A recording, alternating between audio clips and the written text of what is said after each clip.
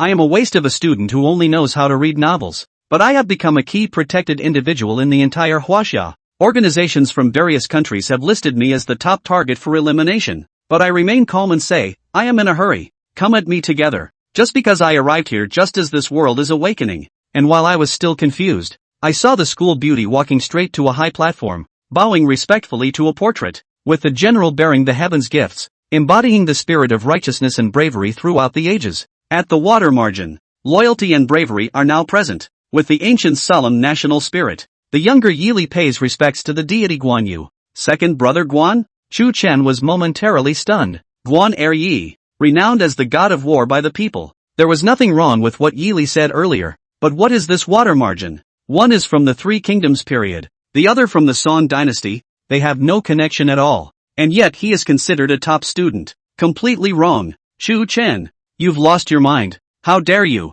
A nobody? Questioned Miss Yi. Yili is a goddess in the hearts of many male students. How can they tolerate this? Siate, boiling sheep. However, Chu Chen is not a pushover, and immediately retorted without mercy. You can't even study properly yourself, yet you dare to judge Miss Yi, truly lacking self-awareness. If it weren't for the crowd, the students were even considering taking action, seriously suspecting Chu Chen of being a traitor, daring to speak ill at this moment. Isn't that so difficult? Chu Chen really didn't mean to cause trouble. He was truly confused. Looking at the students' expressions, they didn't seem fake. They really didn't recognize it. Could it be that this world is different from what I imagined? At this moment, a brilliant golden light radiated from the divine stone. Miss Yi successfully summoned the golden S-class. In the audience, the people of Dixia were excited to see this. Wow! The S-class is truly amazing. But are you brave enough to summon it to the stage? I will be fighting in the next round for the Sakura country. It might be Susanoo or Yamada no Orochi. However, the mockery from the people of Sakura country followed in the next moment, seemingly unfazed. Yet Yili had not emerged from the divine stone for a long time. She looked at another divine portrait. This portrait depicted a man in a black dragon robe, standing at the summit of Mount Tai, overlooking all living beings. Everyone, look at Miss Yeli over there. This must be the heavenly strategy General Li Shimen. Only this young emperor rose to fame, sweeping across the land, and was revered as a god by future generations. A divine emperor? Could this be an SSS-level character? The people of Daxia suddenly screamed. The smiles on the faces of the people of Yinghua country froze. Daxia's luck is so good. They really randomly produced an extraordinary god. But one person is different. It is Chu Chen. No. During the Sui and Tang dynasties, the imperial attire was mainly in bright yellow, not dark. This cannot be Li Shimen. He is. If Yeli awakens this god, Yeli will die, and Daxia will lose a chance to awaken a powerful god. Thinking of this, Chu Chen hesitated for a moment, his gaze gradually becoming firm. He certainly did not want to sit and wait to become a slave of Yinghua country. While Chu Chen was silently contemplating, the crowd was already in an uproar, joy uncontrollably bursting from Yeli's eyes. Just as she was about to bow to the god, Ye Feng, the representative of the Yi family in the audience, suddenly stood up. Wait, the identity of this god is unknown. Miss, please do not call out his name casually. The others couldn't help but shudder. The expressions of the leaders in the audience tightened. We can't brush it off. Don't forget, we have already lost 2 rounds in Daxia. If we don't have a high-level god appearing, the chances of winning are slim. Consume some national luck to fix him in place. See if any child can recognize him. Upon hearing this, the leaders present all fell silent, and the atmosphere suddenly became heavy, because they knew the great cost of recognition. In the current Daxia, after the revival of spiritual energy, it took a full 1,000 years to awaken just over 200 deities. It may sound few, but this was the result of countless predecessors sacrificing their lives. Judging from the imperial data currently held by my Daxia, it may take the sacrifice of hundreds of people to awaken him. As soon as these words were spoken, the whole room fell silent, and you could hear a pin drop. It requires sacrificing lives. Those over 16 years old are no longer eligible for the Divine Awakening Stone. Therefore, only children can take the risk. The elders of some great buildings looked complicated. If possible, how they wish to replace the children with their own aging bodies. But there are no ifs in this world. Suddenly, it turned out that Daxia had no information about this deity. The people of the Sakura country suddenly sneered and started to make noise. Listening to the mockery of the people of Sakura country, everyone from Daxia fell silent. On the mythical arena, the audience from Daxia were all young children. It was only at this moment that everyone realized that perhaps from the beginning, Daxia had prepared for the worst. Some showed signs of fear, shrinking their necks, but in such times, there was never a lack of those willing to take the lead. Gao Liang from Qingbei Academy was willing to give it a try. Lin Xiaoxiao from Mota University was willing to give it a try. And Li Ming from Shanyuan Academy was willing to give it a try. One by one, people shouted out, and then one by one, students stood up from the audience seats. The sound was loud and shocking. They were all not very old, and their faces still carried the unique youthful tenderness of adolescence. But those eyes, however, were resolute and extraordinary, without the slightest wavering. A strong youth makes a strong nation. The great summer, young blood, will not be missing. Leaders, I should be able to recognize this god. Or should I try first? And right at that moment, Chu Yun suddenly came out in a row. People snapped to the sound. But there's someone in the Great Summer Kingdom who can recognize it. No.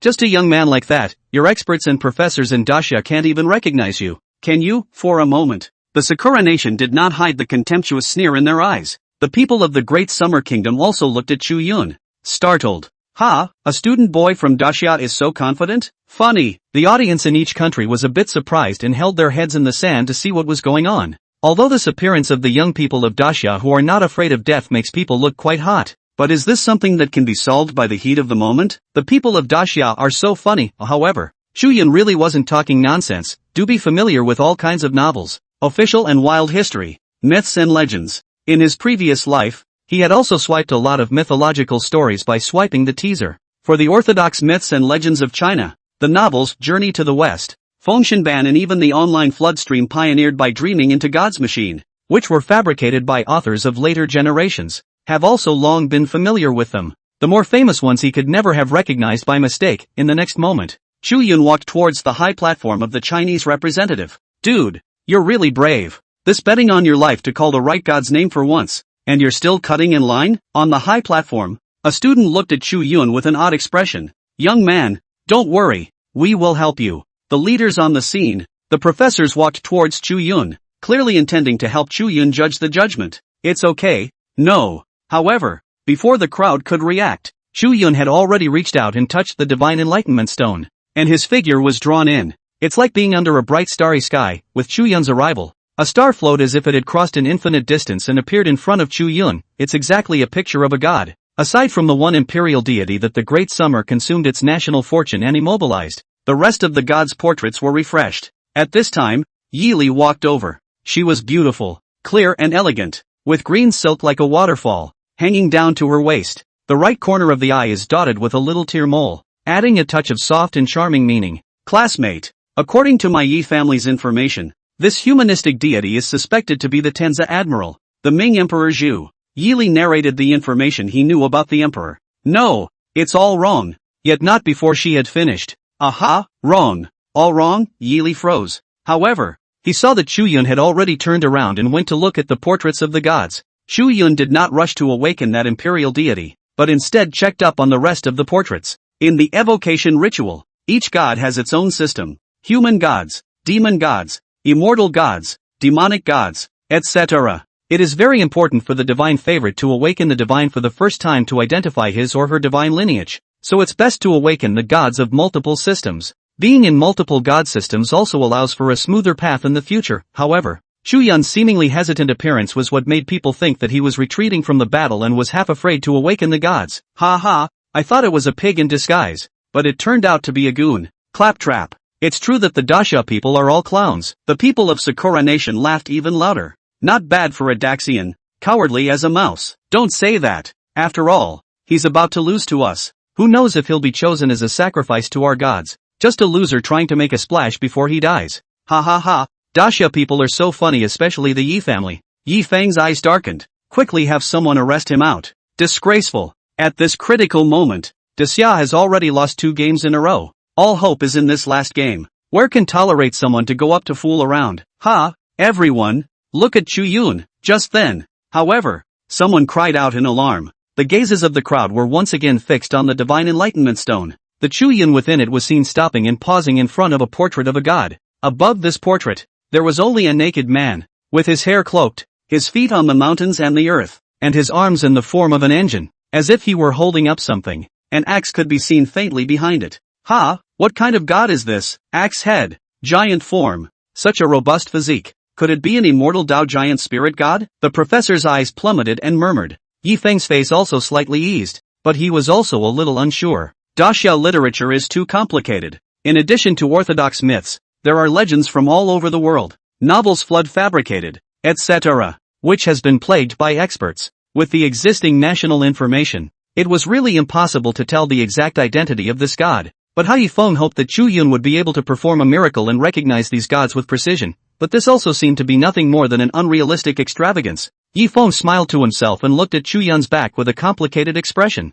Everyone didn't know how excited Chu Yun was in his heart when he saw the portrait of the deity, simply because of this god. There is no one who doesn't recognize him as long as they are Chinese, myths and legends that would have been included in elementary school textbooks in a previous life. It was then that Chu Yun took a deep breath, slowly calming down his agitated state of mind, and bowed his hand to the deity in front of him. Honor the ancient gods with the rites of the ancients. Chaos Pangu created the Qianquan. Ghost power and divine tendons break the mixed yuan. It's majestic and spectacular, plentifully rolling the river and Han. The upper emote song sung, the lower covering the long. Late Chu Yun. Meet the head of the opening of the heavens, the Lord of creation, the Pangu Great Father. When these words came out, the whole room was silent. This was immediately followed by an uproar. What? The head of the open sky? The Lord of creation? Good fellow. This breath is too big. A god at the creator level? Has a creator deity really appeared in my great summer? It can't be. Doesn't the textbook say that Hongjun is the oldest ancestor? In the audience,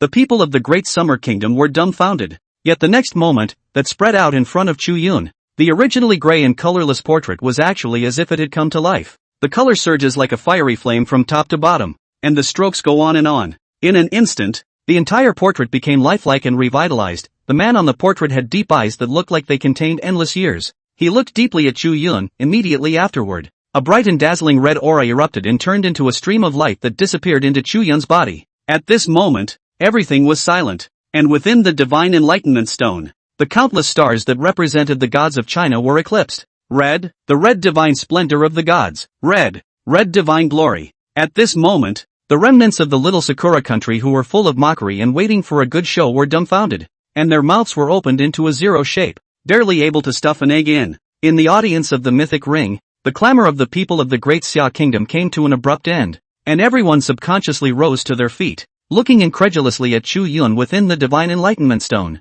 Judging by the information currently released by the mythic ring, the strengths and weaknesses of the gods, from low to high, were gray classless, green C class, blue B class, purple A class, and golden SSSS class. As for the red color, it was the great terror of being transcendent and above the gods, so far, other than the Vatican Kingdom, which had awakened a red supreme god 300 years ago. No other country had ever awakened a red supreme god. Oh no, there it is. At this very moment, they also have it in the Great Summer Kingdom. How could the people of the Great Summer Kingdom in the audience not be excited? Accompanied by a red aura reflecting the circumference of the sky. In the capital of the Great Summer Kingdom, Beiping, in the Hall of All Gods, a small Taoist priest with a clear brow poofed and sat on the ground with a fart. The little Taoist looked blankly at the very top of the pantheon, where a picture of a god slowly emerged. The image was alone, standing on its own. At the highest point of the pantheon, every country had a pantheon, a place where a country's chi converged, and every additional portrait represented a god being awakened, arranged so high. What kind of god is this? The young Taoist stared roundly. At the same time, a track of white clouds emerged from the azure sky in the outside world. Bottom line, 2 strips, 3 bars, all of them were heading in the direction of the pantheon. The people of the country are seething, simply because this phenomenon is precisely the auspicious clouds of the Great Summer Kingdom converging. The auspicious vaporization of the vision, it represents that someone in the Daxia Kingdom has awakened a powerful god. Yet the next moment, Articles 4, 10 and 72. Countless, an endless number of streaks of white clouds appeared in that azure sky. It was as if heaven and earth were incense burners, and curling incense flames were lit. Am I getting old? In front of the pantheon, an old Taoist priest with crane hair appeared, reaching out and rubbing his eyes vigorously. Whenever someone awakens a powerful god, the vision of the Ruei Qi vaporizing will appear. But such a large number of Ruei Qi presenting has never appeared before. The supreme god, the level of the Lord of creation. No one was more aware of what this phenomenon represented than the old Taoist priest who guarded the pantheon. From today onwards, their Great Summer Kingdom also has a supreme god, however. At this moment the old Taoist priest was still unaware of it. The red supreme god was only the upper limit of the mythic ring's judging, and did not represent the upper limit of the Pangu that Chu Yun had awakened, as the guardian of the Great Summer Pantheon.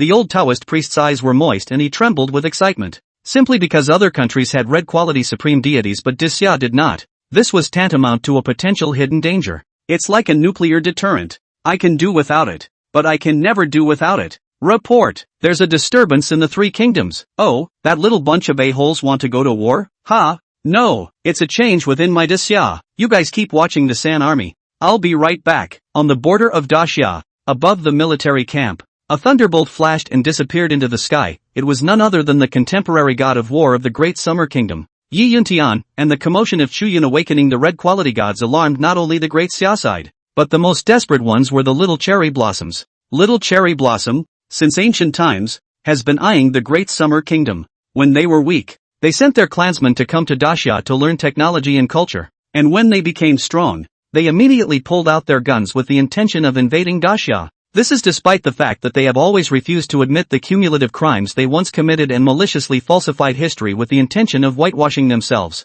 But the wolf's ambition is clear. In the ring audience, the leaders of the little cherry blossom remnant had grim, watery faces. Bagger, a youngster from Daxia has awakened the supreme god. Can't give him time to grow up. Since Chu Yun had awakened the red quality gods, it even made the little cherry blossoms stir. Although they were shocked, they were not intimidated by Chu Yun. Simply because even if a high-quality god is awakened, it may not always be summoned in the ring. If you want to accurately summon the gods you must practice the divine law and increase your affinity with them. In other words, the stronger one was, the higher the affinity would be in order to have a higher probability of summoning this deity. And it was at this moment that Chu Yun had awakened a red supreme god and was enjoying the blessings of the gods. It's just getting started, and it's safe to say that there's very little affinity for it. This also made little Sakura feel hopeful of strangling Chu Yun. They didn't want to see such a god's favorite with terrifying potential grow up. At the same time, the people of the Great Xia Kingdom and the audience had nothing but fervent adoration in their gazes towards Chu Yun. Simply because a god at this level, that was something that made even envy and jealousy feel like delusion. As for Chu Yun within the Divine Enlightenment Stone, he had also finished receiving Pangu's blessing. Chu Yun was able to keenly sense it. The Red Supreme? Stop it. Pangu's level is not many grades stronger than that holy son of the Vatican Kingdom, Hades and Poseidon of the hierarchy. That is, the mythic ring's highest standard of judgment is the Red Supreme God. And the reason why Chu Yun understood this was precisely because after receiving the Pangu blessing, he could clearly perceive his own metamorphosis. It is like opening the human body's genetic limitation shackles. Pangu, the creator who opened up the heavens and the earth in the Chinese mythological system, is the great terror of the very end of force. Even though he had not yet had the time to cultivate Pangu's inheritance, it had benefited Chu Yun greatly. At this moment, even Chu Yun could not feel how strong his physique was. In the next moment, Chu Yun opened his eyes and began to look around, searching for another god. The more gods he awakened, the more blessing inheritance he could enjoy, and the better his own growth potential would be.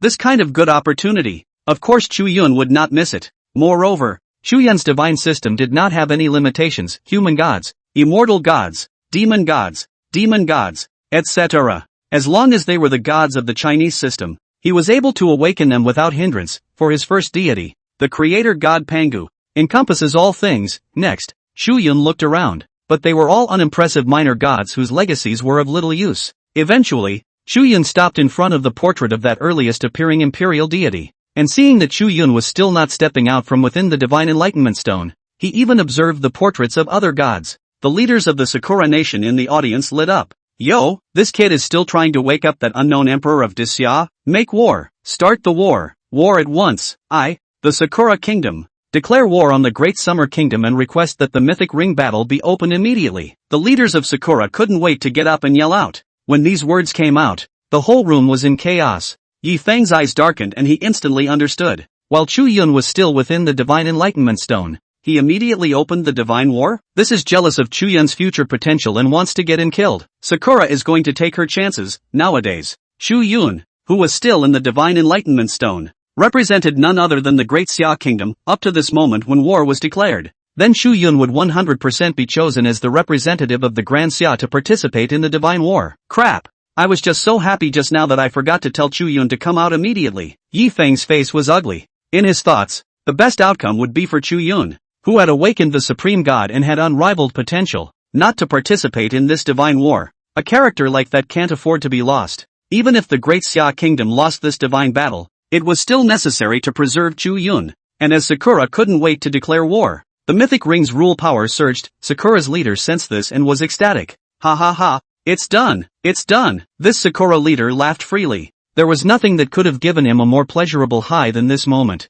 There's no better way to get him high than right now. He couldn't help but think of the joy he felt when he first entered the cave in this Sakura leader's opinion. This battle doesn't even need to be fought. Just waiting for Chu Yun to call the gods by the wrong name. Chu Yun himself would die. The last battle was won without a fight, within the Divine Enlightenment Stone. Chu Yun finally looked outside. Oh, you look like you're having a good time. The corner of Chu Yun's mouth suddenly arched. With the declaration of war by the Cherry Blossom State, this final mythical ring battle between the two countries begins. Sakura Ryu. The Kingdom of the Dead has initiated a mythic ring battle against the Kingdom of Dacia. The recipient is Sasaki Nakamura, and the designated person is Chu Yun of the Kingdom of Dacia. So please prepare yourselves to battle on stage in 10 minutes. Boom, resuming a voice like the sound of heaven. Muffled thunder rolled and spread throughout the blue star. Asshole, shit, on the Dacia representative stage. Yi Feng and the other senior leaders, their faces changed drastically. However, it was too late. In the center of the mythological ring, a large platform slowly rose up,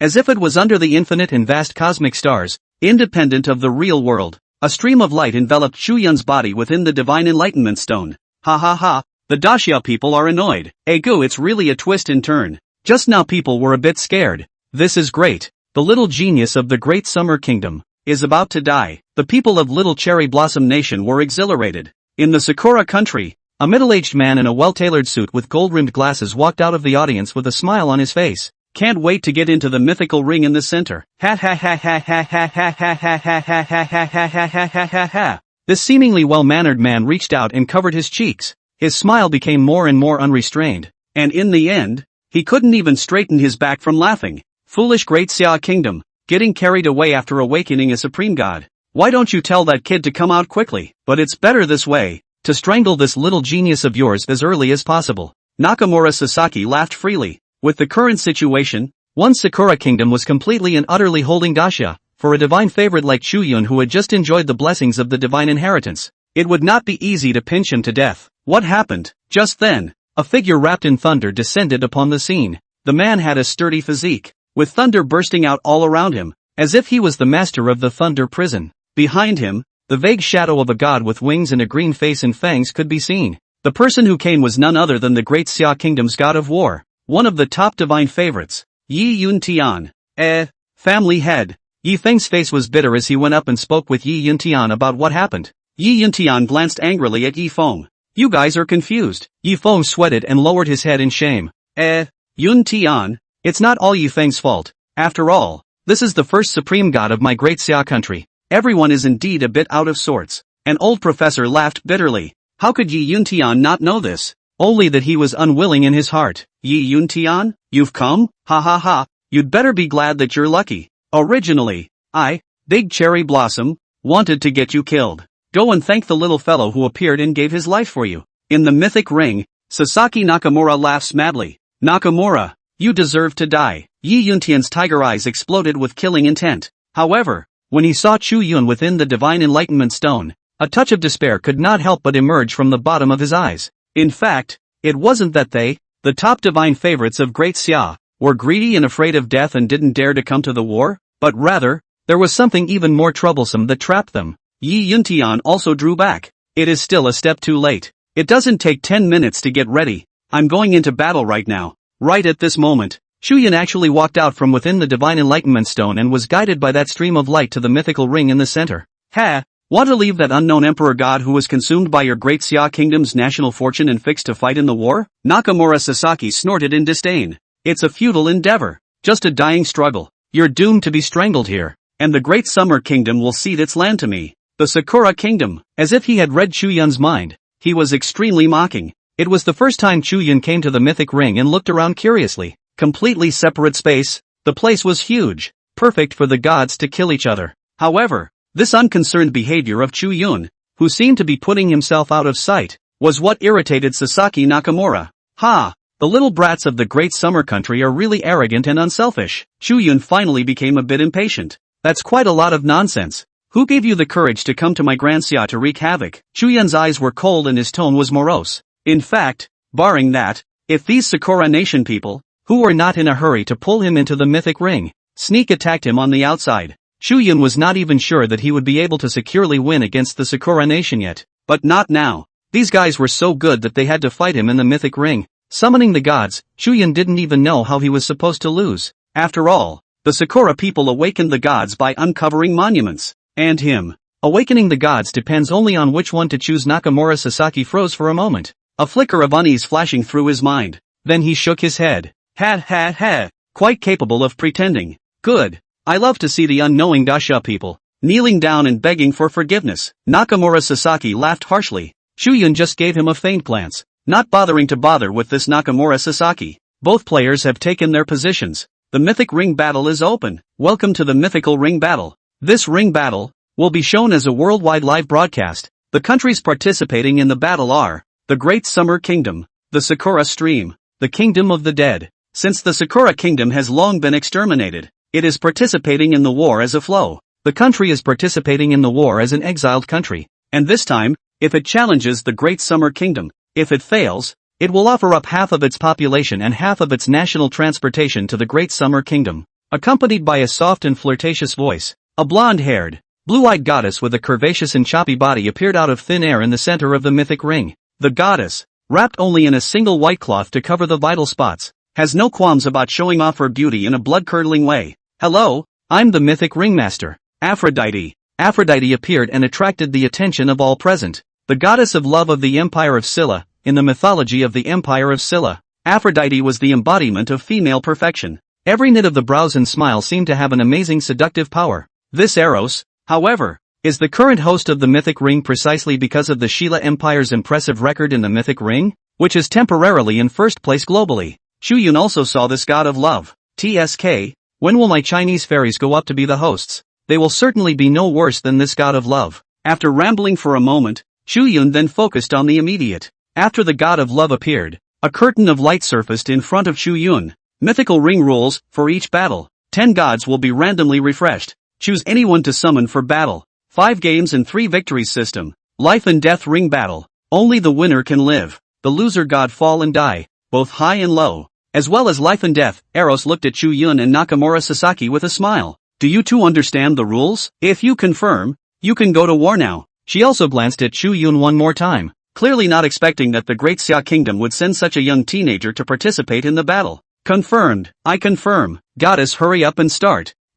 Nakamura. Can't wait. Sasaki. Nakamura's eyes were red and made no effort to hide his carnal lust. This war, in Nakamura Sasaki's opinion, was no longer even just a war between nations. All the more reason for him to present himself well before the gods. What if you can impress this god of love? Thinking about that wonderful scene gave Nakamura Sasaki a tingle. Confirmed. On the other side, Chu Yun nodded expressionlessly. Both players have been confirmed. And the following is the personal information of the participants in the battle. Nakamura Sasaki, where A ranked god's favored one, awakened god's highest rank, gold, god's SSS ranked Suzaku man. Chu Yun, unknown, awakening the highest rank of the gods, the supreme god Pangu. Eros stared in disbelief as he saw the place. Surprisingly, it was one of the strongest red-grade supreme gods. She looked at Chu Yun again in surprise. The highest level of a god awakened by a divine favorite is the upper limit of the divine favorite's ability. For example, that Nakamura Sasaki, his upper limit is the god SSS class. Of course, the current Nakamura Sasaki, whose own strength was still at the mortal level, had reached the mortal A level, but it has been extremely rare and the best of the human race. And Chu Yun, the reason why he is an unknown. Even a fool could see that it was because he hadn't yet shown his strength in the mythic ring battle. In other words, it was his first time. For a while, people from various countries who were watching through the global live broadcast couldn't help but laugh. They didn't have any personal grudges with the Great Xia Kingdom, and their enmity wasn't deep. They just felt that the Great Xia Kingdom sending out such a new generation of divine favorsmen was really mind-boggling. Even the people from various countries showed some pity when they looked at Chu Yun through their cell phones and television sets. I haven't seen you in a few years, but this Nakamura Sasaki has reached Van A rank? Damn it, it's really clouded by Sakura. The faces of the leaders of the Great Summer Kingdom present were incomparably ugly. How could a new generation divine favorite be a match for a veteran divine favorite who had been cultivating for more than 20 years, putting aside the power gap between the two sides? Just talking about that divine affinity, the other side also had a high probability of summoning Susanoo. Father, this hasn't even been exchanged yet, so it's not good to make a judgment too early as to who will lose and who will win, right? Just then, Yili suddenly said in a soft voice. She looked in Chu Yun's direction, her eyes colorful. Yi Yuntian looked at his daughter in surprise. Unbeknownst to him, Yili could never forget Chu Yun's determined eyes. She had been in close contact with Chu Yun, and she had witnessed Chu Yun awaken Pangu. Perhaps it stemmed from a woman's intuition. Yili felt that Chu Yun really had this backbone. That's right. I also think Chu Yun will definitely win. Chu Yun go for it. Song Hai, the old general of the Great Xia Kingdom, immediately got up and yelled in Chu Yun's direction. A loser is not a loser, even though Song Hai's heart had no bottom either. He did not want to put too much pressure on Chu Yun. Chu Yun, who was in the ring, also heard these voices. Chu Yun knew what these old people had in mind, trying to get him to take it easy and relax. After all, it was his first time on stage representing his country in a battle, and he had no special training before. Chu Yun waved his hand with a smile in the direction of Song Hai and the others, signaling that there was no need to be nervous. Meanwhile, Nakamura Sasaki's side had already begun the god evocation ceremony. Chu Yun also walked inside the Divine Enlightenment Stone in front of him. Within the Divine Enlightenment Stone, other than the portrait of the immobilized imperial deity, 9 unfamiliar deities appeared before Chu Yun. Seeing this scene, the people of the Great Summer Kingdom were ashen. Yi Yuntian and Song Hai and the others, likewise, their eyes darkened.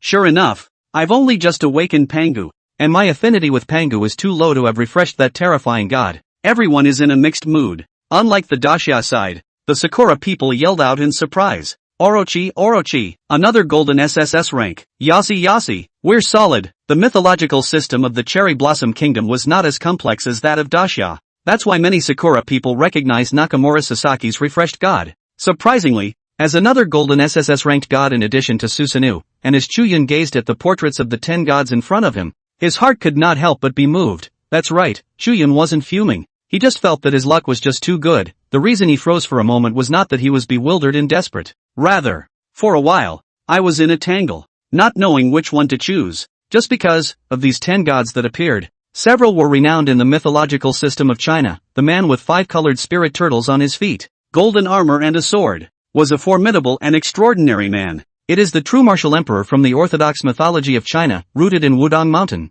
He enjoys Taoist incense and is known as the 9 heavenly demon-swinging ancestor, Jin Yuanzi, ancestor of the earthy mortals in the classical mythological novel Journey to the West, with the holy name of the same monarch as the world, the great demon Kimon, one of the 10 great demon saints in the later Dreaming into God's Machine inaugural flood novel, Kunlun and Por. For a time, it was Chu Yun who was dazzled and his breathing became a little short. However, Chu Yun quickly calmed down. His gaze eventually settled on the immobilized imperial deity. The significance is different, and at this moment, it would not be a sadness for my Daxia people to even forget this being. Chu Yun wasn't worried that he wouldn't be able to recognize the gods. He ultimately chose this humanistic imperial deity, simply because this god, for the people of the Great Summer Kingdom, should not be forgotten, much less be forgotten. In the next moment, Chu Yun's countenance straightened and he bowed to the imperial deity before him. Speaking aloud, he said, "The king of Qin swept away the 6 kingdoms. And the tiger's gaze was so majestic that it was a 1,000-year-old emperor,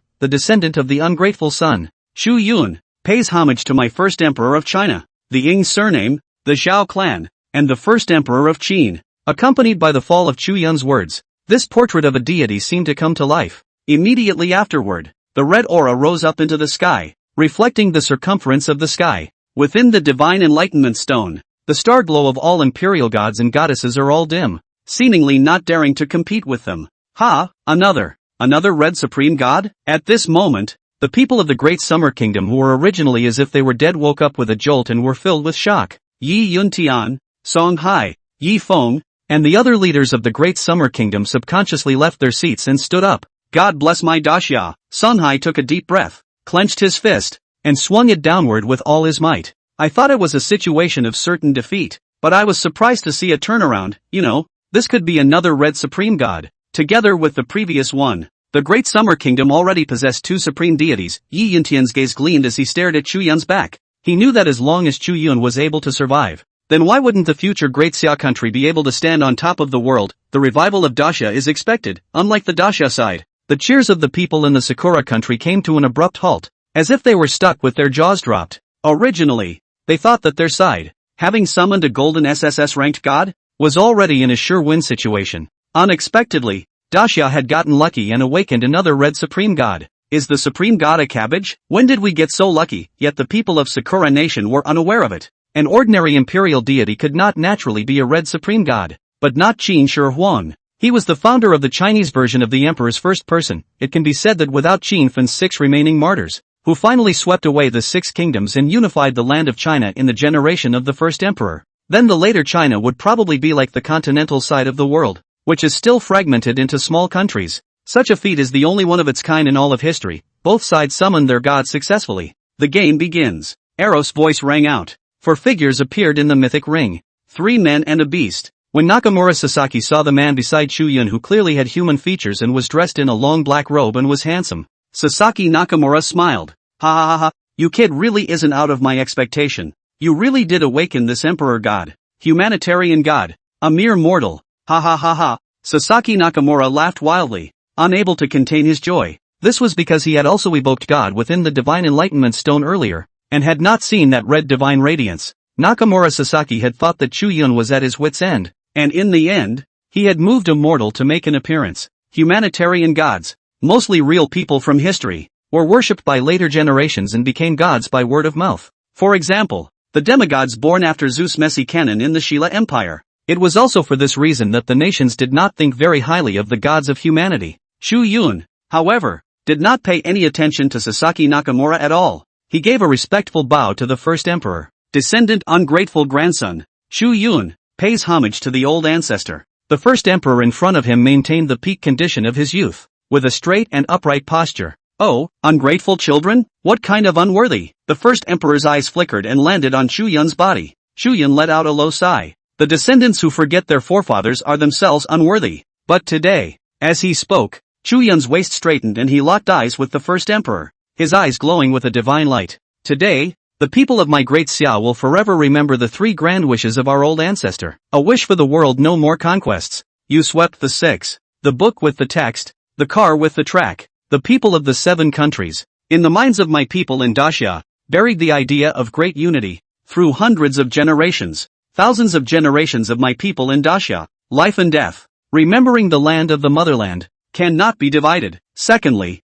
I wish for 10,000 miles of mountains and rivers. No more foreigners to invade and wantonly trample on the people, to build a miracle on earth, and for the lofty Great Wall to rise up and shelter all the people in the rivers and mountains. 3 wishes for the unification of the world's thoughts, the burning of the evil ways, the foolishness of the people's canonical books, the gathering of the people's hearts, the condensation of the bones of the Qin and Han dynasties, and the shaking of the ancient and the modern. Chu Yun's words were loud and clear, and it's also a word for word. The more detailed and elaborated the god is understood, the more powerful the god becomes. The first emperor looked at Chu Yun in surprise, in a trance. It's like dreaming back to that time when the winds of war were rising. It turns out that not everyone thinks that I am the tyrannical ruler who does no evil and cannot be tolerated by heaven. The first emperor looked as if he had thought of something, and as he looked at Chu Yun, his gaze softened a lot, rather like a feeling of sympathy. Little one, how does posterity judge me? Chu Yun's heart moved slightly, and he said with a straight face, the crime is in the present time,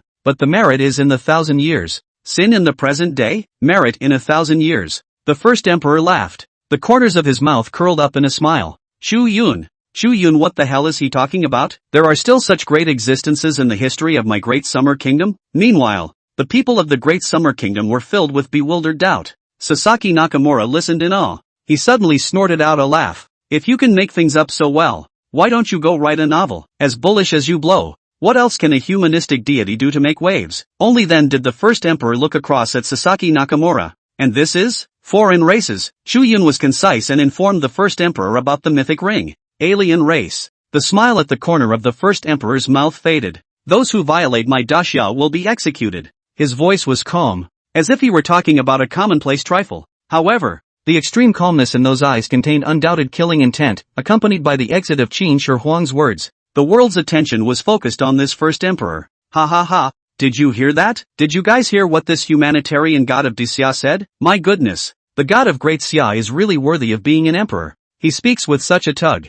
Ha, let him yank it. He's going to get smashed by our great Sakura's god in a little while anyway. In the audience, the people of Sakura nation snickered, listening to these unbridled taunts. The faces of the people of the great Xia kingdom were gloomy. Yi Yuntian sensed that the atmosphere was not right and got up violently, saying aloud, "What's wrong? What are you afraid of? Who has ever stipulated that human gods are inferior to demon and immortal ways? Don't forget his rank, and that this emperor will fight for my daxia, a great man in the history of my daxia kingdom. What's wrong with humane gods? Man will prevail. Yi Yuntian's voice spread in all directions. The eyes of countless people from the great summer country gradually became firm, and the atmosphere instantly reversed. Chu Yun wasn't wrong. Otherwise, the old ancestor wouldn't have been awakened. Is he really our old ancestor? But we, the unworthy, have forgotten him, and how sad that is. Old ancestor, regardless of whether you win or lose this battle, after this battle, the people of my great Xia kingdom will definitely build a temple and mold a golden body for you. The generations to come will forever celebrate your great deeds and remember them for generations to come. The people of Daxia were infected,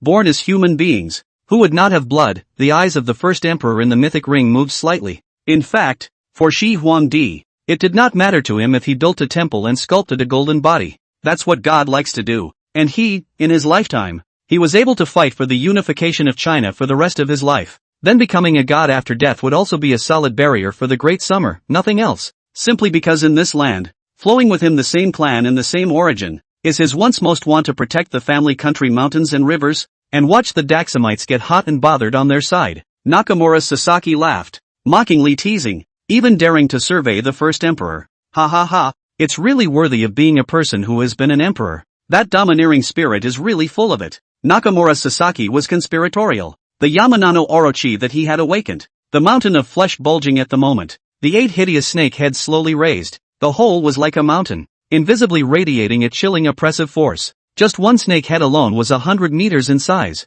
Humans seemed so small in front of it. The serpentine eyes of the Orochi were cold and rather disgruntled. A mere human god. I didn't think that you'd be arrogant enough to challenge a true god. Pitiful and ridiculous. I thought it was going to be a great battle, but unexpectedly a human god came. You, this tiny body, you don't even have the qualifications to give this god a gap between your teeth. The divine voice of the 8-giant serpent was vast, spreading around the circumference of the sky. There was a moment of silence in the room. The Yamanano Orochi, originating from the mythology of Sakura, is a legendary synonym for disaster and tyranny. Even the Sakura people, who believed in it, feared and revered it more than embraced it. Orochi had wanted to see who his opponent was, but it turned out to be a human god. It turned be boringly disappointing. However, the first emperor simply reached back and a longsword surfaced on his back. King's sword, backpacking, this is the world. The unique Qin Huang sword, on which the dragon chi spreads and the golden radiance shines brightly. Seeing this scene, Chu Yun knew that his hunch was correct.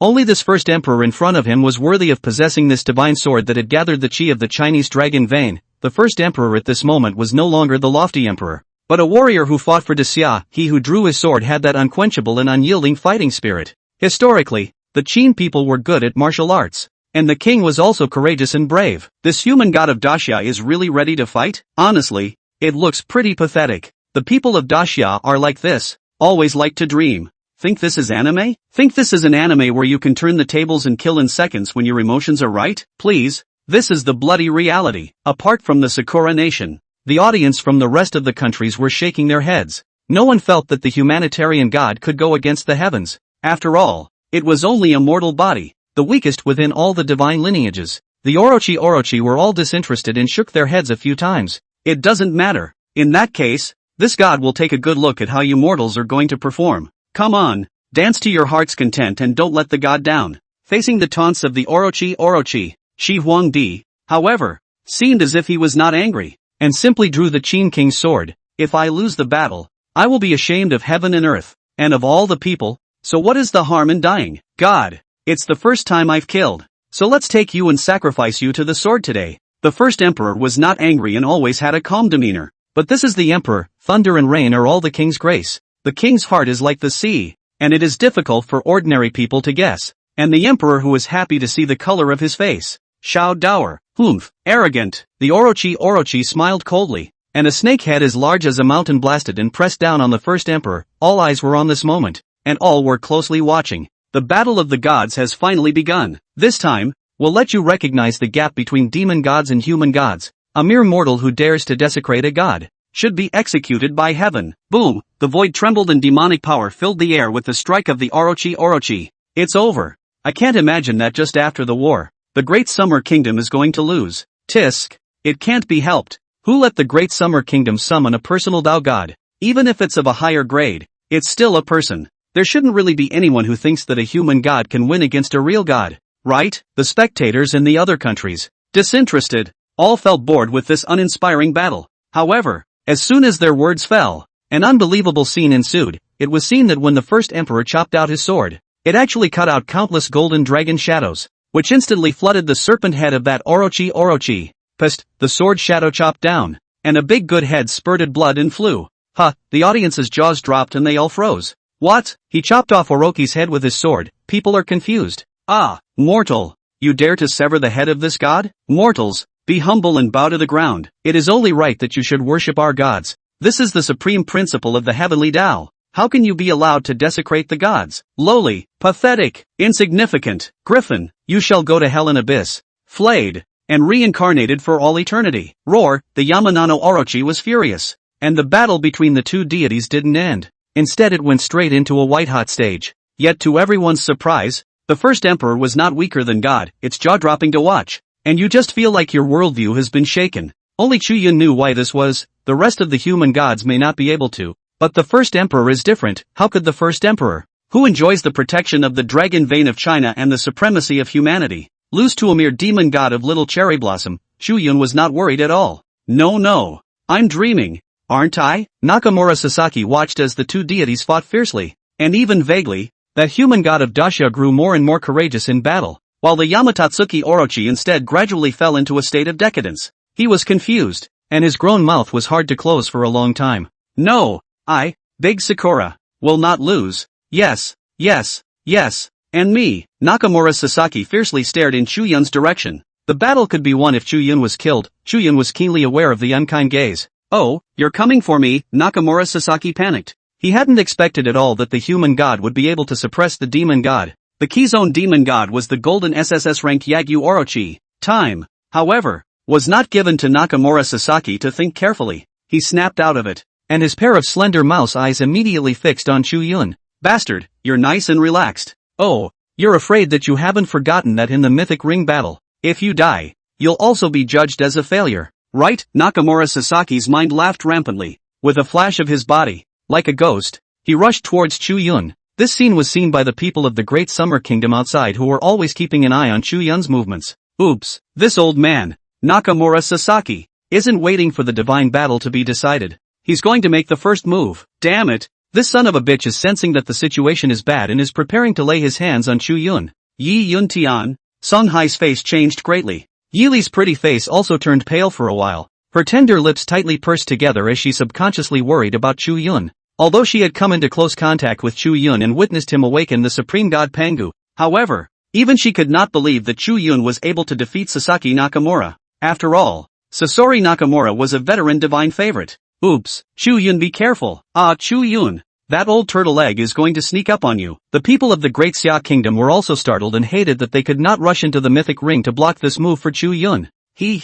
Stupid little thing. What can you do even if you are gifted? Do you have time to practice? Die for me. Sasaki Nakamura appeared in front of Chu Yun with a sardonic smile on his face. Immediately after, he raised a leg and swept it towards Chu Yun's head. Chu Yun, however, looked like a nobody, still standing dumbfounded as if he had not reacted. After all, the speed of Nakamura Sasaki, who was a Van A-class divine favorite, was simply not something that an ordinary person would be able to react to. And just as the crowd was incredibly distraught, Chu Yun moved. He's faster and meaner than Sasaki Nakamura. His right hand reached out fiercely, and he actually grabbed Nakamura Sasaki's kicking leg with precision. The leg wind that was enough to break mountains and rocks and shatter titanium alloy steel plates had only scratched Chu Yun's sleeve. Chu Yun's naked. On the arm that was exposed, the skin was white and there was not a single injury. TSK, it's rotting my sleeve. Old thing, how are you going to compensate me? The sudden change of events caused everyone present to round their eyes. Before the crowd could react, Chu Yun grabbed Nakamura Sasaki's ankle with one hand, as if he was carrying a rag doll. He threw it violently and smashed it on the ring floor at his feet. Bang! A loud clap of thunder woke up the audience. Crap, Chu Yun's strength. You've only just become a divine favorite. And you're this powerful? Hiss. How strong was the previous Pangu inheritance? Ha. Chu Yun is bullish. After the people of the Great Summer Kingdom were confused for a moment, everyone was pleasantly surprised and raised their arms in the air. So I'm this strong? In the ring? Chu Yun was surprised out loud. In fact, Chu Yun knew that even if he had not cultivated He who had enjoyed the blessings of Pangu could no longer be judged by the standards of ordinary people, especially in terms of physical strength. Originally, Chu Yun kinda wanted to try the depths of his strength, and this Nakamura Sasaki was a measurement standard of sorts. I didn't realize that Sasaki Nakamura was so unforgiving. Oh no, it's not that I'm too strong, it's that you're too weak. Chu Yun secretly pondered for a while and came to a conclusion that he thought was very reasonable. You kid. However, when those words fell on Nakamura Sasaki's ears, he was so angry that he almost fainted on the spot. A million grass nymphs were racing in his mind. Ninjutsu, shadow divergence technique. Nakamura Sasaki was also worthy of being a Van A-class divine favorite. After all, he was a veteran powerhouse who had been cultivating for decades. In the next moment, he actually split in two. Of course, it's not split down the middle. That would be too explosive. Instead, it became two people. Humph, little mongrel. I was careless just now. I didn't expect that you, a newly minted divine favored one, would have a fleshly physique stronger than mine. But what about that? Can you do spells? Do you have powers? You're still a loser. The two Nakamura Sasaki laughed wildly. Immediately after that, his hands quickly formed seals, as if he was preparing to cast a magical spell once again. Not to mention, Chu Yun really didn't know any spells. In the line of divine favorites, he was like a mere white boy. This was something that Chu Yun did not defend. Since you're a white guy, let's do it the white guy's way. With that thought, Chu Yun suddenly pressed forward and approached Sasaki Nakamura as fast as he could. Reaching down, he grabbed Sasaki Nakamura's ankle. Immediately after that, Chu Yun then approached another Nakamura Sasaki with that incredible speed. Reaching out again, he grabbed his ankle. Run, bend, reach, a 3-year-old would, a mediocre move. Then, Chu Yun took the two Nakamura Sasori and slammed them together like two mallets. Bang, two mallets. Oh no, it was two people, and they collided face to face with a loud roaring noise. TSK, worthy of being a Van A-class divine favorite. It's so hard. Chu Yun sked and crashed again. Bang, bang, bang bang. The whole room was confused. Countless people in the audience subconsciously stood up. No matter whether it was an old man or a child, or a big girl or a small daughter-in-law, all of them grew their mouths, and it was difficult to close them for a long time. It was the first time in many people's lives that they had ever seen someone dislike each other using people as weapons. It's brutal. It's brutal. Ha ha ha. Chu Yun is bullish. I'm convinced. These two mallets are so good. I like Chu Yun. When the fight is over, this girl is going to marry Chu Yun. He. I heard all your calculations in Guangxi. You're eyeing Chu Yun's robust and strong physique, right? What? You don't like it hard? The people of Daxia were boiling, and even those who weren't there and saw this scene with their cell phones, tablets, and other tools were exhilarated and cheered for Chu Yun. The people of Sakura Nation in the audience were dumbfounded. There is only a sense of falling from heaven to rock bottom. The Great Summer Kingdom. Not only are the human gods bullish, but even a newly promoted god's favorite is so powerful. Well, yeah, no, dumb gumdrops, our god Sama hasn't lost yet. Go for it, Shinmai-sama, kill the god of Daxia. And at this moment, that Orochi had already been decapitated by the first emperor with 7 heads. The Orochi were all confused and horrified. Sacrifice. This god will sacrifice. Chun's side was steady. He grabbed 2 big mallets. Oh no, 2 Nakamura Sasori. Immediately, he stepped aside to watch the battle. It wasn't that Chu Yun was a sanctimonious whore. It was at this point in time, and he wasn't hurrying to try to kill Nakamura Sasaki and win this godly battle as soon as possible. Rather, he has a larger agenda. Chu Yun wanted to see Yagyu Orochi die with his own eyes, because when Sasori Nakamura died, even though Sakura would have lost the god battle, the gods he summoned would have returned to their rightful place and would not have died. As long as this deity still existed, then there would still be divine favorites who could summon him out in the future. Therefore, killing gods is more ruthless, more desperate. It was a way to completely cut off the hope of a country's myths. And only by killing all the gods could a country never again have a god-favored person. The extermination plan. Chu Yun was even afraid that Nakamura Sasaki would cool off if he didn't pay attention. He would occasionally take Nakamura Sasaki and bump into each other, stimulating Nakamura Sasaki with physical pain to barely stay awake, preventing him from hiccuping under the blur of consciousness. As for Nakamura Sasaki's willingness or unwillingness, he's now all tapped out with his brain dazed and his reasoning blurred. No matter if he's a Van A-class divine favorite, it's useless the said not to say. Chu Yun people also strange good Lu. Meanwhile, the fight between the first emperor and the Orochi had entered a white-hot stage. The first emperor stood with his sword, dragon chi spreading around him, countless golden dragon shadows, roaring and dancing. That Orochi, on the other hand, wasn't in such a good state. having had 7 of its heads chopped off. With a fierce face, he roared out, "Sacrifice! This god wants to make a sacrifice." The people of Sakura Nation at the scene were creeped out. Immediately after that, the Sakura people scattered all over the world. Who believed in the Yagyu Orochi, suddenly realized that bizarre pitch-black writing had surfaced on their faces. The next moment, a bizarre scene was playing out all over the world. These cherry blossom people unexpectedly melted on the spot, turning into a streak of bloodlight that rushed in the direction of the mythic ring.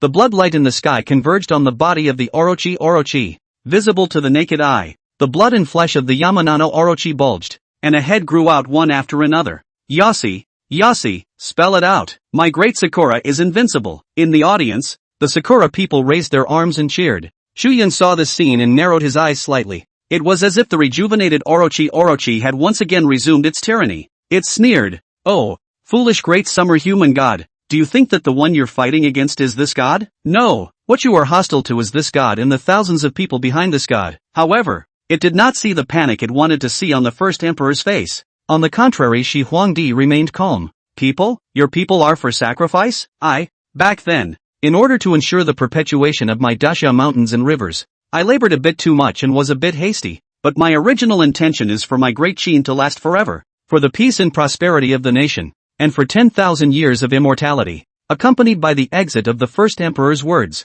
his appearance had actually changed. Stepping from young adulthood into middle age and twilight, an illusory grand hall even emerged around his body. His hair was dyed with snow. He was old, and the light of his eyes had changed from the hot-blooded purity of his youth to an abyss like the sea. He slowly sat down on the throne of the throne room. That out-of-this-world first ancestral dragon of China has returned to his throne. "I treat my people differently than you do, and my way. When I am obedient, I can respond to the way of heaven, and when I am disobedient, I can destroy the immortals and kill the gods. Who says one must worship the gods, submit to the gods? I have a method, the way of refining chi and longevity." The first emperor spoke softly, and although his voice was not loud, it carried a vast dragon's might, and the Daxia nationals present suddenly felt a heat in their hearts. In that moment, the chi of all the people was actually closely related to the first emperor. "What's going on here? Why do I feel all warm and cozy? My goodness, am I going to be a god's favorite too?" The people of Daxia were shocked beyond belief.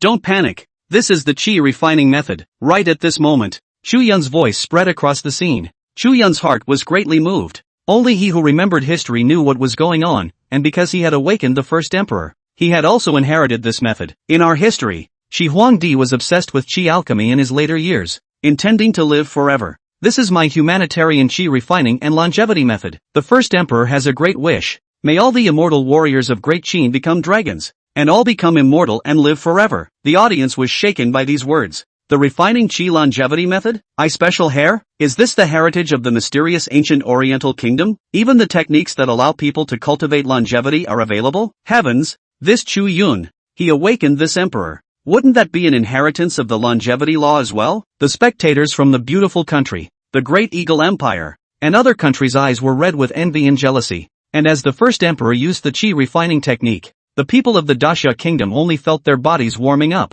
and some of their injuries and illnesses actually healed in a matter of moments. This chi refining technique, after all, allows the people of the Great Summer Kingdom to enjoy some of the gifts. One body with the state. At this moment, the people of Daxia were convinced of the identity of the first emperor. After all, who else could have graced them with their presence except the old ancestors who shared the same clan as Daxia? As a result, the first emperor had gained a great deal of faith power and his strength had skyrocketed. Complementary, the faces of the people of Little Sakura were hard to see. Honestly, there's no comparison. The god of Daxia is able to be one with all nations, even to bless them. But their god, however, was desperate for them to offer sacrifices. This, yet even more devastating for the little cherry blossoms, was yet to come. "Where is my great Qin immortal armor?" The first emperor was seen waving his hand. Killing sounds shook the sky, and countless armor-clad warriors appeared out of thin air. "Killing the Orochi? How is it possible? A district human god." The Orochi's divine power swept through,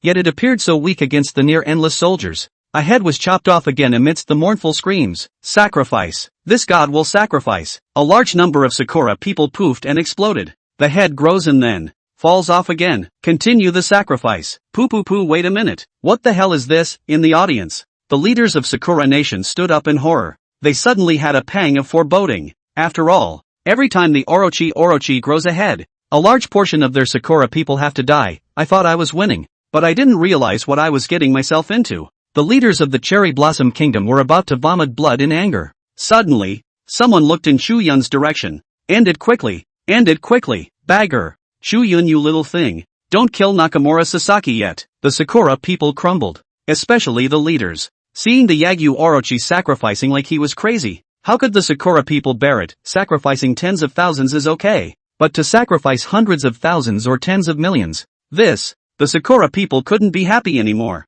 Even the populace cried out. Yeah no, Yachi Amikami. Stop it quickly. The Sakura people were in deep despair. When Chu Yun saw this scene, he was also slightly stunned for a moment. To be honest, he had only wanted to get Yagyu Orochi killed, but he hadn't thought that there would be such an unexpected blessing. Bagger. Chu Yun, you quickly kill Nakamura Sasaki and end this pointless divine battle. I'll give you money. I, Big Cherry Blossom, promise to give you women, to give you supreme power, as long as you rebel against the Great Xia. I, the Sakura Kingdom, will treat you as my guest. In the audience, several Sakura leaders, some stormed and threatened Chu Yun, while others tried to bait him. However, they all had the same goal, and it was clear to them that only if Chu Yun killed Sasaki Nakamura could the nightmare of the Sakura Kingdom be brought to an end. Chu Yun just indifferently looked at these dogged Sakura leadership. Are you kidding? Think he's 3 years old? It is now that he has been promised all sorts of favors because he has asked for them. However, when it comes to turning the other cheek,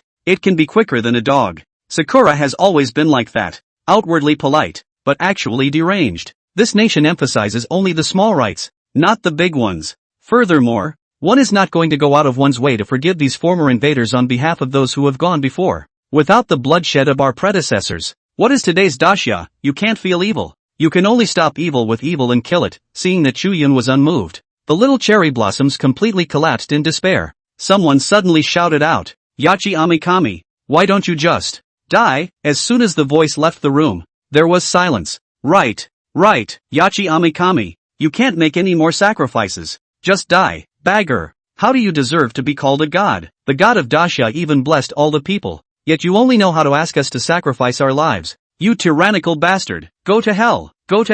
Immediately afterward, Sakura people around the world went on a trolling spree, with pop-ups flying all over the place. The situation instantly escalated again. People all over the world watching this moment were treated to a good show. In the mythic ring, the first emperor's eyes flickered. It seems that your people have chosen to abandon you. The serpentine eyes of the Orochi erupted with blood-colored tyranny. Abominable, hateful, damn the humans for mistaking me. Having lost the support of the people of Sakura, and even the rejected and loathed Yagyu Orochi, his figure actually turned illusory. It wasn't supposed to be like this. This god when the last head was cut off, the head of the Orochi crashed to the ground with a strong sense of resignation. The legendary god of the Sakura country, seeing this, Chu Yun narrowed his eyes slightly. Being a divine favorite who had awakened the first emperor, Chu Yun was actually very clear. The first emperor had been forgotten by the world for too long, and was not in perfect condition, but had merely forced the use of chi refinement. If it really goes on, the result is not yet known. Chu Yun could see that as a god, the Orochi, he understood, so he had been sacrificing hard. However, the Sakura people made their own deaths and gave up their faith in the Yaki Orochi. But it's normal. After all, how many people are willing to give their lives for God? And according to the rules of the mythic ring, the strength of a deity depends on the level of faith. Because gods exist because of believers who believe in them. But where a god is forgotten by the world, no longer recorded in legend, no one remembers this god, then, God's power will be drastically weakened, and even eventually disappear completely into the long river of history. This is one reason why the heroes of history were able to become gods. It is because there were once people who worshipped and believed in them. Now that Yamanano Orochi is dead, having thought of this, Chu Yun looked at Sasaki Nakamura underneath him. At this time, Nakamura Sasaki couldn't even keep the shadow split. The whole person was hit like a bloody gourd. Only inlet and no outlet. Chu Yun showed no mercy and sent Sasaki Nakamura flying with a kick. Pissed, Sasaki Nakamura shot out like a cannonball, spilling blood in the air. The man hiccuped while still in mid-air, although it is the first time to kill. But Chu Yun is the heart without waves. Born in such an era, his memory has seen too much blood. The heart has long been his normal. Congratulations to player Chu Yun from Great Xia for winning this divine battle. Eros is now in the center of the ring, smiling coquettishly. Please look at the big screen. Daxia Chu Yun vs. Sakura Nakamura Sasaki. Chu Yun wins. Daxia vs. Sakura. 1:2 in the audience. The people of the Great Summer Kingdom saw this scene and the whole place erupted in an uproar. Everyone was raising their arms and shouting, "Bullish! Chu Yun is bullish! Oh my god! Chu Yun, I wanna give you a monkey! Ah, Chu Yun, look at me quickly!" The thought of little Cherry Blossom's ugly face, staring at the land of the Great Summer's national fortune, brought endless anger to the hearts of the people. "And you want us to cede our land to help Sakura restore her country? Oh, the fool's errand, it's different now. We, Da Xia, have turned the tables on the Jedi." Moreover, nowadays, the Great Xia had already seen 2 existences rated as supreme gods, and Chu Yun's ceiling potential was extraordinary. Who dares to say that Da Xia is easy to bully? You're just a little cherry blossom. How dare you bite again? I'm just kidding. I'll beat you to death. As the score is trending towards a tie, the next god battle will be opened next, with a preparation time of 10 minutes. Please prepare for the 2 god familiars. When the crowd's voices died down, Eros said, "The second battle is about to begin." Song Hai and Yi Yuntian glanced at each other, both seeing the gravity in each other's eyes. At this time, Chu Yun had also stepped out of the mythic ring and arrived on the side of the Great Summer Kingdom. Song Hai came forward and affectionately wrapped his arm around Chu Yun's shoulders without any hint of a senior general stance. "Chu Yun, you did a great job, just watch the rest. I'll fight the next battle." The people around him also spoke to Chu Yun about the recent situation in Da Xia. It turned out that the reason why it was difficult for Da Xia's top divine familiars to make a move was because Agua was messing around in the background. The 3 kingdoms of Agua had staged millions of troops on the borders of the Great Xia, leaving the top divine familiars to sit on the borders in case the 3 kingdoms of Agua sneak up on them. It was as if it had been negotiated with Sakura, limiting Da Xia's top combatants. Of course, it's different now. Yi Yuntian and Song Hai saw Chu Yun's potential. He had only just become a divine favorite, and he was able to kill the Nakamura Sasaki of that Van A class, not to mention that right now, Chu Yun was already able to hold his own, and his future achievements would be even more unimaginable. Therefore, Song Hai dared to go out and fight on the stage. After all, it's not always good luck to come out with gods you recognize. You're young, and the future is bright. For now, let my old bones play out their spare capacity again. Song Hai smiled. Chu Yun did hear and understand. So that's how it is. The rules of the mythic ring. Although a god can only appear once, it does not prohibit a god-favored person from consecutively appearing on stage. That's a good thing. I can still fight. Hearing this, Song Hai, Yi Yuntian's eye pupils suddenly contracted. Wait, Chu Yun, what if another unknown god appears and you can't recognize it? That would put your life in danger. Yi Yuntian was a little anxious. He was truly worried for Chu Yun. After all, Chu Yun's potential was extraordinary. Chu Yun didn't know how to explain to the 2. He couldn't say that he knew them all. No one would believe it if he said it. Actually, I had a dream last night about a fairy that told me all the myths of my Great Summer Kingdom. I don't know how it happened, but I somehow remembered it all. Chu Yun blinked and babbled. The Da Xia leaders present all looked at Chu Yun in confusion. Chu Yun, you're not kidding, right? Yi Yuntian and Song Hai's faces darkened. At a time like this, I can't talk to a kid like you. Chu Yun shrugged helplessly. He knew no one would believe it. However, at the moment, the situation of Da Xia is still not optimistic. Although he won 1 game for Da Xia, if Da Xia loses 1 more time, it will still be ruled as a win for Sakura Nation. At that time, not to mention plundering the Sakura Kingdom's national fortune, this little Sakura could still use the Great Xia's ceded lands to restore the country. This is a situation that all Da Xia people do not want to see. Therefore, Chu Yun understood that he had to securely take the second divine battle as well. Chu Yun did not explain anything and only looked at Yi Yuntian. Uncle Yi, earlier, if I was not mistaken, when you came, the silhouette behind you was accompanied by thunder. The deity you awakened should be the immortal Dao Thunderzhenzi, right? Yi Yuntian nodded. That's right, the god he awakened was none other than Thunderclap, but as he was the Great Xia's god of war, it wasn't exactly a secret.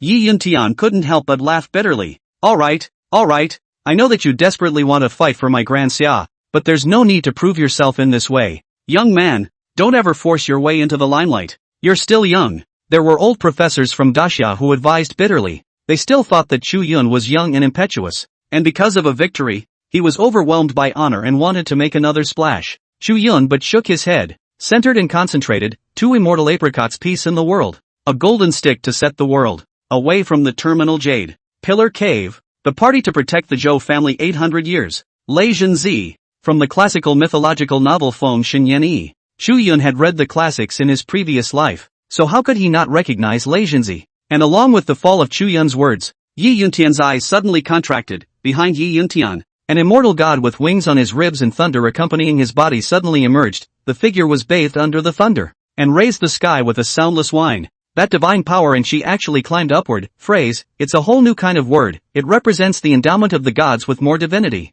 It is also the reason that the more detailed the gods are understood, the stronger the gods become. Obviously, Chu Yun's casual words had caused Yi Yuntian's thunderclap to metamorphose once again. The leaders of the Great Summer Kingdom present were dumbstruck. It's still good, due to the cultural disconnect. The Great Xia Kingdom knew very little about Laotiancy, so much so that everyone was shocked upon seeing this scene. Songhai's tiger's eyes suddenly bloomed with radiant essence. Good fellow, Chu Yun, you really know something we don't? So, then look at mine. Songhai jumped at the chance and instantly manifested his own native deity. Behind Songhai, a childish child with feet in a double circle of flames, very spiritual and wearing a red belly band, emerged. Seeing this, Chu Yun's gaze lit up and said with a smile, the 3 heads and 6 arms have been passed on to Chinese and foreign countries. The martial arts are highly reputed in ancient and modern times. Honor and disgrace and pseudo-truths are often chaotic, and right and wrong are self-evident. Songhai's native deity was also an immortal Tao deity and had an even louder reputation. It is the great god of the 3 altars of the sea.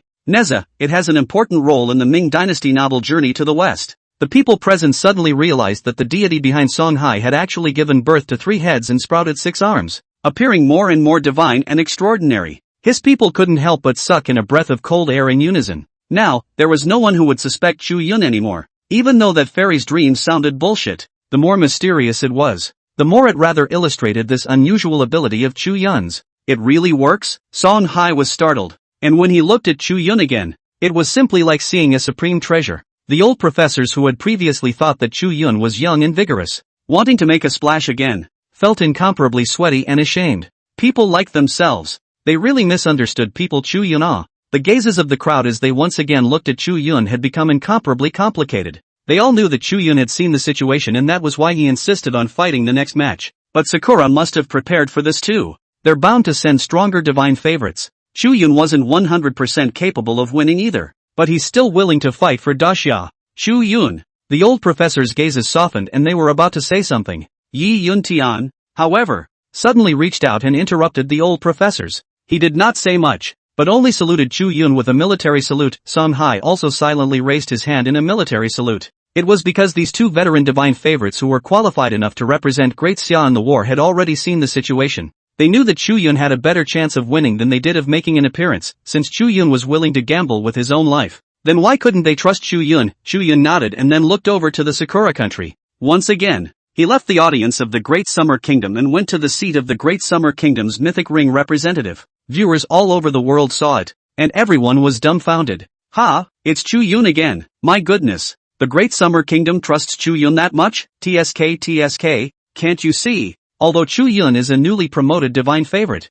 his strength is unfathomable. Even the fan A-ranked Nakamura Sasaki lost to him. In addition to the people of other countries, the people of Sakura Nation were also greatly surprised. Impossible, absolutely impossible. The leadership of Daxia is stupid. What the hell? Surprisingly, they let Chu Yun make an appearance again. Auntie washes the railroad, and among the cherry blossom people, there were even many young and beautiful little girls with autumn waves in their eyes, gazing at Chu Yun's direction. The women of Sakura were raised to revere the strong. Bahayalu, you stinking women. You want to commit treason. Showing love to a Daxia man is so lowly. The men, on the other hand, were envious and jealous, cursing Chu Yun fiercely. Meanwhile, Sakura's leaders narrowed their eyes, and the corners of their mouths suddenly curled into a smile. It's Chu Yun again? Ha ha ha. It looks like the Great Xia Kingdom is giving us a chance. Let Yuriko Ishida fight. A man laughed grimly. Gotta die inside again. I see. Yuriko's original deity is the most skillful at seduction. If Yuriko's luck is good and she is able to awaken her original deity,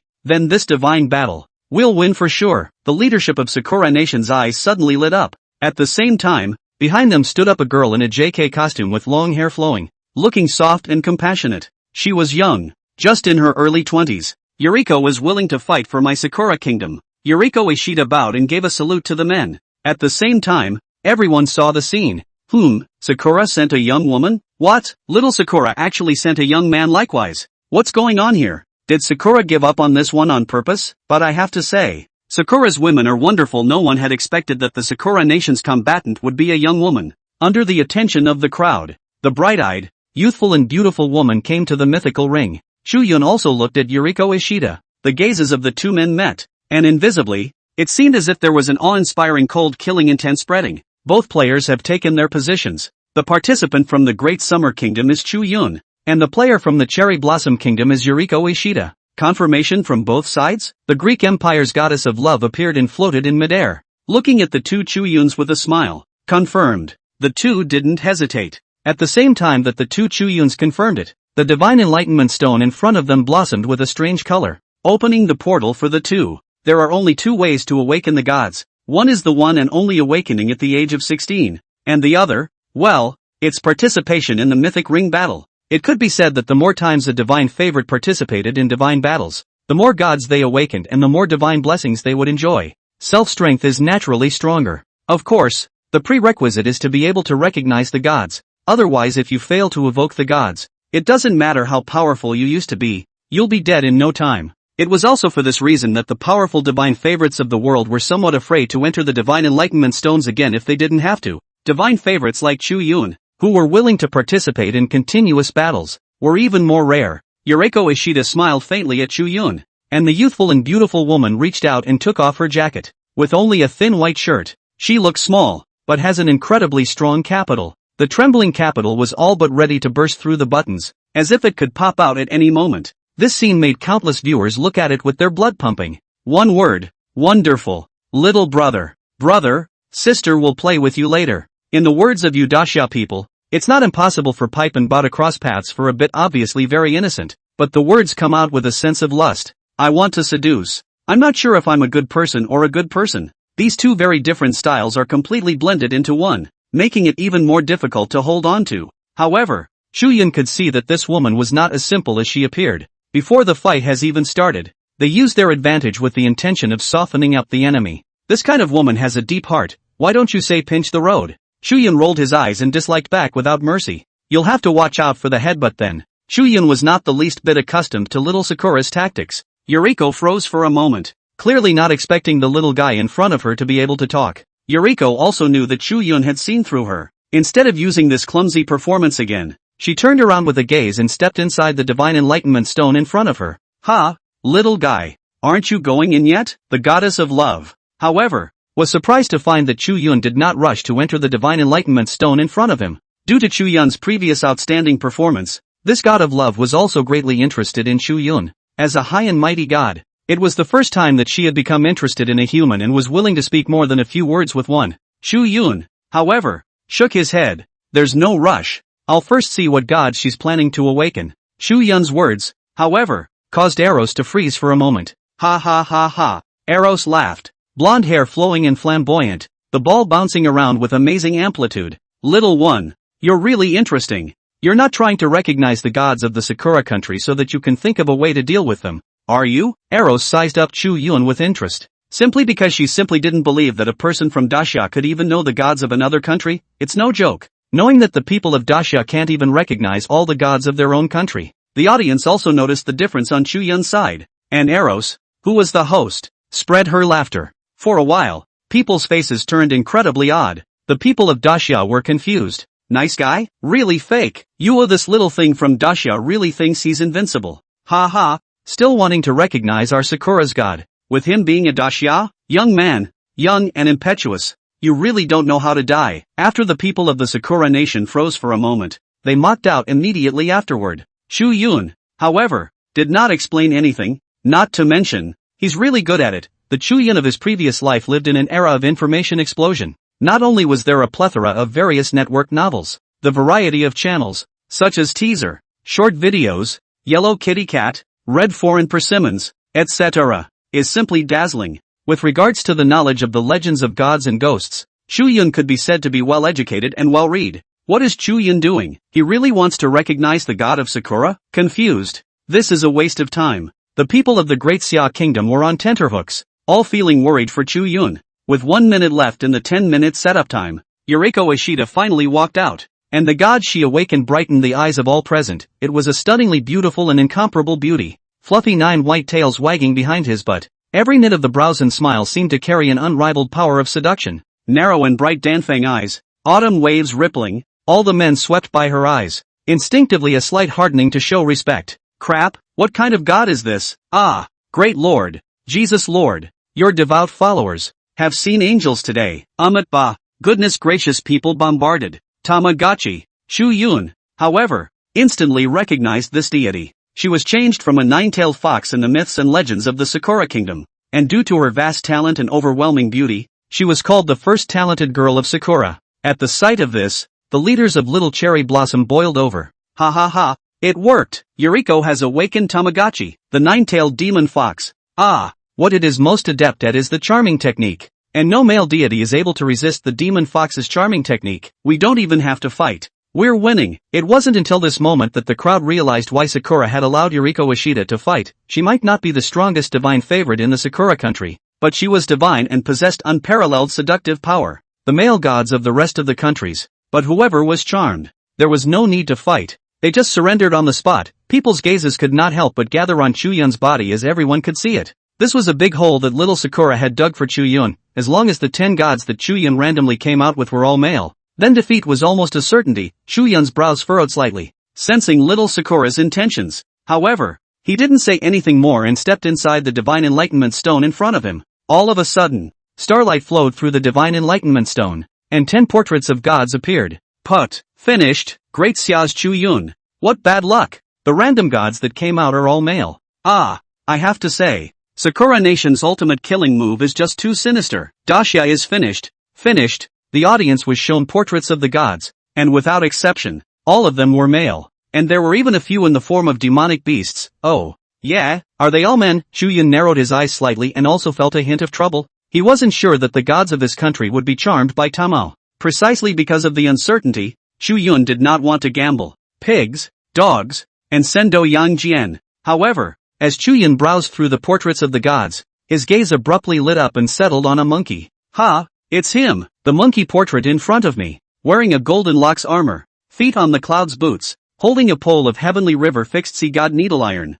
The phase of the great demon came to the face. It's him, that's steady. Chu Yun's gaze suddenly lit up. Just because of the monkey in front of him, no Daxia would not recognize him. Even now, in a culturally disconnected world, the legend of the monkey is the most documented. And, although monkey is a male god, monkey he, having thought of this, Chu Yun immediately made a decision. Mighty stature fighting demon yen, holding a gold hoop stood firm. Aptitude unpredictable thousands of changes. Late Chu Yun, welcome the great sage of Qi Tian. All those who were paying attention to this moment were surprised to find that Chu Yun had actually cupped his fists and bowed to the portrait of a deity with obvious demonic god characteristics. Is this to awaken the demon god? Confused, the earlier Pangu, who looked like a human, should have been a human god. And the later old ancestor Shi Huangdi was also a human god. Chu Yun, your divine system is a human god. How dare you awaken a demon god? Transgression. It'll kill you. The people of the Daxia kingdom panicked and shouted out. The leadership Shi Yuntian and Songhai, several people also got up violently and looked at Chu Yun in horror and despair. It really wasn't that they didn't trust Chu Yun, but according to the rules of the mythic ring, to awaken the gods across the divine lineage was tantamount to desecrating the gods. A situation of certain death, of course. It's just that people don't know much about Discord. Actually, Chu Yun's divine lineage was more than just human gods. Pangu, as the creator god, is the source of Chinese culture. Since Chu Yun's originating god was Pangu, then his divine lineage included all the human gods, demon gods, immortal gods, ghost gods, and so on. The little cherry blossoms, on the other hand, were happy. Ha ha ha. In Daxia's words, Chu Yun is at his wit's end and has no moves. Right? This kid must be terrified. 10 male gods. He's still beating the shit out of a certain death situation. Rarely picking a demon god. This is not wanting to die in the ring. However, in the next moment, a sudden burst of golden radiance flashed within the divine enlightenment stone. That divine portrait of the Qi Tian de Shang Sun Wukong was awakened. What? He even awakened the demon god? Sakura Man's voice came to an abrupt, jaw-dropping halt. The people of the Great Summer Kingdom also froze in shock, but it was immediately followed by cheers. Crap. Groove, this will work? Chu Yun's divine lineage isn't just limited to human gods. Even demon gods can work. Chu Yun is awesome. Yi Yuntian and Songhai looked at each other in dismay, and the two veteran divine favorites of the Great Xia felt their hearts jumping into their throats. This little guy, he's really not a saving grace. Songhai was pleasantly surprised. He was not expecting Chu Yun to actually be able to summon the Monkey King. Yi Yuntian also clenched his fists in excitement. There is hope for the revival of my China. But the next moment his face was once again grave. This is the great sage of Qi Sun Wukong, who we all know. The Monkey King's name was very loud, and there was quite a lot of knowledge about the Monkey King within the information unearthed by Daxia. This also raises a new question. Although Chu Yun had awakened the demon god beyond everyone's expectations, the deed was amazing. But in the historical records, the Monkey King is a male god. This still didn't solve Sakura's death, as expected. The Sakura people also woke up after the shock. Don't panic, don't panic, it's a male monkey. Yes, yes, yes. Male monkeys also belong to the category of male gods, right? Since it's a male god, there's no one who can resist under the seduction of our Sakura country's demon fox. Ha ha ha, you guys say. In a moment, will this monkey act like a licking dog? And in order to win Tamao Qian's sweet smile, later on, he will hit a stick. Sun to smash this Chu Yun to death. Ah, yassi yassi, there's a good show. The cherry blossom people's excitement increased, and one's eyes glowed. Even the people of the individual countries who had come together to watch over were not optimistic about this divine battle. This young man of Daxia named Chu Yun is really too unlucky. After all, good luck can't stay with him all the time. He summoned the Chinese first emperor earlier, and surprisingly killed the Sakura kingdom's Orochi. That's good enough luck, isn't it? This time, it's the turn of the Great Summer Kingdom to be unlucky. All over the world, many people are commenting on this. On the contrary, on Daxia's side, it was as if a pot of cool water had been poured on them, and people gradually calmed down. Oh no, this great saintly master, he's also a male god. Chu Yun Countless people looked worriedly in Chu Yun's direction. At this very moment, Chu Yun was still within the Divine Enlightenment Stone, and the scenery within the Divine Enlightenment Stone changed as if the scenery of an immortal cave had emerged. Waterfall Cave on Mount Huagua. On that throne, the great sage master reclined lazily, divine radiance surging around his body and golden flames shining brightly. In Chinese mythology, Qi Tian Dishang was born to be aggressive and unrestrained. Later, he traveled with the longevity monk to fetch scriptures and was crowned by the Buddhist sect as the Do Shang Fu Buddha. But the great sage's character couldn't stand that constraint. He was never an obedient master either. At this moment, he was patted under his buttocks with a supreme robe of the Buddha's gift of a kind. Ha, why is it so noisy out there? The great sage's eyebrows raised and he reached up to dig his ears. Looking a little impatient,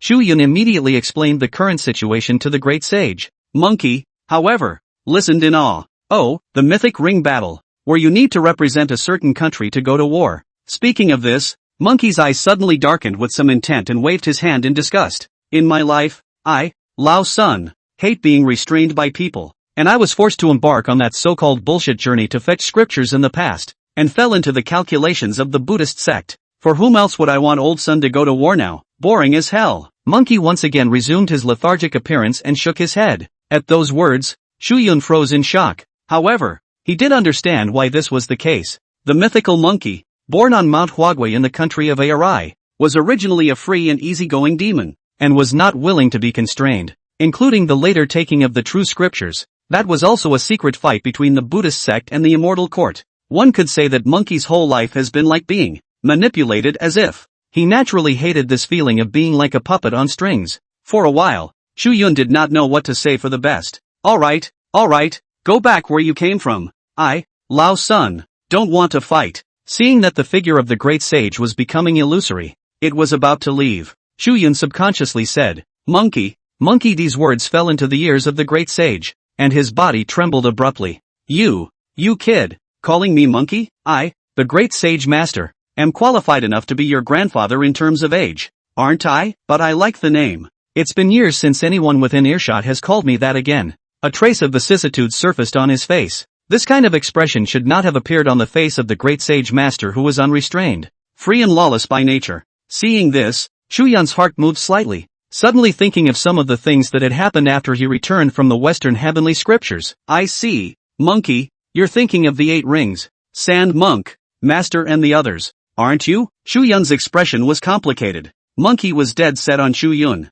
You still know the 8 rings, Master. Chu Yun nodded. I know, not only that, I also know that you, monkey, made a fuss in the heavenly palace. Your feet stepped on the heavenly palace, and you proudly came to the name of Qi Tian Shang, which shook the 3 worlds and the universe. Aha, really? Monkey's excitement soared. Really? Chu Yun laughed. That really couldn't be more true. It's truer than the true scriptures refined by fire, after all. Who can't remember the yearly fucking remake of Journey to the West? Perhaps sensing Chu Yun's knowledge of his deeds, Monkey seemed to have found a confidant. and his words became more numerous. The two were talking and laughing, but as he spoke, Monkey's eyes suddenly darkened. But you know what, since we master and disciples 4 people in the West to fetch scriptures, the so-called merits and virtues, the 8 ring was ordained the purification altar messenger, the old sand boa luohan fruit position. Master his old man became a Buddha, and stayed in the old man Rulai side. Everyone is in the spirit mountain in the western heaven. Only I,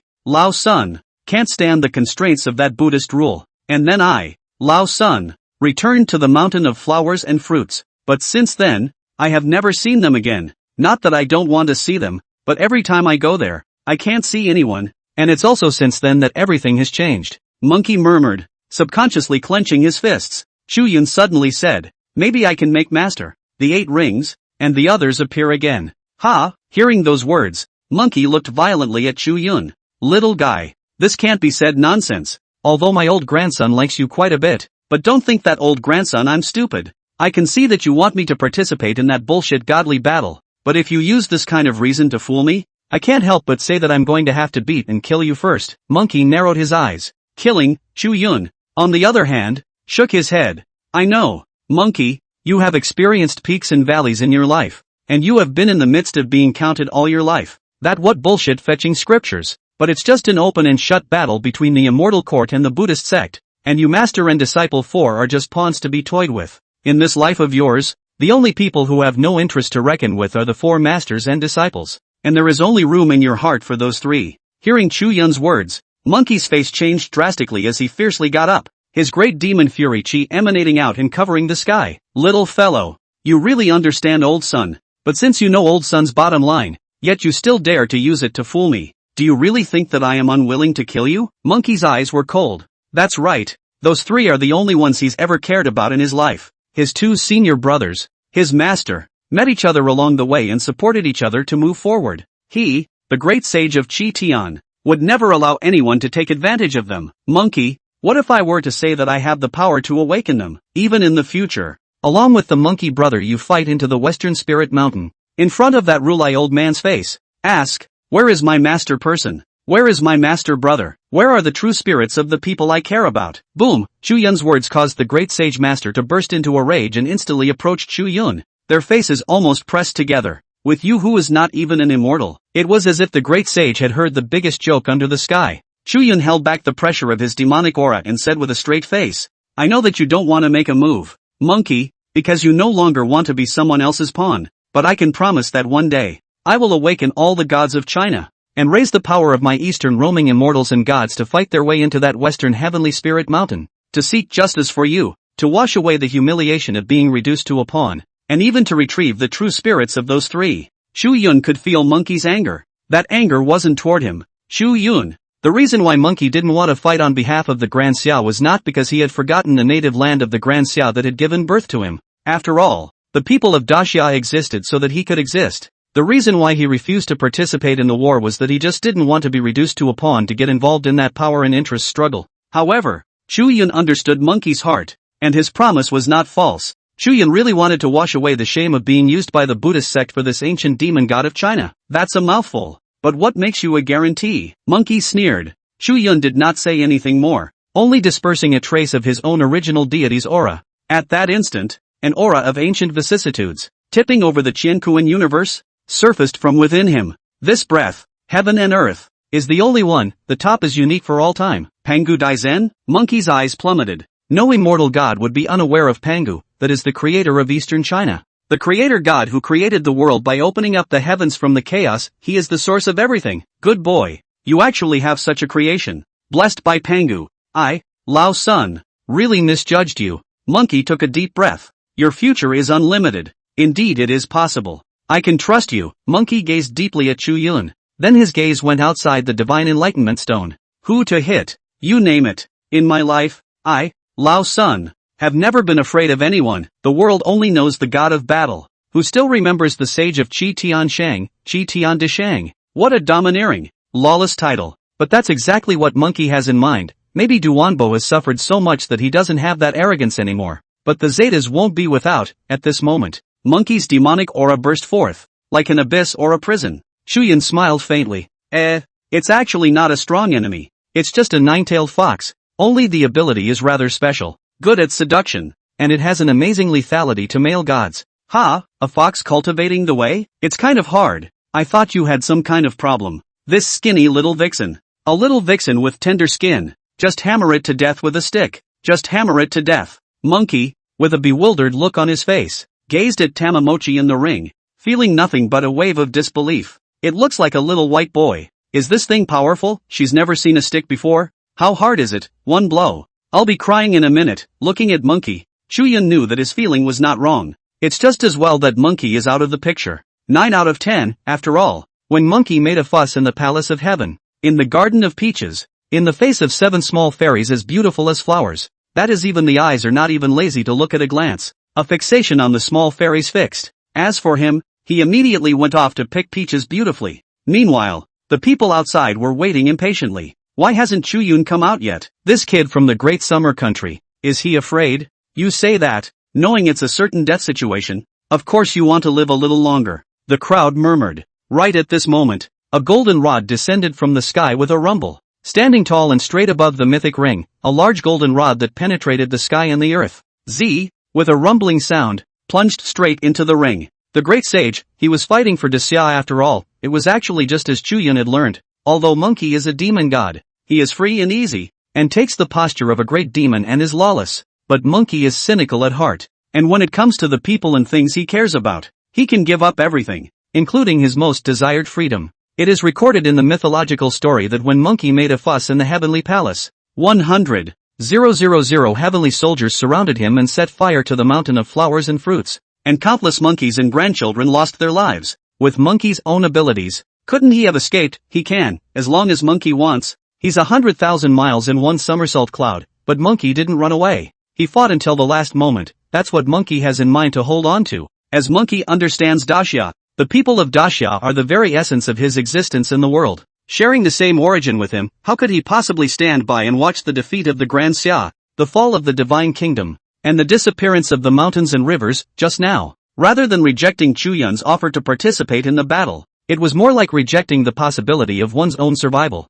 However, after Chu Yun had spoken of the 4 masters and disciples, and even more so after sensing Chu Yun's future possibilities, Monkey's heart came alive again. He looked forward to a certain day in the future, when he and Chu Yun would kill their way up to the Spirit Mountain and retrieve the 3 true spirits that he cared about the most in his life. At this moment, the morning's silence was greater than the death of the heart, and the indifference to the sight of the fighting Buddha disappeared. The lawless Chi Tian de Shang, who dared to align heaven and earth, has returned. The scarlet skin rolled over and unfolded with a whirring sound like a cloud rolling in. Monkey, dressed in golden locks armor, holding a golden rod in both hands and placing it across his shoulders, stared at Tamagotchi and Ishida Yuriko with disdainful, wild eyes. Wow, should have said no. Chi Tian de Shang is so handsome, this ancient demon god of Daxia. Even though he's a monkey, monkeys are quite handsome. Well, I, Luoli, want to have a monkey for him. Spectators from all over the world were amazed by the appearance of the great saintly master. The faces on the side of the little cherry blossom people turned slightly ugly, but soon, the little cherry blossom people perked up. What's the use of being handsome? You're still a monkey, and it's a male monkey. And monkeys are only soft when it comes to demon foxes. The Sakura people clenched their fists in secret, and they were secretly cheering for their country's Tamagotchi. Chu Yun also flew out of the Divine Enlightenment Stone and floated down to the mythic ring. Junior, brother, I have to say, you have a lot of potential. Yuriko Ishida gazed deeply at Chu Yun. At this moment, she did not have that flow on the surface, disguised seductive look. Instead, at some point, she had pulled her long hair up in a capable ponytail, her entire body looking heroic, and a katana with a pitch-black scabbard dangling from her waist. Actually, I have a great offer. Why don't you think about it? Don't you know that? My great cherry blossom is most fond of talents, and a character like you is just a small student in Daxia, and even Daxia disregarded your safety and allowed you to fight multiple divine battles in a row. If it were our great cherry blossom kingdom, we would have honored you as our guest, preferring to risk the consequences of failure and loss of national fortune. It also leaves time for you to grow up properly. Money, women, power, whatever you want, I, Big Sakura, can give it to you. Yuriko Ishida's thin red lips hooked up slightly, and her eyes were colorful. Thanks for the invitation. Chu Yun, however, did not have any special feelings towards the woman in front of him. He was especially unimpressed with Sakura. This nation, history has proved countless times, when you are strong, they are generous atmosphere. to you at home, polite and polite. Just as in the Shang Tang dynasty, the envoys to the Tang dynasty, all of them lowered their own stature, and sincerely came to the great Tang to study. But when you're desperate and vulnerable, this once respectful people will immediately change to another face. The vicious dog flips out and goes from wagging its tail to looking fierce and hating the fact that it can't stand on your head and shit and piss on your head to assert their sovereignty. The Sakura nation, a nation of contradictions. The more you get to know this people, the more you can feel their awesomeness. This nation is good at disguise, has a face like a city wall, is polite in front of people, and plays more perverted than anyone else. This enemy is like a poisonous snake. It was also for this reason that Chu Yun had made up his mind to kill as many gods as he could in this mythic ring battle with little Sakura, to cripple and pain them in one fell swoop. Only then would they realize how strong the great Xia kingdom was and never dare to show their fangs towards it again, just as the little boy blew up in Canton Island. Fatty blew up in Nagasaki. Saki, when they are beaten and hurt, they become faithful little brothers, waving the flag behind them, and both men and women, from the bottom of their hearts, worship and aspire to the power that has conquered their country. Bones of slavery for all time. It's a shame. Obviously you could have had a great future. Yuriko Ishida shook her head, seemingly extraordinarily sorry for Chu Yun's situation. In case you didn't know, a former professor in my country once said something that would be appropriate to use now for you, Sakura. Chu Yun suddenly raised his eyes and said expressionlessly, dignity is only above the blade of the sword, and truth is only within the cage of the cannon. My disya is a state of etiquette, treating our friends with wine and food, and treating our enemies. How could we not have a sword? My children of Daxia, born as human beings, what's the harm in fighting for the homeland of the country that gave birth to us? Chu Yun's words were calm to the extreme, yet they were loud and clear. Listening to the children of Daxia, their blood boiled. 666. Worthy of being Chu Yun. Well said. Those who commit crimes against my Daxia will be executed even though they are far away. What's wrong with our men throwing their heads and spilling their blood when their country is in trouble? Horses will be released to the south. The Tartars will be driven out. The wolves will be sealed and the kidneys will be sealed, and the men will be willing to do so. The many great summer subjects present were infected by Chu Yun,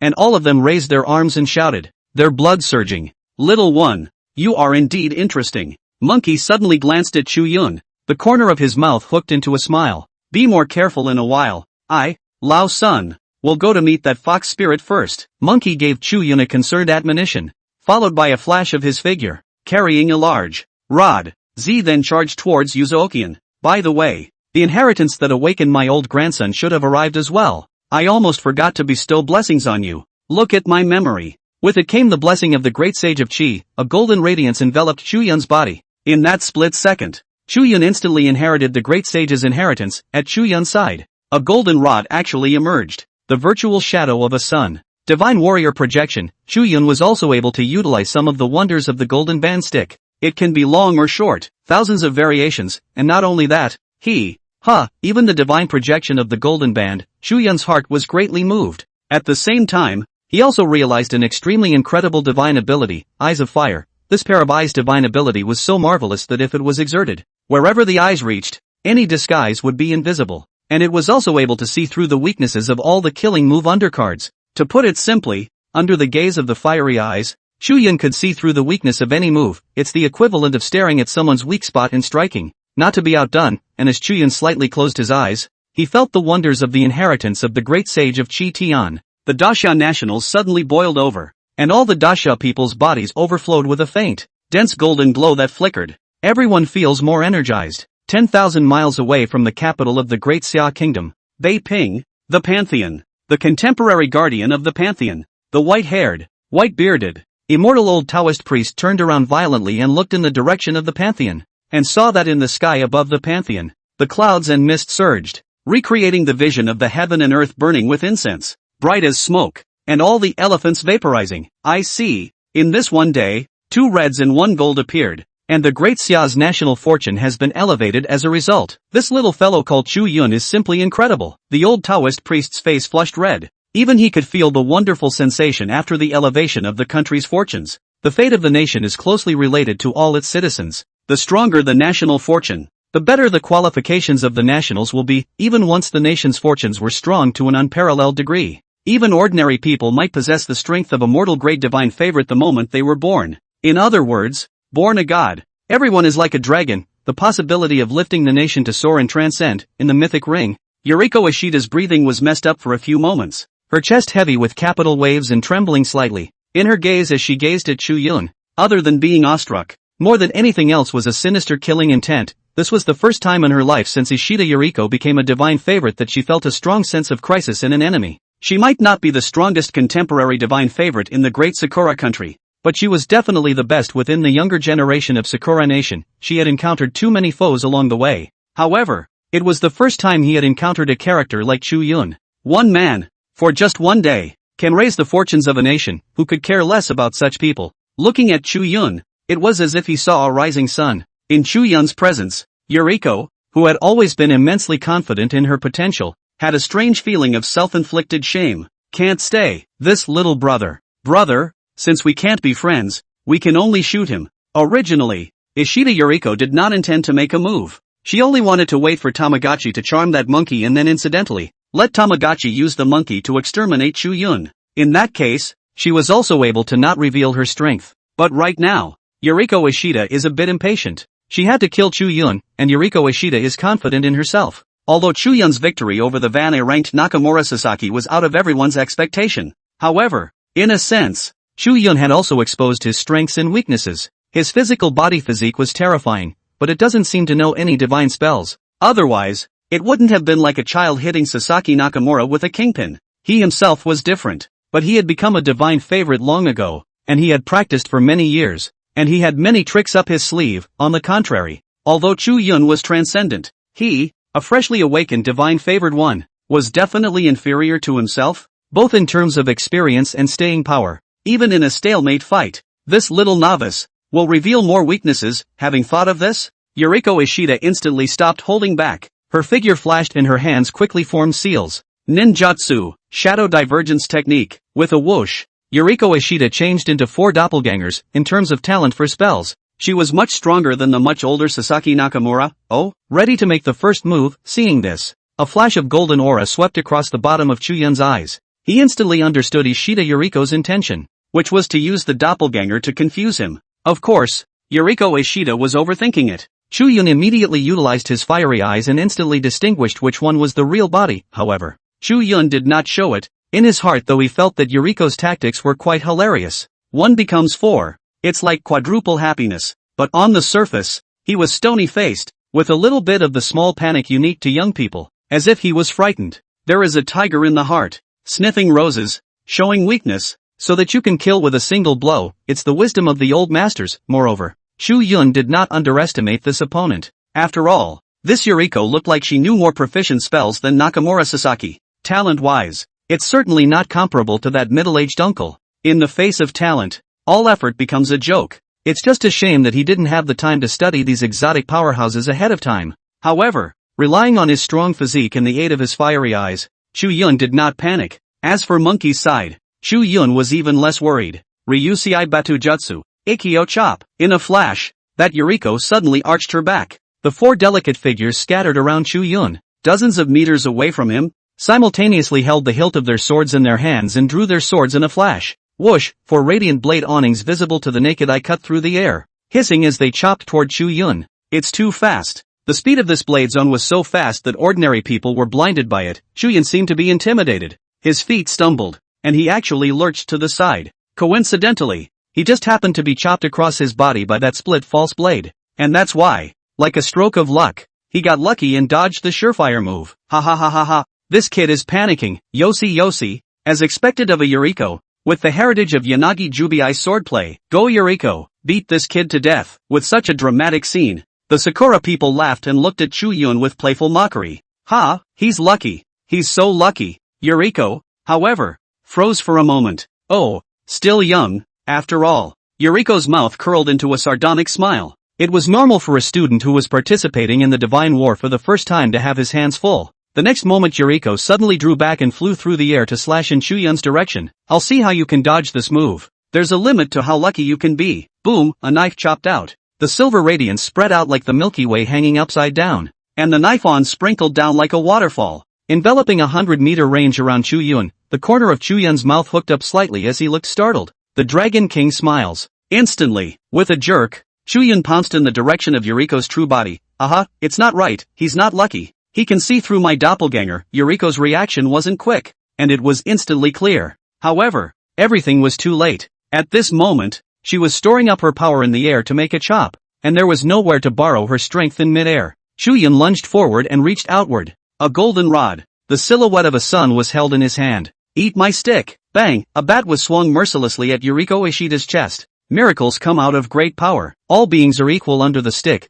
People were watching in horror. The bat, all but flattened that play wild, past Yuriko Ishida was seen spraying blood and flying backwards. Oh, my god, that's vicious. That's a killer move. Hiss! It was as if many people felt the amazing pain. Meanwhile, Monkey and Tamagotchi fucked up. Yuzo was like an iceberg beauty, a towering goddess, arrogantly raising her delicate neck and gazing at Monkey with a cold and arrogant posture. Little monkey, kneel down and this god will let you lick. It's not impossible to lick your toes. Arrogant posture, seductive body, seductive tone. With all these temperaments stacked on top of each other, countless men almost surrendered. Tai, demon, eat my old son's stick. Tai, demon, eat my old son's stick. Chu Yun, who had heavily injured Yuriko, could not help but smile when he heard Monkey's voice. Just kidding. That Tamagotchi was born with its own seductive power. Perhaps even the Buddha could be seduced into moving his mortal heart. Yet the only thing that didn't work was on the great sage master. Monkey was seen slamming his baton down without mercy.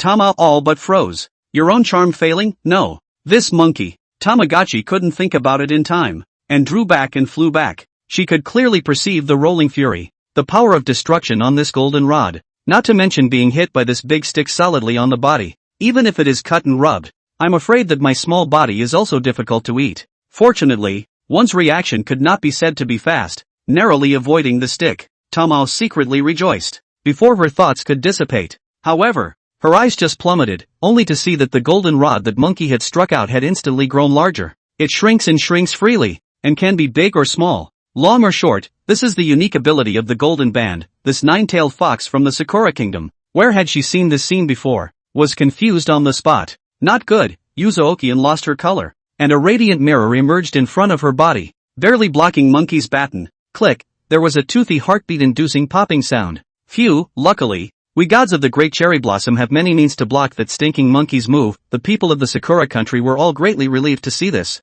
Tamagotchi was rushed back by that impact and couldn't even stand up. Yet the only one who knew that Tamao knew that she hadn't even blocked the bat. Son, this was when she cast her own innate divine weapon. The Water Sky Daylight Amaterasu Hachi no Henshinshur. This item can withstand a sure shot. However, at this moment, her original divine artifact was shattered. In other words, if it wasn't for the unique ability of this artifact, she would be dead right now. Tamao's mind was shaken with disbelief. Ha, you little demon. You're still somewhat capable of blocking one of my old son's rods. Monkey looked surprised. Immediately after that, Monkey charged out once again, the big stick in his hand dancing as a hurricane rolled. The sticks all carry an unrelenting intent to kill. Rumble, rumble, in the ring, Monkey clubbed down. And that Tamao could only keep dodging. One stick, two sticks, it only beat the vixen and left her in a state of disarray. This scene fell in the eyes of the audience present, and people were completely dumbfounded. Ferocious, too ferocious, ha ha ha, worthy of the great sage master. The great sage is awesome, my god. The great sage master is actually fearless of Tamao Qian's seduction. This is just like destroying flowers with a hot hand. So I misunderstood Chu Yun. Chu Yun must have understood the great sage master's abilities. And that's why he chose the great sage master. In the audience, the people of the great summer kingdom were energized. Chu Yun also heard the people's voices, and a look of delight appeared on his face. At this moment, that Yuriko Ishida, after taking a hit of her own, she crashed to the ground and disappeared. Chu Yun knew that this was Yuriko using some sort of invisibility spell. After all, it was an old god's favorite with more means. However, Yuriko was unaware that in fact, her stealthy, wretched figure hiding in the corner could not escape Chu Yun's eyes at all, under the prying eyes of the fiery eyes, even any disguise, not to mention this small stealth technique, could be seen through in an instant. Chu Yun was just lazy and did not rush up to kill Yuriko. After all, Chu Yun's goal from the start was not to kill the Sakura Kingdom's divine favorites. He wanted to hunt down as many gods of the Sakura Kingdom as possible. Only the more gods that were killed could the Sakuras be cut off from any hope of a future.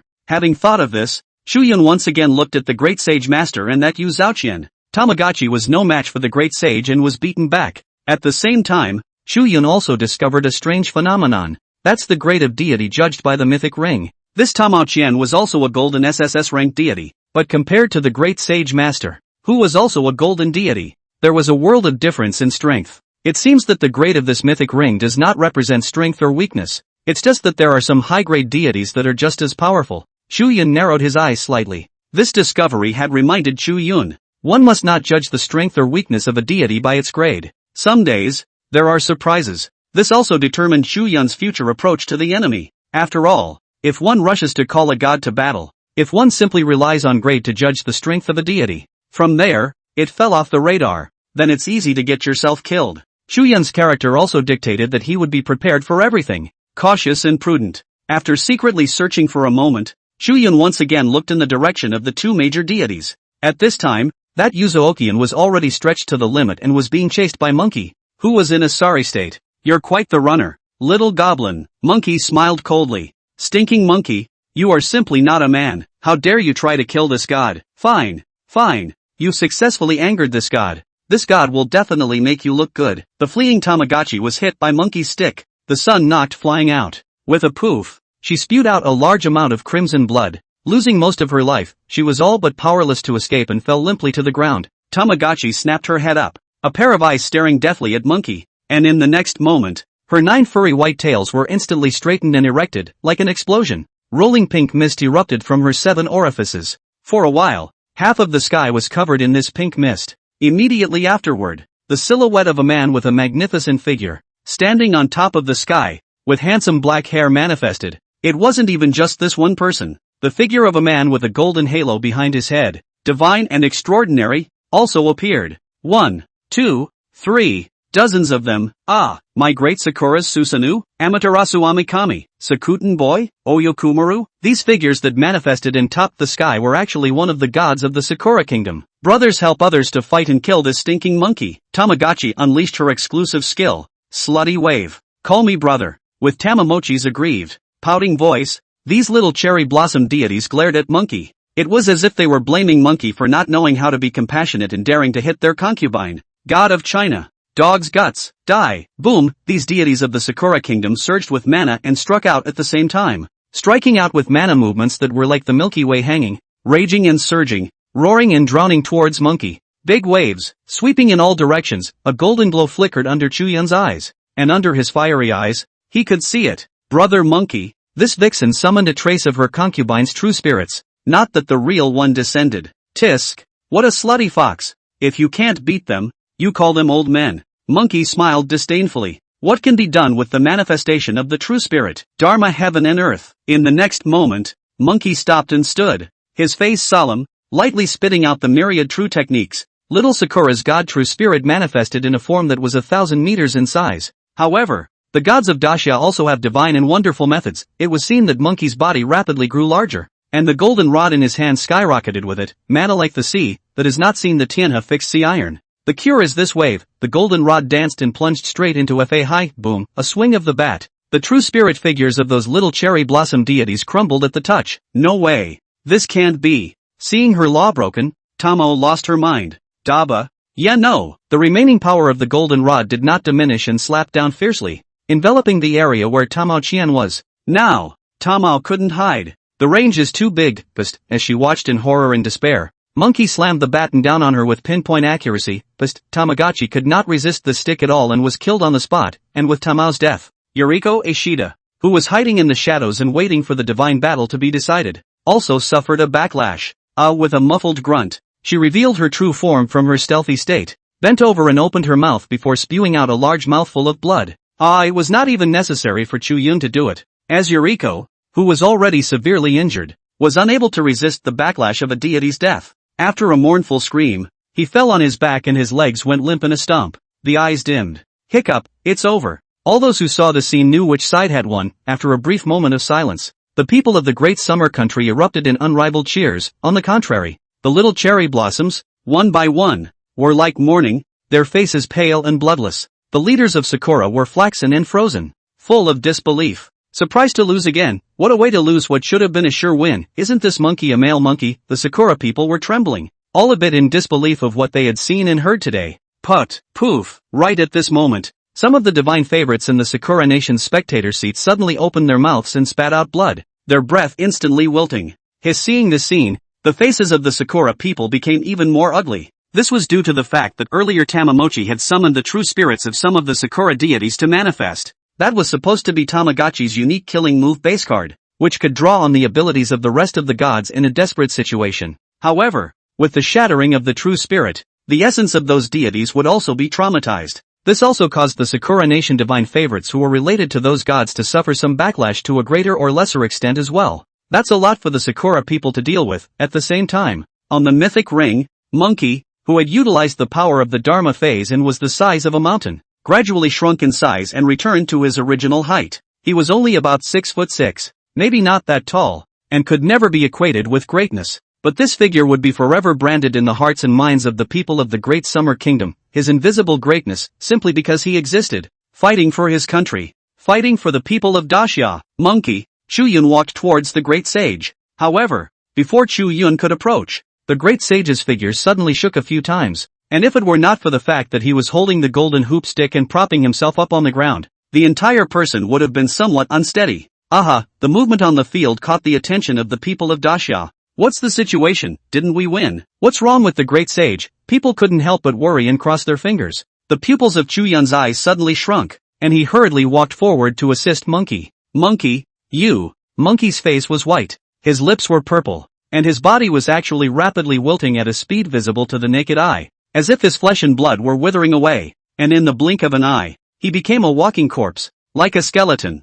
Seeing this scene, the people of the great summer country stared with rounded eyes, all feeling a pang of disbelief. What's going on here? Chu Yun was also taken aback. Monkey, however, barely managed to squeeze out a smile and gave Chu Yun a blank look. Brat, I told you that I'm not willing to fight this boring battle. Look at you guys, you had to ask old son to go to war, and now that's good. That little bit of Yuan Chi is falling apart, but it's nothing, you'll recover eventually after a bit of nourishment. Monkey skimmed. However, these words caused Chu Yun to be incomparably heartbroken. Knife mouth. Tofu heart, in a trance. Chu Yun seemed to see the monkey that was pissed off by the longevity monk on the road to the west, with his mouth saying I'm not going to save the master. But every time, the one who rushes to the front is always Monkey's figure. It's as if it's now. He whined with his mouth, and fought as hard as he could. Still, Chu Yun instantly understood. The cultural fault line in Daxia is so severe that Daxia's deity atmosphere is far inferior to that of other countries, especially for these gods who have not been awakened.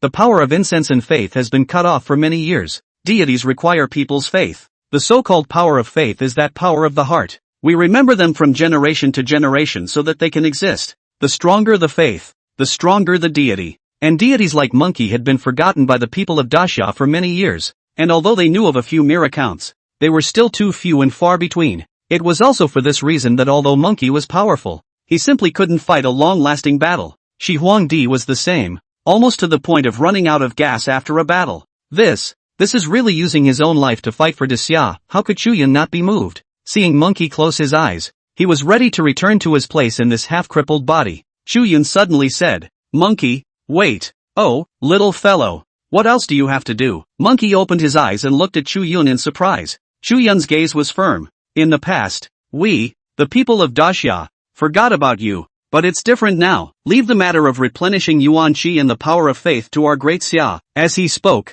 Chu Yun's eyes flowed and landed in the direction of the people of the great summer country. There was simply no need for Chu Yun to say anything more. And one by one, the Daxia people stood up in awe and silently. The Daxia people who were there bowed in unison in Monkey's direction. This gift. Thank you. Thank you for risking the collapse of your true spirit and the demise of your body to fight for the people of my Grand Xia. People of Daxia. Honor my God. Chu Yun's face straightened and he similarly bowed to Monkey. The people of the country who were not there, or who saw the scene through their cell phones, or through television and other channels, were also busy. Nothing else, our divine energy is falling apart. Then what he lacks, we'll make up for it. There were old men with their hands full lighting incense. There were young people who did not know the rituals of honoring God, but they were busy finding various fruits and snacks and setting them on the table, closing their eyes and praying devoutly. In the present era, the 30,000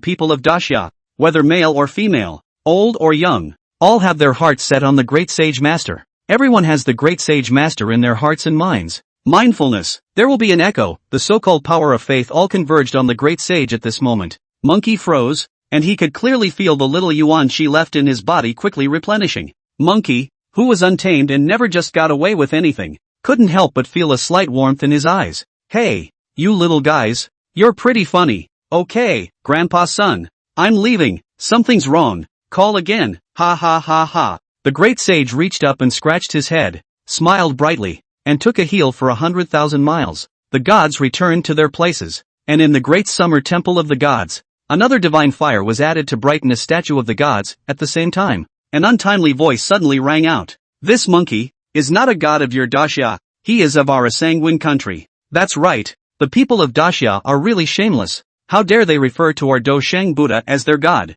Tisk, TSK, TSK, Daxia people. You'd better behave yourselves. The fighting Buddha belongs to us. The three kingdoms. Buddhism originated in our San. And that monkey that became a Buddha, of course, belongs to our country. Just as the people of the Great Summer Kingdom watched the great sage's true spirit return to its place, an untimely voice rang out from the audience. A man with slightly tan skin, a high nose, deep eye sockets, and a distinctly Middle Eastern physical appearance. Suddenly he stood up and cast a scornful look towards Daxia's side. Chu Yun also noticed the movement here. San, congratulations little one. Another win for Daxia. With the current score tied between the two sides, it's down to a tiebreaker. You're, really good. At the same time, the goddess of love appeared in front of Chu Yun with a coquettish smile and beautiful eyes. Obviously, this mythological goddess of love of the Shira Empire was more than amused by Chu Yun. Eros was even a little incredulous, surprised to find that even she, a deity, was a little unable to see through the teenage boy in front of her. Her curiosity about Chu Yun had aroused, making her want to deeply explore Chu Yun's secrets. But it seems that your Daxia is going to suffer then. One of the gods is not going to be protected. Eros blinked. Hearing those words, Chu Yun's brows furrowed slightly. What does that mean? Chu Yun looked at Eros in doubt. Eros, however, just smiled. Well, since it's already come to the deciding game, you Daxia better hurry up and prepare properly. A tiebreaker is the same as a divine battle in a tiebreaker, which must be fought instantly. In 10 more minutes, the divine war opens. Eros didn't explain and smiled before her figure gradually dispersed. After Chu Yun returned to the great Xia countryside, he saw the incomparably ugly faces of Yi Yuntian's several people. Damn son of a bitch. Damn San. Really intervening at a time like this. Song Hai blew out his beard in anger. Song Hai, whose temples are graying and who is over the age of 60, has been fighting for Daxia all his life. Now we are looking at another country that has intervened with obvious hostility. This old general didn't even hold back his foul mouth.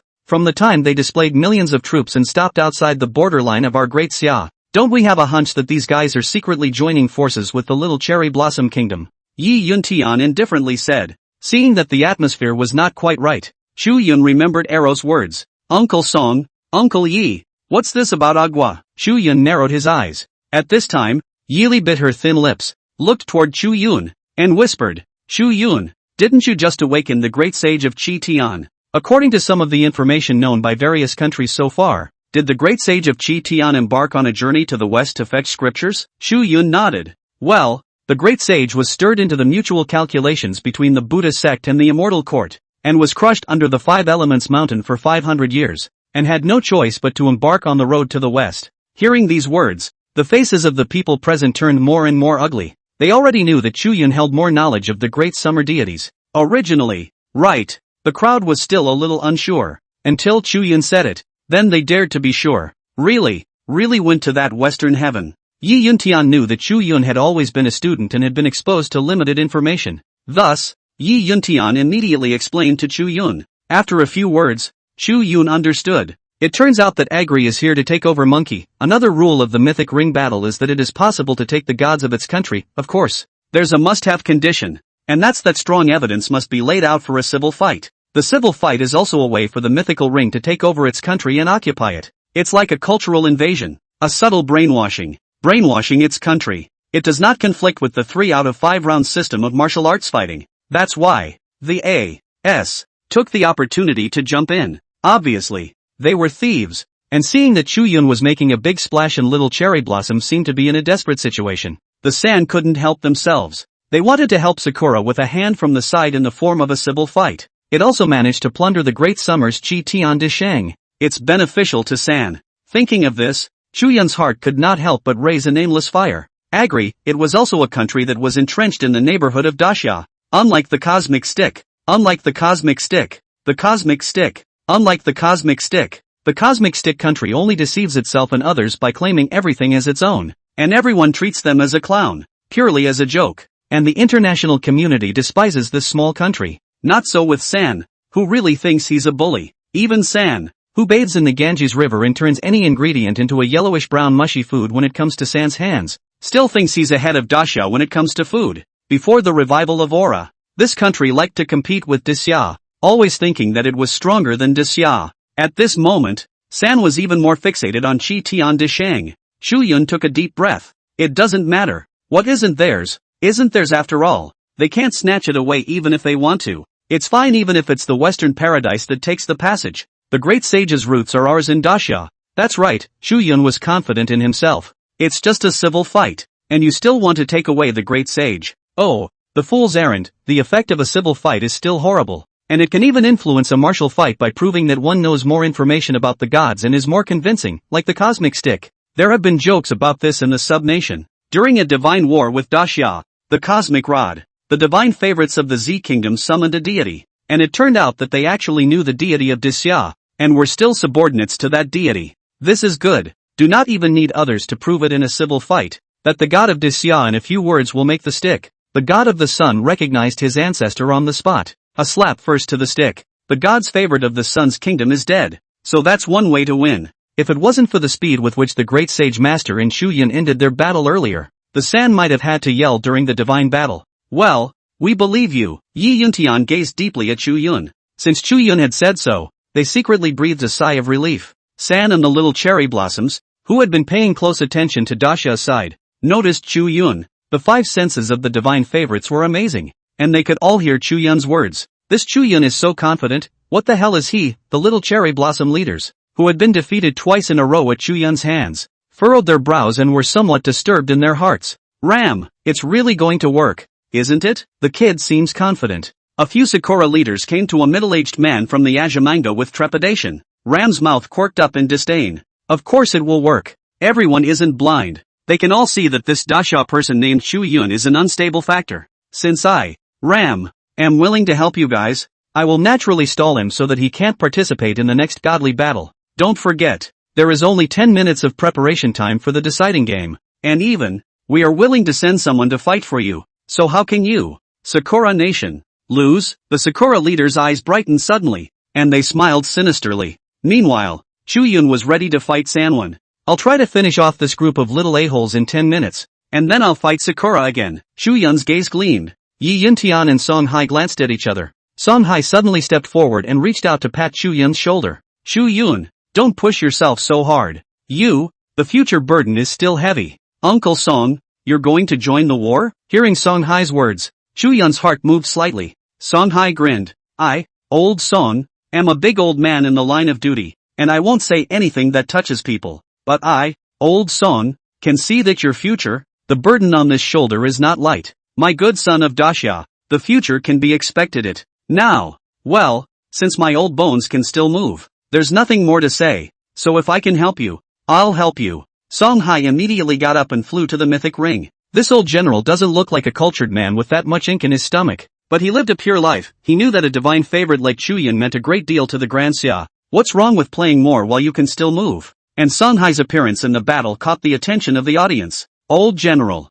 Chu Yun's heart warmed. How could he not understand that this was the forerunner of the Grand Xia, sheltering him, even if these old people are convinced of him? But still, he was subconsciously reluctant to let him go into danger. Song Hai, a top 10 ranked divine favorite in Daxia, sending out this old general. Daxia is serious. The audience gasped out in shock. On the Sakura countryside, many people had serious faces. However, to everyone's surprise, the leaders of Sakura were rather calm and even a little bit pity. TSK, it's not that Chu Yun anymore. Forget it, we'll get him next time. This old bone is pretty good too. Sakura's leaders seem to be so confident that even their own countrymen are a little puzzled. Soon, though, this doubt was cleared up, only to see a man in a white shirt. Bare, half of his shoulders were exposed, his hands were folded, and he ascended the ring. The audience was confused. The man was heard introducing himself. Little monk Salman has now joined the Sakura kingdom to fight for the Sakura kingdom.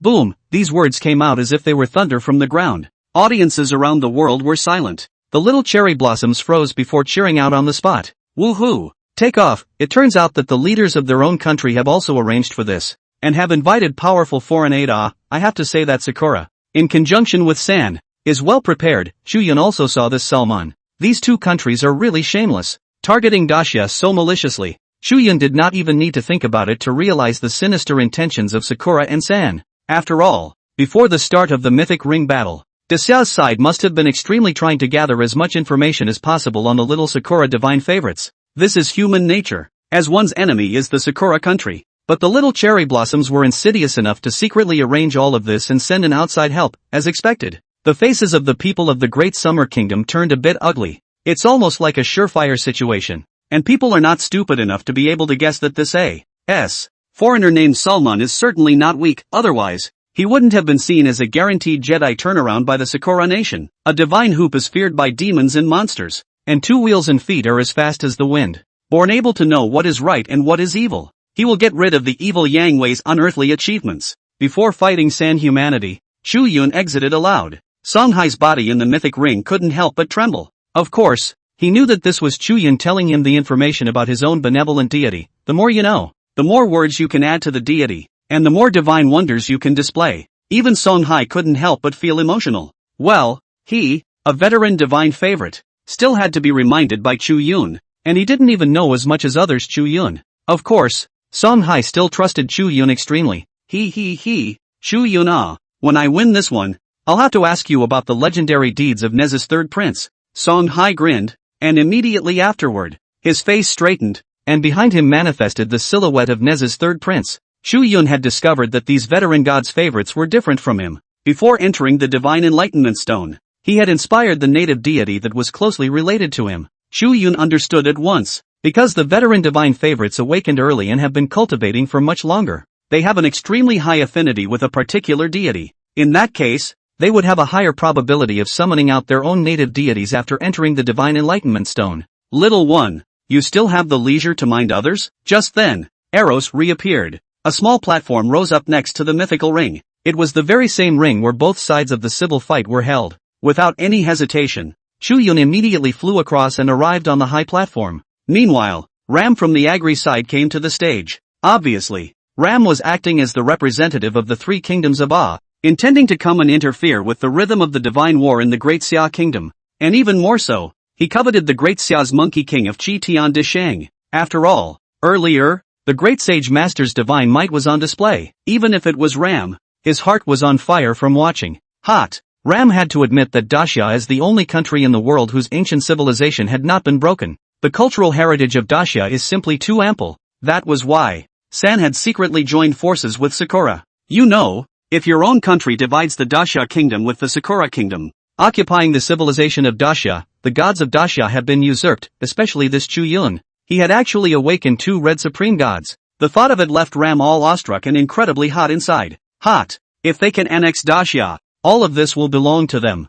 San, including this Chu Yun, you'll have to change your name in terms of nationality as well. Possessing such a vast and rich heritage of deities, who else could be their San's rival under the heavens? Global domination is theirs for the taking, not so for the Dacia people, who had empty treasures but no strength to protect them. They, San, could still rely on the gods they had unearthed in their own country and had the ability to defend themselves before slowly unearthing the historical myths of Dacia. Ram's body shivered at the thought, and he just flew with the feeling of pleasure. And right now, let's first plunder this great saint of divine might. Ram's mind was shaken and stupid. You're saying monkeys fighting Buddha is your San? However, Chu Yun's words brought Ram back to reality. He was too lazy to waste time with this Ram's bullshit. Inevitably, this Ram was solved in 10 minutes, in front of each of the two. There was a table with a pen and paper. The paper was radiant and glowing, emitting a faint glistening golden glow. This is the prayer window means to write a prayer, burn it and offer it to the gods, reflecting the circumference of the sky and proclaiming it to the world. And whichever side has the most evidence will win the deity's national affiliation.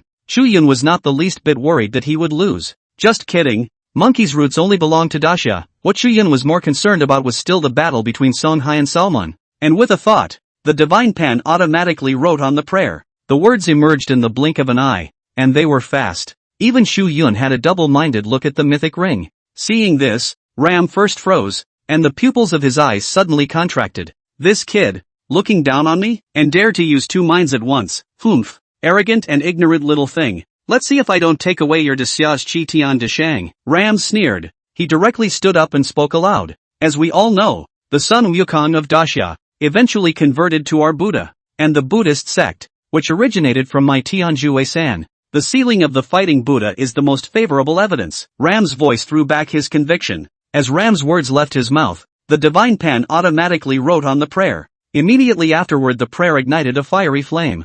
And there were accounts of the fighting Buddha being burned in sacrifice to the gods. That's exactly how civil disobedience works, and there are accounts of the fighting Buddha that are known to people all over the world. Many couldn't help but nod. Since Doshang Buddha is from the Buddhist sect and the Buddhist sect originated from the Three Kingdoms, in a sense, Chi Tian Deshang naturally has a relationship with the Three Kingdoms. But well, this argument is not enough to snatch the Great Summer's Chi Tian Deshang directly. It just proves that A.S. has some ties to the Great Sage as well, and was able to compete for the right to belong to the Great Sage. The people of Daxia couldn't help but be on tenterhooks, and their hearts felt as if they were about to jump out of their throats. Could it be that our son Deshang is really going to be snatched away by Agui Chu Yun? Chu God, big brother Chu, come on. You've got to refute this wretched San. The people all looked towards Chu Yun with great expectations. However, what made the people of Daxia despair was that Chu Yun did not make any movements. Finished? Could it be that Chu Yun can't refute this ram either? Ha, no way. Our great sage is really going to be snatched away by the Three Kingdoms? The faces of the people of Daxia suddenly turned ugly. The audience in A's country was energized by this and chanted the name of Chi Tian Deshang. Fighting Buddha, Buddha, great Buddha, please recognize your ancestors. You are our God, and we will offer you the highest homage by molding a golden body and building a temple in your honor. Amit Ba Buddha. Goodness gracious. The San people were so happy, both men and women. Occasionally they would glance at the Daxia people in the audience. Oh, poor ridiculous clowns, how dare you think that your own gods are yours? Shame on you. People. Don't talk about Daxia people like that. Don't taunt them. We should be thanking the Great Xia Kingdom. If it wasn't for the Great Xia Kingdom's Chu Yun awakening the fighting Buddha, then we won't add another divine fire within the temple of the gods in Agri. Yes. We should thank Chu Yun. San's audience is grimacing. The commotion here affected Song Hai, who had fought for Daxia and was evoking the gods within the divine enlightenment stone. Old General Song Hai's body stiffened, secretly clenching his fists. The leadership of Daxia was as disgusted as if they had eaten a fly. Don't panic everyone, can't you see that Chu Yun is still here? This is just San proving that there is some connection between his country and the Great Sage Master, and that he has the qualifications to compete for the Great Sage Master. We have to trust Chu Yun. Chu Yun will certainly be able to prove that the Great Sage Master's roots belong to our Great Xia, Yi Yuntian suddenly said in a deep voice. However, having said that, Yi Yuntian did not dare to guarantee it. He was also a little distracted. However, as the Great Xia war god present, Yi Yuntian had to maintain his composure and absolutely not show any signs of cowardice. At the same time, the divine pen controlled by Chu Yun's mind stopped, and a vast expanse of records about the great sage of Chi Tian was all over the prayer. The accompanying prayer ignited a fiery flame.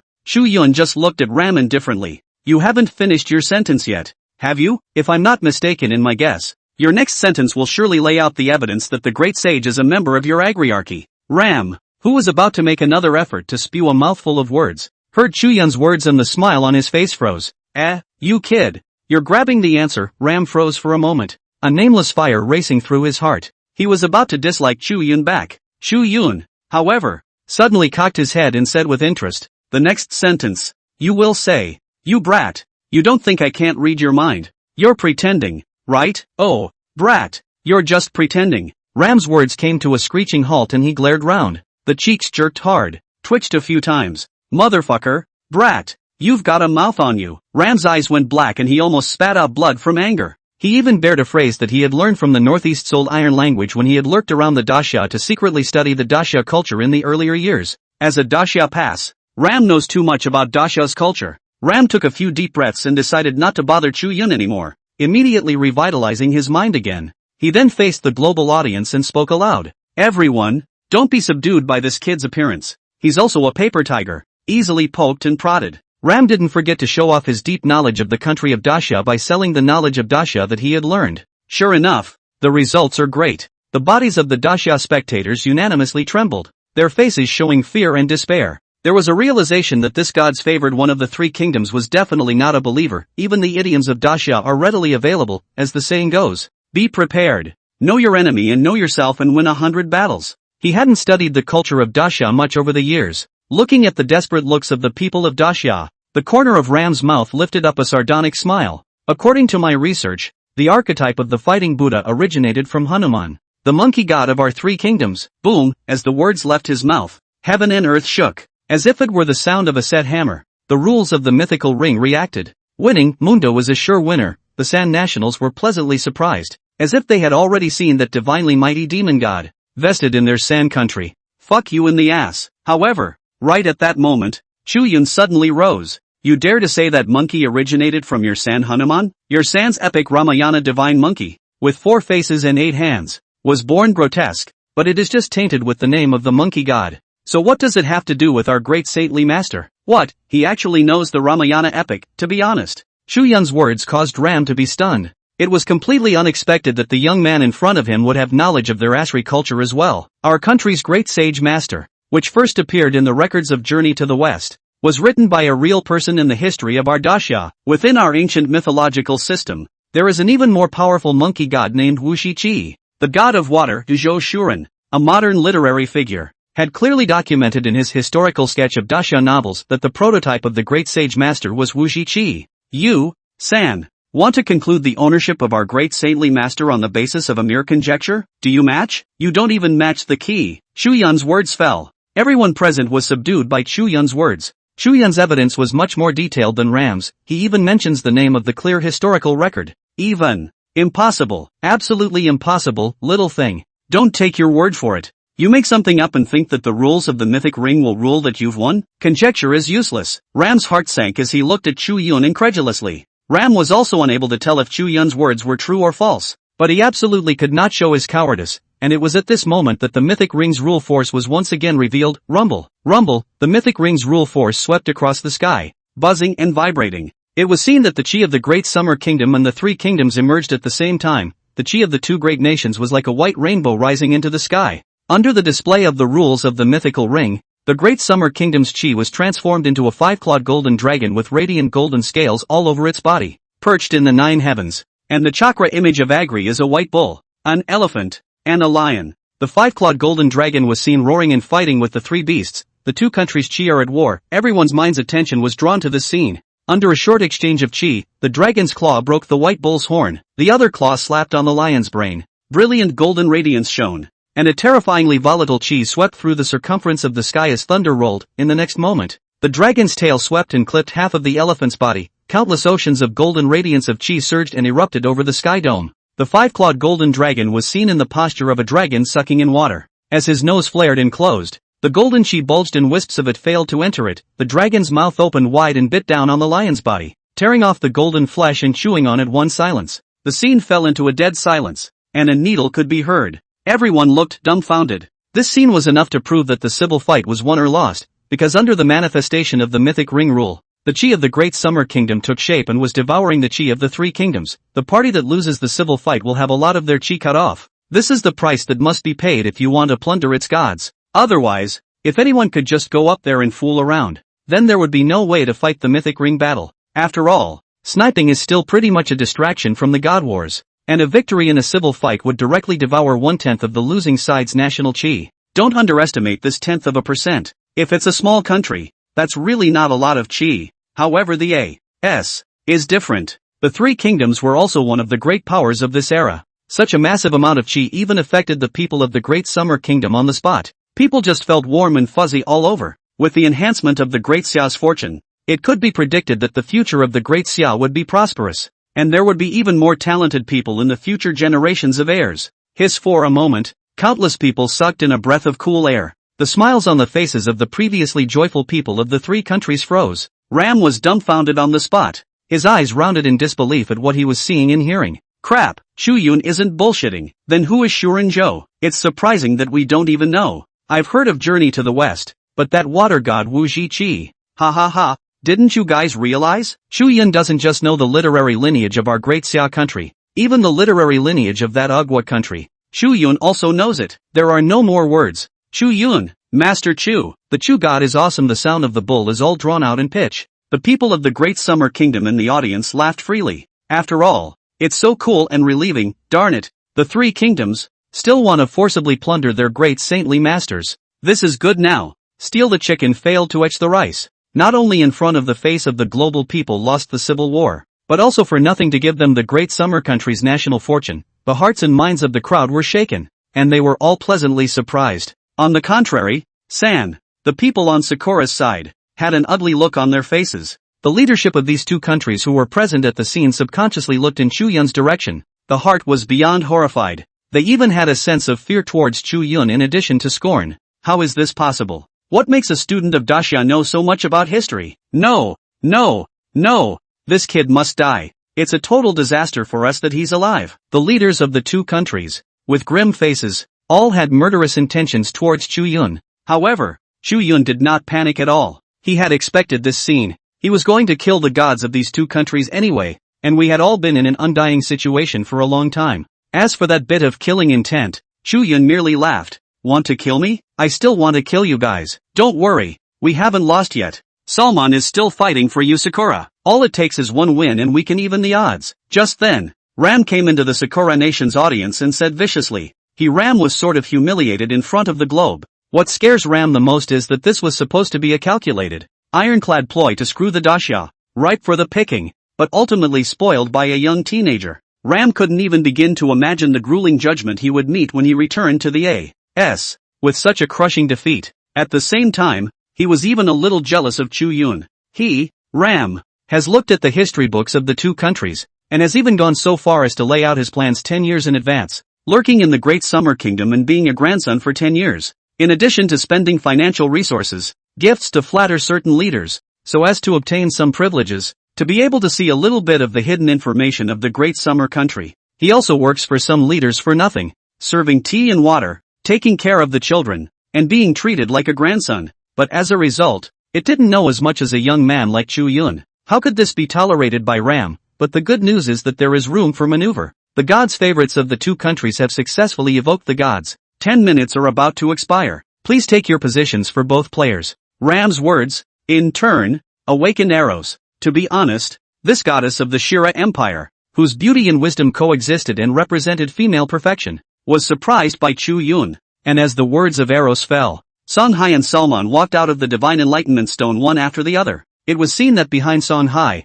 a man wearing a red belly band, with his feet on a wind and fire wheel and holding a fire-tipped spear, the bright-eyed, white-toothed, soulful and compelling young child had crimson flames running between his breaths. The great god of the three altars of the sea, Neza the third prince. Seeing this, the people of Daxia showed joy. Songhai was truly worthy of being a veteran divine favorite, and his affinity with Neza was so high that he easily summoned the famous immortal god. Chu Yun also saw this scene and would smile. Amitba Buddha, the immortal god of Daxia? Salmon, however, was calm and unperturbed. Immediately afterward, a Buddha with slightly curly hair, a robe, and kind eyes, manifested at Salman's side. At the sight of this scene, the people of the three kingdoms boiled over. Ram's eyes plummeted. Ha ha ha ha ha. Daxia people, you're finished. Despair and tremble. The deity of Salman is a Buddha of our Buddhist sect in Agri. Paramount Buddha Mother. Buddha's mother. Hearing this, people's eyes widened in disbelief, because this Buddha Mother, as she is known, is one of the biggest undercurrents of the three kingdoms. Even though Neza was very strong,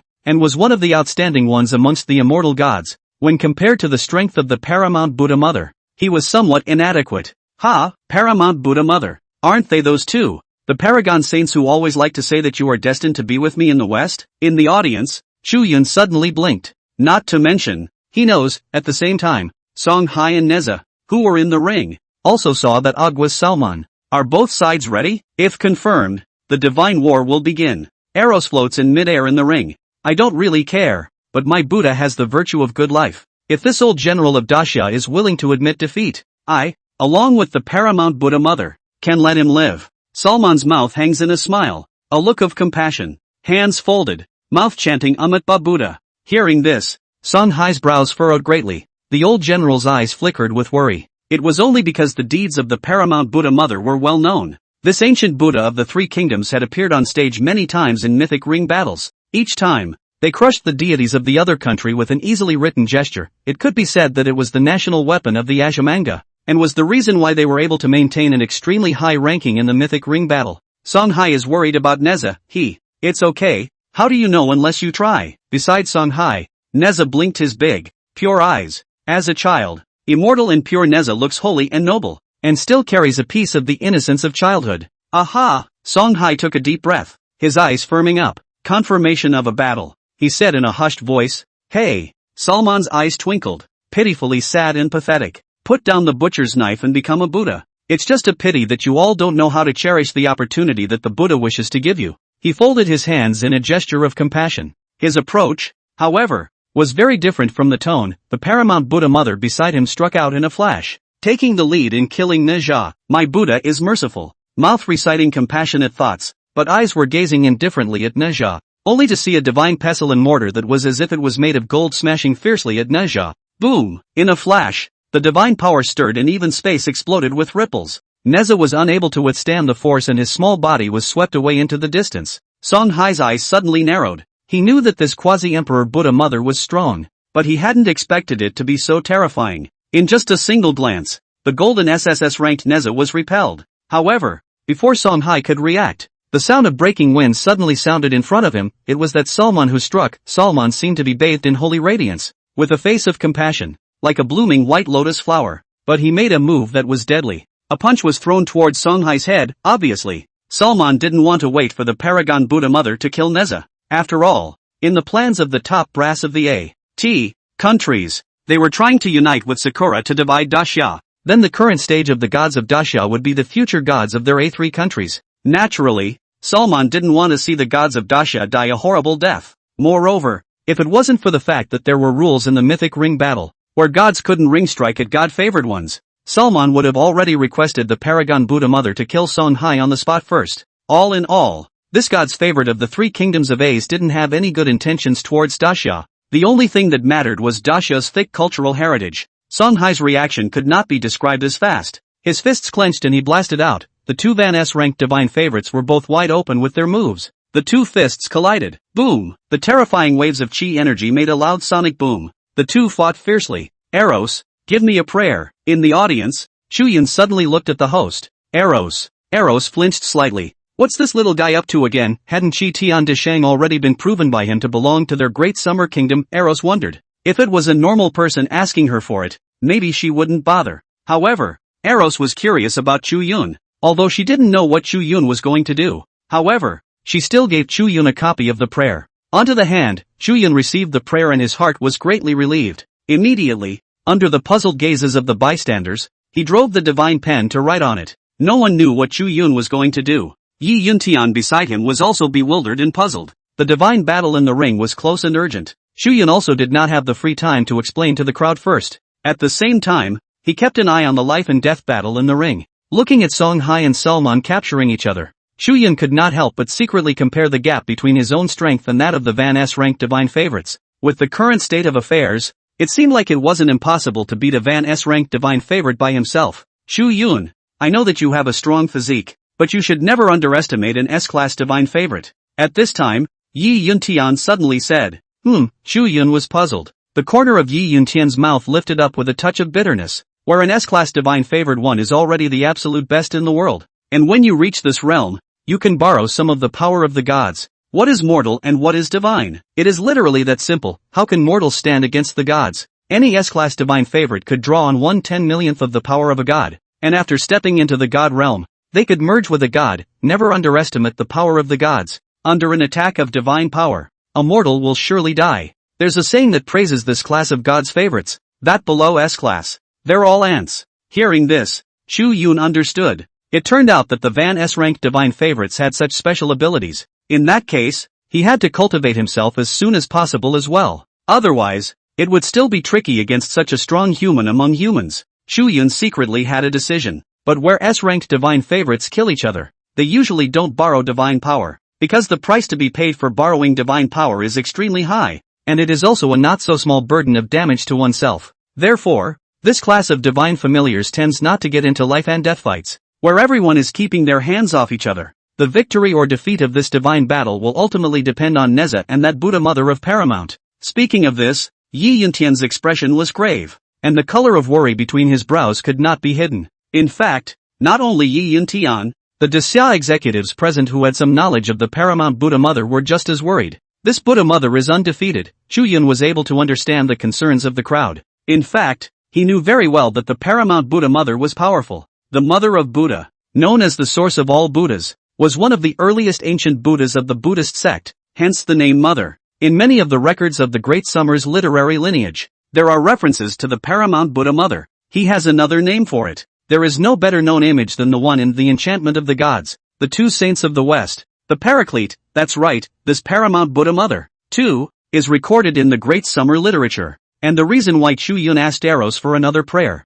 He is the one who is silently writing about the Paraclete Buddha mother. He's going to snatch this Buddha of the Agniste in the mythic ring. In a civil fight, since San wanted to rob his country's gods, why shouldn't he rob San? It's just a matter of returning the favor. Think about it. Chu Yun understood that the situation was critical, and without the slightest bit of slowness, he silently used his mind to drive the divine pen to write. As for whether or not there was any certainty of capturing this paramount Taoist, Chu Yun still had confidence. After all, there was a cultural disconnect happening in this world, and no one knew more about myths and legends than he did. What he knew about Taoist paramount could even be moved out not only from the feudal revelations of the gods, but also from the flood genre started by dreaming into the divine. Buddha is the way, and so on. Anyway, too much. Regardless of whether it was a fictionalized flood novel topic or a legendary story, Chu Yun knew it well. See, this little god of yours in Dacia is going to be unable to hold out. My Buddha originally has the virtue of good life, but why don't you know how to cherish it? The divine battle in the ring had also reached a white-hot stage. Intense and absorbing. Salman and Songhai fought evenly. In contrast, the divine battle between the paramount Buddha mother and Neza was a one-sided crushing. This scene made all the people of Dacia look at it with a gripping heart. Salman has a habit of punching Songhai. Originally, he wanted to just kill Songhai to win the ring battle. However, Salman had realized that unless he put his life on the line, he really couldn't take Songhai. The old man in front of me, not so much. So Salman gave up on that too. He knew very well that the winner of this battle would depend on the fight between the two gods. They, the two divine favorites, were just going through the motions. Yet the next moment, unexpectedly to everyone's surprise, Salman's punch actually landed solidly on old General Songhai's body. That fist even went through Songhai's chest. Click, the clear sound of bones bursting into pieces could be heard. Salman is all puzzled. Hey, you're still a little young. The corners of Songhai's mouth overflowed with blood, but his eyes were superb. Vaguely with the intention of madness, he lashed out with one hand and caught Salman's arm as it punched through his chest. Steady, finally, I can catch you. Songhai laughed. This old general's full head of gray hair danced wildly. The aura of his body was even rising, like an abyss or a prison, like a god's presence. Daxian, are you crazy? You resorted to divine power? You old undead. You want to play with me? The compassion on Salman's face finally disappeared as he looked at Songhai with a horrified expression. It wasn't until this moment that Salman realized Songhai's true intentions. He thought it was a game of housekeeping between the two. Everyone knew how much damage they could do to themselves after striking out with all their might and drawing on divine power. So where S-class divine favorites? They usually don't do that, except when it comes to a situation of certain death. But Salman still underestimated Songhai's determination to win. You, Salman, are betting on a victory, while I, Songhai, am betting on the throne of Dacia. With the 10,000 people of Dacia standing behind me, how can I lose? Lao Tzu. Betting on life, there is no need to say anything more at all. Songhai's figure fell into the eyes of the people of Dacia. All the Dacia people were moved by it. How could they not understand the old general's mind? Old general. Damn you San. Old general. The Dacia people in the audience couldn't help but moisten their eyes. Old immortal. You're the only one who can draw on divine power? Since you have to play with your life, Salman, will play with you. Salman's face twisted in a hideous snarl out. This is the time when Salman is no longer the disgusting white lotus look of a compassionate man. Gramps, why are you starting to put up a fight? At the same time, Neza, who was being suppressed by a huge, boundless treasure tree that stretched across heaven and earth, he suddenly opened his big, pure eyes and looked in Songhai's direction. Master, since you're playing with your life, I'll play too. A child, a smile of childish innocence. The words just fell. Neza's aura changed abruptly, the purity in his eyes disappeared, and instead of being immortal and handsome, he was replaced by a fierce aura of infinite fury and tenacious abuse of the world. The devil's child descends. Neza of the immortal way, who shaped his immortal body with a lotus, is the great god of the three altars of the sea, the third prince of the family of King Totali of heaven. Few people remember that Neja has another identity. He was born a demon. It is the descent of the demon child. In fact,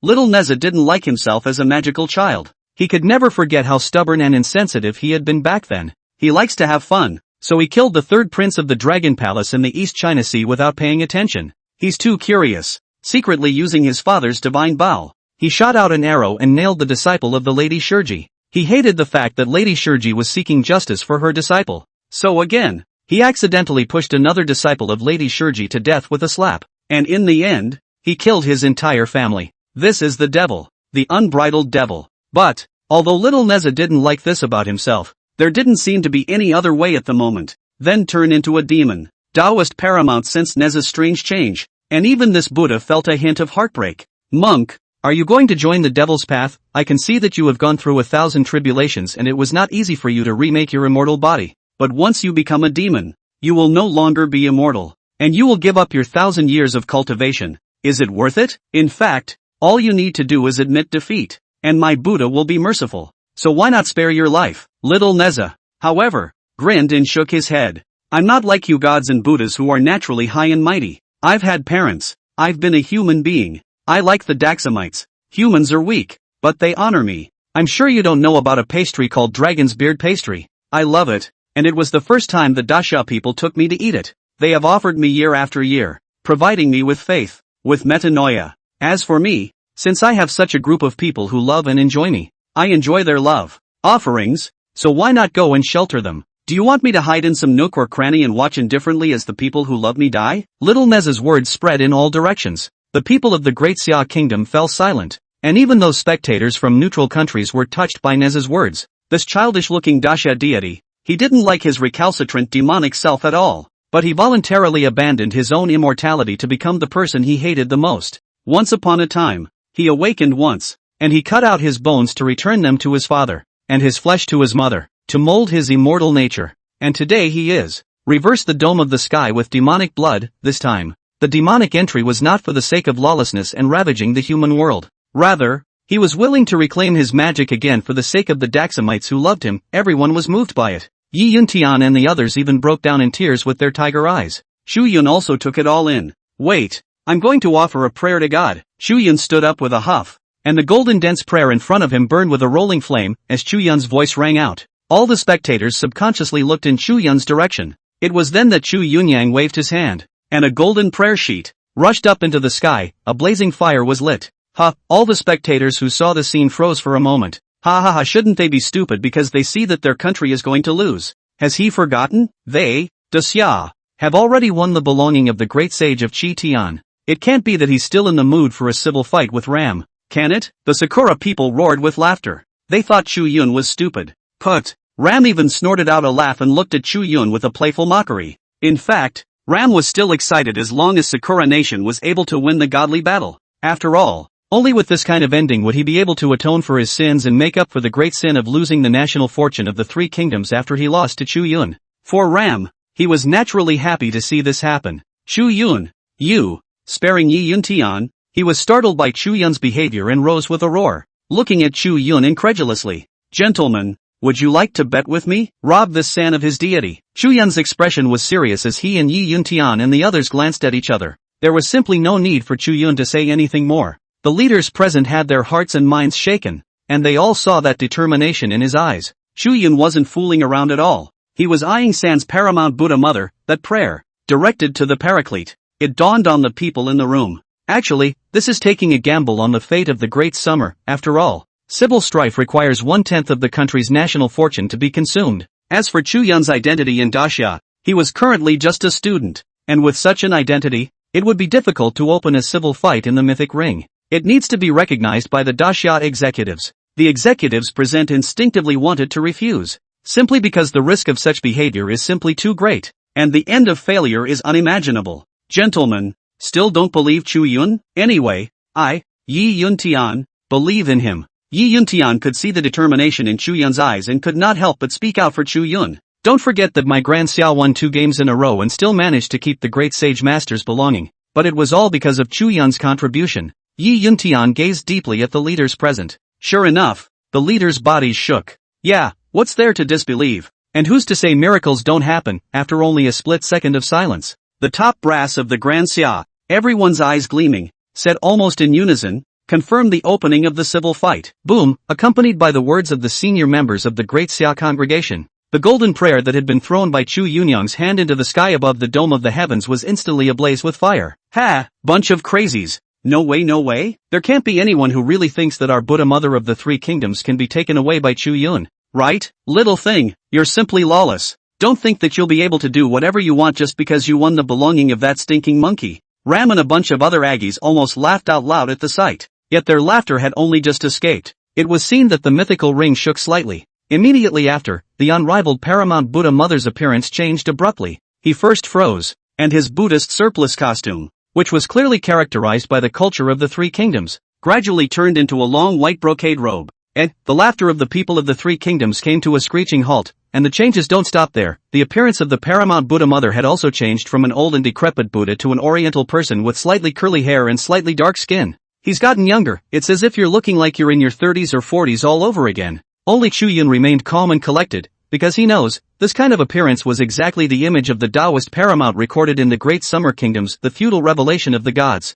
Oh, you want to compete with me for a literary boost, even if it's black? I can make it white for you. Chu Yun's heart sneered.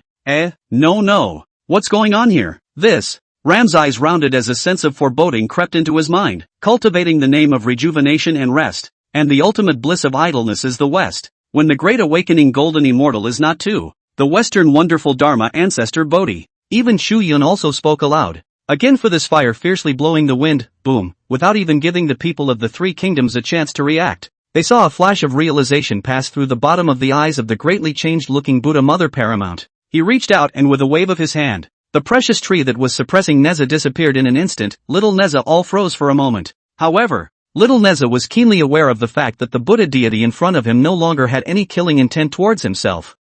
Little Neza's eyes were radiant, and he decisively prevented the thought of self-inflicted demons before it was too late. He knew that this young man from Daxia had helped him, so that he may not have to fall into the devil's way. Little Neza all looked at Chu Yun with some surprise. So that's how it is. The poor monk almost forgot about this bond with you in the East. Little friend, you have a destiny with my Western sect, Paramount Buddha Mother. Oh no! To be precise, the Mother of Buddha must now be referred to as the Paramount Taoist. Taoist Paramount looked in Chu Yun's direction with a smile on his face and uttered that classic quote from the two saints of the West. Changed, really changed. This tangible change has left viewers across the globe watching with dumbfounded, jaw-dropping eyes. In other words, Chu Yun had really taken away this Buddha deity of the three kingdoms. Doesn't this mean that San's national weapon, a deity of great renown, is going to join the camp of the great Xia kingdom? His countless people sucked in a breath of cold air at the thought. It's done. Even Yi Yun Tian, who had always been calm, did not hold back and clenched his hands into fists and swung them downward with force.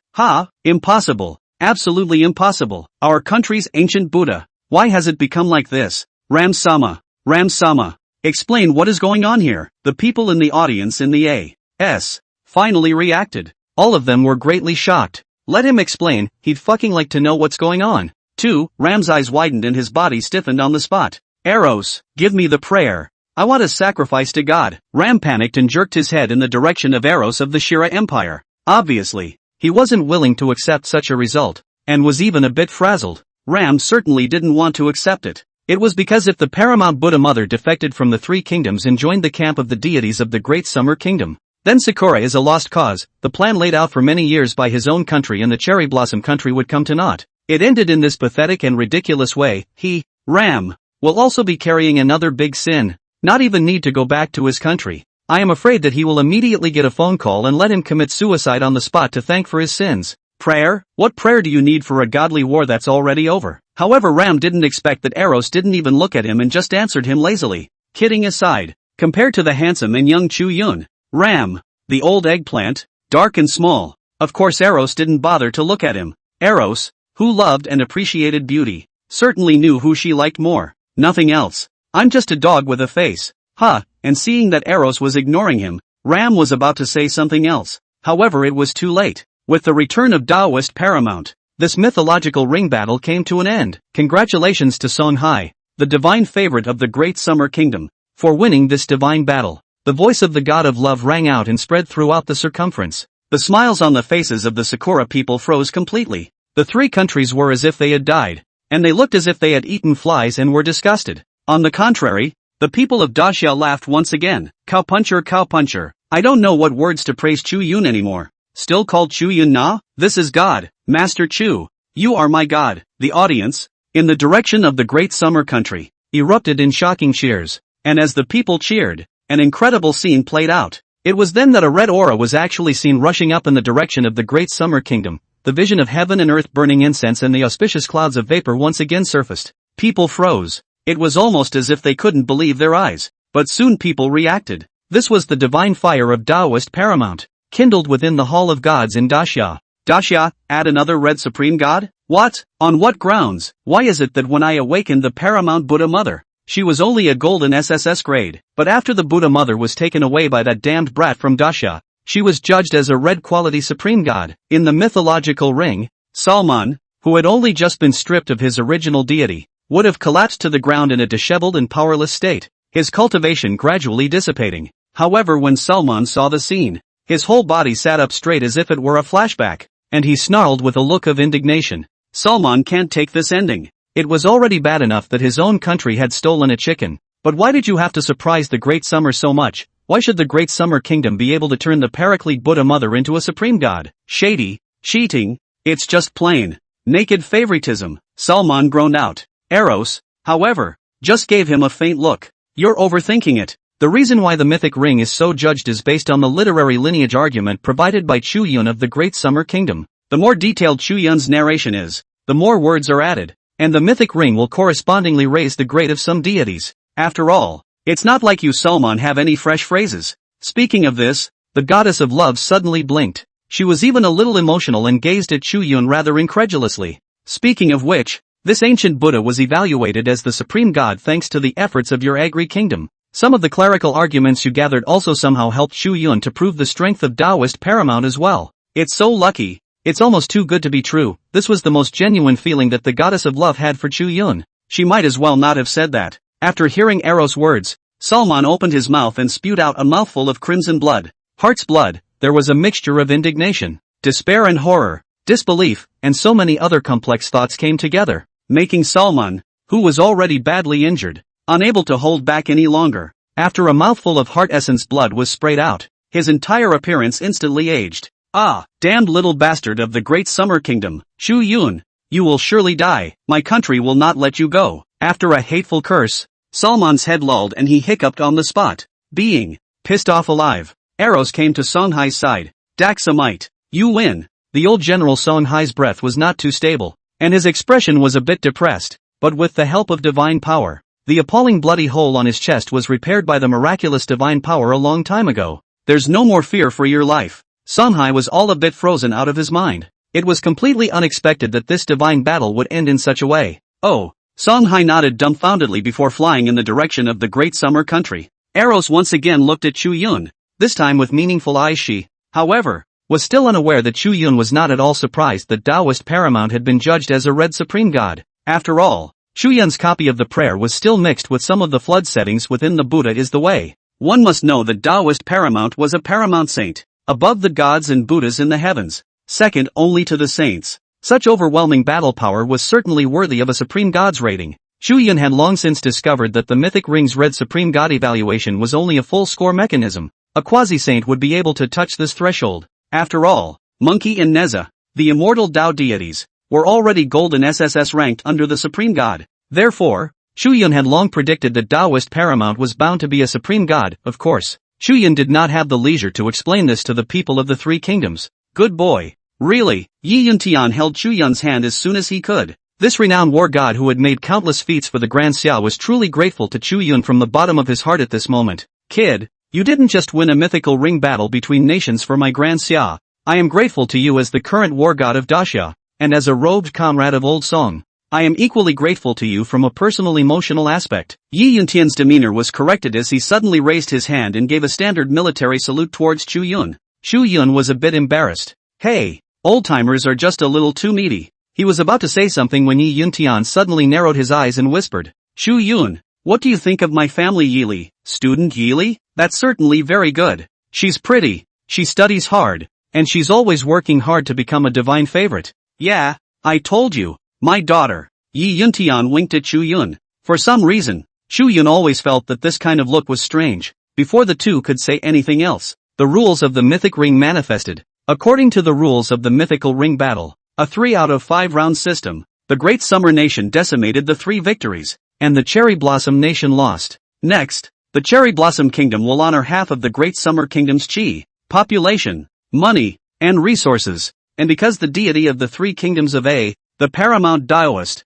joined the camp of the deities of the Great Summer on the verge of battle, the battle results once gained by the paramount Taoist will be redivided and adjudged to the Great Summer Kingdom. Boom, everyone saw the rule. The war record of Taoist paramount, surprisingly, would also be divided among the Great Summer Kingdom. This is just out of this world. Then Daxia, the ancient eastern country, is truly rising together with Taoist paramount's record. The Great Summer Kingdom's ranking for seats in the mythic ring was enough to rank in the top 10. Top 10, it is a symbol of a strong nation. The Sakura people stared blankly, despair showing on all their faces. Yet more desperation is yet to come. Lost? I can't believe we lost. The leaders of Sakura, lost and fought, murmured. Unlike the Sakura country, the spirits of the people of Daxia were uplifted by it. In the audience, Chu Yun saw Junti beside little Neza. Taoist paramount also noticed Chu Yun and nodded and smiled at him. And then the 2 deities transformed into streams of light and returned to the Great Summer Kingdom. Chu Yun knew very well that Taoist paramount was different. The people of Agri were also able to deeply appreciate the metamorphosis of the Paraclete,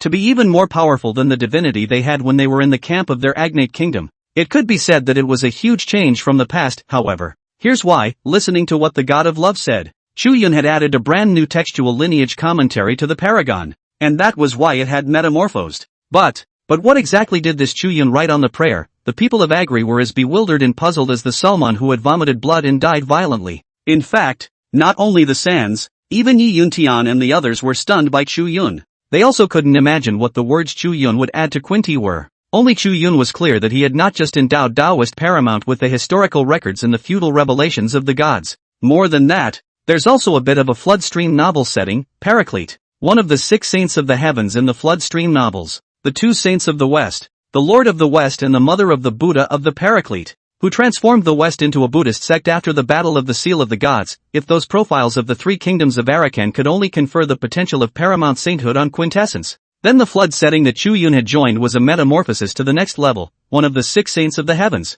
That is a true saint, with such divine potential. Rating as a red supreme god would naturally be a breeze. Moreover, if the paramount Taoist is summoned to fight for the Great Summer in the future, he will only be stronger than when he was in the sand camp. Just as the crowd froze in mid-sentence, the outline of the global landscape suddenly appeared in the sky above the mythic ring. This materialized into a map of the world of Blue Star. Can see above a rooster like the shape of the land. Is the country map of Daxia? Yeah, no, don't. In the audience, the leaders of the Cherry Blossom Kingdom rose violently, subconsciously screaming out strangely. Something even more desperate that the Sakura people didn't want to believe happened. In front of everyone's eyes, the landscape in front of the rooster's beak, which looked like a small worm, suddenly distorted. This little long worm is the very land of Sakura Nation. It was as if an invisible machete had split it in 2, in an extremely unbelievable scene. The half of the land that had been cut apart had magically fused into the territory map of the Grand Xia. It made the land area of Daxia bigger. This is exactly the kind of heavy price that the losing nation must pay at the mythic ring battle.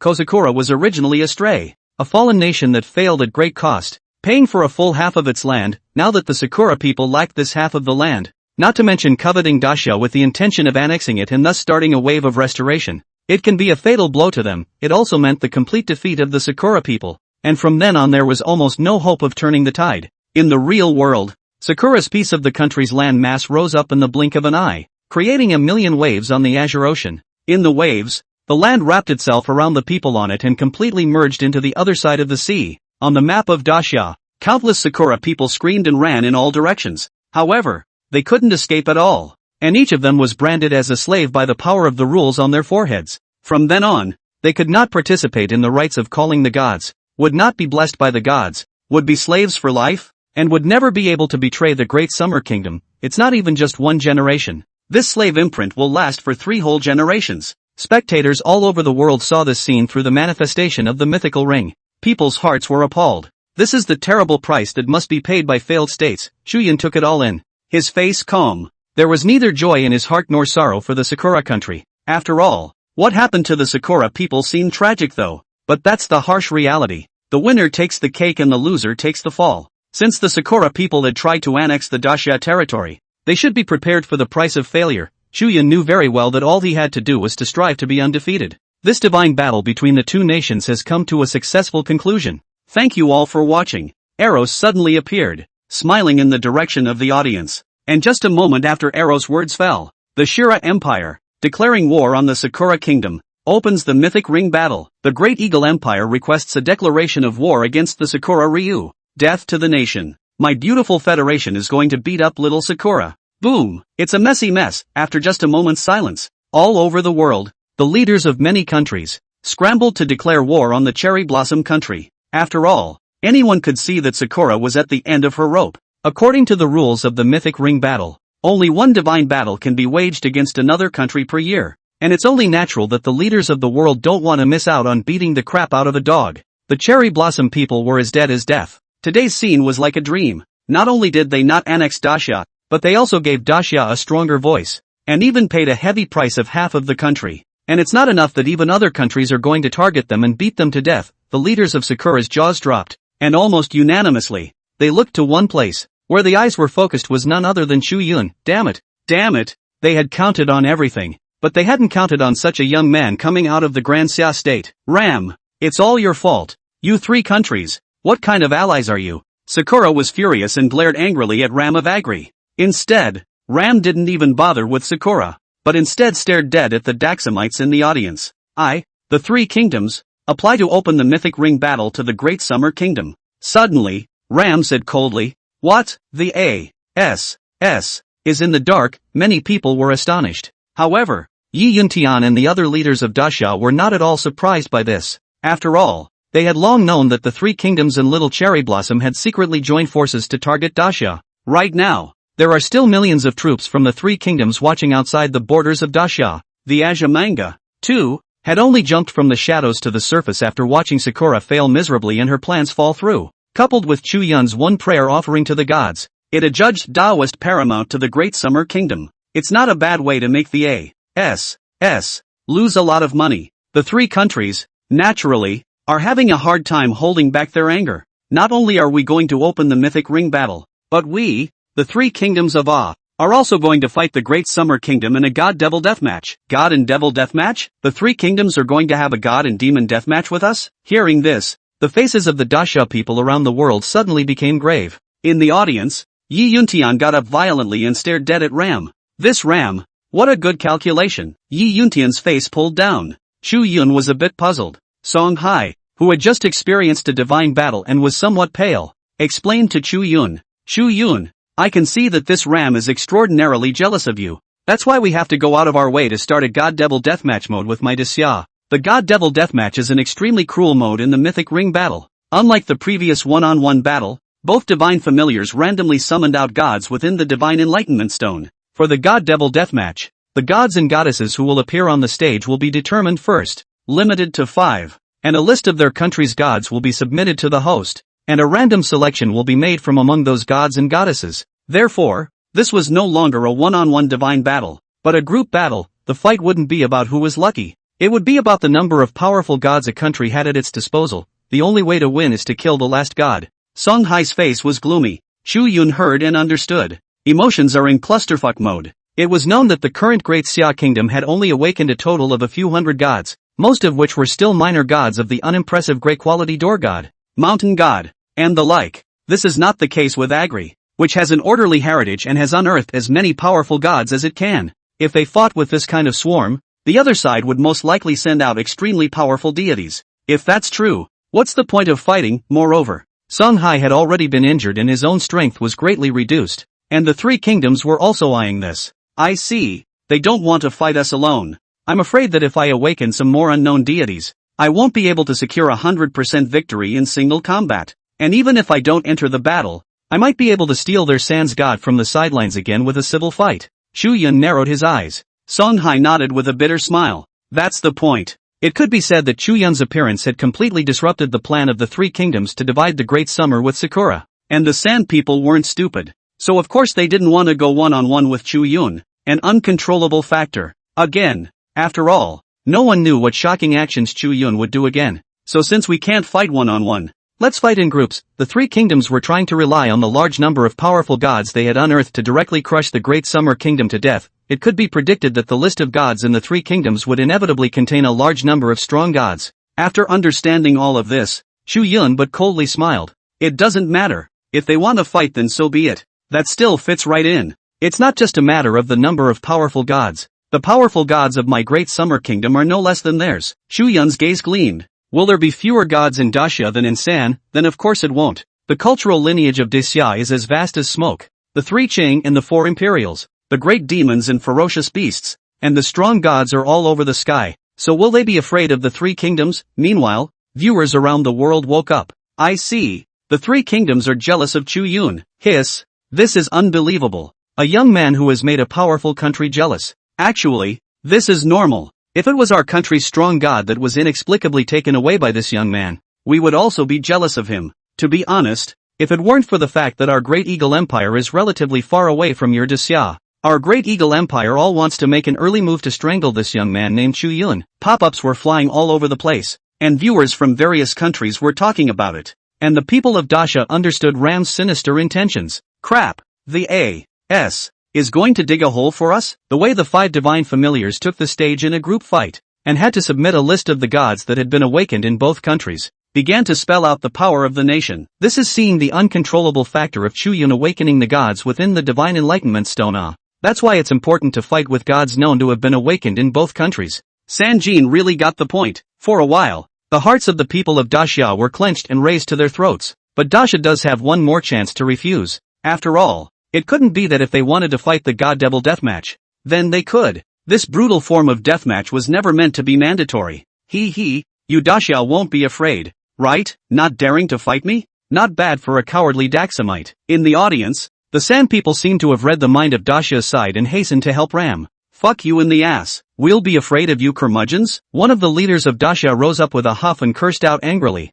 No problem. A God-Devil deathmatch is a God-Devil deathmatch. Or else killing your Sans gods one by one would be a bit more troublesome. It's pretty good to slaughter 5 at a time. Right at this moment, Chu Yun suddenly looked at Ram. He accepted the deathmatch. Ram's eyes snapped open and his mind was clear. To be honest, Ram was a little apprehensive and worried at first, fearing that this Chu Yun kid would not dare to participate in the battle. But looking at Chu Yun's appearance, Ram felt that he had made the right bet. Young people, young and vigorous, do not know the sky and the earth. Out of the wind a few times and arrogant unchanged, sure is a good agitator. Ram laughed in his heart, thinking that he had read Chu Yun's mind. Great Xia people, did you hear that? Your little genius has accepted my divine demon deathmatch challenge. In the words of your Daxia, this is called a promise made is a promise kept. You Daxia people are not allowed to back out. Ram was ecstatic. Chu Yun. To be honest, Yi Yuntian's few people were also startled by Chu Yun's tough attitude. Chu Yun, don't rush. Don't fall for their tricks. Looking at Ram's smug look,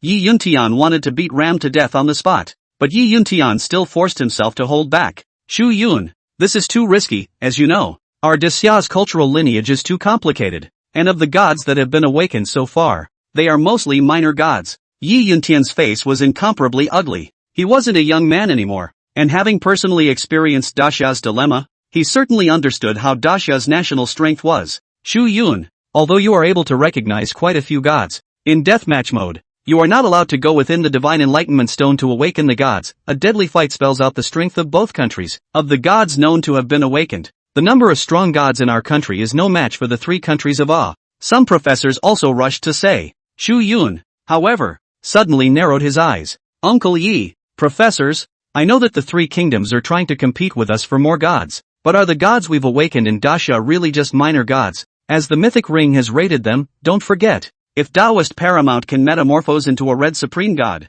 I can be sure that among the gods that my great Xia has ever awakened, there are bound to be a large number of strong gods. Aha, hearing Chu Yun's words, the crowd froze. It dawned on them what had happened earlier. Yeah, after the Paramount Taoist was snatched by Chu Yun and turned into the supreme god. Then, could it really work? After hearing Chu Yun's words, the Daxia leaders present froze out of their minds. Yili carefully pulled Chu Yun's sleeve. Chu Yun, I think it's better to forget about it. Not to be afraid of 10,000 things. Yili was a prestigious schoolmaster within the great summer country, worshipped as a goddess by countless people, only to be seen from afar, not to be desecrated. Play, MS. Yi, have you forgotten that the fairy sent me a dream? Don't worry, Chu Yun smiled faintly. There's this fairy dream talk again. It left everyone at a loss for words. It sounds like such unreal bullshit. However, it seemed that unless that was the case, there was really no way to explain why Chu Yun knew so many gods. Chu Yun, your great summer kingdom. Are you really sure that you want to open a way of God-Devil deathmatch with the three kingdoms of Ah? Right at this moment, the god of love in the mythic ring suddenly looked towards the audience of the great summer kingdom. Her gaze was fixed on Chu Yun's body, vaguely reminding him of something. Anyone could sense that the god of love was giving Chu Yun some special care. This made the agnostics stoop to their knees and rise up, shouting and screaming, "Cheat! Cheat! Eros of the Shira Empire! Even though you are temporarily the host of the mythic ring, you can't be so biased in favor of the great Xia country's Chu Yun,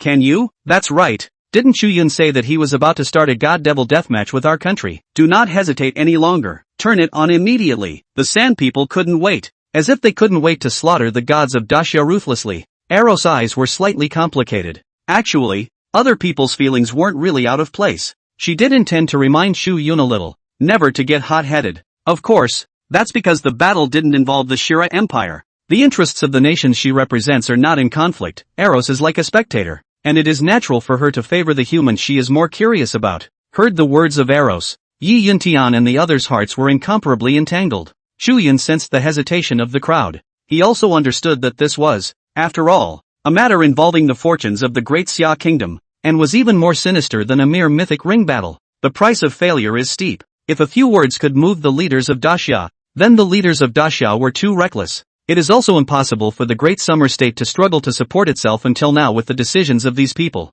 Dacia, the reason why he has survived all these years is precisely because of the cautious and prudent way he has acted. If you're not careful all the way around, you're walking on thin ice. Cultural lineage is severed. Monuments are difficult to excavate out of the great summer country, but also has long been annexed by other countries to divide up. By the way, Uncle Yi, do you have any pictures of the deities that my Dacia has awakened? Chu Yun suddenly said. Hearing those words, the crowd understood what Chu Yun meant. He's trying to give everyone confidence. There is. Yi Yuntian didn't hesitate and immediately had some photos fetched. The photo was taken at the Temple of the Gods in Dacia. Although they wouldn't carry a lot of them with them, there were still some divine familiars who had once visited the Dacia Hall of Gods and Goddesses and had some photos saved inside their cell phones. Gao Lao Zhuang Pig Demon. Can work. Good stamina. Colorful billet. Ben was an honest crop farmer for some unknown reason. Metamorphosed into a pig demon. Bullying men and women. Forcibly taking over MS. Gao. Night after night. Demonic. When Chu Yun took a look,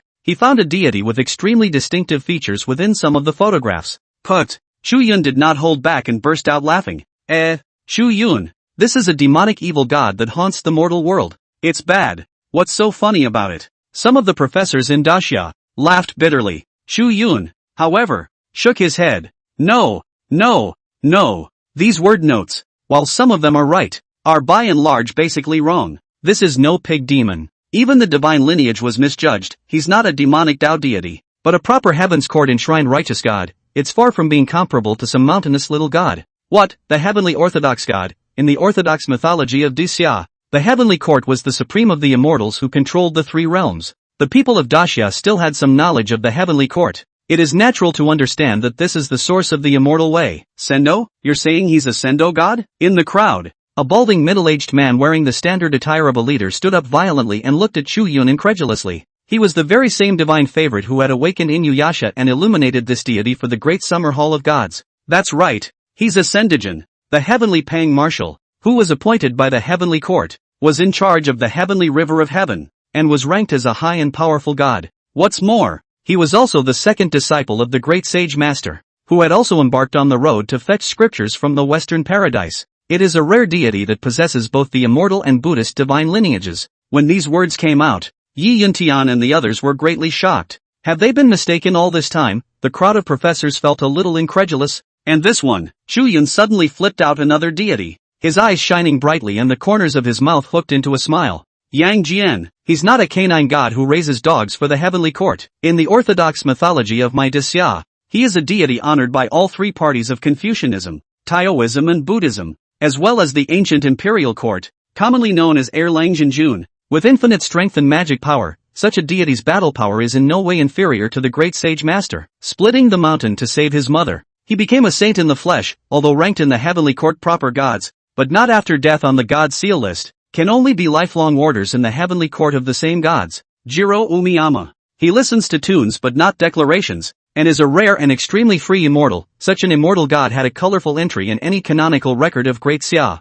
Both immortals and Buddhas had to give it 3 points of honor. A great god with such a high level of battle power was judged to be a purple deity because of an error in the annotation. Sure enough, Chu Yun's guess was correct. He was well aware of the fact that the Great Xia's literary lineage was broken. And even though some deities had been unearthed, it was impossible to annotate them perfectly. It will even annotate some powerful deities with the wrong words. This also caused the strong gods to be unable to perfectly utilize their full divinity. Really? This deity we annotated wrong too? Chu Yun, are you sure? The old professors who had dedicated their entire lives to Daxia and desperately studied the ancient texts were shaken. If it was really as Chu Yun had said, then there were definitely many more annotation errors among their existing gods in Daxia. Maybe we can really put up a fight with the A3? The old professors' minds were shaken. Before confirming the God-Devil deathmatch, I would like to take a look inside the temple of the gods in my country, Chu Yun suddenly said. The crowd froze. Before the crowd could say anything, Ram's side was getting a little impatient with the wait. When Ram heard Chu Yun's words, he couldn't help but snort out a laugh. He, little fellow, you're not planning to run away from the battle, are you? That's right, you're Daxia's baby bump, so it doesn't matter if you want to escape. But you'd better expect that when you lose and cede your land when you lose in Daxia, don't cede your hometown to our country. Otherwise, you little one's nationality will have to change. Ram grinned. Escape? You need to escape to kill a few of your sand gods? With Chu Yun's character, he wouldn't spoil Ram's pussyfooting around, and immediately disliked Ram without mercy. Immediately afterward, Chu Yun suddenly said with interest, by the way, how boring it is to only fight a divine demon deathmatch. Since you're so confident, do you want to bet with me? Gamble. What's the bet? Ram's brow furrowed. Bet? Ha, little thing, you're playing some kind of international joke on me. After your great summer kingdom loses, God dies, and you have to cede land and compensate for huge resources. And what kind of capital do you have to bet with me? After a short silence, Ram smiled. Chu Yun, however, seemed to have guessed that Ram would say that. He just smiled faintly. Let's just bet that if you, lose this God-Devil deathmatch, all of your Agwa's land near the Himalayas must be ceded to my Grand Xia. What? Hearing this, Ram was creeped out. This little thing, it even wants to bet with him on the kingdom. Is this what he, Ram, would dare to bet on? In today's day and age, many small countries no longer exist. After all, small countries are too shallow and have small territories. But whenever a divine battle fails a few times, it will be completely carved up. And this has resulted in an extremely vast borderline between the 3 countries of A3 in the Great Xia. The country around the Himalayas is even more of a contested area between the 2 countries. After all, that world's tallest mountain range was a natural barrier, capable of blocking the attack of millions of troops. You can go in or out, attack or suffer, and the fact that the 3 kingdoms occupied such favorable terrain was also the reason why the 3 kingdoms had millions of troops on display this time, ready to threaten Daxia. Because they occupy a good place, they can fight when they want to and withdraw when they want to. It was like a tiger descending a mountain. Unstoppable. History has demonstrated the importance of topographical proximity countless times. That was why Chu Yun had his eyes on this good piece of land. If this territory could be seized, then San's current advantage would be transformed into that of the Great Summer Kingdom, the offense reversed. And from then on, it would be San who would be scared. Little man, you're overthinking this, aren't you?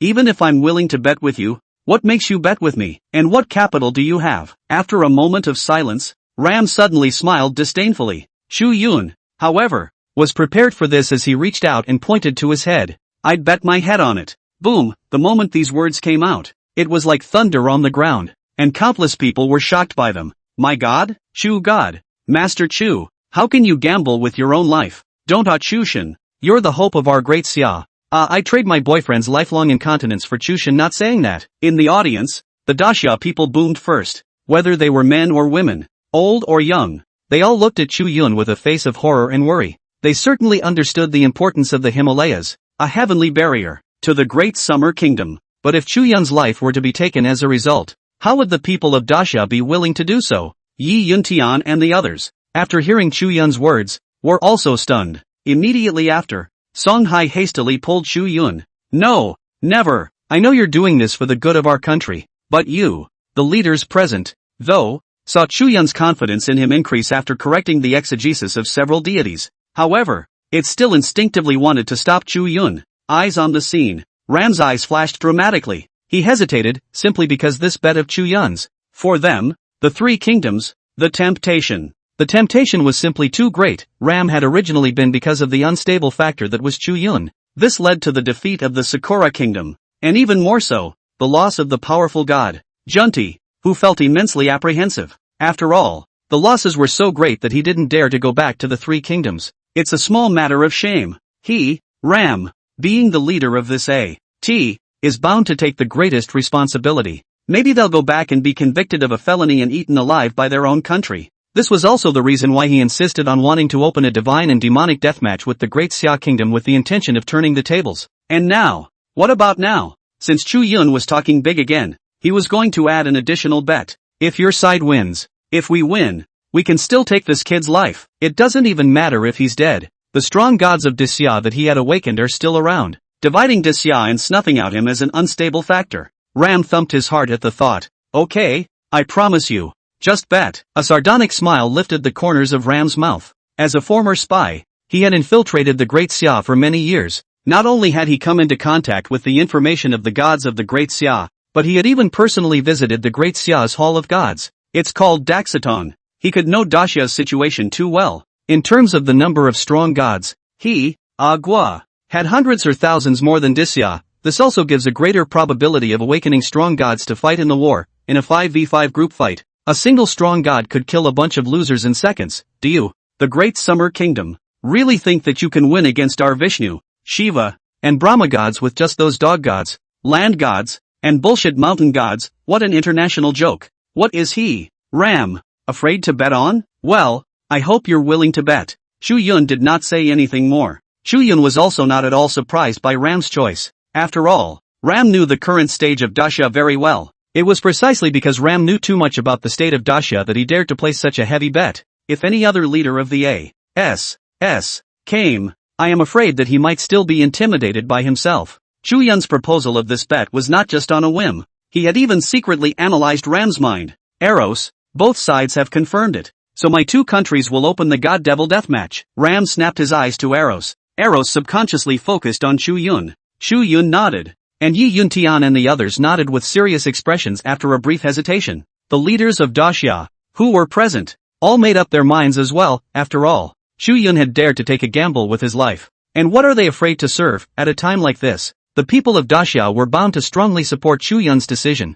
Alright, since the two countries have already decided, then next, the Great Summer Kingdom will open a divine and demonic deathmatch with the three kingdoms of Ah. Rules for God and Devil deathmatch. Rule 1. The two warring parties may only summon a deity that has been awakened by each country within the Divine Enlightenment Stone. Rule 2. Each side will send 5 divine familiars to the battle, each able to summon one deity. Rule number 3. In deathmatch mode, there is no surrender, and the only way to win a deathmatch is to kill all the gods in the opposing camp, or the divine favorites. This was a truly tragic divine war fight. There is only life and death, not a draw and surrender. Oh, way to die you guys. Next, both sides began their preparations. Because the God-Devil deathmatch had to submit a list of the gods that had been awakened, the preparation time was several hours. It's also for both parties to make sure they're good so they don't leave out a certain powerful deity. On Chu Yun's side, he immediately had Yi Yuntian and the others bring him to the Great Xia's Hall of Gods. The moment Chu Yun stepped into the Great Summer Hall of Gods, his breathing couldn't help but tighten,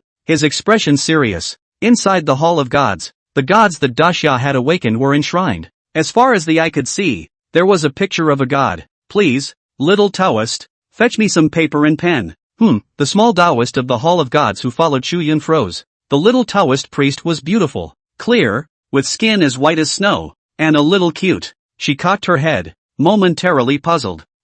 What does this young man want? Uncle Yi, who is this young man you brought? The little Taoist blinked and looked at Yi Yuntian who was on the side. Hey, look at my memory. I forgot you guys don't know each other yet. Yi Yuntian briefly introduced Chu Yun's situation to the little Taoist. The little Taoist stared with rounded eyes. His tender red mouth subconsciously opened as if he was able to stuff an egg into it. He was the Chu Yun who had made master. His old man, cry and laugh, jumping around the courtyard like a monkey for half a day. The master that the little Taoist was talking about was naturally the guardian of the Great Summer's Hall of Gods. As for her, although she was not very old, she was currently the only young person in Great Xia who was qualified to inherit the mantle of the Guardian's legacy. A former national high school senior, it was called a walking encyclopedia of gods, not only dabbling in the history of the Great Summer Kingdom, but even the situation of gods in countries around the world. And of course the little Taoist priest knew Chu Yun. After all, the commotion that Chu Yun had made was truly not small. However, the little Taoist did not have that much confidence in Chu Yun.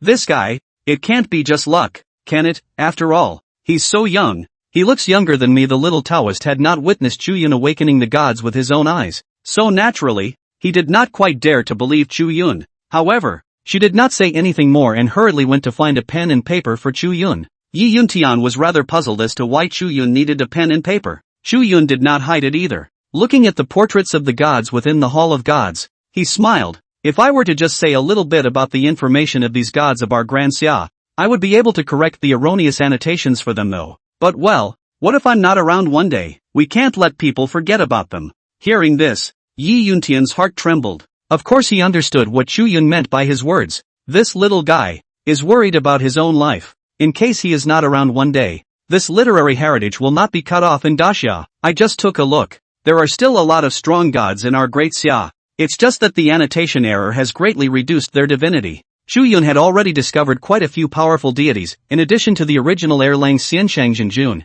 Erlangshan that Chu Yun had seen. And by Qi, the god of humane killing, this ruthless man who proved his path by killing the best killings on earth. Bar none, there is also a controller of the seal of the gods, Zhangshang Zhangzia. Zhangzia is not a powerful immortal Taoist god, but people hold the list of sealed gods. Can't beat you.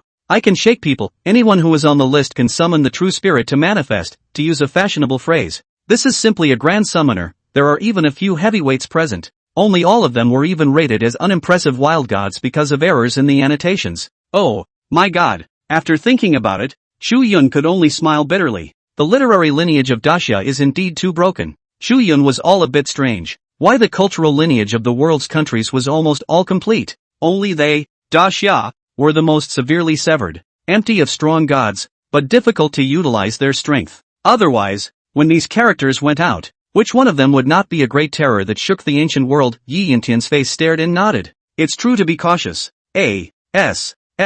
is indeed very strong, and even after years of aura recovery, A.S. is still able to rank among the top 10 strongest countries in the world, with the Empire of Nishira occupying the beautiful commonwealth of the Norse mythological system. Egypt, ancient Babylon, and other powers have been a presence that no one dared to provoke. Yi Yuntian's brows frowned slightly. Well, these are all extremely strong mythological systems, and they are no weaker than my Grand Xia's heritage in terms of depth. And since my Daxia cultural lineage has been severed for many years, perhaps many strong gods were missed in the previous god-calling ceremonies. But since then, strive to never miss one. Chu Yun narrowed his eyes slightly and secretly made up his mind. Aha, I believe you. Yi Yuntian secretly clenched his fist. He couldn't help but think of how difficult Daxia used to be. He had witnessed too many of his close comrades die in battle in the mythic ring. A scene from the past. Yi Yuntian never wanted to see it again. Rin is back. Soon. The young Taoist named Su Rin walked over quickly and handed Chu Yun a pen and paper. Chu Yun immediately got busy, and in accordance with his own memories, he revised some of the erroneous information about the gods as much as he could, giving the great summer gods brand new words.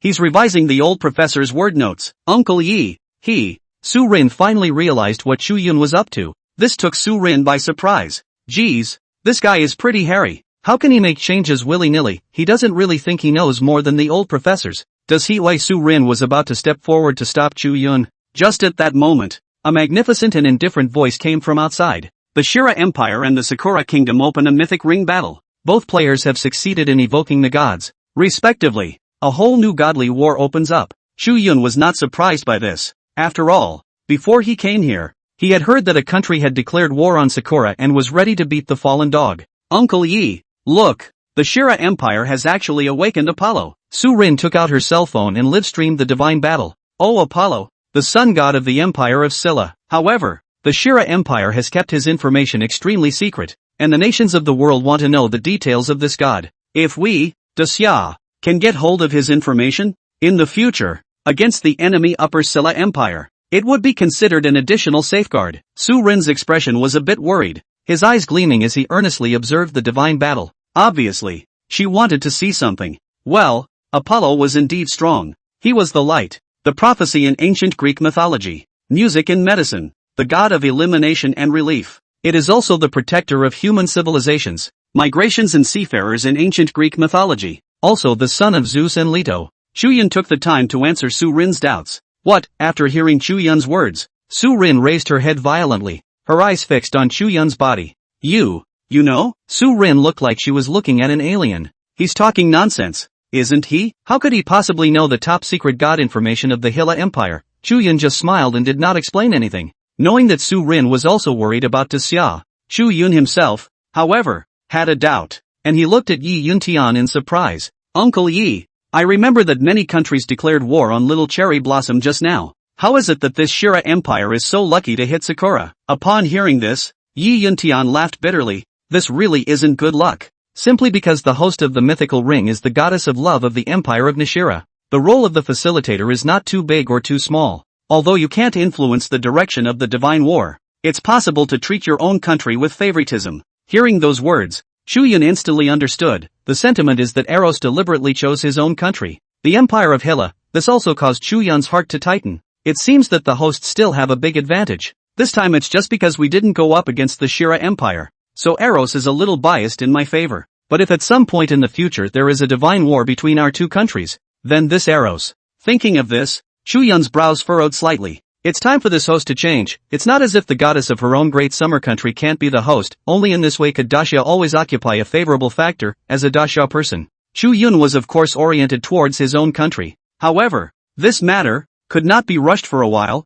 Chu Yun secretly noted it down. By the way, Uncle Yi, I just became a divine favorite. If I also represent our country in the war this time, then what should I do if I want to become stronger? After revising the god's commentary, Chu Yun estimated the time for the God-Devil deathmatch, and there were still about 2 hours remaining. He immediately intended to raise his own strength as well within this short period of time. After all, the divine favorites would have failed if they had died, and it's a battle that the A.S. is bound to be a battle that pours out the power of the nation. With Chu Yun's cautious character, how could he recklessly and mindlessly go on? That will be a test of how well you know your native gods. The more detailed your knowledge of the gods, the faster you will be able to cultivate the god's inheritance. Yi Yuntian would not hide anything from Chu Yun and explained in detail for him. Upon hearing this, Chu Yun froze for a moment. Aha, that easy, he's good at that. Chu Yun was confident and immediately laughed. Then this is simple. 2 hours is enough. Yi Yuntian. Su Rin was dumbfounded. It's not, this guy is too confident.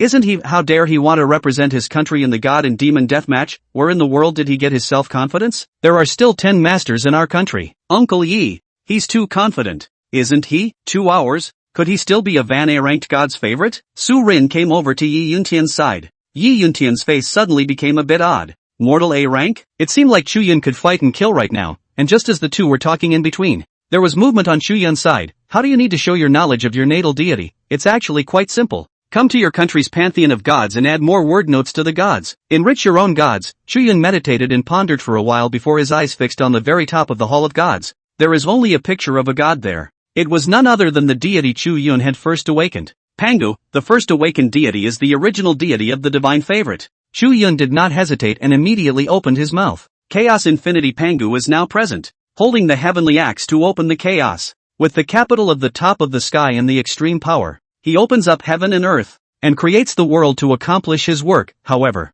he died of exhaustion. Both eyes rise into the sky. The left eye is the sun and the right eye is the moon. Setting up the yin and yang divisions of heaven and earth, the sun and moon flow in the dry heavens and the earth, and day and night envelop the vast expanse of the earth. The skin of the body and the hair of the body are transformed into mountains, rivers, earth, flowers, plants, and trees, and the essence and blood of the body are spilled into the world, transforming infinite living beings. As Chu Yun's words left his mouth, Su Rin froze. Chu Yun's words made even this college bully feel extremely unfamiliar. This was Pangu. Traces of Tao rhythm laws vaguely surfaced on Chu Yun's body, appearing to be a golden radiance that draped around him, appearing divine. Seeing this, Su Rin couldn't help but suck in a breath of cool air. Now she dared to be sure. She had to believe even if she didn't. What Chu Yun said was true. Su Rin couldn't help but bite her lip, awkwardly reaching out and scratching her head with a dainty smile. He himself, earlier, had really misunderstood him. And yet that's not all. Chu Yun narrowed his eyes. What he had said earlier was only the legendary account of Pangu in the orthodox mythology of China. Throughout the thousands of years of ancient and modern Chinese history, there is no one who can question the identity of Pangu as the creator god. But that's not enough. Next, Chu Yun said, Pangu derivation on the three wisps of green chi. 3 Qi transformed into 3 Qing. In the beginning of heaven and earth there were 3 tribes: the dragon, the phoenix and the unicorn. These 3 tribes are blessed with great powers, so they are not convinced by each other, and they fight constantly. The first hijacking of Long Han. The essence of Pangu's bloodline gave rise to the 12 ancestral witches, with strong physical bodies, who ruled the witch race. The great sun Golden Crow was conceived in the sun of his left eye. His brother was Emperor Jun, and his brother was called Emperor Tai of the East. He has been running across the floodplains for years, commanding countless great demons, creating order for the world, building the ancient heavenly court, and being the master of heaven and earth together with the witch race. After the earth appeared 10 days in the sky, the witch tribe, Hoi, raised arrows to shoot the sun. Emperor Jun was furious, so with the witch tribe set off an endless war. The second hijacking, witch demon battle. Nuwa created man from clay, humanism flourished, and the sealing of the gods appeared. The third hijacking, the battle to seal the gods. Chu Yun added a different note to Pangu's deeds. Flood fiction biography. It also makes the biography of Pangaea's life more vibrant and full, all-encompassing and annotated. Boom, it was seen that around Chu Yun's body, the Tao rhythms were abundant and the laws were flying. One by one, golden and radiant handwriting appeared out of thin air, surrounding Chu Yun. It set off his precious appearance as if he was a living deity on earth. And Chu Yun's understanding of the Pangu inheritance deepened. It didn't even require him to understand the senses on his own. Some divine wonderful techniques and cultivation techniques were then run automatically, short for fully automatic lazy mode. Chu Yun's breath climbed upward, were C-rated, were B-grade, Van A class. With just each breath, Chu Yun's strength was skyrocketing. Mana also appeared in his internal dantian, up to Van S. Boom. Su Ring grew her tender red little mouth.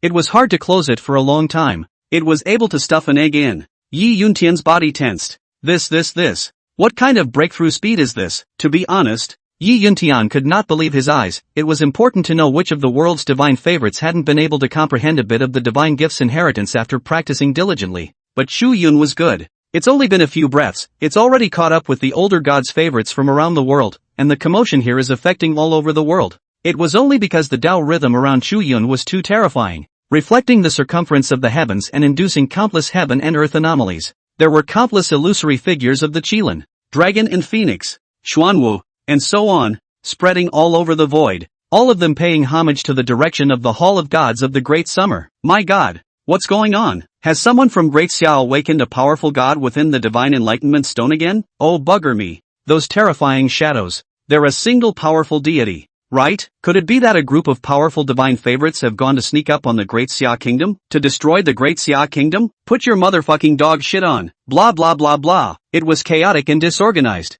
And many people had seen the movement on the side of the Great Summer Kingdom through the display of the Mythic Ring. In the audience of the Mythic Ring, Song Hai and the others, who were originally watching the divine battle between Shira and Sakura intently, also noticed, the direction of our Great Summer's Hall of Gods. I sense the aura of an S-class divine favorite. A new earthly supreme has been born in our Great Summer Kingdom. Could it be the old guardian's disciple? Su Rin? How can that be? Although Su Rin has extraordinary talent, she's only how old? You guys? Could it be Chu Yun? As you know, old chap, the current world record holder is that saintly woman from the Vatican of the Holy See. But she only became one at the age of 23. I heard she's not even human. But Orochi just took Chu Yun to the Hall of Gods. Song Hai's eyes flickered violently. However, before he could finish, the Great Summer Hall of Gods sighed. Inside the Great Summer Hall of Gods, at this moment, the precious and solemn Chu Yun was able to clearly feel his metamorphosis, where S-ranked divine favorites, this was already the limit of mortals,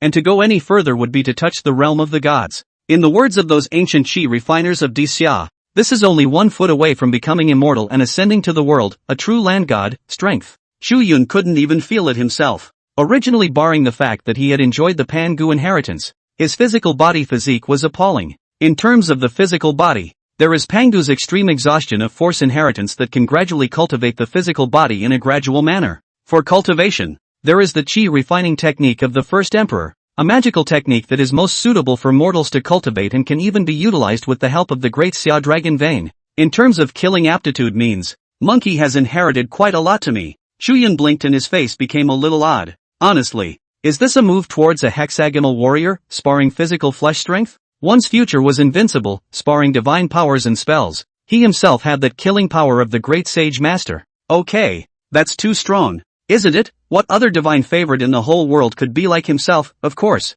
with Chu Yun's character, he was still extra cautious. It was probably just a slight advantage over the divine favorites of the same realm. As for the real strength, we still have to wait until the actual battle. Know your enemy and know yourself and you'll win 100 battles at the same time. Chu Yun's metamorphosis left the few people present speechless. Su Rin opened her small mouth wide and froze on the spot. Yi Yuntian's face was odd, and 10,000 Chao Nima rushed through his heart. Sure enough, effort is a joke in the face of talent. Ha, right. Su Rin, where is your master? How come I don't see his old man? After a short period of shock, Yi Yuntian noticed something strange. Su Rin awoke with a start, blinked, and said blankly, I don't know. But before my master, his old man, left, he told me that Chu Yun would definitely come to my great summer hall of gods, and it seems that his old man, for the sake of Chu Yun's matter, left first. Left first. Hearing this, Yi Yuntian froze. Up to this important moment, where can this old-timer go? Or because Chu Yun? Just as both men were secretly speculating,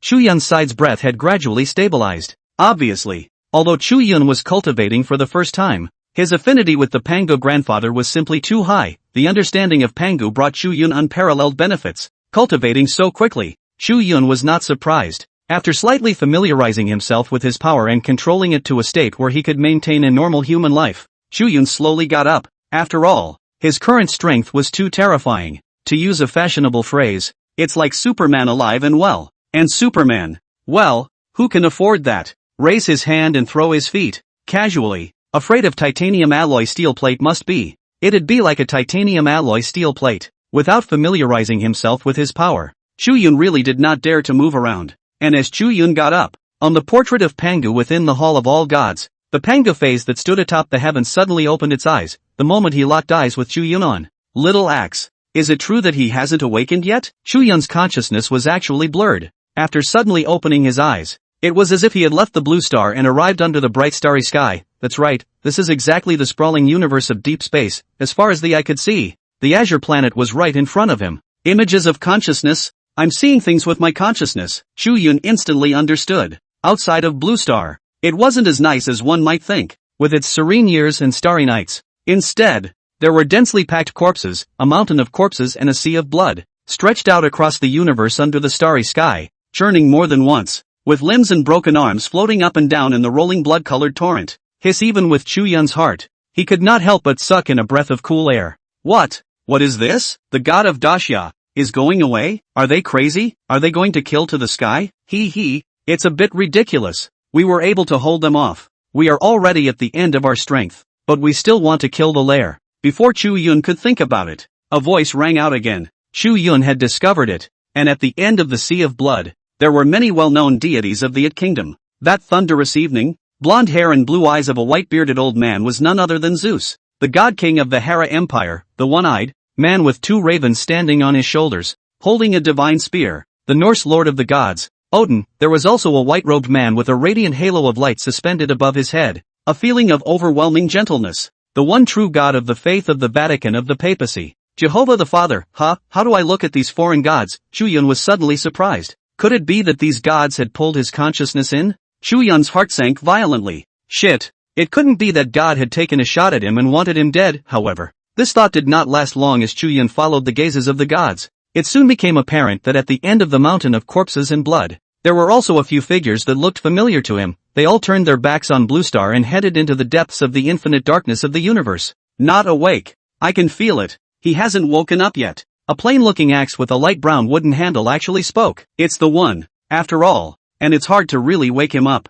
A middle-aged man wearing a gold silk dragon robe with a slightly thin figure shook his head. With every step the man took, divine light spread, stepping on a divine rainbow. It was as if a divine bridge had been erected in the dark void. But it's nothing. He hasn't awakened yet, but we have enough. A stunningly beautiful woman with a human head and a snake body, her face slightly pale, and the bottom of her eyes full of exhaustion. I'm just a little upset about the little wrecking ball, and I don't know if I'll be able to come back from this trip. Tired? A man riding a large black and white bear with a ferocious grin. Of course I'm tired, but the little wrecking ball is right behind us, so it's okay to be tired. Kill them all and we can come back. Well, be back soon. When the time comes, I'm going to eat a lot of meat and drink a lot of wine. Ha. I want to drink another sip of water from my homeland. Along with the distance of these figures, the voices became smaller and smaller, until finally it was too far away to be seen, and before Chu Yun's eyes, there was no longer the slightest bit of divine light. Chu Yun was silent.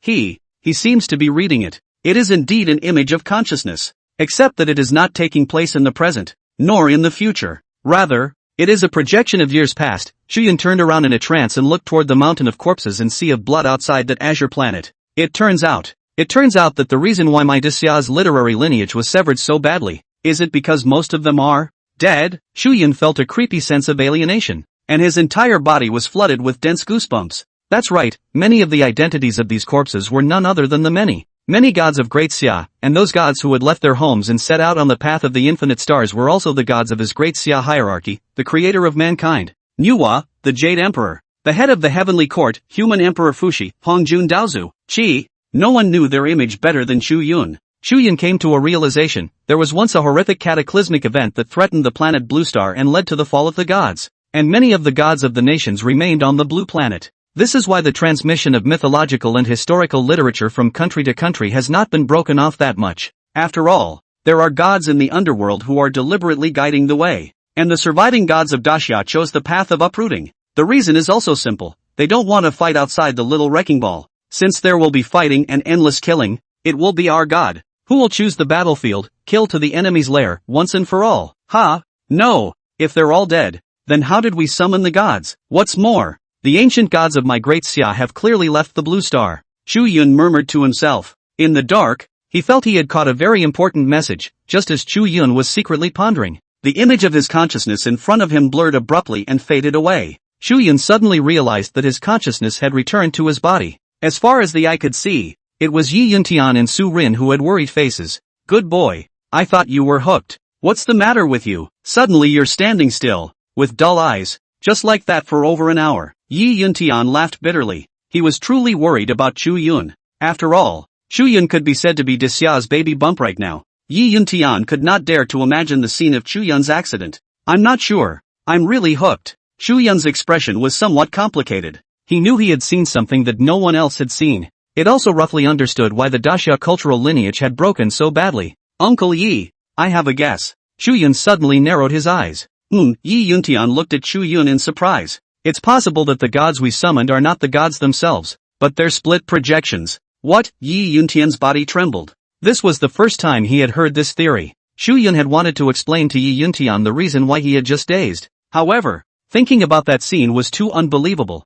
I was afraid that no one would believe it even if I said it out loud. Chu Yun did not bother with more words and simply reminded him. Uncle Yi, you can think about it. According to the rules of the mythic ring battle, the more detailed we, the divine familiars, know about the gods, the stronger we will be when we summon them out. And it's also tied to how much we understand the gods when we cultivate. So what exactly is the purpose of this mythic ring battle? Is it just to simply have humans from various countries fight each other, or they are cultivating humans and want us to become gods, to deal with some unknown and powerful enemy? That's right, this was exactly one of Chu Yun's guesses. After all, he had seen the scene of the fall of a god. He felt he, vaguely, understood the purpose of the mythical ring battle. Hearing these words, Yi Yuntian was stunned. In fact, countries have explored this issue. All sorts of speculations have been made, except that no one can find facts that can prove these arguments. Yi Yuntian suddenly shook his head. You, just don't think nonsense. Even thinking about that doesn't help. Yi Yuntian smiled bitterly. Indeed, even if one were to figure out the purpose of the mythic ring battle, that wouldn't affect the divine and demonic deathmatch that the Great Summer Kingdom would soon be opening with the three kingdoms of Ah. Now the attention should be focused on how to deal with the strong god of the Agri kingdom. Nope. Big impact. However, Chu Yun's words pulled Yi Yuntian's thoughts back. Have an impact? Yi Yuntian was greatly surprised, and Su Rin on the side was curious enough to secretly listen. Chu Yun's eyes flickered with essence. If the rules of the mythic ring battle are really meant to cultivate us humans to inherit the mantle legacy of certain gods, the gods it manifests are not the real thing. It just relies on how much we know about the gods to determine if they are strong or weak. So is there a possibility, after I gave the gods a more complete word, can it also change the degree of affinity? The degree of understanding, between you, Uncle Yi, the divine familiars, and your own native deities? What? Hearing this, Yi Yuntian suddenly widened his eyes, filled with disbelief. Good boy. What kind of brainwave is that? With Yi Yuntian's insight, he instantly understood what Chu Yun meant. If it's really like what Chu Yun said, even if the divine favorite himself didn't know much about his native deity, He could change the words of his affinity with the deity through the divine word given by Chu Yun. That would be a horrible scene, wouldn't it? All of Dixia's divine favorites had the potential to skyrocket in strength through the brand new words that Chu Yun had bestowed upon the gods. After all, I can be unintelligent, but someone gave me a hand by making my own affinity with the gods higher. The divine inheritance I enjoy will naturally be easier to cultivate. Are you sure? Yi Yuntian's mind shook as his gaze gleamed as he stared intently at Chu Yun. Chu Yun narrowed his eyes. To be honest, this was only one of Chu Yun's guesses. If you want to confirm this specifically, you'll need to go through the mythic ring battle and awaken the gods to determine this. After all, he had already modified many of the Daxia strong god words in the Hall of Gods, just waiting for someone to call out after them. These gods who have been given a whole new word and a huge increase in strength are bound to undergo a sea change, thus blessing the divine favorites with a whole new legacy. For example, Yang Jian. That Daxia divine favorite who had awakened Yang Jian only thought that Yang Jian was a canine god who raised dogs for the heavenly court. Then how strong could the blessing inheritance he had enjoyed be? Definitely hard to get into. But when the Real Yang Jian showed up, the picture is so beautiful. The way you put it, I'm kind of looking forward to this god-demon deathmatch. Yi Yuntian lost his voice and laughed. It just feels like a dream today. Originally, he was still a bit worried, but if it was really like Chu Yun's guess, then all of them in the Great Summer Kingdom camp would not only have their god strength skyrocket, but even the divine favorites would be metamorphosed as a result. Come on, let's go back as soon as possible. This matter, I have to talk to them. It must be arranged. Yi Yuntian was excited, and when he looked at Chu Yun again, his eyes glowed as if he had seen a supreme treasure. The more prepared you are, the more likely you are to win this divine battle. Meanwhile, in the mythic ring, Ram has gotten through to the higher-ups of the A-team. You're going to bet the chassis near the Himalayas against that little kid from the Great Summer Kingdom? Ram, are you crazy? No. I do think Ram's proposal can pass. As everyone can see, this little guy from Daxia is an extremely unstable factor. If we can get him killed, it will be of great benefit to our future control of the Great Xia and annexation of the Great Xia Kingdom. That's right, Chu Yun must die. With Chu Yun and Yi Yuntian, the few people returned to the scene of the mythic ring. Once again, it attracted everyone's attention. Song Hai and the others rushed to welcome them. Old Yi, we have another S-class divine favorite in Daxia. Where is it? Song Hai's eyes gleamed with excitement. One should know that he had previously fought Salmon with the help of divine power, and although his life was no longer in danger at the moment, his state had not yet recovered. Now that another S-class divine favorite had appeared in Daxia, if he could take the stage for him in a battle, his chances of winning would be a bit greater. Yi Yuntian's face, however, became incomparably odd and gave everyone a wink. The group came together and whispered, "Ahem, keep it down. Don't expose it for San to hear it yet. That S-class divine favorite is no one else but Chu Yun."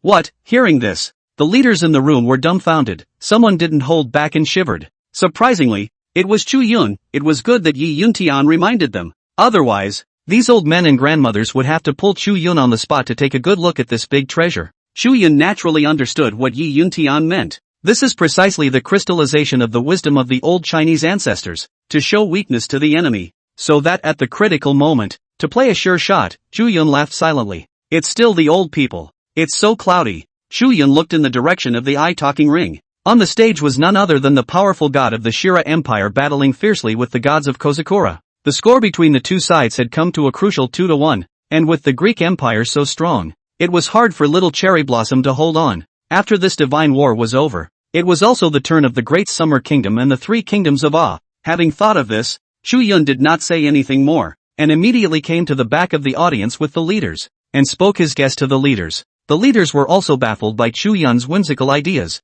With that, Chu Yun handed Yi Yuntian the list of great Xia deities he had compiled. Up here is the list of the gods that my Xia has awakened so far, and some of the gods have annotated phrases that I've modified. There are too many places to mention. Yi Yuntian's face straightened and he nodded. The odds of winning a deathmatch between a god and a demon all depends on how many strong gods have been awakened in both countries. He's certainly well aware of the importance of this list. The various leaders also looked at the list and browsed through it. Why are there humane gods up there? Shen Nong. This old man of herbs. Yes, there's no need for us to submit the names of these humane gods, is there? All the gods on the list were provided by both countries. Therefore, both the Daxia Kingdom and the three kingdoms of Asia will surely select the gods by their grade, from high to low. After all, the rules don't say that you have to include all the gods. Probably make a show of writing 100 or so and muddle through, unless the host is going to be more serious. However, everyone could see that the goddess of love seemed a bit special to Chu Yun. she sure as hell wasn't going to give Dasha a hard time. I have to say, Chu Yun is really popular. Even the goddesses are. The leaders had also thought long ago, since the number of strong gods their country had awakened was not as great as that of the three kingdoms, then maximize the number of strong god names on the list. This is the way to ensure maximum wins. However, he did not expect that Chu Yun was still really honest. Even the humanity gods still remained. It's not like everyone is the old ancestor Qin Shi Huang. Don't worry everyone. These humanitarian gods are definitely not weak. Chu Yun was confident about this. After all, the humanitarian god he had left behind was not some silent and nameless little god. Rather, it is the great horror that has, throughout history, been so prestigious, the god of murder, Bai Qi, the butcher of the earth, to kill to prove the Tao. Throughout the ancient and modern years of China, there was no longer a human being that could have killed as many people as he had on the battlefield. This category of human gods belonged to the overwhelming existence of the Tao of killing. In a sense, he has extraordinary potential. As for Shinan, who was questioned by several leaders, when Chu Yun saw his old man at the Hall of Gods, he was inexplicably shocked. Surprisingly, it was this human god, if the first emperor, for example, laid down the pattern of unification for all ages for China, then this man god. His contribution to China is also unlimited and far-reaching. Sanzhou Sisui, one of the founders of the Chinese nation, Shinnong tasted 100 herbs. He was honored as Yen Di by the descendants of 10,000 generations. Nowadays, the Daxia people can occasionally see the name of the children of Yen Huang from the ancient books, in which Yen, it is on behalf of this old ancestor. Only what made Chu Yun feel a little hard to bear was that this old ancestor was all but forgotten by modern people. Of course, everything will be different. This time, one of the founding fathers of the Chinese people will be able to be famous and remembered in the hearts of future generations in this divine and demonic deathmatch. There are also several human gods. Zhang Taigon Zhang Ziya, who is in charge of the seal of the gods, can even be said to be an uncrowned king among the immortals and gods. He may not have been too strong in battle, but in the records of the classical novel, The Feudal Revelation of the Gods, he is the Jade Void Palace in the Kunlun Mountains to get the Tao, but also personally manipulated the war to seal the gods. A hand that strikes the god's whip has an innate power over the gods. The other hand holds the god's sealing list. The number of gods entered on it was countless. He alone is the entire mythological system. With such an existence, how could Chu Yun be uneasy about him ascending the stage? One by one, they were all great terrors that could cut down the gods with their mortal bodies, and seeing that Chu Yun was so confident, the leaders' hearts were suddenly in a state of confusion. Don't trust Chu Yun's judgment, I guess. However, Chu Yun had already proved more than once that he knew the great summer gods well. Believe it, and be a little unsure in your mind. After all, this god-devil deathmatch was different from an ordinary divine battle. They really didn't dare to take it lightly. Chu Yun could also understand the mood of the group of leaders. Actually, I'm not 100% sure I'm going to win. There's about an 80% chance of winning. After all, the mythological system of the three kingdoms is equally not weak, and they have awakened a greater number of powerful gods. And the Buddhist sect is only a small branch of the three kingdoms. The strongest divine lineage in San is Sainism, named after the ethnic group, that god of creation, Brahma, guardian god Vishnu, and god of destruction, Shiva, are all extremely terrifying existences. Hearing this, the cheeks of the leaders in the room twitched fiercely a few times. Well, that doesn't make it any more unsettling. Chu Yun's words, however, took a sudden turn, and the corner of his mouth hooked into a smile. Yi Yuntian froze for a moment. He could know too well the meaning of this smile of Chu Yun's. The first time, Chu Yun pitted Sasaki Nakamura. The second time he saw it again. Chu Yun had a stick. The sun had disabled Yuriko Ishida. In short, when Chu Yun laughed like that, it was definitely when his ghostly ideas popped up. Actually, I have a really bad idea. What's the idea? The leaders were wide-eyed, all baffled by Chu Yun's words. This idea, in fact, still stems from my first guess. Moreover, I have the certainty of awakening Shinon, the old ancestor of our Daxia people. Shinon's greatest divinity must be healing. He tasted all kinds of herbs and brought the cultural lineage of Chinese medicine to our Daxia nation. He even unearthed the 5 grains, so that human beings were no longer just beasts who drank blood and hair, and stepped into the era of agricultural civilization. Chu Yun's gaze gleamed. Since this old ancestor is among the ranks of my great Xia's strong gods, then with his healing aptitude, I'm sure that recovering the internal injuries of an S-ranked divine favored one should be a breeze. Right? Nice guy, our great Xia has already awakened such a terrifyingly powerful god. The leaders were stunned. They were somewhat shocked at Chu Yun's portrayal of Shinon. Wait, Chu Yun, I see what you mean. Yi Yuntian's reaction was the fastest. You're trying to say that you're going to let our S-class divine favorites who are holding down the borderline borrow their divine power and utilize it to their maximum strength to mess with the three kingdoms of Arakan first, aren't you? Yes, that's right. Chu Yun smiled faintly. The hearts of everyone present paused for a moment following Chu Yun's smile. Nice guy, if this was true. It would directly remove the border threat of the three kingdoms to Great Xia. This would not only be able to undermine the sinister intentions of the three kingdoms of Arakan, but would allow the top-ranked few divine favorites to return to fight in the war. It will also catch the A.S. off guard and break the hearts of the people of their nation first. It's not even impossible to pit San against a few powerful divine familiars. The leader's eyes brightened suddenly at the thought. You're pretty shady, kid. Cough cough cough. Old Wang, you are wrong. Chu Yun is being wise and resourceful. Can do. I think it's doable. The group of old men glanced at each other, all seeing the joy in each other's eyes. After all, if it was really as Chu Yun said, Shen Nong, this old ancestor, had such divine abilities, then Dasha's S-ranked divine familiars were perfectly capable of borrowing divine power to strike. Anyway, if you are seriously injured, you have your own country's gods to heal you, and it's not impossible for this kind of divinity to occur. Currently, there was an angel of the Vatican order who was extremely secretive and had once demonstrated a similar divine spell in the mythic ring. Nowadays, is our country going to have such strong gods? The crowd's hearts were pounding at the thought. Just do what Chu Yun said. Ha ha ha, my old Wang is optimistic about you. You kid has a future. The corners of the mouths of a group of old men hooked up and were on the verge of being crushed. They certainly don't have any ridiculous compassion. After all, this is a life and death battle between the two countries, just like that Agwa country, displaying millions of troops on the borderline. Why is it not a calculated means to limit Daxia? Being born in such times is well understood by anyone. It's worth doing whatever it takes to win. And in that case, it will also allow the world to see the strength of my Grand Xia, and those petty people will not take the opportunity to provoke us again. After all, our divine favorites are the same as the church. All of them can exert their full power without fear, which is invariably a deterrent to other countries. After this battle, the rest of the countries will definitely not dare to take advantage of the opportunity to declare war on us, and my Great Xia will have the opportunity to recuperate. The leaders' hearts and minds were greatly moved, and they all felt invigorated by Chu Yun's decision. And just as Chu Yun's group of people were secretly poking and discussing, on the Agri side, too, there's a constant flow of people. There is a constant flow of people, one after another. Powerful divine dependents of the three kingdoms were summoned. This time, we must smash the Great Xia kingdom, and strive to establish the pattern of my Asan kingdom being above the Great Xia after this battle. People of the country, rest assured, the Daxia people thought they were the sleeping lions of the east even before the aura was revived. Unbeknownst to me, there is another sentence that follows this one that Westerners say about Daxia.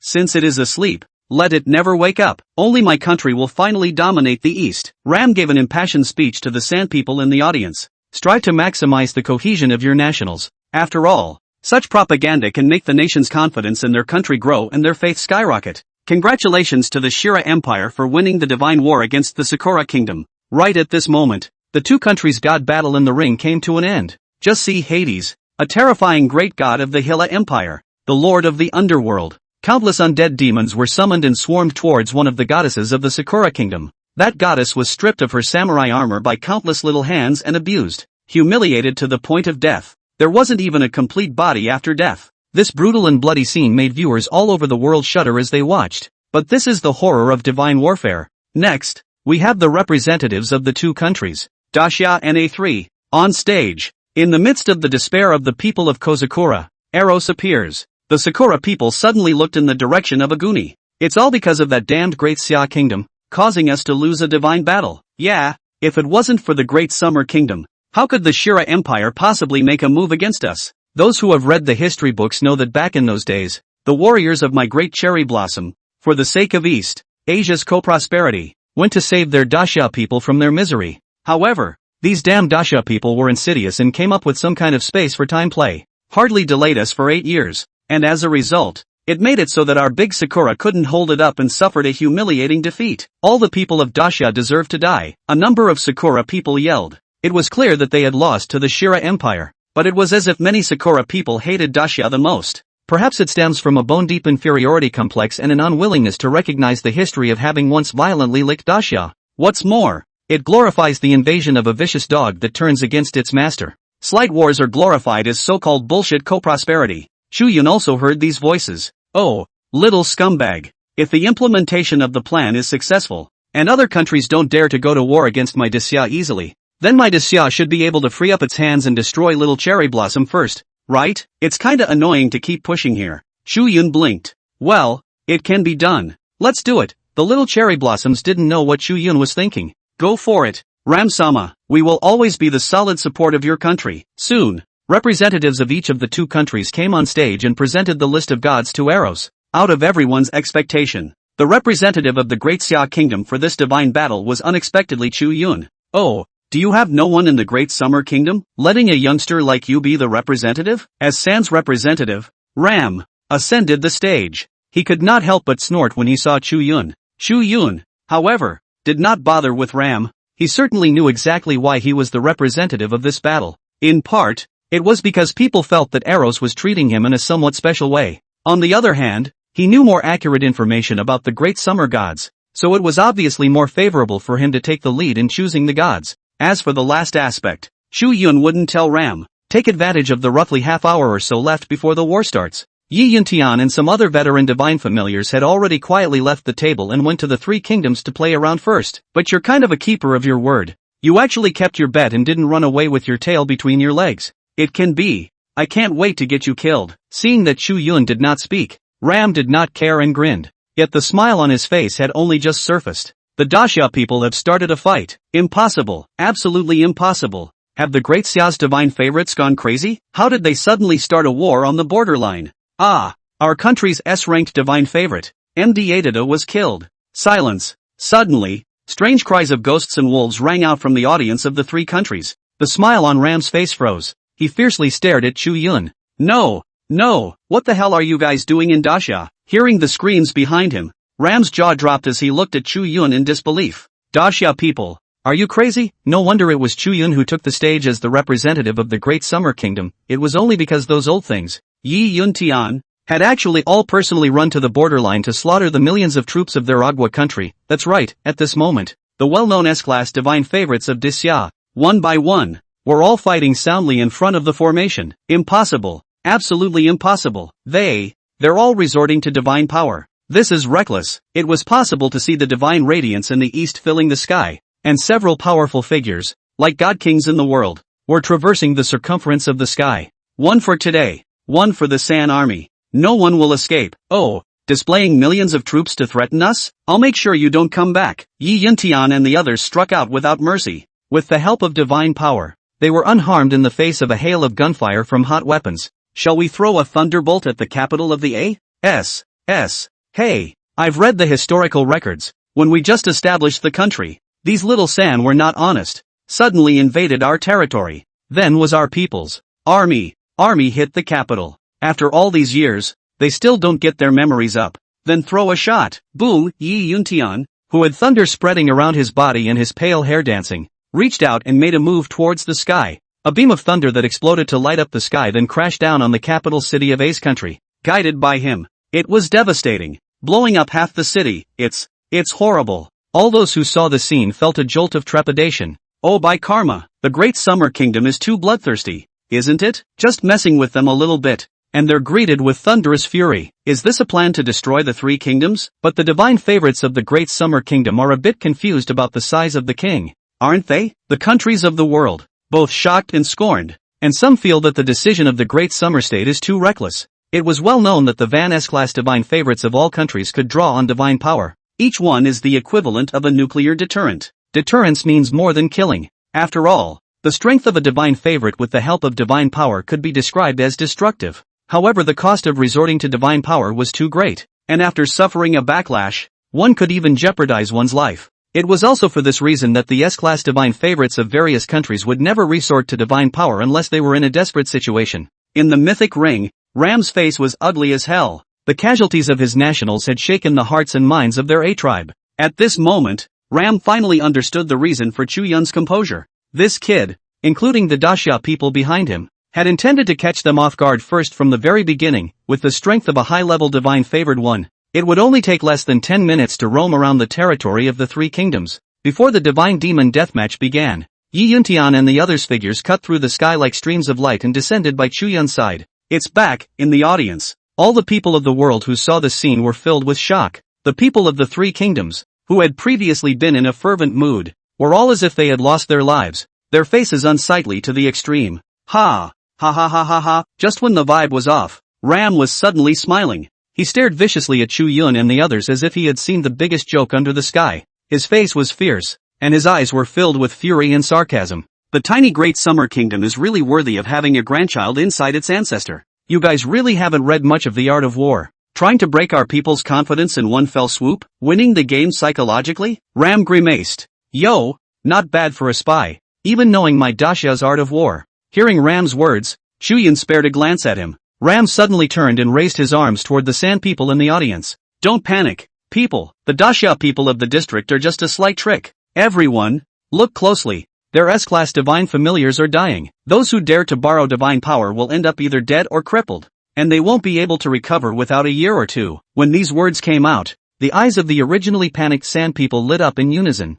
Everyone looked at the great summer godfinders in the mythic ring. Sure enough, Yi Yuntian, Song Hai, Wang Jiangwo, and some other notorious divine favorites of Daxia. Even though they were bracing themselves, if one looked closely, one could see their external strength. Lord Ram is right. Great Xia's divine favorites are cool, but they have also paid a heavy price, all suffering the backlash of drawing on divine power. Foolish, foolish, in the words of their old ancestors in Daxia. This is called picking up a sesame and losing a watermelon. Excited smiles once again appeared on the faces of the sand people. Ram smiled as he watched his countrymen perk up again. He swept Chu Yun and the others with interest. Oh, what a bunch of idiots. You have risked the peril of the backlash of your divine power, but you have only broken up our nation's army of 1,000,000 mortals. There are as many ordinary people as you want. I, San, with a population of more than 1,000,000,000, am still afraid of having no one. But once the divine war begins, what will you, the old and weak, have to fight us with? Ram even snickered a little.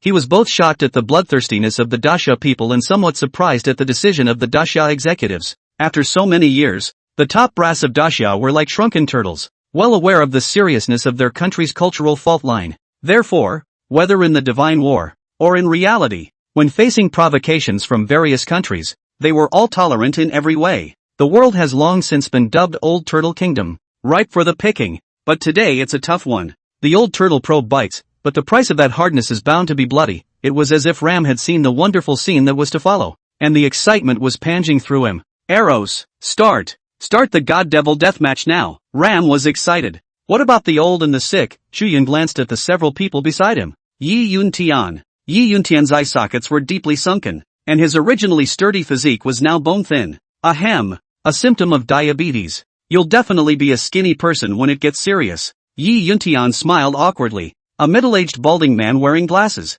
Wang Jiangwo. His fingers trembled wildly as if they were out of control. He forced his arm up, glanced at his watch, and whispered, "It's almost 5 p.m. Get ready to get off work." Wang is not in good shape either. The other several S-class divine favorites present were all the same, with more or less terminal symptoms on display. This is precisely the serious consequence of resorting to divine power. Of course, they were the only ones who knew that Chu Yun was confident in helping them recover. Otherwise, the experts of their great summer kingdom were not fools. Would they do such a mindless and reckless thing? Chu Yun did not say anything more and immediately looked at the god of love. I confirm the start. Good. Eros looked at Chu Yun in surprise. To be honest, she couldn't even figure out what these people in Chu Yun were thinking. But it was an internal matter of Daxia, and she wouldn't ask too much about it. And as the words of Eros fell, a list of the gods of the two nations is shown to the world. The divine enlightenment stone even appeared with it. Ram walked in quickly, and Chu Yun also walked inside the divine enlightenment stone in front of him. Swish, within the divine enlightenment stones, 10 great summer gods known to have been awakened appear. At a glance, Chu Yun saw the portrait of a kindly old man. Today, let me, the people of Daxia, remember my roots. Everything can be forgotten, but the Yanhuang children cannot be forgotten. That's right, just as Chu Yun's prediction. Among the many gods that appeared before him, there was a portrait of a god with a greenish glow. It was one of the sources of all the peoples of China. Yendishan known only at this moment, this ancient human god was evaluated by the mythic ring rules as a green C-grade god, cultivating crops and fields of strength, laying the foundation of civilization, and saving the people from tasting grass by participating in heaven and earth with holy virtues. The achievements of the medical profession are the first in the history of the world, and the honor of the first ancestor goes through the ages. In fact, for Chu Yun, he even preferred the god-devil deathmatch as such. Among the gods known to have been awakened by the great summer, there were indeed many strong gods, This was even more favorable to the Great Summer Kingdom than a direct randomization within the Divine Enlightenment Stone, and looking at Chu Yun within the Divine Enlightenment Stone, he did not hesitate to awaken a green god. The world froze. Ha, Chu Yun is stupid. Ha, the first one he summoned was actually a weak-looking old man. Tisk tsk. Could it be that this youngster from Disya is preparing to use a weak god first to test out the other party's strong god in the same way as their Disya Tianji horse race? A bit of a gamble. Sand people. Ha ha ha, did you guys see that? Chu Yun awakened a green deity. If I didn't know that this Chu Yun is from Disya, I would have suspected that he is a spy from our country. Hey, is he ready to commit treason? Inside the Divine Enlightenment Stone, Chu Yun was not affected by the outside chatter. With him awakening Shannon, the figure of this old farmer-like elder emerged and raised his eyes to look at Chu Yun. Little one, were you the one who woke me up? Chu Yun nodded and gave a respectful salute. Descendant of the Yen Huang children, Chu Yun, pay homage to my great Xia humanity patriarch, Yen Huang ZZ, a term of endearment I haven't heard in a long time. It even made this old patriarch freeze. What is Chu Yun talking about? Yen Huang ZZ. I seem to have seen this title in some wild history. Wild history? That shit is all stinking bullshit. True or not? Wild is a wild bunch for sure. The Daxia people in the audience whispered. These words all fell into Chu Yun's ears. Chu Yun's eyes flashed with a touch of sadness, and he only felt inexplicable heartache as he bowed once again to the old ancestor. In a deep voice, he said, the old ancestor is not to be blamed. The literary lineage of my Disya people is seriously severed, and the descendants do not know the name of the old ancestor. Blame you guys? Familiarly, Shannon only smiled gently as he looked in the direction of the Daxia people, his eyes filled with warmth and harmony. What kind of ancestor in this world blames his descendants? Whether it's a success or not. You guys, living well is more important than anything else, Shannon murmured. His tolerance, his big heart. Throughout the history of China, no one can match it, after all. This old man, he tasted all kinds of herbs and suffered 72 poisons in a day, but without complaint, only for the sake of the tribal people, free from disease and calamity. He couldn't see that his people had to risk their lives daily to fight wild animals in order to fill their bellies, so he trekked across the mountains and rivers to find another way to survive. Unlike another Chinese ancestor, the Yellow Emperor, he likes to stand back and silently guard his people. Elephants are invisible and silent. Hearing those words, Chu Yun's heart trembled. Stupid. Wake up a stinky old man. Ram and the other list of Agnes Day favorites who participated in the battle were the ones who snorted out a laugh. Kill. Speed to kill all those great Xia divine favorites. This little thing called Chu Yun. Hell knows what kind of calculations he has. Ram gazed deeply at Chu Yun. Instinct had told him that Chu Yun was definitely not someone who would give up on himself. After all, the little cherry blossoms had already warned the world of what would happen if they underestimated Chu Yun with a bloody price. And Chu Yun's behavior was exceptionally unbelievable. When things go wrong, they go wrong. Ram, who was in the process of awakening the gods within the Divine Enlightenment Stone, decisively ordered without waiting for his country's gods to show up. Oh, Ram, you are too cautious. This bunch of lunatics are now nothing more than a few old and sickly people on the outside, and we have to be afraid of them? The four Sand Divine familiars flirted out. Quick kill, Ram roared out. All right, look at you in a hurry. A few people laughed loudly, and immediately turned into a stream of light and rushed towards the great summer camp. The hearts and minds of Yi Yuntian's few people couldn't help but vibrate. Everyone's faces were solemn as they waiting for Chu Yun to explode. Good calculation. Little one, within the Divine Enlightenment Stone, there was no need for Chu Yun to say anything at all, and Divine Known looked at Chu Yun appreciatively. As the originator of the Chinese human lineage, this bit of eyesight was naturally there, and in an instant, he understood the setup laid down by Chu Yun. As soon as the words fell, they saw Shannon and Chu Yun descending on the ring. Shannon's white sleeve swung out. For a moment, an incredible scene ensued, between the heavens and the earth. The vision of a strain of medicinal herbs actually appeared out of thin air. Rooted in the void, the shoots danced and grew rapidly. Surging vitality thumps out, each herb exuded unrivaled exuberance and greenness. Shannon bestows blessings, originating from the gifts of our humanistic ancestors in China, to the sky. Lover, bathed in this green-clothed abundant vitality. Yi Yuntian and the others recovered from their injuries in an instant.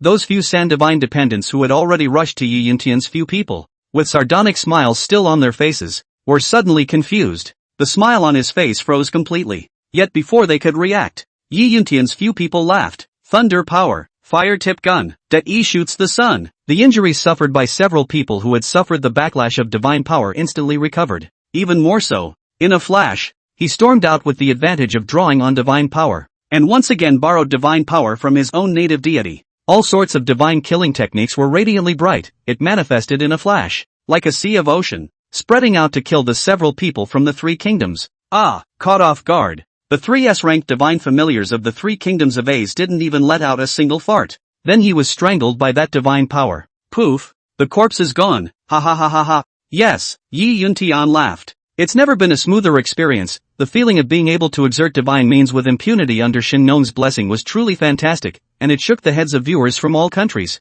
Previously, only the Papal Vatican had this particular deity. And what about now? The Great Summer Country has surprisingly appeared one as well. Many countries are bright red with envy. In the audience, the people of Dacia rose up with a roar, all of them looking at this scene in disbelief. My god, this is a green deity? A green quality deity can have this kind of ability? What Chu Yun said is true. This deity's deeds, our ancestors. Everyone looked in Shin Nong's direction. The hearts and minds of the people of Dacia trembled, and the joy of slaying the godly familiars of the three kingdoms was not even comparable to the throbbing deep within their hearts at this moment. After all, this old man, he's the root of the people of Dacia, but we have forgotten him. But he hasn't blamed us since the beginning. What is an ancestor's heart and mind? This is the heart and mind of the ancestors of the people of Dacia. As with many parents, it doesn't matter if their children are productive or not, or how many wrong things they do. They may criticize harshly, or they may be shaking with anger, but at heart, they only care about the safety of their children. A loving mother's thread in her hands, a wanderer's clothes on his body. When a child grows up and has to go out into the world, the parents snuggle up in the doorway and stare at their child's faraway back. The kid called back. How's the house? The response that comes back. Always. It's all good. It's all good. By the way, kid, girl, how are you? Did you eat today? How was work? Numb nuts. This brat really doesn't have a good heart. Ram inside the divine enlightenment stone went black. In fact, he was already very wary of Chu Yun, but he just did not think that Chu Yun had even hidden this hand. Kill Chu Yun. Kill him first. Don't let him awaken the gods again. At this moment, Ram was even a little flustered, no longer as calm as before. The Sand divine favorite, who was the only one left in that ring, snapped out of his panic. His eyes stared at Chu Yun as soon as he stared. Also right, this group of damned Dacia S-ranked gods favorites could draw on divine power without hindrance now, and it would be much of a loss for them to go and play with them on their own. But Chu Yun was a youngster, so it wasn't easy to kill him.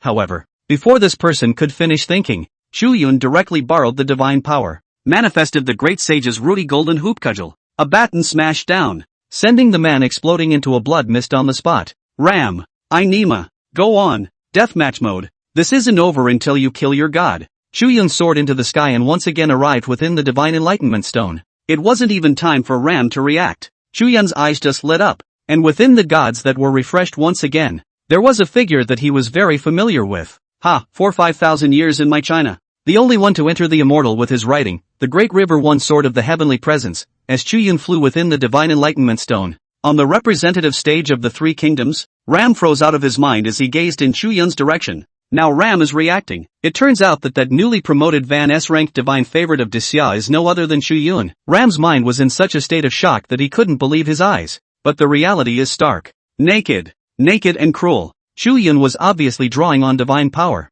and with a single stick, Z then knocked out the opponent who was caught off guard. Add to that the blessing of that great summer divine farmer, the rare to extreme healing ability. Chu Yun's state was still maintained at its peak, and he did not suffer any divine power backlash at all. How could Ram still not see that Chu Yun was that S-class divine favorite? It can't be. How old is he? Ram's face was unsightly. His body couldn't stop trembling, and a sense of despair and panic filled his heart. It wasn't really his fault for misjudging. After all, no one could have imagined that a young teenager in his teens had become an S-ranked divine favorite. You eat hormones to practice. Ram shivered. It was you who awakened this god. And just as Ram was in shock, a voice rang out above his head. Ram looked up dully, the despair in his heart dissipating. Honorable Dryad, I pay my respects to the Great Spirit. That's right, the gods of Agri, whom Ram had awakened, descended. The sand people in the audience were also staring with rounded eyes, awakening from their earlier shock. Dryads, the 8 heavenly dragons. It's him. It's this great god. Steady. Dryad, is it strong? Meanwhile, on the mythic ring, the brows of Yi Yuntian's few people were furrowed. They don't know much about the gods of the 3 countries of the Arakanese. That's not to say that the people of Dacia don't pay attention to the 3 countries of A.S. that lie sideways next to Dacia. Even the three kingdoms knew that they had sent people to lurk in Daxia for many years to gather information. How could Daxia have overlooked San? It is only that the cultural lineage of the Great Summer Kingdom is severely broken, and in the present era, it has always been crushed by San and could not raise its head. Even if spies were sent, it would be difficult to infiltrate the San hierarchy. It can't be helped. That's the way it is with weak countries. It's always been only the strong that monitor the weak and manipulate them behind the scenes in all sorts of ways. It's as if the beautiful Federation had started the Afghans' war and so on. Within the Divine Enlightenment Stone, Chu Yun also removed his gaze from the idol in front of him and looked in San's direction. Chandragupta, one of the legendary 8 heavenly dragons, also known as the god of fragrance. It is a god who does not eat meat or wine, but only seeks fragrance as nourishment, with a strong and refreshing aroma. Kandapa means fickle in Sanskrit. Chu Yun's brows frowned slightly. The vagaries of change. This deity's divinity, could it be related to illusion? This was somewhat out of Chu Yun's expectations. I didn't expect San to summon such a divine deity, due to the fact that Chu Yun had seen it in his consciousness, the image of the gods dying outside the blue star heaven. So he guessed that most of the gods that had been awakened in the mythic ring were not gods in their own right. It was also for this reason that judging the strength or weakness of a summoned deity could never be judged by rank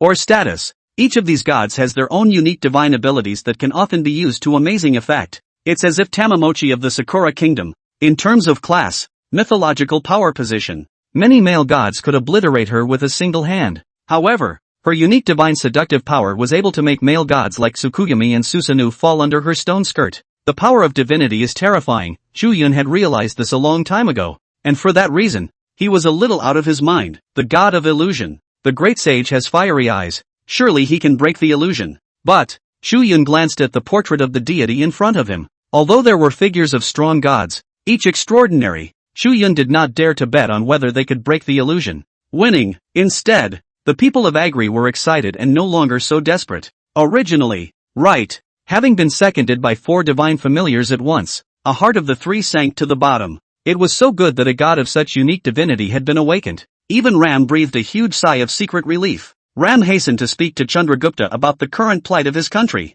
Dryad just smiled coldly. Oh, it doesn't matter. There's one bird god of Daxia. There's one to kill. Even if their supreme god came, he would have to die by this god's hand. Because, when he said this, Dryad's face changed slightly and he hastily stopped his words. The next moment, he appeared in the mythic ring. Uncle Yi, don't keep your hands off. Originally I wanted to kill a few more sand gods, but at this moment, it seems better to play it safe. Kill Ram and win this battle. Within the divine enlightenment stone of the great Xia country, Chu Yun's gaze condensed and he said in a hurry. That's right, Chu Yun did not want to gamble with his country's gods to win or lose a battle. Under the rules of the God-Devil deathmatch, there was another way to win, and that was to kill all 5 of the gods' favorites from each of the 2 countries. That's how you can win. 2, in this regard, at this moment, the Great Summer Kingdom had suffered a heavy loss of the gods' favorites of the 3 kingdoms of Agua because of the thorough preparations of Chu Yun's few people. Obviously there has been an absolute dominance. This kid is in a hurry.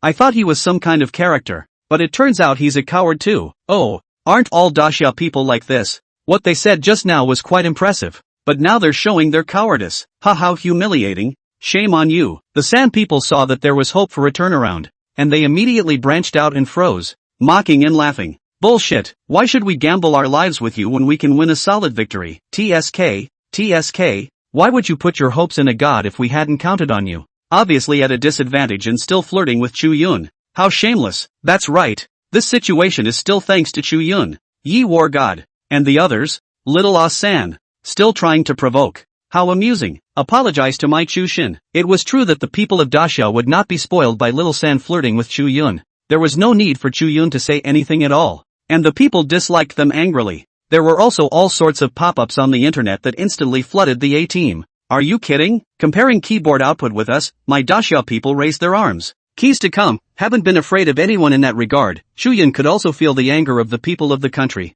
Right at this moment, a voice if any sounded in Chu Yun's ears. The boy who inherited the mantle of Pangu de Zun. Don't worry about me. Wake me up. This immortal can win. Huh, Chu Yun fiercely looked at the portrait of the god in front of him. It was the first time he had ever heard the voice of a god without calling on him. Don't be surprised. You have the Pangu inheritance, which is the source of all the gods, and possess the ability to sense heaven and man. This immortal will naturally be able to communicate with you on. The voice sounded again. The bottom of Chu Yun's eyes exploded with essence. In the past, There was a madman who was called the exiled immortal man. The stroke of a pen startles the wind and rain, and the poem becomes a sob. As Chu Yun's words fell, a heavenly sword abruptly fell down, plunging straight into the ring. A man in white clothes, sprightly and free, carrying a wine gourd in his hand, floated down with a smile on his face. Poetry and sword. Green lotus sword immortal.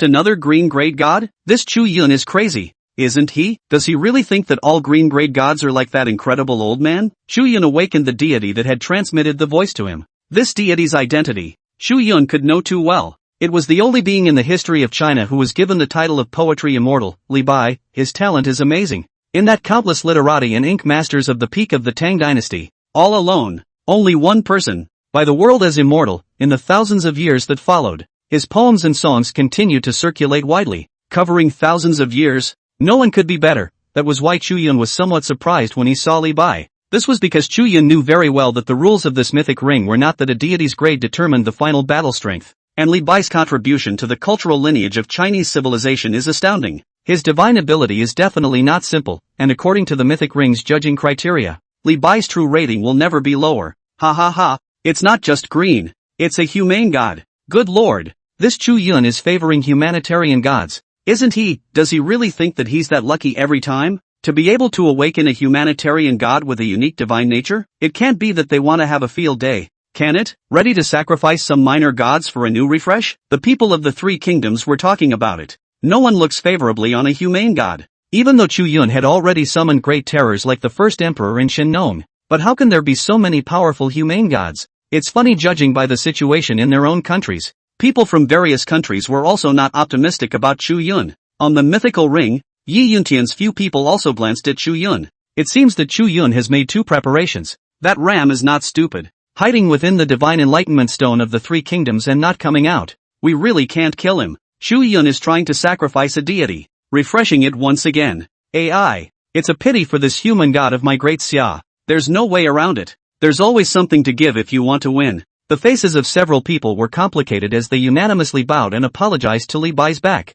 regardless of victory or defeat. This man god was fighting for his great summer kingdom, then it is worthy of the love of the people of Dacha. You little fellows, do you trust this immortal so little? Li Bai suddenly smiled. His character is unrestrained and carefree. Hearing this, others were still a bit confused as to where Li Bai's confidence came from, but Chu Yun's heart suddenly stirred. It dawned on him that he had guessed something. Li Bai was seen picking up a wine gourd, pouring a mouthful of it, and glancing at that Qiantabao, slightly inebriated. He hooked his hand. Little fatty, come unbridled. Chandragupta's eyes widened in anger. He was quite fat, yet with his green face and fangs and angry eyes, he was no match for simplicity. Chandragupta was laughed out of breath. A district humanity god dared to flirt with one of his true gods. Seek death. Ram also laughed, and roared hurriedly. And please, honorable great god of Kendra, kill this little god of Daxia quickly. Nonsense. This god still needs you to say it? Sensing that his majesty had been provoked, Chandragupta glared at Ram in dissatisfaction. Ram opened his mouth and cringed, afraid to say more. Die. Chandragupta's hand struck the divine seal. Countless thick smoke and mist emanated from around his body, and a real and incomparable illusion unfolded. A mountain of corpses and a sea of blood. Countless severe ghosts roared hideously, blood slaughter phantasmagoria. It was filled with an endless cold killing intent that shocked the heart and soul. The rock rises with the wind in one day and rises 90,000 miles. However, in the moment when the dryad vision appeared, Li Bai's mouth hung a smile, and with a pick of his toes, the 3-foot green peaked longsword in front of him entered his hand. He's one man, one sword, one sip of wine. One verse, he chopped out a sword. That sword intent had actually transformed into a golden rockbird soaring in the sky, as if the rockbird was real. It broke through that blood-slaying illusion in an instant with a powerful and heaven-breaking aura. The illusion fragmented. The hideous, stern ghosts twisted and crumbled into thin air. What? This man-god's divine ability is also an illusion. Dryad was slightly stunned. Ram inside the divine enlightenment stone rounded his eyes. Crap, and really let this kid awaken another incredible god? Ram's heart fluttered, and he subconsciously uttered another nationalism that he had learned from his years of lurking in the Great Summer. It's fine, even if it's the same divine ability, but he's a district human god. Ram forced himself to calm down. You are somewhat interesting, but a small human god can be destroyed with your hand. Dryad snorted. For a while, the illusions came out one after another, layer after layer. The light and strange sights dazzled countless people. It's horrible, the abilities of this kind of god with a special divine nature were truly amazing. Under that nearly endless illusion, Li Bai's figure was like a flatboat, drifting with the waves. Crap, this Qian Dahua's divinity seems to be stronger than Li Bai's. Indeed, it seems that the Agnus Dei people have a much better understanding of Kendra than we do. Not good. This human god who represents our great summer in battle. The faces of the people of Daxia changed slightly, and many of them were on tenterhooks. Anyone could see that even with the same special divine ability, but the people of Daxia were very unfamiliar with Li Bai, which caused Li Bai to be far inferior to that Qian Dahua in terms of basic ability. It's not that Li Bai's divinity is weak, but it's that the root of his faith doesn't work. The scene reminded many of the time when the great sage master went to war. The three of them also realized this and couldn't help but laugh freely. Ha ha ha, that really scared me just now. Who says it isn't? But it's a good thing the Daxamites themselves don't recognize this god. That's right, what's the use of just a Chu Yun recognizing? Their gods all lack faith power, and they simply can't afford to consume it compared to hard power. Steady, steady, the Sand people were overjoyed, as if they had seen the hope of a turnaround. Weak foundational beliefs. Ha, no, not weak. Right at this moment, Chu Yun suddenly descended from within the divine enlightenment stone onto the ring. The sound that came out was deafening. Containing mana and throwing it to the ground, his eyes gleamed. Just now, Chu Yun thought of Li Bai's special characteristics. He instantly understood the source of Li Bai's confidence. Perhaps the rest of the gods that had been forgotten by the people of Daxia were weak in their foundations, and that would be difficult to change in a short period of time. After all, Chu Yun could not immediately make everyone understand his country's gods in public, but not Li Bai. In fact, all of us know about this god. It's just that because of the cultural disconnect, people may have learned his stuff at a very young age, but they don't know where it came from. Come on, read out those poems and songs that the Daxia people, have learned in our elementary school textbooks. That's right, in this era of serious cultural faults in Daxia, there are still countless poems and songs that have been passed down, because that is the heritage of Chinese culture that even time can hardly wear out. Ancient sages, whether in times of war, or under the glittering prosperity, in the light of a bean-sized lamp, buried in the case of hard reading, writing, a gem that strives to be preserved for future generations. This heritage has been passed down only in China. The Daxia spectators present, as well as the people of nationwide Daxia at that other end. Everyone was stunned after hearing Chu Yun's shouts. Is this really going to work? Some people wonder. But there's no time to think. There's no time to think, people subconsciously shouted out, laughing up at the sky and going out the door. I am not an artisan of my generation. The long wind will break the waves, and the clouds will sail through the sea. All over the country, men and women, young and old, people who went to elementary school, some murmured and others shouted out. Perhaps many of them are not Li Bai's poetic masterpieces, but there is no lack of that colorful brushstrokes he once left on the Chinese civilization. The moment, Chu Yun smiled. The moment, it was not he, Chu Yun, who was alone in the battle, endowing Li Bai with a whole new commentary on the words of the gods. Rather, it is the faith effort of all the people of Daxia. The depth of the great summer was on full display at this moment. Immediately afterward, the Sand people were treated to a scene they will never forget. That white-clothed figure who was struggling and resisting in the countless illusions. He was getting taller and taller. He laughed freely, his divinity climbed upward. His feet stepped on the 7 stars, and he drunkenly took in the sun, moon, and stars. The sword chopped out the spring and autumn intentions of the years, chopping out traces of the thousands of years of brilliant civilization of China. No way! Chen Dao's jaws were gaping as he watched Li Bai break his infinite illusion and click him in half with a sword. I am a free and easygoing immortal. Lift the world's attention. The incredible scene that lifted the world, not to mention the viewers on Daxia's own side. Even the viewers around the world focused on this moment were watching with jaws agape and eyes wide open. There was dead silence in the room. It lasted a full 10 seconds before a mountain of cheers erupted.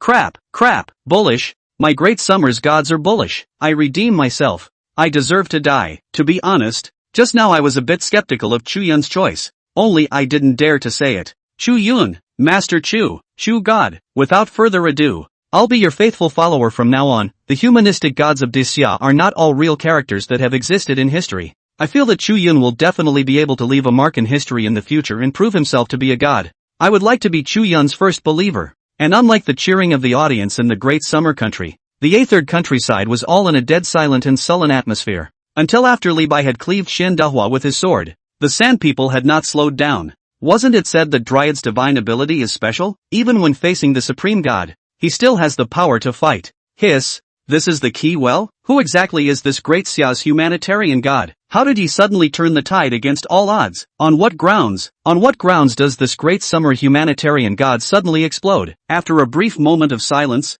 the A.S. blew up. hiding within the divine enlightenment stone of the Agri representative stage. He was afraid that as soon as he came out, he would be beaten to death by Yi Yuntian's several people. Ram. At this moment there was also a blank shocked look on his face. He stared blankly at Yi Yuntian's few people. Yi Yuntian and the others had sardonic smiles on the corners of their mouths as they rubbed their fists together. Ram was creeped out and shivered, looking once again at the Daxia Kingdom's representative stage. His gaze was fixed on Chu Yun within it. Chu Yun, the boy has awakened another incredible god, but that's not the key issue. Why was it that the deity that you, Chu Yun, had awakened, who clearly had insufficient faith power and a weak divinity, was able to suddenly explode and completely override Qian Dahua in terms of faith power divinity? The thought dawned on Ram. He snapped his eyes to Eros, who was floating in mid-air. I get it. I get it. Eros, you slut. Wave. Bitchy little bitch. Are you secretly conspiring with Chu Yun with the intention of victimizing our country? Yes. Yes. Yes. It's you little bitch. Goods. As the host of the mythic ring, you must have performed some unknown trick. The Great Summer Kingdom is cheating. The Great Summer Kingdom has joined forces with the Shira Empire to harm my Ram. Harming my country. Ram growled out, yelling. At these words, the room fell silent. People gradually woke up from the earlier shock. Everyone unanimously looked in the direction of Chu Yun and the goddess of love. Could it be that what Ram said was true? Otherwise, there was absolutely no way to explain clearly on what basis Chu Yun had summoned the gods. One by one, they were clearly only green grade, but they were suddenly able to burst out with incredible divine power. That old man at the very beginning, plus now this dashing and natural, as if he were a strange man on earth. This is too much of a coincidence, isn't it? These two gods of the Great Summer had both displayed incredible divine power. For a while, an atmosphere of conspiracy theories filled the air. The audience from all over the world, after awakening from the shock of being summoned to God by Chu Yun, they have begun to pick up their keyboards and ask their questions. Stinking shameless Daxia, sure enough, it's cheating. What Ram said is most likely true. After all, the Great Summer Kingdom has been at the bottom of the list of powerful nations for so many years. Why does the Great Summer Kingdom still exist? It's because of their vast territory. Otherwise, it would have been divided up by powerful countries just like us in Vietnam and Myanmar. But why would Eros help Chu Yun cheat? TSK? I didn't see that people are handsome. It's true that this is a world of faces, and handsome men are good everywhere. This one even confused the audience of the Great Summer Nation. The keyboard gods of Daxia, when it came to talking about mouths, were in no way weaker than the countries. However, at this moment, the people of Daxia also had no power to use. Even many, themselves, feel puzzled and confused. Could it be that Chu Yun really had some kind of PY deal with Eros? Fuck, you guys still suspect the Chu god, but then again, even if there was a PY deal, Chushan that was for our country, willing to sacrifice the little me for the big me. To be honest, I'd like to make a sacrifice. It's a messy mess, all over the world at once. What kind of talk is going on? How dare you, a mere mortal, how dare you slander this god? Eros struck out suddenly. She slapped it in the air, snap, snap, Eros's blonde hair flew, and her chest capitalized on the trembling waves, making people a little worried that it would fall off. And the one who was slapped by Eros, naturally, was Ram. Ram hadn't even reacted to the fact that it was a deity that had laid hands on him.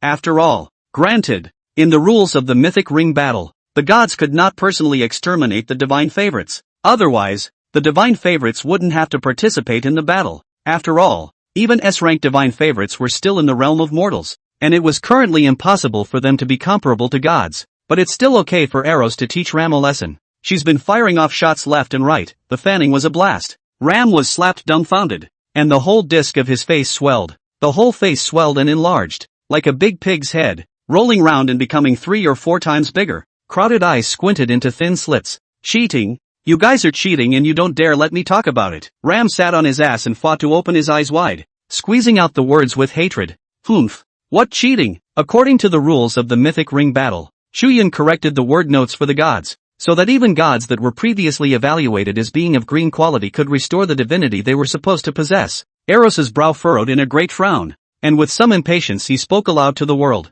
At these words, the murmurs of the people came to an abrupt halt. Ram's body tightened and froze on the spot. And again, speaking of this god, Eros's eyes fall on the mythical ring, Li Bai. Even as he said this, a touch of deep scorn showed in the bottom of Eros's eyes. She glanced at Chu Yun, and her curiosity towards him had risen to a hint of fear. That's right, exactly. It was because even the god of love had not expected Chu Yun to be able to awaken such a deity, that is, if in the future, one Shira Empire went up against the Great Summer Kingdom, if Chu Yun was still around. Would his country still be able to win 100% against the Great Summer Kingdom, which possessed Chu Yun? The Great Summerland is truly different. If anyone is still treating the Great Summer Kingdom as yesterday's weak country, they must be brain-flooded and delirious. What's wrong with him? Tell me, what's so different about this god? What makes him a Jedi? Still unconvinced, Ram struggled to get up and stared at Chu Yun's direction with an incomparably resentful death stare. Eros, if you're really favoring this kid today, then with the whole world watching, you Eros don't deserve to be the host of the mythic ring. You and Chu Yun, both must die. All must die. Ram's jaw dropped, a monstrous resentment that anyone could feel. On the representative stage of the Great Xia Kingdom, Chu Yun took in the scene. Chu Yun's face was as usual, and he did not have any heart fluctuations due to being maligned by Ram. After all, Chu Yun knew exactly why. Li Bai is indeed different, the reason why he was able to obtain a massive amount of faith power in a short period of time. That's because Li Bai's poetic masterpieces have always been in the hearts of the people of Daxia. People can forget about this famous person in history, but surely you can't forget his heirlooms. What Chu Yun detonated was not simply his own understanding of Li Bai. Rather, it's all of Daxia. Hundreds of millions of people. The Li Bai of everyone's heart, whether you raise your head to look at the moon, or lower your head to think of your hometown. Or is it that the atmosphere is vigorous and immortal? The immortal strokes my top and knots my hair to receive eternal life as well. It's all the same, all people have their own Li Bai in their minds, and it was this remembering of all the Daxia nationals that brought Li Bai a terrifying power of faith. Chu Yun's expression remained cold as he looked at Ram's near-epileptic appearance. The bottom of his eyes were ancient, and he did not show an ounce of compassion for Ram. The reason is also simple. Since the three Arab countries want to divide our country, then, as a Daxia man, I should behead all of your gods. There is no place in the Great Xia for the foreign gods to live. Unbridled mortal, you are still entangled. Just then, Eros spoke out angrily. Eros was also annoyed and was ready to slap Ram again. And just at that moment, a red light suddenly burst out from within the divine enlightenment stone of Agua. The red divine radiance spilled over the heavens and earth. This was a divine radiance that only the supreme god was worthy of possessing. The entire sand people froze. One could see a portrait burning brightly within the divine enlightenment stone. Those were the portraits of the gods that had been refreshed again with the summoning of Chandragupta by Ram. With the revival of this portrait, one was born with 4 arms, and his skin was different from normal, radiating purple and nobility. Mystical runes are depicted on his body and he wears a sacred golden circle on his head. The short-haired man with a perfect physique and a flashy treasure ring on each finger. A faint sardonic smile hung at the corners of his mouth as he manifested, sans God. With the appearance of this god, the heavens and earth seemed to change color, and the terrifying pressure of his might drew in voluminous black clouds to overwhelm the sky. The black clouds are pressing down on the city. The surging sense of oppression that suppressed the spectators of the countries present in the audience were so silent that they even forgot to breathe. Oh bugger me, what is this god of Agnes Day? My goodness, the supreme god, he's the supreme god of Agri. All over the world, the people who were following the deadly battle between the two gods and devils couldn't help but cry out in shock. On the mythic ring, the faces of Yi Yuntian and Song Hai changed slightly. The eyes became incredibly heavy. Well, the top gods of Agri are on the scene, although they had long anticipated this scene. After all, the three kingdoms were not a weak country, and their country's mythological system had a complete legacy. Buddhism is also nothing more than a part within the Agnes Day mythological system. The strongest divine lineage in the A.S. is the sect named after its people. It is also the god family with the largest number of believers in the three kingdoms, sanctified, within the divine enlightenment stone. Chu Yun also saw the debut of this agnostic god. Chu Yun, on the contrary, recognized the identity of this deity at the very first moment. Shiva. Chu Yun narrowed his eyes slightly. Chu Yun then reminded Yi Yuntian and the others. Uncle Yi, this one is definitely qualified enough to be called the supreme god of the three kingdoms of Ah. He's one of the 3 main gods of the San cult. History has called my great summer kingdom one of the 5 great civilizations. The San civilization is also in the top 5, called the Indus River civilization. This supreme god, whose predecessors were the Lord of Beasts, the god of procreation during the Indus civilization, and Rudra, the god of the Vedic storms, is both procreative and destructive. Although the Indus River civilization was not passed down in its entirety, the latter, though the state religion of the Agri state, created Shiva. He is all-knowing and all-powerful, a god of destruction. Chu Yun's words reached the ears of Yi Yuntian's several people. Although the Great Summer Kingdom also knew of Shiva's name, it definitely did not know it in such detail as Chu Yun did, but that's not as good as saying it. Yi Yuntian's few people immediately showed bitter smiles on their faces. Ah, Sangua, what a horrible god to summon. A few people secretly smacked their lips, but it doesn't matter, even if it's Shiva. With the gods I've awakened so far in Daxia, there's definitely someone who can fight with him, Chu Yun added. Yi Yuntian and the others couldn't help but roll their eyes. Hey, you kid. You don't finish in one breath either. Scared us so much we thought it was over. However, Yi Yuntian and the others still trusted Chu Yun very much. Since Chu Yun had said so, they stabilized their minds. Meanwhile, Ram was simply about to go crazy with joy. Here comes the backer. Ram wept bitterly and bowed his head to Shiva, kowtowing vigorously, telling how his country had been victimized by the great summer state Chu Yun. Shiva looked faintly in Eros' direction. Eros's beautifully haloed face instantly turned pale and bloodless. A mere look is far beyond the resistance of Eros. This is the awesome pressure of the god of destruction. Shiva, the levels are fundamentally different. I'm afraid that only their own country's Zeus, Poseidon and such a kind of god king appeared to be able to go toe-to-toe with them. Eros's mind trembled and hastily averted her gaze, not daring to meet Shiva's eyes. Ha! The corners of Shiva's mouth curled into a faint smile, and then he looked in the direction of the representative platform of the Great Summer Kingdom. You are Chu Yun? Tell me, how did you secretly conspire with her with the intention of victimizing my country? As he spoke, Shiva's pressure enveloped Chu Yun.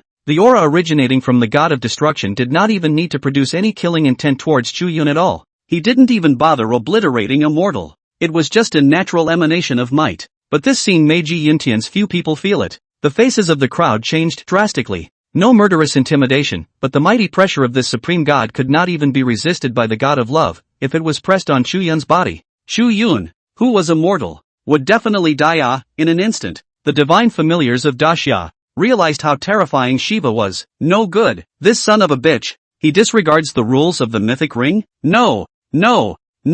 He didn't show any killing intent at all. He was so arrogant that he didn't even think mortals were worthy of being killed by him. There's no killing intent in his aura at all. How can you kill without killing intent? It's simple. Like a human stepping on an ant without realizing it. Ants live and die in ways that humans can't even perceive. And at the moment, Shiva is in such a state, Yi Yuntian's few people were desperate.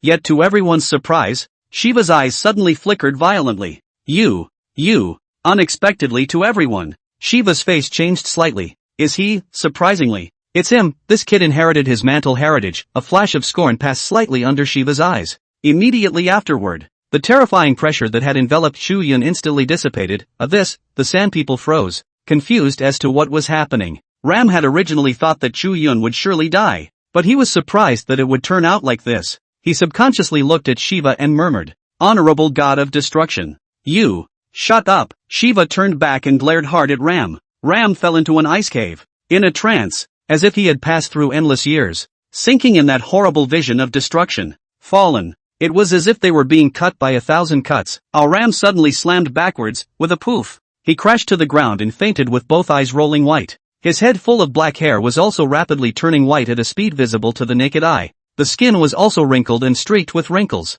For a moment it actually seemed as if it had gone through the ages, from peak prime age to dying age.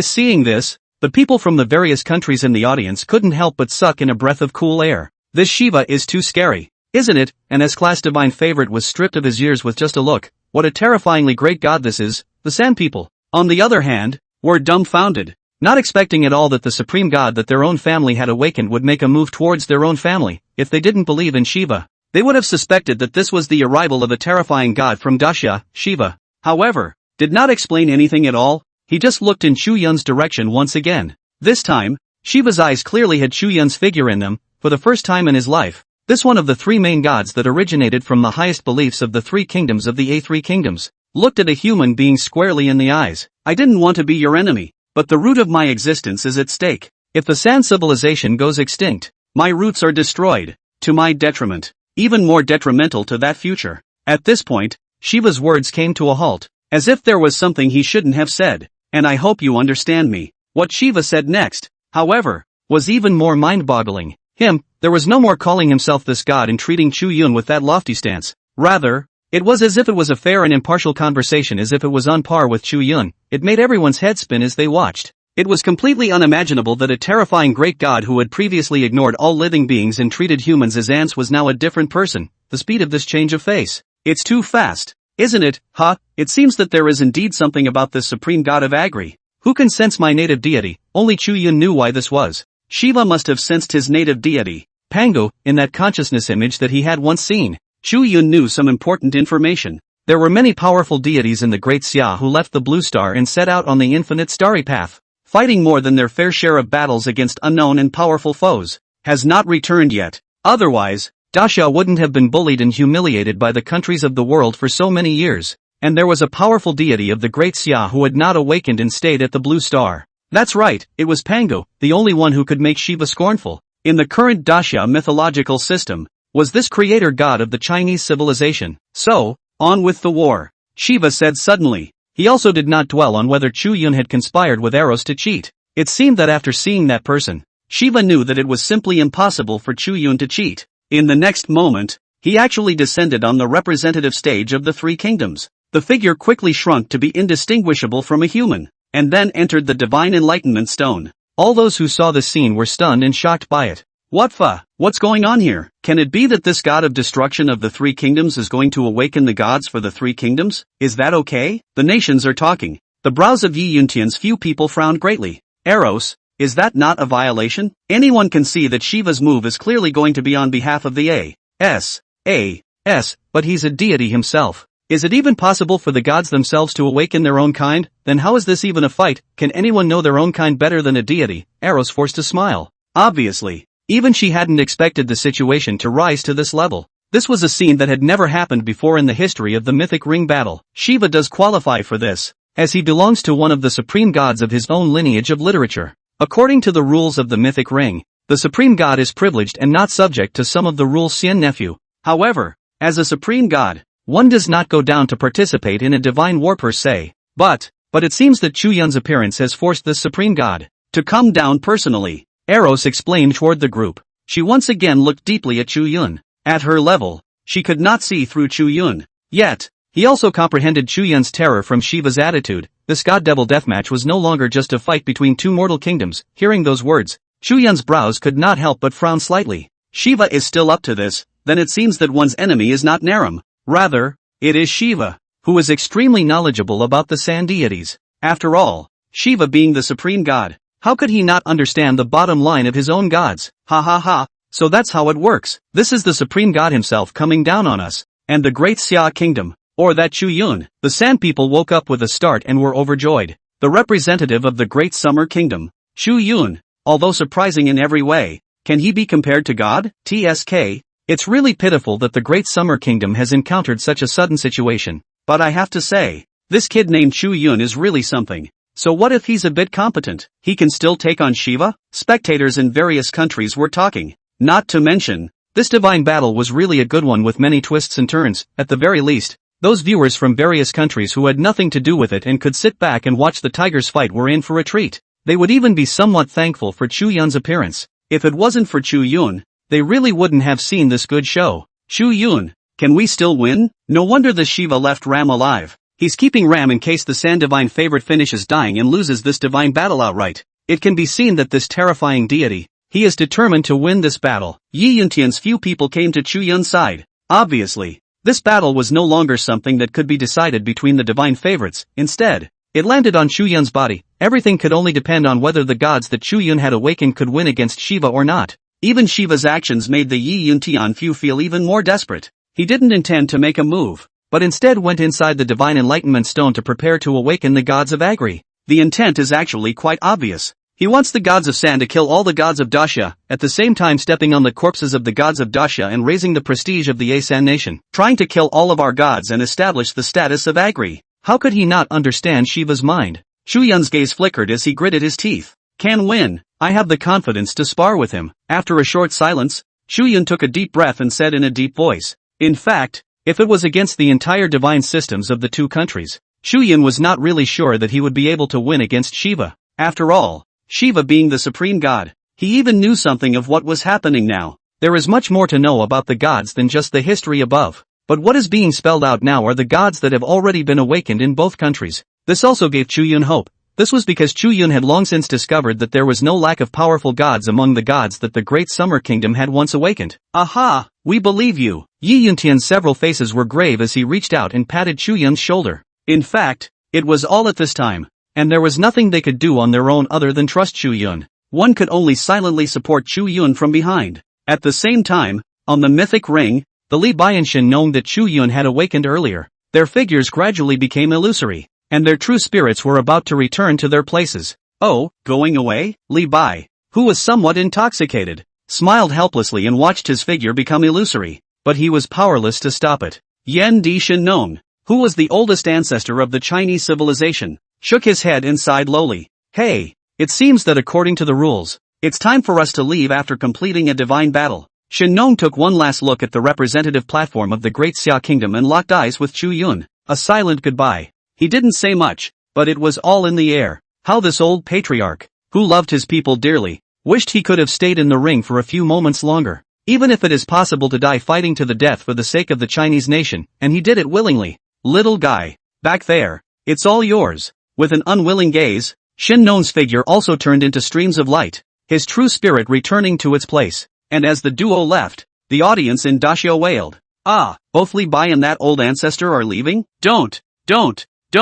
At such a critical moment, old ancestor, you're staying a little longer. Damn it, is this the rule restriction of the mythic ring? Then can Chu Yun still awaken such a powerful deity? Damn it, everyone, don't be discouraged. Look at Chu Yun's side. A new god has been refreshed. Only within the divine enlightenment stone, a brand new portrait of a god appeared in front of Chu Yun. And on Shiva's side, the gods were being summoned. Shiva didn't even have to stop at all, summoning frantically. He doesn't distinguish between grades, strengths and weaknesses. He would summon a sea of Agri gods on the strength of his own specialization of being the supreme god of the divine lineage. Everyone saw this scene and came to a realization. Where is this still some kind of a deathmatch against the strength of one's country's gods in Shiva's plan? He was going to drown the gods of Dacia in a group fight. That's the way it's 100% possible to win. People in all countries were shocked. I have to say, it's almost like cheating. It's still cheating within the rules. It's a bit too harsh for the supreme god himself, isn't it? On Chu Yun's side,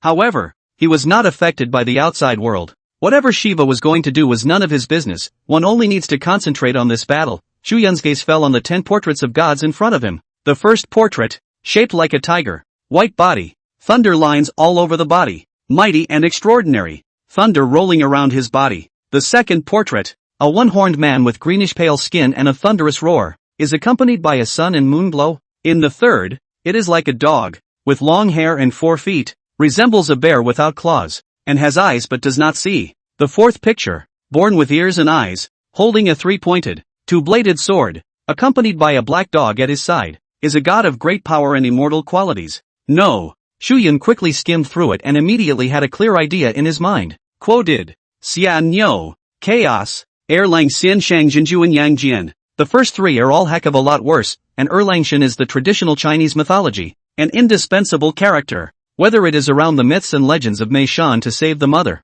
Feng Shenyeni, or the flood flow novel system, the immortal Taoist god, have a very high status for the world to enjoy, but it was Shiva on the opposite side. Not to mention whether or not Shiva himself would personally go down for a battle. Just the fact that he had been constantly summoning new gods. You can't summon Yang Jian to fight for your life yourself. Chu Yun's gaze could not help but fall on Chaos body. Chaos, it represents emptiness, nothingness, endlessness, in the Chinese mythological system. These 2 words have an extraordinary significance. Even Pangu was born in the chaos of nothingness and later opened up the heavens and the earth. Chaos, on the other hand, originally had no concrete image. And as later generations developed, people continued to give it a whole new meaning. But one thing hasn't changed, that is chaos, representing the mystery of Chinese civilization. The universe was first born, life was first born. After thinking about it, Chu Yun decided to take a gamble. Chaos is without rules and regulations. The universe was first born, and heaven and earth were first born.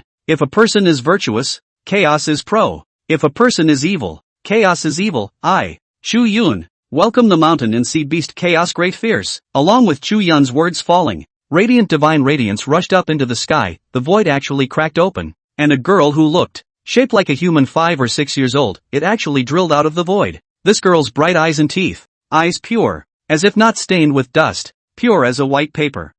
Seeing this scene, everyone's eyes were wide open and filled with confusion, not to mention the crowd. Chu Yun all froze for a moment. And not, what's with the innocent-looking little girl, however. The next moment Chu Yun figured it out. It was because he himself was human. That chaos, which represented mystery and nothingness, manifested itself in the likeness of a human being. This is one of the characteristics of chaos. It's not about good or evil. Everything follows. Put, is this Chu Yun here to be funny? Ha ha ha. Summoning up a brat. The sand people's eyes lit up. However, before they could finish laughing, Well, what is it? Chaos blinked his big, innocent, ignorant eyes. In a flash, he arrived in front of the gods of Agniste. Before the agnostic deity could react, Chaos reached out and yanked off its arm, looking at it like a curious baby. Ah, the deity of that Agri country screamed out miserably. Well, what's your name? Chaos cocked his head, his little nose suddenly twitching. It smells so good. She smelled the blood and her face lit up,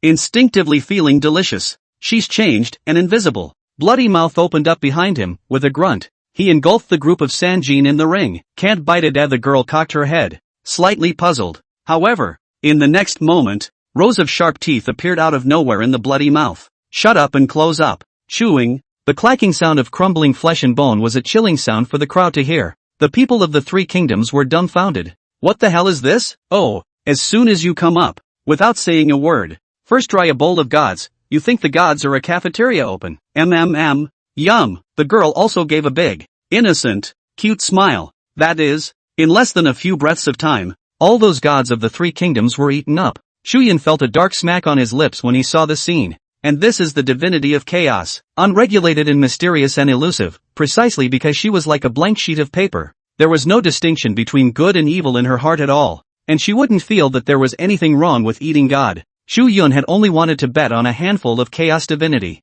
and yet I didn't expect it to be so horrible, but I have to say, the results were pretty good, at least for Dasha. It's good. When he thought of this, Chu Yun's gaze suddenly fell on the Oddwar representative stage. Chaos God. Your first appearance in the world. You like it a lot? Just as well. Food can keep popping up over there.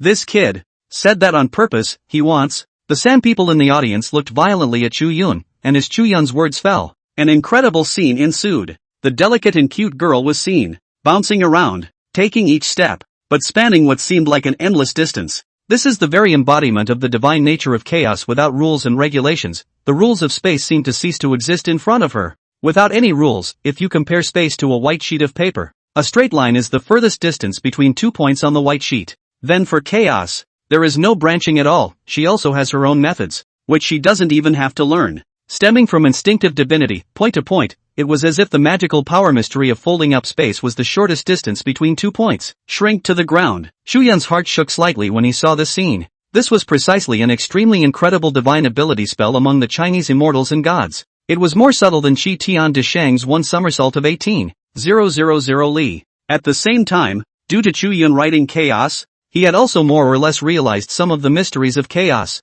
especially this earth-shrinking aptitude. Chu Yun realized that he could also cast it if he wanted to, though with a mortal body. It was far less than the far spatial distances spanned by immortal gods. After all, it was difficult for a mortal's physical body physique to support this kind of pressure across space. This was like a means of tearing through space. And the spatial pressure pressing in from all directions was enough to tear mortals to pieces. It has also been a bottleneck in the development of science and technology. Long before the revival of Aura, the beautiful country had researched this means of crossing space. Nay, the human soldiers who teleported over were either dead or injured, and some of them even fused with the walls, dying in extremely miserable conditions. Considered a secret of the beautiful country. If it wasn't for the fact that the Aura had been revived, the divine war had come to an end. And all countries had gradually given up on the route of science and technology, and no longer placed so much importance on the top-secret archives of that year. People really wouldn't know about the experiments that were once done in the beautiful country. They were clearly ambitious, wanting to master the wonders of space, and now, Chun took control. In modern parlance,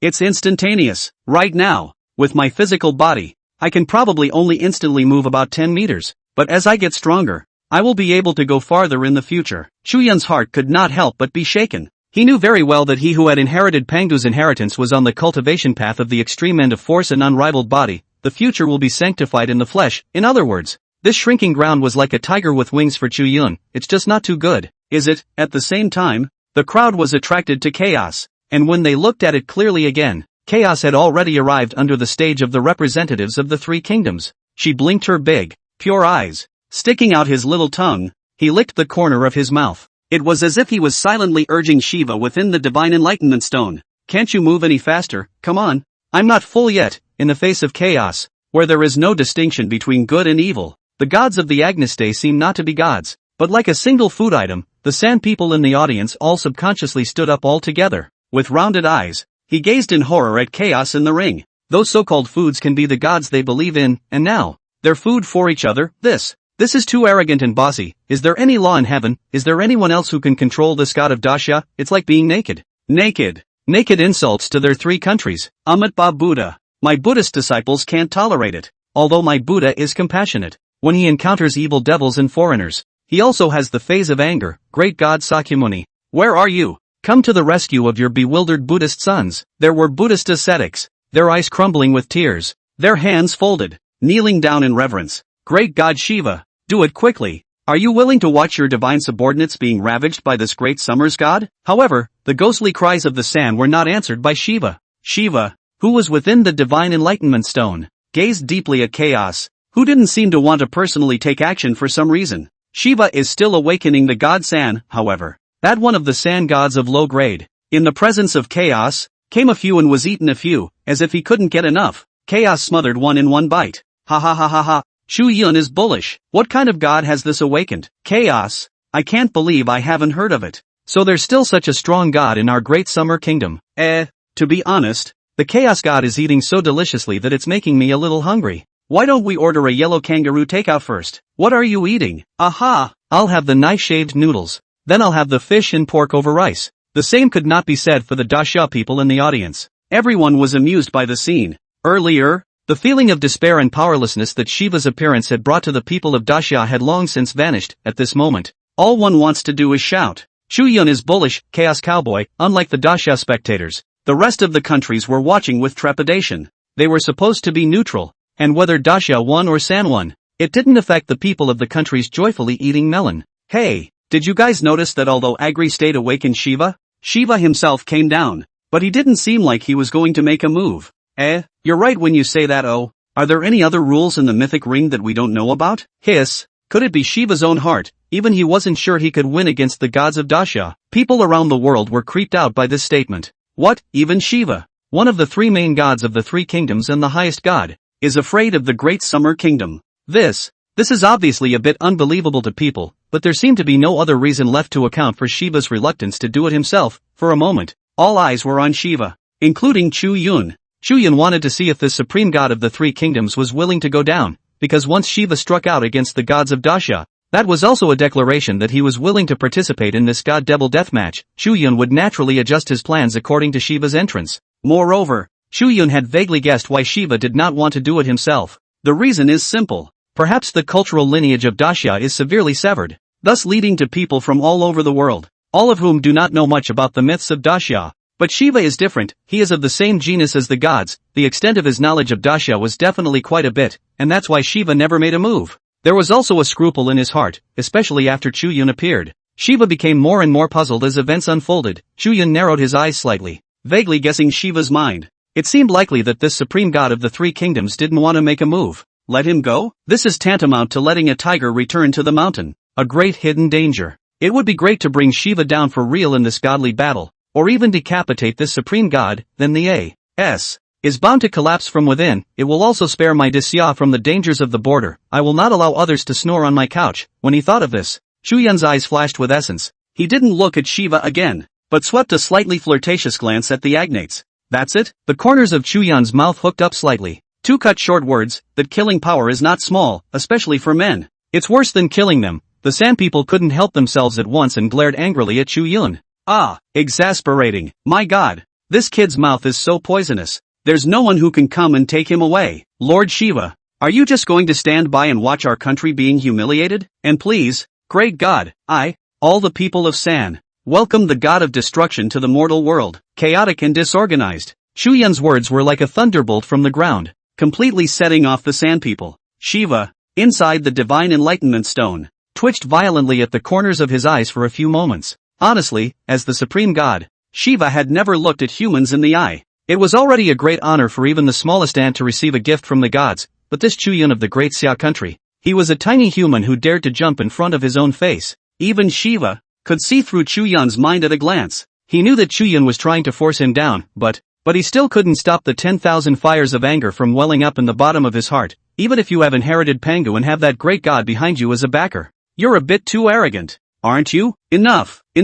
Boom, within the divine enlightenment stone, A terrifying aura of destruction emerged from the bottom of Shiva's eyes. Being God, he had never been so teased by a human before. Chu Yun, your words are a bit too much. Do you think that this god can't see through the petty thoughts of a mere mortal like you? That's fine. Since your great Xia kingdom wants to die, then this god will fulfill you. With the words exiting his mouth, Shiva slowly stepped out of the divine enlightenment stone in Agri. The moment Shiva's words fell, it was as if time had stopped and the crowd was silenced. Unable to make any more noise, the terrifying pressure emanated out. Countless worlds collapsed, and light and strange visions sank and floated behind Shiva. This is the wrath of the god of destruction. For the first time in his life, a god had shown murderous intent towards humans. The feeling of destruction and despair pervaded in all directions. Some timid humans in the audience were even instantly affected by Shiva's destructive aura and peed their pants on the spot. Even Chaos, whose divinity was strange, keenly sensed this terrifying aura of destruction. She scrunched her neck and subconsciously took a few steps back.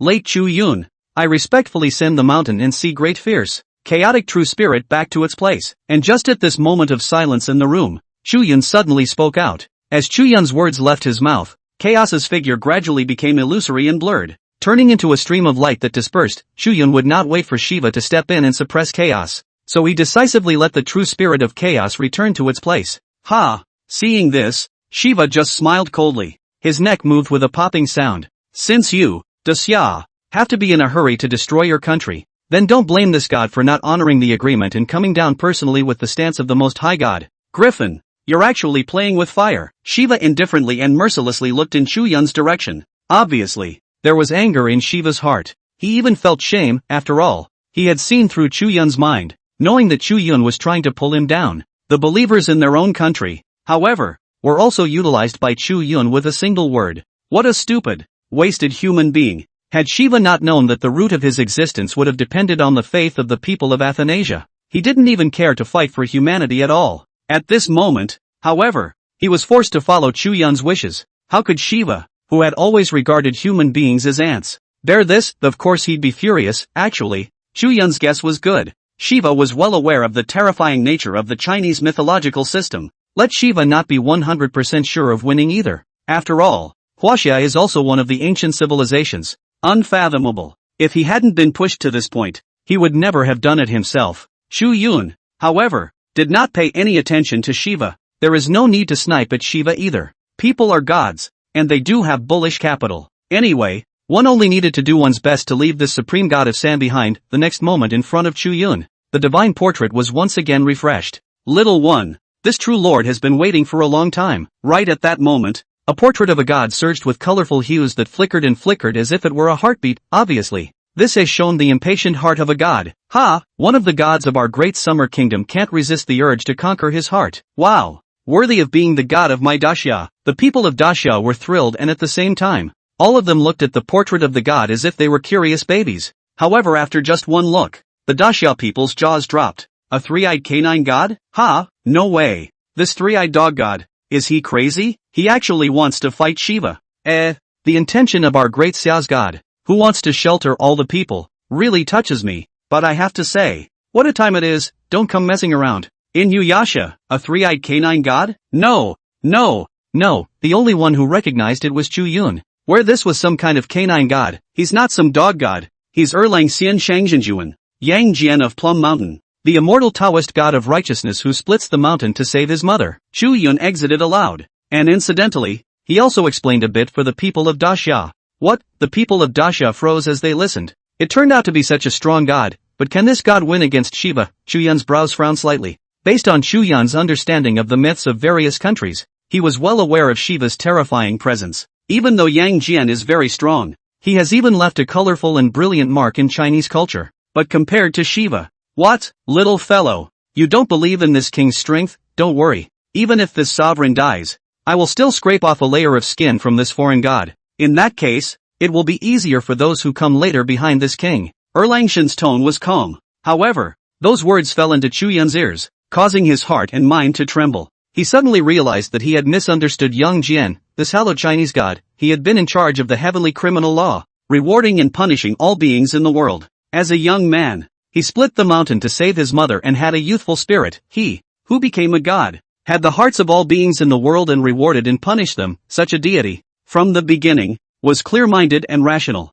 Yang Jian, Where is he going to suppress Shiva with immense confidence? How could he not see how powerful Shiva was, compared to Shiva, who is the faith of a country and has built countless temples in the mortal world? Yang Jian of Daxia is no match for Shiva, the head of the state religion. But that didn't affect Yang Jian's willingness to fight for Daxia, even though ends in death. But what's the harm in dying a good and worthy death? After realizing all of this, Chu Yun's face was complicated. The more this happened, Chu Yun instead became entangled, not wanting to let Langshan fall in this way. True Lord, please wait a moment. Chu Yun narrowed his eyes and continued to look at the other portraits. But Chu Yun, he hesitated. Isn't that normal? No matter how powerful the blowing is, it can still go against our god of destruction. Shiva, just kidding. The great god Shiva, with one punch, can kill this great summer's tiny little god with a mole. With the downfall of Shiva, the sand people are getting excited. Let your motherfucking dogs ass go. Dare to insult my great Xiao war god? Guys, spray them. Keys come. And the people of Daxia are not going to spoil San.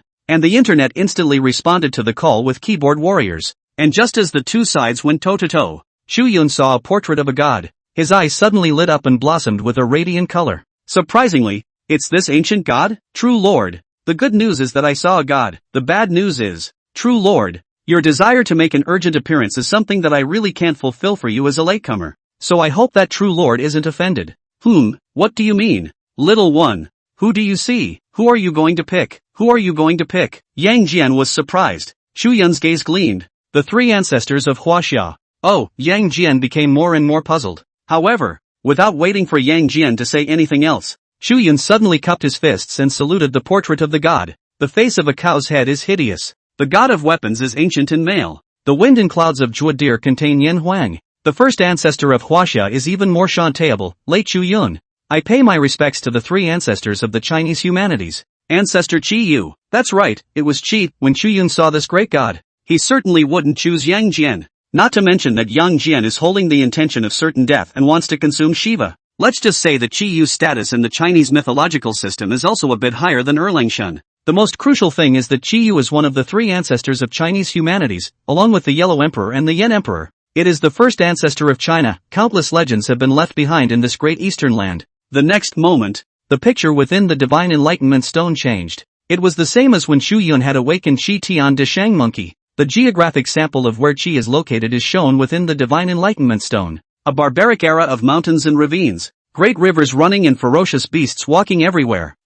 In a trance, Chu Yun seemed to be in these past time years. However, Chu Yun soon realized that although he was supported by an inexplicable greatness, he was floating in midair and was able to overlook the ancient earth below. But there was no sign of Qi. Where's Qi? Shouldn't you have awakened this great god? Chu Yun was slightly stunned. The reason why he had chosen this great god was also because Chu Yun knew very well. The present-day Daxia's cultural lineage is severely severed. Since people do not recognize Shenang Yendi, it is even more unlikely to recognize Qi Yu. Therefore, the gods of the Great Summer, no matter how high their grade was and how extraordinary their divinity was, after being summoned, it is inherently weaker than the rest of the countries. After all, its country has plenty of faith in the gods. If the gods were hastily summoned into battle, the strong gods of the Great Xia would likely have no successor to fight a protracted battle. It would be a big loss to lose a couple of them as a result. Qi is different, because he's equally special. There is a similarity with the poet Li Bai, both of which are gods that have been incorporated into the bones of the people of Daxia. People in Daxia have studied the poetry and songs of Li Bai. In the bones of the people of Daxia, the bloodline of the descendants of the Yellow Emperor flows even more. Therefore, Chu Yun was certain, even though people nowadays don't remember much information about Qi themselves because of the faulty cultural lineage. But just wake up this god, it was easier for him to gain faith than the rest of the gods. After all, this is the foundation that is integrated deep into the bloodline of the people of Daxia. Only what Chu Yun did not expect was, he didn't see Qi's figure. At the same time, the spectators from the rest of the countries also noticed Chu Yun's dilemma. What did he just say? Qi? What kind of god is Qi? Speaking harmonically in the language of Daxia, this can't be some squid god. Squid? Ha ha ha ha ha. If it's really a squid spirit, then it might even satisfy the appetite of my country's Lord Shiva. Right. Didn't that chaos from Daxia eat quite a lot just now? Now the great god Shiva will have something to eat as well. The people of the three kingdoms laughed. Even the faces of the spectators from some neutral countries turned odd. You don't think so? Based on Chu Yun's past behavior, he didn't seem like a self-loathing guy. A sense of doubt flooded the minds of people in various countries. Little one, were you the one who awakened me? And right at that moment, A voice of ages came out from the earth beneath Chu Yun. The voice shook the heavens and carried an invisible oppressive force. Just hearing the voice caused the hearts and minds of the people of the various countries to quake, and all of their faces changed greatly as they looked at Chu Yun in horror. Itefa? It's really a misunderstanding of Chu Yun. Not good. What kind of god is this? Haven't seen him yet. Just his voice contains boundless power. Oh no. Could it be true that this Chu Yun has awakened another terrifyingly powerful god? The smiles on the faces of the Sand people froze in disbelief. Sure enough, Chu Yun must die. This Fang should be executed. He is simply an extremely destabilizing factor. It's not just the three kingdoms that are currently at war with Daxia. The rest of the countries, the beautiful Federation, the Cosmic Stick, Sun, the Sheila Empire, the Vatican Order, the Great Eagle Empire, and other heads of state. At that moment, it also became deeply fearful of Chu Yun. At the same time, hearing the voice of Chi Yu, the old ancestor, Chu Yun's heart could not help but be delighted. He hasn't had the luxury of caring what other countries think of him. Even if he knew that those countries wanted to get rid of him, Chu Yun did not care. Fight him anytime you want. Late Chu Yun. Meet one of the three ancestors of my Chinese humanities. Old ancestor. Chu Yun hurriedly bowed to the void. It wasn't that Chu Yun didn't want to pay his respects to Chi Yu, but until now, Chi Yu hadn't manifested his true body. Chu Yun was also a bit puzzled in his heart, not knowing what was going on. Wasia, the pale voice of the ages, however, rang out. It was as if the epithet carried with it endless doubts. Chu Yun was stunned for a moment before he came to a realization. Hey, one is really in a hurry. According to one's own guess, the gods in the mythic ring were not the gods themselves. And now it's kind of been confirmed once again, because Qi did not know what happened later. This memory of his stayed in the Mangu era, and this period of Qi. Of course he wouldn't know the meaning of the word Wasia. After all, during this period, he was still fighting with the remaining two who were regarded as the patriarchs of Huaxia by the descendants. Thinking of this, Chu Yun's heart could not help but sink. Crap, this is a situation one didn't see coming. Surprisingly, this is the period of Qi. Chu Yun narrowed his eyes and after careful deliberation, he explained roughly the current situation to Chi Yu. Mythic ring battle? What do the children of China have to do with me? Little fellow, have you misrecognized your old ancestor? I am of the Li clan, and I seem to be unrelated to you descendants who call yourselves the children of China. Qi's voice rang with a hint of impatience, and this was heard by the nations. The people of the three kingdoms who had been startled earlier, thinking that Chu Yun was going to make another mess. A moment of joy. Pthahaha. Chu Yun is dumbfounded. The god he awakened doesn't even recognize them Xia people. Interesting. This is pretty interesting. I was so shocked earlier. I didn't realize it was a big wimp. The Sand people laughed and murmured. However, noisy, boom, the image within the divine enlightenment stone. That brocade mountain and river shook, and the monstrous fury was like an abyss and a prison. It surged and rose. It was as if a terrifying great evil was about to get out of its trap and come back to the human world. Psst. A bunch of fools. Do you really think that any god can be mocked twice without getting angry? Now, Chu Yun did not even hold back his laughter. Not to mention, it's really an assist for him from the Agri nationals. She was furious, you know. This great god. That is synonymous with ferocity. I will not tolerate the blasphemy and mockery of others. You San are the only ones with a dominant Shiva, when my great Xia does not have a terrifying and ferocious god who dominates all beings and has a ferocious flame that reaches to the heavens, as Qi exuded a terrifying aura. Even across the barrier of the divine enlightenment stone, the Sand people were affected by the aura. It just felt like my brain was empty. A sense of despair originating from deep within instantly filled the entire body. Hiss! The Sand people couldn't help but suck in a breath of cold air. Everyone's face was white and bloodless, and they no longer dared to push for one more word. Meanwhile, Shiva, who was in the mythic ring, had a flash of gravity in his eyes. Obviously, this one of the three supreme main gods of the three kingdoms of the Argonauts represented the supreme god of destruction. It also felt the ferocity that Qi exuded. He also took it seriously. Old ancestor, during all these years of your slumber, the land of the 9 states of my Grand Xia will collapse. The evil gods of foreign races came in droves, disrespecting my Daxia civilization and bullying my Daxia gods into obscurity. I still hope that you, old ancestor, will have mercy on your descendants and fight for my great Xia. At this moment, Chu Yun's complexion was corrected and he once again bowed toward the void. However, what awaited Chu Yun was a long silence. Little fellow, do you think I can't read your mind? You're talking about old ancestors again,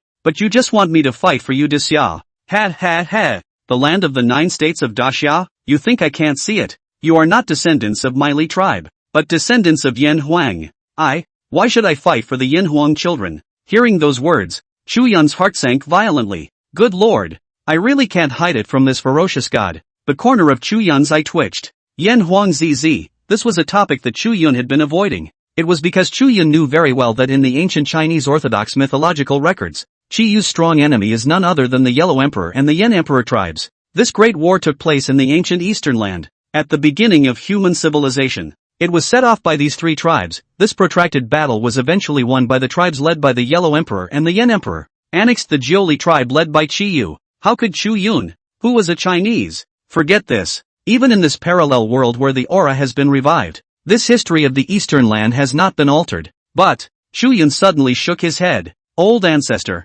you are wrong. Things are not as you think.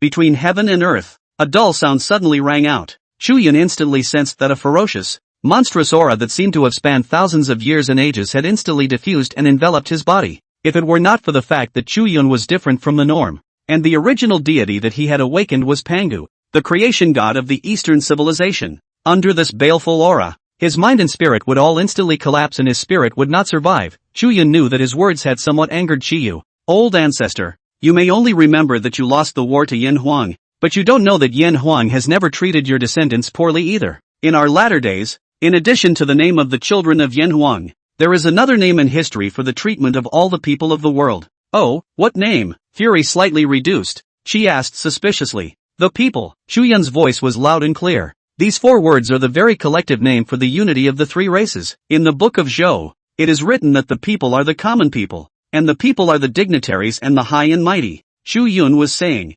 unbridled, are you trying to say that my people, they are inferior, being overridden by that damn Yan Huang and being a slave for life? The class is rotten and solidified, never to be transcended? Qi's voice is like thunder, shaking the sky and the earth. Of course he heard it. That Li Min is not his Jiuli tribe. He remembered his defeat, and he knew very well that he was no longer capable of contending for the world after losing to Yan Huang. But to hear of one's own people being regarded as inferior beings, how could he bear it? Chu Yun forced himself not to be overwhelmed by this fury and then added, the winner is the king and the loser is the bandit. This is the unchanging truth of the ages. How could you not be clear about it? Old ancestor? At these words, Qi was silent. Oh, there's no denying that you have some eloquence for a little guy. Indeed, if I am victorious, the descendants of the Yan Huang tribe, without exception, will be slaves. I represent the Jiuli. I should conquer the world for my own clan and shelter my own clan. Qi Yu did not refute Chu Yun's words. However, after hearing these words,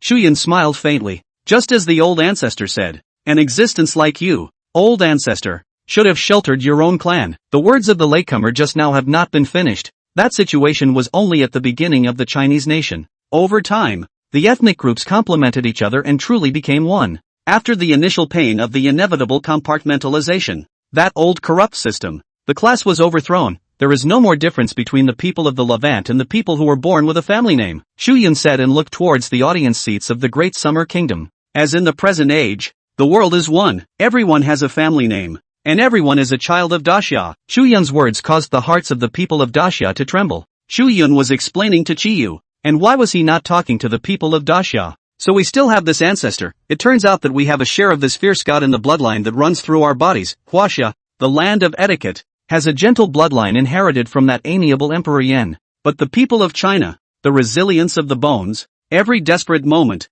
are able to burst out of the ferocity. There is also a legacy, from this fierce god of divine might. Friends come with wine and meat, strong enemies come, and even more countless Chinese people. The ferocious fighting spirit of bravery and death. Yes, old ancestor, my surname is Wang. My name is Wang Tong. I have a name. Old ancestor, my name is Li. Old ancestor, my name is Sun Yu.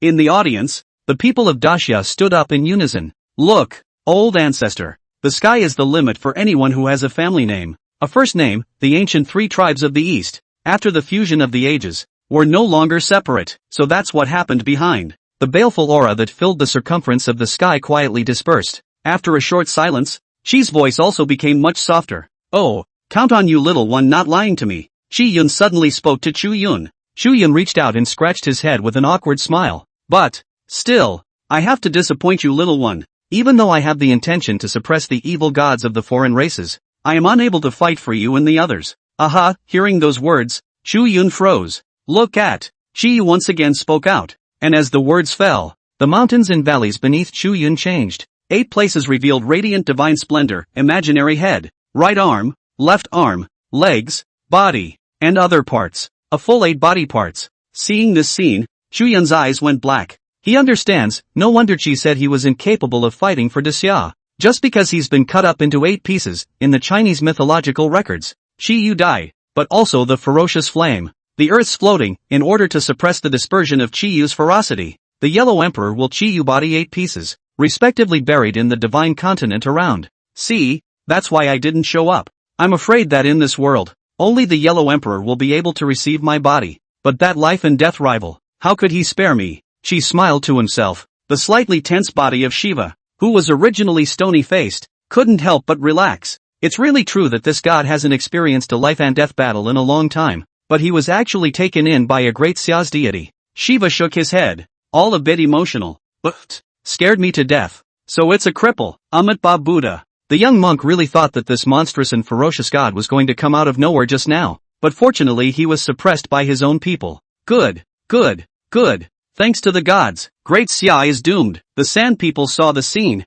and with the ups and downs, they didn't know whether to be happy or depressed. One can only frantically hypnotize oneself and thank the gods of one's country for their blessings. The people of Daxia, on the other hand, froze in their tracks. Is this how it turned out? Is there really nothing we can do? The faces of Yi Yuntian's few people changed slightly. Little one, apologize for my people. I have not sheltered them well in life, and I am sorry to become a god after death. Qi's voice sounded again. Wait, old ancestor. I'll try to renew your body. Chu Yun felt the complexity of Qi Yu's mood, and he was disheveled and frustrated. Even though he understood that a portion of his Jiuli clan's bloodline flowed within the people of Xia in this era. But this is even more complicated. Qi's mood, being divided and suppressed, he was powerless to fight for his people. And just as Qi Yu was disheveled and ready to conceal his true spirit, unwilling to waste any more of Chu Yun's time, Chu Yun, however, had made up his mind. When Chu Yun said that he was going to try to fuse his body for Qi Yu, the world is in an uproar. Ha ha ha, this kid from Daxia is really heartless. Listen ye to what he is saying. He's going to pick up the body of a god? But he's crazy, right? Even if he's an S-rank divine favorite, he doesn't have this kind of power. The people of the 3 kingdoms were amused by Chu Yun's words. Even the Yi Yuntian few who had full confidence in Chu Yun were stunned for a moment. Hissed Chu Yun. Never! Yi Yuntian hurriedly took a step forward and was ready to enter into the vision of the savage world where Qi Yu was. However, she was awakened by Chu Yun. Yi Yuntian really couldn't enter, and was immediately blocked from entering. Yi Yuntian shouted out towards Chu Yun with some anxiety. Song Hai, Wang Jiangwo, and the others, who also had ugly faces, discouraged Chu Yun. Yi Li, who was in the audience, subconsciously clenched her fists. Those beautiful eyes, fixed on Chu Yun's body, surfaced with a color of worry. To say that we're all on good terms, we've actually only met a few times. Naturally, there will be no child's play, but a lot of people probably don't even realize it. In fact, in the eyes of the divine favorites of the Great Xia, Chu Yun's significance was even more important than the significance of this divine and demonic deathmatch. The higher-ups of the Great Xia even felt that their Great Xia kingdom could lose this god-devil deathmatch to the 3 kingdoms of Ah. However, Chu Yun's life and safety absolutely could not be compromised, without realizing it. Chu Yun's importance had already been recognized as number 1 by the Daxia executives. After all, the changes that Chu Yun had brought to Daxia were simply too great. Both the higher-ups and the people knew very well that if it wasn't for Chu Yun's appearance, how could Daxia be in the situation it is in now? Maybe it was defeated back in the Divine War with the Sakura Kingdom. Since this was the case, Chu Yun's importance naturally needed no elaboration. People looked at Chu Yun with worry. Chu Yun, are you really sure you want to personally go down and renew the body of a god? Although the gods shown in this mythical ring are not. Even the goddess of love glanced at Chu Yun, her eyes shining with a different color. With her heart and mind shaken, she almost revealed some hidden secrets that regular people didn't know. Good thing she stopped talking in time,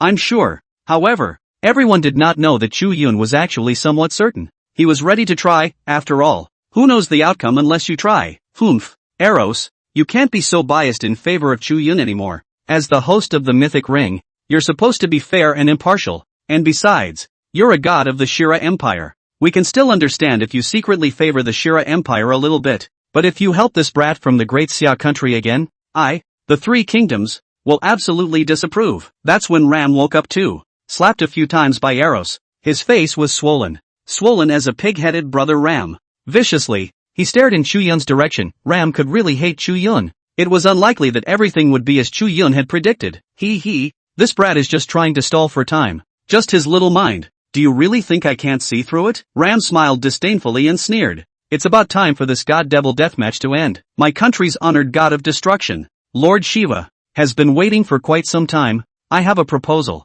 If Chu Yun doesn't awaken the gods of Great Xia within 10 minutes, then let's just rule that Great Xia Kingdom loses. Our country will absolutely not allow this brat to fish in troubled waters and deliberately delay the divine war. The whole room was in an uproar when these words came out. So it turns out that Chu Yun was deliberately stalling for time. A realization dawned on the audience in each country, at least to the casual observer. It really did seem like that's what Ram was talking about. Okay, if I can't wake up my country's chi god in 10 minutes, count you, Agua, as a winner. However, no one expected Ram's words to fall. Chu Yun then gave Ram an expressionless look. Aha, that comment made Ram's mind flutter and fumble a bit. Good boy. So confident, you're scaring me. Even the spectators of Daxiao were left without a bottom in their hearts. Shu Shen, please, don't go gambling. Although this old ancestor is powerful and the chances of winning may not be small, Chu Yun, your life is also important. Why don't we wake up that Erlang Xian Jun, that great god? He's so excited to go to war. The people of Daxiao were concerned about Chu Yun and naturally did not want Chu Yun to take a chance on him. Anyone who has ever lived knows how great the gap is between mortals and gods. And from the earlier conversation between Chu Yun and Chi Yu, people also knew that this old ancestor was suppressed by another powerful god. This was a suppression restriction laid down by the gods themselves, humans to break the gods' ban. What else could it be if not a gamble on life? Chu Yun, Uncle Yi, trust me. Chu Yun suddenly looked at Yi Yuntian and the others outside, meeting Chu Yun's gaze. The hearts of Yi Yuntian's few people couldn't help but tremble. Could it really work? Reason had told them that human power to break the gods' prohibitions was simply nonsense, but Chu Yun's unexpected moves everywhere, the deeds that broke the world's common sense and three views, were abound, and there were definitely quite a few of them. As soon as the words fell, Chu Yun instantly plummeted towards a mountain range. That is exactly where the head of Chi Yu is suppressed, the head of the body, in fact. As long as the head of Chi is liberated, with the ability of this ancient fierce god, he would be able to get out of the trap. Little one, I still have to advise you. M.O. Chi's voice rang out.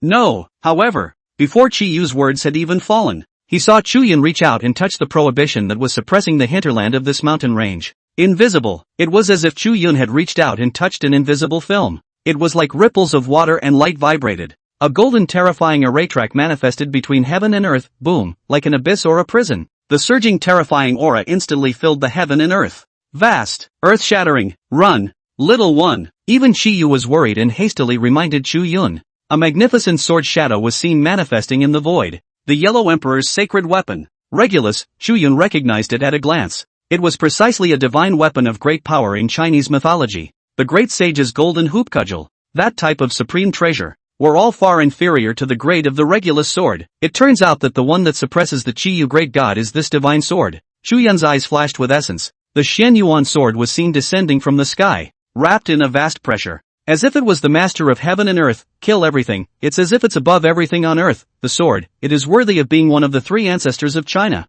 The divine artifact of the Yellow Emperor. What it represents is precisely the ultimate on earth. The supremacy of humanity, only at this moment. This Xian Yuan sword, which was the highest of humanism, was suppressing and killing Chu Yun. Obviously, he had sensed Chu Yun's offense, boom, covering the sky, as if the Milky Way was hanging upside down. The ocean of sword chi emanating golden densities paved the way toward Chu Yun to suppress him. In an instant, it enveloped where Chu Yun was. Chu Yun's figure was as tiny as a mole cricket under the sea of golden sword chi, drowned out without a word. Everyone couldn't see Chu Yun's figure anymore. Hey! A long, quiet sigh rang out, and Chi's mood was complicated. Ha! Yet the next moment, in that sea of golden sword chi, the Xian Yuan sword rose up into the sky. Chi Yu immediately shouted out, Emperor Xian Yuan, your true spirit still remains in the Xian Yuan sword? Well, come and fight in me quickly. Chi's monstrous fury burst forth, shaking the world. Old ancestor, it's me. And just then, a voice rang out and Chi snapped. It was then that he saw that the person holding the sword and rushing into the sky was no one else. It was Chu Yun. Are you okay? Chi was confused, and his eyes were flooded with bewilderment. It wasn't really a wonder that this ancient god was all confused. After all, in his understanding, Regulus only recognized the Yellow Emperor. How was Chu Yun, a mortal, able to hold the Xian Yuan sword in his hand and circumvent the suppression of this divine object? One must know that even he was jealous of this divine sword back then. This sword is capable of executing gods, one did guess correctly, lifting the world. Only Chu Yun understood why this was so. Because his original deity is Pangu, the creator of the Eastern world. The god of creation. Even Regulus had to be obedient after sensing the aura of the creator god. After all, without the creation of the world by Pangu, how could there be humanism in later generations, even at this moment? This divine sword of the supreme humanity had already recognized Chu Yun. There was no need for Chu Yun to think about anything much at all. Moreover, Chu Yun had also discovered that he had not only obtained the Xian Yuan sword's recognition, only Chu Yun could feel it. The moment Regulus recognized him, he was in a trance for a moment. As if he was inside a space of consciousness again. He saw two blurry figures, a man with the head of a snake and an aura that was cozy to the soul, as if she were the mother of all things. Seeing her is like touching the mother of all beings. Chu Yun instantly understood who this blurry figure was, because in the orthodox mythological records of the Chinese nation originated from Nuwa's needing of the earth to create man. Supreme Father, so you have awakened. And these two blurred figures seemed as if they were close at hand, and as if they were far away from an infinite distance. Their gazes fell on Chu Yun's body. Joy erupted in his eyes. Your Holiness. Chu Yun understood that it was not talking to him, but rather, he had seen his original deity, after all, one who could make the founder of the Chinese human race, the great god Nuwa, even respectfully address a name as superior. In the orthodox mythological record, there is only the creator god Pangu. Even the floodstream novels of later generations, with various adaptations of the legend, could not erase the important position of Pangu in China. The backhand left behind by the Yellow Emperor has also appeared. Good. For our Chinese gods, this is a heavenly good. Little Regulus, follow your new master well. At Nuwa's side, the words of a white-clothed, snow-covered, magnificent figure of a man were filled with joy. Even if you can't see the man's face clearly, Chu Yun could also feel his excitement. Yellow Emperor's layout. Associating it with the intentional images he had seen not long ago, Chu Yun's heart moved slightly. He understands. It turns out that Regulus was left behind on purpose by the Yellow Emperor. These great gods of my China have some unknown plans, and they were laid out many years ago. Having thought of this, Chu Yun was about to ask a few more questions. Little one, don't think too much about it now. The boat is naturally straight. We'll wait for you. The man reached out and pointed out in Chu Yun's direction. A stream of light shot out, as if it had crossed the distance of 10,000 ages, and a divine radiance that could not even affect space, or even the long river of time, instantly disappeared into Chu Yun's brow. Chu Yun only felt his own bloodline boiling once again. His already terrifying physical body physique had actually become stronger once again. This is a drop of divine blood. It stopped near Chu Yun's heart field, and along with Chu Yun's heartbeat, this drop of blood subconsciously quenched Chu Yun's flesh. In other words, Chu Yun did not even need to go through the painstaking cultivation. He was able to keep getting stronger in his physical body and physique by lying down and staying at home every day. This, 24/7. Fully automated. Lazy hardening mode. Chu Yun all froze for a moment. Even more than that, within this drop of divine blood, it actually contained a vast amount of knowledge. Heavenly signs and stars. Fushi Bagua, medical divination. Encompassing all things. All the knowledge of the human world is in it. This drop of blood seemed to be a library. And as Chu Yun gradually became stronger and was able to receive more knowledge, he would eventually be able to understand all of this without a teacher. You are the first ancestor of humanities in my China. The first human king in history. Fushi. Chu Yun's mind shook as he looked toward the man with the blurred figure. That's right, he recognized it, for only this human king of the Chinese civilization could know the earth so well. Fushi, the king of men, it is the great ancestor who made the Chinese ancestors step into the early civilization from ignorance. So it is regarded as the ancestor of humanities by the Chinese people. He was the first human king on earth. I'm inheriting the human king inheritance? Chu Yun felt the miraculousness of the drop of divine blood within his body. Even he was secretly smacking his lips. He had only wanted to wake up his old ancestor Qi. Right for Regulus to recognize his master, the invincible divine sword on earth even allowed him to behead gods in his mortal body, and not only that, he had also inherited the inheritance of human King Fushi again. Chu Yun was all a bit at a loss as to what to say to make it better. No one would dare to believe this harvest, right, little fellow? This is nothing. As you are the inheritor of the Supreme Exalt, there is also a goddess in the future that you are bound to. Don't panic. She, has a great personality. She will do her best to support you. At that moment, Nuwa suddenly said with a smile. Hearing these words, Chu Yun had a head full of black lines. Past you're even taking care of your daughter-in-law? Two old ancestors? Chu Yun hastily shook his head. Now was not the time to think about his daughter-in-law. He was about to ask what the layout of the Chinese gods was, but not before he asked. The consciousness screen falls apart. In the next moment, Chu Yun's consciousness returned to his body. At this moment, he was already holding the Regulus sword in his hand, and was being led by this sword to charge up into the sky. It is like the presence of God, the Lord of the world of men. Little fellow, you were actually able to subdue the Regulus sword and make it recognize its master. Chi's voice rang with lingering shocked amazement. Chu Yun had wanted to explain, but the words were long. Old ancestor, right now time is short. Late generation has no time to tell you in detail. Let us. Chi Yu froze for a moment, then gazed deeply at Chu Yun. The time is right, and I shall return to my place. It's already a promise. He will fight for his people. Chu Yun's face straightened and he nodded. He then looked at the Regulus sword in his hand. There was no need for Chu Yun to say anything more. This kind of divine object seemed to have a spirit, and in a few moments it spread out the 8 directions of heaven and earth, suppressing Chi's prohibition. Good boy, master this sword and you will be the current human king. Chi laughed out loud. King of men, it was also his former goal to fight with the tribes of Yin Huang precisely to confirm the ownership of the human king. Although he was defeated, today, he saw that Chu Yun, who he had been talking to so much, was in the position of the human king. For some reason, he was still a little excited and joyful. Probably because he had befriended Chu Yun earlier than that yellow emperor and witnessed the miracles that Chu Yun had created with his own eyes. To be born a devil on earth, and to die a devil god. Immortality shakes the heavenly will. Head 2, arms come. As Chi's voice resounded through the circumference of the sky, the 8 directions of heaven and earth blossomed with divine splendor. In an instant, a man with a heavenly, sturdy physique, sword brows and starry eyes, looking out of the corner of the eye, appeared in mid-air. Ha! The old ancestor is quite handsome. Seeing this man, Chu Yun's eyes lit up. According to ancient myths, Chi Yu is like a devil and a ghost, with 3 heads and 6 arms, not like a person anyway. However, Chu Yun also knew that the winner was the king and the loser was the enemy. In those ancient days, since Chi was defeated, the publicity for him was naturally as bad as it could be. Just as Zhu Yuanzhan was evaluated as having a shoehorned face in the wild history of the Manchu Qing dynasty. In the meantime, within the Divine Enlightenment Stone, the sword Chi set off by the Xian Yuan sword was too terrifying, so much so that the mortals didn't dare to look directly at it, and they all averted their gazes and lowered their heads not daring to look at it more. Ha! That Chu Yun kid, he's dead. Serves him right. He's a mortal who still dares to touch the god's prohibitions. That's not looking for death. It's good to be dead. With him dead, the Great Summer Kingdom will have one less thing to rely on. A few of the countries that were very unfriendly to the Great Summer Kingdom whispered,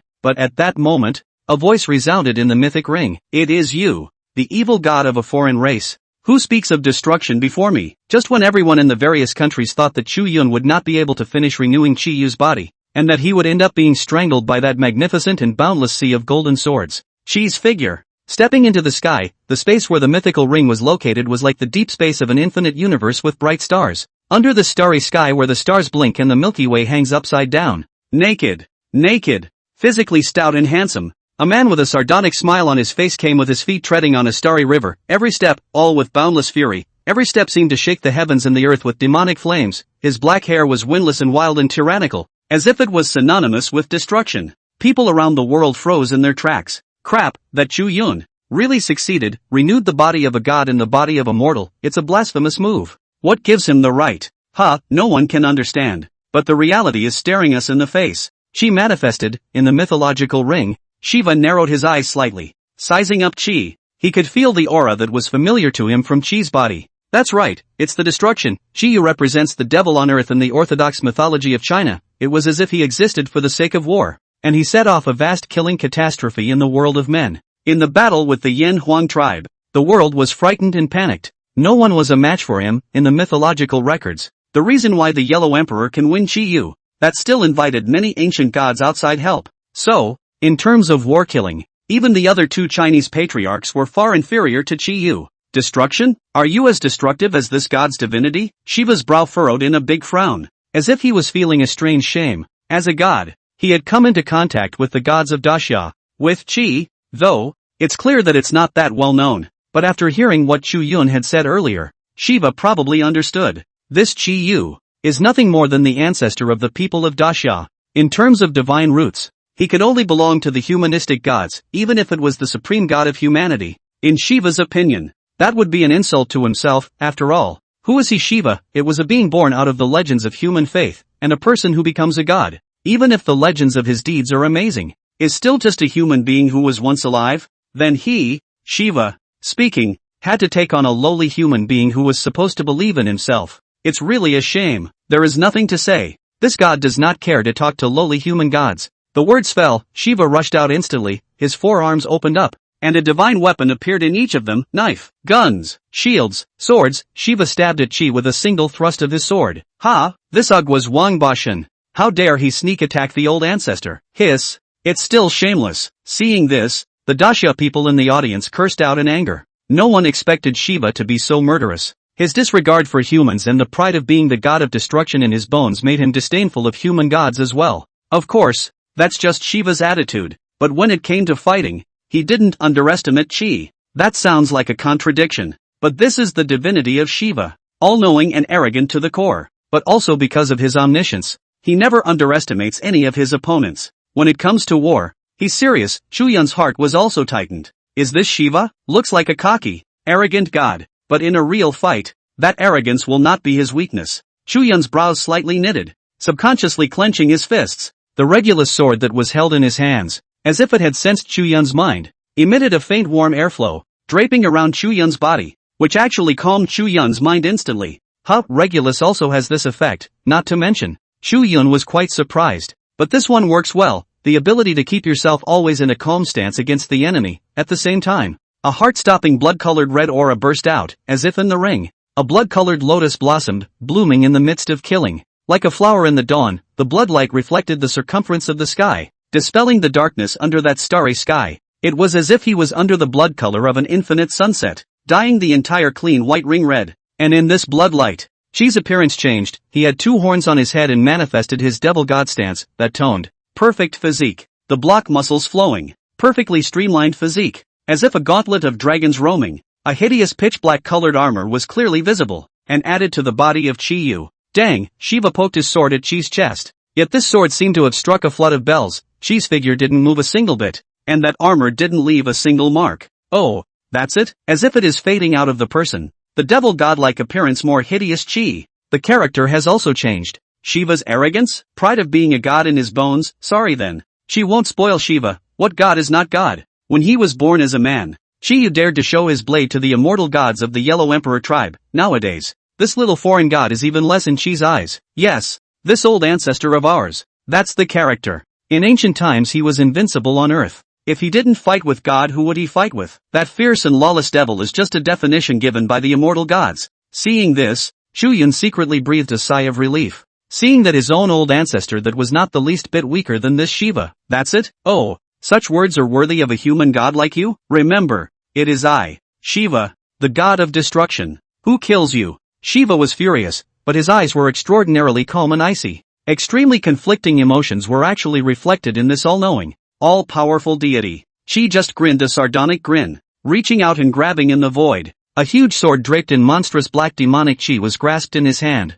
Immediately afterward an incredible battle broke out between the two sides. Both chose to fight in close quarters. There is no wiggle room. Both gods have unrivaled self-confidence in themselves. The giant sword chopped down, destroying the stars and destroying the sun. The world trembles. Shiva utilized his four arms, holding various divine weapons, blocking with his shield, his swords and knives coming out in unison. And the radiant sword Qi and blade awnings were like surging waves that enveloped the circumference of the sky. Past this dazzling close-quarter fight, the deadly moves of the short and deadly godly battle. Yet it lasted less than 10 breaths. In an instant, only a black armored figure with a strong aura of fury could be seen, hazy and ghostly as it crossed paths with Shiva. Shiva looked at his sword-wielding arm. There, broken, one of his arm, blood-spurting radical flew out. Actually was Qi Yu a sword to chop. It was as if the air was filled with the rich smell of blood. The originally cheering people of the three kingdoms were suddenly silent, and all of them froze. Himself, one of the three main gods of his country, Shiva, surprisingly, the god of Dacia, chopped off an arm? No way. Absolutely impossible. The Sand people looked dumbfounded and full of disbelief. The one who injured Shiva was actually a humanitarian god of Great Xia. Are you taking hormones? The Sand people were confused. Oh, ha. Ha ha ha ha ha ha ha. However, no one had expected that Shiva, who had broken off an arm and should have been furious beyond measure, he let out a laugh that was unrestrained to the extreme. It seemed as if the arm that was lost was not his. Shiva slowly turned around and his eyes fell on Qi. Not bad. You're good. As a lowly human, being able to injure this god is enough to gain this god's recognition. Shiva stuck out his crimson tongue and licked the corner of his lips. I thought it was going to be an uninteresting fight. Good. You've made this god interested. There was a slight hint of excitement and appreciation in Shiva's indifferent eyes. With the fall of his words, an amazing scene ensued, visible to the naked eye. Where Shiva's severed arm was, the flesh buds bulged and the bloodlight flowed. Actually deriving another arm out of thin air, he is the god of destruction. Representing the ultimate in destruction, his divinity signifies that he can destroy all things, but in the same way. Since the way of destruction is well understood, then on the opposite side of destruction is endless life. It was a moment of realization for people in countries all over the world. Seeing another side of Shiva, reproduction. Infinite vitality, this is also the divinity of Shiva. The people of the countries couldn't help but suck in a breath of cold air. This divinity is truly terrifying. And the sand people, they had been a little bit panicked, and the timid ones had pissed their pants. But after seeing the divinity displayed by Shiva, the hearts of the sand people that were hanging in the air dropped. Worthy of our nation's supreme god. That's right. Shiva Maharaja merely gave way to that great summer god. That's right. The Dasha people don't really think our Lord Shiva will lose, do they? The sand people got excited again and yelled, "Great God Shiva, should we take this god of Dasha as our little brother?" Right. Subjugating the old ancestor of the Dasha people. Ha ha ha. That scene is wonderful to think about. That's nice, however. The sand people, who were excitedly yelling all the time, hadn't waited for the Dasha people's dislike. A few of the people who were screaming the loudest burst into pieces without warning. Pft, like a couple of farts. It exploded into nothingness with a poof. Not even a drop of blood left behind. The sand people were dumbfounded and closed their mouths tightly. All of them in a state of shocked bewilderment. Humans, put yourselves in your place. The people this god admires are not for you to humiliate. Just then, Shiva glanced indifferently and mercilessly at the audience of the Agnus Dei. Apparently, Shiva was too proud. A single thought from him is enough to make his followers sacrifice to death. Not even the humans who believed in him were qualified to look at him in his eyes. Not to mention, also proposed for him, to take in Qi Yu. This was tantamount to blasphemy in Shiva's eyes. Hearing this, the sand people shrunk their necks in unison, no longer daring to open their mouths to fart. Seeing this,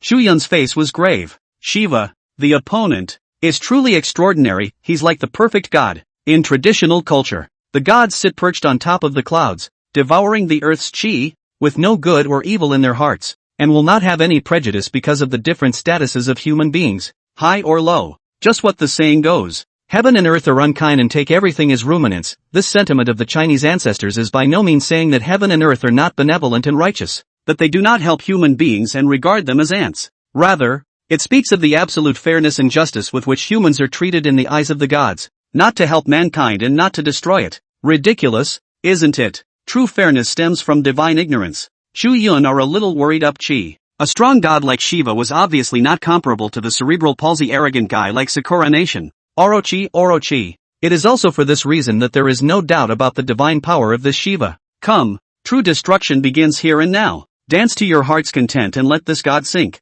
fall and be satisfied. Just then, Shiva burst out laughing uncontrollably. She didn't say anything. The two figures exchanged blows once again. This time Shiva's body surged with purple intent. His blood veins erupted, and his purple skin glowed with the radiant color of gold. It was golden divine blood flowing and boiling. Shiva even threw away his divine weapon, and his fists smashed down towards Qi as if they were raining down. The shadow of the fist that surpassed the speed of sound cut through a dark crack in space. Qi's reaction was not too fast. The giant sword blocked. Dang! Qi suddenly opened his mouth and sprayed out a mouthful of blood, and the black armor on his body fell apart. The figure flew backward violently like a kite with broken strings. It seems that in close combat, you, with your many arms, still have the advantage. Stabilized Qi. He wiped away the blood at the corner of his mouth. A hideous smile. The demonic idea is not reduced, Qi has found out. With this four-armed Shiva in close combat, he is sure to lose. Earlier, if he hadn't been protected by his divine armor, I'm afraid that Shiva's angled punch would have been enough to pierce his waist.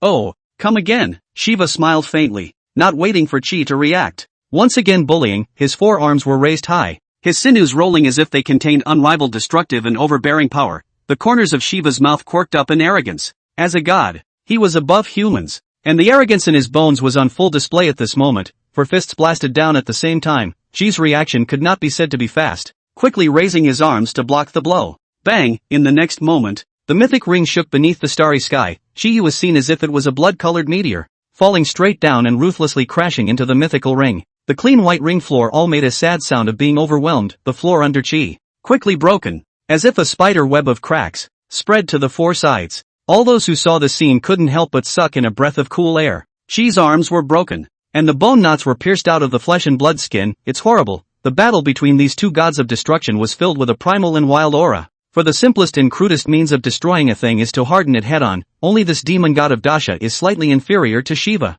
People all over the world are thinking the same thing. It's over. Although you know how to destroy, there is no reproduction of life within your divinity. This god is different from you. This god's divinity still has infinite life force. A word of praise though, God of Dasha. You have made this god use his full power after a long time, and it's very satisfying. Shiva narrowed his eyes, as if enjoying the battle, as he towered over all beings. However, in the next moment, Shiva looked in Chu Yun's direction, the corner of his mouth hooking into a playful smile. Chu Yun, who are you going to awaken next? Provocative. Naked provocation. Even the reason why Shiva was able to look at Chu Yun squarely once was because Shiva had detected Chu Yun's original deity. However, the faces of the people of Dasha were ugly, and in front of this cruel reality, everyone could not say anything. Chu Yun took a deep breath and calmed down. Under the complicated eyes of Yi Yuntian's several people, Chu Yun prepared to call upon the gods once again. After all, he could see that if he let the Qi ancestor fight again,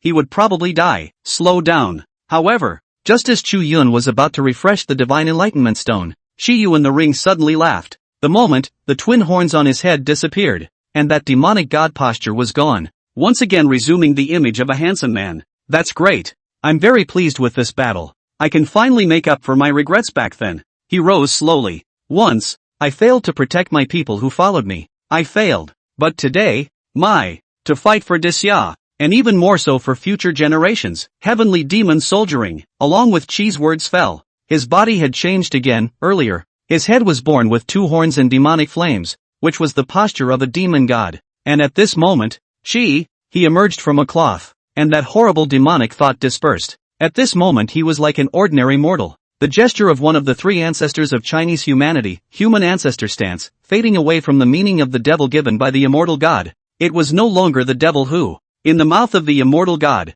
did no evil and had to be suppressed. The tyranny of conquering the 9 states and the boundlessness of the fury was gone from his body. The 9 solutions of the heavenly devil, unraveling the very thing that has been given divinity by the high and mighty immortal gods. He was never a demon. Magic is nothing more than the definition of an immortal god, but the tyranny didn't go away. A lurid heatwave surged up where Chi stood. It was a burst of lava. Countless visions of volcanic eruptions surfaced around Chiyu. In the midst of that terrifying heatwave, a piece of weaponry that exuded a murderous aura and a chilling aura stood out from the fire wave. Soldier, knives, guns, swords, halberds, clubs, and more. All the types of weapons recorded in Chinese history were displayed at this moment. For a moment, the sharpness went straight to the sky. One by one, the weapons were emitting the light golden glow of divine weapons, spread out around the Qi, just like in the worship of its ancestors. Seeing this scene, Chu Yun understood, the ancestor of arms. Back then, in a battle with the Yan Huang tribe, the Yellow Emperor invited the heavenly immortals and gods to help in the battle, and the immortals and gods gave Chi Yu the name of devil, calling him a devil on earth. But the Chi Yu who has shed his demonic thoughts, he is still the ancestor of the weapons of my Chinese people. That's right, in the records of Chinese mythology, in addition to the name of the demon god, Chi Yu has another name, and the miracle he brought to earth, arms, the ancient Chinese people, the reason why they were able to arm themselves with swords, guns, swords and halberds, and many other weapons. It is because Chi Yu started the precedent of soldiers, before the emergence of Qi, the east of mankind, but also can only take a wooden stick, stone eggs, simple wooden spear to fight with wild animals. He was also wearing a simple animal skin garment with blades of grass covering his butt. And Chi's understanding of war, his obsession with fighting for supremacy, with whimsy, he created these ingenious objects. More than that, it is given a glyphic meaning. Soldier. Meanwhile, viewers around the world finally woke up. My goodness, this is countless weapons? Hiss, it's too scary. The sharpness is too strong.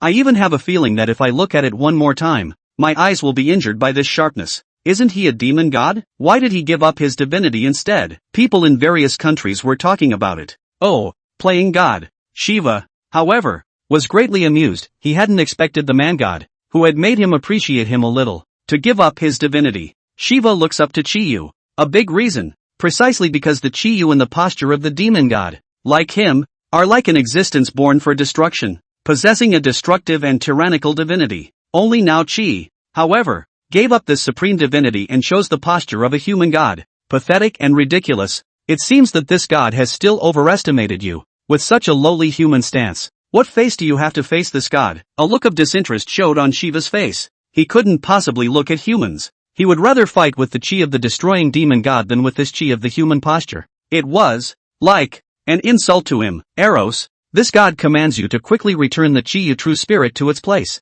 Don't be a hilarious nuisance here and disturb this god's pleasure. Even Shiva didn't want to make a move. Looking in the direction of Eros in disinterest, Eros couldn't stop his heart from pounding under Shiva's gaze. She bit her thin red lips with her shell teeth, forcing herself to endure the invisible oppressive force that Shiva brought to her. Forcing a smile, he said, "Honorable Shiva, though I am the host of the mythic ring, but I don't have the right to have the gods forced back into place. You can only fight to the death against the Dacia gods in front of you if you want to continue enjoying the game." Oh, a fight to the death? After hearing Eros' explanation, Shiva became even more disinterested. A mere human, fighting to the death with this god is ridiculous. You can say that? Shiva gazed at Eros. That Eros floating in mid-air. Her delicate body tightened and her feet stumbled, almost falling from mid-air. Then die. The useless struggle of a lowly human. In the next moment, Shiva shook his head and suddenly charged in the direction of Chi. His forearms were raised high, endless destructive power coalesced above the forearms. In a trance,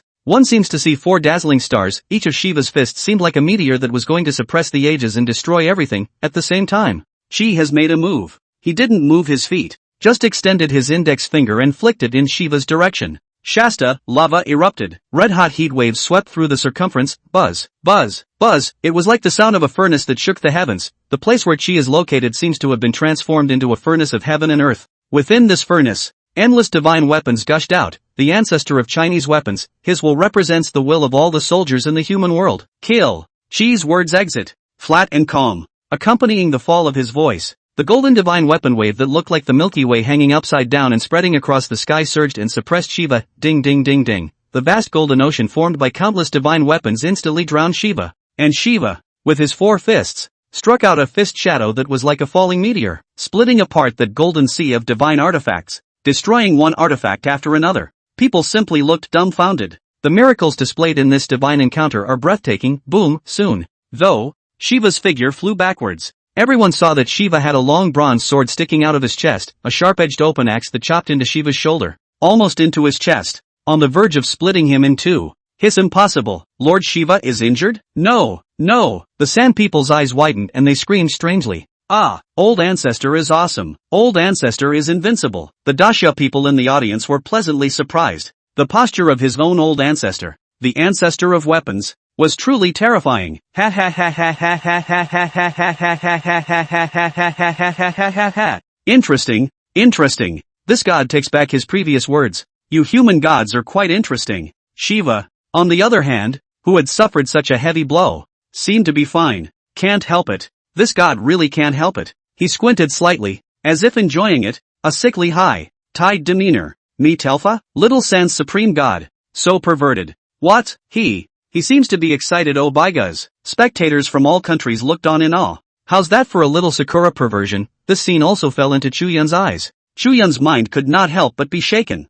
Think of a myth and legend that has something to say about Shiva. Shiva. He's going to. Nope. This guy is definitely not a tranny. Pervert. At least it's certainly not a jitterbug. Watching Shiva reveal such a perverted appearance, Chu Yun's mind was not the same as the viewers from various countries. It was as if it was precisely to confirm Chu Yun's premonition. Shiva has made another move. He laughed, like a big sunny boy. The smile was happy and pure. He danced around with his hands. It was as if, instead of being warlike, he had sunk in a joyous and boundless feeling of delight. Chi's brow furrowed slightly as he once again pointed his finger out. Countless divine weapons manifested, swarmed to kill Shiva, but the scene that made everyone look confused then played out. Snap! Shiva clapped his hands happily. Play your own music and dance by yourself. Every step he took seemed to contain incredible divine mysteries. Deftly, he avoided the divine weapon that was killing him. Strange beats, strange Shiva, but it was such a bizarre dance that skillfully dodged all the divine weapons that were killing him. It was as if he wasn't the one who had dodged the divine artifact kill, rather.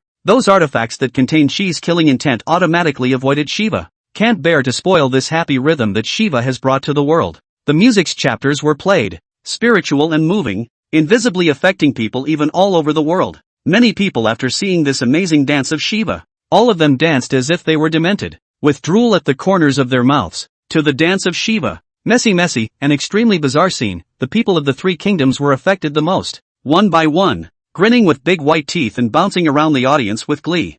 Only those within the divine enlightenment stone were unaffected. Yi Yun Tian, Song Hai and the others all stared in disbelief. Crap, what is this Shiva doing? Dancing? Is this still the same great god who was so powerful just now? These few top divine favorites of Great Xiao looked dumbfounded. No good, there's something odd about this dance. The old ancestor's divine weapon. It can't hit him. However, very soon, Yi Yuntian's few people were creeped out, noticing the strangeness of Shiva's dance. This is the dance of destruction. Right at that moment, Chu Yun forced a smile. With that, Chu Yun explained Shiva's situation to Yi Yuntian's few people. In fact, Shiva is more than just the god of destruction in the national mythological beliefs of the A.T. countries. He is also the god of reproduction and life, as well as having the divine name designation of dance, music, and so on. Suffice it to say, Shiva's divinity is just too much. In the mythological account of San, Shiva danced the dance of destruction once. It was at the moment when Shiva singled out the gods of the San mythology,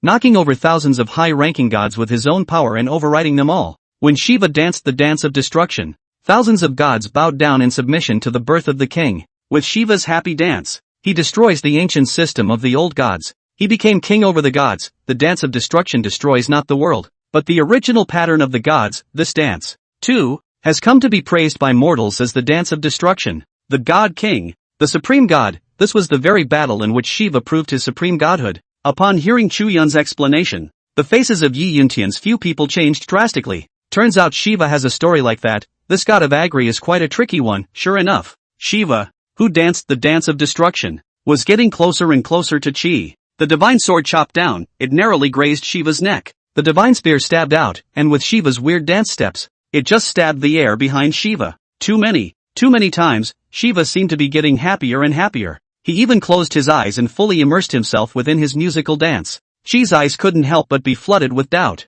Obviously every time it was a strike full of killing intent, but every time, this foreign god in front of him managed to dodge it narrowly. If it's a coincidence, it's a coincidence too many times, isn't it? As Chu Yun watched the scene, his heart field could not help but seize up. Shiva is indeed horrible, worthy of being one of the three main gods of the three kingdoms. In a sense, he was in existence at the level of a creator god. Going to lose? Chu Yun squinted his eyes, all a bit unwilling to look any further. After all, that one who fought to the death in the mythic ring was one of their three ancestors of Huaxia. As Shiva approached, Chi didn't flinch. He also understood that he couldn't back out. Just as back then, when facing the battle of the Yan Huang tribe's invitation to God, he also stood before the warriors of the Jiuli tribe. There is no step back and see behind him. He had only the silent support of his clan behind him, with the countless divine weapons stabbing the air. Shiva had arrived in front of Chiyu. Chi's brow furrowed slightly, manifesting a shield, armor sheltering his body. It was as if Shiva didn't even know what he was doing. He was engrossed in a wonderful dance. Every reach, every kick, skillfully avoiding Chi's guard, it was as if it contained an avenue of simplicity and a natural flavor. Bang! Chi was hit in the chest. Bang! Chi takes a jab right on the kisser from Shiva. It's a shame the fun has to end. Shiva jolted awake and saw Chi not far in front of him. His eyes glazed over and his four fists were raised, slamming into Chi, a strike that contained the power of boundless destruction. The fist blade sliced through the air, erupting into a terrifying heat wave of flames, as if 4 rounds of hot sun, accurate, hit Chi's body. Boom! The power of destruction, destroying and tearing apart half of Chi Yu's body. Even the aftermath was unabated, slamming Chi into the ring. Bang! It was accompanied by an earth-shattering thud. The people of the nations who were earlier affected by Shiva's dance suddenly regained their sanity. Everyone's gazes gathered above the mythic ring in an instant. They didn't even know what had happened, and some of their faces still had remnants of the blush of orgasmic pleasure. But it could be seen that Chi's body was half mutilated, his bones bursting into pieces, lying miserably and helplessly in the ring. Invincible! My Shiva is invincible! The Sand people in the audience wept with joy, and some even bowed their heads in worship, expressing their adoration to Shiva. On the contrary, the people of Daxia were silent. Many of the girls covered their mouths to hold back from letting themselves scream out. After all, that was his own old ancestor lying in the ring, bloodied and miserable. If Chu Yun hadn't told everyone before, perhaps none of the people of Daxia would have felt this kind of empathy. But now, the people of Daxia knew that this god was the originator of their humanity. How can there be descendants without an ancestor? This is not a bad stimulus to face the Daxamites. Even Chu Yun was somewhat unable to bear to look at it. His mood was complicated. Don't cry. Don't be afraid. However, the next moment, an undoubted voice rang in the ears of the people of Daxia. Just saw the ring. Half of his body collapsed. Bloody Chi slowly got up. His expression was resolute and his eyes looked out of the corner of his eye. I am Chi Yu, the founder of the Jiuli tribe. My children and grandchildren, I command you that you shall not weep or be afraid. I am not dead. He didn't have the gentleness that Yendi Shinong had for his own descendants. He wasn't the kindly old grandfather. Even the tone of voice that prevented crying was so firm and unquestioning. This moment of Chi, behind the trance-visible devil god figure, the human ancestor and the demon god gesture as if they were indistinguishable and fused into one. There was also a wry smile on Chi's face. Half of his face had the calmness of someone, and half of his face had a grim, devilish smile. Oh, foreign god, you dance beautifully, but my desire to kill you is greater than your pleasure. Aha, eyes are dying. Chi, but also said such words. This caused Shiva's brows to furrow, and in a chilling voice, he said, Griffins, unbridled words, you deserve to die. But not before Shiva had finished. She moved. It's likely that a divine weapon won't be able to kill you,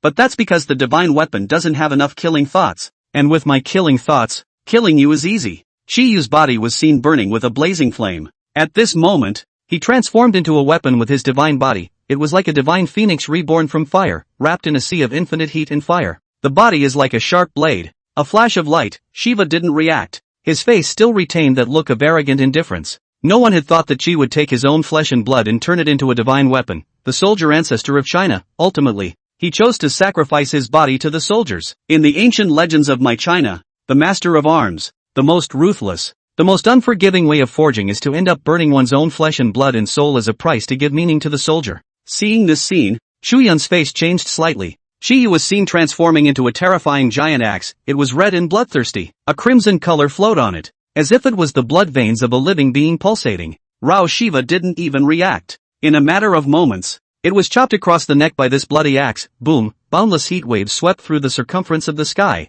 and the blood axe chopped through Shiva in a flash. Time, space, and sound seemed to cease to exist in this moment. People seemed to be caught up in a magical state. It was actually with mortal eyes that the path of the axe chopping down was clearly seen. This kind of speed should not have been visible to mortals, but in this magical state, it seems that even time has been altered. The people saw it truly, and the figure of the bloody axe was branded in everyone's mind for all eternity. Ka-chow. Until a slight sound rang out. As far as the eye could see, a crack broke out in the space where Shiva stood. Immediately after, ka-chow, ka-chow, ka-chow, ka-chow, a continuous shattering sound rang out. Under people's gaze, the space around Shiva was as if it was a fragile mirror shattering, with pitch-black spatial cracks spreading all around the circumference. It was as if a spider web was spreading, and with the shattering of space, time seemed to flow again, visible to the naked eye. Shiva's head suddenly tilted, crooked at a bizarre angle. Then it was as if it had lost all support, falling toward the ground of the mythical ring.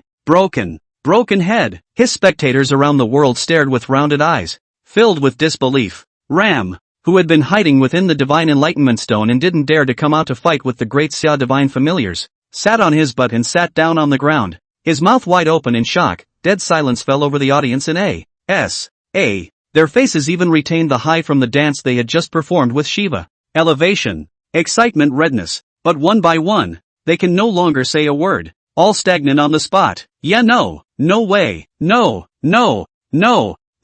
how could San lose? How could the great god Shiva lose to the human ancestor of Daxia? Instead, it was not the people of the three kingdoms who were the first to break out in screams of terror. Instead, it was the little cherry blossoms who had been abused by the Shira Empire after losing miserably to Daxia. Although Sakura had lost 2 matches in a row and paid a heavy price, they were the ones who didn't leave the mythic ring audience at the insistence of their own national leaders. After all, little Sakura could be said to hate Chu Yun, hated the Great Summer Kingdom. Of course they wanted to witness the Great Summer Kingdom being abused by the three kingdoms. And now, how could the Sakura people bear to see Shiva's head severed? Meanwhile, Chu Yun within the Divine Enlightenment Stone took a deep breath as his gaze flickered violently. At this moment, Chu Yun had a feeling. Might actually win. He clenched his fists darkly. As a Daxia person, of course he hoped that Chi could win over Shiva. Moreover, there was a touch of grief under Chu Yun's eyes. Only Chu Yun, who was deeply aware of the Chinese cultural lineage, understood Chi, this last sacrifice of his life.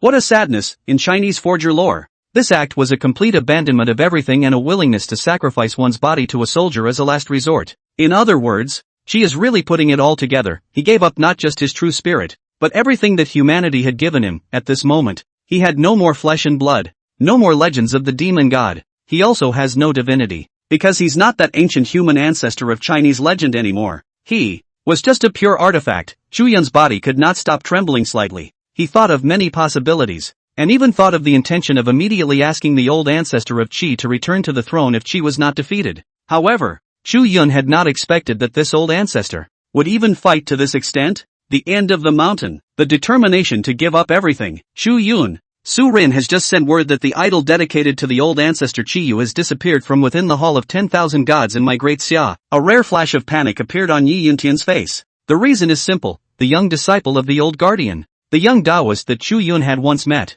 had immediately reported back to the higher-ups of the Great Summer Kingdom after sensing the abnormality within the pantheon, and the phenomenon of the disappearance of the pictures of the gods throughout the world. It hasn't happened either. A ripple flashed across the bottom of Chu Yun's eyes, and he said in a deep voice, "Uncle Yi, the reason why the portrait of the Qiyu old ancestor has disappeared, that's because of this old ancestor, who gave up his humanity, his divinity, and self-destructed all traces of himself in the history of my Grand Xia. The current him is just a pure divine weapon." Hiss. After hearing Chu Yun's words, Yi Yuntian and the others' jaws combined. There's still that argument, it can still be done to such an extent. Chu Yun's voice was not deliberately concealed, and he also intended to let the people of Daxia all over the world feel the determination of the old ancestor of Qiyu. After all, the old ancestor had given too much. He deserves to be remembered by the people of Daxia forever. Old ancestor, he, my god. The old ancestor gave up everything just for us to fight? Ah, don't! Old ancestor. It's nothing more than losing a deathmatch.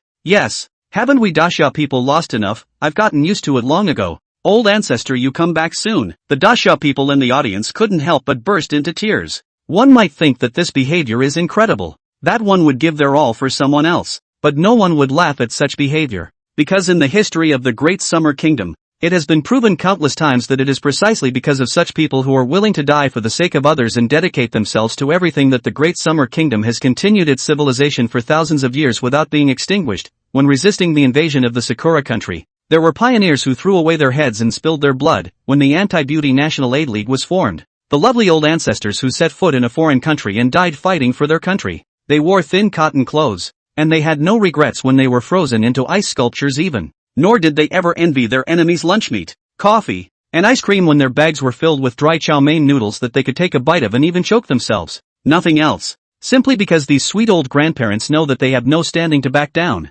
You are fighting a war, while we are fighting for a better future for generations to come. Human god of Daxia, you are truly wonderful. And just then, the Shiva with the severed head suddenly stretched out a hand and grabbed his falling downward head. A smile of unrivaled satisfaction appeared on his face. What? Seeing this scene, everyone's eyes widened in disbelief. If it was a one-on-one divine battle, you have indeed decimated this god. Ah, this kind of hearty killing, this god really hasn't experienced it in a long time. Shiva actually took his own head and planted it towards the broken neck. But unfortunately, it's not just this god who will fight you, but also hundreds of millions of this god's followers. This god's faith is not broken, and this god's divine nature that regenerates creation will not be broken. This god, immortal. Shiva's head was once again situated on the neck. In the underworld, all those invisible powers of faith converged towards the injuries on Shiva's body. Him, swallow the sky and eat the earth, fishing for the faith of all living things with the attitude of a god who was high above and indifferent to all living things. He opened his forearms in enjoyment,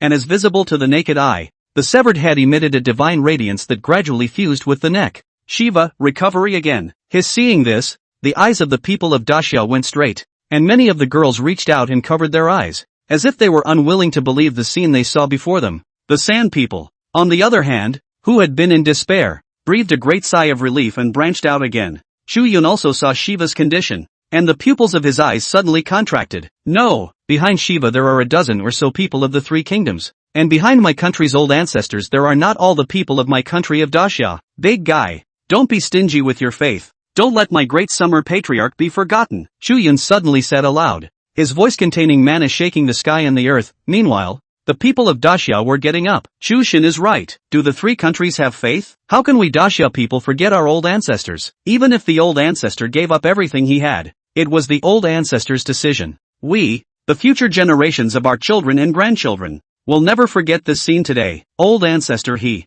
still lives in our hearts. Don't forget. Don't dare forget. And can't forget, some people live, but they're dead. And some people die, but they're still alive. That's right. What is a god? The one who lives in the minds of the world is the immortal one who is the true god. The moment Chu Yun saw that countless hazy and blurry trails of chi fortune appeared on the bodies of Dasha people all over the world. A faint ray of golden radiance floated out from the center of the Dasha man's brow. The power of faith. Chu Yun's eyes flickered as he understood that the reason he was able to see all of this was precisely because he had inherited the human king Fushi's legacy. As the human king of this era, he had a pair of heavenly eyes, and this wisp of faith is very, very small. But all the people are united. And the faith of hundreds of millions of people comes together. It is wider than the sky, deeper than the sea, and more majestic than the mountains and rivers. The great power is unmatched. Spectators from all over the world could not see the trajectory of that power of faith though. However, he was able to clearly experience that the two great god figures in the mythological ring had changed into something different. Oh by gods, this is no longer a mere divine war. This is the Great Summer Kingdom and the three kingdoms of A's spelling out their national strength. That's right, it is the national power struggle between the two countries. What is spelled out is the faith between the two nations. Boom, in the next moment, the blood axe that Chi transformed into tangled with Shiva. Divine blood splattered on the blood-colored axe head. Mottled cracks gradually derived. Shiva's arm was cut off and the next moment it grew back. Mouths crumbled open on the Chi blood axe. And the next moment the sharpness reappeared. It was as if they were caught up in an endless conquest. A fierce battle was fought. The sky was darkened. The sun and the moon were lost. However, everyone was quiet and concentrated, waiting for this divine battle to be divided into winners and losers. I don't know how much time had passed, when the Chi blood axe once again cut on Shiva's head. Shiva's jaw dropped and he growled out.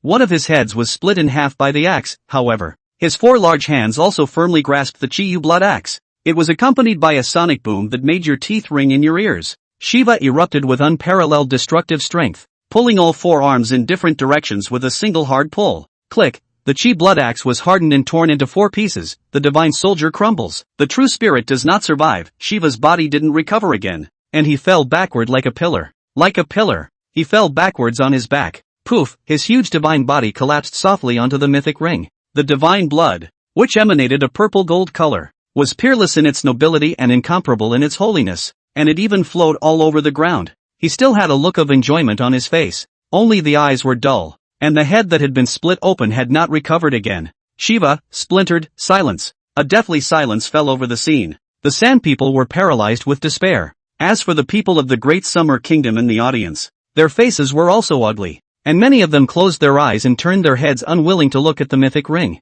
This was because in each of Shiva's four large hands, he was still grasping a fragment of a blood axe. The battle has been won and lost, and the victor is both Dasha and San. The whole place was dead silent. Just then, Eros' delicate figure reappeared. Eros' face was complicated as she once again looked at Chu Yun within the Divine Enlightenment Stone. At this moment, the god of love was also in a state of agitation for a long time. She was even a little afraid to imagine that the gods of the Great Summer Kingdom had died with Shiva. That's right, the reason why both countries are victorious is that all the strong gods on both sides have died horribly. This is something that has never happened since the global aura recovery. Within the Divine Enlightenment Stone, Chu Yun took a deep breath and silently closed his eyes, hiding the grief in his eyes. Chu Yun knew very well that the best outcome of this battle was actually just a loss for Dasha. In fact, the people of Dasha have long been accustomed to failure. The people of Dasha would even prefer to give up the victory of this deadly battle between gods and demons, and to have some territory taken away by the three kingdoms of A, and the 3 generations of descendants of millions of people would be reduced to nothing more than slaves.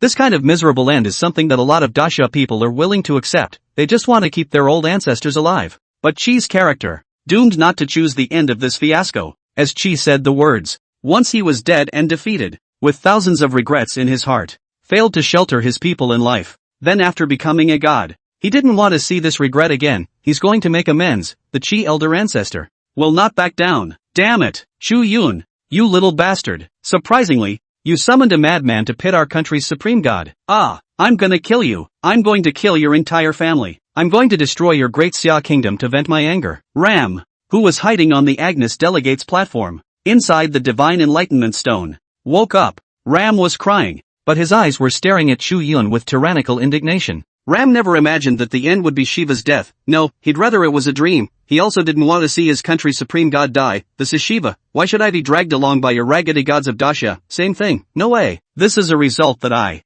Ram, am not willing to accept. Ram's heart roared and his hatred for Chu Yun reached its peak. If there was no Chu Yun, As far as this half-dead Great Xia country was concerned, it should have been exterminated and divided up by them long ago. Just wait.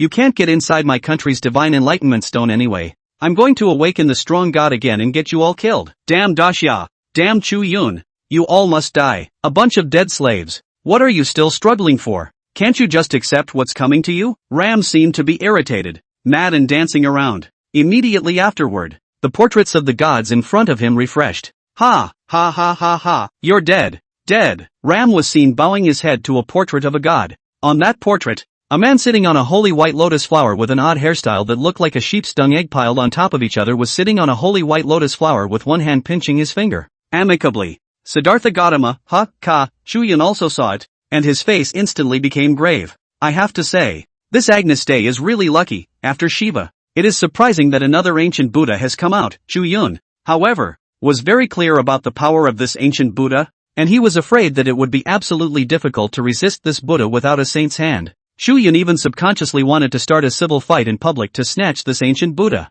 However, this decision was instantly put behind Chu Yun. He had never dared to touch the strong Buddhist gods of the Great Summer Kingdom. The reason is simple. In the orthodox cultural lineage of the Chinese, the native sect of the Chinese people is Taoism, not Buddhism. Buddhism was handed down from the ancient Agnes Day. If he really wanted to get to the bottom of the matter, he was afraid that once the strong Buddhist gods of Great Xia appeared, they would still be snatched away by the three kingdoms. This was the fundamental reason why Chu Yun had given up on the strong Buddhist gods. But at the moment, the Buddhist system is able to be used by San. Are we going to lose, seeing this ancient Buddha? Chu Yun's heart had no bottom. And right at that moment, a few voices suddenly rang in Chu Yun's ears. Hey, it's not as good as coming to the old man well. My old grandson has been waiting for him for a long time. Chu Yun quickly woke me up. My old grandson wants a stick. Z to crack his brain. Great sage. I'm afraid it's difficult for you to resist this Buddha. With your own strength, can you turn over his five-fingered mountain? I think it would be better to let the old man me fight.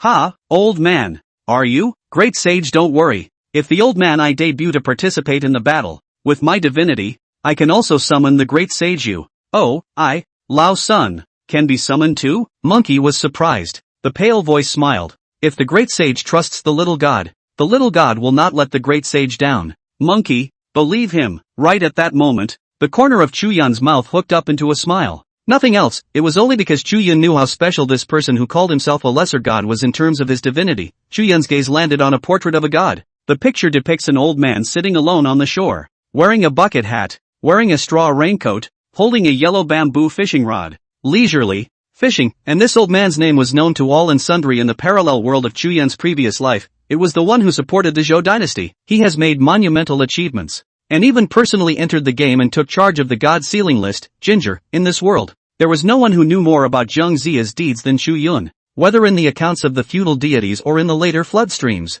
Zheng Zia's status is unshakable. It's the sealing of the gods in a quantum leap. He was chosen by the saints to be the key figure in the sealing and enthronement of the gods, within the mythological system of China. It holds a transcendent position. For many gods were ordained through this old man. Neza, the great god of the three altars of the sea, Yang Jian, the god of Erlang Xian Shang, Lei Zhenzi, Wen Zhong, the great master, Zhao Gongming, the god of wealth, and so on. Anyway, too much. Old senior, if I am not mistaken, your divinity is extremely special, and it is none other than the god sealing list, right? Chu Yun's gaze flickered, since the opponent had summoned out Sakyamuni, the ancient Buddha. Then Chu Yun knew deep down that he had to be cautious. If he was able to be 100% certain, Chu Yun was certain that he would be able to have a hard time with this ancient Buddha. Don't worry, although the old man I forgot to enthrone myself in the sealing of the gods, but the karmic ties between the sealing of the gods and me are unbreakable by anyone. If old man I summon their true spirits, I believe that those old friends will still give old man me some face. At those words, Chu Yun was relieved. Good, then the latecomer will welcome the old senior. What does it mean to be a grand summoner? This is the great summoner of the Chinese mythological system. The number of deities who were karmically tied to this being was a sea of them, and the reason why the great sage didn't recognize this old-timer was because in the mythological records, the great sage was born a little later than Zheng Zia. But that doesn't stop Zheng Zia from taking the stage and summoning out the great sage of Qitian. Today, let these countries that covet my Grand Xia have a good look at our country's mythical great summoner. Chu Yun's heart moved slightly, thinking of the scene where a sky full of immortal gods appeared. Chu Yun was not panicked in the slightest. Look at Chu Yun's side. That's the portrait of the great sage master. Oh, it's the great sage of Qi Tian again? Hiss. This monkey's battle power isn't quite normal. Earlier when it fought with Tamao Qian, it was only a half-crippled monkey, and after the fight it was on the verge of having its true spirit disintegrate. But then, the people of the Great Summer Kingdom were appealed to by Chu Yun, and everyone offered a power of faith toward this monkey. When he was half-disabled, he was able to destroy Sakura's god, and this in his heyday the spectators from all over the world looked in Chu Yun's direction. After all, Agnus Dei had summoned Sakyamuni, the ancient Buddha. People would naturally be curious about Chu Yun's choice. The nations were greatly interested when they saw the monkey manifested again. All of them were a bit impatient to see Qi Tian Deshang battle the ancient Buddha. Taigong met King Wen in his 80th year, and moved the 9 tripods at Chaogui to conquer the king. The 6 towers of the 1,000 soldiers are celebrated, and the Tao of the 100 gods in the 3 realms is raised. I, Chu Yun, welcome Jiang Taigong, Jiang Zia to the mythic ring. Yet the next moment, Chu Yun said aloud, in front of everyone's eyes, and to everyone's surprise, Chu Yun did not choose the great sage of Qi Tian, but instead cupped his fists and bowed to another portrait of a god.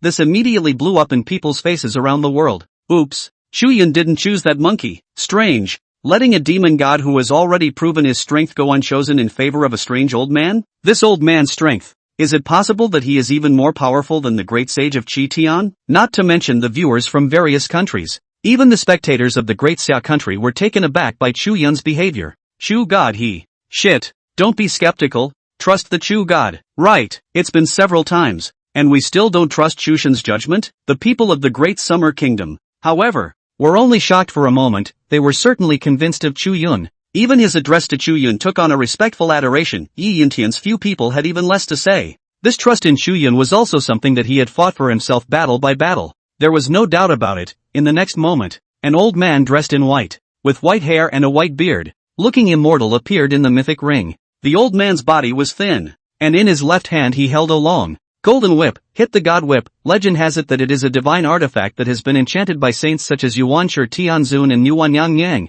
possessing a natural power to suppress deities. This is precisely the first divinity of the ginger. No god can carry a whip. It will surely be weakened, and in the palm of his right hand, a booklet with gold characters on a black background, emitting a 7-colored glow, was suspended. Seal of the gods. Jiang Zia's second divinity is connected to the many immortal gods of China in a way that no one can sever. It's really different. After Chu Yun added the words, this landlord that we previously sealed doesn't have these 2 divine weapons. The eyes of Yi Yuntian and Song Hai several people lit up greatly with excitement, and they all secretly swallowed a mouthful of saliva. Meanwhile, Ram's side noticed the difference. Ram's brow furrowed. He didn't have the same self-confidence now that he had at the beginning. What kind of weird deity has this brat awakened again? It looks like a skinny old man who doesn't have much fighting power. But this Chu Yun kid, you can't judge him with common sense. Ram's heart stirred slightly, and he subconsciously looked at Siddhartha. Amitabha Buddha. Goodness gracious. There was a round of golden halo rising behind his head, and wearing a glazed robe,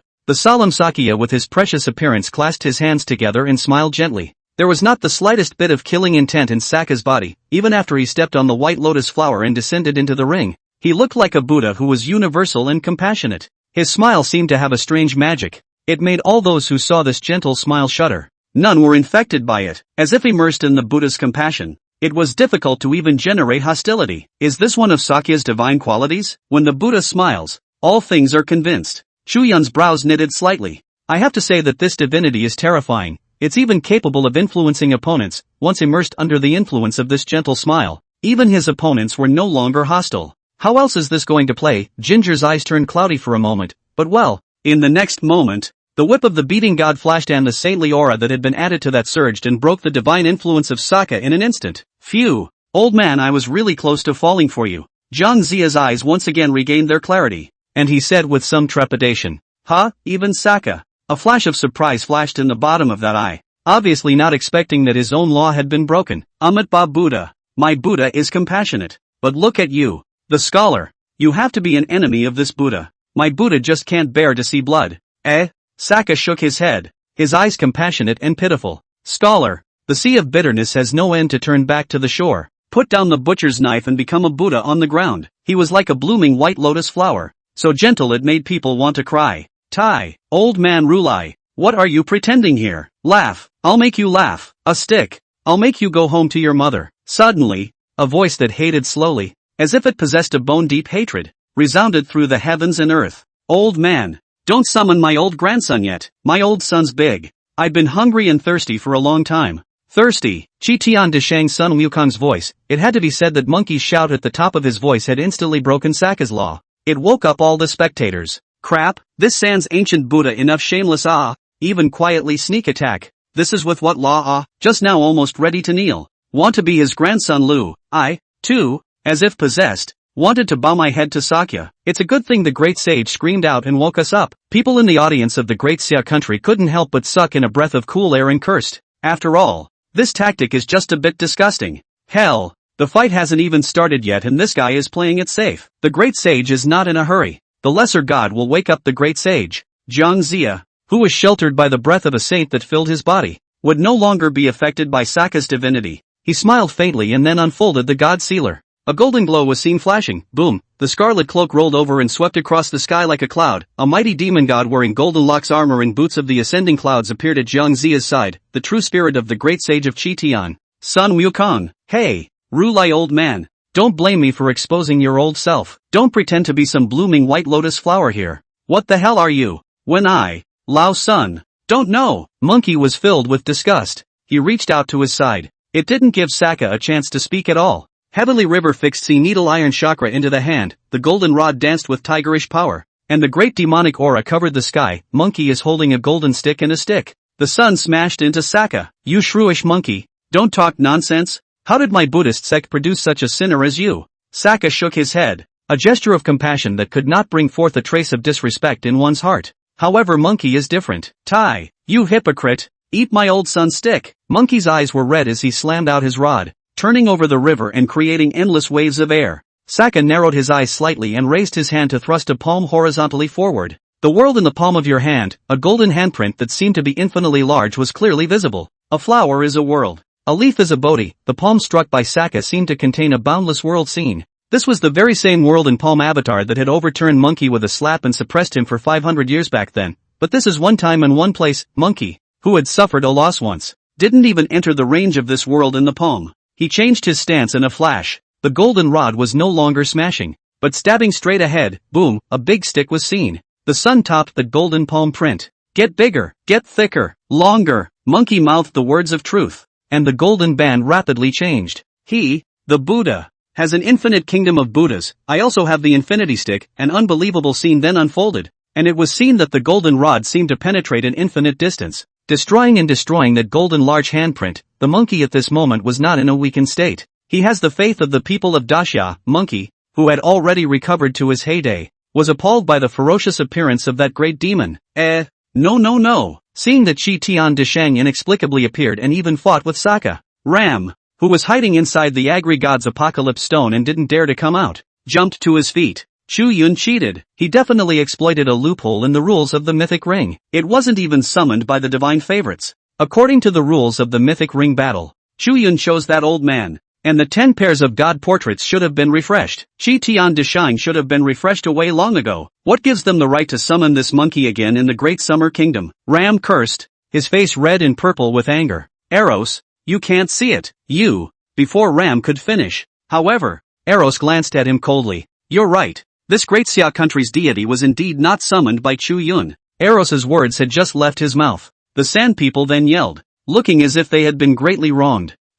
It wasn't summoned by Chu Yun? Since it's not, what gives this monkey the right to enter the battle? Wow. I get it. Is your Shira Empire afraid of the rise of my country? Yes. It must be a secret collusion with the great summer kingdom. Shame on you, Agu. Is this the so-called ancient civilization of the East? They only use this kind of dirty tricks to win? There was no end to the taunting and mocking voices of the sand people. Chu Yun almost amused him when he heard these remarks. Open your mouth and shut up about collusion and underhanded tactics. Had he, Mikuni, forgotten the collusion plot between them and Sakura, playing selective amnesia with yourself? I still hope that Senior will make a move and let this group of little caramels gain some insight. Chu Yun suddenly cupped his fists in Jiang Zia's direction. Who are you calling ignorant? You brat? Who are you calling a little karami? The sand people stared angrily at Chu Yun, hating that they could not jump out and beat him to death. But these viewers had some sense. It was very clear that with just these goods of theirs, they were really no match for the S-class divine favored one, Chu Yun. They were also just cursing, intent on drowning Chu Yun with their saliva. Ginger nodded. Good. He stroked his beard and laughed lightly, then stopped holding back. The seal of gods appeared in front of him. It unfolded with a bang, in an instant. Around Zhang Ziya's body, a vision of high mountains and rivers and mountains and ravines manifested. On top of the mountain, a magnificent and holy high platform stood alone. And on that high platform, there was only the figure of one person. It's none other than Ginger. Immortals, an old friend of mine has come to see you. Along with Zhang Ziya's words fell. Seen your uncle. Goodbye. A thunderous boom appeared, a ferocious god with sharp teeth, a fierce face, and wings on his ribs, holding two hammers and bathed in thunder appeared. Seen your uncle. Can make me wait. Immediately afterward, the vision of the heavenly dog eclipsing the moon manifested. A handsome man wearing silver armor and born with 3 eyes accompanied the vision. The 4 generals of the demon family. Si Tai Gong. Ha! Seen your uncle. It's been a long time. Neza misses you. With the sound of a voice, an unbelievable scene appeared. One by one of the gods from the Great Summer Country's camp were seen manifesting their true spirit figures. It's not a true descent of the body, though. However, that aura and strength were no different from the original, because that's what makes the seal of approval so special. It was also the reason why Chu Yun had immense self-confidence in Zhang Ziya, this god who possessed a unique divinity within the Chinese mythological system. His old man, Zhang Taigong, could definitely be called the great summoner of China. There isn't one. At the same time, Saka, who was fighting with Monkey, his face suddenly changed. There was no longer that earlier look of compassion, like a white lotus flower in full bloom. In its place was a scowl. You shrewish monkey, do you really think that my Buddhist sect is only compassionate? In addition to my Buddha's heart of compassion for the world, he also has the phase of an angry Vajra. Saka's face plummeted and he burst into a rage. His divine ability to easily influence the world and make it impossible for people to be hostile towards him was not broken, simply because at this moment in time,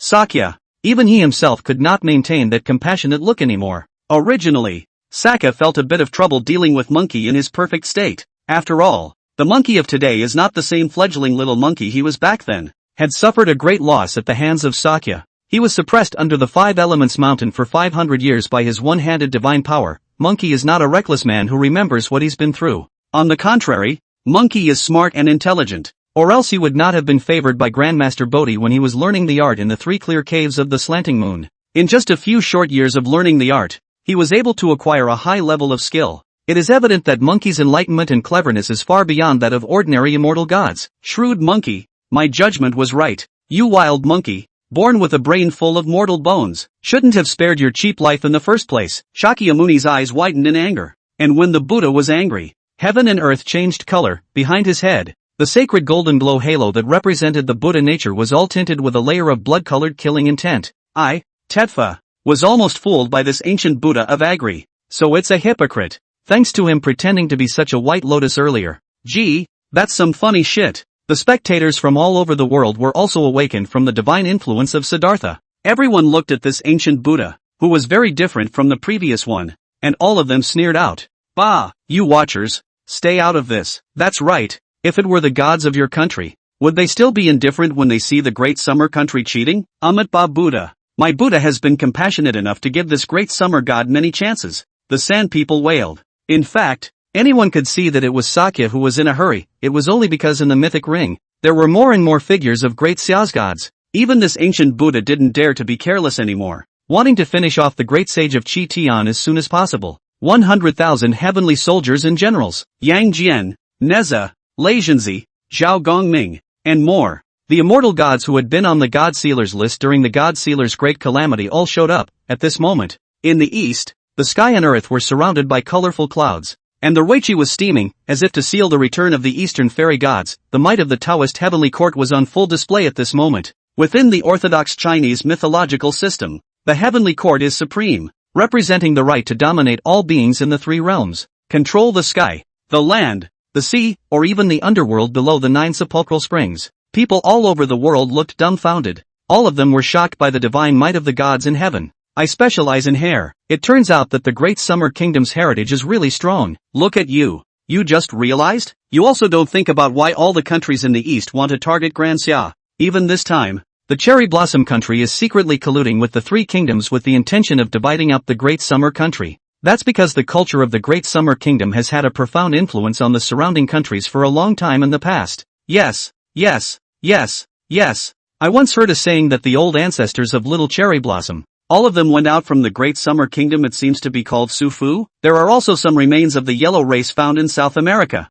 The Bronze Civilization, suspected to be closely related to the history of the Great Summer Kingdom, a period called the Shang and Zhou. 2. The nations murmured. Hearing those words, the faces of the people of Little Sakura were ugly, especially the few remaining leaders of Sakura Nation. Of course they've heard this argument, but they can't admit it. Then how can you admit? If you admit, is not disguised to prove that the source of their Yamato nation's bloodline, in fact, originated from the damned Daxia people. Bagger, don't be ridiculous. How dare you? You yellow-haired foreign ghosts. Z, what do you know about Eastern civilization? G, you foreign ghosts, are you fools? If we deal with the Great Xia Kingdom, it's good for you too. Stupid, unenlightened barbarians who can't even see who is good for you. The cherry blossom man cursed and disliked back. Even Chu Yun had not expected that one summoning of the Eastern gods by Elder Jiang Zia had even created an international wave still. However, Chu Yun was too lazy to care what they said. At this moment, Chu Yun's entire focus was on the mythic ring.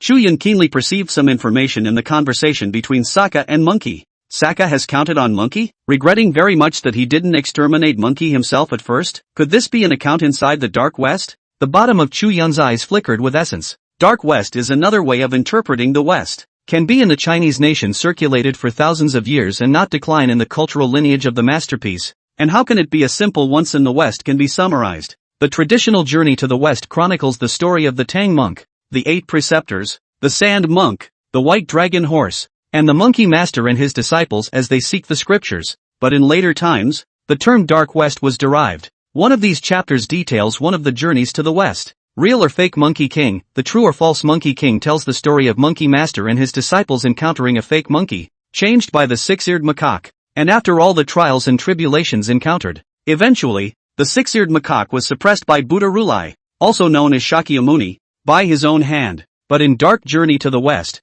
that monkey that was suppressed by Buddha Rulai was not the six-eared macaque, but Monkey. So there are some readings in the Dark West that are right. Monkey has been viciously punked by this Sokka. I guess it's right. Monkey is untamed by nature, born as a demon. Would he be willing to bow down to others? Far less controllable than a six-eared macaque. If it were me, I would naturally prefer the side that is easy to handle. Chu Yun's mind secretly pondered. He suddenly realized, if that was the case, then the monkey's potential was more than just that in the orthodox mythological records, if one then adds the words from in the Dark West to monkey. At the same time, just as Chu Yun acutely discovered something, Sokka also finally tore down his disguise with his own hands. Unbridled, bold, demon monkey, this Buddha has really given you face. You, suffer death. All of you gods of the Great Xia, you must die. Die. Sokka's face was livid and furious. Obviously, he didn't dare to delay any longer. Seeing as there were more and more gods on the Xia side, Sokka is also ready to let out his best moves. It was seen that behind Sokka, a vision of a lofty divine mountain emerged. That divine mountain was accompanied by an endless warmth of auspicious golden light, as if it was the ultimate pure land of happiness in the world of man, and one could not help but be mesmerized. Western land of ultimate bliss, Spirit Mountain. Immediately afterward, in the Spirit Mountain, the sound of chanting spread out. The vast celestial sound seemed to have transformed into a single golden handwriting, proclaiming the supreme scriptures of the Buddhist sect, with a visionary ascension. In the Spirit Mountain, the 18 Luohan, the 8 heavenly dragons, countless small Luohan, Buddha's son and so on all rushed out of the Spirit Mountain. These, all are devotees of Siddhartha. Devotees feel the call of the Buddha. Each and every one of them killed Monkey and the immortal god of the East with murderous vigor. These are the ones that have been brainwashed. Brainwashed very successfully. Sect. The fervor of the religion is on full display at this moment. They didn't care if they could beat Monkey. It was always the case that since Buddha wanted you to die, you would die today. Ha! Interesting. Monkey, however, was unafraid as he shook his body, one of his monkey hairs shedding its body. Monkey hair floated in the void. Immediately afterward there was a god-awful change. It was seen that the hair of that one monkey had actually turned into monkeys and monkeys' grandchildren. Back then, Monkey was young and foolish, provoking the authority of the heavenly court. 100,000 heavenly soldiers and generals from the heavenly court fought with Monkey, and many little monkeys suffered on the way. As the saying goes, when immortals and gods fight, mortals suffer and living beings die out. And that's exactly what happened. But Monkey doesn't forget these little guys of his. After he became immortal and attained Taoism, he even went to the Yama temple in the hell, robbed the book of life and death, and crossed out the names of the monkeys and monkeys' grandchildren from that book of life and death. Since then, Monkeys and monkeys' grandchildren have jumped out of the 3 realms and are not among the 5 elements. They live as long as heaven, are not under the jurisdiction of the heavenly court, and do not have to go to hell after death, and at this moment, these monkeys and monkeys' grandchildren who could hardly die,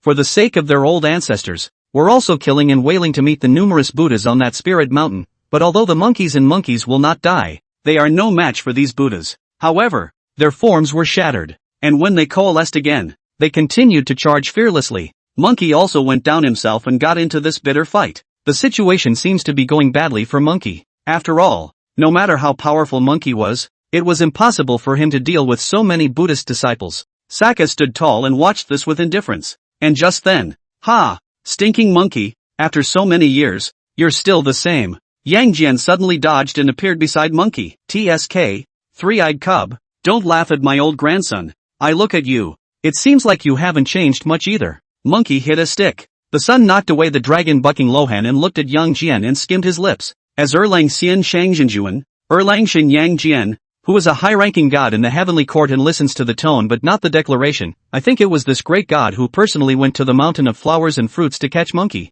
He could even have suppressed the younger Monkey in terms of all sorts of divine abilities. After the two fought for a bit, Yang Jian guffawed. Immediately after that, the 3-pointed, 2-edged blade in his hand slashed forward. It was as if it had torn open the bright starry sky. A huge blade chi that traversed the heavens, easily strangling thousands of Buddhas, and Yang Jian looked at Monkey with nothing but nostalgia and remembrance in his eyes. It was as if he was thinking of a scene from the great battle between the two sides back then. 3-eyed waif, dare to compete with my old grandson and see who kills this old bald donkey first. Oh, you stinking monkey still dares to compare with me? Let's compare. Who's afraid? Monkey grinned. Yang Jian's face, however, revealed an impish smile. Immortals, what are you waiting for? Follow me and kill that Sakya. Yang Jian laughed freely, with a coat of silver armor and divine might. His body's surface erupted with a brilliant golden radiance. It was like a vastly inflamed sun. It crashed down into the crowd of roaming Buddhas. Senior brother, Neza is here. Ha ha, Lazianzi, can't weaken my own master and brother. True Lord, wait, we'll follow True Lord's footsteps. For a time, the manifested Eastern immortal gods all rushed out. Blah, blah, blah, blah, blah, blah. 3-eyed waif, you guys bullying my old grandson for not having backup? Seeing this, Monkey in the great slaying of the 4 directions gave Yang Jian a blank look. Take it easy. What's your hurry? Your backup that's not coming. My old son's backup. Hearing this, Monkey's mind trembled. He suddenly felt an extra object on his shoulder. Monkey turned his head incredulously and saw the 4 figures behind him. The Tang monk with a robe, a face like a crown of jade, and a gentle smile at the corner of his mouth, a pig demon with a fat head, carrying a 9-toothed nail harrow and listening to a big round bulging belly, a neck, hanging a human head skeleton necklace, looks simple and honest. In fact, the character of calm, killing intent is not less than the demon bearded man. There was also a small silver armored general with a dragon's horn on his head. All 4 of them, in unison, looked at Monkey. Master, the 8 rings, the sand monk, and the white dragon horse. Monkey froze, even his body couldn't stop trembling, as if he had seen the most unbelievable scene in his life. That's right, how could he, the great sage of Chi Tian, not have backup in his whole life? The 4 that he cared about the most were not the ones that cared about him the most. You are not alone under desperate circumstances. You still have us around. No, no, no, your true spirits are not here. You. 2 lines of tears suddenly flowed from the corner of Monkey's eyes, because right in front of them, these 4 were moving stiffly, as if they didn't look like real living creatures. Even the 8 rings that nerd, are not as usual, called out that Monkey brother mantra. Great sage master, as you said, after you became a Buddha that year, you never saw these 4 again on Spirit Mountain, the way they are now. Even old Senior John Zia would find it difficult to awaken their true spirits. But my promise is still there. One day I will fight with you, Monkey, on the real Spirit Mountain and avenge you, to retrieve Master's 4 true spirits for you, within the Divine Enlightenment Stone. Chu Yun sensed Monkey's abnormality and hastily reminded him. Now Chu Yun had figured it out. Monkey's past is even worse than he thought. Siddhartha did the trick and replaced him with a 6-eared macaque, so think about it as right.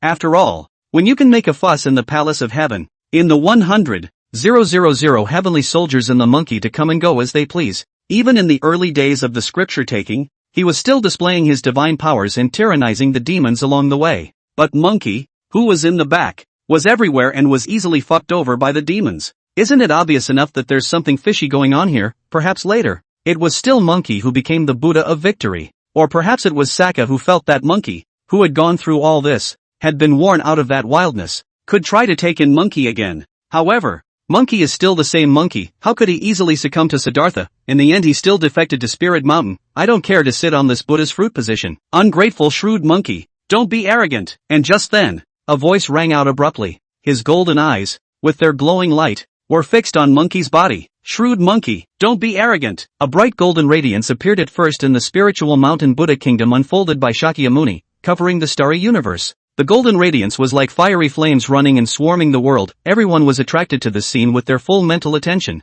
The blinding golden glow flowed, so that no one dared to look directly at it. A hazy and blurred figure with golden flames surrounding it was divine. The pressure of Buddha nature dispersed in all directions, yet there was no gentleness in Saka. Diametrically opposed to that, this Buddha nature, filled with the undefeatable nature of Ling Shao, was like an ancient god of war coming out of the sky. The battle spirit is high, never-ending. You are. Monkey's eyes skimmed over a flash of gold, and his fiery eyes' divine ability unfolded, his eyes fixing on the hazy figure wrapped in golden flames. Hey, it's an old acquaintance. Monkey cocked his head, shouldering the golden band, and the corner of his mouth hooked up into a smile if nothing else. Humph, shrewd monkey, without shame, without hearts, without gratitude. A demon is a demon after all. Even though I, the Buddha, am compassionate, it is difficult to dispel the demonic evil in your heart. You shrewish monkey, you really deserve to die. Accompanied by a voice, the golden flames that enveloped the hazy figure's surroundings gradually dispersed.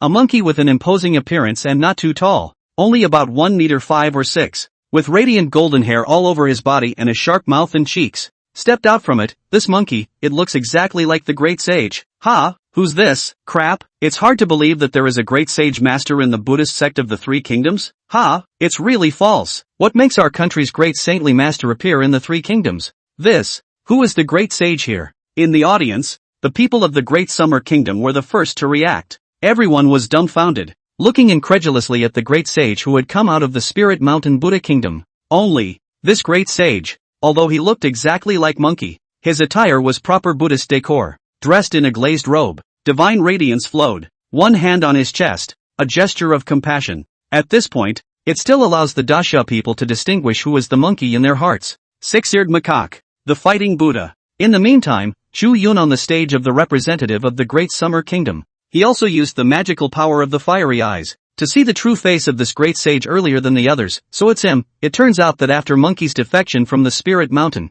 this one was again ordained by Shakyamuni as the fighting Buddha, Buddha fruition. Naturally it cannot be missing. Chu Yun's heart moved slightly. With regards to the six-eared macaque, Chu Yun still knew it very well. After all, the ancient oriental country where he had lived in his previous life had cycled through journey to the west almost every year. As a Chinese, no one would be unaware of these things that happened to monkey. The six-eared macaque is exactly what the journey to the west is all about. A rather exciting chapter. Like the great sage, they are all beings of extraordinary origin and incomparable spirituality. Known as the four monkeys of the mixed world, the first is the Lingming stone monkey, which is capable of change, recognizing the time of the day, knowing the location, and moving the stars. The second is the six-eared macaque monkey, who is good at listening to the sound of the voice, and is able to perceive reason, know before and after, and understand all things. The third is the tomcats. Fourth is the red shiri horse monkey. The legendary great sage master is the Lingming stone monkey. And the six-eared macaque, who is on par with the great sage master, is equally extraordinary.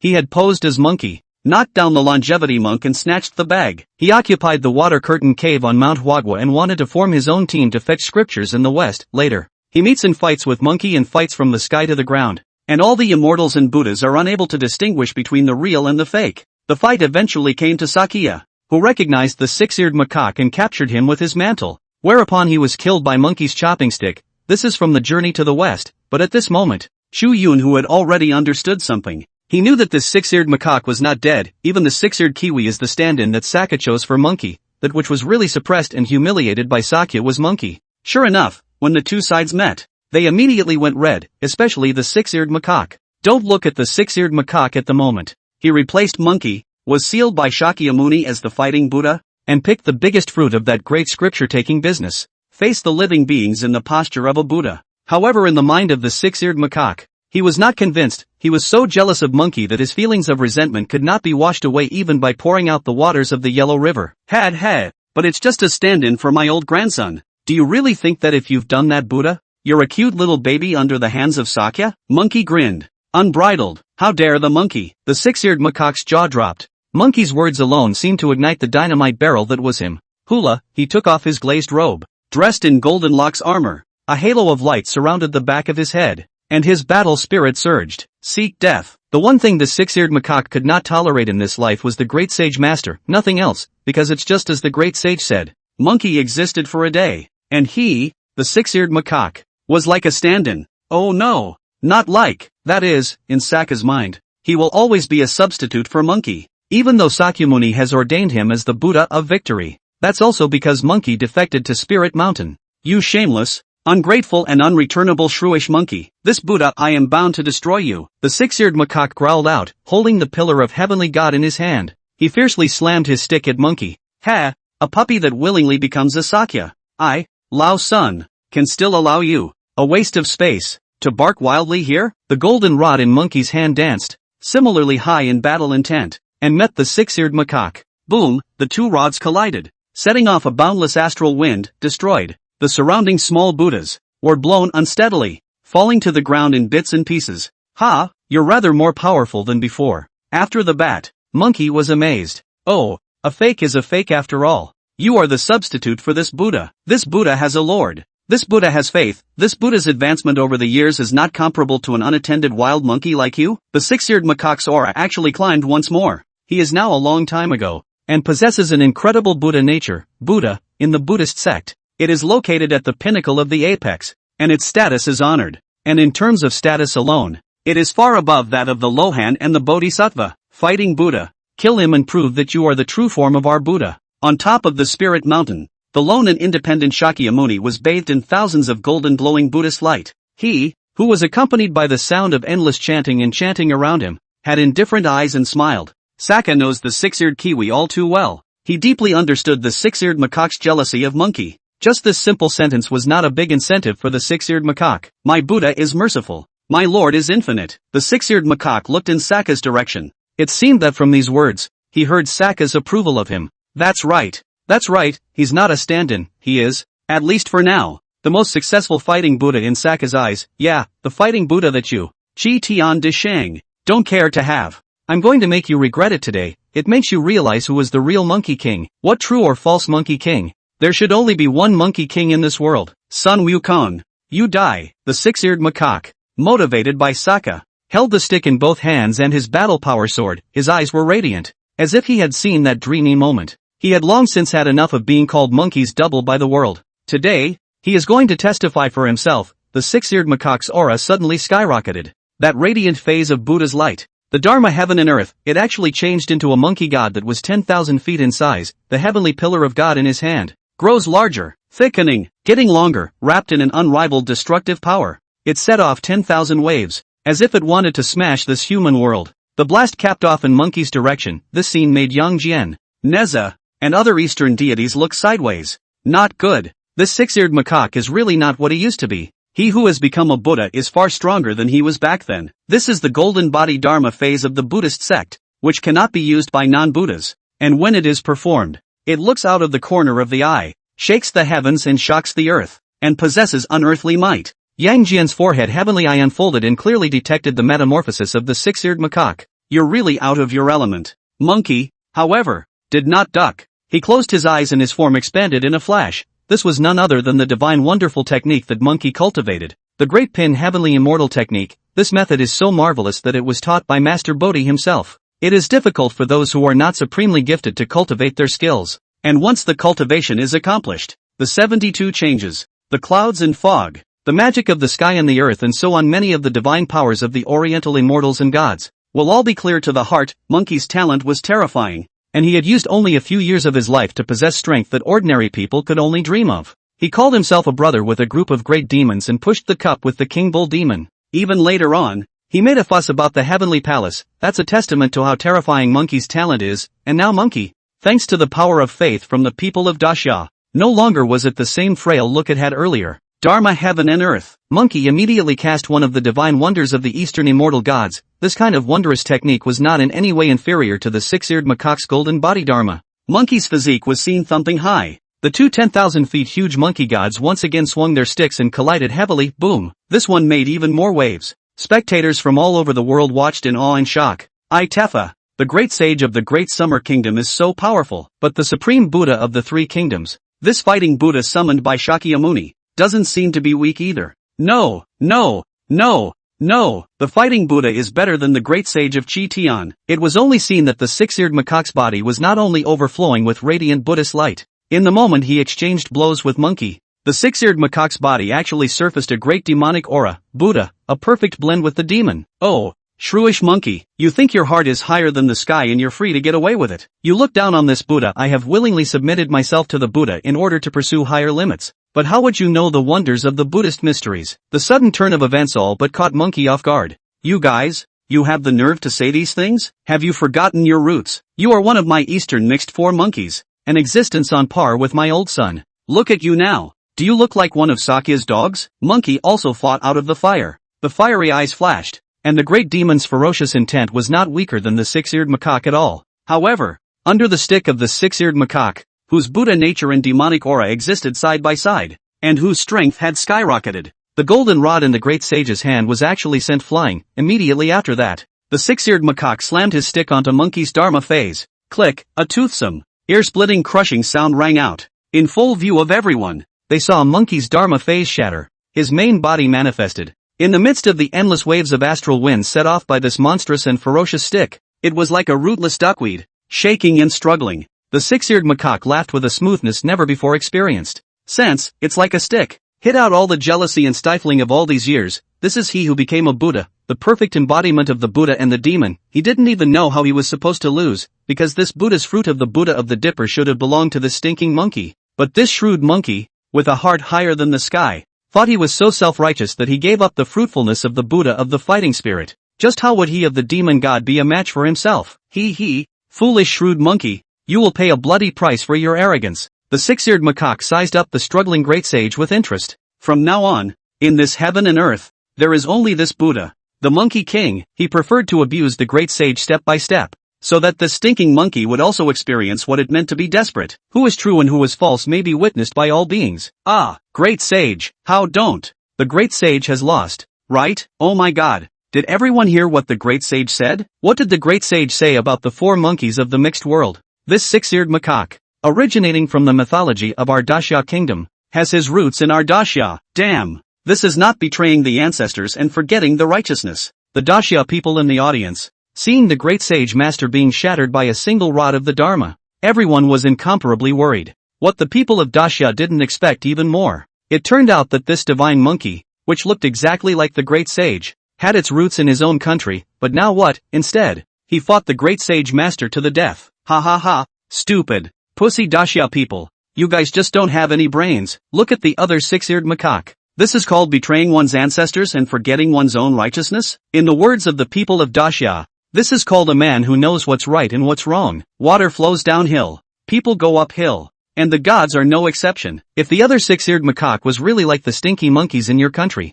then I'm afraid the one who's been knocked over right now wouldn't be that stinky monkey. Had. I thought this monkey was so powerful, but it turns out it's just a looker. The Athanasians were instead excited. Earlier, Ram had wanted to fight Chu Yun and snatch away Qi Tian de Shang's national fortune belonging, only to be disliked by Chu Yun, and even later on, even the paramount Buddha mother was cut off by Chu Yun. And now what? Looking at that great saint that his country did not get, being tyrannized by the six-eared rhesus monkey. It tastes like nothing else. They had quite a raised eyebrow. Crap, this guy is a fusion of Buddha and demon, wearing two divine systems. In that case, wouldn't it be one more divinity than the great sage master? Right, Chu Yun. Listening to what the great sage master just said, this six-eared macaque also originated from our great Xia country. If that's the case, then Chu Yun, you quickly civilize the fight and seize the six-eared macaque. Within the divine enlightenment stone, Yi Yuntian's few people were all on edge and worried as they watched Monkey get defeated. But they quickly came up with a solution. It was on the strength of Chu Yun's knowledge of the Chinese cultural lineage that he could take over this unbeatable six-eared macaque. Yi Yuntian,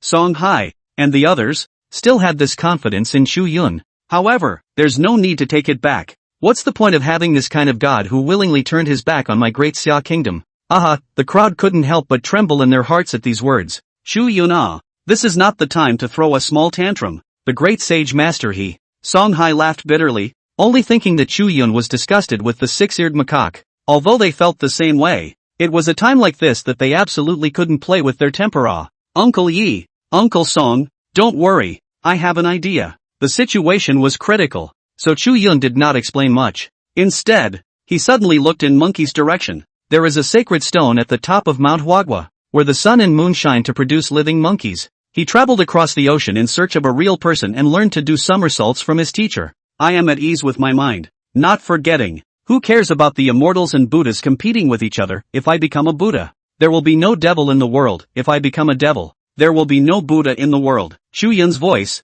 which contained mana, resounded through the scene. Everyone was confused for a moment. This Chu Yun, he's adding word notes for Qi Tian de Shang. Spectators around the world were amazed beyond belief. The great sage master at this moment was in perfect condition. He can add more words, not waiting for the crowd to react. That monkey, whose figure had tumbled and rolled under the six-eared macaque's stick, was unable to keep it steady. He suddenly felt a whole new power bursting out of him. Words from Dark West. Chu Yun had indeed added a whole new phrase for monkey, early on. After Chu Yun figured out what happened to monkey, he realized this. Chu Yun was confident in monkey's strength. What is the great sage doing here? Tread on that Ling Shao palace and destroy that spirit mountain saint. This goes if it never returns. Then there will be no return. In the underworld, it was as if there was a floating light, a walking picture track that surfaced around Monkey's body. Monkey's breath changed too. It was no longer purely the aura of a great demon. He seems to be crying and laughing, and he seems to be crazy and bizarre. Ah, Monkey,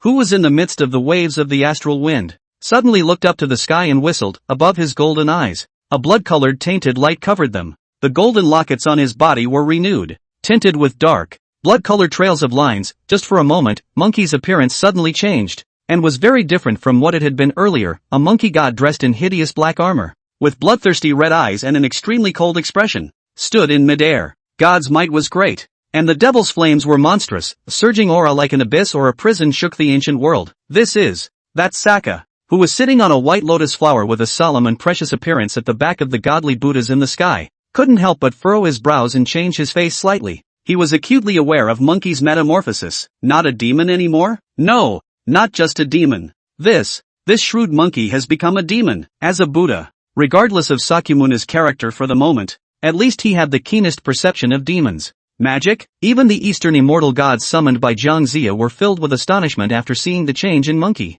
Elder brother, the great sage, he can enter the devil? Little Neza looked at Yang Jian with wide, puzzled eyes. Yang Jian, the Erlang Xianshang true monarch, blinked the heavenly eye on his forehead a few times. I don't know. Yang Jian was also puzzled. He who had once fought with the great sage had never seen this side of the great sage either. Ha, ha ha ha, sure is a shrewd monkey. Demon, damn demon. The six-eared macaque, on the other hand, laughed. He even laughed through his tears, as if proving that he was the real Buddha. Son Wukong, take a piss and take a good look at yourself now. Are you still the Monkey King? You ugly, filthy demon. The six-eared macaque laughed out loud with pleasure. Yet his smile had only just surfaced. There was a sudden blur before his eyes. Before he could react, the monkey whose expression was cold to the core and whose demonic flames were monstrous appeared right in front of him. One punch landed hard on the six-eared macaque's face. Boom! This punch shattered the bridge of the six-eared macaque's nose. Blood and tears mixed with snot waving in the air. The six-eared macaque's golden body phantom shattered, and like a kite with broken strings, the person flew backwards in the air, spilling blood. Impossible. Absolutely impossible. This Buddha is the fighting Buddha, the god of war in the Buddhist sect. How could I have my golden body shattered by you? The six-eared macaque was confused, and the sharp pain in his face made him snotty. The heart and mind even sank to the bottom in an instant. On what grounds? This Buddha is a perfect blend of demon and Buddha. Monkey, however, did not say a word, his eyes indifferent and chilling. With that, Monkey reached out. Earlier, the Rui golden hoop rod, which had been sent flying out 100,000 meters away, trembled slightly, and then there was a flash of golden splendor, and it was once again held tightly in Monkey's hand. Monkey didn't say a word at all as he held the golden rod and slashed down in the direction of the six-eared macaque's brain. It was as if the force was splitting Huashan, and the infinite power was added on top of the golden rod. Bang! A toothsome, ear-splitting sound resounded through the void. It was seen that the six-eared macaque's skull bones were shattered, and the so-called Do Shang Si Buddha's body, moreover, could not resist the stick, destroying it, being smashed into a puddle of flesh. Six-eared macaque, die, until the moment of his death. The six-eared macaque was at a loss. He couldn't fathom that he clearly had the advantage. How all of a sudden, the situation was reversed. Seeing this, the entire crowd sucked in a breath of cool air. Monkey, who had been suppressed a moment ago, suddenly went on a rampage and directly killed six-eared macaque in seconds. Such an end is simply unimaginable to the world. This monkey, it's too strong, isn't it? Only Chu Yun was not surprised. The six-eared rhesus monkey, a system of two gods, demon and Buddha. But monkey is no less than him, being the two divine systems of demon and devil. Wouldn't be afraid of his six-eared macaque. Chu Yun secretly clenched his fist, his heart revitalized. Who is the Monkey King? There was no question about it now. Because at this moment, in the void, there was only the figure of the great sage, a monkey god. Shrewd monkey, how dare you enter the devil? That Saka, who had been at the back, finally couldn't sit still now. He was able to detect that Monkey's aura was climbing up by the minute. He didn't dare to let Monkey get into the devil again. Demons, such a monkey even made him the towering Buddha. Feel a hint of fear. Buddha can suppress demons. The devil can also slaughter the Buddha. The Dharma is infinite. Saka slapped his palm. At this moment, he used all of his Buddha power. And even the Buddhist followers of the three kingdoms felt a wave of dizziness. It was the power of the Buddhist faith of the entire Agua state, all of which was added to Saka's palm, this palm. 5 fingers like a mountain, the golden 5-fingered mountain came down with a roaring lid, suppressing the sky above Monkey's head. Boom! The palm that had condensed the power of the Buddhist faith of Agrippa immediately pressed Monkey downward. Monkey's form fell straight down and landed in the mythic ring. With his arms in a prime position, he stiffly supported the bottom of the 5 fingers mountain, resisting this vast Buddha's might. Old man Rudra, Monkey threw back his head and roared. His reddish eyes, the light of his eyes looked through that 5-fingered mountain and fixed on Saka's body. However, this 5 fingers mountain, which had condensed the power of the Buddha's faith, could not be compared to the same thing. Saka stood tall and just looked at Monkey indifferently. Oh, shrewd monkey, obsessed with enlightenment. Since you have to enter the devil, you have no connection with my Buddha. Then today, let's suppress you at this moment. Along with the exit of Saka's words, the oppressive force of the 5 fingers mountain became stronger and stronger. Chu Yun watched the scene in his eyes and could not help but jump in his heart. This Sakyamuni, he has even borrowed the faith of Buddhist disciples all over the world. Chu Yun also did not expect that Saka would still have such divine means. It is important to realize that the Buddhist sect is one of the 4 major sects in the world. Sects. The number of believers is so great that it is a sea of them. The Sakya at this moment borrowed the power of faith from the Buddhist sect. Then the great sage master will be facing more than just Saka. Shrewd monkey, look who they are. And just then, the corners of Saka's mouth lifted into that trademark compassionate smile again. Immediately afterward, 4 figures flew out from the spirit mountain, the Tang monk, the 8 preceptors, the sand monk, and the white dragon horse. This was different from the figures summoned by Ginger. It's the true spirits of those 4. The true spirits of these 4 were seen merging with the divine bodies summoned by Jiang Zia. All of them emanated a golden glow of Buddha's light, and their precious appearance was solemn. Old man Rulai, what are you doing? Don't you dare insult my master, the true spirits of my brothers. Monkey at the bottom of 5 fingers mountain saw this scene and his jaw dropped. A few of you, kill him. This shrewd monkey has entered the devil and deserves to be suppressed. The bottom of Saka's eyes flashed with an undetectable flash of playful sneer. He had deliberately released the true spirits of the 4 Tang monks. He just wanted the great sage master to die at the hands of the people he cared about the most. Kill and kill. Damn it! Is this the Buddha who opens his mouth and shuts his mouth day after day and turns back to the shore at the end of the bitter sea? The heart is too hard. Within the divine enlightenment stone, Yi Yuntian's few people also woke up. All of them felt Saka's malice towards Monkey, and everyone's face changed drastically. Chu Yun secretly clenched his fists and quickly browsed through the portraits of the gods in front of him. How could Chu Yun stand by and watch Monkey suffer this calamity? He wanted to awaken the new gods as soon as possible. It would be better to have a strong Taoist god to fight against this Sakya with the power of the Eastern Taoist faith. Anyone could see that Sakya was borrowing the power of faith from the Buddhist sect. The tactics are less than honorable, but there is nothing to be said for them. After all, this was the God-Devil deathmatch. Being able to win is more important than anything else, and no one cares about high or low means. Monkey, I'm coming. However, what everyone didn't expect was that when that true spirit returned to its place and the 4 masters and disciples, who finally possessed consciousness, came to Monkey's side, the 8th ring grinned. Monkey, I'm coming. To everyone's surprise, the 4 masters and disciples did not lay a hand on Monkey. On the contrary, the 8 preceptors, who had a pair of beckoning ears, a broad heart, and a simple face, suddenly grinned at Monkey. Monkey was frozen in shock. Nerd, you You recognize me? You! The long-lost cry of Monkey awakened the great sage master. It was a title he'd thought about day and night and could never forget. Monkey, you used to always stand in front of us, and were the first to venture out when anything happened. But on this day, it's my old pig's turn to make a splash. Let me, the old pig, block the disaster for you. Monkey brother. For once, the eighth ring reached up and scratched his head in a naive manner. Immediately afterward, he shook his head and assumed the form of a purifier. Enjoy the world's offerings to the Buddhist divinity that is based on eating and drinking. It's on display at the moment. The eighth ring suddenly opened his mouth and inhaled violently. At this moment, the power of Buddhist faith from all over the world swarmed towards the eight preceptors. What's going on here? Why is our pure altar bearer snatching the power of faith from the Buddha?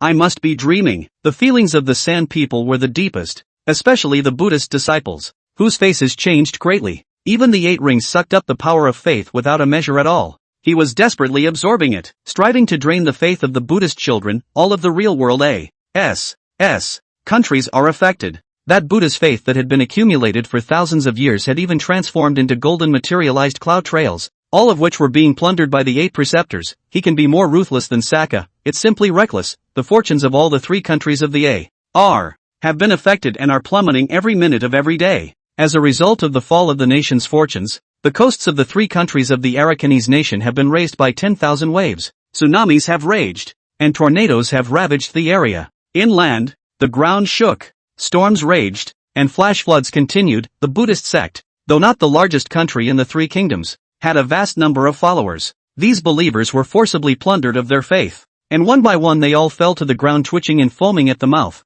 and were about to hiccup. With the passing of the Buddhist faith, it is only natural that the fortunes of the three countries are plummeting. The leaders of the three kingdoms were dumbfounded. This is a nasty way to destroy their country. Is there such a thing as absorbing the power of faith?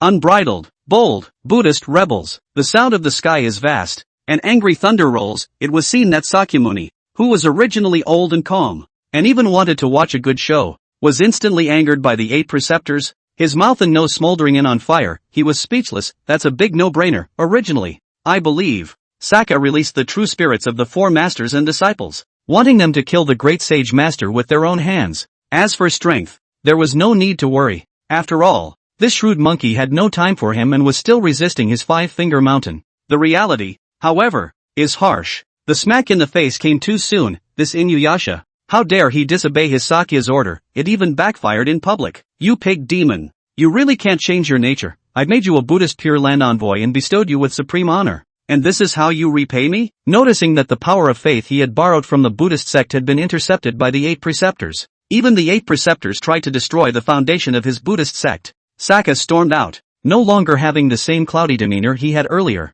Die! Saka clasped his hands together and spoke out angrily. It was then that the eight preceptors, who were devouring the Buddha sect's chi, saw their bodies tremble. The eighth ring reached up, scratched his head again, and turned his head toward Monkey with an awkward smile. Monkey, it looks like my old pig's time has come. Nerd, what are you talking about? You! A sudden sense of foreboding surged through Monkey's mind, and his eyes turned red as he stared dead in the direction of the eight rings. The eight rings suddenly cried, what's my old pig out of the limelight? My old pig loves nothing more than to hide behind you, brother Monkey. I'll stop pretending, my old pig, and I'll never show off again. Monkey, I don't want to die. I don't want to go. I miss you. Accompanying the exit of the eight rings words, his body cracked and little by little turned into flying dust and annihilation. Nerd! Monkey's jaw dropped. At this moment, how could he not understand what was going on? This is exactly the thing that one avoids the most after becoming a spirit mountain Buddha. That is to be completely controlled by Sakya in life and death. Words are prophetic. Shakyamuni can destroy all the Buddhas of that spiritual mountain with a single word. This also includes the eighth ring. That's why Monkey would rather die than be that Dodo Buddha. Bullshit Sung Sane Buddha. It's just a dog being held to death by others. Monkey was furious, and his 5 fingers violently pressed down some more. A stony gray color was seen emerging from Monkey's skin. Monkey's eyes also became lax and confused. On his body, stony skin emerged, spreading out at a speed visible to the naked eye, as if he was about to transform into a stone monkey. Eldest brother, why are you fast asleep? The sand monk came forward and reached out to pat Monkey on the shoulder. I am not good with words, and on the way to fetch the scriptures. I didn't speak much with you, eldest brother, but you know what? Eldest brother, you will always be the lawless Chi Tian de Sheng in my old Sha's heart. In my entire life, Old Sha obeyed no one but you and Master. Monkey, don't fall asleep. A glistening golden radiance emerged from the sand monk's body. The golden glow was like flowing water, passing down the sand monk's hand and into monkey's body. This is the Buddha nature that belongs to him. The sand monkey, who was in a daze and on the verge of lapsing in consciousness, woke up with a jolt. Old Sha, what are you doing? I don't want your Buddha nature. Monkey was in a hurry. Fools, the master is still here, and it is not yet time for you to offer yourselves. Monkey was in a trance, as if he saw a handsome young monk walking toward him. His temperament was gentle, ever slow and unhurried. It was as if his smile had a strange magic that just calmed the mind. Master? Monkey murmured out. Master, is it really you? Monkey was like a child, and it seemed as if the devilish tyranny and demonic arrogance in him had faded for a few moments. If the thing that trapped Monkey in the beginning, it was the tightrope. Then with the Tang monk day and night together, the tie between their master and disciple has long been not that a golden hoop can be bound. They have long been the most important people to each other. Wukong, I know you dislike Master's nagging, but Master still wants to say it. Tang monk smiled gently and reached out to touch Monkey's head. The little monkey isn't very tall, only about 5 meters. Like a child, don't care about the world's eyes, Buddha or devil. Good and evil are all in one thought. In fact, the real Buddha, which everyone has, is that goodness in our hearts? Alright, let Master be capricious one last time, and there will be no chance to lecture you in the future. You, live well, you can only rely on yourself to walk the road in the future. The moment the words fell, Monkey was suddenly flooded with a sense of foreboding, and the Tang monk just gazed tenderly at the little monkey. How could he leave? However, it was good that Sokka had summoned their true spirits. You missed us. Have we ever thought of you in a good way? The Tang monk's Buddha nature flowed. The teacher and disciples 4 was sealed by that spiritual mountain Shakyamuni for the Buddha fruit of the opportunity to create. At this moment, it transformed into 4 golden glowing sherds. They all went into Monkey's body. Master, Shifu, don't leave me. I miss you all. Do demons cry? By and large, it won't, because demons represent ferocity and tyranny in the world, but now, the devil cries. 2 tears of blood flowed from the corner of Monkey's eyes. He was conceived in this stone and has a heart of stone that doesn't hurt. He is a demon and a devil, living only himself, without any earthly feelings or desires. He is the free and great and untamed Shi Tian Shang, but his heart of stone. Why did his heart ache? Aren't the 7 emotions and 6 desires only found in the human heart? This moment, demon, devil, Buddha, man, 4 types of auras erupted from the body of the great sage master. What? Golden cicada, Sha Wujing, little white dragon. You crazy people, how dare you ferry the Buddha nature bestowed by my Buddha to this shrewish monkey? Sakayatu's eyes rounded and his 3 corpses exploded in anger. It's impossible. It's absolutely impossible. A demonic monkey that had actually metamorphosed into 4 divine lineages. There are 2 more kinds of people in Buddhas than he. Sakya, nerd, old Sha, master, the golden hand. Under the 5 fingers, Monkey's body trembled and murmured in a low voice. Is that trembling a sign of fear? No, it was the power surging and rising within his body, making Monkey himself a little out of control. He jerked his head up. His golden eyes blinking, Monkey was able to clearly perceive the 4 shekels within his body. That is the power that contains the essence of Buddha nature. He's not Duda, nor does he need to recognize the Buddha's fruition ordained by Sakyamuni. Monkey only remembers the last lesson Monk Tang taught him before he was transformed into a Sherpa. Buddha and the devil are in everyone's heart. Good and evil are just a thought away. Monkey murmured softly, and the aura on his body was extremely bizarre. Behind his head, a round of Buddha's golden halo hovered, illuminating the world. The scarlet cloak was windless, flipping and curling, the color of blood unfolding. Like a devil on earth, bloodthirsty and berserk, he himself, moreover, had a great demonic aura that covered the sky and swept across the pale, and his heart is filled with the 7 emotions of the human world. Buddha, devil, demon, human, the breath of a 4-system god. This scene made all the spectators subconsciously hold their breath. The whole room was silent, having witnessed many divine battles with their own eyes. This was the first time they had seen a god with so many divine lineages. Kachao. All of a sudden, one hears a piercing sound. It was seen that the large golden palm that was suppressing Monkey's body was flooded with silk cracks, at a speed visible to the naked eye. The speed spread. The 5-fingered mountain that Sokka borrowed from the power of the faith of the Buddhas all over the world and coalesced out of it couldn't suppress Monkey anymore. Sun Wukong, go for it. In the audience of the great summer country, a little boy suddenly stood up and raised his hand to wave it vigorously. He was holding a toy in his hand. If you look closely, that's what Monkey looks like. Though there is a serious cultural disconnect in Dacia, and there is very little understanding of Monkey. But also like Chu Yun's previous life, it was impossible for this country to forget Monkey cleanly. The children of Daxia will always have a monkey of their own heart living in their hearts. The child's tender voice seems so loud in this quiet moment. The child is simple. He doesn't understand the rules of any mythical ring battle. All he knew was that he didn't want the Qi Tian de Shang Sun Wukong in his heart to disappear. This is faith in its purest form, the child's voice. Breaking the silence. The Daxia people in the audience, after being stunned for a moment, got up. Monkey, go for it. Great sage, go for it. I believe in you.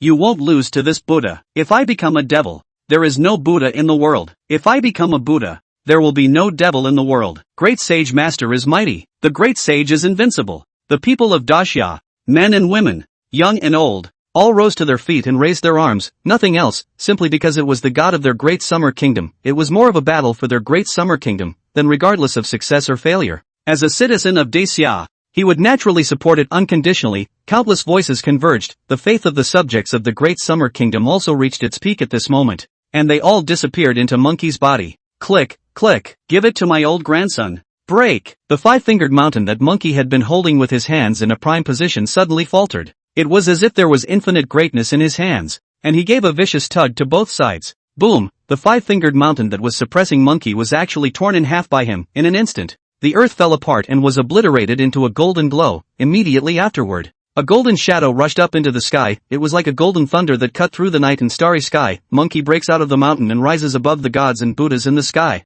At this moment, he was full of faith and was truly at the peak of perfection. Bull, the great sage of Qi Tian, whose longevity is equal to that of the heavens, is unrivaled in the world. Wow, Master De Shang is awesome. The people of Daxia were thrilled. When Chu Yun within the Divine Enlightenment Stone saw this scene, he also subconsciously clenched his fists and swung them downward with force. That Sakura, who was high above the spirit mountain and hiding behind the roaming Buddhas, suddenly changed his face drastically. Damn it, that's a hell of a thing. His own power of faith was cut off from his supply by that stinking pig demon, and that loser golden cicada. He even dared to defect from the Buddhist sect and transmuted all of his merit and Buddha nature to this stinking monkey. The current Saka only had a feeling of stealing a chicken. In fact, he hadn't expected the Tang monk to betray him at all. It is important to realize that both the Tang monk in his present life and the golden cicada in his past life were the most loyal Buddhas under his seat. Now it's good to talk about mutiny. Saka had clearly underestimated the bond between the master and the disciples. But that's normal. He was that high and mighty Buddha,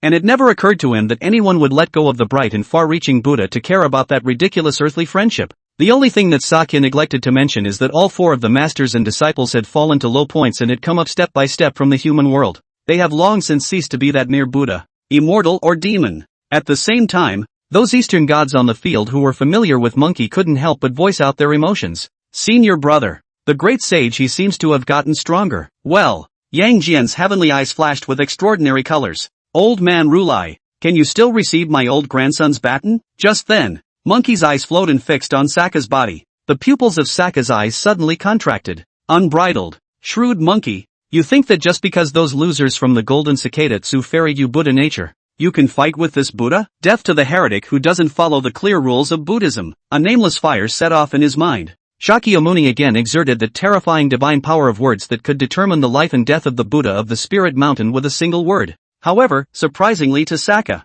Monkey was simply fine. Old man Rulai, my old grandson's Buddha, the Buddha in my heart, was given to me by my master, my master's brothers. None of your business. My master has said it. The human heart is good or evil at the drop of a hat, and becoming a Buddha or a devil is all in the mind. You, spirit mountain Buddha, can't suppress me. Monkey murmured to himself, savoring the last lesson the Tang monk had taught him before he dissipated. That's just it. You wouldn't understand. You've been high and mighty for too long. Monkey suddenly shook his head. You forget that you cut your flesh and feed it to the eagles and pity the hearts of the world. As Monkey's words left his mouth, he extended his right hand, and the ruby golden hoop rod instantly entered his hand. That golden rod was flooded with the terrifying power of the four divine systems, blurring even space. When you were high up in the spirit mountain, overlooking all beings in the world, did you ever remember under the Bodhi tree? You who were struggling to realize the way, you are not worthy of becoming a Buddha. The Buddha nature on the golden rod rose high,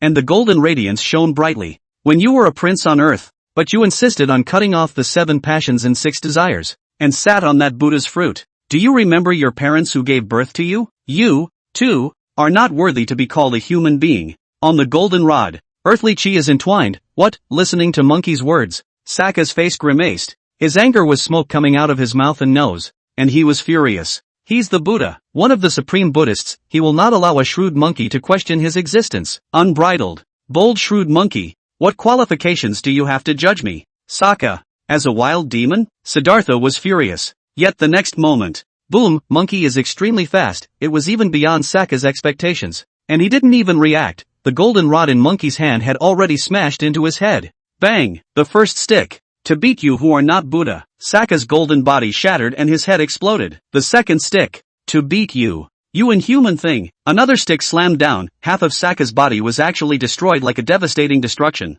His golden blood waved. And like a kite with broken strings, he fell straight down towards the mythic ring. One last stick. For my master. For my master's brothers. To extinguish your lofty Buddha nature. Monkey growled out. With the last stick. The divinity of man. Devil. Demon and Buddha converged. A stick is like trying to sweep away the dust of the world. It swept out. All beings only saw that a stick opened up the sky. The stars and the universe trembled. The shadow of that golden infinity stick shone with golden radiance, illuminating the starry universe. Bang! As this stick fell, Sokka's body suddenly burst into pieces.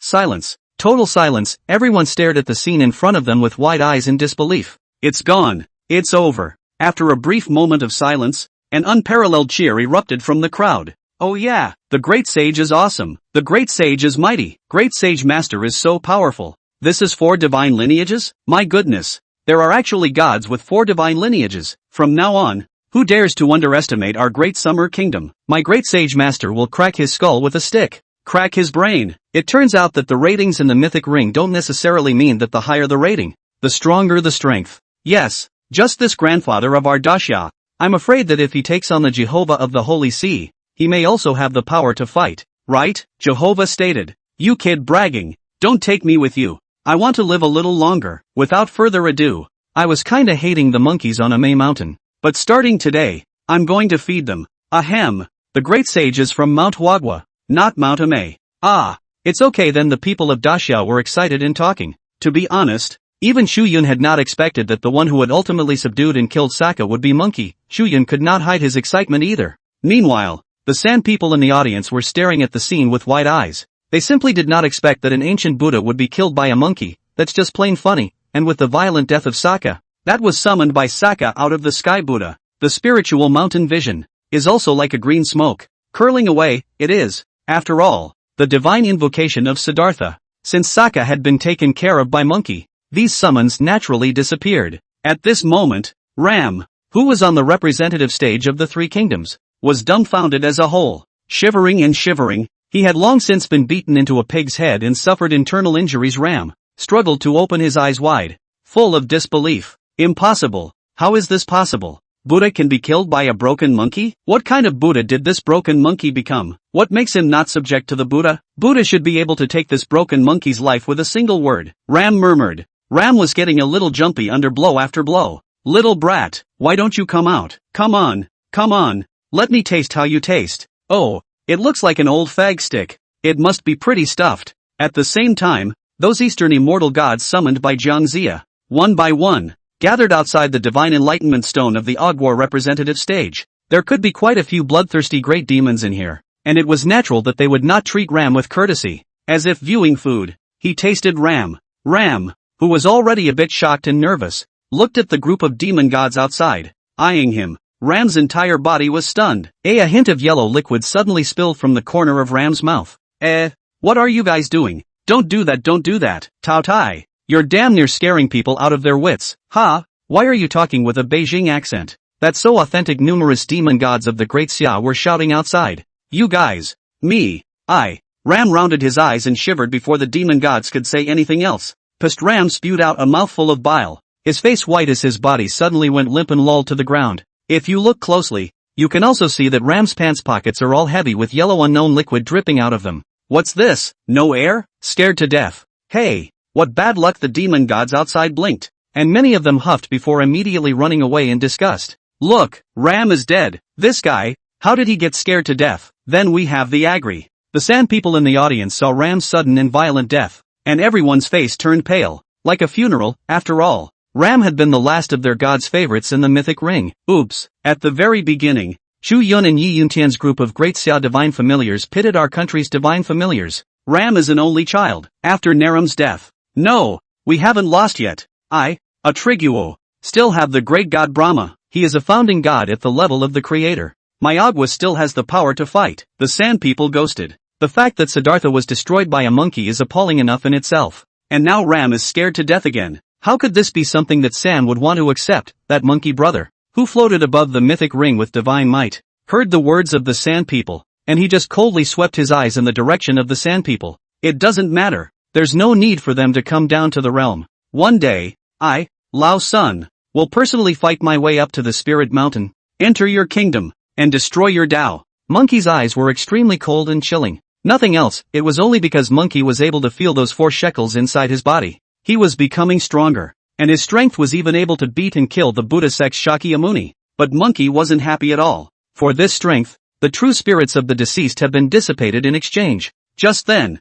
the figure of Eros appeared. Eros took a deep breath and looked rather scornfully in the direction of Monkey and Ginger. A god of the great summer's stripped-down nature. A god with a unique divine nature. That was a summoning trait that all nations could only dream of. These two gods had opened the eyes of both Eros today. With one last glance, Eros looked in Chu Yun's direction. This little guy, the god of love, narrowed his eyes, and his mindset towards Chu Yun had changed from the earliest curiosity to the deep scorn he felt now. It was only because Chu Yun simply made it impossible for people to figure it out. How was his existence not a threat to the Shira Empire? Daxia, it's really not what it used to be. Eros' heart moved slightly, and then she set her mind and face straight. The eyes flowed and swept over the audience. According to the rules of the divine and demonic deathmatch, all of Agua's divine familiars were killed in action, and the Great Summer Kingdom has won this divine and demonic deathmatch. The 3 kingdoms of A3 will have half of their national fortunes cut off and return to the Great Summer Kingdom. Eros opened his mouth. When these words came out, the faces of the people of the 3 kingdoms became even more ugly, due to the fact that earlier, Chu Yun of the Great Summer Kingdom had a bet with Ram, the representative of the 3 kingdoms of A. The 3 kingdoms will automatically cede the territories around the Himalayas, all of which will be returned to the Great Summer Kingdom. The Sand People finally broke down. It was only at this time that they suddenly remembered that Ram was good and dead and had to block a hand with Chu Yun. It's okay now. Nothing, and as the words of Eros fell, some changes crept in.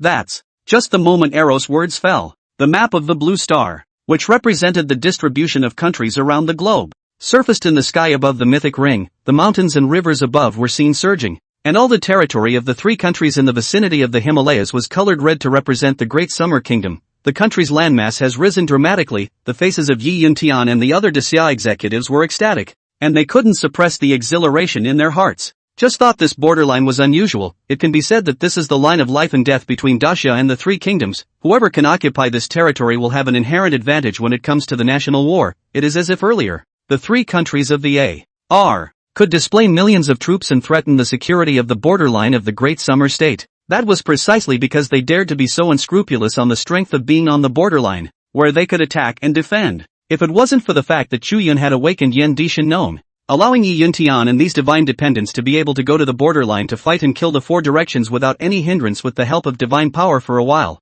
the current situation of the Great Summer Kingdom would definitely not be as rosy as it is at this moment. Of course, from now on, everything changes. This advantage will belong to the Great Summer. At the same time, magical changes are taking place in the real world. Then he saw a 5-clawed golden dragon of divine majesty, ascending from the east. This is none other than the golden dragon that represents the fortunes of the Daxia kingdom. That golden dragon faced the direction of the 3 kingdoms and opened its mouth, as if it were a dragon sucking up water, crazily devouring the national fortune of the 3 kingdoms. The brutality of the God-Devil deathmatch, the A.S., which was weakened by half of the country's fortunes, plummeted as it did. Inside the pantheon of the 3 kingdoms, the chi dispersed, and the many portraits of the gods seemed to be covered in a layer of dust. Temples of gods and goddesses were being built up and gilded everywhere, and they were collapsing. Many places that were originally suitable for human survival have even become barren, with green plants withering and yellow sand rolling and whistling. National transportation, relevance to the country. The higher the luck of the nation, the higher the quality of life of the people would be, and it could even give birth to divine familiars with extraordinary talents that were well suited for cultivation. And once the country's fortunes fall, then those advantages are gone. It can even affect the living conditions of the population. Don't, Amit Ba Buddha. My Buddha is merciful. Save your followers in the mortal world. Lord Brahma, where are you? All over the 3 countries of the Arab world, it is like a hell on earth, and there is a lot of grief. Beautiful God of love, honorable God of love, I beseech you, Will you not give my countrymen a way to live? We want refuge in the Shira Empire. Please, please. Some of the leaders of the 3 countries in the audience suddenly knelt down in the direction of Eros. Eros just looked at them indifferently. No charge. That's right, nowadays, being the number 1 ranked empire in the world and having the most godly underpinnings, how could the Shira Empire possibly receive the A3? Yi Yun Tian, Yi War God, Old General Song, General Wang, we are all human beings. Our 2 countries are still bordering each other and are the closest in distance.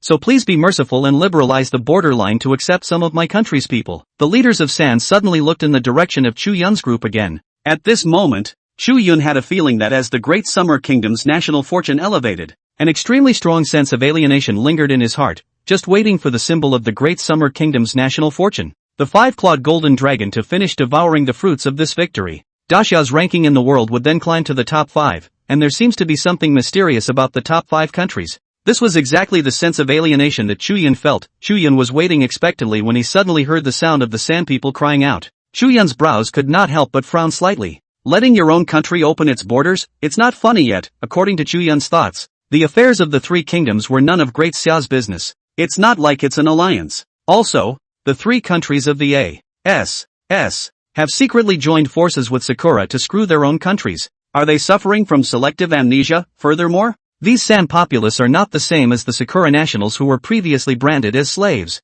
Those Sakura people, Daxia can eat them. But Agri is not a small country, and in today's times, it's well developed, with a population of over 1 billion people. If they were received, they would inevitably create a turmoil in the country. Besides, will they be grateful? No way. They will only remember that it was the Great Summer Kingdom that ruined their happy lives. There is no time to think about revenge. This has been proven countless times in the history of China. If it's not my kind, its heart will be different. Anyway, according to Chu Yun's thoughts, that was definitely not going to receive the A3. However, Chu Yun knew to himself that he was still a student, and it was not his turn to participate in such matters. Chu Yun, what's your opinion? In the next moment of familiarity, Yi Yuntian's few people looked at Chu Yun. The corner of Chu Yun's eyes moved. It was also understood that with the extraordinary abilities he had demonstrated, he had already influenced the top brass of these countries in an invisible way. Even in the minds of Yi Yuntian's few people, Chu Yun, who had fought side by side with them,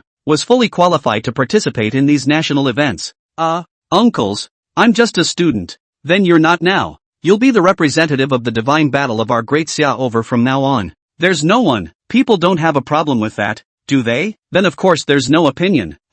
Song Hai, will definitely support Chu Yun. Old General Song grinned. This old general's life was considered saved by Chu Yun, and he naturally trusted Chu Yun unconditionally. Nice guy, promoted on the spot. Chu Yun all froze for a moment. You're being treated too well, aren't you? Chu Yun did not dwell on it and spoke his thoughts on the spot. Yi Yuntian's eyes lit up. Hey, good boy, tough-minded enough, but well, in times like these, you need to be ruthless. As the great Xia's god of war, Yi Yuntian naturally understood Chu Yun's worries. That's right, the refugees can't have it. This is not the time for compassionate softness. After all, when San wanted to divide up his Daxia country, did he ever think of being merciful to the Daxians? The fact that they are now in this situation is entirely to blame. Soon several people were in agreement. No charge. The Great Summer State also refused very dryly. This changed the faces of the people of the 3 countries who had been rejected by the countries. Many of the desperate Sand people even lost their minds and couldn't speak without thinking. Aren't you the ancient civilization of the East?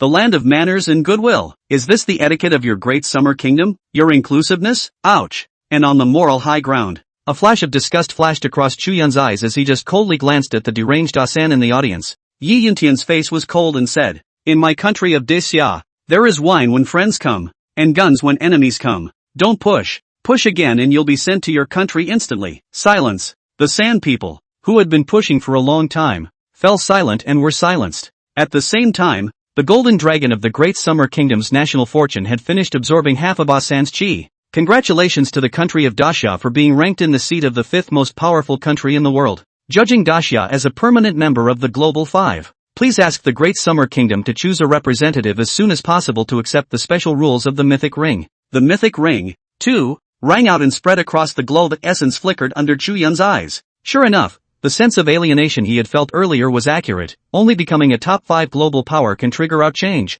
Special rules for the mythical ring? What are they? Special rules? There are special rules in the mythic ring? All over the world, Many people in small countries heard the sound with a blank puzzled look on their faces. However, the faces of the leaders of all the major countries with vast territories and strong underpinnings turned incomparably grave. The leaders of the Cherry Blossom Nation, who had been crippled by the Great Summer Nation, were even more indignant, beating their chests and stomping their feet. Damn it! Damn it! The Great Summer Kingdom has succeeded. What worked? There was a great deal of confusion among the regulars in the audience. But where were the leaders of Sakura to find the time to explain it to ordinary people? They were only overwhelmed with chagrin. In fact, this was the reason why Sakura had joined forces with the three kingdoms to set their sights on the Great Summer Kingdom. They coveted the cultural heritage of the Great Xia Kingdom, and hated the idea of taking its place and dividing it up.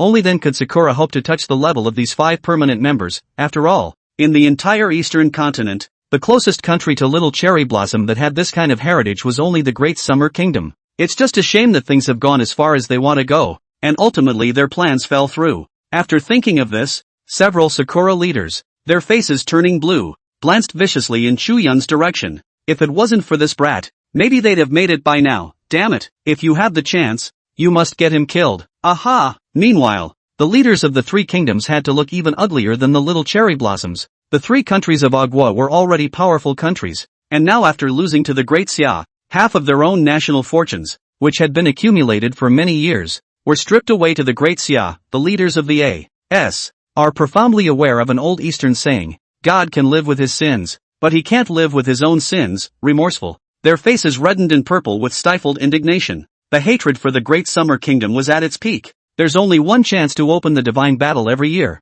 and we've already used it this year, so when next year comes, we'll definitely make a comeback. San's leaders were also staring dead at Chu Yun's several people on the representative stage of the Great Summer Country. This gaze that was full of malice. Chu Yun's few people had felt it long ago. Doesn't matter though, Chu Yun didn't even bother with them. The more upset they get, the more it proves that I did the right thing. As for the reckoning afterward, in fact, the moment Chu Yun took the stage on behalf of the Great Xia Kingdom, he knew that he was destined to be targeted by an enemy country. However, Chu Yun knew very well that everything was still about whoever had the bigger fist, in the face of absolute strength. Any plotting and scheming was dirt. With his current strength as a mortal S-class divine favorite, it wasn't as if he didn't have the power to defend himself. Chu Yun, we have decided to elect you as our representative to accept the special rules of this mythic ring. Right at this moment, Yi Yuntian's few people suddenly looked at Chu Yun in unison. Everyone had a smirk on their face. At those words, Chu Yun was slightly stunned. Uncle Yi,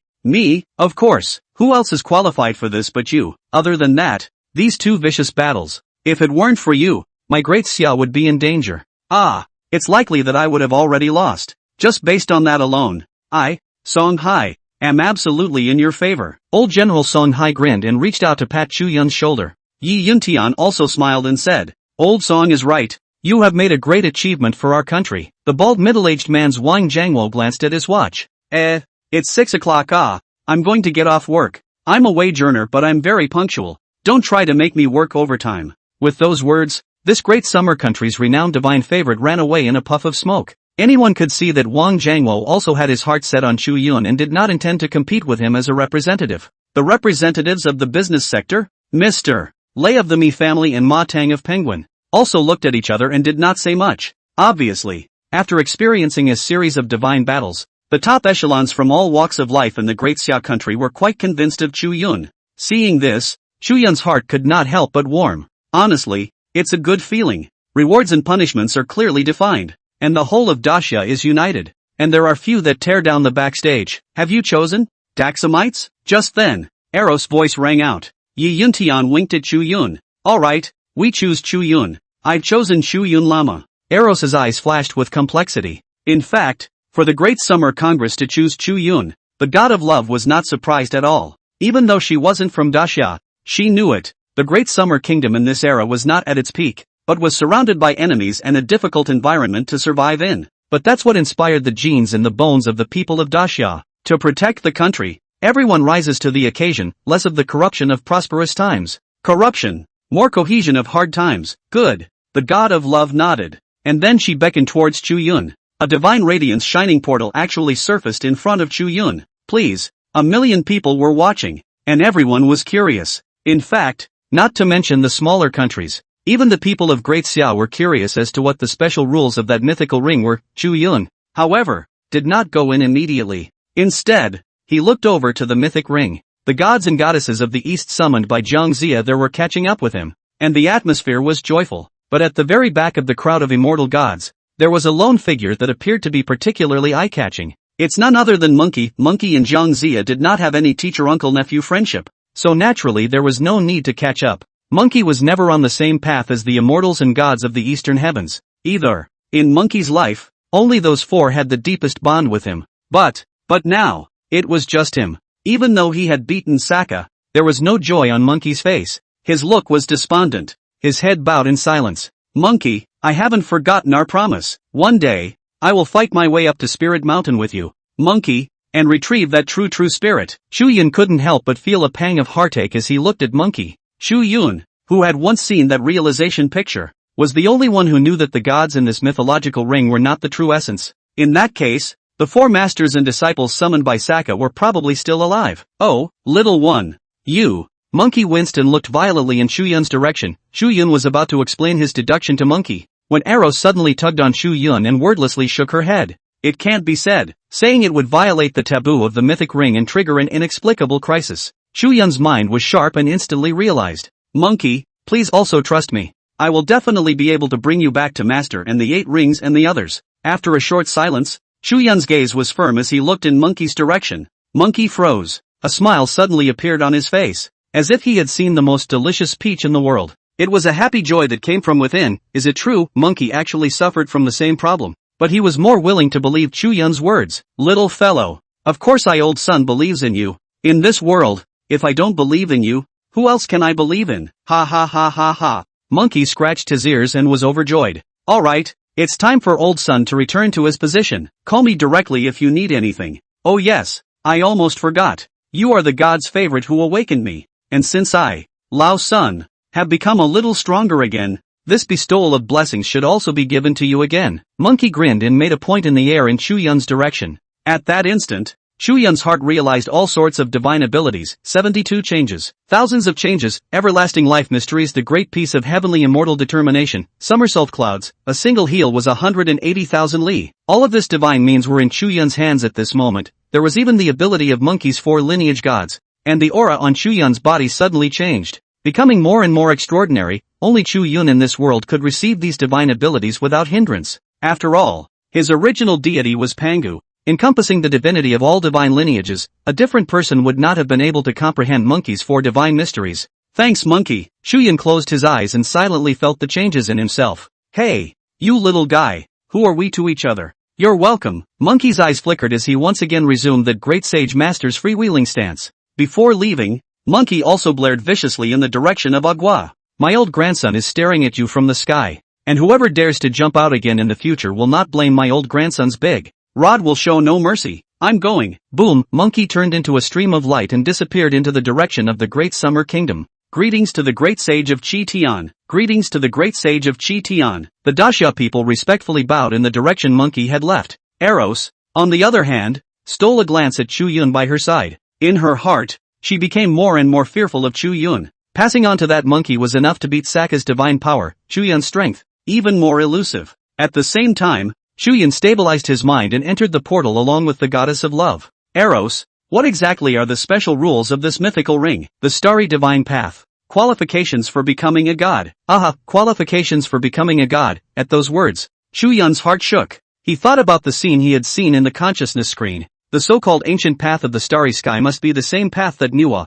human king Fushi, and the rest of them, the former travelers, took, a journey to an unknown and powerful enemy, and the qualifications for becoming a god. Chu Yun narrowed his eyes. Eros, so this is going? Olympus, temple of the gods. Eros, on the side, had a complicated face. Olympus, the land of Zeus, the lord of the gods, within the mythological system of Scylla. Hearing those words, Chu Yun's heart moved slightly. This isn't a projection of a true spirit in a mythological ring, but a meeting with a real god? Sure enough, I guessed it just now when I heard you conversing with that great saint. How did you know? The goddess of love's face changed slightly as she gazed at Chu Yun. Chu Yun shrugged and smiled, not explaining. Seeing that Chu Yun did not say anything, the goddess of love did not pursue the matter. It just made her face a little harder to see. Go. Soon, under the guidance of the goddess of love, Chu Yun arrived within a white and holy, magnificent divine hall. There is a round table in the center with 5 seats, one of which is still empty. There were already 4 people sitting in separate seats. When Chu Yun entered, the gazes of the 4 gathered on him in unison. The Great Summer Kingdom. Chu Yun, a little lowly with blonde hair and blue eyes, with a lovely look that looked younger than Chu Yun's grade. Except for this little lorry, there was also a middle-aged man with red hair and an old man with white hair present. A woman with a healthy wheat-colored complexion, like a queen, with a cold noblewoman's posture. Plus Chu Yun's words, this is exactly what is happening today. With representatives of the top 5 global powers, the Hilla Empire, the Egyptian Empire, the Beautiful Federation, and the Great Eagle Empire, respectively. Chu Yun did not say anything more, and under the observation of a few people, he landed on the vacant seat. The moment the representatives of the 5 great powers gathered, the entire divine hall erupted with radiant divine splendor. And a white-robed old man with a thin figure appeared within the divine hall without warning. He sits at the very top of the temple, looking down from a high vantage point. Although the old man looked like he was dying and his eyes were cloudy and empty, no one dared to underestimate him, because this is none other than the current number 1 in the global rankings, the Lord of the Gods of the Silla Empire, Zeus. Ha, little fellow. As expected, the representative of the Great Summer Kingdom is indeed you. Zeus' gaze fell on Chu Yun's body, like a kindly old grandfather. Chu Yun returned his greeting with a smile. Well, since they're all here, I'll make the announcement. Effective immediately, the Great Summer State ranks among the permanent 5. To use your current fashionable phrase, the Great Summer Kingdom is qualified to open copies of the 5 powers. Zeus looked meaningfully at Chu Yun. Mastering the power of coordinates. The power of coordinates? The power of the coordinates will be able to guide the return of the gods of your respective god systems. That's right. It's not a projection in the ring, but a real immortal god returning to the throne. Listen to Zeus' explanation. The pupils of Chu Yun's eyes suddenly shrunk. The so-called coordinates are like guiding lights that illuminate the way home, and what will it be like when the real gods return? That's not even a thought. Inevitably, you can dominate the globe, above all nations. After all,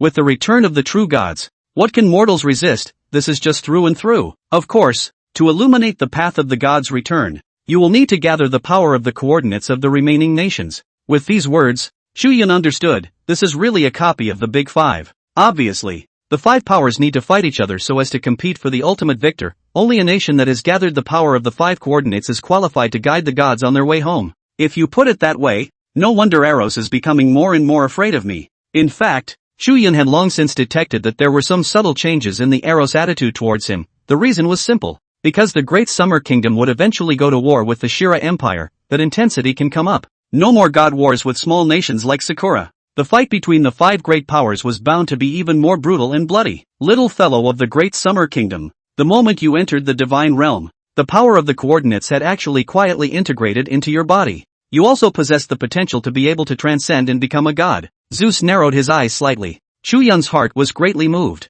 Becoming god, Chu Yun knew that the strongest divine favorite in the countries of the world nowadays was the Vanis class. Even some of the old-timers were stuck at this level for life, unable to break through. But obviously, it's different when you become a representative of one of the 5 powers. There is hope of becoming a god. It also shows the benefits of the Big 5. After all, in the world of mortals, when a god former suddenly appeared, it was equivalent to having the ability to dominate everything under the gods. All mortals are ants. Of course, the nations of the world don't have any god becomers right now. You must cherish this opportunity, whether you die in battle in the ring or are killed in reality. The power of the coordinates you possess will be taken away from the person who killed you. Zeus grinned as if he meant it. Several of the people in the room glanced at each other. Invisibly, the smell of gunpowder grew stronger. Realistically, it can also be killed and taken. That's not just limited to the god wars. Thanks for the reminder, Senior. I have it in mind. And meeting the gazes of the representatives of the 4 countries, Chu Yun definitely would not wimp out. Well,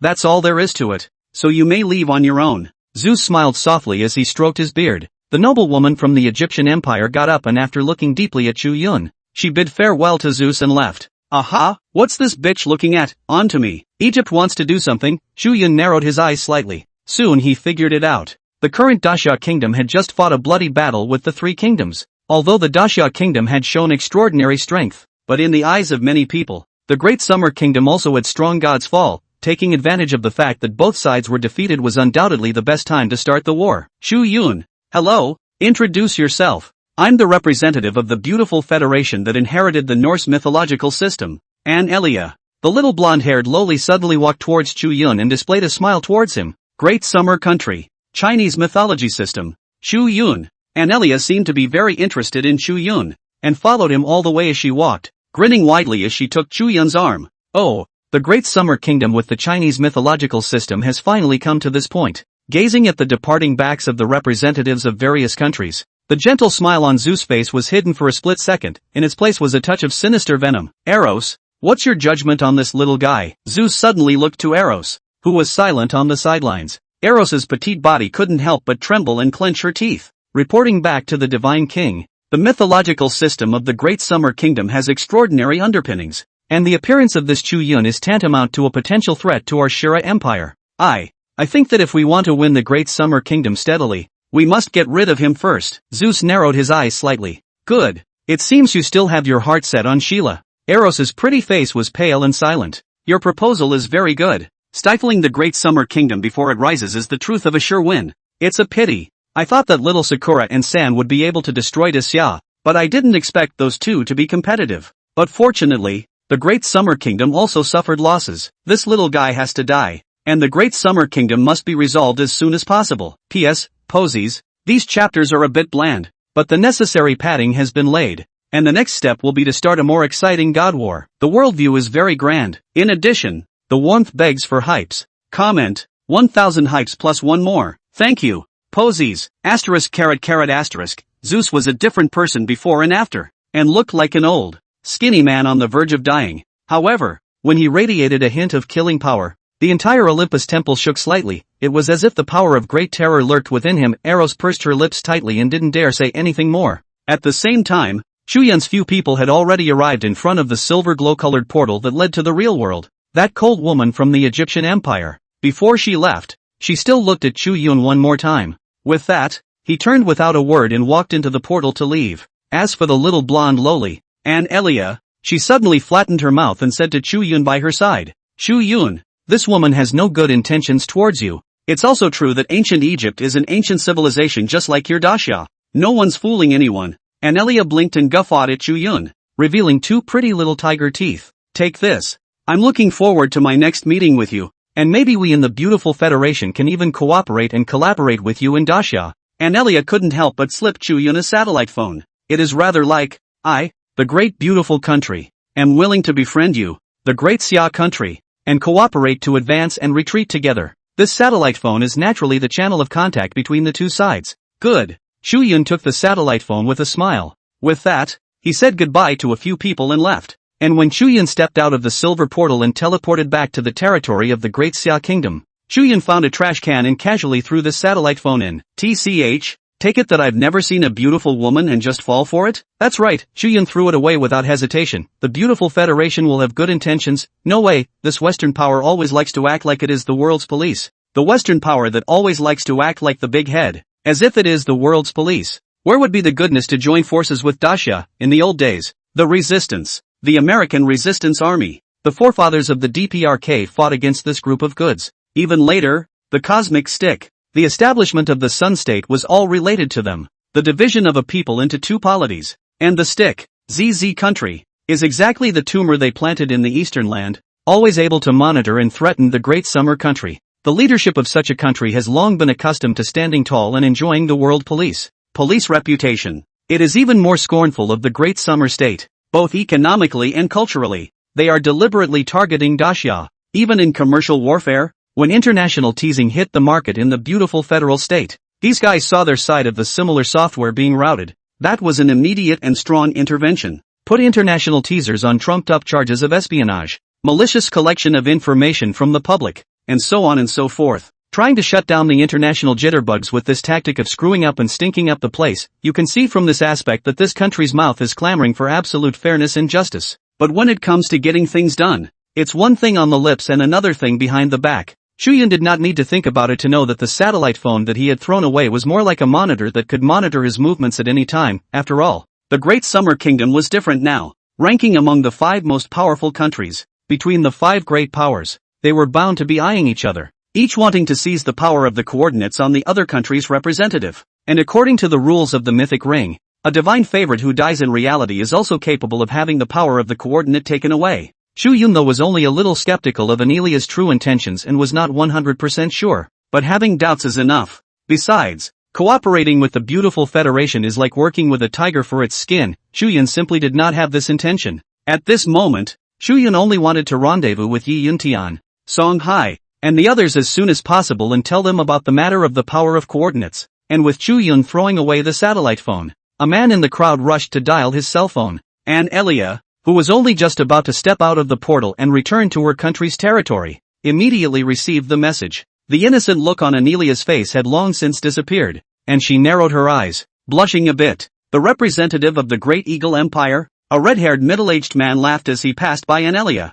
Little Annie, what's wrong? Are you not happy? Ah, I see. It's not fooling that little guy named Chu Yun, right? Charles, I want you to mind my business, so don't you get all shifty here. Being poked in the heart by Charles, Anelia instantly glared viciously at Charles. The Great Eagle Empire has never had a good relationship with the beautiful Federation. After all, the ancestors of the beautiful Commonwealth were originally roving bandits and rebels sent over by the Great Eagle Empire. It was only later that they broke away from the Great Eagle Empire and formed the beautiful Federation. He really underestimated you, little guy. I thought it was a youngster, but I didn't realize it was quite smart. But it doesn't matter. It's impossible for the Great Summer Kingdom to rise. And at this moment, Chu Yun had already joined up with Yi Yuntian's few people. With the end of the last divine battle, the people from the countries in the audience were dispersing one after another. None of the nations seemed to be planning to start a godly war. Everyone knew, though, that this was merely the calm before the storm. With the Great Summer Country ranked among the top 5 powers,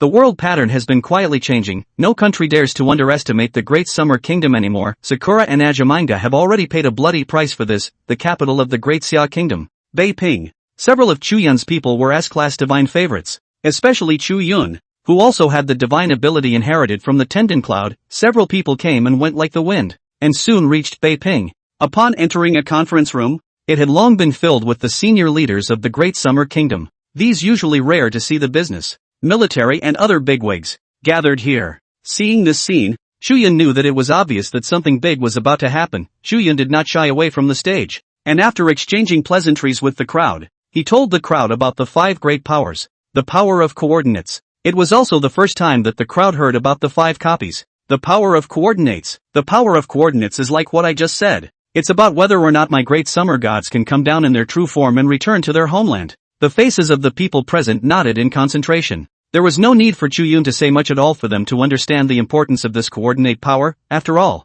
once the true bodies of the gods returned and descended into the present world, then this country is an absolute global hegemon, bar none. Also, to use a fashionable phrase, a copycat model of the 5 permanent members. It's also completely different from the normal divine battle, the divine and demonic deathmatch mode. Speaking of this, Chu Yun, who was explaining to the crowd, could not help but gaze at his face a bit more intensely. I'm just now getting back to the fact that it's quite refreshing that you're using the game's term 4 copy to refer to the divine war between the 5 great nations. Is it hard to believe that this is some kind of game-like copy? The people present were surprised and puzzled. Well, this kind of god battle is exactly similar to a copy, except that, unlike the games on the market, it's planned by the producers. Our country's copy. We will lead the production, the way, the mechanism, all set by us. Yi Yuntian's face suddenly changed and he got up violently. Not good. Then in that case, our great summer kingdom has only just become a top 5 powerhouse. Wouldn't our country's copy of the divine battle not have been made yet? Then the rest of the 4 countries, they will surely be on us immediately. The whole room was in an uproar when these words came out. That's right, just as Yi Yuntian said. The great summer kingdom had come to this particular rule of divine warfare later on. Everything has to start over again. And those countries like the Shira Empire and the beautiful Federation have been sitting firmly in the top 5 powers for many years. How else can we fight this kind of divine battle? When the leaders woke up, everyone's face was incredibly ugly. Uncle Yi, don't be in a hurry. I do have a plan already. Aha, what's the plan? For a moment, everyone's gazes converged on Chu Yun's body. Chu Yun took a deep breath and slowly calmed his mind. I'm going to, modeled after the feudal reign of the gods, reinventing mythic replicas. What's a ceiling? Ah, I remember. When Chu Yun corrected the words for our great Xiao's gods at the Hall of 10,000 Gods that time, he seemed to have mentioned the seal of gods once. I see. Chu Yun, you are going to make a copy of our country with the mythological stories that our country already has. The eyes of the group of senior leaders present brightened up. Obviously, he had figured out Chu Yun's intentions. This particular mode of divine warfare is simple to say. In simple terms, it's an enemy country that has declared war on the Great Summer Kingdom. Then they would need to summon the gods, and the divine favorites would join the gods and enter the Great Summer Kingdom's copy of the national fortune in a battle. The design, strength,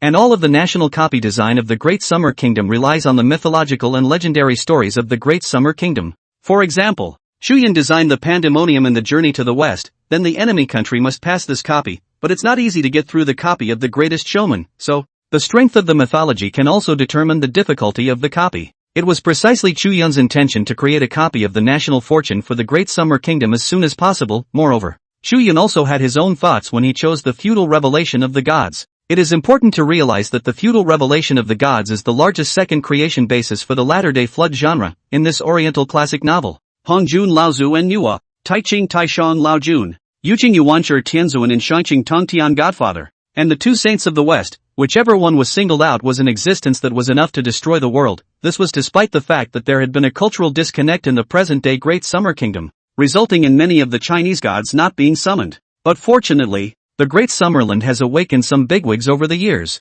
Sect leader Tongtian has actually been awakened. It's just that it's not yet his old man's turn to make his debut, but as long as I can create a copy of the seal god that is related to Lord Tongtian, his old man can be summoned out 100%. Chu Yun's heart moved slightly. Uncles and uncles, time is running out, and it's definitely too late to show the seal of the gods in its entirety. But we can specialize in one length. I'm going to create a copy called All Saints Present. Immortal Execution Sword Formation. According to Chu Yun's memories, he was really able to find a story of Lord Tongtian's great power. It was Lord Tongtian who fought with the saints. In feudal gods, how fierce is this Tongtian sect leader of the Interceptor sect? When the Immortal Execution Sword Formation was opened, countless living beings were devastated and the immortals suffered. In the end, it was Taishang Lao Jun and Yuanshi Tianzun who joined forces with the two Western saints to break the sword formation, and only then did they save the fairies from their doom. To put it simply, if it hadn't been surrounded by a bunch of saints, with his old man's power alone, none of the rest of the saints were his match after executing the Immortal Execution Sword Formation. At the very least,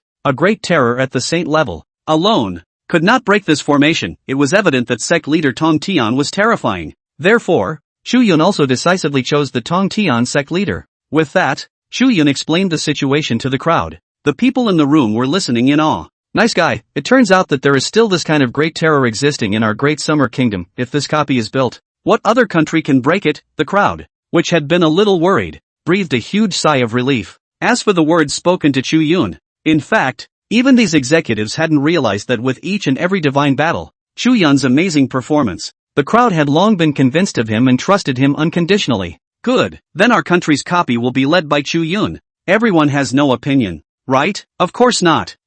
Just let Chu Yun try. Ha. Our Great Summer Kingdom has really picked up a treasure. The leaders in the room were all smiles and emotions. Naturally, they won't have a problem with it. After all, Chu Yun was the only one present who knew the most about the myths and legends of the Great Summer Kingdom. It couldn't be more appropriate for Chu Yun to take the lead. But in order to show this copy of the national fortune in the best possible way, we still need the help of your uncles and uncles. Oh, hearing those words, the crowd was once again attracted to Chu Yun. As we all know, there is a serious cultural disconnect in our country, and many mythological figures have been forgotten by the people. So, even if they were able to awaken those gods, most of them lacked the power of faith and were unable to utilize their strength in their heyday. Therefore we must let the people know these stories as soon as possible so that we can provide them with a constant supply of faith. Chu Yun's words were like a basin of cool water that poured down on his head. The giddy crowd immediately wilted. Yeah, the people do not remember their forefathers and there is a serious cultural disconnect. That's the biggest dilemma facing the Great Summerland.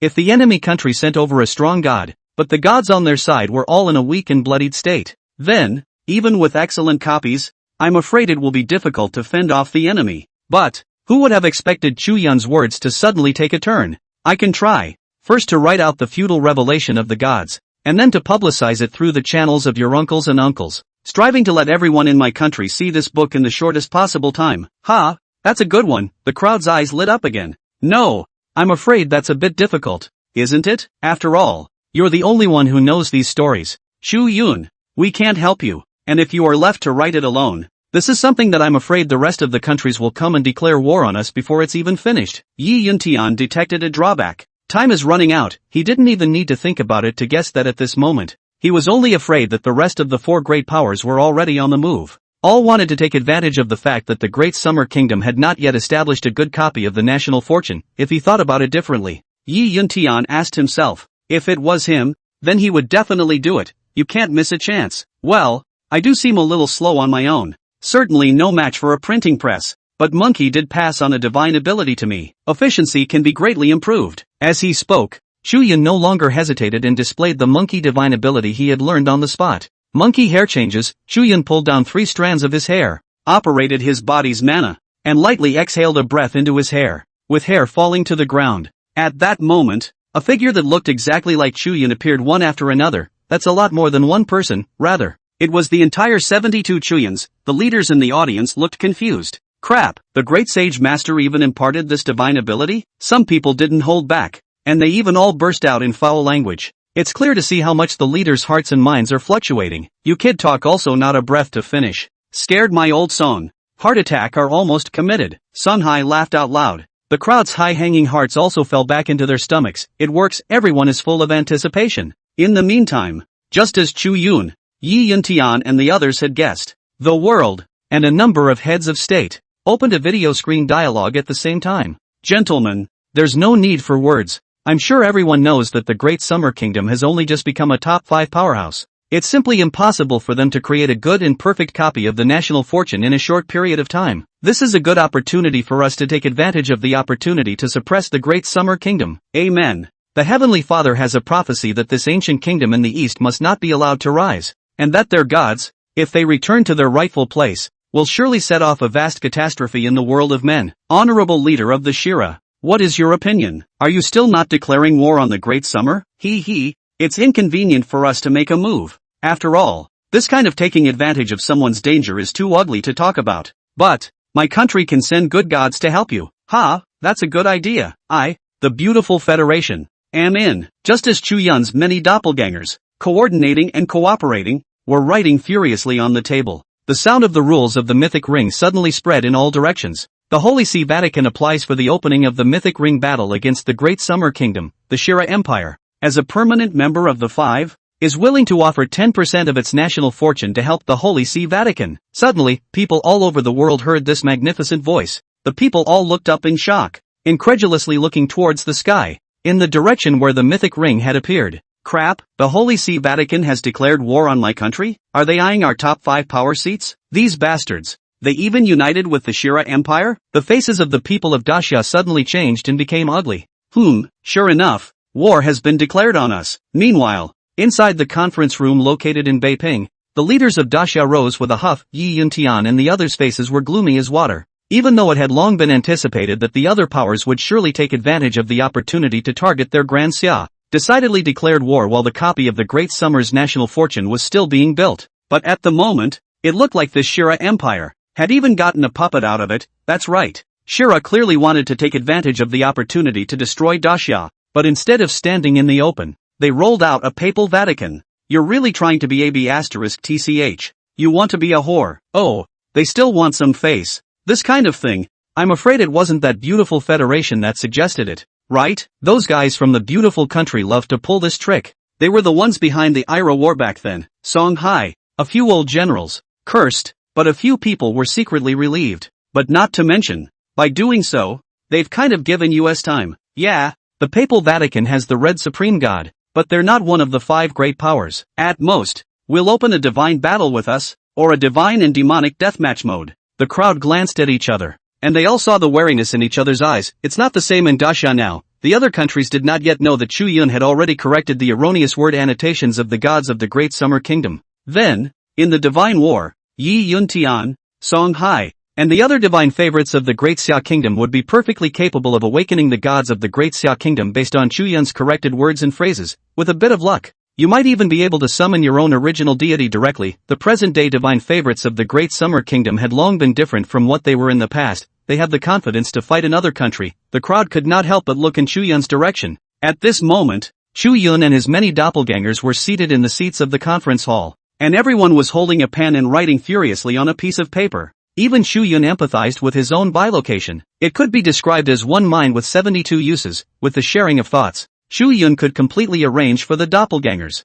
This doppelganger to write about the deeds of the Tongtian sect master, and that doppelganger to go write about the story of the immortal execution sword formation. In short, The division of labor is clear, the efficiency is also amazingly terrible, as far as the naked eye can see. A thick booklet is finished, it would then be picked up one after another by the female secretaries and immediately handed over to someone outside to make copies for promotion. This smooth process, on the contrary, did not require Chu Yun to worry too much at all. Chu Yun, don't worry. Focus on constructing a copy of National Fortune. As for the promotion, leave it to me. Penguin. Ma Tang with gold-rimmed glasses walked over. My teasing voice is no worse than your penguin when it comes to promotion. The bigwigs present in various fields were scrambling to be the first, and everyone was offering a contribution to the great summer nation, with them promoted by the bigwigs who control the channels of media discourse. Chu Yun was 10,000% relieved. After all, who doesn't have a teasing voice, green bubbles, and little penguins in their cell phone? This has long been integrated into the lives of people in Daxia.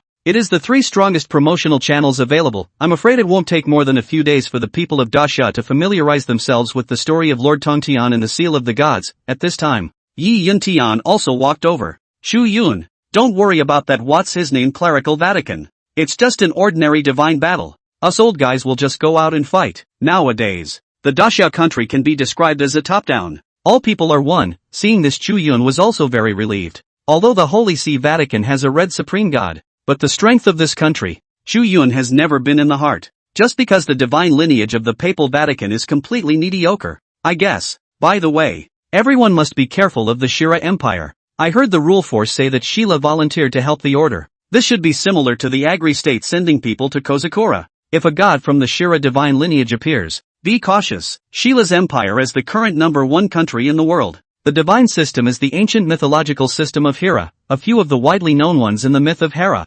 Zeus, Hades, the king of the underworld, and Poseidon, the god of the sea, are known as the lords of the sky, the sea, and the earth, respectively. The divinity in the myth of Hera is wonderfully powerful. And then there's Apollo, the sun god, Ares, the god of war, Athena, the goddess of wisdom, and so on. But what made Chu Yun care the most was actually not these 3rd generation, 4th generation gods. There is a 2nd generation of the myth of Hela, the Titanic giants. Going back upward, there are the great horrors of the 1st generation. Those gods, the Greek mythological beings who open the heavens. Even the legendary goddess of love, Cronus, one of the 12 Titan gods, cut off the statue of his old father, Uranus. The statue was then thrown into the sea, and out of the dream bubble was born the beautiful goddess Aphrodite, a goddess of iron and water. Yet don't look at the messed up batch of the hierarchy of myths. But this god system is definitely not weak. It was also what Chu Yun focused on. Chu Yun did not explain more to the crowd as time was running out.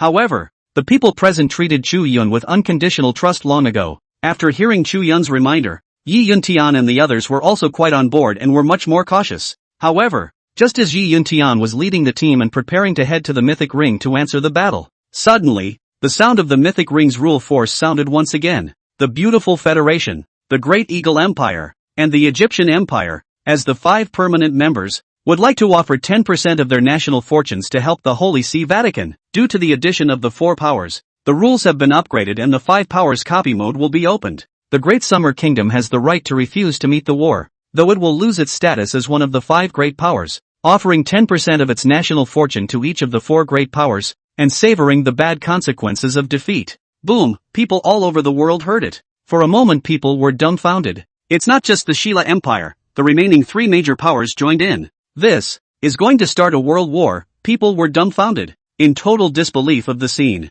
Inside the conference room, Chu Yun's brows were slightly furrowed. Good man, you can't wait to finish us off. Daxia, inside the conference room, Yi Yuntian and the others' bodies stiffened. Crap, these guys joined forces? Hiss, it's not just the Sheila Empire. The situation has escalated. It's become a direct battle for a copy of the national fortune. The faces of all the people sank, and they all had a premonition that something bad was going to happen. They had long guessed that the rest of the powers would surely target Great Xia, yet it was not expected that they would strike at the same time to help the Vatican of the Holy See. This was not a simple divine war, but directly involved the foundation of whether or not the Great Summer Kingdom could exist. Good calculation. And they all offered 10% of the country's fortune. It's no wonder a Holy See was introduced. In that case, if they lose, they'll just be cut down by 10% of the country's fortune. And my Great Summer Kingdom will compensate them separately, adding up to a full 50% of the country's fortune, and that's not even counting the half that was cut off after losing to the papacy.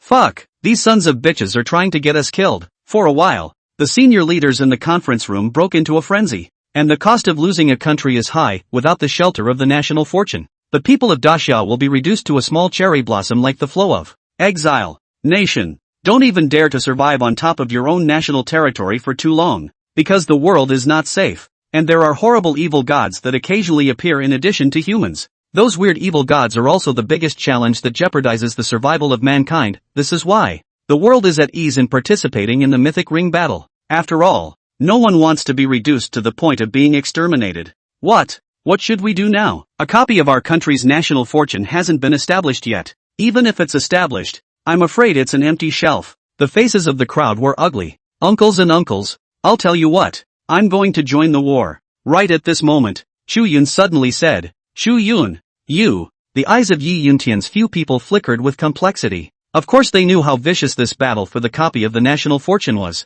They'd love to debut in battle if possible. After all, Chu Yun's existence was simply too important to the Great Summer Kingdom, and could not afford to be half-hearted. However, they were not really qualified enough to replace Chu Yun. The reason is simple. In the entire Great Summer Kingdom, only Chu Yun was familiar with the mythological system of China. If you want to let them on the field, then none of them understand what is the Tong Tian Godfather. Feng Shenyeni. Even if he was now on the verge of rushing to read the story Chu Yun had written down, it would be too late in time. If it's an ordinary divine battle, the big deal is to pay a price if you lose. But right now, the price of losing is clearly the destruction of the country. Hey, is there really no way out? Chu Yun the crowd whispered, all incomparably worried about Chu Yun. It's okay. As for Chu Yun, he smiled as he watched the atmosphere become more and more condensed. Don't worry, even if the replica hasn't been built yet, I have confidence in this replica. And with all the uncles and uncles promoting it, we might be able to set up the copy today. In the end,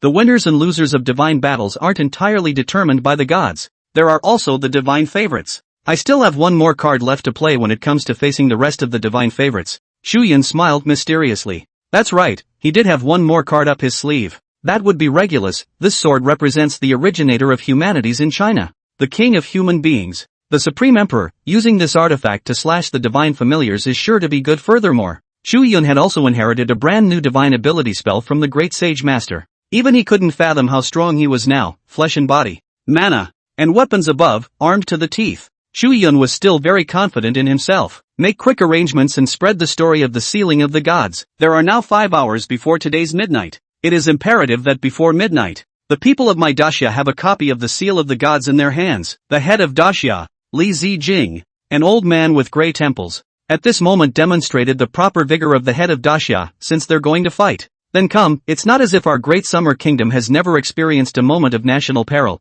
it's just a matter of breaking and carrying. Immediately afterward, the crowd looked at Chu Yun's direction in unison. Wow! Li Zijing saluted Chu Yun with a military salute, almost unanimously. All of them raised their right hands in unison in a military salute. At this moment, Chu Yun had long since ceased to be a simple student in the eyes of the Daxia executives. In any case, those who were willing to fight for Daxia, even alone, all deserve to be treated with Daxia military courtesy. Chu Yun silently returned the salute before dodging out. Somersault. Chu Yun, who had appeared outside, meditated in his heart. Clouds and mist immediately emerged underneath him, setting him off as if he was a Herculean god of war. A somersault of 100,000 miles, in an instant, he arrived in the sky above the mythic ring. At this moment, people all over the world stopped what they were doing and gathered to look at their televisions, cell phones, live tablets, and so on. Especially the populace of Daxia, whatever they were doing at the moment, stopped. It was because the people of Daxia also deeply understood the importance of this divine battle of national fortune. Winning, the Great Summer Kingdom will receive 10% of the chi of the 4 countries of Hilla,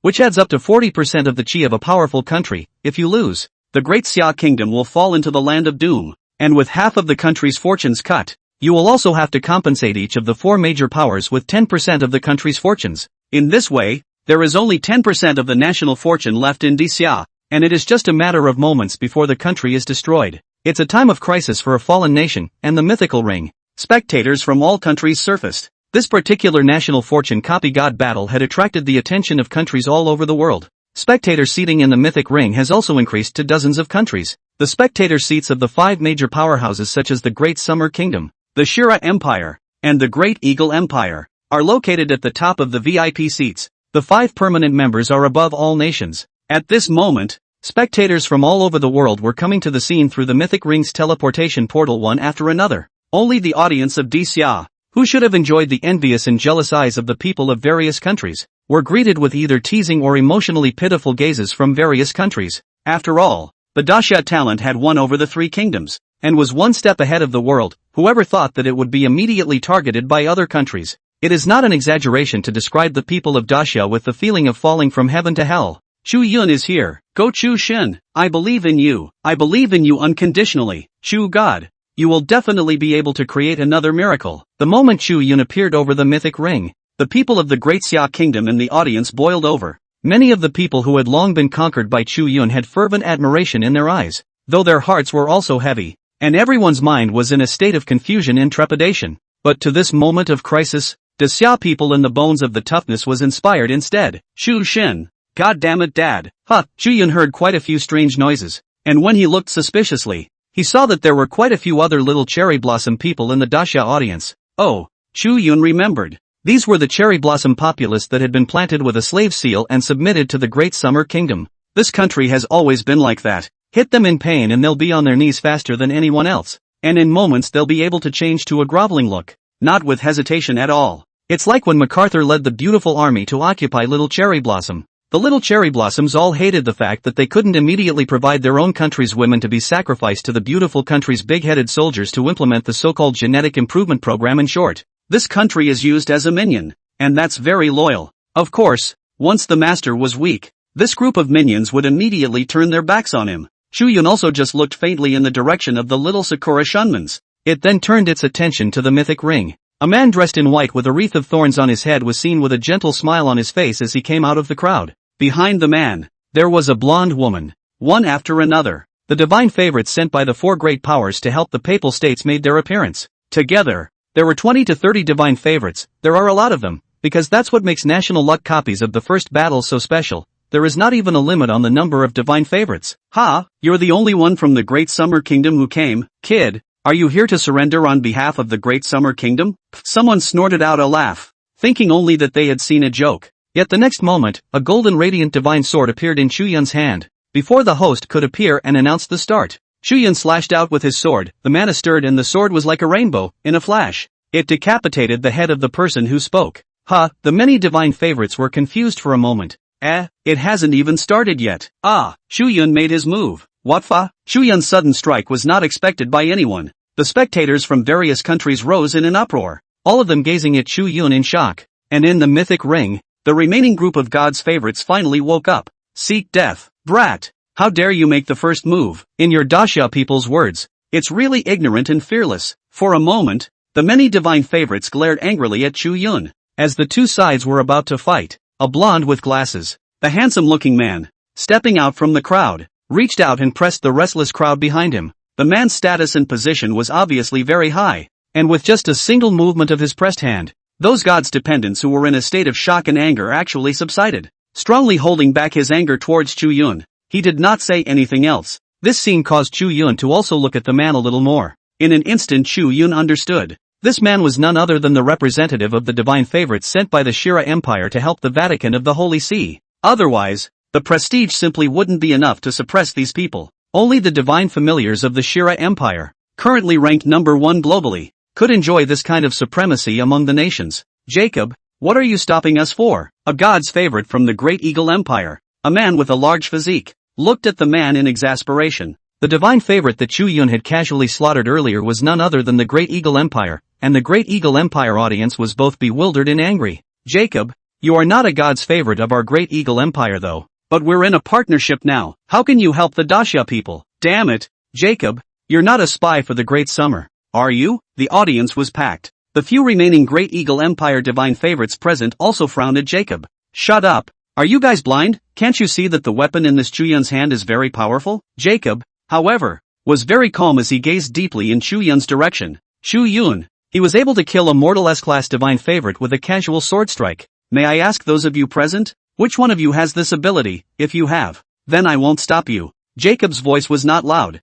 but it overpowered the clamor in the arena. For a moment, the entire room was silent, and the audience of the Great Eagle Empire froze in shock. The pupils of that big man's eyes suddenly contracted. He's just now reacting. Yeah, this Chu Yun killed his own companion with a casual sword strike. To fight him was not looking for death, huh? There's something akin to a warlord in there. Chu Yun glanced at Jacob one more time and his heart moved slightly. It seems that these 5 countries have united and are very well prepared. Even among the divine favors, characters were arranged who could calmly analyze the situation at any time. Chu Yun knew very well that this kind of talent was the most tricky. It could be said to be completely different from those of Sasaki Nakamura, whom he had fought before. Perhaps the most frightening thing about such a man is not his fighting prowess, but their ability to analyze the situation at any time is definitely a major destabilizing factor. When he thought of this, Chu Yun narrowed his eyes and the Xian Yuan sword in his hand trembled lightly. Tackle the thief, to be killed. Such a person must die first. In the next moment, Jacob suddenly looked at Eros,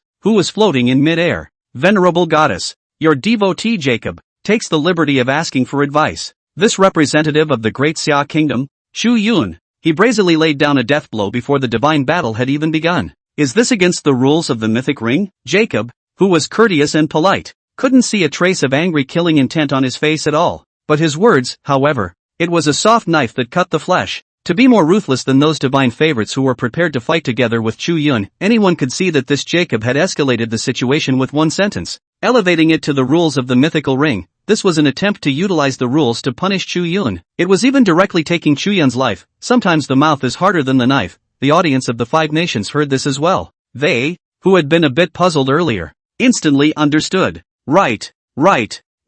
Host, quickly punish this Chu Yun. It hasn't even started the divine battle yet, and he's blatantly laying down a death blow. This behavior is nothing less than an insult to the mythic ring. That's it.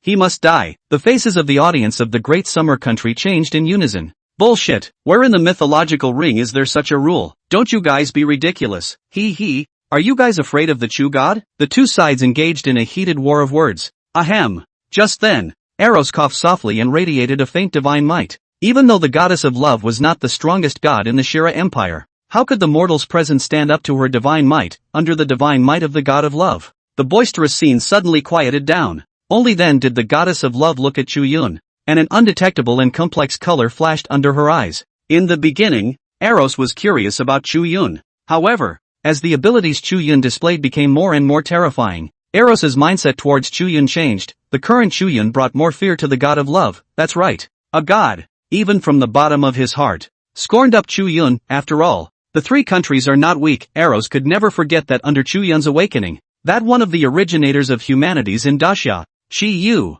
had even cleaved to death. Shiva, the god of destruction of San. What kind of being is Shiva? In San mythology, it's a great terror that destroys the heavens and destroys the earth. The most high god. And what about the great summer kingdom that possessed Chu Yun, but it was able to awaken an unknown god to fight Shiva to the death? Who could guarantee that there were still no such strong gods in the great summer kingdom? Eros felt incredibly torn. In fact, she did not want to make her country an enemy of Chu Yun. Nayat's position as a god of love is a small one within the mythological system of Hera. God King Zeus wanted Chu Yun to die, and she did not dare to disobey. According to the rules of the mythic ring battle, after a moment of entanglement in her heart, Eros clenched her silver teeth and said in a low voice, Chu Yun, ripe for the love of God's words. Chu Yun suddenly spoke out. I didn't say I was in a godly war. This is merely an encounter with an enemy country's god's favorite in the real world, so it's only natural for me to make a move. After all, it's an enemy. The rules of the mythic ring battle don't govern reality. Chu Yun shrugged his shoulders innocently.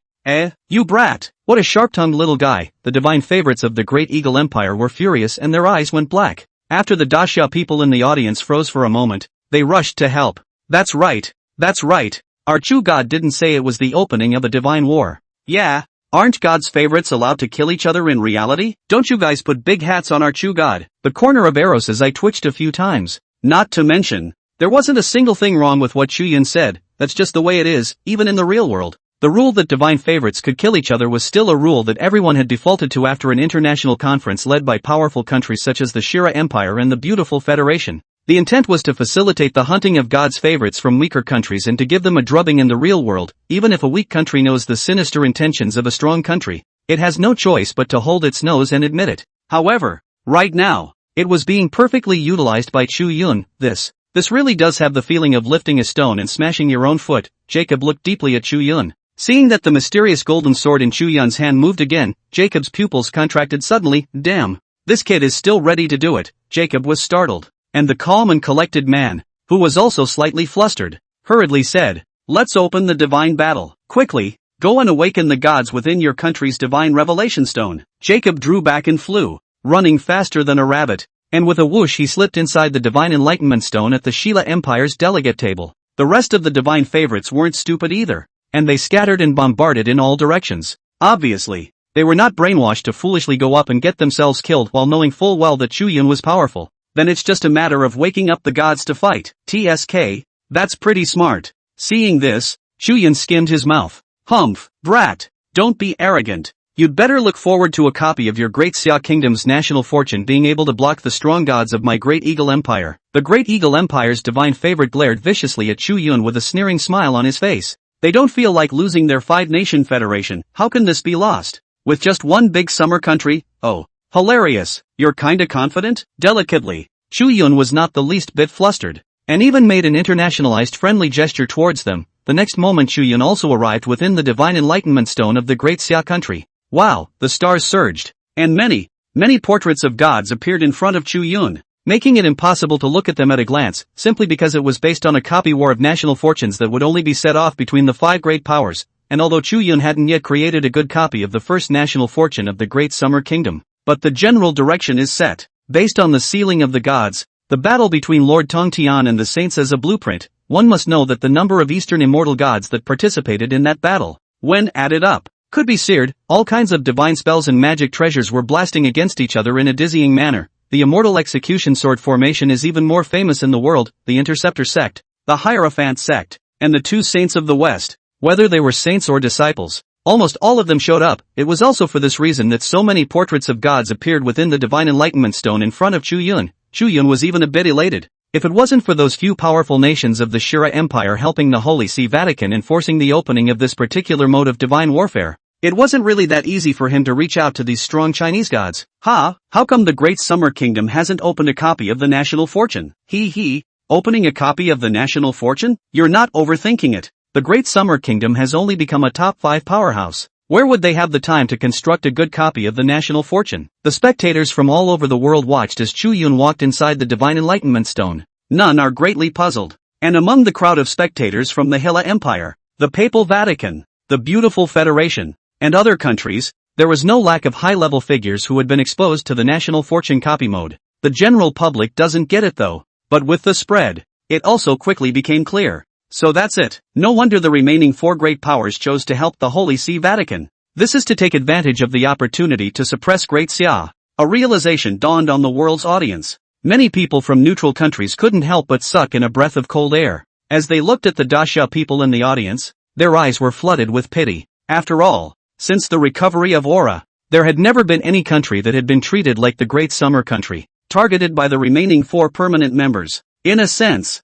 Daxia has really set a world record. Of course, no country wants such a world record. However out of the world people expected. The Daxia people at this moment were quiet. They all had their cell phones out and didn't know what they were doing. Even people watching through the webcast mode noticed it. On the internet, the Daxia netizens who were originally still cheering for Chu Yun with pop-ups, the dense pop-ups disappeared as well.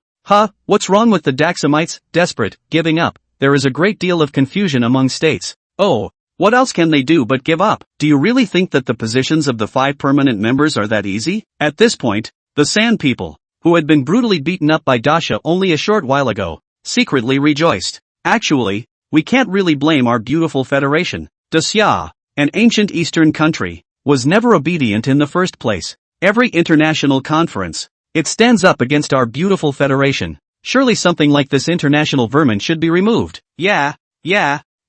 No wonder the 4 great powers want to support the Holy See. This is to make the Holy See take over the status of the 5 permanent ministries of the Great Summer Kingdom. The nations debated vehemently. Chu Yun, who had just entered within the Divine Enlightenment Stone, also detected the movement outside. He saw the audience. Almost 90% or more of people, men, women, and children, who knew how to use a smartphone. All were frantically scratching their cell phones with their hands. It's done. Chu Yun understood. The people of the country are doing their best to read through the seal of the gods. That's right, because only by making the people all aware of the sealing of the gods, could they ensure that the Tong Tian sect leader that was awakened would be bursting with faith and reach the level of a perfect saint. This big man, if he is awakened, All below the saints are mole crickets. Chu Yun that was not at all worried that the copy of the Great Xiao's national fortune would be breached. Of course, at this moment, Chu Yun did not want to immediately awaken sect leader Tong Tian. Better yet, wait until most of the nation has learned the mythic biography of the big man. And this won't be for long, it's also tens of thousands of words long, after all.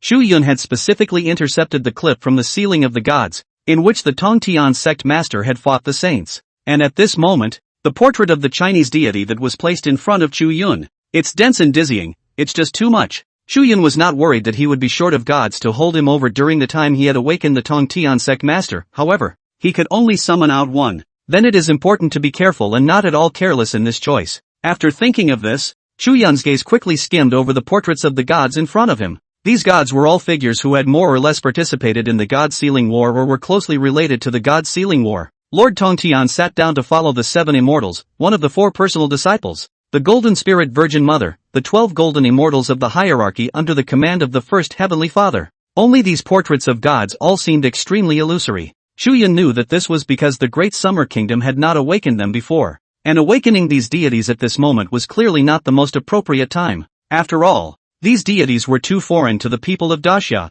who had been culturally disconnected. Not that they weren't great, rather, it is the lack of faith in people's hearts and minds. The gods of China are as vast as the sea of smoke and the brightness of the stars. Chu Yun never worried about having no god to invite, however. Most powerful existences, when summoned, would be like monkey at the very beginning, at their lowest ebb, whereas the gods over at the Hilla Empire, the Papal Vatican, and the beautiful Federation are in perfect condition, under this circumstance, unless it was a desperate situation. Chu Yun did not want to go and ask his country's gods to gamble on this victory. Especially if you're obviously strong, but are in bad shape in case you fall in the mythic ring. Then how could Chu Yun be willing to do so? So, Chu Yun's first choice had to be a god that was already familiar to the people of Daxia. At the very least, one must know a little bit about it and have an impression of this god in his mind. Ha, that old man is. Hiss. Look at Chu Yun's side. That's Jiang Zia, isn't it? My god. That great summoner of the Great Summer Kingdom. Soon, someone noticed the portrait of the deity in front of Chu Yun.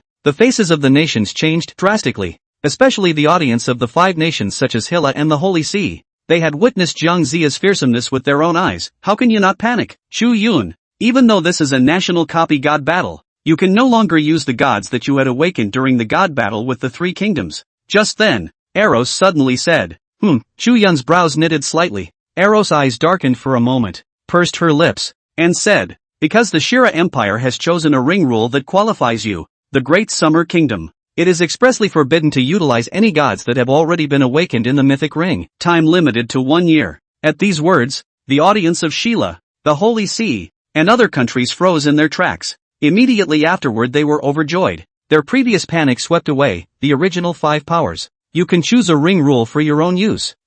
Eros, what do you mean by that? The 5 powers still have this ability? Restricting other countries? Chu Yun narrowed his eyes. That's right. The 5 powerful nations are honored with special treatment. You can choose one of the many rules of the ring for your own use. It's only for a year, but within that year, the rules of the ring will favor that country. Eros didn't explain much. At those words, Chu Yun instantly understood. That's where the ring hosts come in. There are many rules that Eros knows by heart, yet if he were facing another country, Eros might still tell him. But from the god King Zeus, who had a scornful intent towards Daxia, with the intention of destroying Daxia's inheritance, Eros had no choice but to remain silent. Even such an important matter was not told to the Great Summer Kingdom in advance. This also resulted in the Great Summer missing an opportunity to choose the rules of the ring. In the words of our old ancestors, this is the incompatibility of heaven and earth, and it is difficult to win. Chu Yun took a deep breath and didn't bother with this god of love. A foreign goddess is, after all, a foreign goddess. When I have the chance, I have to peel off this god of love and replace it with the goddess of my great summer country, otherwise, it's really constrained in every way. As for now, which one to choose? Chu Yun's gaze flowed and settled on a portrait of a god. True Lord, I've kept you waiting. I think you must be upset that you were reduced to a green leaf accompaniment when you fought alongside Monkey earlier. This battle will be a stage that belongs solely to you. True Lord, the god that Chu Yun eventually chose was none other than the Erlang god Yang Jian, because Yang Jian had been summoned by Jiang Zia once, and had even volunteered to participate in the battle. At that time, Chu Yun explained this deity to the people of Daxia. He's not some heavenly dog breeder, rather, they are hefty orthodox immortal gods, in addition to the records in the orthodox myths of China. According to the depiction in the feudal deities Yeni, when this one was enthroned as a god. He was also not one of those immortals and gods whose true souls appeared on the list after their deaths. Rather, it's a handful of living, breathing characters who made the list. This also resulted in Yang Jian's huge potential, and he still has the possibility to become stronger as time goes by. As for how strong the current Yang Jian was, Chu Yun could not feel it, but definitely not weaker than the great sage. And eyeing Chu Yun stopped in front of the portrait of Langshan. Spectators around the world froze for a moment. The previous battle between Huaxia and the Three Kingdoms was not a small influence. Many people still remembered that Chu Yun had explained the origins of this immortal Tao deity to the people of Xia. Chu Yun is preparing to awaken this god. It seems that this Chu Yun of the Great Xia Kingdom isn't stupid. He knows very well that many of his country's gods are unrecognizable, and even if they are awakened, they are all half-crippled, unable to exert their full power at all. Then he's preparing to awaken a god that the people of Daxia know a little about. But this god shouldn't be powerful, right? Definitely not powerful. Appeared so many times. Did not see this Chu Yun awakened? How strong can this god be? The nations murmured. No one is optimistic about Yang Jian, the god of Erlang. It only felt like it was Chu Yun's helpless choice. The Shira Empire, the five-nation alliance on the side of the Holy See, however, couldn't help but laugh. What's the point of him knowing more great Xia gods, after being forgotten for so many years? It's useless even if he summons a saint who is terrifyingly invincible in great Xia's mythological records. Our country is still waiting for him to awaken those so-called saints. Take advantage of his weakness and take his life. Oh, this kid is a little smart. But that's about it. Within the Divine Enlightenment Stone, Chu Yun could also hear the sounds outside. However, at this moment, Chu Yun did not have time to bullshit with them. True Lord, I'm afraid that the situation you're going to face next is a bit more treacherous than when Monkey fought Sakya. At that time, there was the old senior Zhang Zia in the rear to press the front. True Lord Yu, due to Chu Yun inheriting Panga's legacy, celestial senses, he was very different from the gods' favorites in other countries. It is even possible to communicate with the gods on without awakening them. This was something that Chu Yun had discovered long ago. Little one, if this sovereign isn't afraid, what are you afraid of? Don't worry, although this monarch's strength has not yet recovered to its peak, but delaying installing for you to wake up that senior uncle of mine can still be done. In the underworld, Erlangshan's voice resounded in Chu Yun's mind. Lord Tongtian, it was the master of Erlangshan's master. Yuan Shi Tianzuan's master. That's why Erlangshan addressed him as his senior uncle. Yang Jian, count on you little guy being a bit filial. Right at this moment, a magnificent voice resounded in Chu Yun's mind. The images within the Divine Enlightenment Stone have changed, monstrous waves rolled over and over, and a magnificent island stood above the infinite sea. Immortal family atmosphere, colorful and auspicious steam, endless auspicious clouds that enveloped the island's surroundings. This is exactly what was recorded in the seal of the gods Yantai, the former first great sect of the Xianmen. The ancestral court of the Interceptor sect, the Bio Palace. It is also the dojo of Lord Tongtian, the sect leader of the Interceptors. At this moment, Chu Yun was inside the Bayou Palace, and as he raised his eyes to look at the large square, there were thousands of blurred divine figures, each sitting cross-legged with solemn precious appearances. There are demons and people, and there are all the races of the heavens, mostly corpses spawned, crossbones inserted, and cloaked in hair and horns. But this is exactly the preaching philosophy of Lord Tongtian of the Interceptor sect. There is a religion, and 10,000 immortals come to the city. Is this the manifestation of the Bijou Palace? Seeing this situation, Chu Yun also secretly smacked his lips. Worthy of being the first great sect of the Xianmen in the past, this grandeur, whoever looks at it will not be confused. At this moment, at the source of the attention of the 10,000 immortals, an old man with black clothes and black hair was sitting on top of an auspicious cloud. His divine might inviolable. Any mortal who looked at him had a heart-stopping sense of alienation. Spectators around the world were dumbfounded. I'm special hair? What's this? My goodness. No wonder so many gods have been refreshed within the Divine Enlightenment Stone of the Great Summer Kingdom. This is a major sect? Oh no, Chu Yun, this little fellow, wouldn't be planning to create such a copy of the national fortune for the Great Summer Kingdom, right? Clueless, the nationals of the Alliance of the Five Great Powers stared with rounded eyes, their eyes all glowing with unconcealed panic, not to mention the people, the leaders of the five major countries. The joy on their faces was gone, instantly pulling down their faces. Don't panic. The Great Summer Kingdom can't create such a copy of the national fortune in a short period of time, the leader of the Shira Empire hastily reminded. Yeah, take him while he's sick. As long as this copy can't come out, the Great Summer Kingdom will definitely lose. Eros, why don't you start the divine battle? The leaders of the five major countries looked a bit anxious and quickly spoke out to remind Eros. Meanwhile, the sky above the Bo Palace, a three-eyed man in silver armor, divine might manifested and incomparably handsome, appeared. It is Yang Jian. Yang Jian cupped his fists and saluted Tongtian Sect Master. I hope that Uncle is not to be blamed. Back then, you and I had different camp philosophies, and the late generation's heart was toward the elucidation sect, and there were a lot of contradictions with the disciples of Uncle's seat, and I, sect leader Tongtian, however, smiled with disinterest. Today, you little one are willing to buy some time for the sect master, remembering that you have such filial piety. What does this sect master blame you for?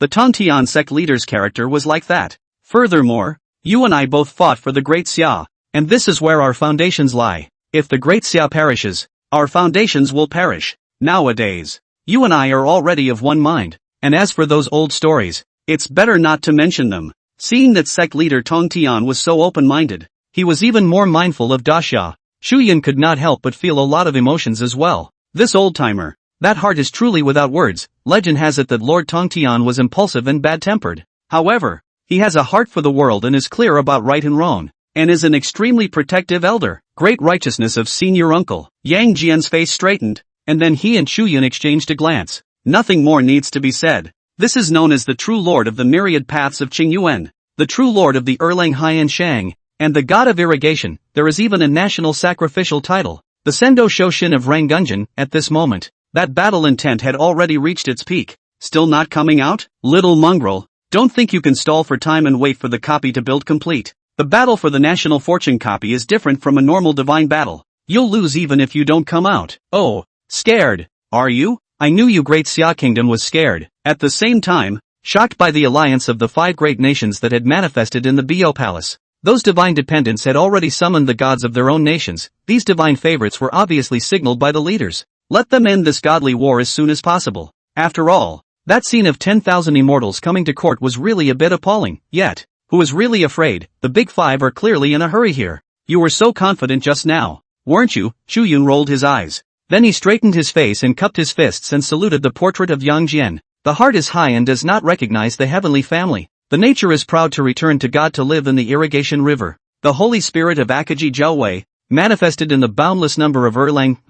Chu Yun, welcome the true Lord's arrival. Senior uncle, I'm going, and go, this sect leader will hold down the fort for you. Although this sect master's state has yet to be completely restored, it is not a problem to kill a foreign god. In the sky above Bo Palace, divine splendor surged around Yang Jian's body. Sect leader Tongtian's face was cold as he sat on top of the auspicious clouds, coldly overlooking the gods of the various countries outside the divine enlightenment stone. The moment, that's more than 20 divine favorites of the 5 great powers, as many as they could make an appearance. They did not dare to wait much longer. It was originally intended to take advantage of the fact that a copy of the Great Summer Kingdom's national fortune had not yet been established, and take advantage of his illness. Now after seeing the Bo Palace manifestation, the leaders of the 5 big countries cannot be anxious. The divine favorites should not go out, but stay within the divine enlightenment stones of their own country's representative table. At this time, Jacob, who was the military advisor figure of the 5-nation alliance team, was hiding within the divine enlightenment stone of the Shira nation, with no intention of coming out at all. Jacob wasn't stupid. After Chu Yun casually destroyed an S-class divine favorite with a single stroke of his sword, he then knew very well that although there were many divine favorites present, he was afraid that if he wanted to take down Chu Yun, it would not be that simple. Aha, we understand. Humph, it's a pity that I can't kill this Chu Yun with my own hands. When I have the chance in the future, I'll definitely try to see if my beautiful Commonwealth's Nordic god inheritance is powerful, or his bullshit Great Summer god inheritance. TSK, gods favorites of the beautiful Federation. The Nordic god system is not yours. You merely destroyed the Nordic countries, so you grabbed a head start and obtained this god system.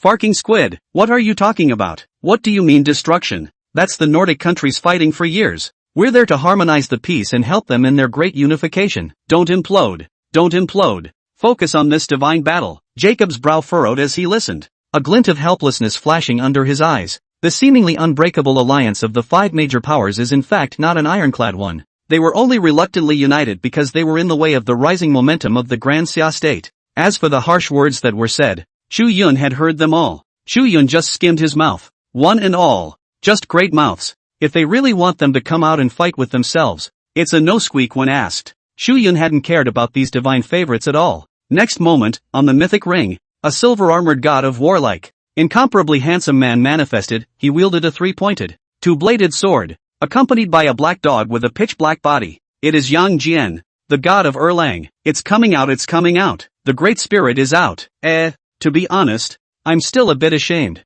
In the past, this great god, but was sealed by us as the heavenly court dog god. Who said it is not? Zhang Zia is not the same. Look at people old. It was sealed the land eunuch. This one with a dog. It became a dog breeder. Yang Jian's appearance drew the attention of many people in the Great Xia Kingdom. The old professors' faces reddened with embarrassment. But then, you can't blame these old professors for that. It is really because the mythological system of China is too complicated. And because of the cultural disconnection, these old professors who have devoted their lives to discovering historical myths for the people of Daxia are really out of their depth. This great summer god shouldn't be strong. Inside the Divine Enlightenment Stone, the divine favorite of the Vatican of the Holy See narrowed his eyes and sized up Yang Jian. Thereupon, he reverently cupped the cross on his chest and said aloud with incomparable reverence, "Please also invite the holy radiance of my Lord to shine on this evil land in the east, to disperse the evil gods and to save those lost sheep. Amen." Boom, in the mythic ring, a sacred and incomparable white light shone down.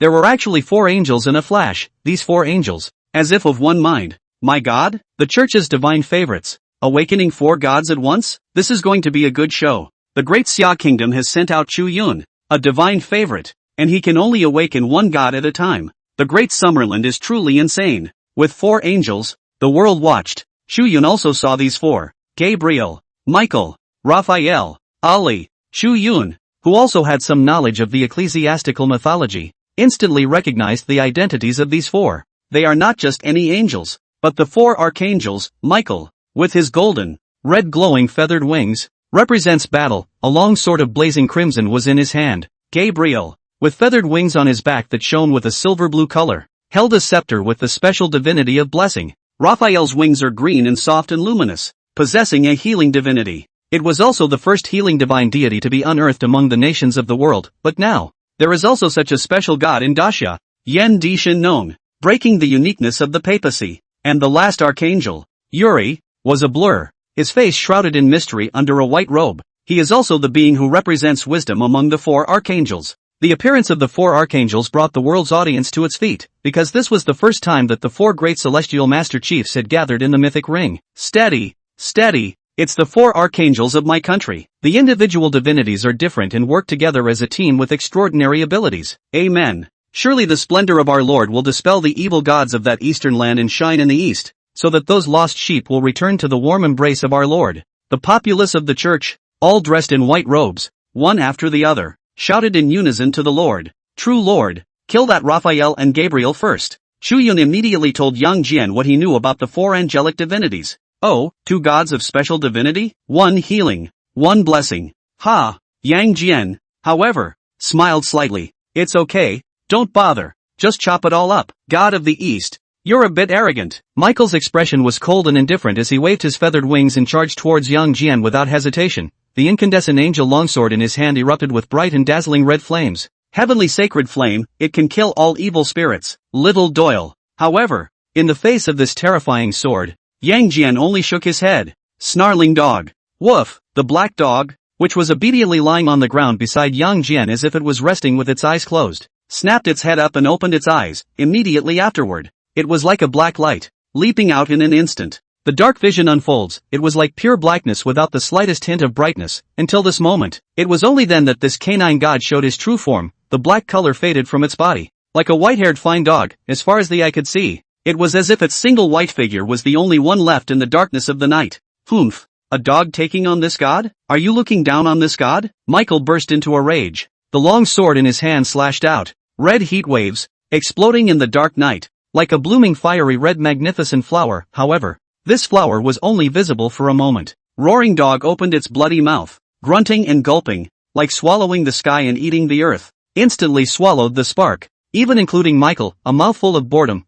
All those who saw this scene were stunned. The ecclesiastical populace, who had come to pray devoutly to the Lord Father, were frozen in that expression on their faces. Hiccup even the next moment, the snarling dog burped. You know, the legendary Tengu eclipse, it was the snarling dog that did it. Now it's easy to eat a winged bird god. Holy see, #@ Sheila, beautiful federation, Watfa? At the same time, Yang Jian moved. The heaven's eye on his forehead opened in a flash. shooting out channels of radiant divine splendor. It instantly shone on the 4 remaining archangels, among the clerical Vatican priesthood. There are only 3 angels left who hold the status of the 4 archangels. Even the audience didn't react to the fact that Michael, who represented the god of war, was cold, quick, it's just too fast, and the 3 remaining archangels, Gabriel, Raphael, and Yuri, all froze. Michael was actually swallowed by a dog? Hiss, what is the situation with this god of Dasha? The hearts of the 3 archangels set off huge waves for a long time. However, their reaction was not fast,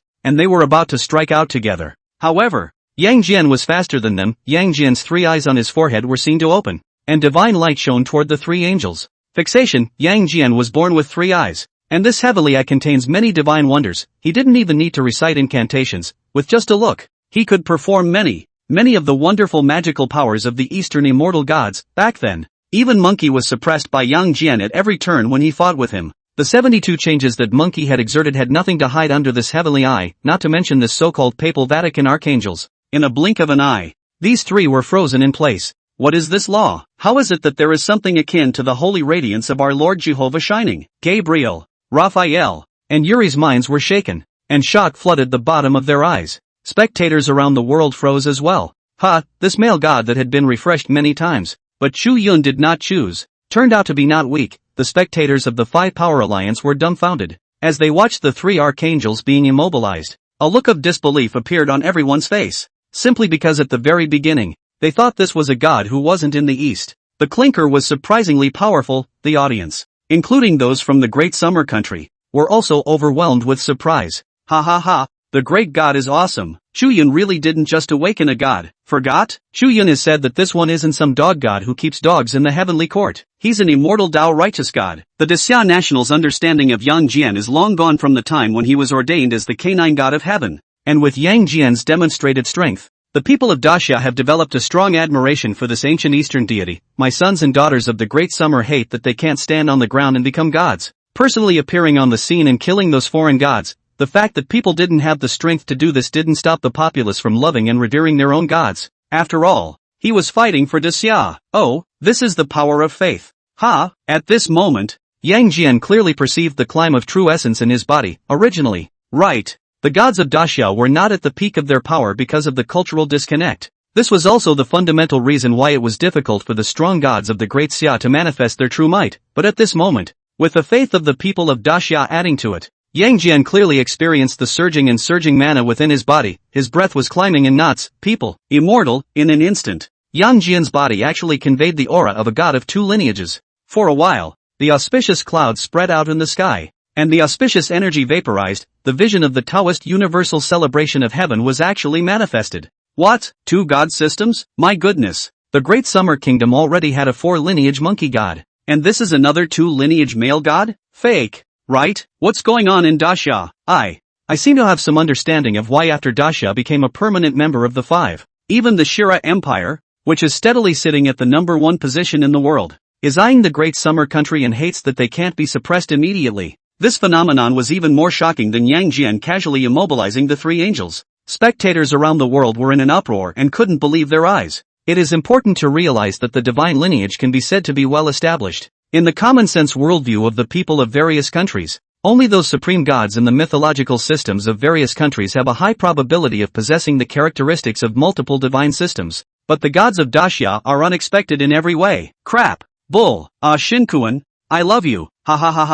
Worthy of being a true god. Worthy of being a true lord. A small portion of the Daxia people who had already finished reading the records about the sealing of the gods and the deeds of Sect leader Tong Tian shouted out in excitement. The rest of them also tried harder to understand the Tong Tian Sect leader, afraid of missing this wonderful divine battle. Sure enough, my hunch was right. True Lord, his divine lineage is definitely not just limited to the immortal Tao system. Chu Yun's heart was delighted, not surprised by that. Unlike the people of Daxia who lived in this era, Chu Yun had not experienced a period of cultural discontinuity. In his previous life, he had seen too many accounts of relation on teasing sound, red ocean persimmon, and yellow cat. Whether it was in the orthodox myths of China, or in the mythological novels, or inside the flood genre started by Buddha is the way. There were records of the vast amount of depictions of this true lord.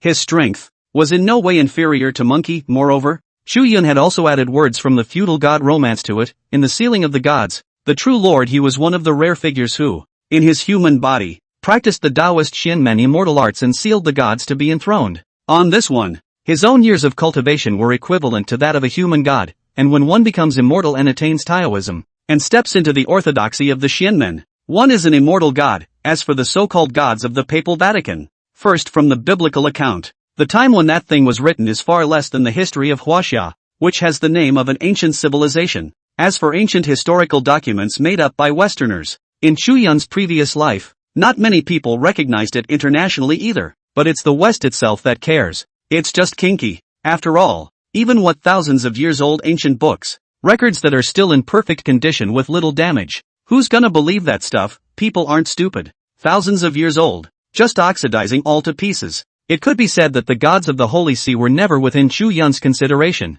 Their depths were too shallow compared to the ancient myths of the Grand Xia. Lord, open your eyes and see, the holy light of heaven will be poured out upon the world of men to dispel the wiles of this foreign and evil god. Just then, the scepter in Gabriel's hand suddenly radiated a blinding light as if it were day, as if it was trying to dispel the darkness. Blessed special divinity, behind Gabriel, a white-haired old man with a halo of light surrounding his head and kind brows manifested. This white-haired old man seems to be infinitely far from the present world. The old man opened his arms as if to embrace the world, and in a trance, looked like a cross to the world's eyes. Lord, it is our Lord, Jehovah. The believers of the church wept with joy, and the look of fear on their faces was gone. This is where Gabriel's unique divinity, the blessing, is manifested, the blessing technique, which dispels all evil spirits. Obviously, Gabriel, who can only move his mouth and eyes, wants to get rid of Yang Jian's fixation. However, Yang Jian only smiled faintly, and in the next moment, the three-pointed two-bladed sword in his hand shook slightly. Think this true lord is a 3-year-old child, waiting for you to cast a spell? Foolish. Yang Jian appeared above the heads of the 3 angels in a flash,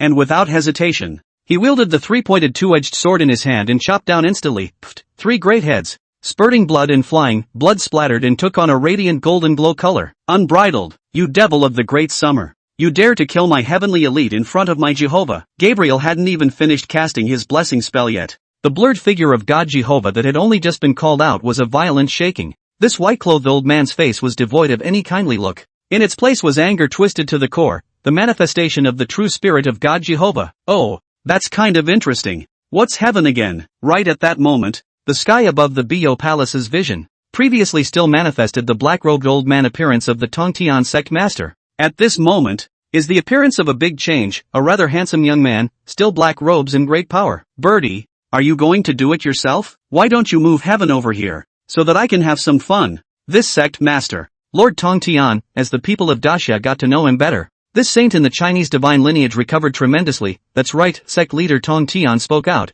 There is Jehovah behind the little birdman of the church. On the side of the Grand Xia, there was not a single great terror that had pressed the battlefield. The Tongtian sect master's character had always been like this, and he's too protective. This was also the reason why in the God-sealing records, Lord Tongtian was able to go to war with many saints for the sake of the disciples of the Interceptor sect. Wouldn't sect leader Tongtian be unaware that his own senior brother, Yuan Shi Tianzuan, and other saints had joined forces, where he could fight, but he was not happy in his heart. He didn't want to watch his own disciples being slaughtered. If you're not happy then you'll have to fight, and before Yang Jian became a god, he practiced Hierophant's Xianmen law and had some fragrant relationship with him. If it was his own senior brother, Yuan Shi Tianzun, who had come, sect leader Tongtian would definitely not care. And by the way, he would have to scold his senior brother. But it's okay for us to fight internally, and right and wrong are between our own families. As for the coming of a foreign enemy, then excuse me, I am through the sky, the first to stand up and slaughter you.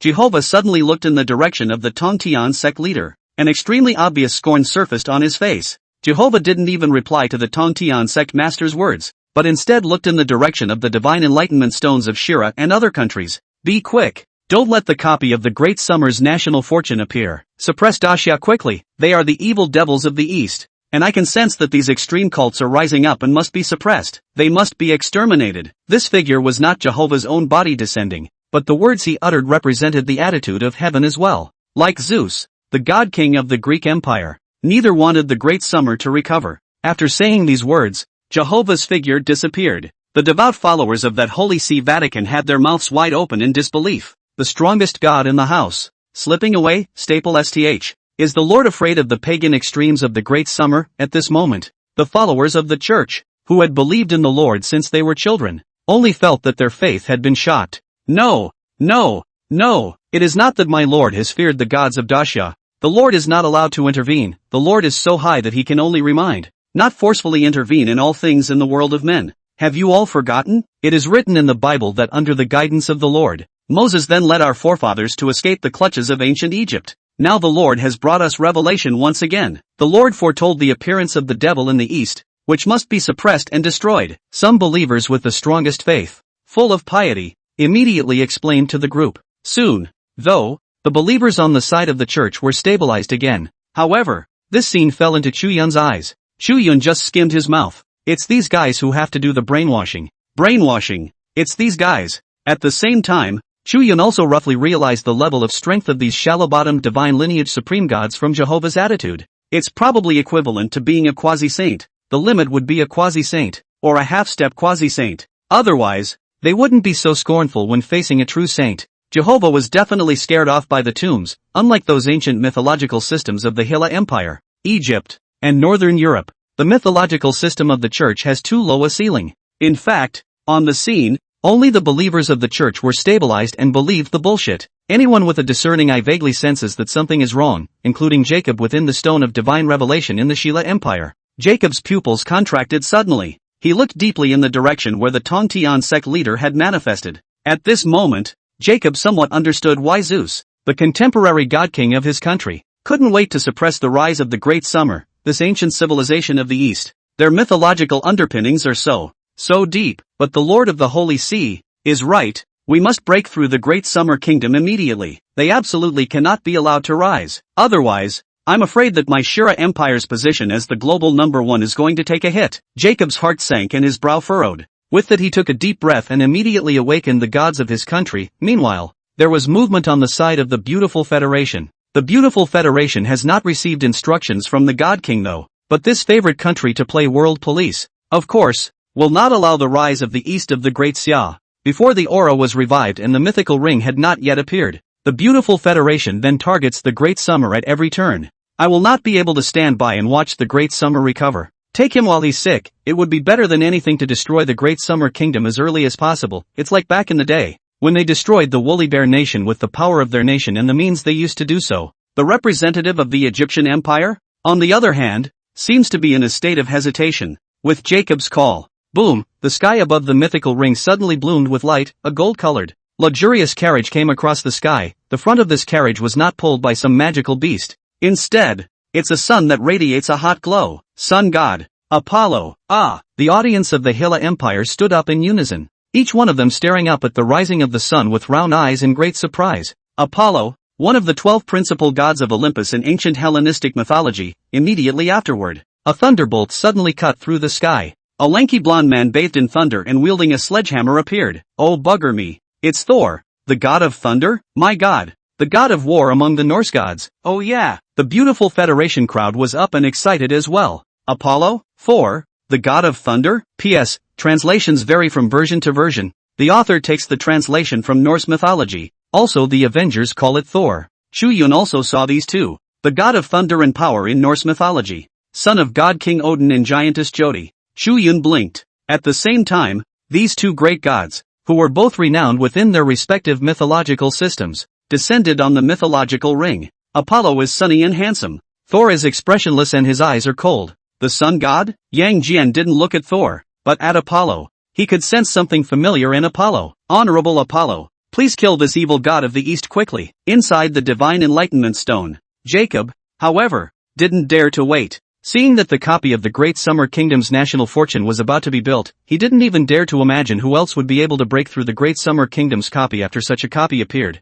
After that 10,000 immortals came to the court, or even after the appearance of that Tongtian sect leader who was able to scare off Jehovah with just a single word. At that point, I'm afraid that only Zeus, the god king of his own country, will be able to do it himself. A small eastern god has scared you all to death. God King Zeus is also really something. To be so scornful of the eastern gods. I would love to have a good fight with these eastern gods. Apollo smiled faintly. He also looked at Yang Jian with some pity. Unfortunately, I can sense that you are not in perfect condition. Being dead is just boring. As the sun god, Apollo's strength was powerful, and he had a somewhat arrogant personality. Then go to. Die! Apollo reaches for the sky, and as he waves his hand down, in the sky, a sun suddenly appeared, destroying everything in the world and suppressing Yang Jian. These guys are shameless. They're really mobbing. Damn it. Shin Kuan, go for it. The audience in Daxia couldn't help but worry about Yang Jian. It was only because people in Daxia didn't know too much about Yang Jian yet, while Apollo was a heck of a hierophant now.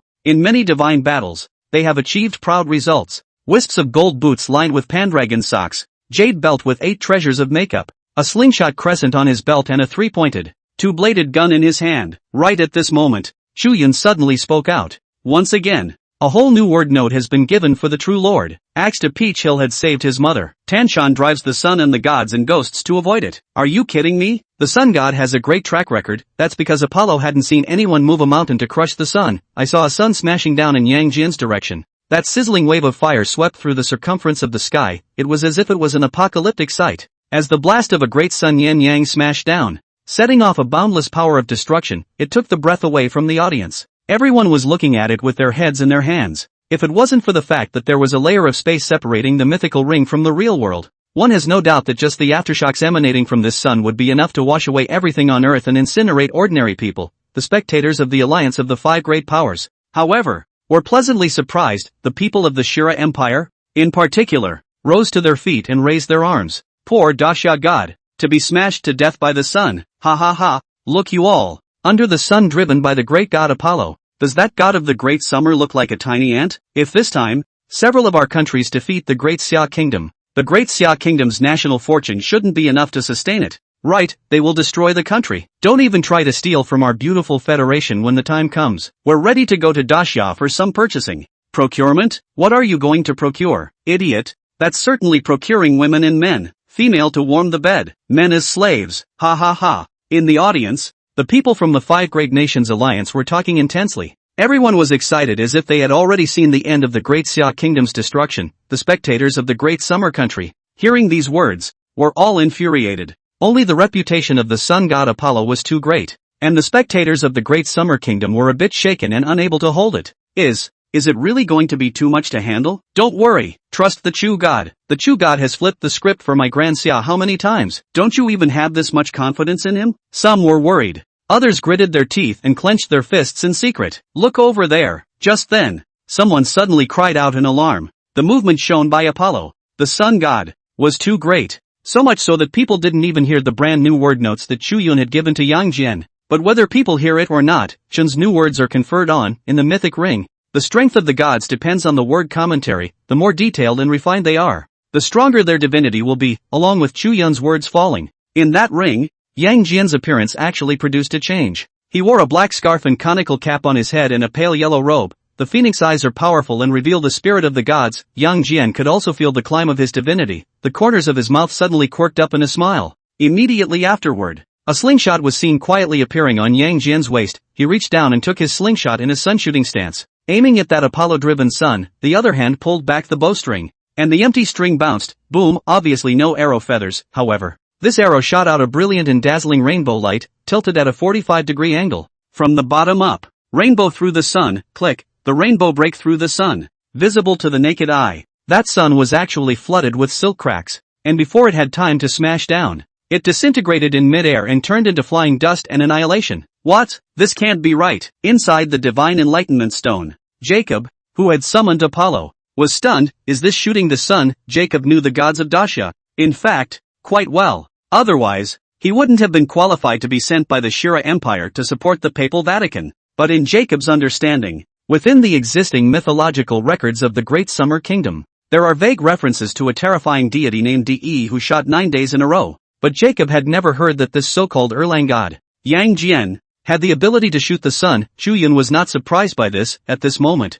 Yang Jian is considered the perfect embodiment of the 2 faculties of human gods and immortal gods. Many legends, novels, and historical documents in the ancient times of the Great Summer Kingdom have recorded characters who used bow techniques. The most well-known has to be Erlang Shen. The image of him holding a slingshot at his waist and carrying a hound has long been popular, and today, it was just this true lord, showing his true style. Look at how scared the little Sheila is. Chu Yun was old and calm, not panicking in the slightest. In the meantime, the arrow shot by Yang Jian, after penetrating and destroying the sun, the aftermath is still there. Yang Jian didn't say a word. He put his index and middle fingers together and made a false stroke in the air. An extremely amazing scene ensued. It was seen that the rainbow arrow feathers that went straight up into the sky were actually like living creatures, following the direction of Yang Jian's command and turning around in a flash, shooting toward that Apollo.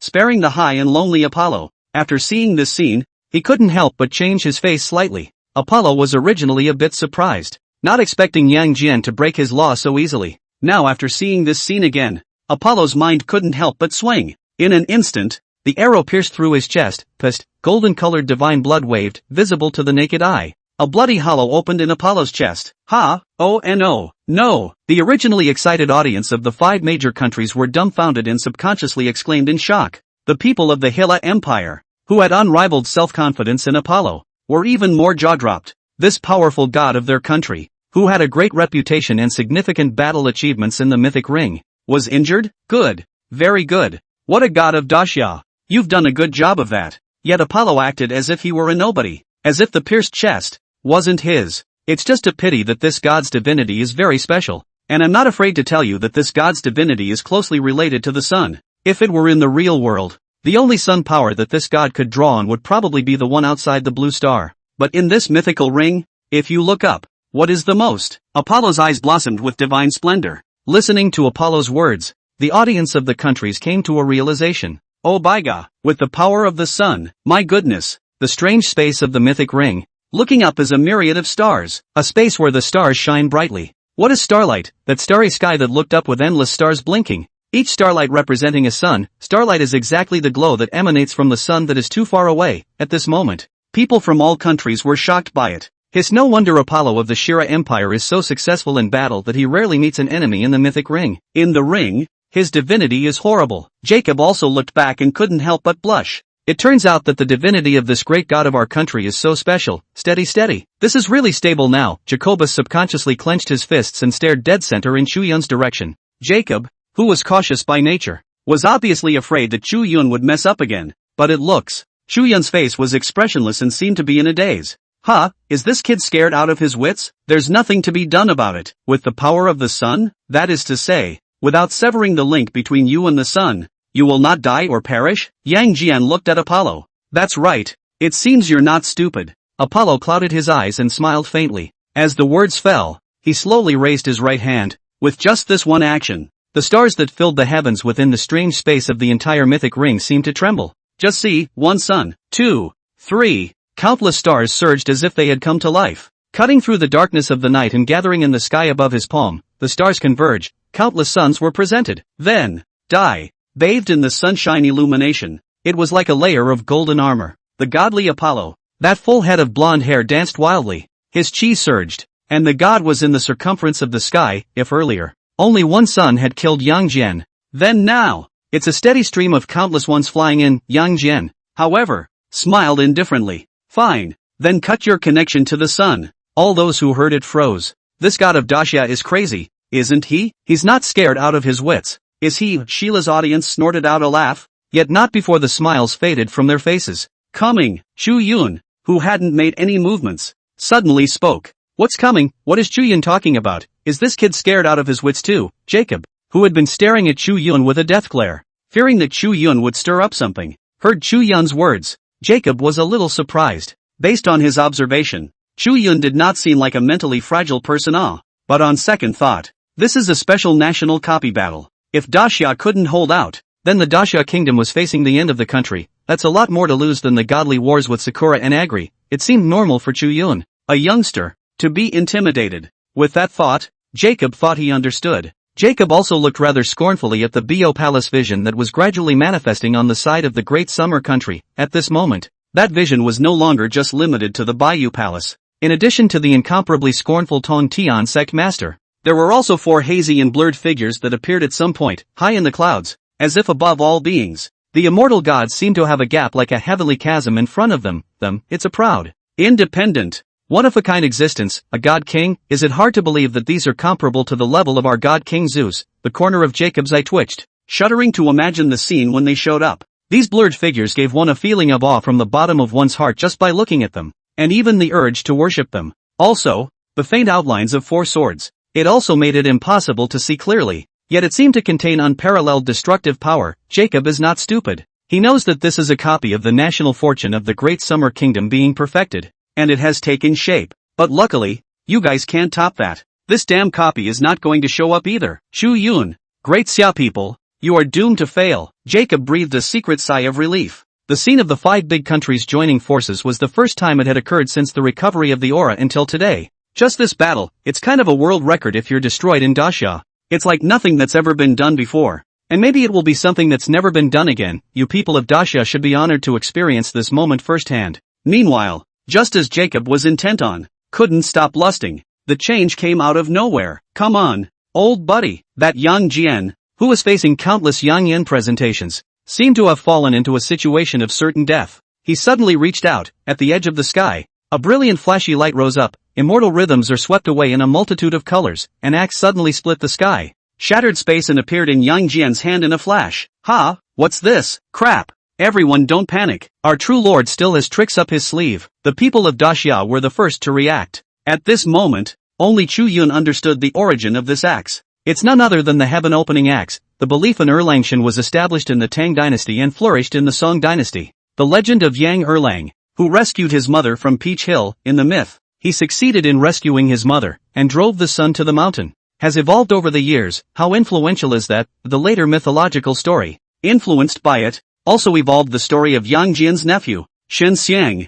who saved his mother by splitting the mountain. It can be said that in mythology, Shen Xiang is like a replica of Erlangshan. The deeds are almost identical. It is evident how deep the image of this true ruler in the minds of our people. So from the very beginning, Chu Yun did not panic at all. He knew this true lord's potential all too well. It's only a cultural disconnect that people mistake them for the purple gods responsible for the dogs in heaven. Yang Jian smiled gently and reached out to caress the heaven-opening axe. Long time no see, old buddy. Yang Jian's expression was a bit complicated, simply because seeing this heaven-opening axe would easily remind him of his long-gone mother, and his not-so-flattering uncle. Therefore, he rarely summoned this magic treasure. His uncle, in particular, had ordered the suppression of his mother, Yunhua Heavenly Maiden. Although they reconciled later, Yang Jian's relationship with the Jade Emperor has never been good. That's why, after sealing the heavenly court, he, Yang Jian, listened to the tone but not the announcement, in the crowd of immortals in the heavenly court. It belongs to the existence of a maverick.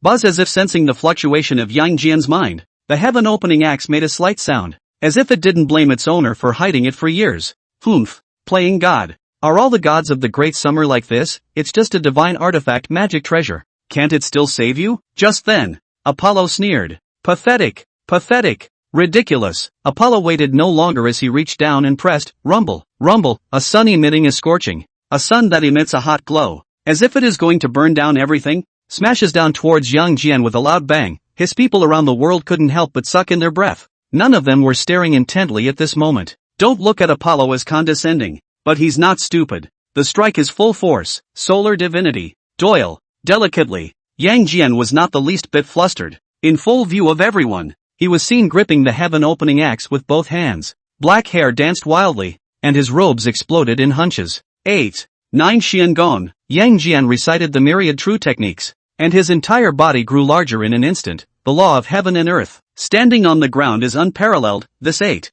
9 Xian Gong is precisely the divine power technique practiced by Yang Jian, with the ability to move and change, and the ability to use infinite magic. Cultivate the 8. 9 Xuanzhong mysteries, and let them roam the world. Monkey once demonstrated the law of the heavens once, opening the eyes of people around the world. Now that Yang Jian has reappeared with this godly means, viewers from all over the world are once again abuzz with excitement. Oh bugger me, how come all the gods in Daxia get bigger? Don't panic, what's the big deal about getting bigger? He's still bigger than the sun. The Hierophant's face paled slightly, and he hastened to reassure himself. However, it was only in an instant that Yang Jian's body was as big as the sky. Situation reversed. A sun that smashed at Yang Jian now looks like a small stone. It smashed into Yang Jian's body and couldn't make a single ripple. Apollo all but froze. What's this? But before Apollo could react, Yang Jian, who stood under the starry sky with an infinite size, as if his feet were stepping on the starry river and standing on the top of the sky, the axe in his hand. Then he chopped down ferociously with the force of the Huashan. Then,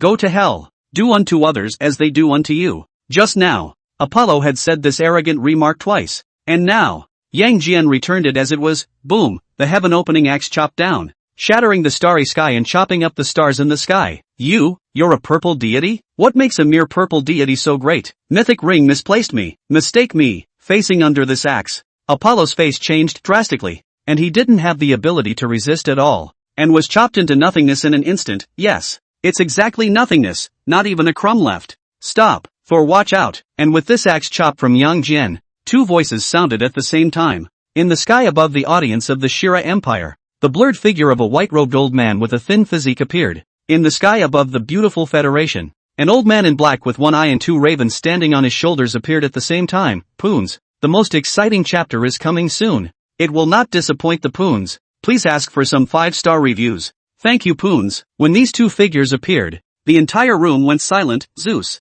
the god king of the empire of Hera, Odin, the king of the gods in the Norse pantheon. The audiences from all over the world were simply too familiar with these two god kings. It was only because these two great divine lineages were known to no one in the present era. From 3-year-olds down to the elderly, there is no distinction between men and women. Zeus, Odin. Chu Yun also saw these two great god kings. Chu Yun, who had had a brief encounter with Zeus, was of course able to recognize him, and Odin's external features are extremely distinct. In the accounts of Norse mythology, the depiction of the one-eyed Odin can be detailed. Moreover, Chu Yun could sense that due to the fame of these two mythological systems, they enjoyed a great reputation all over the world. The terror of the faith power of these two great god kings was no longer even limited to their respective countries. There are followers of them all over the world, according to the rules of the mythic ring. The power of faith was extremely important. The more people know and the more detailed their memories are, the stronger the power of faith that the gods have access to. When awakened for battle, the strength is naturally extraordinary.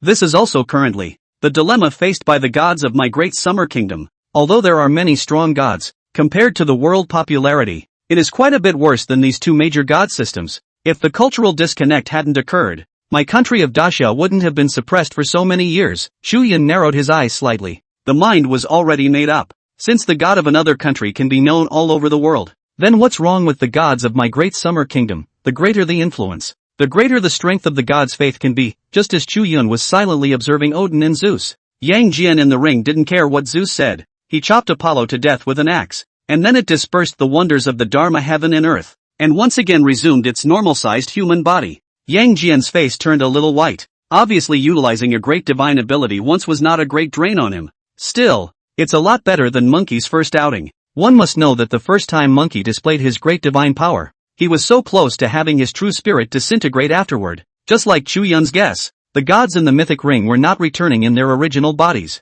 Granted, the gods of Dacia were not the same as those of the Holy See that relied purely on human faith and were born from that faith. Many of the great summer gods relied on their own cultivation. This is exactly the difference between the Taoist esoteric mysteries. From the very beginning, the immortals of the great summer have pursued the transcendence of their own bodies and the attainment of immortality. It's completely different in root and foot from those gods who simply need to rely on faith in order to survive. But the power of faith is still available, especially to the gods in the mythic ring. The gods of Dacia are no exception. Having more faith also means a constant replenishment of divine power. Oh, god of Dacia, how dare you! The two great god kings manifested. It made the people of the 5 great nations, who had all been somewhat frightened and desperate as Apollo was cleaved to death, feel immensely relieved. After all, these were the two world-famous god kings. The appearance of the divine king made it seem as if the populace of the 5 great nations had seen hope. All of them were thrilled and looked toward the two great god kings in worship and awe. Zeus, who was enjoying the world's worship,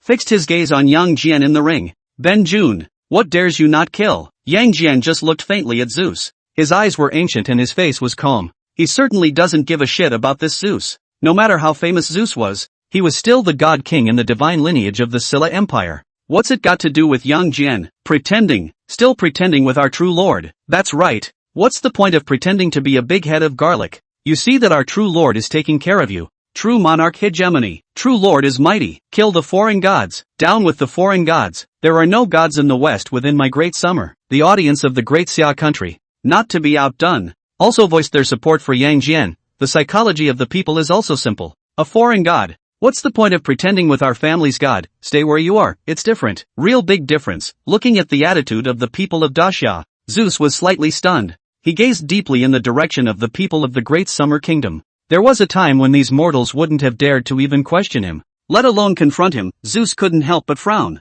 He could feel the metamorphosis that came from the depths of his heart from the people of Dacia. In the past, the great summer kingdom could only hold back. and smiled when it suffered a loss, as if it did not take it to heart. But everyone knows that's because that's all the Daxia can do. Weak country, no diplomacy, in order to survive. The Great Summer Kingdom could only break its teeth and swallow it in its stomach, but it's not the same in Daxia now. This ancient eastern country, which has always been targeted and looked down upon by the Western international community, is now raising its eyebrows. You've really killed your way through a bunch of countries in the East, in this era. The Western countries didn't help little Sakura, the great cosmic stick, Zioku and other Eastern countries. Its intention is obvious, that is, to support an obedient puppet state in the East. As for Daxia, it's just a piece of cake with tons of cultural heritage. It makes countries sharpen their knives and salivate. Even for many years, many of the people of Daxia were deceived and washed by unscrupulous publicists. Brainwashing, all sorts of bandwagons, have become skeptical of their own nation.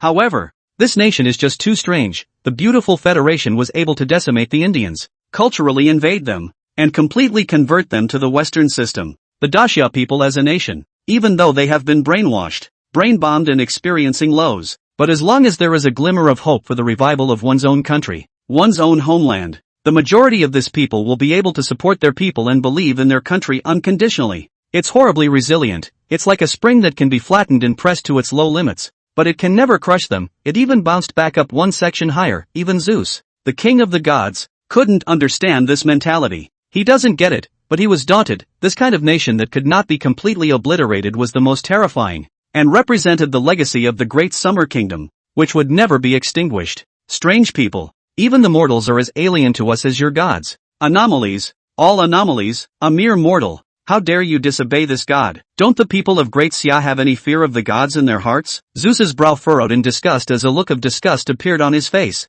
obviously disgusted with all the people of Daxia. If Zeus could be given a chance to descend in his true form, he had no doubt that he would inevitably wipe the nation from the world completely, nothing more. Simply because this people cannot be assimilated. If you can't talk, don't talk. Within the Divine Enlightenment Stone, Chu Yun did not love hearing this. Anomalies? If I'm not with you, I'm an anomaly. What bullshit logic? Want to annex my Great Summer Kingdom? God King. I'm afraid you don't know that my Great Xia people have been invaded by foreign races many times in their history. There were even a couple of times when it came close to being a dead country, but every time the Daxia people, managed to make a comeback. So much so that among the four ancient civilizations, only my Huaxia civilization has been passed down. You won't understand the resilience in our Yanhuan people's bones, nor will they understand the obsession of the people of the dawn of my world with the idea of the great unification of their country. As for assimilating us, I'm sorry to say that since ancient times, only I, Huaxia, have assimilated all races, and there has never been a precedent of being assimilated by a foreign race. Today, I can tell you very clearly, within the borders of my Daxia, the Western gods, forbidden. This brat is too arrogant. Amen. Amen. Lord, do you see? The devil in the East is simply unbridled and domineering to the core. Please also, Lord, quickly send down divine punishment to punish these pagan cultists. Seeing the five powers wailing away, with Chu Yun's character, then of course he would not spoil them, and immediately disliked Zeus. However, Chu Yun's words were as if he had ignited a dynamite barrel, causing the people of the five major countries to angrily turn toward him and turn on their mouths. However, Chu Yun was indifferent and just shrugged his shoulders, shaking the Regulus sword in his right hand. For a while, the cursing people of the five great powers gradually shut their mouths. The reason is simple. Chu Yun's meaning was extremely obvious. Not convinced? Then let your god's favorites come out and fight me. Tug, it's a fucking drag. The populace of the five great nations hated Chu Yun with a passion. The Great Summer Nation's spectators were nevertheless more imposing. Under this circumstance, even the people of the five major countries combined could not compare to the enthusiasm of the people of Daxia, and that was exactly the result Chu Yun wanted. The people were also convinced that if their home country was strong, then the more faith they would have in their country's gods. Nowadays, what the gods of Daxia lacked the most was firm faith. Zeus also looked at Chu Yun. As a god king, he understood Chu Yun's small mind at a glance, but there was nothing Zeus could do about it. After all, they did lose a game. In terms of boosting morale, it was really no match for Chu Yun's casual words. This was a time when the five Western nations needed a victory that also thoroughly motivated the people. With that thought, Zeus looked to Odin over the beautiful Federation. Odin, we can't awaken the gods again. We must be nurturing and thoughtful. In case a copy of the Great Summer Kingdom's national fortune opens up, then the strong gods on our side will still be able to make an appearance. Right now, the only one left in the ring is Thor, the god of thunder from your country, and hopefully he. Before Zeus could finish his words, Odin, who had been silent, nodded with an expressionless face. Obviously, Odin shared Zeus' judgment. They all had a feeling that they were afraid that a copy of the Great Summer Kingdom's national fortune was going to be established. Just by looking at the vision that floated above the Great Summer Kingdom's camp, it made both of these two great god kings feel distraught. It's horrible, this copy of the national fortune, just the outline of which was revealed, seemed to have the power to suppress the heavens, leaving aside that heavenly Sect master for the time being. The several blurred figures other than him were also of divine might. The true spirit hadn't even manifested yet, and it had a chilling might. And according to the rules of the mythic ring battle, a god who has made an appearance cannot make another appearance in the same god battle. Zeus looked on with understanding. Yang Jian, who was participating in the godly battle on behalf of the Great Xia Kingdom at the moment, was definitely not a weak god. It definitely wasn't simple if you wanted to take him down, only that you would have to send out some powerful deities to do so. But even if we win this Yang Jian, I'm afraid it will cost us a lot. In case you can't stop a copy of the Great Summer Kingdom's statehood from being established, let it appear. Then there would be less high-end fighters on their side. In the next copy of the battle, harmful and unhelpful, Odin naturally understands. He looked to Thor, the god of thunder. Thor, kill him. Odin spared his words and his face was cold. The stocky, battle-armored Thor, whose body surged with thunder rushing through his body. It was as if it was a hefty god of war standing in the midair of the ring. He hadn't said a word or made a move since the beginning. Thor, the god of thunder, stood by while Apollo sparred with Yang Jian. It seems to be his pride, Thor, who represented the status of the god of war in the Norse mythological system. Even when facing Yang Jian, an Eastern god, he also doesn't care for group fights. Ha, it's only now that you're going to make a move? Stupid. What's with this Thor of thunder? We should have teamed up with Apollo just now. The people of the Shira Empire couldn't help but yell. Apollo's death was no less devastating to the hierarchy. They hated Yang Jian. Why aren't you Yang Jian the one who died? Abominable. The resentment of the people of Shila even spilled over to the alliance. The beautiful federation, which represents the Norse mythological system. The beautiful countrymen were also blushing and whispering, obviously displeased with this Thor of Thunder's doings.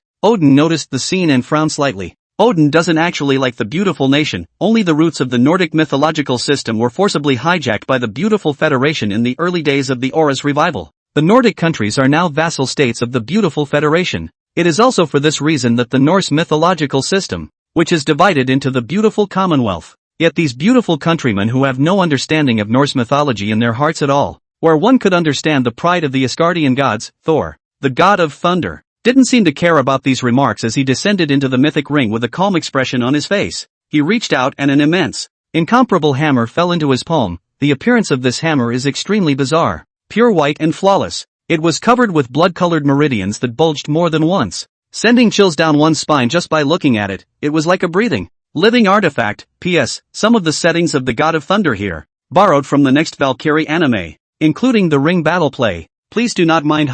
Do not argue. Unnecessary.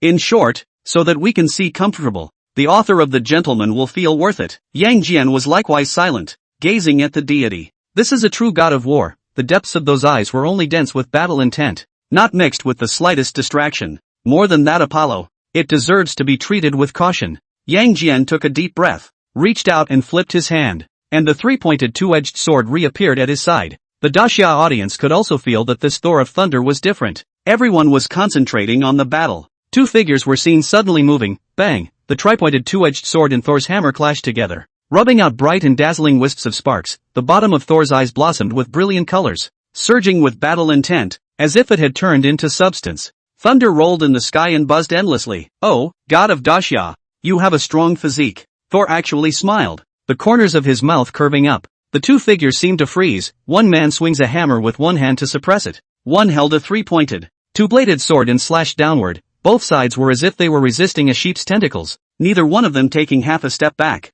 Terrifying divine power stirred and blood chi surged. You're not bad either. Yang Jian, who practiced the 8-9 Xian Gong. Yang Jian's physical body physique was certainly terrifying. Even if it wasn't a perfect state, it still had the power to shake the heavens. The two great war gods went toe-to-toe. Neither one will let the other go. There's a fight and you don't call me? And just then, a surprised voice suddenly resounded through the sky. A beautiful figure was seen, descending from the sky, crossing the line. It fell straight in the middle of Yang Jian and Thor, the god of thunder. Everyone was taken aback by this sudden scene. Chu Yun also froze for a moment. This god who appeared without warning, She was a female god in the posture of a female god. She was athletic and wore colorful plumes on her head, and her body was filled with wild beauty. The graceful lines of that skin, heavenly craftsmanship, not a hair more, not a hair less. The beautiful body is like a flawless work of art. Full of wild tension, Chu Yun's heart fluttered as he recognized the goddess. One of the supreme gods of Aztec mythology. The feathered serpent god? A supreme god equivalent to the level of a god king went down. Chu Yun narrowed his eyes and his face became grave. After all, a copy of your own country will be set up soon, but at such a critical moment. The feathered serpent god popped up. P.S. Posies. Ask for some favorable comments. Wow. P greater than over equal to W less than over equal to Q. Whatfa? How? Why has this supreme god appeared? World attention, especially the beautiful federal populace in the audience. Look at the descent of that goddess with her fit, valiant body, healthy wheat-colored skin, and youthful vigor. The people of the beautiful country were in an uproar. The feathered serpent god, known to the Aztecs as Quetzalcoatl, was called by the Mayans by his divine name, Kukulkan. This is the mythological system that originated on the American continent, though the beautiful Federation annexed the Nordic nations and took the Norse mythological system into its fold. But before the earliest times, the beautiful Federation was trying to get this Aztec mythological system. After all, it originated on the Native American continent. Only both the few remaining Indians and those natives of the Americas were extremely repulsed by the beautiful Federation. It is also for this reason that even though the beautiful Federation got this god system by force, the gods, however, were lovingly indifferent to them. Yet at the moment, this great god is the one who showed up. Oh bugger it, the feathered serpent god is willing to help us. Okay, oh yeah, this is great. Our beautiful Federation has the support of the two major civilized god systems. Breaking through the Great Summer Kingdom's defenses won't be a breeze. Hey. In the end, the alliance of the five great powers will still have to rely on our beautiful Federation. Not bad for us. The audience of the beautiful Federation was pleasantly surprised and delighted. Meanwhile, the spectators on the side of the Great Summer Country, their faces became a bit ugly. Nice guy, this beautiful Federation is still at it. The addition of the two major civilized god systems was truly terrifying. Eros, what is going on? Why is this supreme god going down? Someone asked out of confusion. People of Dacia, have you forgotten? Earlier the Shiva of the three kingdoms of A.S. appeared in the same way. According to the rules of the mythic ring, the supreme god is above all and enjoys certain privileges. As long as the divine favorites are able to refresh these powerful supreme gods, then they don't need the divine favorites to invoke the gods, and whether or not they are willing to show up. It all depends on the will of the supreme god, Eros explained. When these words came out, the faces of the people of Dacia changed slightly. Apparently, this feathered serpent god appeared on his own. 2 for 1, it's a clusterfuck. The hearts and minds of the Dacia audience sank violently, and they couldn't help but worry about Yang Jian. Although they could all see that this great god of their own family was incredibly strong. It could even have crushed Apollo of the Hilla Empire, but all of the Dacia people knew that they still knew too little about this true lord. The true lord's state was not the best state of perfection. At this moment, people really hated that they couldn't immediately understand everything about this true lord's deeds, mold golden bodies and build temples for them to provide a constant stream of faith. Chu Yun's heart was however slightly moved. Nope, not quite right. According to Chu Yun's understanding of the beautiful Federation, Chu Yun knew that this country had a poor relationship with the countries of the Americas even before the Ora recovery. Even the founding of the beautiful Federation was bloody brutal. The native Indians were slaughtered almost to extinction and kept in captivity. There's a lot of blood on the American continent. That being the case, why would the Kukulkan or feathered serpent god, believed in by many races in Native America, help the beautiful country? It's very unreasonable. You are the gods of Dacia? In the ring, the feathered serpent god, who was full of wild sense and possessed a pair of golden demonic eyes,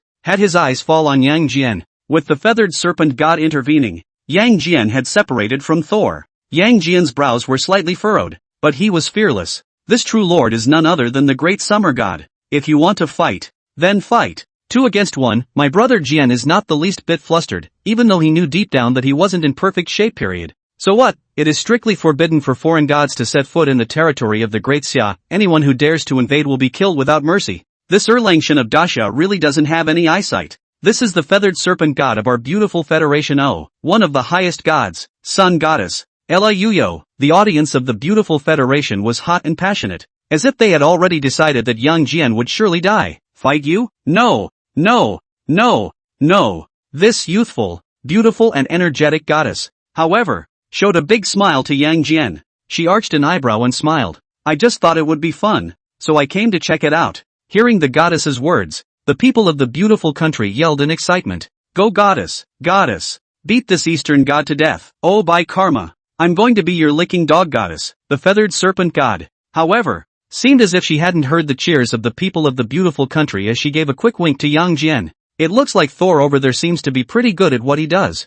What does the goddess mean by that? Hearing the words of the feathered serpent god, the populace of the beautiful federation collectively froze. The god of Daxia, is it okay for me to fight him? The feathered serpent god leapt to his feet. Upon hearing this, Yang Jian's eye pupils shrunk slightly. Things seem to be a little different than one would expect. Yang Jian's heart moved slightly. Hardly. This goddess is here. Looking at the meaningful eyes of the feathered serpent god, the curve of Yang Jian's mouth could not be suppressed even though he was serious. Sure. Yang Jian smiled slightly. Thanks, then I'll go. As the words fell, the feathered serpent god's body suddenly tightened. To the naked eye, her toned, curved thighs rolled with sinew, unparalleled surging power thumped out. She narrowed her eyes slightly, her eyes flowing and fixing on Thor, the god of thunder, who was not far away. The person pounced on him ferociously like a sturdy jaguar. Boom. The feathered serpent god's fighting style is full of wild beauty, simple and crude. She swept out with a whip leg, setting off rolling space ripples. In the trajectory of her kicks, the legs that possessed amazing beauty rubbed against the space and fire erupted. It was like setting off a vast sea of yin-yang firetail flames. Thor's reaction could not be said to be fast. The Thor's hammer in his hand was raised, accurately blocking the kick. Yet the feathered serpent god was a supreme god, in the evaluation of the divine system of each country. It is the same as the Great of Odin in the Norse mythological system. Thor took the blow hard and couldn't really block it. Thor was seen to be sent flying by a sweeping kick from the feathered serpent god. Click click. The ring floor underneath Thor's feet couldn't handle the force. As Thor stepped back, two deep gouges were left on the white, jade-like floor. The Sheila's Empire audience was confused. The audience of the Great Summer Kingdom was surprised and puzzled. Holy See Vatican, Great Eagle Empire. Anyway, the populace of the Alliance of the Five Great Powers was completely dumbfounded, especially the populace of the beautiful Federation, that had their mouths wide open. The face still retained the same look of uplifted elation it had earlier, but they never expected it. Wasn't the feathered serpent god fighting Yang Jian of the Eastern Great Summer Kingdom? But Thor, the god of thunder, what's going on here? The populace of the beautiful Federation was dumbfounded and only had the feeling of having eaten a fly. Family, can't hold it together. God's favorites of the beautiful Federation, what are you up to? You guys are crazy. The divine favorites of the remaining four countries looked violently in the direction of the beautiful Federation. The godly dependents of the four countries who were hiding within the divine enlightenment stone and were afraid of Chu Yun's strength and did not dare to go out, angrily looked at the godly dependents of the beautiful Federation. Yet the great beauties are clueless.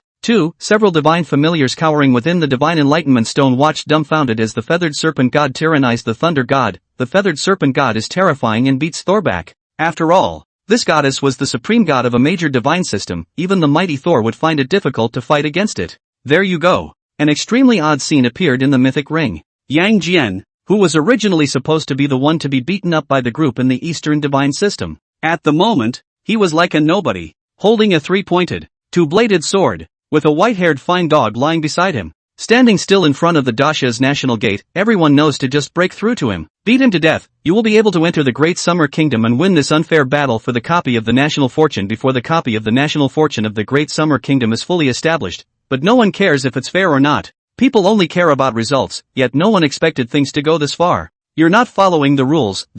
Is this a case of lifting a rock and stoning yourself? Oh because, damn it, what the hell is going on here? The leaders of the coalition of the five powers broke down and got up cursing and swearing. Spearheading the beautiful Federation, the faces of the several beautiful Federation leaders present became incredibly ugly, but they seemed to get it. The feathered serpent god, derived from the beliefs of the Native American tribes. After Columbus discovered the American continent, those so-called explorers did something to these native races. I don't suppose you beautiful federals have forgotten, have you? Right at that moment, Chu Yun's voice came out from afar. For a moment, audiences around the world woke up for it. Yeah, according to the history of the world, how many years has it been since the beautiful people were founded, even with the addition of the centuries of Aura revival? The beautiful people have little cultural heritage. In the beginning they were nothing more than a group of criminals who had been exiled by the Great Eagle Empire or who had committed felonies locally and had no choice but to flee to the American continent. These guys got to the American continent and did one thing: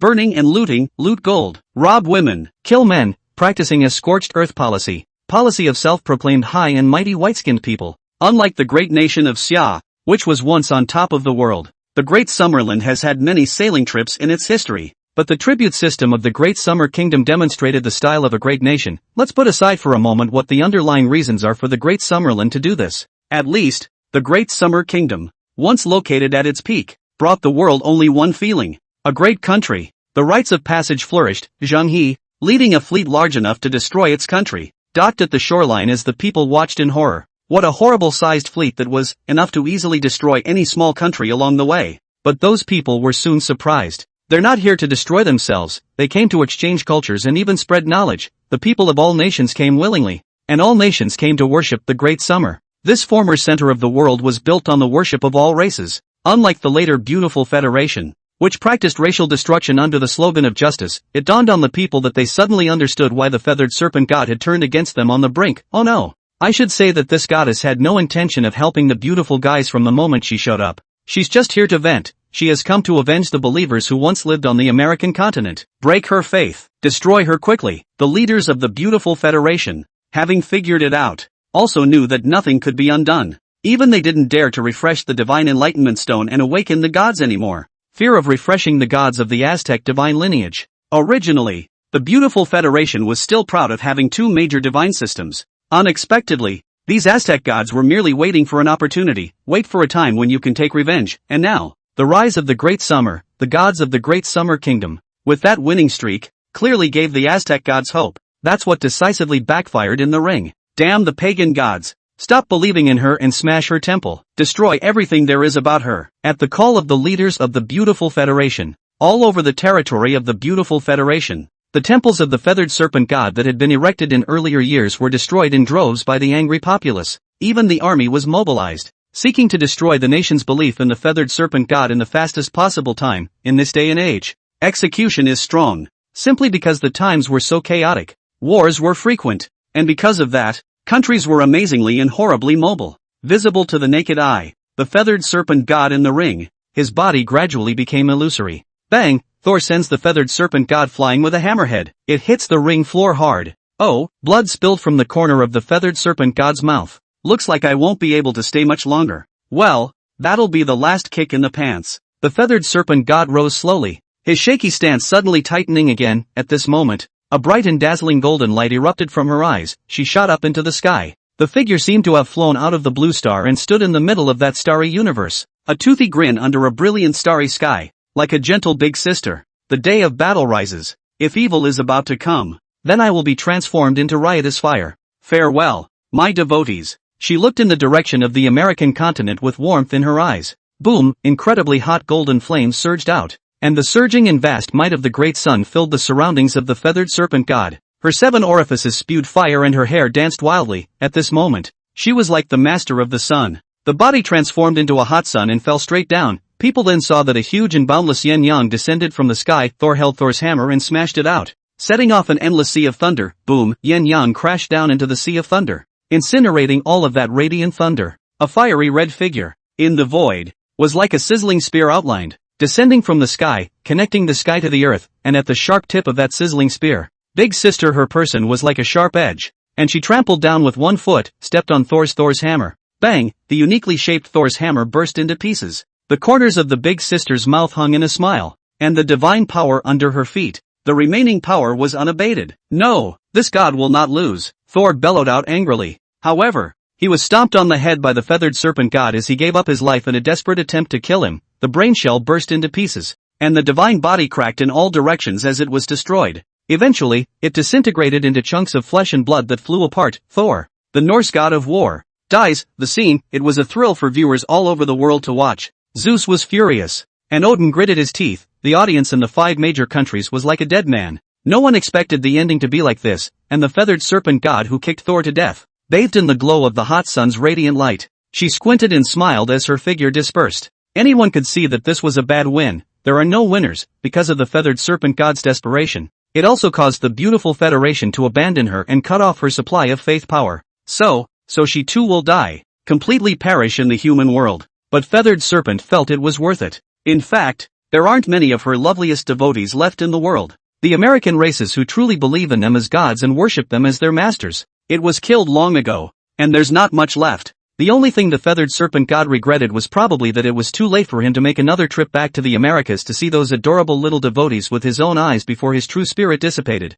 However, pitting the beautiful Federation once made these bandits pay a bloody price. She's happy. Serves you right. Serves you right. Betraying our 5-power alliance. You deserve to die. Stink. Bitch. Bitch. You really deserve it. You deserve to have us believe in you too? The beautiful Federation audience cursed, though they seemed to forget that the feathered serpent god had never asked for their faith. They were the ones who took over the home of the goddess of the feathered serpent like bandits, destroying everything she had. The people of Daxia were also moved by this. Even though we know that this goddess is not a god of our own country, she is helping us out. Key come. Key come. Heaven did not give birth to my keyboard warrior, and the keyway is as long as the night. Big sister, goddess, we Daxia will remember you. Don't forget. Won't forget. Gods of the Aztec divine system. The people of Daxia, will surely take you out of the hands of the beautiful Federation. Reminder, the construction of the Daxia Kingdom's national fortune copy is complete. Please prepare immediately for the 5 major war-declaring countries to participate in the national fortune copy war. Both sides have one chance to refuse, but those who refuse, will surely suffer the price of a failed state. Just then, the sound of the rules of the mythical ring rang out. Within the heavenly visions above the great summer kingdom, in the Bayou Palace, the Tongtian sect master, who had been resting his eyes with his eyes closed, suddenly opened his eyes. The sound of the rules of the mythic ring resounded through the air and swept across the entire blue star, all the people of the countries on the blue planet. No matter what they were doing at this time, all heard this voice. For a time, the more influential and wider-reaching national fortune copy war began. The ring was silent. Even the audience of the 5 Great Nations Alliance, who had cursed after watching Thor, the god of thunder, and the feathered serpent god die together, had shut their mouths. Yang Jian, who was in the ring, opened his eyes and looked in Chu Yun's direction. Senior uncle has recovered some? Good. Then this monarch's mission is complete. Chu Yun, I'll see you next time. Yang Jian nodded toward Chu Yun, and his figure gradually dispersed as his true spirit returned to its place. If the copy of the Great Xia State's national fortune has been constructed and the copy war is officially opened, there is no need for Yang Jian to lay down his life to stop the enemy again. Greetings, true lord. Greetings, true lord. The audience of the Great Xia Kingdom looked at the direction where Yang Jian disappeared in unison. Everyone was solemn and full of respect. Seeing that his side of the plan had failed, it didn't stop a copy of the Great Summer State from being established. The leaders of the 5-power coalition gathered for an intense discussion. What to do? In the end, it's still letting a copy of the Great Summer Kingdom's national fortune be constructed. Is this still a fight? Do we really have to keep fighting? What are you talking about? Don't be discouraged. It's not just a copy of the national fortune. The leader of the beautiful Federation chortled out. Oh, you beautiful countries still have the nerve to talk. If it wasn't for you refreshing what's-his-name feathered serpent god and mutinying on the verge of battle, how could we have been forced into this situation? Big Eagle. This so-called alliance of the 5 powers is nothing more than an aggregation of interests. Seeing that the situation is not good, one of them started to dump like crazy. Shut up. It was still Zeus, the king of the gods, who appeared in the sky over the Hilla Empire, who woke these people up with a word. Zeus was naturally too lazy to bother with these mortals. His gaze landed on Sect leader Tong Tian. Even though he hadn't been summoned yet, this god of Daxia gave Zeus a sense of unfathomable and unseen strangeness. Odin, what do you think? Zeus had not finished his words. Odin then said with an expressionless face, let the strong gods fight. These 2 great god kings, cautious and prudent, they could all feel the terror of the copy of the Great Summer Kingdom's national fortune. Even though they were not gods of the same divine lineage, they only knew about the divine lineage of the Great Summer Kingdom, that this divine lineage was unfathomable. But even if you don't know any better, you can still feel the horror of this copy of the national fortune. I'm afraid the next battle will be a tough one. Be prepared to sacrifice and lose a lot. Zeus' brow furrowed. When the people of the Shira Empire heard this, they all stared in horror. His own god king, surprisingly, was so cautious, even prepared to pay a terrible sacrifice. My goodness, is that Daxia really that powerful? Jacob, awaken your native deity. Zeus manifested himself, and the direction of the Empire of Hera naturally fell into the hands of this god king. Jacob's demeanor straightened as he heard Zeus' words, and his eyes erupted with joy. Of course he was obedient. This was why the prudent Jacob had never awakened his native deity. He was a reputable divine favorite who had long since stepped into the S-class divine favorite for many years, practicing the divine Ming method and having an extremely high bloodline affinity with his own native deity. It really wasn't hard to summon the rest of the Sheila's divine favorites who were present immediately began to refresh Jacob. Obviously, they all want to refresh Jacob with his native deity. After all, each person was able to refresh 10 of them, And if a group of people all helped Jacob, that would be dozens of gods appearing at once. The scene fell in the eyes of the people of the Great Summer Country. Ha, you can still evoke God like that? No wonder the alliance of the five great powers sent out several divine favorites to take the stage. It turns out that the mode of the National Fortune Copy God battle is different from the ordinary God battle. Crap, the host doesn't even say anything about this kind of thing in advance? Motherfucker, think we're stepchildren. The people of Daxia were an afterthought, and everyone had a feeling of being tied up and uncomfortable. Chu Yun's brows frowned slightly. He had no idea about this particular rule. Chu Yun couldn't help but look in Eros' direction again. Apparently, the host, who came from the mythological system of Hilla, had hidden another important piece of rule information from them in the Great Summer. Ha ha ha, honestly, if it were me, I'd feel aggrieved too. After all, I don't know the rules. Isn't this a deliberate attempt to screw me over? You don't have to say. It's just a deliberate attempt to pit them. Who let the host be on our side? The spectators of the Five-Power Alliance, watching the atmosphere gradually change, one by one felt that they could do it again. At the moment, it was obvious to anyone. The coalition of five powers is about to get real. All were preparing as best they could, seeking to awaken the incredibly powerful gods. And what about Daxia? As good as they are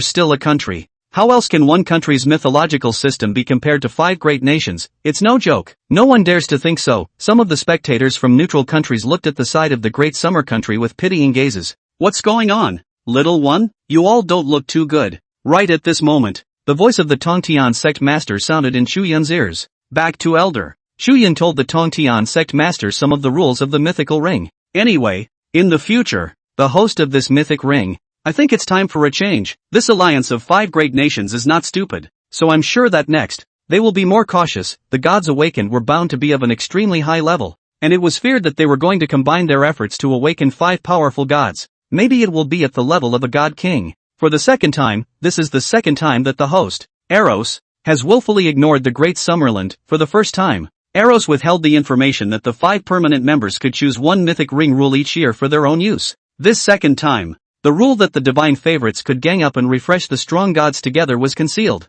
If he had known about this rule, then Yi Yuntian and the others, Chu Yun would have definitely called over, because in that case, Chu Yun was confident in awakening some more strong Chinese gods. Help sect leader Tong Tian, of course, even without help. Chu Yun was also confident in this old senior. He was merely trying to make things easier for the bishop. Ha ha ha ha ha, having a temper. This sect master likes it. From what you've said, this host is still a little useful, and it would be nice to replace the fairies of my Eastern divine system. Sect leader Tong Tian gave a valiant smile. Immediately afterward, his words changed. Shoehorning us? Deliberately withholding some important rules? Sect leader Tong Tian laughed, seemingly unconcerned about this situation of being worn small shoes and treated differently. Nothing more. This old family member has been used to it for a long time. At the time of the God-sealing quantum revelation, only the world achievement of the Interceptor Sect's injury had been experienced by his old man. This shit at the moment, in his old man's opinion, is just a small scene of spilling water. His tone was indifferent, unmoved. Just as well, this sectarian has been bored for too many years. Let's hope that these so-called five strong gods don't disappoint this sect master. Who is he? Sect leader Tong Tian, when he thought about it, after being besieged by the four saints and losing, sect leader Tong Tian hadn't even been afraid. Instead, there was a harsh message. If we lose this time, what face will we have again to take charge of the great sect of the Bayou Palace? Why don't we just do one thing or the other? Go back to the palace now and set up earth, water, fire, and wind again. Just a different world. How domineering was the Tongtian sect leader who was forced into a desperate situation by the four saints? Beat me up. I'm not afraid, big deal. I'll just lift the table and stop playing with you guys, change the sky and reset the world. That's the Tontine. After thinking of this, Chu Yun's expression was corrected, and he then spoke aloud. The Great Summer Kingdom. Accept the challenge of a copy of the national fortune from the alliance of the five great powers. The golden light on the top is divided into 5 colors. The red lotus under the feet goes by 10,000 journeys, and the octagonal immortal clothes come with purple energy. Chu Yun began to chant for sect leader Tong Tian, awakening this sage, and as Chu Yun chanted, people from people all over the world were drawn to him. It's starting, what the nations did not expect, however, was this. Chu Yun chanted without end. Infinite wonders of the heavenly flowers. The earth's golden lotus grows Rui's hen. When the white crane is crying, heaven and earth are turning, and the green luan is spreading its wings. The sea and mountains are climbing up. Lord Tongtian left the Golden K and came to gather the group of immortals with millions of names. Lean, you're so good at making things up. Why don't you go write a novel? The viewers of the Five Power Alliance were dumbfounded. Haven't heard such a long note on a word. However, how would they know that this was still only a part of the Tongtian sect leader, if it weren't for the time constraints? The viewers of the Great Summer Country were currently only familiar with the story of the battle between sect leader Tongtian and the Four Saints. Really let Chun read up. He can read all day without repeating himself. Pretending. Definitely pretending. What kind of god could have such complicated word notes? But speaking of which, there are so many hymns in the Great Summerland. It sounds. Shut up, shut up. Are you still not a member of my beautiful country? How can you exaggerate, Xia? The spectators of the Five Power Alliance were talking intensely. Meanwhile, in the mythic ring, at the seats of the respective representatives of the five great nations, within that divine enlightenment stone, bright and dazzling divine radiance burst out one after another. You are head and tail, encircling the world. You're evil, infesting the skies over Asgard, bringing a twilight doom to the gods. Compared to Chu Yun's hymn, the beautiful man's words were a bit blunt and crude.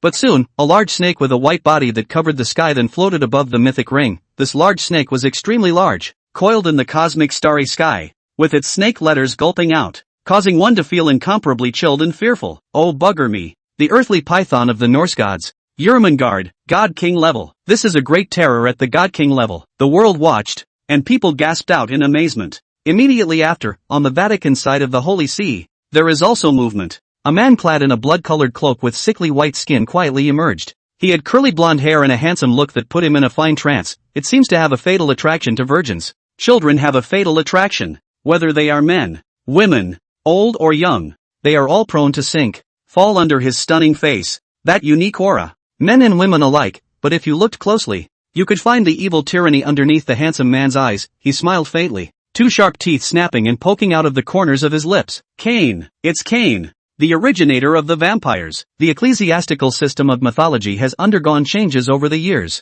In addition to heaven, which represents light and holiness, there is also the evil devil. And Cain is said to be the most influential vampire originator in the world, and that's not all. On the side of the Great Eagle Empire, a god of divine might had also appeared. He appeared with the aura of two divine systems. He was expensive and gold dazzling. He lined his cheek with one hand and leaned back lazily on top of his golden, radiant throne. The eyes were indifferent and lofty, as if they were overlooking an emperor on earth. The most prominent humane emperor in the ancient Babylonian mythological system, a great half-human, half-god terror, had declared war on the gods and represented the kings of the earth. He is the hero of the ancient epic, the Epic of Gilgamesh. He is regarded as the oldest hero king in the history of mankind by the Western literature. He was 2/3 god and 1/3 man. It was Gilgamesh, king of heroes, lord of men. Yes, I can't believe I've awakened this ancient emperor. Our audiences in many countries in the West were delighted and energized by it. The ancient Babylonian civilization, along with the Chinese civilization,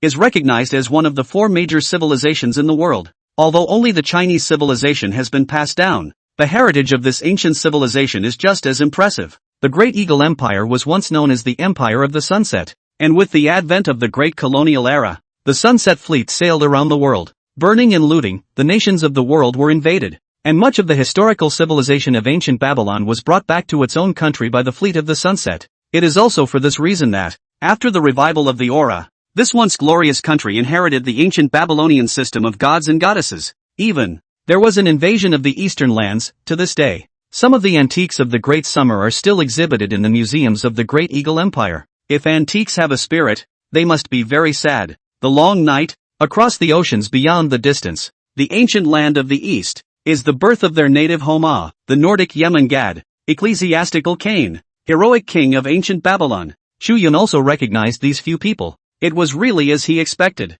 This alliance of 5 great powers was prepared to play for keeps. So, Sheila's empire. Chu Yun could not help but look in the direction of the Shira Empire. A view of an earthly purgatory was seen. Countless stern ghosts roared hideously. Within the dark divine court, a black-haired and black-bearded man, dressed in black and gold robes, appeared to be honorable. The ancient gods whose bodies emanated an aura like an abyss or a prison slowly walked out of the dark divine court and descended onto the mythic ring. Hades. Chu Yun narrowed his eyes. What a great move the Sheila Empire has put up too. This is the king of the gods who stands apart from Zeus and Poseidon, representing the sky, earth, and ocean lords of the hierarchy of gods, respectively. It's one of the 3 great god kings. The spectators of the Great Summer Country felt a bit of a numbness as they watched each and every one of the powerful deities appear. They were not like Chu Yun, who knew so much about the Tongtian sect leader. However, These powerful gods had appeared in the mythic ring long ago, and had never been defeated in hundreds of years. All of them were at the God King to high god level, all of them are godly and powerful, killing in all directions, his so many supreme gods. Then the faces of the people of Daxia were incomparably grave. Oh, that's kind of funny. Right at this moment, in the sky above the ring, sect leader Tong Tian appeared. Behind him was a copy of the national fortune of the Great Summer Kingdom. The flags are spreading and the clouds are rolling in. The blurred figures of countless gods set up an incredibly large formation behind him. On each of the four sides of that great formation stood an immortal sword. It was connected to the sky and the earth, like four divine pillars through the sky. As for sect leader Tong Tian, he changed into the appearance of a handsome young man and stood still above the clouds, his face calmly gazing at the several god kings in the west. This immortal execution sword formation. Do you recognize it? Come on. I hope that you won't let this sect master down. Sect leader Tong Tian smiled faintly and stood with his arms folded, as if he was high above the world, overlooking all beings. The few god kings in the west frowned greatly. This Eastern god, so arrogant and overbearing? Oh, Eastern gods, you seem to be very confident. The blood of an Eastern god. This ancestor has not yet tasted it. Just in time to taste you first. Cain couldn't help himself when he was the first to do so, and the corners of his mouth lifted into a sardonic smile with sharp teeth. His figure flickered, and he actually transformed into countless bats. The blood-colored bat, like a blood cloud that covered the sky, rushed towards sect leader Tong Tian with a roar. Suffer death, god of Daxia. Cain rushed out first, setting off a terrifying surge of blood clouds. It turned into a swarm of bats that covered the sky, and in an instant, it had disappeared into the copy of the Great Summer Kingdom's national fortune. A moment of worldwide attention. People were absorbed in the full glare of their minds. The people of the countries in the audience all subconsciously rose to their feet, their eyes gleaming as they stared intently at this scene. It was really because the matter of an alliance of five great powers targeting a single country hadn't occurred even once in the several hundred years after the recovery of the aura. There is a point of honor between the great powers. And today, the coalition of the five powers is clearly shameless. The four gods that were awakened were all gods of great renown and fame throughout the world. The legend of Cain has long been extolled by the Vatican,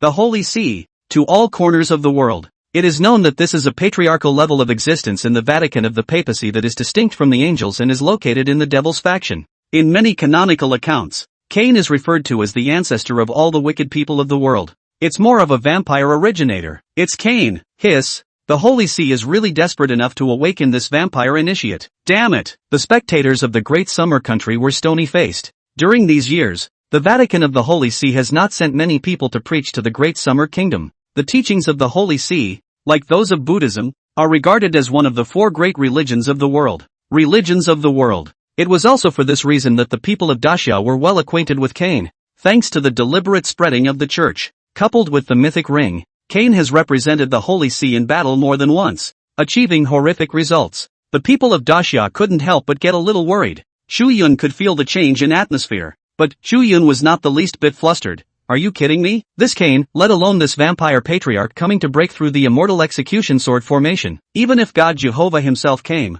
then he would never be able to pass. Chu Yun was different from the people of Daxia in the current era in that he had not experienced a period of cultural discontinuity. Naturally, he was well aware of the terror of the immortal execution sword formation. The next moment, being in the seat of the representative of the Great Summer Country, the face of Chu Yun within the Divine Enlightenment Stone suddenly straightened, speaking aloud. He said, "Exterminate the immortal's prophet. Kill the immortal's death." The trapped immortal raises red light in all directions. The Jedi immortal changes infinitely and wonderfully, and the Dala immortal dyes his clothes. Phrase, another brand new phrase, and this time, the word note that Chu Yun added was not for the Tong Tian sect leader, but was added to the immortal execution sword formation. Ha! The little scum of Daxia, still struggling at the end of his life. In vain, the bats swarmed vastly, and the moment they rushed into the immortal execution sword formation, they gathered violently and once again changed into the appearance of a handsome man wearing a blood-colored cloak. However, to Cain's surprise, that great summer Eastern god, who was towering over him,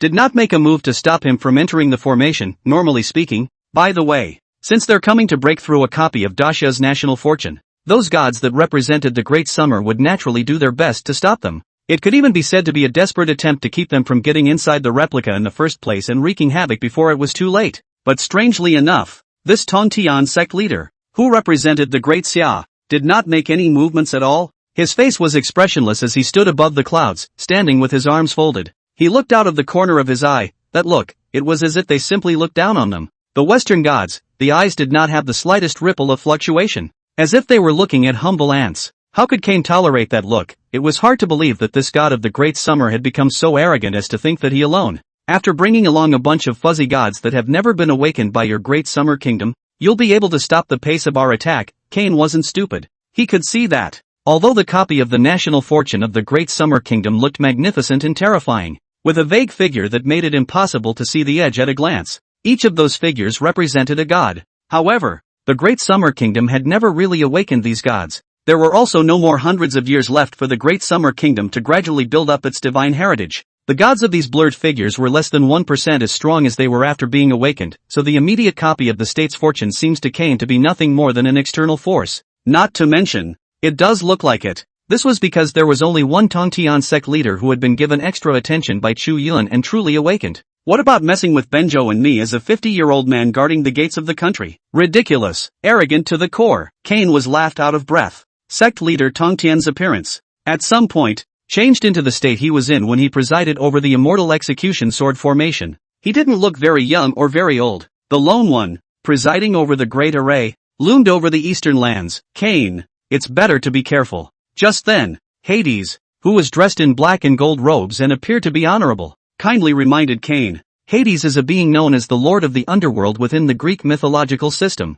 He has a naturally keen sense of death. After all, they were deities who had been interacting with dead things for years. Although the copy of the Great Summer's national fortune appeared to be only that one awakened deity, Hades nonetheless keenly perceived the dreadfulness of the sword formation. Seems to have killed all kinds of incredibly strong gods. I know what you mean. You're synonymous with Sheila's death. I, Cain, however, am not some silent and nameless person. What I can perceive, the strangeness of this formation. However, when it comes to death, I, Cain, am the source of the blood. The deaths at my hands, plus the beings killed by my favored descendants, are like the fine sands of the Ganges River, long uncountable. By my blood, invade the east. The corner of Cain's mouth quirked up in a sardonic smile. He was seen waving his hand, and a sea of filthy, blood-colored blood surfaced behind him. Surging, the waves surged, 1,000,000 feet in size. The spectators of the great summer country couldn't help but change their faces. This overwhelming sea of blood covered the sky. It was like a crimson-red ocean that had been moved over the territory of the great summer kingdom.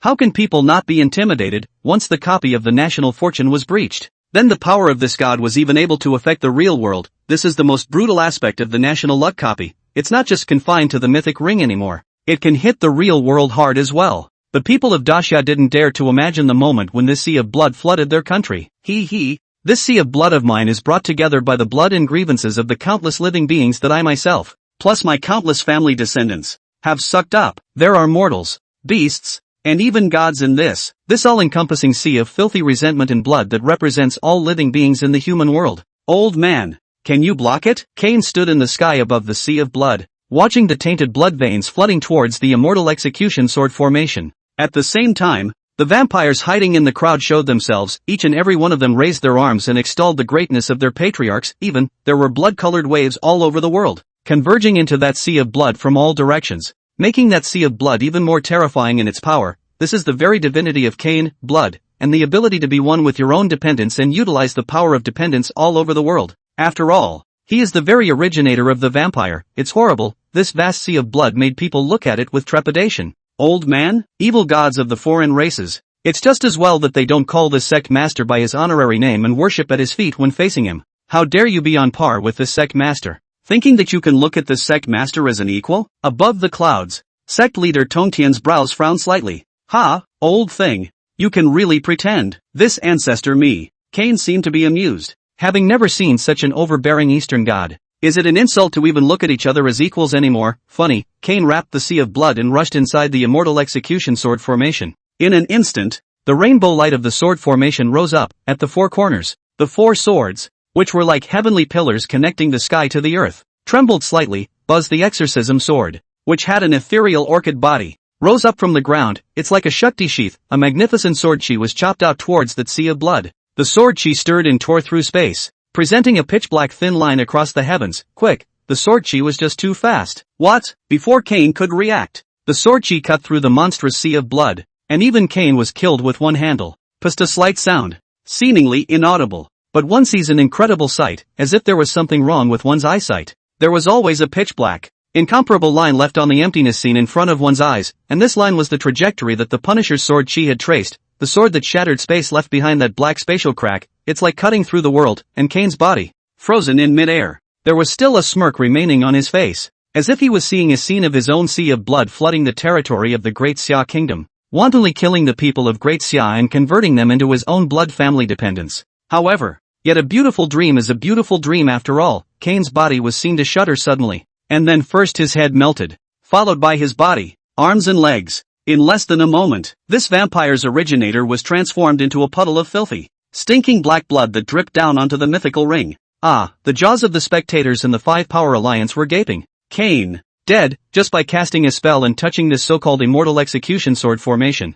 He died? I'm Tefa? Impossible. It's absolutely impossible. Amen. Kane, the original vampire, just died? Fake. Fake. This must be fake. Am I dreaming? Spectators in various countries had their jaws dropped. And the only one who is going to have the biggest psychological fallout is the Holy See Vatican. They are believers who believe in angels and worship the devil at the same time. It seems so contradictory in this era of mythical ring appearances. But the reason these angelic loyalists believe in the devil's faction, it's also because the devil's faction, as much as anything, is their ecclesiastical Vatican mythological system. And all of them are very powerful in combat, not weaker than the angel faction at all. Especially Kane, having represented the Vatican of the Holy See in the Divine War many times, he had long since fought out his reputation. Where could they have thought that Kane would lose to an unknown Eastern god? Even the people of Daxia, who didn't know much about the Tongtian sect leader because of the cultural disconnect, were overwhelmed. So this god of our country is so powerful, the whole room was dead silent,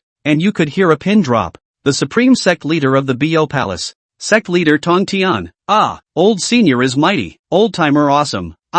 Is this the Tongtian sect leader as recorded in the feudal deities? I heard from the publicity people that there is still a big part of this biography of our classical mythology that Chu Yun is talking about. It's just that the time constraints got in the way and that's why a separate copy was written out. Hiss, there's more? Oh my god. I want to read the follow-up so bad. After a short period of silence, the audience of the Great Summer Country erupted into loud cheers. That's the way it is with Dacha people. He who fights for his country, whether man or god, deserves his own honor. I'm afraid that the only one on the scene who wasn't surprised was Chu Yun. Chu Yun had never worried about the Tongtian sect leader losing, even though the people of Daxia still knew very little about the Tongtian sect leader. But sect leader Tongtian was one of the 6 saints of the heavens. What is a saint? All below the saints are mole crickets, even if sect leader Tongtian's faith power was not too sufficient. Far more so than these Western deities of great reputation and long ago penetrated the hearts of men. But that doesn't matter, the might of a saint, just revealing 1/1,000,000th of it, was enough to override all beings. It's a broken level. The great Luo Golden Immortals and peak Paramount Saints couldn't stop a single finger of a saint. In short, the saint level is precisely so transcendent and terrifying. Even the Tongtian sect leader had yet to do it himself. The one that killed Kane was only the immortal execution sword formation set up by his old man. No good. No, I don't. In the next moment, in the audience, there were suddenly quite a few people, covering their heads, crouching down in pain. The people next to him were startled and dodged away. Accompanied by these people's miserable screams, people could see that their body hair and skin were constantly melting away, as if they were extremely decayed dead wood, falling off in pieces. These people were the very same bloods who had screamed the most fiercely earlier, vampires. His countless people sucked in a breath of cold air and instantly understood, with the vampire originator, Kane, reduced to a puddle of putrid filth, dead beyond repair. These blood dependents inherited from Kane, whether they are second-generation vampires or third-generation, ancestors of 1,000 or 800 generations, have all lost the source of their power, and they can't die anymore. Even on the side of the Great Summer Kingdom, there were actually blood clans hiding, and these bloods, likewise exposed, died on the spot. The bloods are very secretive, and on the surface they are no different from normal people, even if they have been transformed. It's quite possible that one's housemates, girlfriends, and so on in real life are a converted blood behind the scenes. This is the best means of infiltration for the Papal Vatican, and there are such spies in every country. But at the moment, it was all exposed. Holy shit, so this is what the bloods can do? My roommate can't be one of them? I'll have to go back and beat him up. Don't be afraid. They're all exposed now. The people of Daxia were surprised to find that quite a few familiar people around them had a part of the blood clan. Damn it, Pope, what the hell are you guys up to? Why are there blood spies in my great Eagle Empire? I also have. In Egypt, Fark, what are the Bloods trying to do by hiding in our beautiful federation? Even the coalition of the 5 major countries, which had originally seemed to be happy and harmonious as one, broke out into internal conflict. It imploded on the spot, simply because the leaders of the remaining 4 nations have discovered that there are hidden Bloods in their countries as well. Guys. The old, kindly-looking Pope's cheeks twitched violently. He swept his eyes in the direction of Chu Yun and Sect leader Tong Tian without leaving any traces. That's a lot of hate for those two. If it wasn't for Chu Yun awakening this Tong Tian sect master and killing Cain, it's also unlikely that anyone will find out about this incident. The old Pope seems to have forgotten that it was the revelation they received from God that necessitated the awakening of the strong gods. To say that it was unlucky, it was also unlucky enough that under the refreshing of a few divine favors, Cain, a strong god, appeared within the divine enlightenment stone. It was also because there really weren't many powerful gods in the Vatican. Of course, the Pope doesn't want to dwell on this. He changed the subject in a heartbeat. Gentlemen, the most important thing right now is how to break through the Great Summer Kingdom's copy of the national fortune. We'll discuss the rest later. The leader of the 4 countries smiled coldly, but they didn't dwell on it much longer. Meanwhile, in the mythological ring, both Hades and the hero king Gilgamesh and other strong gods of the 3 systems, the faces all turned grave. They all saw the terror of this sword formation. Where are the Egyptian gods? Just then, Hades sensed something was wrong. There had been no movement within the Egyptian Empire's divine enlightenment stone, and it seemed that it did not intend to make a move. Hades' brow furrowed at the thought. Fucking Egyptian Imperials, backing out on the battlefield. What? You're all grumbling, and you're not coming to break the formation? Just then, a flash of impatience surfaced under the eyes of the Tongtian sect master, who resided high above the clouds with a cold and emotionless face. Apparently in the legend, the ill-tempered and acute Tongtian sect master could not tolerate the abrasive Western gods. Afraid to fight, then just roll with it. A waste of this godfather's time. Hades' face was grim. Gilgamesh, who was lazily reclining on the golden throne, sat up straight, seemingly taking great interest in the Tongtian sect leader. This king has come to learn about your divine abilities. Legend has it that Gilgamesh, by nature, was arrogant and sightless. This is the reason why he was able to leave a brilliant legacy in the ancient Babylonian literary lineage, half human, half god, but beat up the heavenly deities who dared not come down to the realm. It wasn't until after his life that the gods dared to destroy his country. Gilgamesh, with the epithet of a heroic king in his human nature, is the human king of the people of the ancient kingdom of Babylon, but Lord Tongtian, too, has his own steadfastness. Although he was a saint, his greatest regret was that he had not protected his disciples of the Interceptor sect. In the God-sealing quantum revelation, the once number 1 Xian sect, great sect in the world, pitted and slaughtered and finished. The ones that survived by chance became the mounts of the immortal gods. That was a very strong mount in the eyes of many immortal gods, but in the view of the Tongtian sectarian, well, that's his disciples. And now, the Daxamites were right behind him. It is the source of the roots of his faith and literature. What's wrong with him guarding the country's gates? The regret of sealing the gods' quantum leap will not be repeated.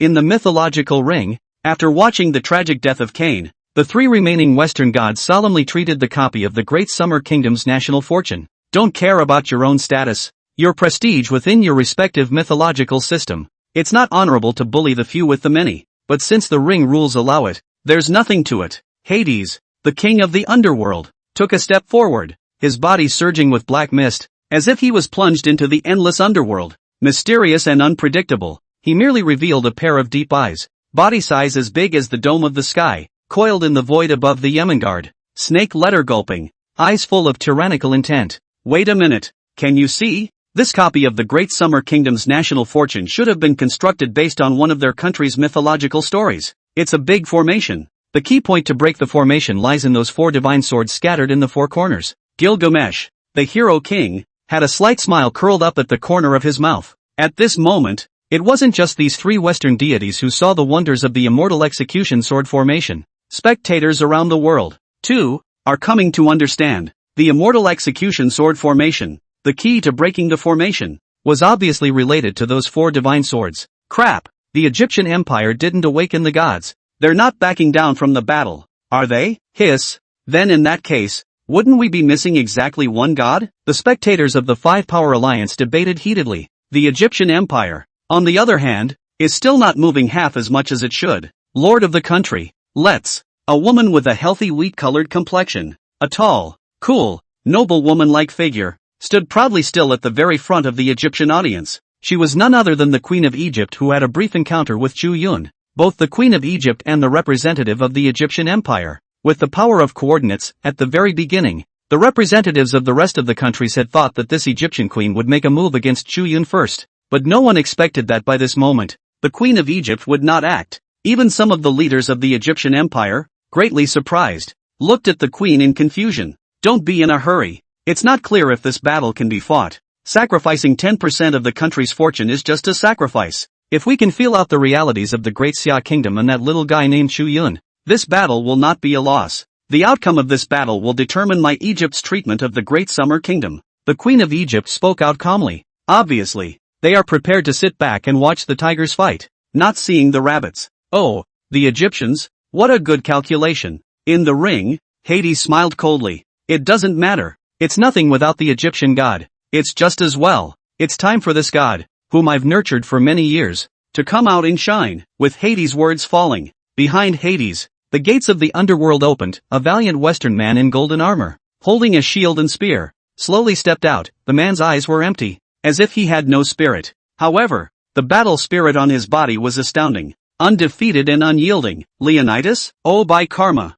It's actually this legendary god of war, the divinity of Hades, the king of gods, is summoning. People around the world were stunned by the scene. It makes people imagine Jiang Xia, the deity of the Great Summer Kingdom. That was also a great summoner, even more so. The battle in the mythic ring left a deep impression in the minds of the people of the world. The strength of a god with this special divinity could be described as unfathomable. No one expected that Hades' divinity would be summoning. In fact, Hades made an appearance in many of the divine battles. Only there was no god that could force Hades to show this bottom card. Even the hierarchy, for the first time, had seen the bottom of the barrel of this god of their own. Whoa, great summoner, our god king has even hidden his hand. Ha ha ha ha ha, steady, a sure win. This is a great summoner. One person is equivalent to the endless gods. Even our god king has summoned Leonidas, the god of war, which shows that the god king he's serious. Leonidas, in the legends of ancient Hilla, it is the god of war who represents the strongest and most incredible of the Western earthly powers.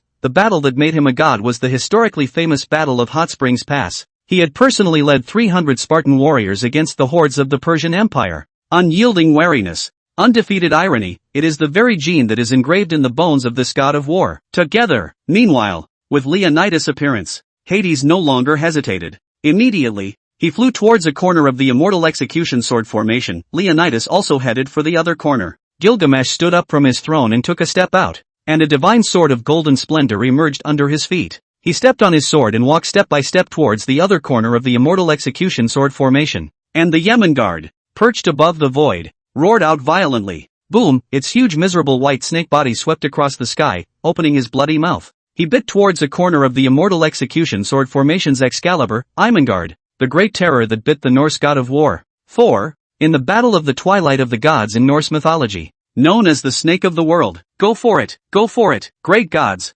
break through the great Summerland. A powerful god in the district of Dacia. How much stronger can he be? Just to swarm him, beat him to death. The people of the alliance of the five great powers cried out. The spectators of the Great Summer Kingdom had ugly faces. A group beating and you're so righteous about it, give you Westerners face. The people of Dacia were not willing to show weakness and immediately disliked them. Pop-ups are flying all over the internet. The scene was noisy. Within the Divine Enlightenment Stone, Chu Yun narrowed his eyes slightly. He didn't worry about his old man, Sect leader Tong Tian. It was just that Chu Yun had some heartache for Sect leader Tong Tian. After all, the bishop he was not in perfect condition. Yet he had to face the siege of the Western gods. After the end of this battle, we must build up a divine temple for my Chinese gods as soon as possible, molding the golden body to be immortal, and the incense on earth to be unceasing. At the same time, Yemengard took a bite out of the Punisher's sword, that huge body wrapped around the immortal sword as if it wanted to strangle it alive. Behind Gilgamesh, a single golden vortex emerged, big as a mountain. The number is so great that it spreads over half the dome of the sky. Gilgamesh's body in front of him all looked so small in comparison to this vision. He stood on top of the golden sword of God, looking in the direction of Sect leader Tong Tian with indifferent eyes that looked down on all beings and looked out of the corner of his eye. He slowly raised his hand. The corners of his lips flicked up, as if he had spoken the voice of heaven, the lock of heaven. Although the voice was not loud, it resounded through the heavens and earth, and all beings were shaken by it. It was seen that within that single golden vortex, a golden chain suddenly burst out. In ancient Babylonian mythological accounts, These were heavenly chains that could bind the gods and leave the gods in the sky helpless. A strip of the lock of heaven instantly bound onto the immortal slaying sword. Hades and Leonidas also entered the sword formation separately. At this moment, the 4 strong Western gods each went to deal with one of the islets of the immortal execution sword formation. This scene made the spectators of the 5 great nations alliance watch with passion and wail. Winning, a scene that has never been seen in a mythological ring before. 4 powerful gods against 1 Eastern god. Even if this Eastern god dies, that would be a supreme honor for him. Who says it isn't? Not to mention,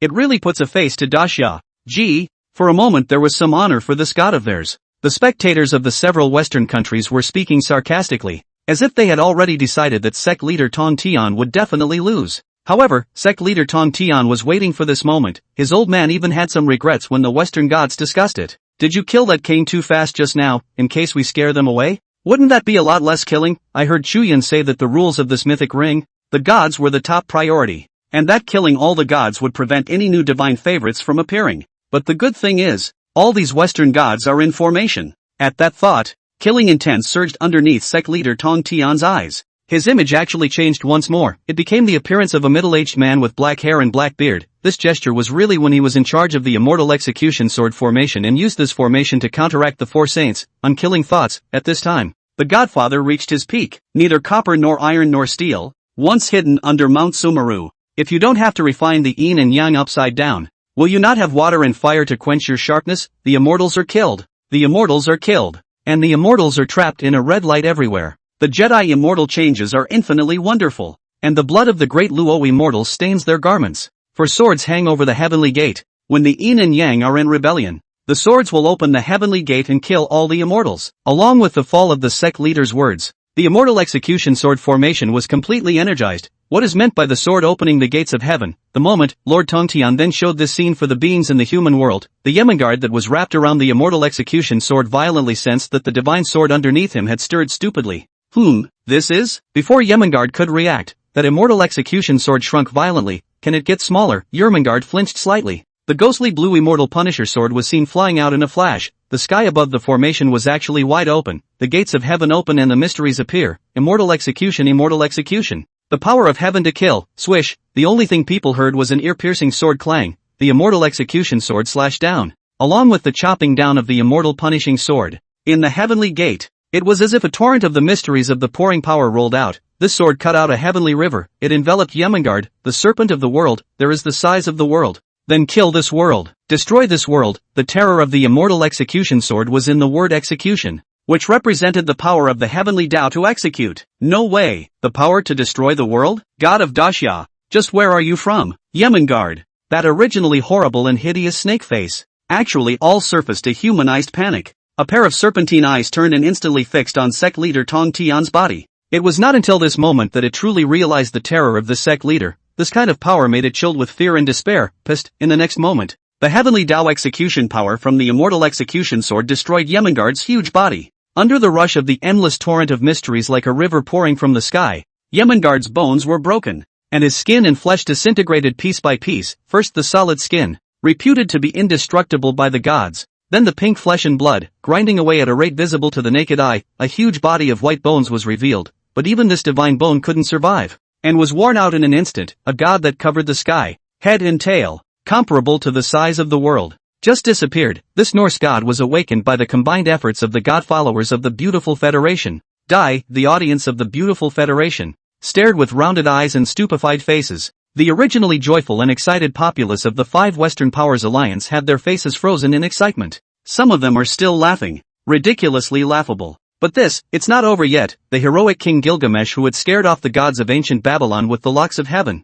so that they did not dare to come down to the world and interfere with the earth. A big frown soon followed. In his line of sight, the lock of heaven that had wrapped around the immortal slaying sword actually trembled violently. 1 breath, 2 breaths, just less than 3 breaths of time. Click, click. The locks of heaven in one strip emitted a mournful sound, as if they were overburdened, and cut off and snapped. That immortal killing sword was even a sword to kill, stabbed at Gilgamesh, who towered over him like he was the lord of the earth. Gilgamesh immediately summoned countless treasures to use to parry the sword. He was the human king of the kingdom of ancient Babylon. It's the master of an era of civilization. In Western accounts, it is credited as the earliest heroic king in the history of mankind. He holds the treasure of heaven. Behind them, That one golden vortex flew out countless swords, spears, shields, and armor. One piece of divine artifacts tilted out crazily as if they didn't want money. It's like a big river with brilliant gold. However, the immortal slaying sword stabbed into the sea of artifacts, cutting through the thorns and swimming against the current.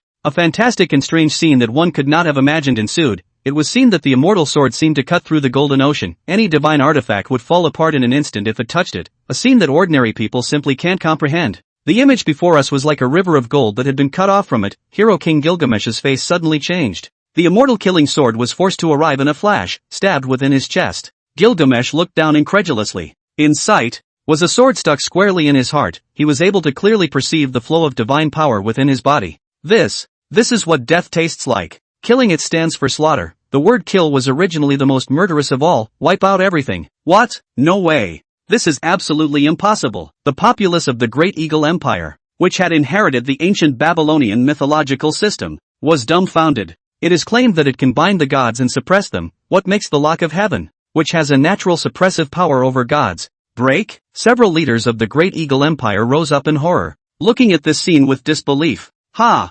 Stunned? Stupefied. Aren't you guys a bunch of assholes? Come on. Ha ha ha ha. The sect leader is mighty. Chu God is awesome. The audience of the Great Summer Country was also a bit surprised, but they wouldn't let go of the opportunity to mouth off the Westerners. After all, the previous Great Summer Kingdom had been mocked by this group of guys. Well, now the situation is reversed, isn't it? Being able to see the scene, the crowd could not be happier. This is a copy of the Big Five who can't wait to break through to their own country, the Great Summer. It's not like we Dacia people are messing with them, and today, one of the strongest gods in the West has his hands tied, or even cooled off. I guess, serves you right, those who have the intention of destroying our country. No one in Dacia can stand it. At the same time, the crowd of the Five Great Powers Alliance subconsciously looked towards the remaining two positions of the eyes within the immortal execution sword formation. Hades was taken aback, and the black mist enveloping his body bulged violently. This copy of Dacia is so hard to break.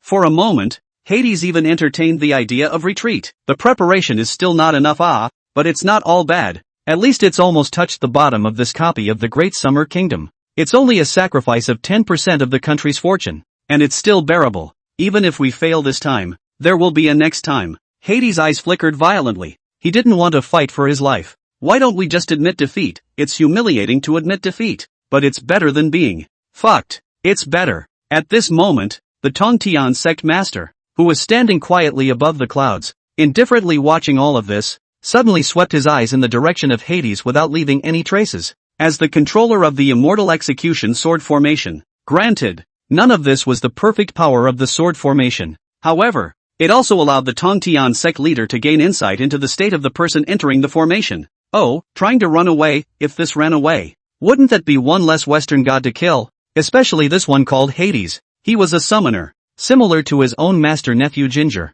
Thinking of this, sect leader Tongtian's brows furrowed slightly. In the next moment, this sect leader suddenly staggered back a few steps, and his face turned a few shades of white. It seemed that after chopping out those two swords, his strength was a bit weak. This scene also fell clearly into the eyes of the audience from various countries. The audience of the 5 major countries, who had originally been scared to death and were all a bit desperate, suddenly had a bright light in front of their eyes. Ha! There's a play. That's right. Right. These gods of Great Xia are some unknown gods. Do you all remember? When that stinking monkey was about to get cold after the fight. Right.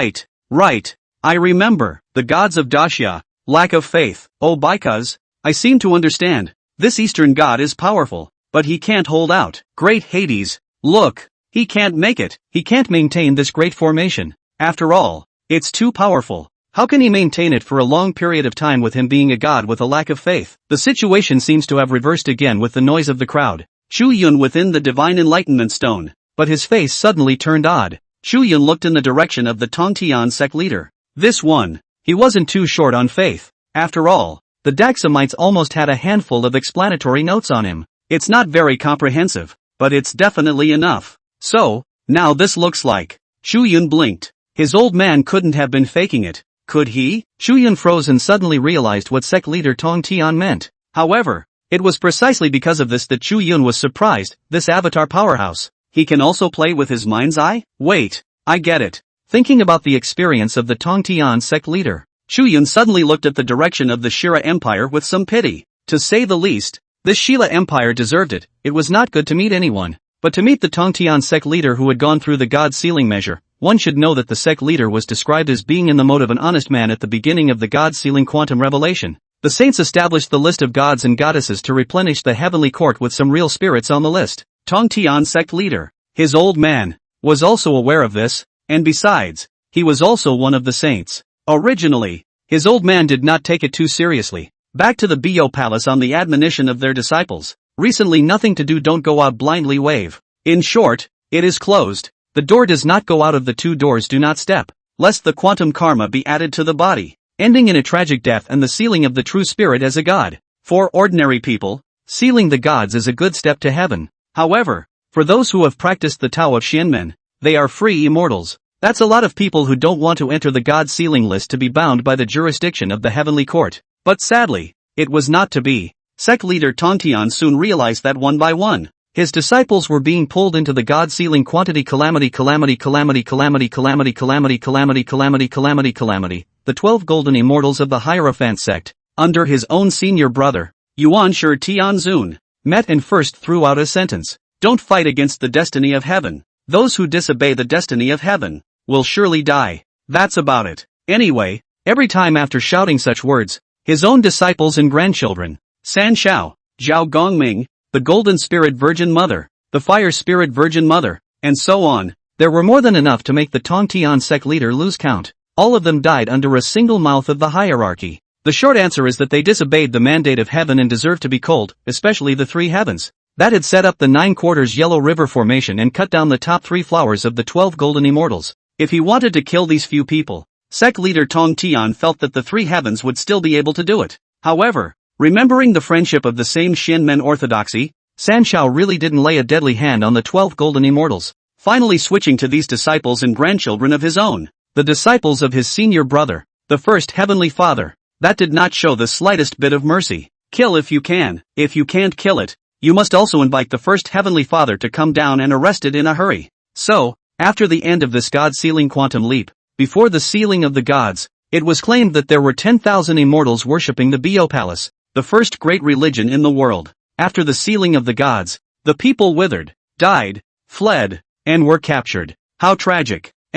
When he thought of this, Chu Yun somewhat understood why the Tongtian sect master's character had changed somewhat. Sect leader Tongtian has personally experienced the achievements of the god-sealing quantum revelation in which only my interceptor sect was injured. It's just pure bullying of honest people. Our Chinese immortal and god system is never about who's a bully or who's a bastard. It's never about fighting and killing between gods. It's about human feelings without some heart. It's really hard to get along in this eastern immortal god realm. The godfather, his old man, wants to pit this Hades and summon more gods from the Hilla Empire. When everything was figured out, a flash of essence flashed across Chu Yun's eyes. His mind was already sharp and he was never bound by any rules. Chu Yun barely had any hesitation and very naturally cooperated with the Tongtian sect master. Shit, sect leader. Your old man must hold on. On the representative stage of the Great Xia Kingdom, Chu Yun within the Divine Enlightenment Stone's face changed drastically as he shouted anxiously. All along, Chu Yun had always had a calm and collected demeanor, even when Sakya of the Three Kingdoms appeared and suppressed the great sage.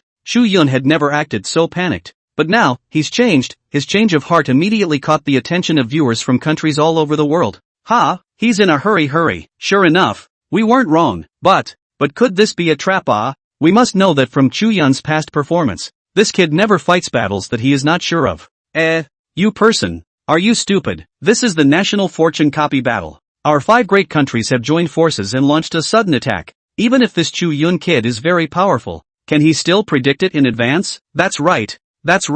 Don't you grow others' ambition and destroy your own. What's wrong with Chu Yun? At best, he's a brat. It's not normal for him to make mistakes. The audience of the 5 Power Alliance screamed the loudest. There was no shortage of dissenting voices, though they were quickly spewed by people with mainstream ideas, especially within the Immortal Execution Sword formation. Black mist surged around his body, and with a wave of his hand, he was able to summon countless hideous and severe ghosts of Hades. His army of undead was fighting furiously with the eastern gods under the Jiaxian sword formation. The army advances step by step. Those eastern gods that hadn't really been awakened, with their blurred physical forms, were like paper tigers that were easily crushed. The situation is a great one, however. That pale-faced Tongtian sect master, seeing that the situation was not good, still delayed in activating the absolute immortal sword. this scene fell in the eyes of the spectators of the 5 major countries, further making the spectators of the 5 major countries feel that their guesses were right. Plus, even Chu Yun was flustered. The leaders of the several nations gathered looked at each other.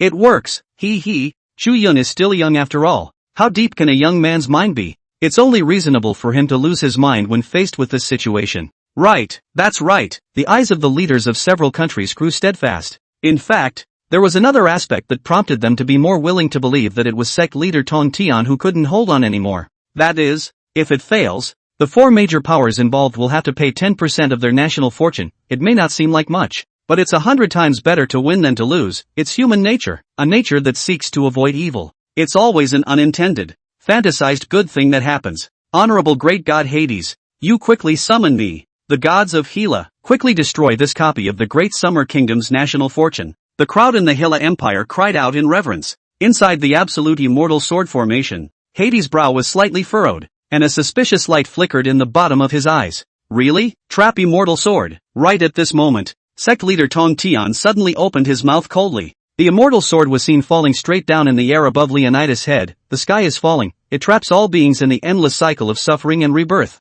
and it destroys all immortals from transcending the 5 elements. The unique sword intent of the immortal trap sword was equally terrifying. Leonidas' reaction could not be described as quick, and behind him the spiritual shadows of 300 armor-clad warriors suddenly emerged. Everyone is armed with war spears and shields. Formation, with a roar from Leonidas, 300 Spartan warriors neatly raised their shields in their hands. In an instant, the silhouettes of a single golden shield emerged in midair. The golden shield, reflecting a dazzling golden light, was like a turtle shell array, blocking the trap immortal sword from falling below. This is precisely the divinity of Leonidas, absolute defense. It is difficult for the gods to break through. However, this is against the divine treasures, against the various divine artifact characteristics of the gods. What use is it to me? Lord Tongtian, the immortal gods of my Grand Xia are more of immortals who cultivate the way of their own bodies and strive for their own transcendence. The immortal trap sword crashed down, destroying Leonidas's shield formation. The residual power is undiminished. Boom! Leonidas' figure was cleaved to pieces by a sword. Seeing this,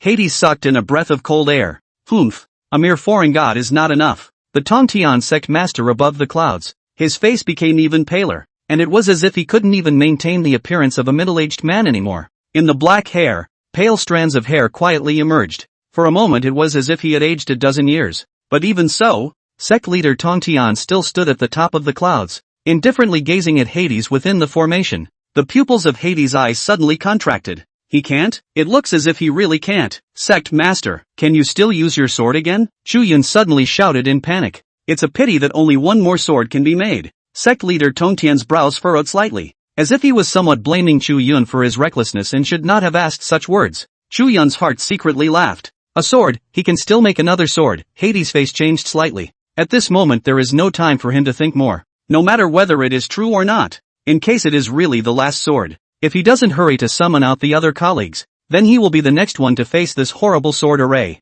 In the midst of his mind's agitation, Hades no longer hesitated. The portal to the underworld was opened at once. Just one sword, and please, Father Sama, be able to block this sword for me. Father, this guy conjured up. Father? Hear that? The great god Hades summoned his father? In the mythic ring, the jaws of the spectators from all nations dropped. Dude, why does this suddenly feel a little bit like the little ones are coming for the old ones? Is God like that? People are confused. The spectators of the Shira Empire, however, blanched. Even Zeus, who had manifested the shadow of his true spirit and was floating in the sky above the audience of the Scylla Empire, couldn't help but frown. Hades, you released Kronos. Zeus' face was a little hard, as if he was very reluctant to see this ancient god of Hera.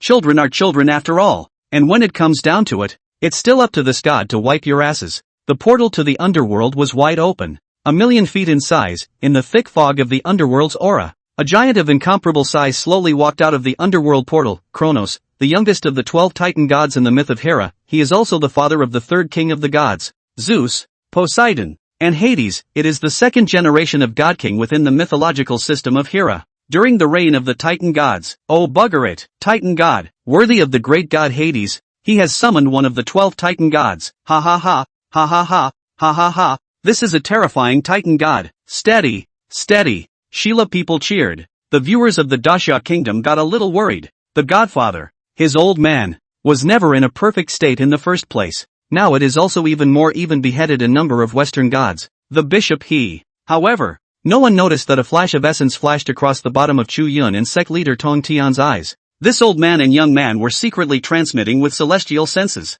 Ha, Chu Yun. This Kronos is? Hey, seniors, our luck seems to be very good. This Kronos is the second generation god king of Shira. It was later overthrown by Zeus, the current king of the gods, and he, along with most of the other Titan gods, were imprisoned in the midst of Tartarus? Hell. Oh, in that case, this god has an extraordinary and powerful position in the myth of Nishira. Exactly. An old man and a young man exchanged words. Hades, you are finally reformed and willing to recognize your ancestors. Kronos, who was so large that he looked like he was holding up the sky, looked down at his child Hades. Hades smiled awkwardly. I think he supported Zeus and imprisoned Pops back in the day, so Kronos didn't say anything wrong when he said he was a pain in the ass.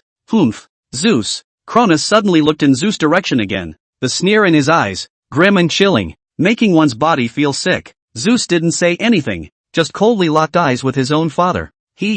When this god I crush this eastern ant, then I will settle the score with your treacherous rebellious son. Kronos smiled coldly. His sky-shadowing body merely turned around to face the direction of sect leader Tong Tian. Both dispersed the clouds in the sky and caused the astral winds to rage. When people saw this, they were all secretly smacking their lips. Those who had a phobia of giant things had a kind of terror that came from the depths of their hearts when they saw a titanic giant god of this enormous size. Yet not before the family continued to catch up. Sect leader Tong Tian suddenly bellowed out softly. Jedi immortal sword fall. Boom, that Jiesian sword suddenly chopped down. Oh, little broken sword. Kronos was so large that the Jedi immortal sword seemed like it was normal size in front of him. Kronos, who had been imprisoned in hell for many years and had managed to get out. He was enjoying the smell of freedom too much. He also wanted to wreak havoc on the earth to his heart's content and experience the wonders of freedom. And for that reason, Kronos showed no mercy when he struck. A fist as large as the hot sun in the sky was raised, and a simple and rough punch was blasted in the direction of the Great Summer Kingdom.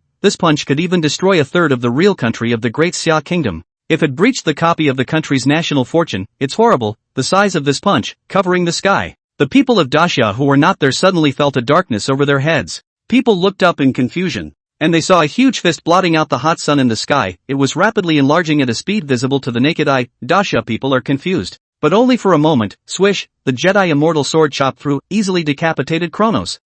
How? Kronos only felt his vision skyrocket as his head spewed blood and spiked. Got yourself severed. His own invulnerable Titan god body couldn't block this sword, up until this moment. Kronos suddenly understood somewhat what Hades had said when he summoned him. And please, my lord father, block the sword for me. Hades, you let this god out to suffer death for you? Kronos couldn't even be shocked at the power of the Tong Tian sect master's sword. He was so angry that his eyes were black, and if he hadn't been severed, he would definitely have spewed out a mouthful of his old father's 82-year-old essence blood on the spot. This is really a filial son and grandson, coaxing great filial piety. I'm fucking dying of filial piety for you guys. Kronos couldn't curse Hades in time, as chunks of that massive titanic god's body crumbled and collapsed. A titanic giant god. Die, it was a sight to behold for the Shira. Cough cough. Hades coughed softly. He was secretly relieved. It was normal for Hyo to have died his own father Sama. After all, the three of them brothers had united to overthrow their old father long ago. Hades was quite pleased with his old father's final payment before he died.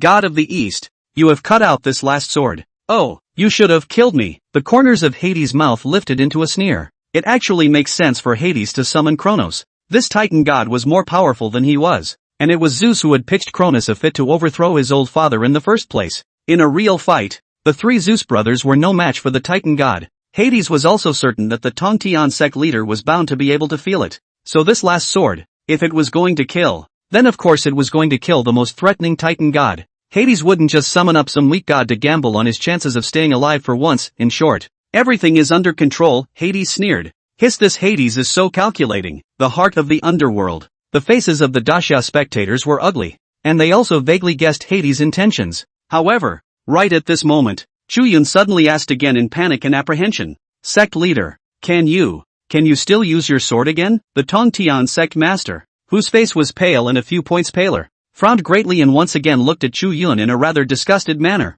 Unfortunately, only one more sword can be made. A familiar flavor of conversation between an old man and a young man. Viewers all over the world were dumbfounded, looking at the two in disbelief. The smile on Hades' face immediately froze. Wasn't that the last sword just now? Hades, Everyone's eyes unanimously gathered on Hades, as if waiting for Hades to make a choice. Old Dad just came in. So, isn't it time for an old mother then? It was actually no longer important whether or not one believed in the conversation between Chu Yun and Sect leader Tong Tian. Everyone could see that Hades was caught in a dilemma. After all, he believed that the Tong Tian Sect leader would be able to make another sword, so he would continue to summon the gods of Shira. He didn't trust the Tong Tian Sect leader and Chu Yun. Then he had to continue summoning Shira's gods as well, simply because Hades himself did not have the confidence to block this sword. The fact that he didn't dare to venture out and try it himself was the root cause. And with the death of the Titan god, Cronus, it's even more alarming to Hades. At this moment, Hades was staring dead on in the direction of Chu Yun and the Tong Tian Sect master.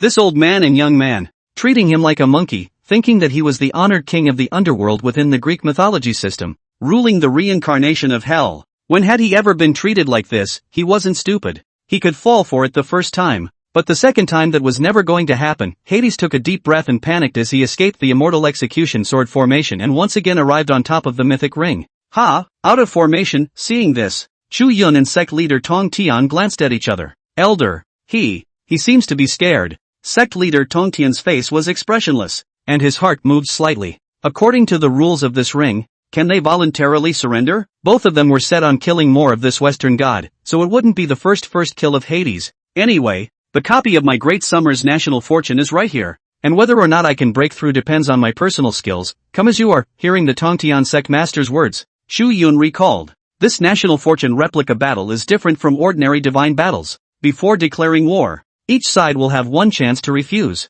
And of course, the losing country will have to bear the price of defeat. Earlier, these 4 major countries, all of which couldn't wait to declare war on our country, each offered 10% of their national fortunes. If they refuse, or surrender, they will lose 10% of their national fortune. Sect leader Tong Tian's brows knitted slightly. That is to say, this rule is not really favorable to the victory-crushing side, and the enemy country can surrender halfway through the game and pull out. At most 10% of the cost of the country's fortunes. That's a bit too little. Sect leader Tong Tian's tone was morose. Apparently this ill-tempered and extremely protective sect leader, his killing heart has been hooked. Aroused, thinking back then, when he was joined by the 4 saints in the God-sealing quantum revelation, he broke his great formation. He was furious to the extreme, and several saints such as the first heavenly father completely flipped, are ready to lift the table not to play, reset the heaven and earth it. It was only later that Han Jun, the master of Tong Tian and Yuan Shi Tianzuan, showed up to persuade him to stop this annihilation catastrophe.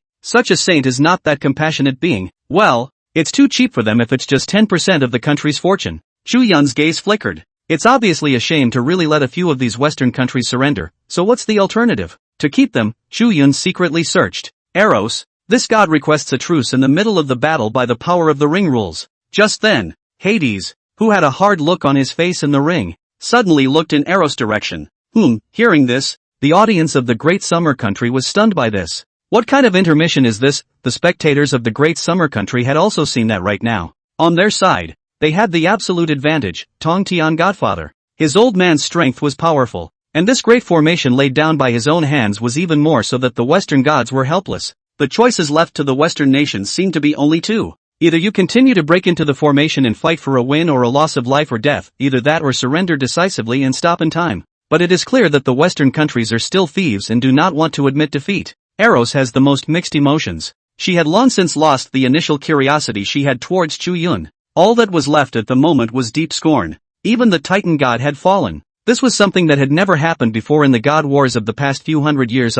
Even Lord Underworld was incredibly afraid of this great summer kingdom. A request was made for a halftime truce. This is a first for the Sheila Empire. Admit defeat in front of the whole world. That's right. At this moment's scene, it was clear that the side of the Shira Empire had faltered. Otherwise, a resolution for a truce would not have been proposed. Sure enough, the world's audience was in an uproar. My goodness, this Undertaker of the Shira Empire, is he afraid? It's not unusual to be scared. Don't you guys see it? Chu Yun and this Eastern deity he had awakened were not at all unable to kill Hades. Instead, we're going to use Hades' summoned divinity. Kill more gods of the Hilla Empire. Hiss, oh by goodness. This is unbelievable. In the past, only the Shira Empire held absolute superiority. When have we ever seen them suffer defeat? The populace of the alliance of the 5 powers had ugly faces. And apart from these 5 Western countries, there are more neutral countries. The shocking nature of this national fortune copy battle brought to the people of the neutral countries could not be said to be small. Reporting back to the Honorable Lord of the Underworld.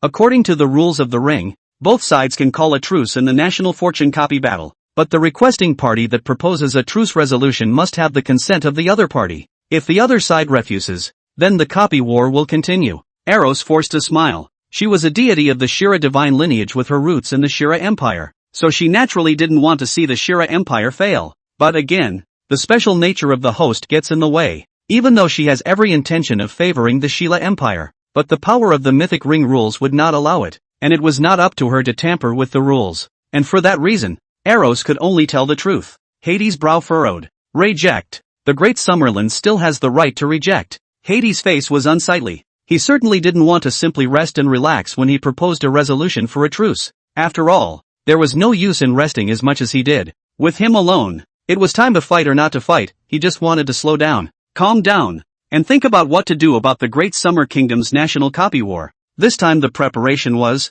apparently, inadequate. After all, I still underestimated the depth of the Great Summer country. Chu Yun, Chu brother, Chu god, don't agree to their truce. Yes, the thieving hearts of these guys will never die. It's not that we, the Great Summer country, are provoking them, but that they are afraid of the rise of our country. So they are all kinds of constraints. Chu god, go for it, beat their god to death. The audience of the Great Summer Nation spoke out. Born in such a time, they've been holding back for too long, whether it was in terms of divine wars or international exchanges. The Western countries' intentions of targeting the Great Summer Kingdom had never stopped from the time of the old ancestors until now. How can the people not be angry? It was hard to wait for an opportunity to make the Western countries suffer. The people certainly didn't want to miss it. Humph, do you think we're stupid? Can't you see that they're proposing a truce because they're trying to figure out how to target us? That's just it. We're not stupid. They still don't want to surrender. If you don't want to die, just surrender. 10% of the country's fortune isn't much, but the four major countries combined,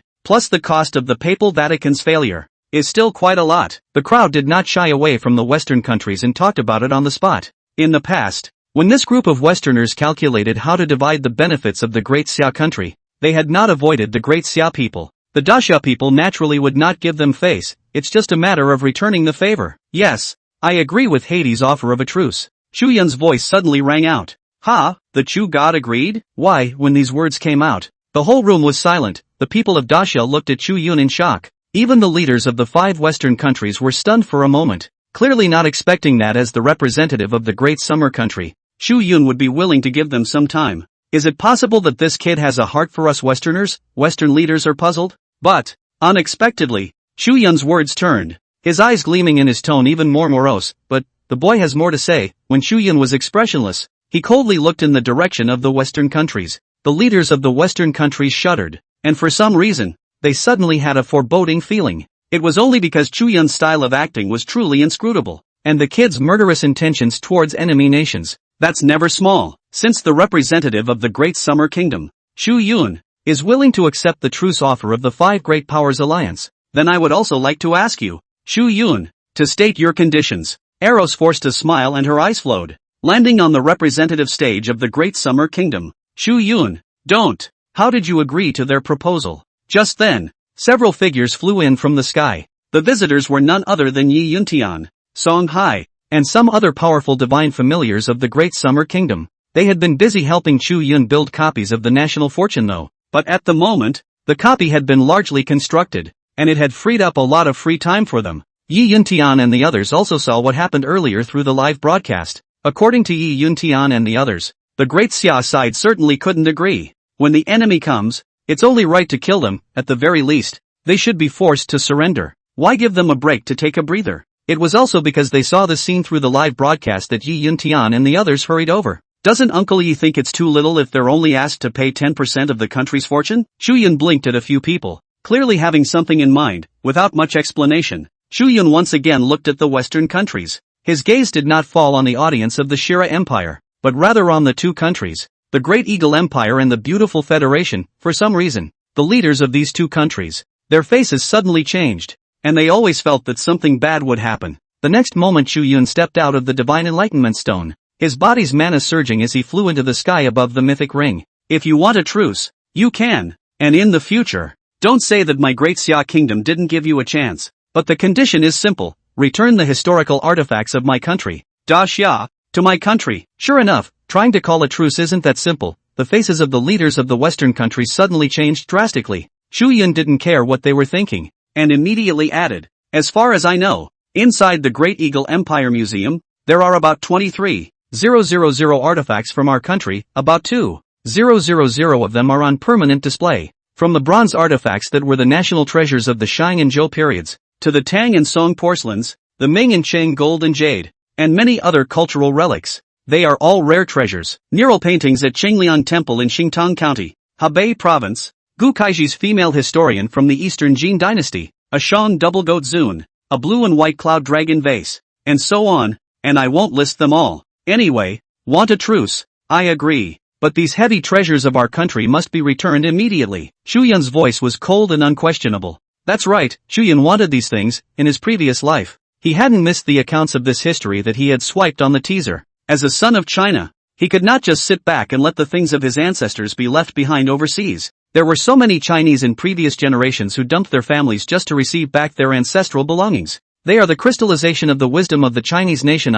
Their existence represents the bright traces left by the Chinese people in history. Time can extinguish everything, but only the traces of a people cannot be extinguished. The existence of that one piece of antique is to the world silent, telling the Chinese nation has existed in the history of the years. As long as they remain, Wachovia is then in. That's the legacy. It is the root that supports the Chinese nation, which has survived thousands of years of civilization, for the Daxia kingdom in this era. If these antiques could be returned, then the Daxia kingdom's national fortunes would certainly skyrocket. It's the equivalent of finding your country's roots. And the old professors will be able to uncover more historical truths, which will be conducive to the rise of the Chinese culture. Anyway, they are really important. After Yi Yuntian and the others froze, their eyes burst with joy. So that's what Chu Yun had in mind, although the cultural lineage of the Great Summer Kingdom has broken down. For some important historical events, it has still been passed down, especially during the bullying years in history when China was invaded by foreigners on several occasions. That was a scar in the heart of the Chinese nation that could never be erased. We haven't actively messed with them, but they blasted our gates open with guns. 8 countries, the allied forces of 8 whole countries have recklessly intruded into my Chinese land. They burned and looted and almost emptied the Forbidden City. Did the Chinese nation resist? Of course it revolted. Even if the corrupt imperial rulers, with their tails between their legs, fled in disgrace. But our sweet old ancestors, they stood in front of the guns with their flesh and blood. It's hard to imagine a group of ordinary people who have been driven into a desperate situation, who are drinking yellow talisman water and shouting that the gods are possessed. Swords and guns are invulnerable, just that righteous rush into the cold gunfire. Don't they know that's a trick? I know, even if he didn't understand it at first. He was on the battlefield, watching the rows of fellow soldiers in front of him, being sifted by bullets, falling to the ground in disarray. And who wouldn't know it? But they rushed on anyway. That's all. The ancestors didn't want to die. The country. Slaves, I'd rather use my blood. Die the pallor, to heaven and earth. To the nations of the world, declared the bloodiness of my Chinese nation. It proves that a nation named Huaxia exists in this eastern land.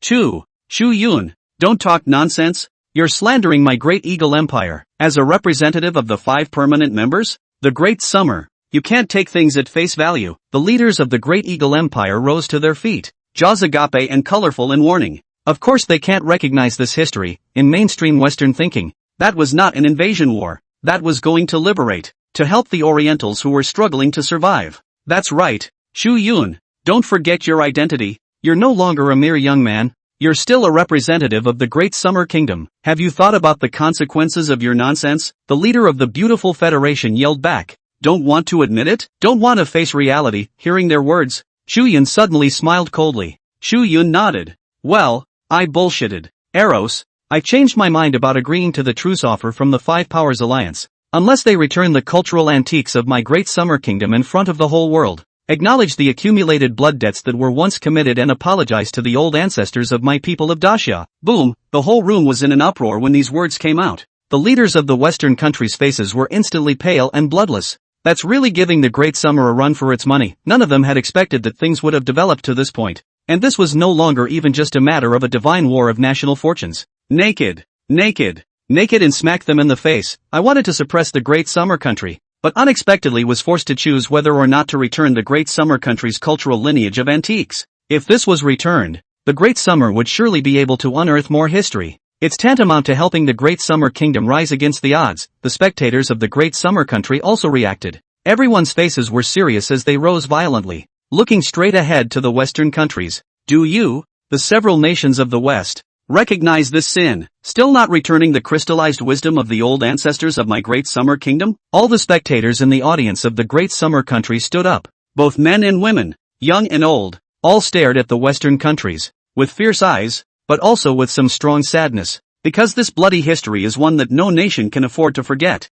Even before the revival of Aura, the country of Dacia has repeatedly proposed to the international community to get back what their old ancestors had. But no one is hitching a ride to the Great Summerland. Even many countries don't recognize it as looting. They just say they found it, bought it, searched for it on an expedition. There are all kinds of reasons, excuses. Only none is robbing. Weak countries have no diplomatic competence, and weak countries simply cannot be treated fairly. This is even more evident in international exchanges, especially after the revival of the Aura. The Divine War appeared, and the situation of the Great Summer Kingdom was even more precarious. People will just have to put up with it. But not at this moment. The people of the country are entitled, with chests out, to speak that firm and powerful word, confess or not, give it back or not, that anti-powerful voice. All the people of one heart, shouting out, vast and righteous, cleansing the world. The faces of the leaders of several Western countries became incredibly ugly. The leader of the Shira Empire frowned widely and said in a deep voice, just hurry up and admit it. Recognize, it's recognizable. How can they claim to be a civilized nation if they admit it, especially since the beautiful Federation has always been portrayed as the world's policeman with a strong sense of justice? Are you kidding me? How can you personally admit that your country was built on a mountain of bloody corpses? Hierophants, don't you talk nonsense. If our ancestors didn't do it, they didn't do it. Don't listen to the Dacia's side of the story. The leaders of the beautiful Federation and the Great Eagle Empire, colorful, shook their heads. At this point, the old Pope of the Holy See Vatican looked deeply at the leaders of the two countries. It doesn't matter if it's true or not. It doesn't matter if it's done or not. Can't you all see that this little fellow called Chu Yun is holding our psyche? I even suspect that he's been planning to do this for a long time. In terms of our current situation, if we don't buy a little bit of time, I'm afraid we'll only lose this divine battle for sure. After all, no one expected that a copy of the Great Summer Kingdom's national fortune would be so terrifying. It's true that we were not prepared enough. And you two countries, since you've done such a thing, just admit it. There's no need to lose this godly war for the sake of a bit of false fame, the old Pope intoned. When the leaders of the Great Eagle Empire heard this, it was as if they were cats whose tails had been stepped on. Blow up on the spot, a little loss of reputation, that's easy for you to say. It's not as if you haven't lost the reputation of your church. His face was grim as water, and he glanced disdainfully at the old Pope. Don't act like you don't care. It's disgusting to watch. You didn't start many wars back then for that so-called righteous faith. How many people did you kill on the road in just one crusade? How many pagans were exterminated? Is that the devil? If those who don't believe in you are devils, then 80% of the people under the sky are devils. The leader of the Great Eagle Empire yelled out. The old Pope's face changed slightly. You're talking nonsense. A bunch of people just got in there and made a lot of noise. One by one, obscure, shadowy secrets that could not be spread were exposed. Crusades to destroy the faith of other nations in the name of justice. The merchants of the Great Eagle Empire have made a profitable business in the eastern lands. Only this trade is not peddling any gold or silver, but a single yellow-skinned human race. The beautiful federal land that has always prided itself on being the land of dreams, where everyone enjoys absolute justice and lives in peace. There are countless tears of blood of Chinese laborers that have been buried by the years and rarely recorded in history. The blood and tears of the workers. They don't even have a name, just a title. Yellow Pig. Silence. The scene was dead silent. One can only hear the leaders of several countries dog-eat-dog exposing each other, even due to the reason that the cultural disconnect was too severe. The people of Dacia were only now learning some of the secrets of history. Holy shit, crap, can't hold back, absolutely intolerable. No wonder the Chu God wants to take back our country's stuff. It's all the brainchild of our old ancestors. Support Chu Yun, strongly support Chu Shin. A short silence was followed by a new outburst. This time, the appeals of the people of Dacia were even louder. Even if it wasn't for the fact that they were in the mythic ring and the spectator seats of several countries were too far away. The furious Great Summer audience all hated that they couldn't immediately rush up and beat these bastards to death, and the furious voices of the people of Dacia woke up the noisy leaders of several countries. Enough! Just then, the Odin that floated above the beautiful Federation opened his mouth indifferently. The voice of the Divine King was earth-shattering as it spread across the sky. The noisy people of several countries were silenced. And Elia, agree to Chu Yun's request immediately. Odin's eyes were icy cold, and after viciously looking at Chu Yun, his eyes flowed and landed on a playful and cute little blonde loli in the audience of the beautiful federation. It was none other than the representative of the beautiful federation of this era, Anelia, who had had a meeting with Chu Yun. Although Anelia is not the leader of the beautiful federation, as a representative, she also has the right to make choices that determine the fate of a country towards. Anelia gave a creepy, pitiful look to Odin. Odin, however, was not softened by the pitiful look. Cut the crap. Immediately, Odin's expression was cold. Anelia's petite body tightened and she bit her thin lip. Obviously, her little pathetic trick in disguise didn't do much good to Odin, the king of the gods. Our beautiful Commonwealth accepts Chu Yun's offer and is willing to return the ancient cultural objects and return them to the great Xia country. Anelia's body was a little woozy after she said that. She looked deeply at Chu Yun. Forcing Western countries to accept such conditions in public is tantamount to admitting to the whole world the blood debts they have committed, even later on. It can no longer be sophomoric. Will be in the international history? The lid of the coffin. Chu Yun did not say anything and only looked faintly in the direction of the Great Eagle Empire. What about you guys? The leaders of the Great Eagle Empire were silent. The populace even rose up in anger, cursing Chu Yun's unforgiving and villainous behavior. An arrogant and disgusting face. Spit it out, spit it out. Chu Yun, you're shameless. In your Daxia people's words, you are a villain. Shameless. Chu Yun, go to hell. The minds of both nations are breaking down a bit. This was because some of the spectators from neutral countries were looking at them with sneering mockery. This makes the original high above, has long been accustomed to the world worship. Envy of the two countries how can endure, you know. In the old days, there were quite a few runners in all the countries of the world, and even in the country of Daxia. I yearn for and envy the beauty of the Western world, and I want to get into these noble, fair and civilized countries every day, and enjoy fair and just treatment. And yet now, because of this one piece of shit, people around the world have changed their opinion of them. Chu Yun was indifferent to this, cursing. The more they curse, the more it proves that's what I should do. The more they object, the more it proves that I'm doing the right thing. And with the God King having spoken, it was clear that the God King could no longer endure this farce. The leaders of several countries did not dare to say anything more, forcibly endured the humiliation, lowered their heads and gritted their teeth. I, the Great Eagle Empire, recognize this history and am willing to return it. Come and send for it, and I, the beautiful Federation, will have it ready for you. Send for it, send it back yourselves, and how you took it away back then, send it back to my country today. Chu Yun's face was expressionless. Several countries. Okay, all as you wish. The leaders of several countries were hating Chu Yun. No one had expected this kid to pull this trick, but it doesn't matter. The face you lost today will always be recovered. When we've raised our strength and discussed our countermeasures, that's when we'll break your copy of the Great Summer's national fortune. Anyway, now that it had been tried out, Hades, the king of the underworld, must have had a countermeasure, or else he wouldn't have strongly requested a truce. The hearts of the leaders of several countries moved slightly, looking towards Hades' back with keen expectation, since the Great Summer country, for its part, has agreed to the Five Nations Alliance's proposal for a truce. Then from now on, each side will repair for 24 hours. Eros let out a low sigh in his heart and said with an ugly face. The spectators of the Great Summer country secretly clenched their fists. It's a done deal, the brainchild of the old ancestors, that crossed the ocean, on the other side of the ocean, hundreds of years, left behind in the overseas treasures of our country, finally have home one day. If they had a spirit, they would be ecstatic. Chu Yun, the little guy who made the Great Summer Kingdom flip over repeatedly.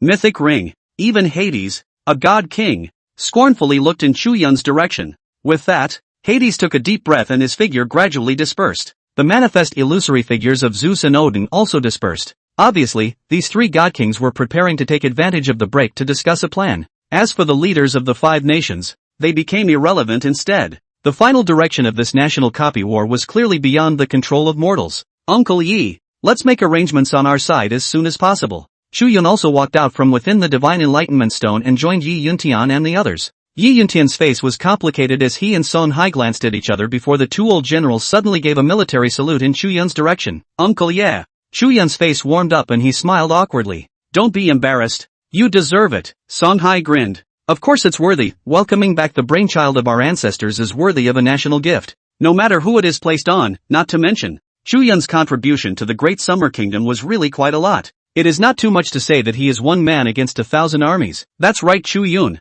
Although this result is great, after all, it's giving the 5 countries a day's time. those 5 countries are thieves. It seems a bit. If we don't beat them with one blow to scare them. Yi Yuntian hesitated for a moment, but still voiced his concerns. A few people walked and chatted as they arrived backstage on the Daxia side. Only after there were no more outsiders did Chu Yun nodded and said, "Well, don't worry Uncle Yi, I understand. In fact, the reason why the aforementioned conditions were put forward at such a time was also to buy some time for the sect leader, his elder. It is well known that the literary lineage of my Daxia is severely broken, and the people, though, have come to know the patriarch somewhat, but it's not like Li Bai or the great sage master. Li Bai's poems and songs are deeply rooted in people's hearts, and even if they don't know his name, my people in Daxia have received his talent since childhood, and monkey, this god has been in the hearts and minds of generations of people in my Daxia. But the patriarch is different. The patriarch has been forgotten for too long and, like the first emperor, is incapable of fighting a long war."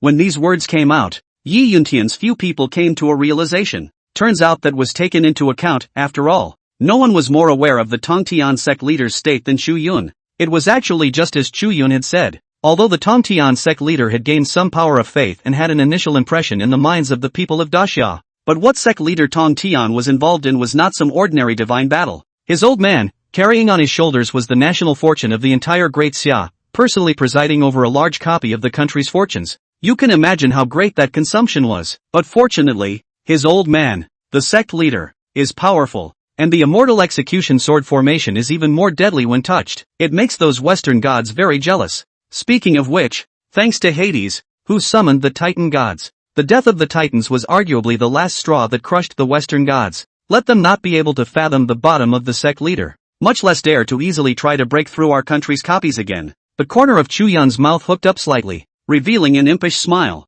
Truth be told, the great Summerland blood money, it looks like a few Western countries are going to go on a break to adjust. However, for the great Summer Kingdom, this is also a rare and good opportunity, and even indirectly, we can welcome back the exiled overseas antiques. Dong, how could this make the crowd unhappy? But according to what you said, I'm afraid it's very difficult to restore sect leader his old man's strength in a short period of time. There are many pantheons of gods in the Western countries, and their Hades can even recover in a short time. But my countrymen, only today, learned about the patriarch. The representatives from the teasing sound side, as well as Penguin Pony, Ali Lao Ma, and the others who had been in charge of publicizing the Godfather's literary lineage, couldn't help but furrow their brows. They have at their disposal precisely the best propaganda channels in the Great Summer. They are also the only ones who know best the current state of the nation's people. Chu Yun, however, suddenly shook his head. The uncles and uncles have misunderstood me. It is certainly too late to try to mold a golden body and erect a temple for the patriarch within a day's time.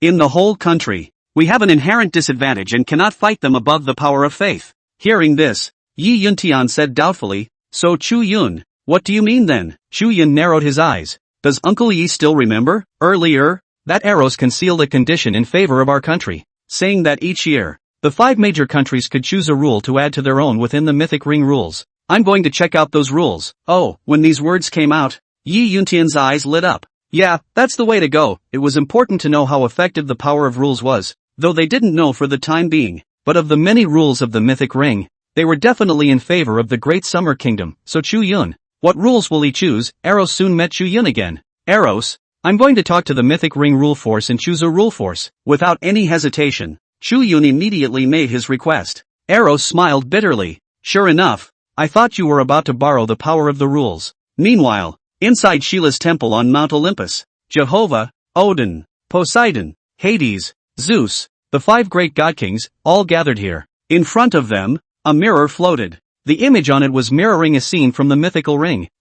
This little thing Chu Yun, he really hasn't forgotten the privileges of the 5 great powers. What rules is this little thing going to pick? The hearts and minds of the 5 great god kings all trembled. Obviously, he was a little startled by Chu Yun's style of being puzzled everywhere. Originally, they were discussing how to deal with sect leader Tong Tian's immortal execution sword formation next. And now after seeing Chu Yun emerge again, the 5 great god kings immediately shifted their attention to Chu Yun's body. This little thing, no matter how much more demonic he may be, the next battle must completely and utterly crush the Great Summer Kingdom. That's right, this Great Summer Kingdom is getting out of control.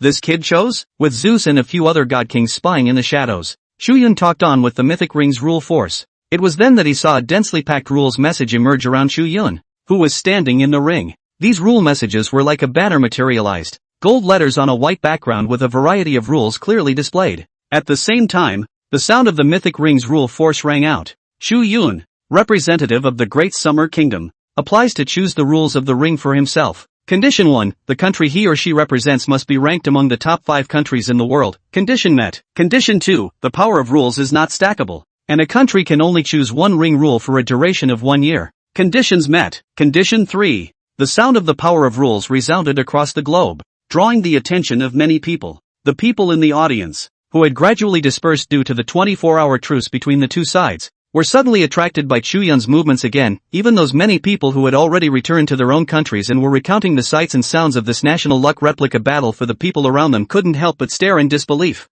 Chu Yun, the representative of the Great Summer Kingdom. What is he going to do? People from various countries have been curious beyond measure, and those who are still in the audience sit down at once. Those that had already gone back, that also immediately picked up their cell phones, tablets, etc., and looked at Chu Yun through the live broadcast.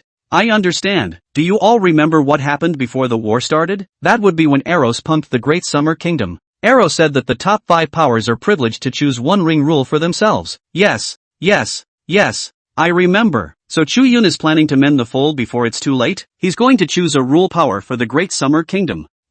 Yeah, people were murmuring, and at the same time, they were all extraordinarily curious as to what rule power Chu Yun would choose. Eros' eyes flickered, but there was a bit of a puzzled look underneath them. It's not quite right, with Chu Yun's cautious mentality. Even if he wants to choose the power of the rules and add it to the Great Xia Kingdom to gain some chances of victory for the Great Xia Kingdom's side, it should also be done in private. Why did he choose in public? That's right, Eros vaguely sensed something was wrong. Eros is not the same as Zeus, Odin, and other god kings. Step by step, she had watched the Great Summer turn over and rise against the odds. The goddess of love kowtowed to herself that she still had some understanding of Chu Yun. In layman's terms, this kid has a lot of bad blood in his belly, from the fact that he had pitted the 3 kingdoms, coupled with all the subsequent actions. How could Chu Yun not understand the importance of hiding his fronts internally and striking a blow at the right time? But on the contrary, Chu Yun did not hide it. This was very different from Chu Yun's usual style. Eros' brow furrowed slightly, always feeling a pang of distraction. Chu Yun, why did you choose the rule power in public? Eros wondered. Eros, your god king should be secretly watching me as well, right? Chu Yun replied with a meaningful remark. I know you can sense that something is wrong. After all, no matter what, you are a god of the Shira Empire and definitely not stupid. But it doesn't matter. It's useless if you see through it. With your status and position in the hierarchy of gods, Zeus, Odin, and Jehovah don't care about your feelings at all. Upon hearing Chu Yun's words, the pupils of the god of love's eyes suddenly contracted and coalesced into the shape of pinholes. Sure enough, she guessed right, but what Chu Yun said was also like a heavy hammer that hit her heart. Chu Yun was right. Even if she saw through it, it was useless. The high and mighty group of god kings would not take her advice. Even if she says too much, she will be thought by Zeus to have been influenced by the great Summerlanders. You even counted on me. The god of love looked deeply at Chu Yun, and the scorn in the bottom of her eyes was so thick that it almost melted away. It's not much of a calculation to talk about. After all, you and I are in different positions, and I have to take all sorts of factors into account. Chu Yun's face was expressionless, and he then stopped paying attention to the god of love, instead concentrating on observing the rules of the ring that had surfaced around him. Chu Yun did have a plan and did this on purpose. He just had to choose the power of rules in public. It was also the first time Chu Yun had come into contact with the power of rules. He had a suspicion in his mind that he was waiting to verify. At the same time, the spectators from all over the world saw these rule powers floating around Chu Yun. My god! See that rule? It allows the divine favorite to awaken one more god. And also, the divine favorite can draw on the power of the gods once and merge with them. Look at that! People from all countries were talking about it intensely, all of them reddening with envy. It was also because of Chu Yun that people from all over the world had the honor of seeing the many rules of the ring. People then realized that the privileged treatment of the 5 permanent members was really good. This one ring rule is like a buff. Those with buffs will naturally have more of an advantage than those without. As if it was a time to play the game, the battle for the red and blue buffs in the wilderness area could not break out often. The people of the Great Summer Country also saw this scene and couldn't help but be energized and excited. None were waiting expectantly for Chu Yun to choose a rule power. However, to everyone's surprise, Chu Yun did not seem to intend to choose the rule power that had already appeared. Refresh. Rule powers can also be refreshed, and it's not like when you awaken a god, where you only get one chance per battle. What the hell? This kid, why hasn't he picked yet? Oh, they're strengthening himself, and he doesn't want any of it. Is it hard to believe that he's still daydreaming? Wanting to choose a rule that directly kills us in seconds? Inside the Temple of Olympus, Zeus and the many other god kings couldn't help but hook a sneer at the corner of their mouths. As god kings, and also god kings whose main bodies were in the world, and whose main bodies could not descend into the real world due to certain multifaceted reasons, but who were able to observe the dynamics of the human world. They know some of the reasons why the mythical ring appeared, only it wasn't told to mortals. Naturally, I have some idea of the ring rules. Within the rules of the mythic ring, of course there could be no such thing as a second kill rule. Thus, the group of god kings thought they had guessed Chu Yun's mind and could not help but feel somewhat amused. It's simply a fool's errand. Okay, I'll take this one. Right in front of all this attention, Chu Yun's eyes suddenly lit up and he chose a ring rule. For a moment, all eyes converged on it. Just see the streamer banner that clearly reads, give both sides of the divine favorites one chance to reawaken the gods. Can only be applied once per divine battle. Lasts for 1 year. What? Chu Yun chose this rule force. He let go of the fact that he could have awakened one more god and didn't want to. The preference is to choose to reawaken the gods, of course, in an ordinary divine battle. This was equivalent to restarting the divine battle, and was largely an additional means of preserving one's life. After all, no one would dare to guarantee that they would be able to refresh the strong gods on their first try. If you're unlucky, the refresh is a weak god and the opponent is a powerful one. Then applying this rule, both sides would have to start all over again. Honestly, the rules are still good enough to benefit all the godfathers in their country. But what the Great Summer Kingdom is facing right now is not an ordinary divine war.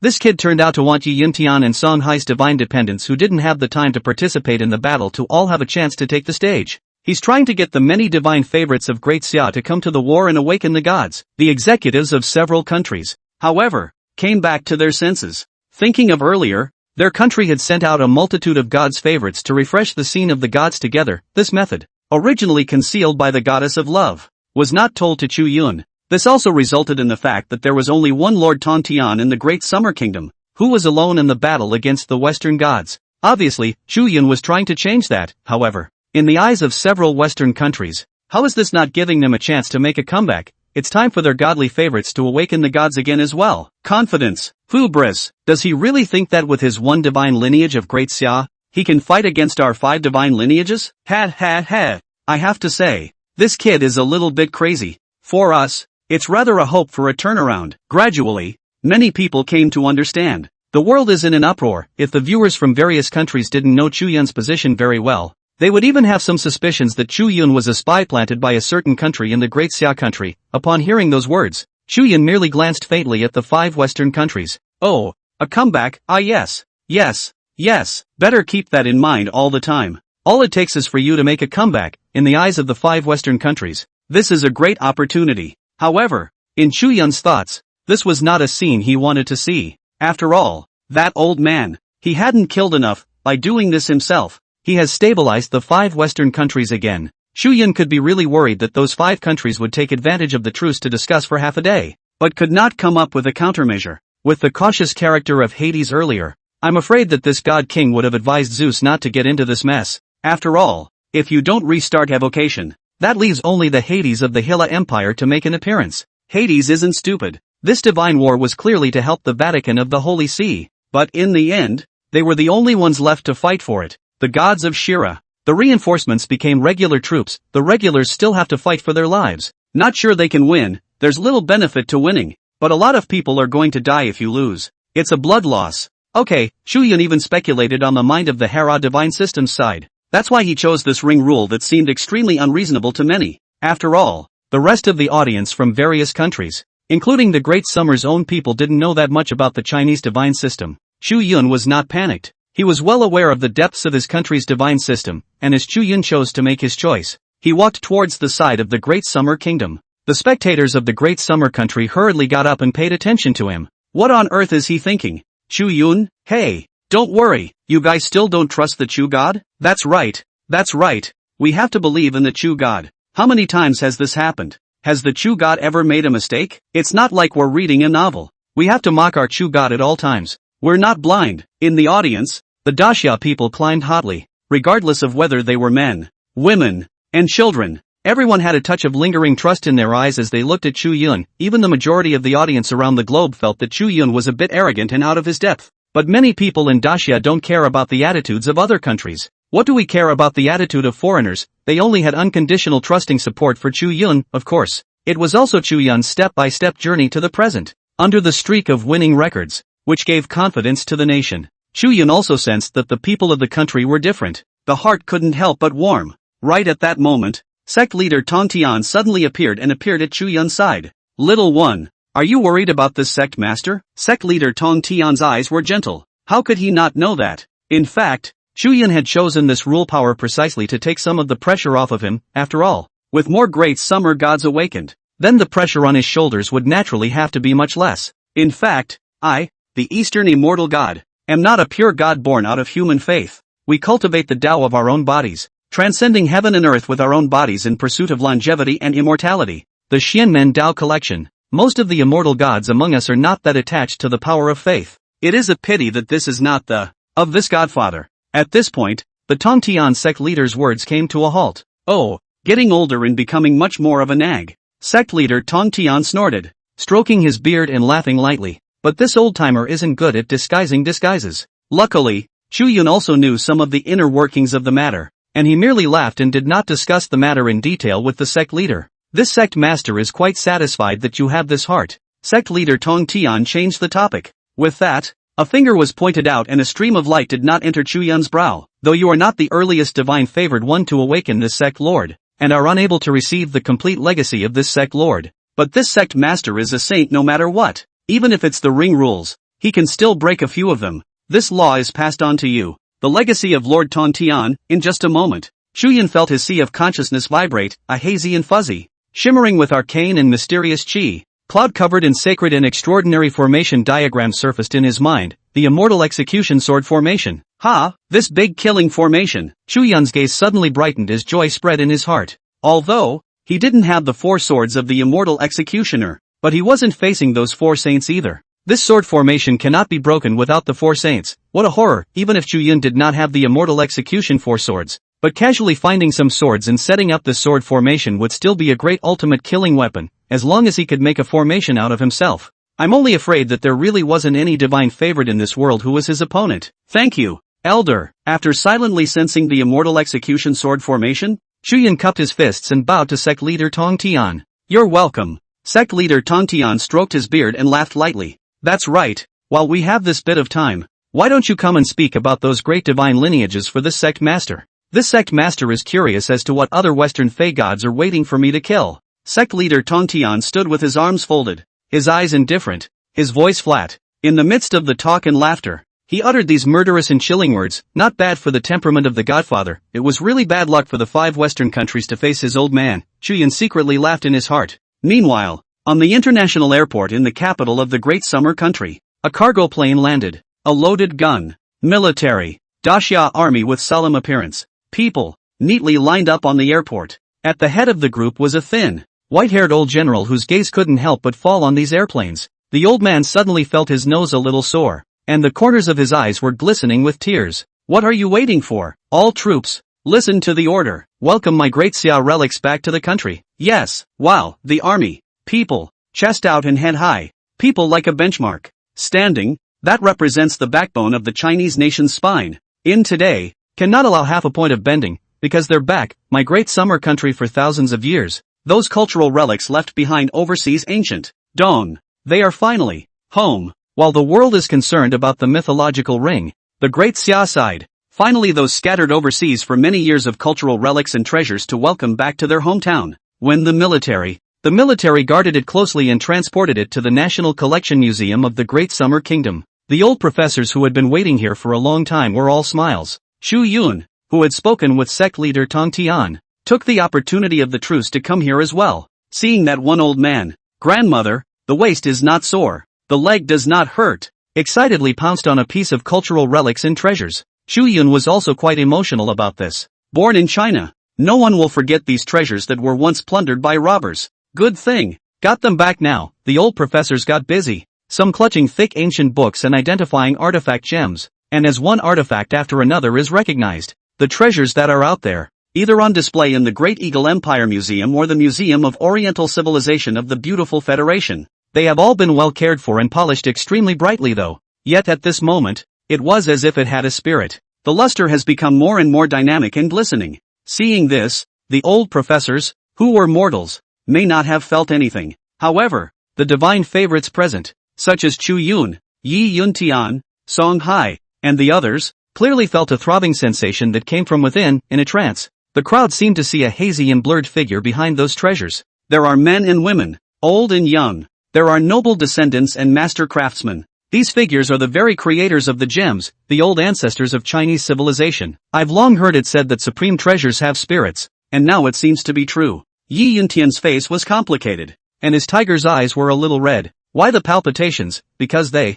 the divine favorites, were able to feel what these old Chinese ancestors were feeling. A gem of a piece, as if declaring itself. That's the aftermath of the robbery. I've been looking forward to the stars and the moon, and I want to return to my homeland, once on the other side of the ocean. They lay quietly in museum exhibition positions in various countries, enjoying the marvelous, praiseworthy boasts of Westerners, recognize their beauty and are so in love with them. They are even clearly labeled as to where they came from. Ming Tomb's artifacts, royal, use, Great Zhou stateware bronze tripod. There's way too much name-calling going on. But when the visitors dispersed and the lights went out throughout the museum, the whole place was plunged into darkness. And who knows? They don't like so many fancy names. They only remember that the people who created them, the land that gave birth to them, were in that far eastern country. Elder Zhou Ding, when can we go back? Hey, what's the hurry, you Tang San Kai? We'll go back. Definitely will. Big brother of the Ming dynasty. Why am I surrounded by so many uniquely shaped things that are completely different from my style? Who are they? The small blue and white 5-color vase. We are from the East China. Don't ever forget it. Well, I remember. But I'm a little scared. The strange guys next to me keep staring at me and laughing at the fact that I don't look like them. Am I really ugly? Little fool. Of course we grow differently from them. For our roots and feet. Oh, our roots and feet are in that beautiful eastern land. There is green water and blue sky, the Great Wall of China, the rushing Yellow River, and the heavenly dangers of the Yangtze River. The people there have faced many invasions of foreigners. But in the end, what about all the alien races that try to conquer us and assimilate us? They will eventually be defeated by our Creator. Really? Our Creator is that good? So, when, then, will we be able to go home? Timid voice. Soon. Aha, I'll hold on. I'll wait for that day. The timid, soft voice became much firmer, because her big brother in Ming Dynasty gave her hope. She's not ugly. She's definitely not ugly. She wouldn't believe the sneers directed at her by those Western artifacts. For she, has a creator of her own, the Eastern creator she had only heard about inside stories, but had never seen a sight of. Must like her a lot. I missed you guys. In a trance, Chu Yun and the others seemed to see the image of a walking horse. It was the emotion of will that the gems were transmitting. It's as if you've watched them for their entire lives, from being created and then plundered away by Western bandits. Along the way, some big-headed soldier got drunk, laughed, and used a fine porcelain vase as a urinal. A clatter of filthy urine showered down on his head. Someone laughed wildly and smashed a piece of china with the butt of his gun, venting the pleasure of being in control of everything. Sense. The porcelain in the innermost part of the room witnessed the scene. But they don't have legs and feet, so it's true that they can't escape. One can only go against the grain. There was a piece of treasure on that transportation freighter, accompanied by a shocking wave, which accidentally fell and smashed. There was that bronze which had evidently been buried deep beneath the earth of the East, and had permanently accompanied its own owner, and had been forcibly and roughly excavated. It stirred from its sleep. Why did you dig it up, by the way? What about my master? Don't pry open my master's coffin, master, he is sleeping. Through these treasures, it was as if Chu Yun's few people had witnessed this scene of historical age images. On the way, there are too many named treasures, destroyed by various accidents. Until today, even the fragments do not know where. For the West, it's a big carnival, but for this ancient country in the East, it was a devastating destruction of civilization, until finally, through 1,000 dangers, survived a small part of the treasure, only finally returned to the homeland. Damn it! Old General Song Hai's breathing suddenly became rapid, and his eyes were bloodshot and red. Damn it! Old me will fight over there someday and let them taste what it's like. Army. People are hardcore and don't care so much about the international situation. Angry. Hateful, that it's a fight. Don't talk to them about putting aside your personal grudges for the greater good. In a time when there is an invasion of evil demons from beyond the heavens, it is best not to get into a deadly war. However, that's not a fucking reason to stop us from avenging our shame. Big deal. Pushing across this human world. What with all the evil in the sky? It's not like we won't fight. Chu Yun was also empathetic as he took a deep breath. his eyes cold and merciless. Well, when the time comes, don't forget to call on me, old general. By the way, we don't have to wait for them to keep declaring war on us, do we? This year, we still have one more chance to declare war in the Great Summer Kingdom. Chu Yun narrowed his eyes. This statement was made because of the cultural disconnect. The Daxia executives, who had long been accustomed to stoicism, froze on the spot for a moment, but soon they reacted. It's not the same in Daxia now, and it's true that we, the Great Summer Kingdom, haven't declared war on it and opened the mythic ring battle yet. When this divine war was over, the Great Xia Kingdom would also have the initiative in hand. For a moment, people's eyes lit up. Able to fight actively, everyone realizes it. Meanwhile, with the return of heritage treasures, family master, Chu Yun, come out and look. Outside, Yi Feng, who was in charge of the handover with the military, suddenly exclaimed. It was seen that in the sky above the Great Summer Kingdom, the auspicious energy was vaporizing and the auspicious clouds were rolling in. The country's fortunes have climbed. Daxia's national fortune suddenly began to surge. This scene drew the attention of the world, and everyone looked over with incomparable shock. The aura was so dense that it turned into a white mist that enveloped the sky over the territory of the Great Summer Kingdom. Ah God! The feeling! The mist vaporized and gradually condensed, even turning into a heavy rain of aura. Wow! A downpour of rain falls on the world of men. Countless people who were walking normally on the streets instinctively tried to take shelter from the rain. Yet when that rain fell on their own bodies, people were surprised to find that the rainwater was actually seeping through their skin. The blood veins seemed to boil. Everyone felt a surge of qi and blood and a warm, cozy feeling all over their bodies. It's not just plain old rain, rather, it was the spiritual rain that was derived after the spiritual qi of heaven and earth became too dense. All the people are blessed. The world is in an uproar. My goodness, how is it that the people of Daxia enjoy this kind of treatment? This seems to be the phenomenon of an aura gushing out, doesn't it? It was recorded once in history. It's still a few hundred years ago, when the aura was just reviving. Wow, I'm so envious of the Daxia people. Does everyone still remember that Chu Yun, who made an offer to several Western countries to welcome back the cultural relics and treasures of their Great Summer Kingdom? I see. The return of these artifacts to the country is equivalent to the return of the Great Summer Kingdom's heritage, thus triggering a surge in the country's fortunes. Darn it! Why should the Great Summer Kingdom have this kind of favor again? We, the three kingdoms, all over the world, countless people who had seen the visions of the Great Summer Country through online platforms were all marveling out loud. It would be a lie to say that I'm not envious, you know. This is a phenomenon comparable to the revival of the aura a few hundred years ago. It used to be that all over the world, people enjoyed the blessings of the aura outpouring. And now what? Yet only the people of Daxia enjoyed it once more. How can the world not be envious and jealous of this? Many people even wanted to change their nationality and hurry to run to the Great Summer Country to rub in the benefits. Ha. There's this kind of unexpected joy? Yi Yuntian and the other divine favorites felt it the most. They themselves inherited the divine law and could cultivate it. Now, after enjoying the benefits of the aura gush, many people's strengths went to the next level. This also included Chu Yun. Chu Yun himself was already comparable to the older generation of Van S-class divine favorites. Moreover, he had inherited the blessing divine abilities of several gods, and his underlying potential was extremely terrifying.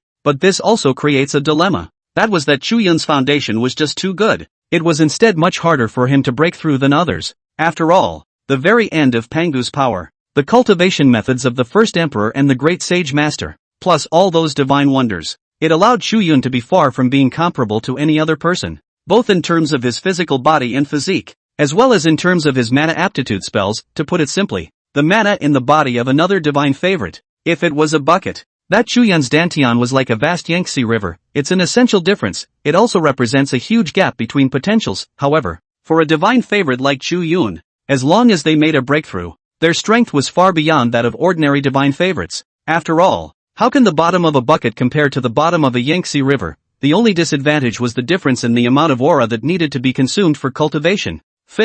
Which is easier? Filling a bucket, or filling a Yangtze river? Which is easier, is self-evident. And right now, with the aura gushing out, Chu Yun also enjoyed this heavenly opportunity. He could clearly feel his physical body physique, as if it were a wailing baby, greedily absorbing the aura. Even the drop of divine blood left to him by Fushi near his heart became absorbed up to 10 times faster, subtly tempering his physique. The mana in the dantian was even climbing higher and higher. The original mist-like mana transformed into a small stream-like pattern, probably filled up a tenth of the dantian. I see. No wonder I'm so much stronger than a Van S-class divine favorite of the same realm. It is the difference in the upper limit of potential that makes the difference. My current strength should be equivalent to the Great Circle degree of a normal Van S-class divine favored one, and has even surpassed them. But if you want to become a god, it's a bit more difficult than them. Chu Yun silently felt the changes in his own self and had some enlightenment in his heart. He became a representative of the Great Summer Kingdom and was given the opportunity to become a god of the 5 great powers. 5 mortals were destined to be born who would become gods, although Chu Yun was going to be much more difficult than the representatives of the remaining 4 countries. But he has a higher potential ceiling. Once he became a god, he was far beyond the representatives of the remaining 4 kingdoms. Maybe it's not so hard to beat 4 with 1, Chu Yun blinked and thought wildly for a moment. And the changes in the Great Summer Kingdom had drawn the attention of the 5 Great Powers Alliance. At this moment, inside a luxurious conference room, the representatives of the 5 major countries, as well as a group of leaders were present. Noblewoman look, temperament cold and noble, as if the iceberg beauty of the Egyptian queen suddenly rose to leave the table. Ladies and gentlemen, I, the Egyptian Empire, withdraw from the League of 5 Powers. What? The Egyptian queen's words caused the crowd in the room to freeze. Exit, is this a nifty way to just quit? What nonsense are you talking about? Queen of Egypt, have you lost your mind? Don't forget that your Egyptian empire also paid the price of 10% of the country's fortune. If you quit now, your Egyptian empire will be judged a failure. The leaders of the Vatican of the Holy See,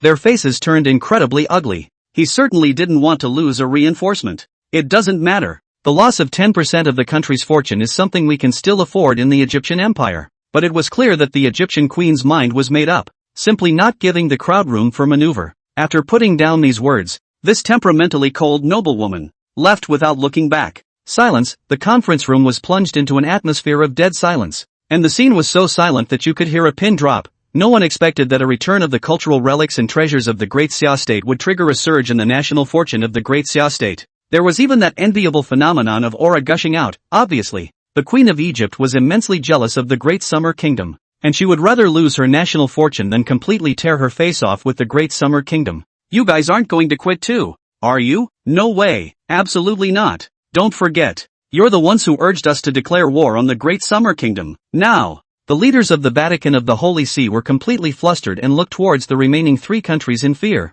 This leader is all sweaty with anxiety and has a bitter heart. The rest of the countries could withdraw, but they, the Holy See Vatican, were not qualified to do so. After all, it was they who were the main country that had declared war with the Great Summer Kingdom. At this moment, the leaders of the Vatican of the Holy See suddenly had the feeling of riding a tiger. They were used as pawns by the 4 major powers. It's an extremely bad situation, and the leaders of Sheila, Beauty, and Great Eagle were grim-faced for a long time. To be honest, they really wanted to quit, only the decision is no longer in their hands. With the emergence of the god kings of each lineage of mythology, the decision was already in the hands of the god kings. And as the national fortune of the Great Summer Kingdom skyrocketed, it made Zeus and the other god kings even more fearful. On Mount Olympus, the several god king instance of Zeus inside the temple, their faces suddenly darkened. Sure enough, you can't raise a tiger and wait for the Great Summer to rise. Otherwise, the pattern we've maintained for years of having the West as the dominant, subtle influence on the world is going to be completely shattered. Gentlemen, for the next divine battle, I hope you won't hide yourselves anymore. Do your best to strike. Make sure to break through the Great Summer Kingdom's copy of the national fortune. With all parties focusing on the Great Summer Kingdom, the one-day and one-night truce soon came to an end, when both sides came to the mythical ring again. This time, the Great Xia country's side utilized the power of that rule that Chu Yun had chosen. Yi Yun Tian, Song Hai, General Wang, and a dozen other powerful divine dependents of the Great Summer Kingdom all took the stage. They would also enter within the Divine Enlightenment Stone with Chu Yun, and everyone would be able to refresh 10 divine portraits. That adds up to hundreds. There is a greater chance of refreshing an incredible deity. Look at our side. The god King Zeus is going down himself. My god. Not only that, but the great god Hades is summoning his 2 brothers, Zeus, Poseidon. The crowd at the Sheila Empire cheered as if they had seen the most incredible scene. Oh, Hades utilizes his special summoning divinity, getting ready for the 3 great god kings to make their debut together. The 3 great god kings of the Shira Empire have appeared. The Empire of Scylla still woke up Hades, and Hades' unique divinity, that is, similar to Jiangxia's summoning divinity, made him alone equivalent to the entire hierarchy of gods. When Yi Yuntian saw Hades appear in the mythic ring once again, Yi Yuntian's face couldn't help but turn grave. Hades was seen displaying his own divinity. Beside him, there was a distortion of space, and a white-haired old man dressed in white, with a thin physique and a skeleton-like shape, as if he was about to die. The old man looked weak, as if he would fall softly to the ground with a push of his hand. Yet no one would underestimate this white-robed old man, for he was none other than the third god king of the empire of Hera, Zeus. Immediately afterward, a man with a resolute face and blue hair and golden eyes appeared. Of the gods of Scylla, the lord of the seas, Poseidon, Zeus, Poseidon, Hades. The appearance of these three was like a heavy bomb that smashed down on the audience. The spectators from all over the world were all thrilled and exclaimed in astonishment. Heavens, it's really these three great god kings. Hiss, the Shira Empire is going out on a limb, actually sending out three great god kings. The three great god kings of the Shira divine lineage enjoyed great popularity in the world. It was also the reason why, for so many years, the Shira Empire's ring ranking was able to remain at number 1. Honestly, what exactly does the Great Xia Kingdom's Chu Yun think? Wouldn't he be helping the five great powers with that ring rule he chose? Yeah, it was looking like they were on the verge of winning, and the beautiful Federation even had a traitor like the feathered serpent god on their side, with heavy losses. Can't you guys see this? This Tongtian Sect leader of the Great Summer Kingdom is powerful though, but they of the Great Summer Kingdom all know of this Tongtian Sect leader only on an ad hoc basis. It seems to me that this mighty Eastern god cannot fight a long battle. Oh, exempt. So that's how it is. Then I understand. No wonder Chu Yun chose to reawaken the rules of the gods. He's trying to get the rest of the divine favorites in the Great Summer Kingdom to participate in the war and awaken the gods as well. The nations are buzzing about it. There is no shortage of smart people who see the situation. Oh, it's just a smart ass, dying struggle. Ha ha ha ha. The Great Summer Kingdom's civilization is so severely broken. What's the point of awakening a few more powerful gods? It's all just some guys with a shiny surface.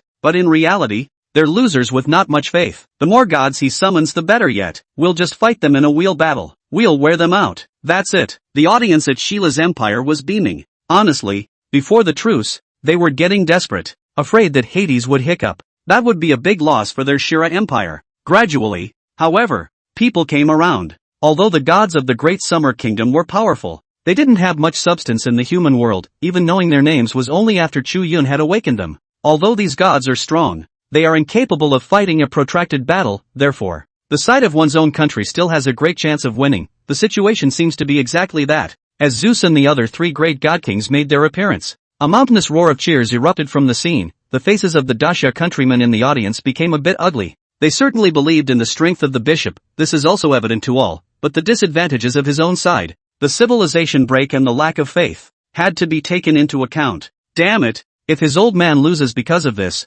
what a loss. It's our fault. It's our fault for forgetting them. It was hard on the hearts of the Daxamites. Ha ha ha. That must be the blame on their gods for not protecting them properly. Unlike us, our god, outer rigged. Spectators from several Western countries cast mocking teasing glances. Yet the next moment, don't be discouraged, everyone, we haven't lost yet. And to be ugly, if this protectorate battle is really lost, it has nothing to do with the sect leader, his old man. The greatest reason is still in ourselves. It is we who have forgotten his old man, and cannot give him sufficient security of faith. That's right, regardless of whether we win or lose this battle. When we go back, I will immediately donate money to the relevant authorities to build a temple for his old man, mold his golden body, and enjoy the incense of my great Xia kingdom for 10,000 generations. Count me in for Shangxi. I, Jiangsu, will come too. I Shangxi join in. In the audience, Dacia people from all over the world raised their arms and shouted. They didn't either get frustrated or grumble at each other as the foreigners had expected. On the contrary, everyone was solemn and had serious expressions, speak with passion, uplifting. The gloom and doom was swept away as he tried to calm everyone down. This punch in the face came too soon, didn't it? The Westerners who had previously flirted with the fact that the Dacia people were on the verge of nesting were immediately dumbfounded. The Dacia people, they don't seem to be quite the same as they thought they were. Within the Divine Enlightenment Stone, Chu Yun also saw the appearance of the three divine kings of Zeus. Sure enough, these three god kings of the Shira Empire couldn't hold back and went down in droves. Chu Yun's brows frowned slightly. He looked in the direction of the Tongtian sect leader without leaving a trace. Of course Chu Yun would not worry about the strength of the sect leader. Only the bishop's state is not perfect, especially when it comes to the power of faith. The three great god kings of this Hilla Empire were renowned all over the world. And in terms of faith power, the believers could be said to be spread all over the world. All not just limited to the Hilla Empire. The constant flow of faith power had long since brought their state to the peak of divine king. It was able to perfectly utilize its own terrifying power. This was also the greatest advantage of the three great god kings in the mythic ring, and the bishop's side. His old man had been forgotten by the world for many years and had little faith in himself. Plus, the sect leader was still in control of the immortal execution sword formation at all times. With one's own strength, bear the Great Summer country's national fortune copy running. The situation seems to be very unfriendly for the bishop, especially if it's a protracted battle. The bishop will be in a much more difficult position. After thinking about it, Chu Yun took a deep breath. If the sect leader's strength was at its peak, dealing with these three great god kings would have been no problem, but now well, can't let the godfather his old man bear all. Chu Yun also wanted to do his part and share the burden for the sect leader, that's why he used that rule to give both sides a chance to reawaken the gods. In the eyes of several Western countries, it is giving them the opportunity to make a comeback. But to Chu Yun, why was this not a good time? Yi Yuntian and the others also understood Chu Yun's intentions. Without any hesitation, the few people immediately refreshed their gods within the Divine Enlightenment Stone. Each of them could refresh 10 gods, and the many great summer divine familiars present could add up to a full number of gods in time. Chu Yun himself awakened the Tongtian sect master, and the godfather, his old man, is concerned with the great summer kingdom, the existence of a copy of the country's fortunes. If the sect leader returns to his throne, the immortal execution sword formation will also disappear. Thus Chu Yun did not recall the gods, but instead looked at the portraits of the gods that Yi Yuntian's few people had refreshed. Not what I expected. With just a glance, Chu Yun was slightly stunned. Could this be because of the return of cultural treasures? Chu Yun froze in shock. It's not the same. Surprisingly different. Chu Yun's heart was greatly shaken. Because these appearances of God. Chu Yun, which one are we awakening? At Chu Yun's side, Yi Yuntian, Song Hai, and the others, all refreshed their gods respectively. As the battle for the copy of the Great Summer Kingdom's national fortune was led by the Tongtian sect master. As a result, the gods that were refreshed were all more or less related to the immortal execution sword formation of the Tongtian sect master.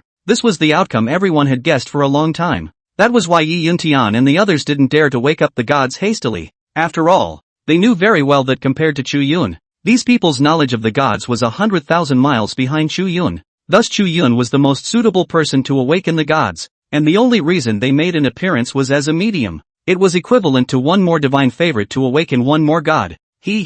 My original deity, the third prince, has been refreshed. Chu Yun, so I'll awaken Neza? Song Hai's eyes settled on a portrait. It was none other than his native deity, Neza, the great god of the three altars of the sea. Neza, as recorded in the feudal revelations of the gods, is none other than a disciple of the hierarchy, under the tutelage of Yuan Shi Tianzun. So in this national copy of the divine war related to the Tongtian sect lord, the probability of Neza being refreshed is extremely high, except for Neza. Yi Yuntian's original deity, Lei Zhenzi, also appeared. The faces of the two men were ready to awaken these two. Wait, listening to the murmurs of several people, Chu Yun was finally awakened as he immediately stopped a few people. Under the astonished and doubtful gaze of the crowd, Chu Yun took a deep breath and slowly calmed his mind. Just kidding, then. Of course, Neza and Lei Zhenzi cannot be awakened. They're strong too, but they're better than. Chu Yun turned around and looked at the portraits of the dozens of gods. The corners of his mouth couldn't be compressed as his eyes flashed with precision. A white-haired,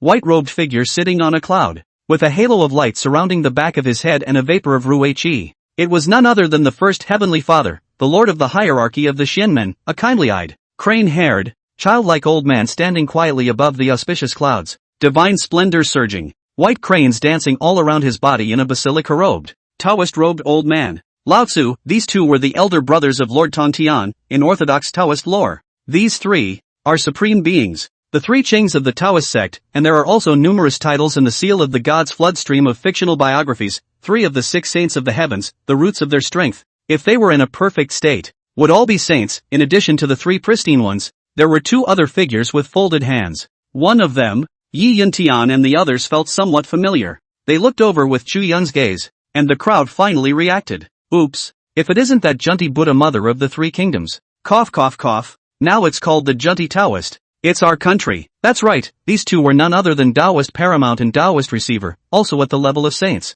They are known as the 2 saints of the West. It's a loan into the ground. But then again, it's a saint. Chu Yun's guess was correct at all. During the ceremony of awakening the gods, it was true that these several terrifying existences had been refreshed. This was because this copy of the Great Summer's national fortune was constructed based on the 4 saints joining forces and breaking through the immortal execution sword formation of the Tongtian sect leader. It was also for this reason that apart from the Tongtian sect leader who could be awakened 100% of the time, the rest of the relevant existences have a high probability of being refreshed. The crowd really refreshed these 4, according to the mythological account in Seal of the Gods. The sword formation of the sect leader, his old man, was the same one that was breached by the 4 people joining forces. The talented and angry Sect leader cursed and was ready to go back and open another big formation to overturn this world, so that everyone would stop playing. If the 4 are awakened, then, on the side of the Great Summer Kingdom, it would be the equivalent of 5 saints sitting in the town. Chu Yun explained this to a few people. After Yi Yuntian's few people heard this,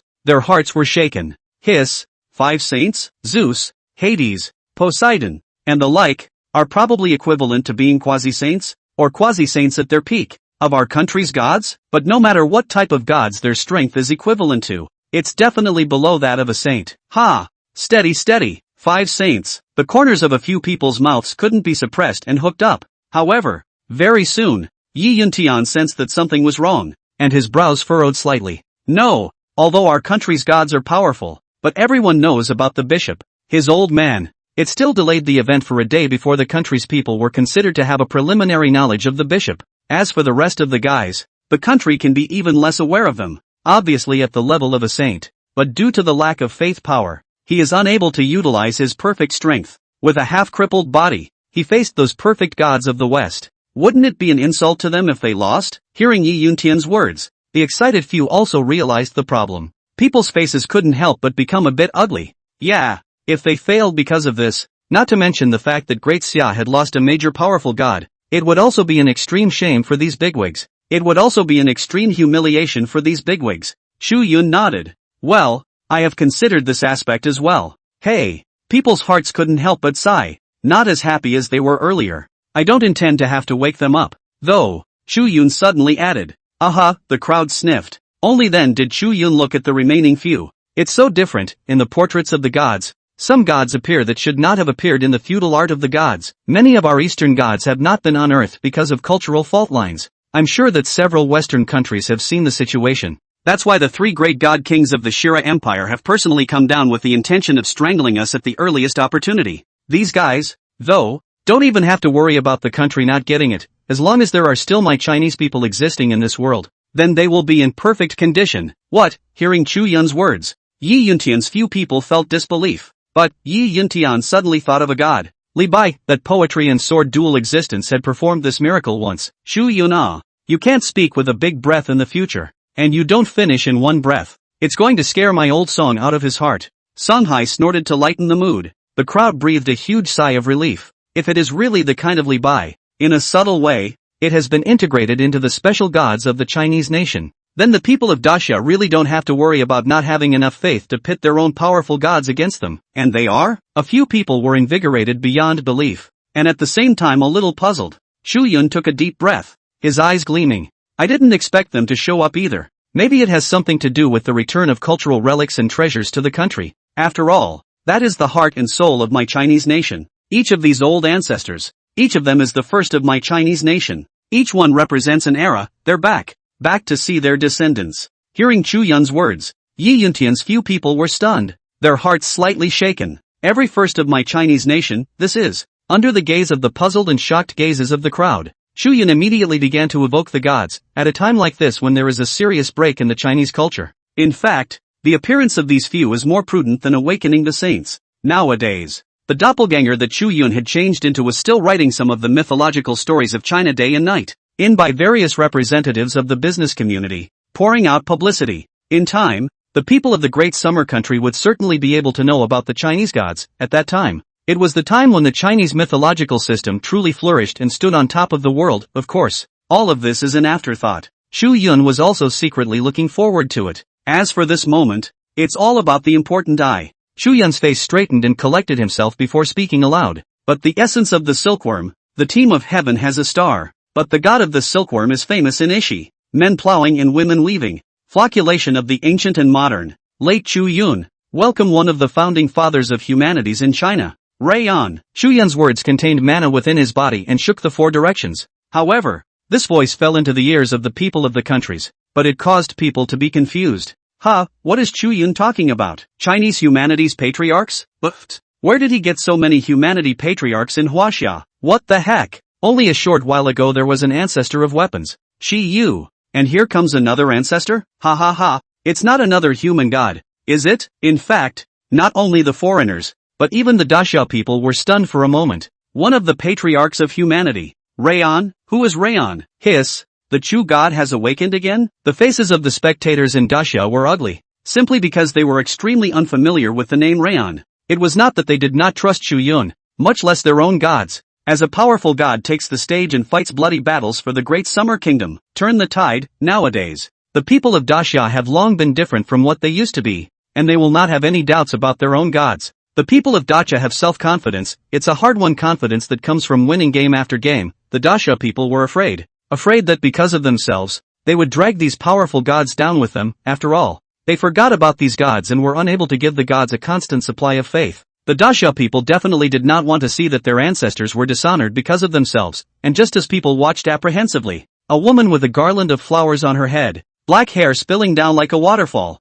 and muscles like congealed white jade was seen to have manifested in the mythic ring. She's standing in the middle of the pavilion. Hui Wai Xiuzhong. A white dress embellished its body. Lay generous, like a shocking, graceful as a swimming dragon. She wasn't one of those stunningly bright women, there was no stunning beauty in her. But if you look closely, that gentle temperament seems to affect all beings. In a trance, it seems to make one visualize the warrior, tired from his conquests outside, dragging a tyrannical sleepy body back home. It was this gentle woman who opened the door for the warrior. Her gentleness was as if she was a shelter in that raging storm. Being around her can be meditative and calming to the mind. Hissed the spectators of the great summer country. Their eyes went straight. No one had expected that what Chu Yun had awakened was actually a goddess. My god? Is there still such a female deity in my great summer kingdom? Old ancestor is beautiful.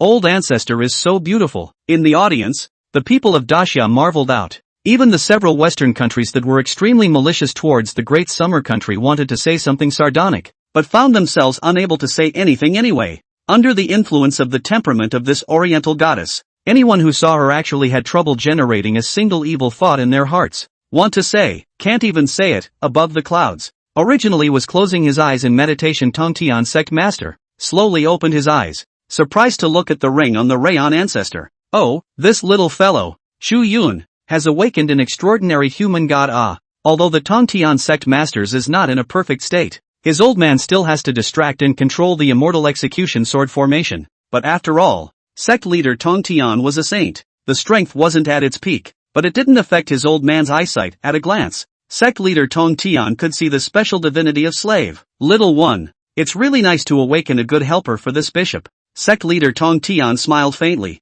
Yet that's not all. Within the divine enlightenment stone, Chu Yun looked at another portrait of a god. Chu Yun's eyes flashed with essence, even more excited than before. Pictograms will be written magically. The creation of the heart of all kinds of fascination. A flower, a leaf, a world. The pen to record the ancient and modern civilization thousands of years. I only one. I, Chu Yun, welcome the source of my Chinese literary lineage, the ancestor of one. Song Jie. Boom, accompanied by Chu Yun's words. A man with an extraordinary godly face, dual pupils and 4 eyes, black hair and black beard, wearing a bird and beast plume, cloaked in hair and armor, manifested himself on the mythic ring. Immediately afterward, in the direction of the great summer country, 2 brilliant red auras rose up. In the great summer's pantheon, 2 more portraits of gods surfaced. Its significance is extraordinary, igniting divine fire and reflecting the ancient and modern world. What? Seeing this, the spectators from various countries were dumbfounded. 2 red supreme gods, what the hell is this? How can that be? Has the supreme god really become a cabbage? Clueless, the Egyptian empire withdrew from the battle to conquer the great summer kingdom though.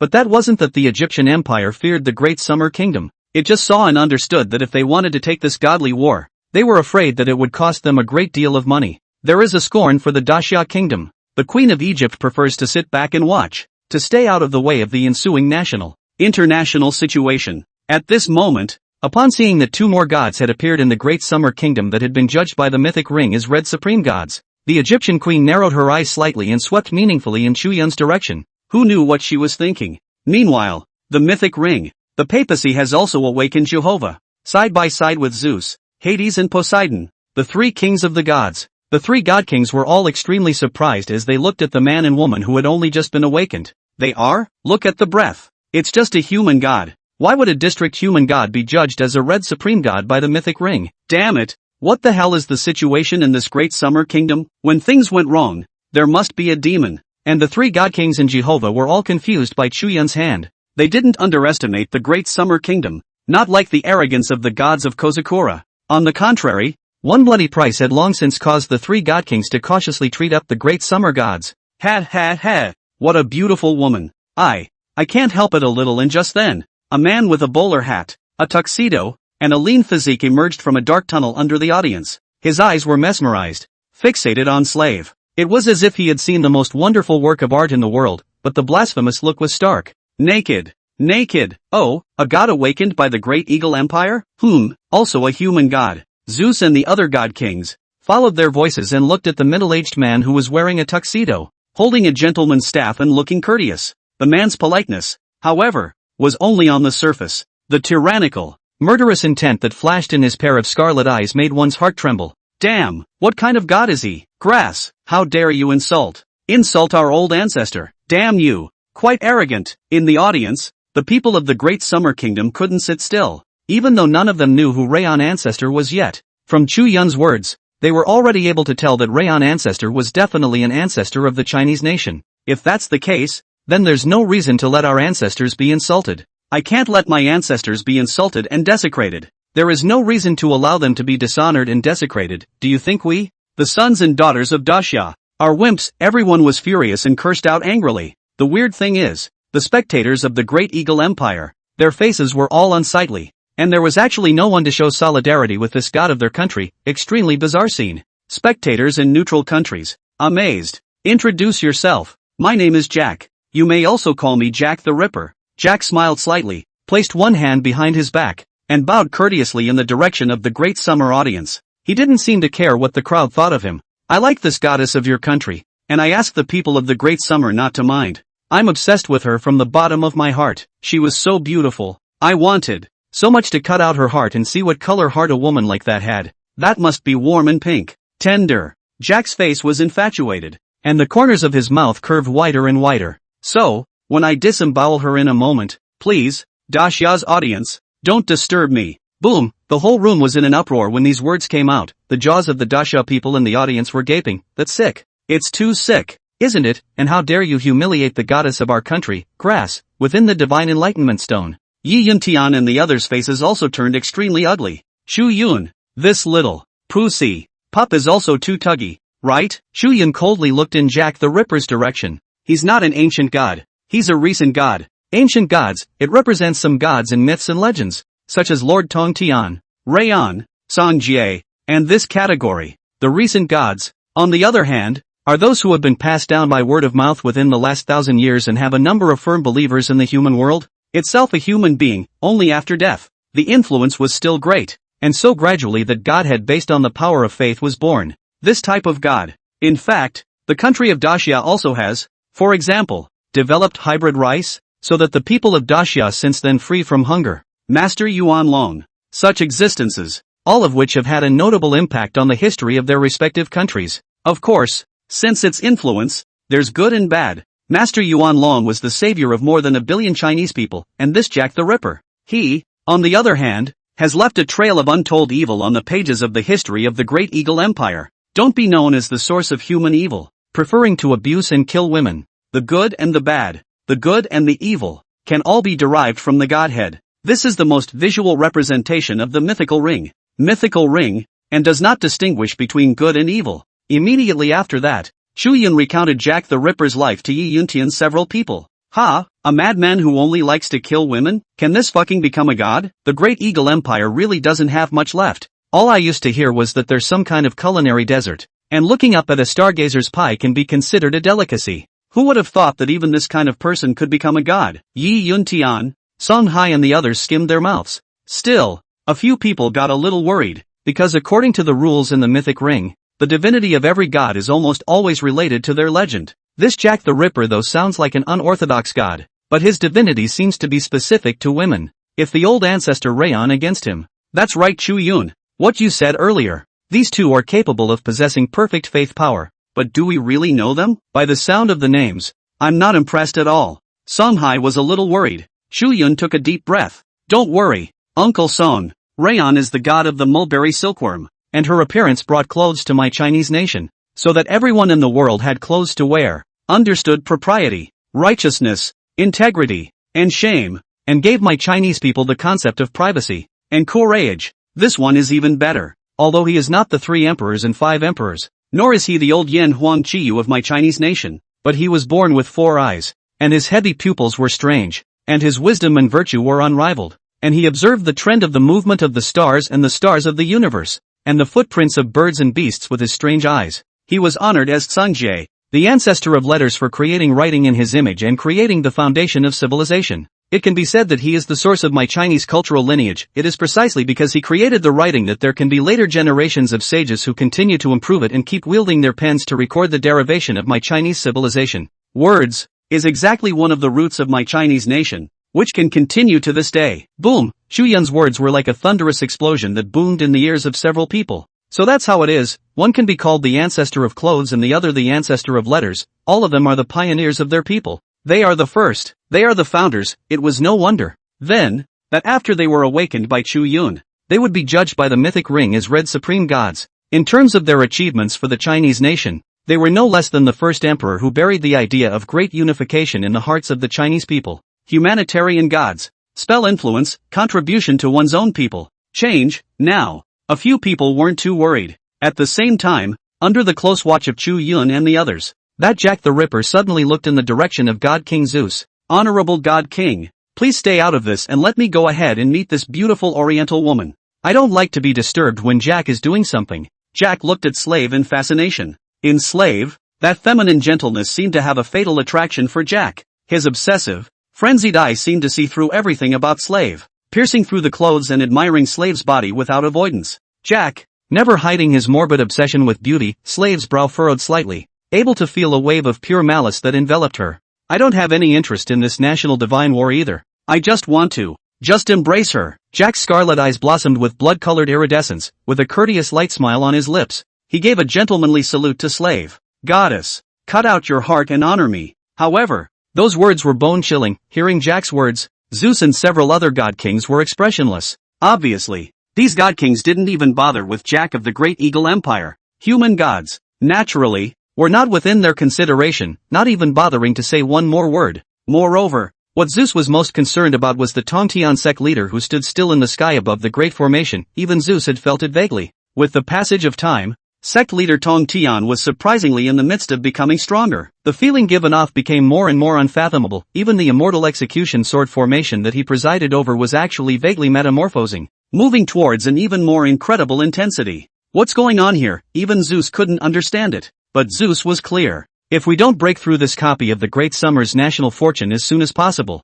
allowing it to metamorphose, it was only feared that an even more terrifying and intense grand formation was about to appear. All of you should have sensed it as well, right? Hades nodded, his face grim. I had thought that this so-called immortal execution sword formation would already be the perfect state of a copy of the Great Summer Kingdom's national fortune. But now it seems that this copy has not yet reached its limit. It's too terrifying. We absolutely can't let this copy continue to metamorphose and advance. There was silence, and the faces of the several god kings on the scene were all grave. Hades had personally experienced the immortal execution sword formation and was more than familiar with the feeling of this sword formation. In fact, if they knew anything about Chinese mythology, they would know why this is so. Just as they had guessed, the immortal execution sword formation at this moment was nothing more than an appetizer. As Sect leader Tong Tian's strength gradually recovered, the immortal execution sword formation would also morph into the 10,000 immortals formation. At that time, it wouldn't just be the Tong Tian Sect leader alone who would be sitting on the fence. Instead, they added the Bo Palace Interceptor Sect's many disciples under the command of the Godfather.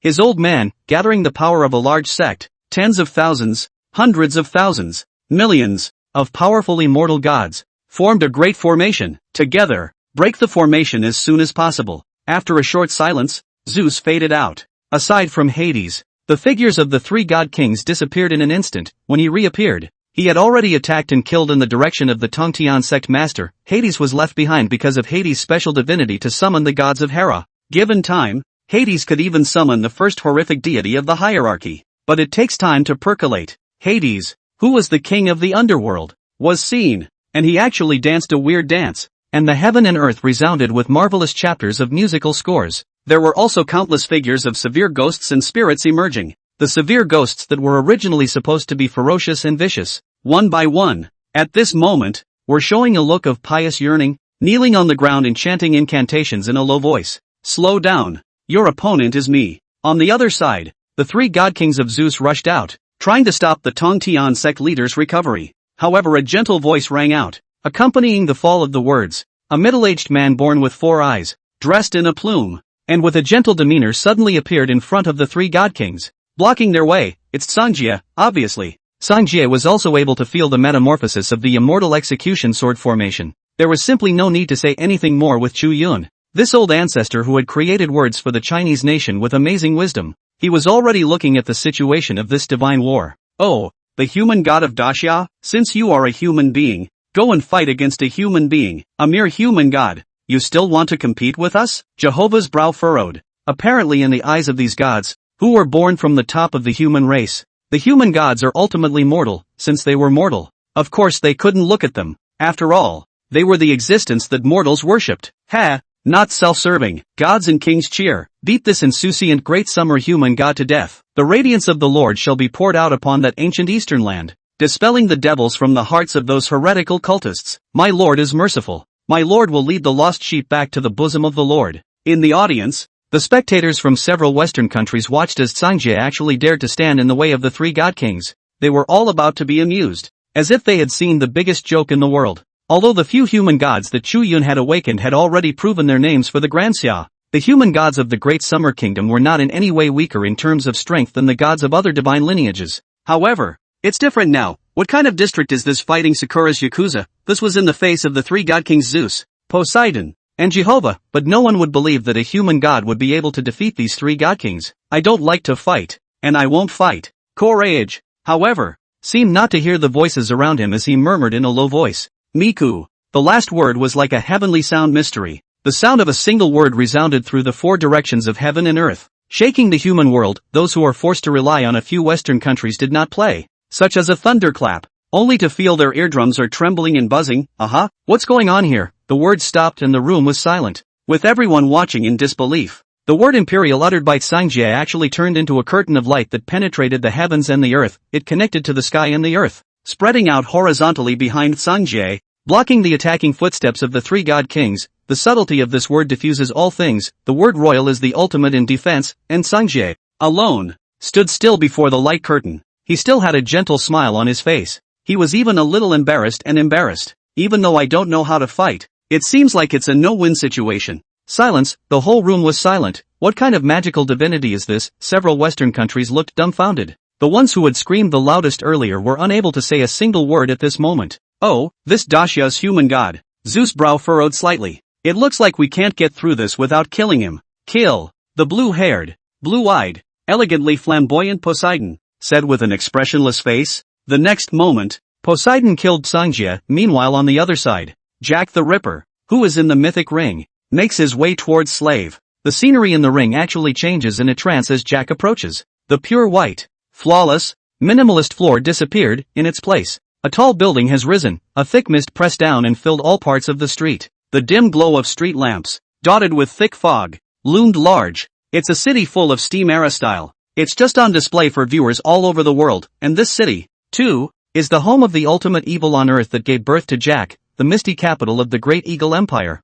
Len. Done. Hiss. This Jack's divinity? It's a bit overwhelming. He disappeared? He disappeared into the fog. On the representative stage of the Great Summer Kingdom, Yi Yuntian and the others' faces were incredibly grave. Couldn't help but get a little worried about Slave. Coming. Within Chu Yun's eyes, a faint golden radiance flickered, and it was none other than the Fire Eye's golden eyes. With those eyes, he could catch the path of Jack's movements in the fog. The misty hidden ghost, the monster that kills without a trace. Old ancestor. He's on your right. Chu Yun meditated and concentrated on the situation on the field, and immediately voiced a reminder. Though the gods' favorites of the several Western countries didn't dare to come out and fight him. However, Chu Yun did not wait in a leisurely manner. He also wanted to do his part and try to help the gods in his own house. Accompanying the fall of Chu Yun's words, Slaver smiled gently and lightly waved one hand, tapping it to his right-hand side. Slave didn't hesitate. It was only because she trusted Chu Yun. After all, what kind of descendant would screw his own ancestor? Pissed, as Slave reached out and clapped.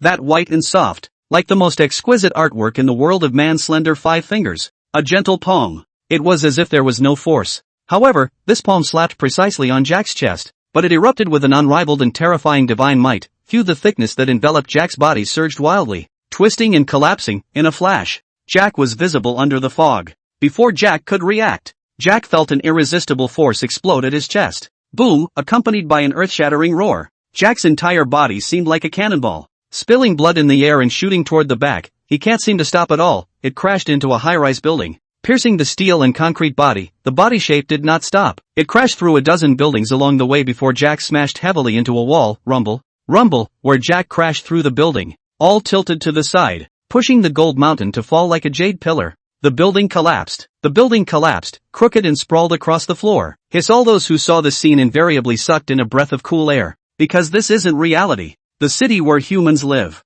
This is accompanied by divine power. The equivalent of a city in the divine realm. Jack's divinity is extremely bizarre and no one has guessed it until now. But even the casual viewer can see the magic of this foggy city. Every brick and tile there contains the wonders of divine power. And at the moment, it was easily destroyed by the great summer's slave, this goddess of Dacia. What kind of monster is she? It looks soft and gentle. How come it's so fierce when it comes out? Clueless. Clueless. The audience of the Great Eagle Empire, in particular, was dumbfounded on the spot and could not speak. Head to a Jack, who had been slapped by slave and set into the wall, opened his mouth and spat out a mouthful of blood. At this moment, Jack no longer looked like the courteous gentleman he had been earlier. His bowler hat was lost somewhere. Cloaked, messy blonde hair hung down from her forehead, obscuring the demonic, reddish eyes. The tuxedo he was wearing shimmered with a faint divine charm, and seemed to be extremely extraordinary. In fact, it was the very same tuxedo that blocked Slave's slap. Otherwise, Jack even suspected that he would have been blown apart by Slave on the spot into a blood mist. Ha ha ha,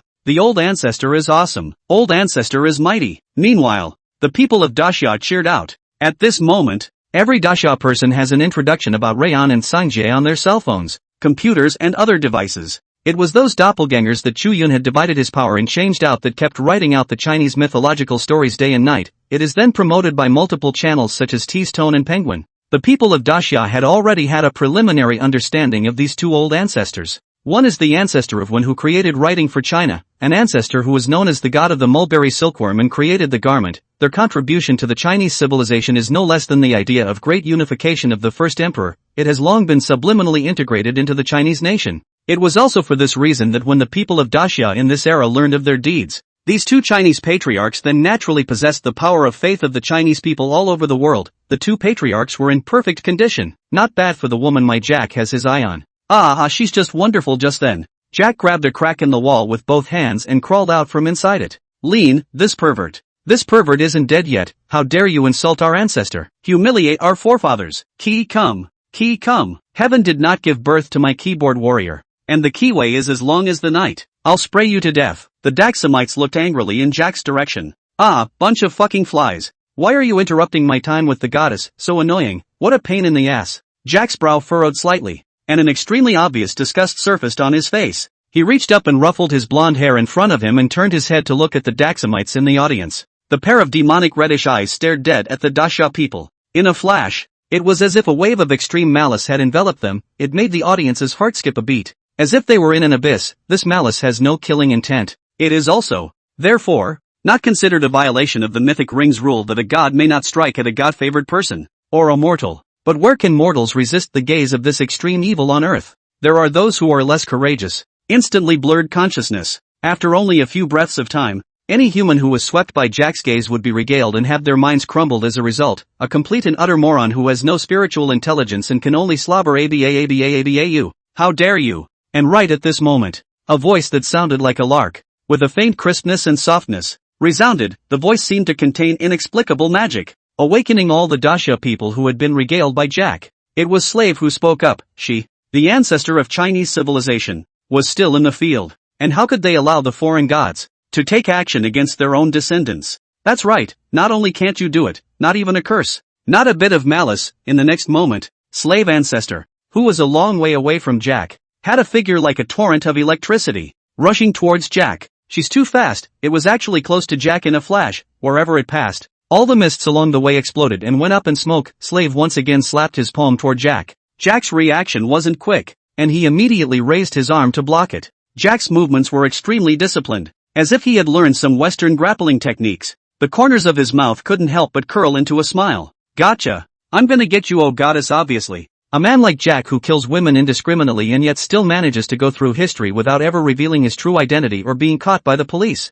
The ultimate criminal on earth who has never been caught by the police. It has a lot of strength in itself. He is well versed in many of the Western grappling combat techniques. Rarely does anyone know why Jack wasn't caught, not even some hint of him that people could find. The reason is actually quite simple: all those who capture Jack, but who get close to the truth, are killed by Jack by any means necessary. He has killed far more people and committed far more sins than those published in the newspapers. Only the dead can protect secrets forever. In a sense, Jack is more than just a tyrannical criminal. He is more of a criminal mastermind who is well versed in a variety of Western warfare techniques, detection, counter-surveillance and many more, and just as Jack confidently executed a takedown to grab Slave, it was as if he could already see crushing Slave underneath him, under the gaze of her terrified and desperate eyes. Taking the scalpel herself, she gently and carefully sliced through the wonderfully white skin. Reaching down, he pulled out the heart inside her chest that was filled with love and care for the people of Dacia. Warm, yet burning, hot heart. Ah, just thinking about it makes Jack's head spin. But, Slave's struck palm actually strangely drew a graceful arc, cleverly avoiding Jack's take. A hard slap to Jack's face. Past Jack's handsome face was in pieces like a ceramic toy, the upright features, skin and flesh broken, nose caved in, blood splattered, standing features, skin cracked, nose caved in, blood splattered. Past, once again. Jack was knocked off his feet and the crowd in several Western countries looked confused. In terms of skill, Jack was surprisingly inferior to this warm and soft-looking Oriental goddess. It's a murderer against a woman. The crowd was stunned by this. However, this is where Westerners don't understand Rayon. Before Rayon became a god, she was the companion of Emperor Qin Yuan. In that ancient barbaric land of the East, human beings in primitive times had to face all kinds of challenges. Survival was the first and foremost consideration of primitive humans. Whether it's a wild animal attack or another tribe calling, diseases, calamities and other calamities are always with them. They weren't like modern people who can live in safety and comfort. Even now, after the revival of Aura, the survival pressure faced by ordinary human beings is not as great as those primitive human beings. The slightest mistake can result in the death of your family. Therefore, the ancestors of the Chinese civilization, everyone can be called a warrior. Fight with heaven, fight with man, fight with that treacherous natural environment. In the end, these both wisdom and combat strength of the old ancestors. Only in the long river of time, difficult to continue the Chinese civilization bloodline. The battle between the two had entered a white heat. It was seen that Jack had finally revealed his divinity. On his way to being knocked off his feet, he reached out and grabbed a street lamp to stabilize himself. Immediately afterward, that streetlight actually turned bright and vivid in an instant. The next moment, Jack flung his hand and slammed the streetlight into Slave. It was like a sharp divine spear that tore through the void, wrapped in a heat wave and blasted out. However, Slave Ancestor's face remained calm, and with just a light dodge, he dodged the blast. Goddess, you are so disobedient. Can't you just act like a docile little sheep and lie down? With his features shattered and in a sorry state, Jack's face was covered in blood, and only his demonic crimson eyes stood out. Those eyes were filled with tyrannical killing intent, and had long since lost that courteous gentleman's appearance from earlier. Jack shook his head rather impatiently. Women, goddesses, really aren't all that different. Those women also fought desperately before they died. So annoying, so annoying. Can't they just behave? Jack thought of one of the women he had abused. He became more and more irritable. Crouched down hard, hands caressing. On the earth beneath them, visible to the naked eye, a silver glow-colored track spread out in all directions with Jack as the center of the circle. In just a moment, it covered the entire city, turning the whole of Misty City into an artifact that was uniquely his. Rumble. At this moment, the city seemed to come to life, eerily twisting and turning like a hideous beast, roaring and awakening. When the leaders of the Great Eagle Empire saw this scene, the corners of their mouths suddenly hooked into smiles. Ha, Jack's divinity. You Easterners haven't seen it, have you? Do you really think you're the only ones in the East who have powerful human gods? Evil. This is the ultimate human sin. His evil can affect a city. Even the populace of the Great Eagle Empire were jaw-dropped and shaken. This kind of top-secret information, something about Jack's divinity, is actually unknown even to the general public. It was only now that they had witnessed this incredible scene. Oh bugger it, we have powerful human gods too. Oh my god, Jack is so handsome, whatever this sinful god represents. But at the moment, he was fighting a battle for several Western countries. Many people in the West cried out for Jack. Die, since you don't listen, you're going to die.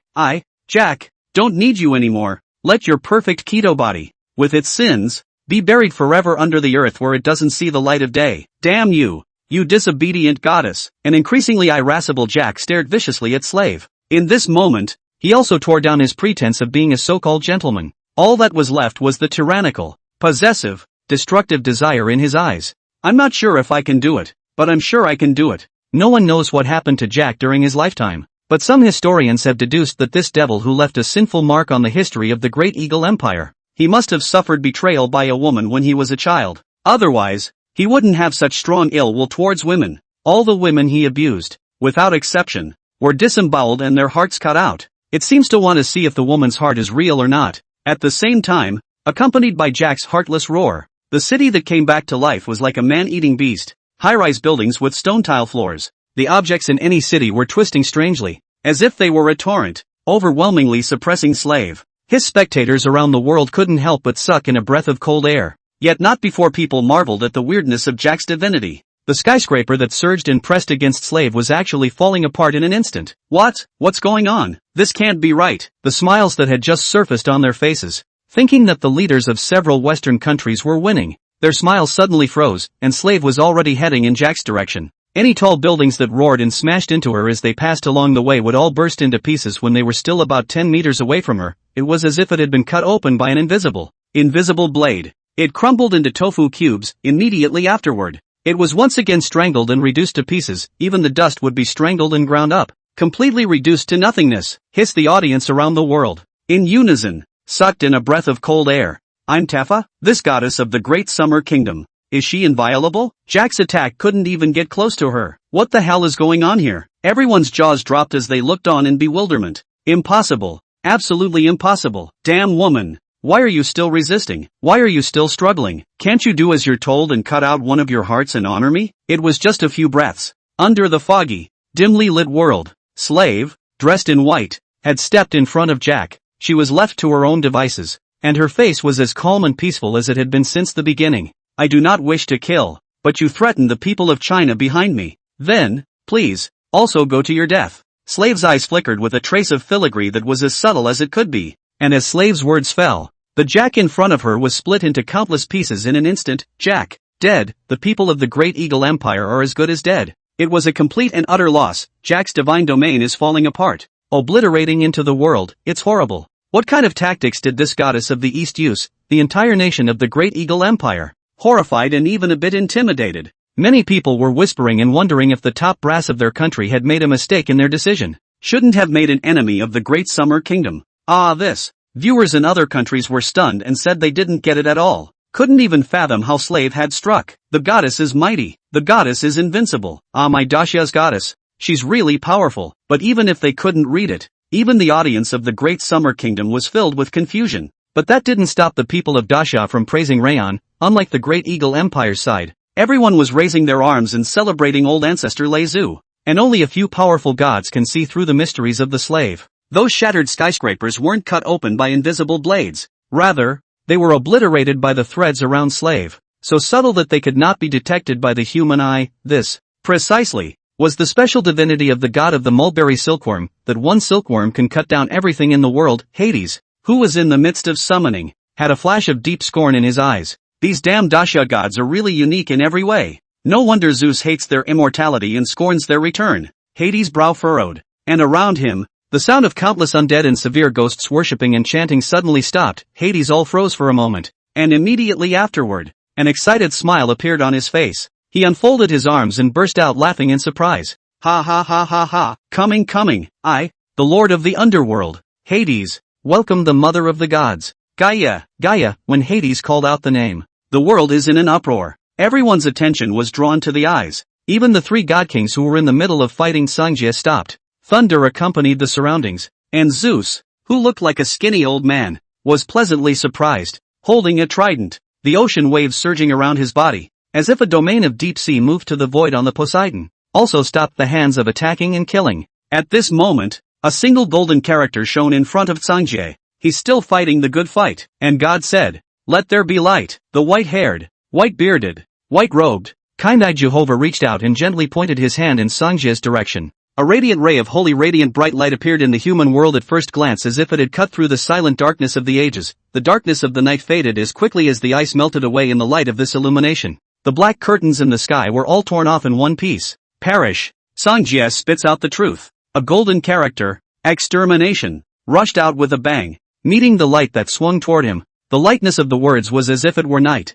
And Mom shouted out, "Turn off the lights." The bright light that shone in the world of men died out in a flash. Darkness once again enveloped the heavens, and the stars blinked in the sky. Jehovah's brow couldn't help but furrow. This damn Eastern god, how is his divinity so special? And Jehovah felt it long ago. Whether it was slave ancestor or that Sangjie in front of him, they were not like those great Xia gods that had once been summoned by Chu Yun, who had insufficient faith. Hard to get a foothold in the mythic ring. The faith power of these two great summer gods was in perfect condition. It can be plated 100%, and the significance of their existence seemed to be extremely special to the people of Daxia. It is also for this reason that these two men and gods cannot be measured by common sense. Surprisingly, they were able to block the attacking footsteps of their three god kings. Of course, Courage couldn't hold out much longer. Give them a little more time, and they'll be able to destroy the god of this great Xia. This god is the god of creation. Will he be stopped by you gods born after birth? You sins of the east shall be dispelled by my holy glory. The gates of heaven are always open for you. Return to my arms and believe in my light. Jehovah took a deep breath and forced himself to calm down.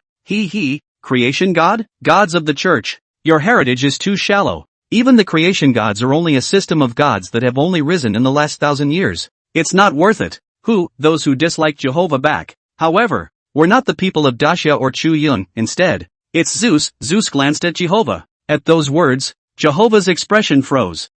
What's wrong with you? Aren't we allies now? Are you exposing our church in public? The Lord had a Mamma Mia word in his heart that he didn't know whether to speak or not. You'll be able to see today what it means to be a creator god. A god at the level of the creator. A smirk curled the corners of Zeus' mouth. Even he seemed a little excited. Not waiting for Jehovah to respond, the scene then erupted into thunderous cheers. It was seen that all the Sheila nationals, with faces of pious yearning, rose up in excitement. Gaia, Gaia, Gaia. Sheila people are passionate. It even made the people of the Great Eagle Empire, who were as surprised as if they had died, look away. Who is Gaia? These Sheila people are so excited. You don't even know about Gaia? That's the first god in the hierarchy of gods. She is the mother of the earth and the mother of the gods. There are also some similarities between the gods of Hera and the myths of the Great Summer Kingdom and the legends of the Hera myths. For example, this goddess Gaia, known as Mother Earth, she too was born out of chaos, as the original god of the mythological world of Hera. She is the mother of all Hera gods, humans, and creatures. That great Xia's Chu Yun, wasn't he advertised by the great Xia as having awakened the Pangu inheritance of the creator of heaven and earth? Gaia, the goddess, she did not open the heavens, but she is a being who is one with the mythical world of Sheila. She is the equivalent of the entire world of Sheila's gods, the ontological will of the mythical world of Hela, so to speak. With the aura revived now, the influence of the myths and legends of the Shira Empire is not just limited to the Shira Empire. There are people in every country in the world who study the Hira divine system. There was that person who was well versed in the myth of Hera, explaining it to those around him. Just tell me how the hierarchy could not be thrilled with such a goddess. It's no wonder even Hades, the king of the underworld, is so agitated, feeling that this is summoning her old mother? No, not mother, but grandmother. The ring's audience set off a huge wave. That's right, in a sense, it's really Hades' grandmother. Three brothers, Hades, Zeus, and Poseidon, whose mother was Rhea,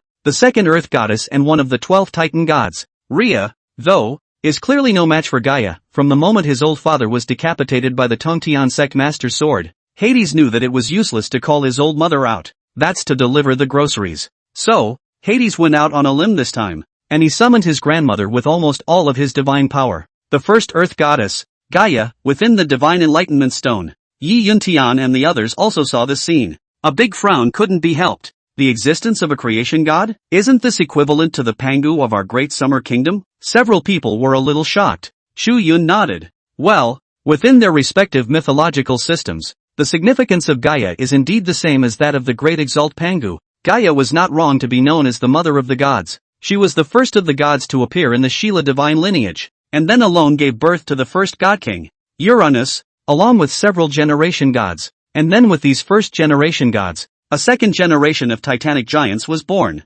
Chu Yun explained the origin of Gaia to Yi Yuntian's few people. Yi Yuntian, Songhai, ahem, How does that sound? A little messed up. Chu Yun nodded. Well, it should be strong. But on the Sect side, it's almost ready. Chu Yun secretly clenched his fist as his gaze looked in the direction of the Immortal Execution Sword Formation. Oh no, at this moment, the Immortal Execution Sword Formation could no longer be called by this name. In that sword formation, the flags were fluttering, as if there were countless armies hidden within, and the gongs and drums shook the sky. Celebrating with the whole heaven, the demonic aura filled the air and the immortal charm swept away. It had both the aura of a great demon and the air of an immortal. An extremely unreasonable scene, simply because in the legends of the East, immortal gods and demons, those were two absolute opposites. It is impossible to work together in good faith, much less side by side, but at the moment, this phenomenon is broken. It was only because Lord Tongtian's teachings of the Sect of the Interceptors were different. This old man, who teaches all beings, never discriminates on the basis of their birthright.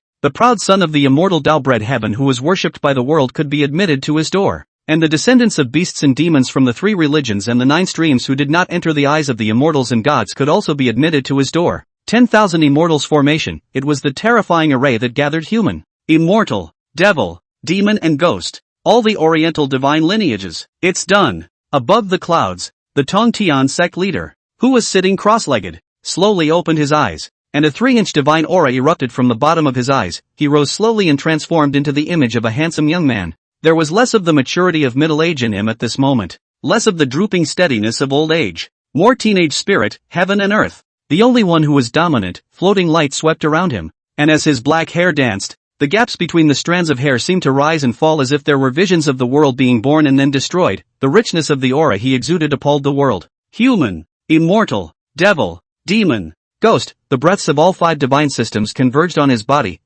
People all over the world are jaw-dropped and dumbfounded. Is this the real Lord Tongtian of Disya, the breath of the 5 divine systems? When the aura of the Tongtian sect leader radiated out, Zeus and the other god kings in the ring couldn't help but change their faces slightly. Unexpectedly, this Eastern god, he is actually a 5-system deity. Big brother, no harm done, mother has been revived and we can show perfection. At that moment, Hades flew in and stood with Zeus and Poseidon. In fact, if it wasn't for the summoning of Gaia, these 3 god kings of the Shira divine lineage had all beaten a retreat after seeing the 10,000 immortals formation. They couldn't even fathom that this Tongtian sect leader who presided over the 10,000 immortals formation, he was in a state of limbo at the moment, whether he had reached his limit or not. It seems that during our time of truce, this ancient god of the great summer is also recovering. After thinking about this, Zeus looked at the seat of the representative of the great summer kingdom with an expressionless face. There, Chu Yun and Yi Yuntian, among others, were within the divine enlightenment stone,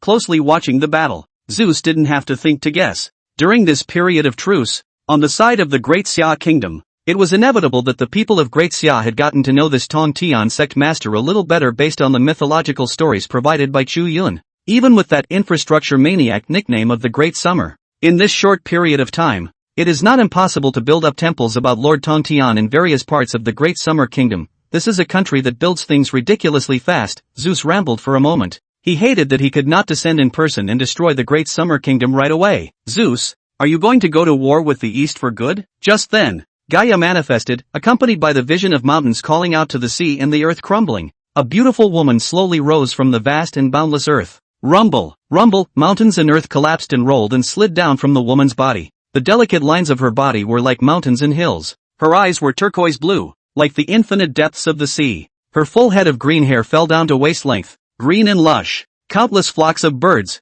chirping and chirping, as if they were a piece of auspicious clouds of different and colorful colors, hovered around her body. The sheer size of her body is through the roof. The turquoise blue, dark eyes, high up and down, fixed their gaze on the 3 brothers of Zeus. Hiss! All the spectators from the countries that saw Gaia's appearance were all sucking in a breath of cold air. Yi Yuntian and the others also understood in this instant why Chu Yun would say that in the system of the hierarchy of myths, Gaia was, in some ways, equivalent to the existence of Pangu, because Gaia is none other than the Lord of creation within the divine lineage of Hera. The surging infinite life force in her body seemed to contain an entire world. That surging life force even diffused a marvelous vision. Countless flowers and plants, rooted in the void, grew wildly. Zeus, why bother to fight with the Eastern gods to the death? Don't forget, many years ago, you also had with the Eastern heavenly court of the immortal gods, side by side to fight against that extraterrestrial. At this point, Gaia's words came to an abrupt end. Apparently there were some things that she couldn't say all the way out due to the rules of the mythic ring.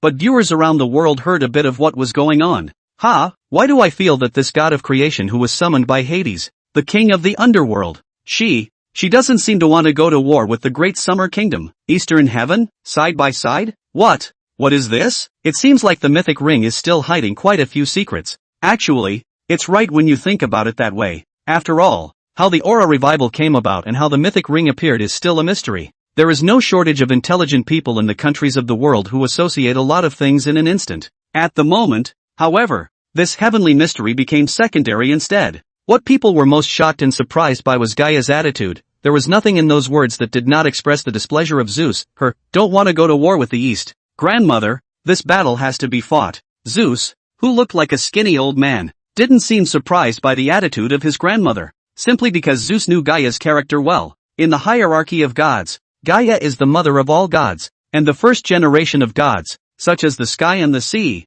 were all derived from within her. All the heavenly deities, including the 12 Titan gods, the 3 Cyclopes, and so on, are her descendants. It is for this reason that this goddess possesses the characteristic of embracing everything in the world. She was not a deity who liked to fight in the first place. It marks the transition from chaos and disorder to order, and the beginning of the derivation of all things to flourish in the world. Such a gentle goddess naturally doesn't like to compete. But, is this a competition? The significance of the divine war, at least to Zeus, is for mortals, a battle of nations that is a matter of life and death. But to them, the gods, it was equally vital. Whether or not you can come down to reality in your true form and find your way back according to the coordinates is the top priority. Grandmother, no, that's not right. I should call you Gaia. Zeus is muddy and hollow, so that one could not see the pupils, deep and dark, like an infinite abyss-like eyes, looked at Gaia. This battle has a great deal at stake, involving whether or not our gods can return to the present world in their true forms.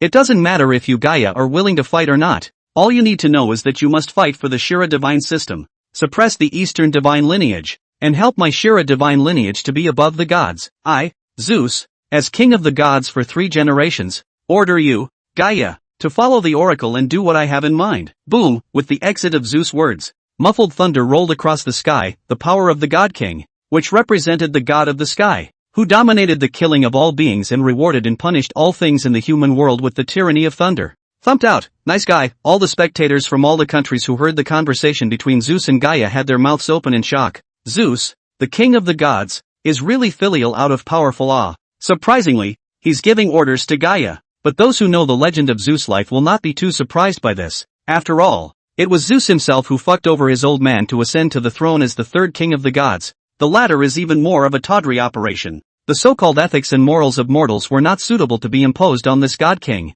Zeus has a say in how messed up the hierarchy of gods is. Hey, so be it. After a short silence, Gaia let out a low sigh. Immediately afterward, a greenish vitality converged on the bodies of the 3 great god kings of Zeus from all directions. That sense of surging breath made even Jehovah on the side look very envious. This clearly stems from the blessing of Gaia. Meanwhile, within the divine enlightenment stone, Yun Tian and the others came to a sudden realization. This creation god. Her divinity is different from our country's Pangu, although she is also a creation god. Her divinity seems to be more on the side of assistance. Chu Yun nodded. Well, Gaia is just in a sense equivalent to our country's Pangu, but Gaia did not do the opening of the heavens, but she definitely has the strongest divine aid ability of all the supreme gods. Chu Yun also had some understanding of Gaia and explained to a few people. With her here, I'm afraid that these 3 god kings of Shira will be on fire. Sure enough, it was just as Chu Yun had predicted. Just a few moments later, Zeus' skinny physique changed with a roar, as if it was inflated, sinewy flesh surging, gnarled dragons coiled, and the terrifying pressure of the God King shook the heavens and deterred the earth. It swept the 8 directions. In my name, I call you Heaven's Punisher. Vast heavenly might, punishment thunder destroys the world. Boom, terrifying thunder appeared at first, tearing through the infinite darkness of the starry universe. The gates of purgatory open. Ghostly pawns of the underworld, all evil ghosts, show yourselves and offer your loyalty. For my king of the underworld. Hades leaned back and laughed, his arms unfolding. The portal to the underworld behind him opened completely, and countless ghosts and stern spirits, roaring, swarmed out. Poseidon, trident in hand, made his ancestral salmon thrust. The person was like a stream of light, charging into the 10,000 immortals formation without hesitation. The 3 Zeus brothers, on fire, charge up, it's on. Spectators from all over the world were closely following the battle. Within the 10,000 immortals formation, Within the most central eye of the formation orientation, sect leader Tong Tian was unmoved. He was only coldly gazing at Gaia's direction. It was as if Zeus and a few other god kings couldn't even enter his eyes. Humph, arrogant and bossy, god of the east, you are a bit too arrogant. Hades smiled grimly and led the evil ghosts of the underworld like a vast black tide, charging into the 10,000 Immortals formation. In the 10,000 Immortals formation, flags were displayed and big banners spread across the sky. Countless blurring figures of immortals, gods, and demons neatly lined up and roared out, "Kill!" The sound shook the heavens and shook the earth. These immortal gods, though only vaguely physical, were not truly awakened, nor were they summoned, but one by one, they all displayed the unique combat techniques of the Eastern immortal gods. It was also the first time that viewers all over the world had seen how the Eastern deities of the Great Summer Kingdom, in a large-scale divine war, fought, waiting for those evil spirits to get close enough to fight. Don't tease, the Eastern immortal god, was never most terrifying in my own body, but in that one incredible immortal treasure. Spirits and demons, small and petty people, things that can't rise to the occasion. How dare they enter my great formation? It is indeed a heavenly insult to my master. Wow, within the 10,000 Immortals formation, the army of immortal gods actually gave way to the left and right. Make an aisle, a blurry female figure whose body shone with a golden radiant color and exuded an incomparable immortal aura was seen coming out of the crowd. Around this woman's body, a dragon tiger jade rui emerged. "Go!" the woman chirped out softly. The jade rui knocked and shook from side to side, and the left rui, in fact, transformed into a golden dragon that covered the sky and laughed in the sky. The golden dragon danced and shook its head as golden clouds rolled in and spread around it.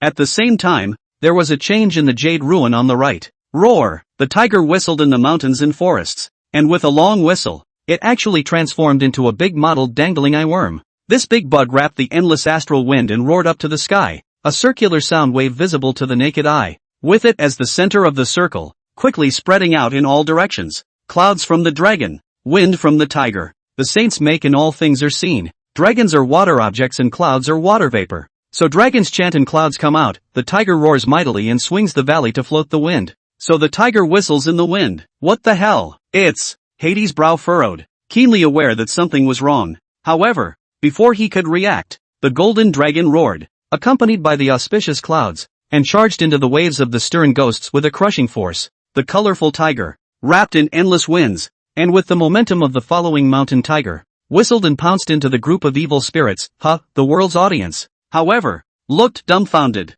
Nice guy. Never seen a fight like that. How it looks like it's changed into some divine beast. However, this is where the nations don't understand Eastern mythology. The immortal gods of the East could not just cultivate a body of magical powers and spells. They also had a dazzling assortment of magical treasures. These magic treasures are the biggest killer apps of the immortal gods.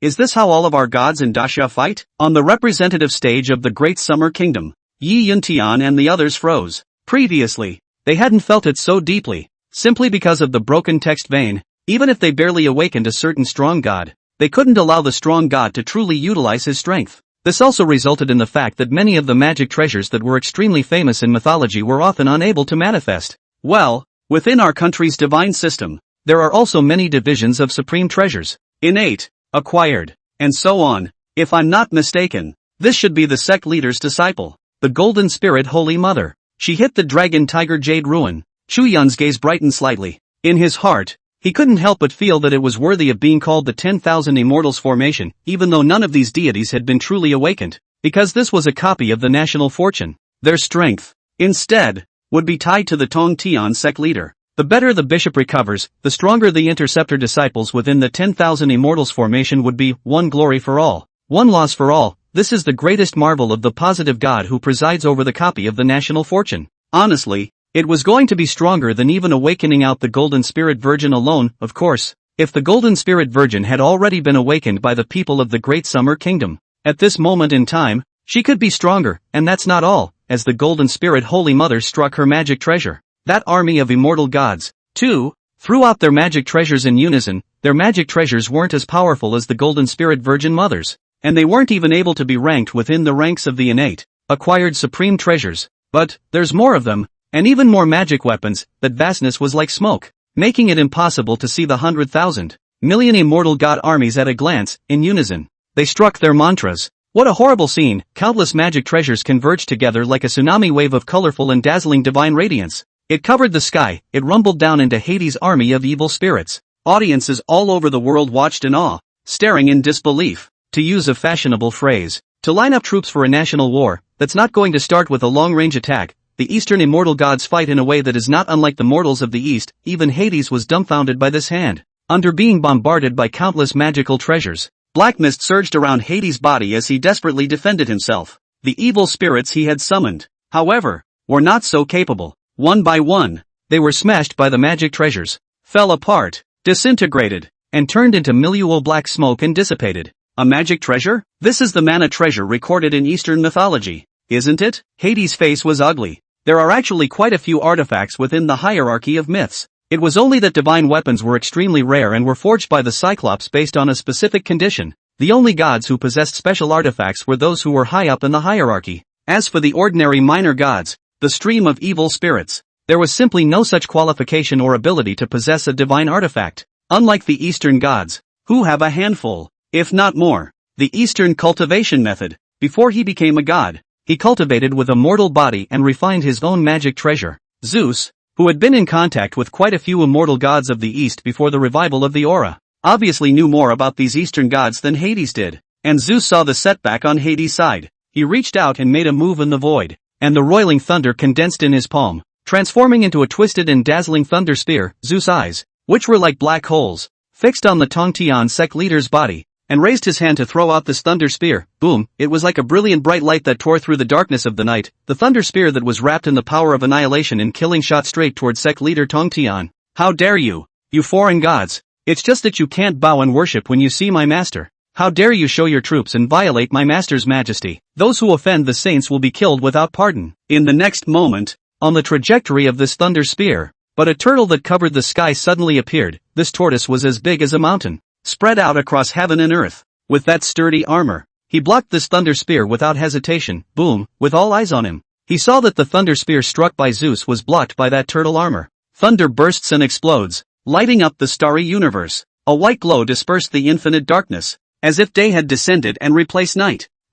What kind of god is this? Seeing his law blocked, Zeus' brow furrowed. He even had a sense of humiliation. He himself hadn't even touched the corner of Sect leader Tongan's coat yet, but was actually blocked by an unknown minor god. How could this be acceptable to Zeus? He's the third-generation god king of Shira. Arrogant and ignorant. Damned little god. You know what happens when you anger a heavenly god. Zeus' face was cold to the core. The Shin turtle that had blocked Zeus' blow had also changed into a human body at this moment. A beautiful and dignified hazy oriental woman look-alike. Although it was not clear what her form looked like, everyone was able to feel the lofty and immovable, steady as a mountain-like heavy aura on her body. Holy Mother Turtle Spirit. Chu Yun explained to Yi Yuntian's few people. The Turtle Spirit Virgin Mother, like the Golden Spirit Virgin Mother, was one of the 4 personal disciples of the Tongan Sect Master. This one is not to be underestimated. In the record of the Seal of the Gods, none of those junior disciples of the hierarchy were her rivals. She defeated fearful Lu Sun, one of the 12 golden immortals,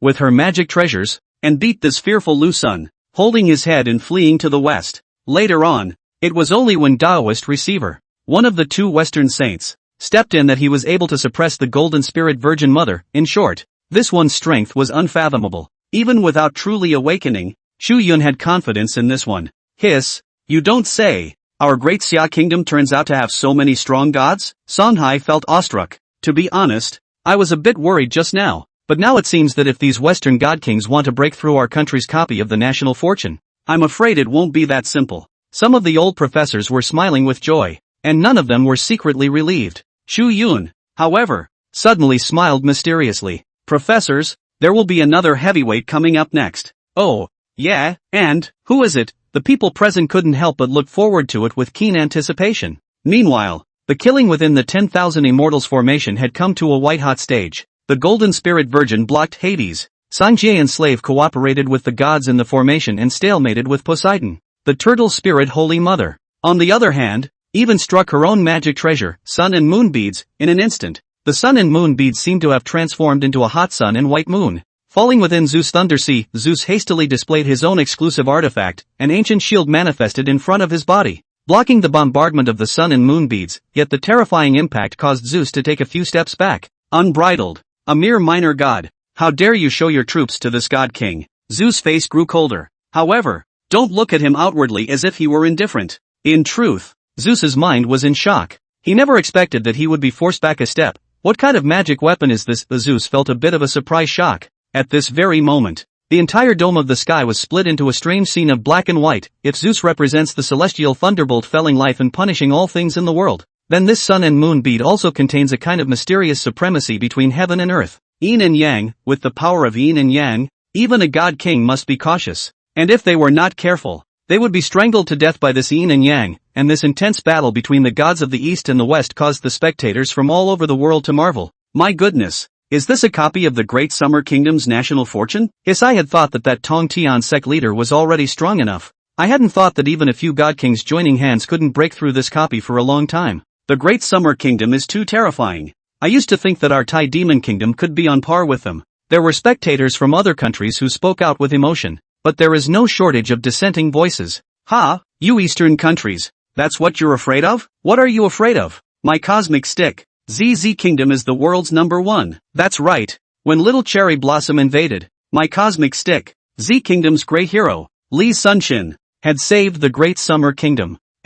Wait, Little Stick, Z, what are you guys pulling? It wasn't the old ancestors of the other people's Great Summer Country who went to save you. I heard that Li Sunshine just played as a support. Right? Blah blah blah. Don't you guys talk nonsense. We're Hai Li people's descendants. Our great Gao Li Kingdom once almost unified the Asian continent. Internationally, some people are supporting the Great Summer State. Some people are cursing. Some people are shying away. Odin, why don't you get off the stage? Just then, Zeus suddenly looked in the direction of the beautiful Federation. Even the nationals of the beautiful Federation looked quizzically at the manifested Odin. It wasn't until this moment that it suddenly dawned on people. How come there are no strong gods debuting in the Norse god system? Great king of the gods, Odin, aren't you coming down? Several of the leaders of the beautiful Federation were a bit anxious. At the very beginning, they felt that with the combined strength of several countries, it wouldn't be a breeze to break through a copy of the Great Summer Kingdom's national fortune. But as the situation unfolded,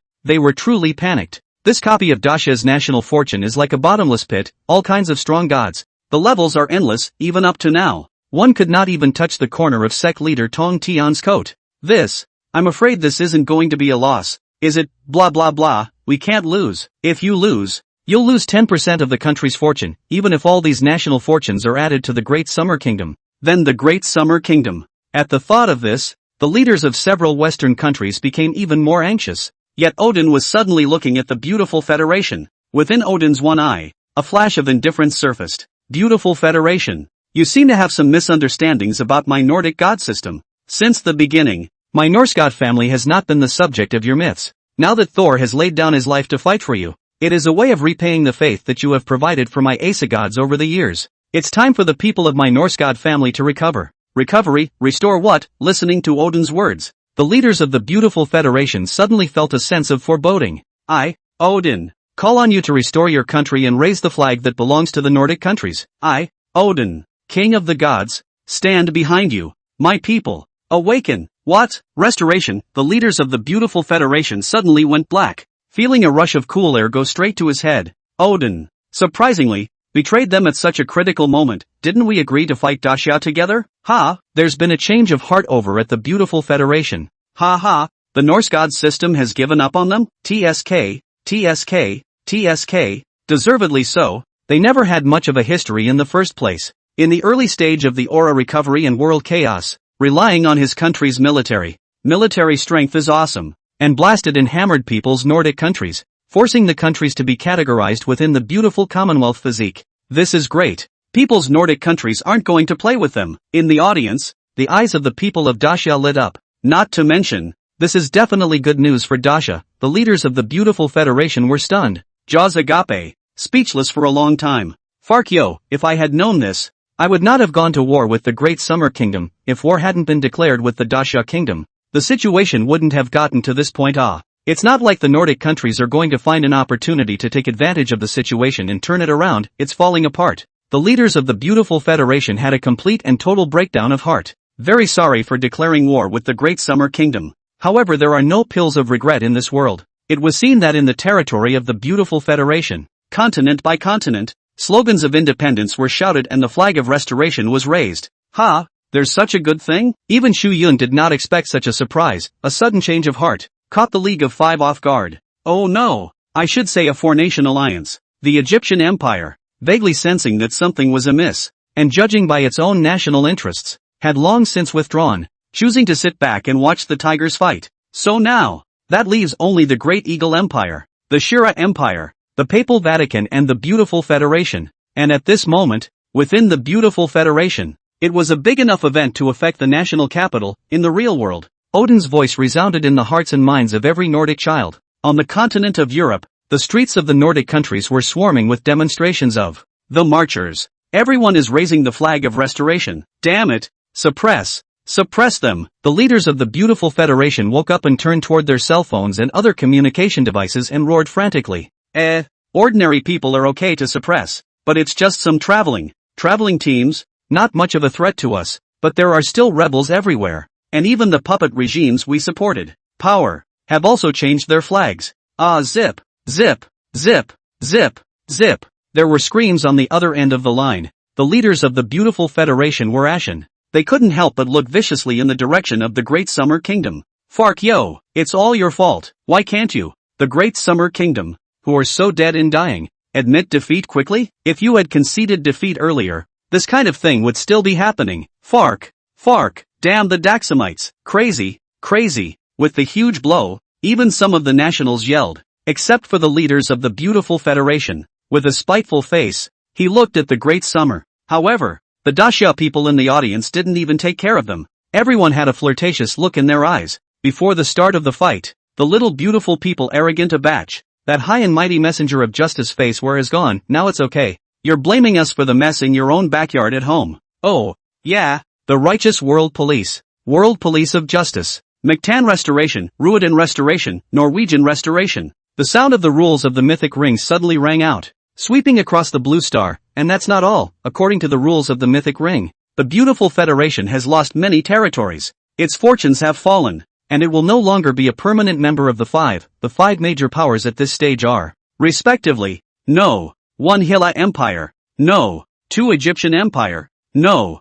3 Great Xia, no. 4 Great Eagle Empire, and the 5th seat is temporarily vacant. Loss of eligibility to declare war on the Great Summer State due to the change of statehood of the Beautiful Federation, announcing the defeat of the Beautiful Federation and the victory of the Great Summer. You need to compensate the Great Xia for 10% of its national fortune. Boom, a voice accompanied by the power of rules rang out. To the naked eye, a white-headed eagle emerges from the real world, in the direction of the Beautiful Federation. That's exactly what the beautiful country's national fortune represents. This immense bald eagle that enveloped the American continent was divinely powerful. Yet the next moment, a 5-clawed golden dragon appeared in the sky above the white-headed eagle. The dragon's claws grabbed down fiercely and captured the white-headed eagle's neck. The dragon's mouth opened, and in the posture of a dragon sucking in water, it devoured the national fortune on the white-headed eagle in one big gulp. The eagle's hairs were flying about, and the ravages were miserable. The leaders of the Beautiful Federation fell to the ground in a crumpled, limp heap, as if they were dead. That's a big price to pay. It made them all a little reluctant to believe it. People from all over the world, too, are watching with trepidation. When they once again looked at the audience of the Great Summer Country, the people of the neutral countries were subconsciously jealous of the Great Summer Country. This scorn is not a bad thing. This scorn is far more important than contempt. Even some overseas Chinese who were far away from home, doing business to make ends meet, could feel the eyes of the people around them changing as they looked at them. It was a gaze that was a combination of envy, scorn, admiration, and many other complex feelings. They're a little afraid of the Great Summerland. This kind of look originally existed only when looking at beautiful countrymen and Shiras. But now, there's another Daxia. Since then, when anyone asked again, the Chinese expatriates could straighten their chests and proudly say, I come from Daxia, especially Chinese nationals doing business in war-torn countries. Their treatment has skyrocketed. In front of a store, the Chinese couple, panicked and clutching their children, hid behind the counter, and inside the store, the fierce, greedy-eyed rebel army. But when the sound of the mythic ring's rules carried over, the rebels present, the army invariably stopped the movements of their hands and froze in place. A few moments later, retreat quickly. Are you deaf? Can't you hear me? The Great Summer has won the Beautiful Federation. How dare you mess with this country? Are you blind? Can't you see the 5-star red flag flying outside? Whoever dares to set foot in the territory of the Daxia countrymen in the future, don't blame my guns for not being able to see. Outside, over the loudspeakers, came the roar of the general. One by one the rebels, the soldiers, silenced and craning their necks, exited the store in a panic. It was as if there were horrible monsters lurking in this tiny store. Let them be afraid, let them fear, dare not encroach on the slightest. The Chinese couple was stunned on the spot. They were able to understand the local language, but it was precisely because they did that they felt somewhat incredulous. So we get to enjoy the special treatment of beautiful people too. Honey, do you remember what I just said? I told you, our country won't give up on us. And look at you, you're still crying from fear. The big-bellied man stood up from behind the counter and reached up to wipe the dark gray from his face. The aftermath of the robbery gave him all the illusory feeling of unreality. His daughter-in-law couldn't help but be amused as she looked at the man's big spent cat-like face. The man smiled back, laughing, but the man cried again. Big man in his 40s, sitting on the floor like a child, howling. Look at that. You guys, our country, as I said, will not abandon us. I am proud to be a Daxian. I'm proud. Behind me, there is my country. The country is strong, but the people are strong, even in a foreign country. But the national prestige of Daxia was still able to radiate. Behind every citizen of Daxia stood a terrifying monster. That monster, named the state. That monster, so that the world is afraid of it. So that the people of other countries do not dare to violate the slightest bit. Grandma, aren't you coming down? Are you going to stand by and watch our Shira Empire fall to the same miserable state as the beautiful Federation? No, grandmother, you are the original god. You are the source of the gods. Your tolerance, your gentleness, must not have been able to bear to see your children in such a state. In the sky above the mythic ring, Zeus keenly sensed the change in the world's pattern, and his face became a bit ugly. He hadn't expected it to come to this, especially that ranking of countries. Without realizing it, the Great Summer Country was already ranked 3rd if you lose, and then compensate for the national fortune of the Great Summer Kingdom. Then, Zeus couldn't even imagine going on at the thought. Hey! A long sigh spreads through the world. Gaia's eyes showed struggle, pity, finally firming up. Okay, but I'm only going to help you guys this once. Gaia is going down. The nations were shocked at the words coming, and in the representative seat of the Great Xia Kingdom, Chu Yun subconsciously clenched his fists, his eyes gleaming as he looked somewhere on the 10,000 Immortals formation. Originally there were 4 blurry and hazy figures. At this moment, one of the figures gradually became clear. Little friend, the poor monk has already said that you have a destiny with my Western sect. Now it seems that you and I are destined for each other. Above the clouds, one of the 4 blurred figures gradually became clear. He was dressed in a white robe, middle-aged thin man-like, with compassionate mildness flowing from the bottom of his eyes, and a faint smile, if any, hanging at the corner of his mouth. Put your hands together in front of your chest. A golden halo hovered behind his head, and a warm golden glow surged around him. Ah, our paramount Buddha mother. Pod pissed off. Chu Yun. It's all that Chu Yun. For this one, I'm afraid no one is more excited than the A.T. people. Before the people of the Daxia Kingdom could say anything, Sanrin in the audience couldn't help himself first, holding his head and screaming miserably. It was really because that dead memory suddenly attacked the 3 of them again. That's right, this was none other than the paramount Buddha mother that Chu Yun had snatched from the Agua side using the civil battle method. This caused the Sand people to feel nothing but a major heart attack. In the first place, they were just coming along for the ride. Look at how a few Western countries beat Daxia to death. It would be best to destroy the Great Summer Kingdom completely. This will also be considered as a blood revenge for them. The 3 kingdoms. It's a good thing that it's not now. Even before the Great Xia Kingdom was finished, they first saw the powerful deities that originally belonged to their own country's camp. But at this moment, they showed up and fought for the Great Xia Kingdom. What's going on? Why would the paramount Buddha mother help the Great Summer Kingdom? This copy of the Great Summer Kingdom's national fortune is still somewhat related to the paramount Buddha mother? The faces of the Sand people were ugly, and their minds were in a state of great disarray. Within the Divine Enlightenment Stone, Yi Yuntian's few people were also stunned. Good fellow, is this the Buddha deity that we just welcomed back? Ha! How did he appear in the copy of the national fortune? At this moment, Yi Yuntian, Song Hai and a few others came to a sudden realization. It was then that he realized who the heavyweights were that Chu Yun was talking about. However, a few people were obviously filled with bewilderment and did not understand why Taoist Paramount had appeared in the copy of the national fortune. Taoist Paramount. It is precisely a sage who was closely related to his elderness, the sect leader. According to our country's mythological records, the sect leader, his elder, set up the Immortal Execution Sword Formation and the 10,000 Immortals Formation, and one of the 4 saints who met the battle was Taoist Paramount. So, since Taoist Paramount has returned to our country's mythological camp, then it's not surprising that he appeared in the 10,000 Immortals Formation. Chu Yun smiled wistfully. In fact, from the very beginning, Chu Yun was not at all worried that the several god kings in the West would be able to break through the Great Summer Kingdom's copy of the national fortune. After all, he knew very well that there was more than just one saint, the Tongtian sect leader. In this copy of the national fortune, and the paramount Taoist, even Taoist paramount's level of recovery was better than that of sect leader Tongtian, simply because the paramount Taoist has long been awakened by the San people. The Buddhist children of the three kingdoms have been worshipping Taoist paramount for centuries. During these few hundred years, Taoist paramount had absorbed much more power of faith than the Tongtian sect master who had only just appeared. So it is. Ha ha.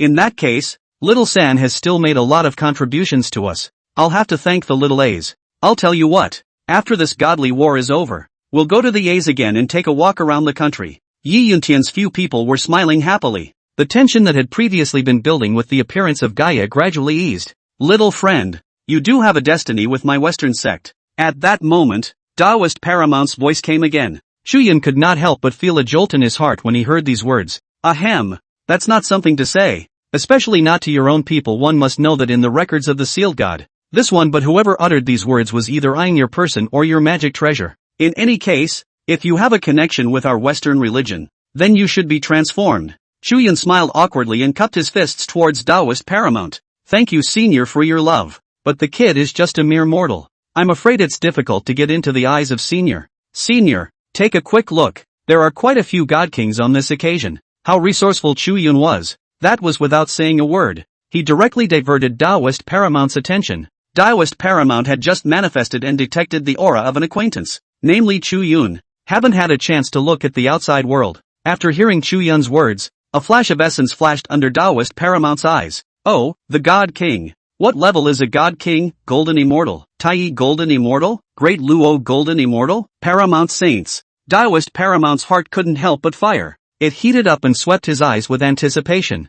Ha! The old man with the thunder. The man with the trident. The one shrouded in black mist.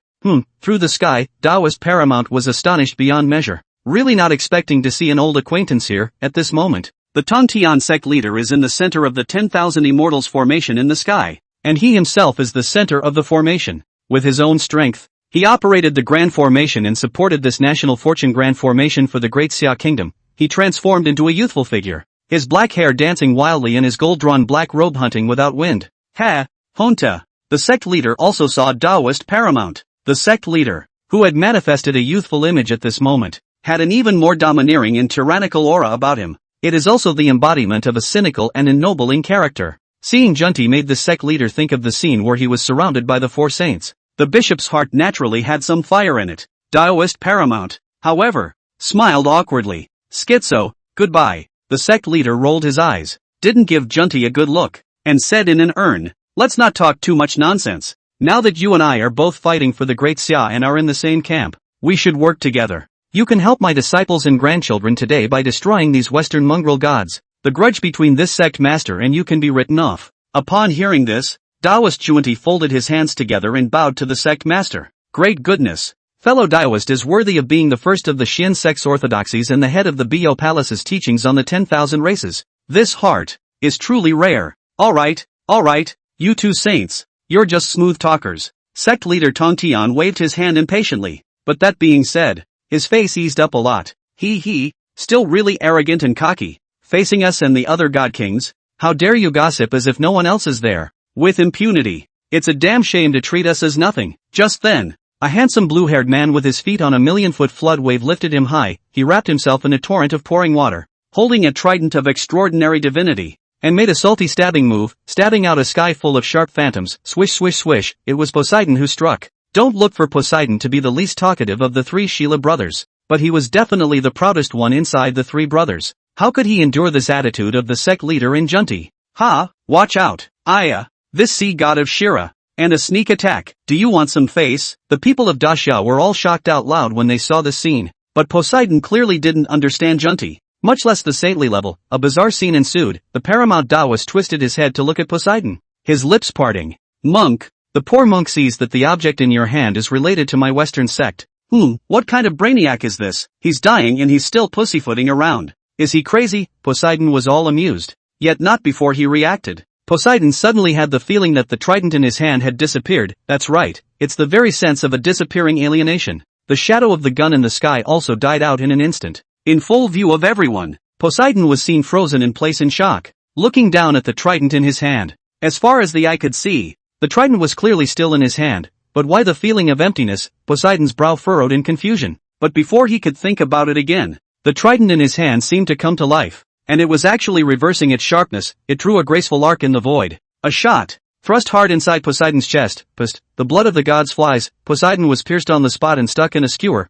All those who saw the scene were all staring in shock. What? What is this? Waterfax? Poseidon's been skewered. Blah blah blah. How do you talk? Show some respect to our sea god. What's going on here? Why would the trident, the divine weapon of our great sea god, hurt its own master? The scene erupted into a thunderous and heated murmur. Not to say that viewers around the world looked dumbfounded. Zeus, Hades, and Jehovah were also confused for a moment. Poseidon, Hades' face changed drastically, and a dense sense of panic flared up in the bottom of his eyes, because even he, too, couldn't understand the scene at all, completely unable to comprehend what is going on here.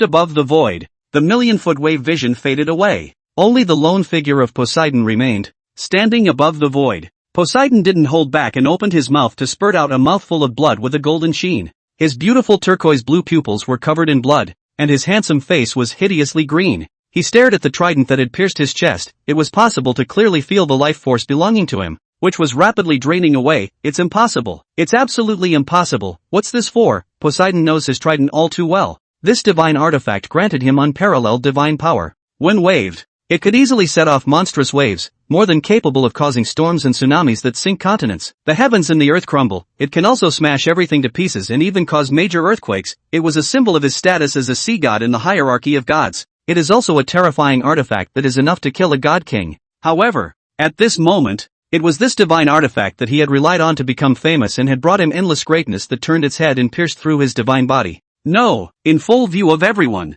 people could see that this sea god suddenly raised the sky and roared after a short period of silence. No, this god cannot die. This god has yet to welcome the day when his true body returns to the present world. This god is the sea god, the master of the boundless seas and all living things. This god will also step on every inch of your great summer kingdom. I'm not convinced. I defy you. Poseidon was no longer as calm and collected as he had been before, and there was no more grace and nobility in him. In its place was a somewhat maniacal hideousness, but it was useless for him to be unconvinced. Caught off guard, he was regaled by Taoist paramount with his divine weapon. Ending his own life with his own artifact, the infinite greatness within the trident tilted wildly, destroying Poseidon's divine body. It was seen that his body was in pieces, as if he were a clay tire wax statue, shattering into silken dregs that fluttered in the wind and died out in the dust. Silence, the room fell into dead silence. Everyone was speechless. The people of the Shira Empire watched the scene in horror. How is this possible? Dead. One of our god kings is actually dead. The Sheila's face was ugly as hell,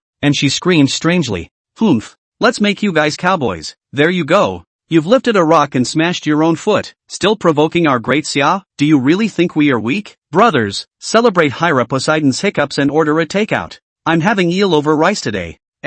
Bro, get me one too. I want. The Dasha people in the audience would not miss the opportunity to hit the Shira people. For his own gods, that too. He did not mince words of praise. Now, the mentality of the people of the three countries of the Arakanese nation is even more broken. None of them knew that Taoist paramount had this kind of powerful ability. During their time in the three kingdoms of Aeson, Taoist paramount had not even exerted such greatness. Now it's good. How come it's only belonged to the camp of the Great Summer Kingdom? It's so powerful. The Sand people still don't know. Thanks to the fact that they have been worshipping the paramount Taoist for hundreds of years. Otherwise, according to the rules of the mythic ring, Taoist paramount had manifested and had not been able to recover so much of his strength. Granted, many people could see that it was only after Poseidon was caught off guard that he was undermined. It wasn't that easy to fall if one was on guard in advance, but it was enough to see how powerful Taoist paramount was, within the Divine Enlightenment Stone. Yi Yuntian and the others were also startled by this scene.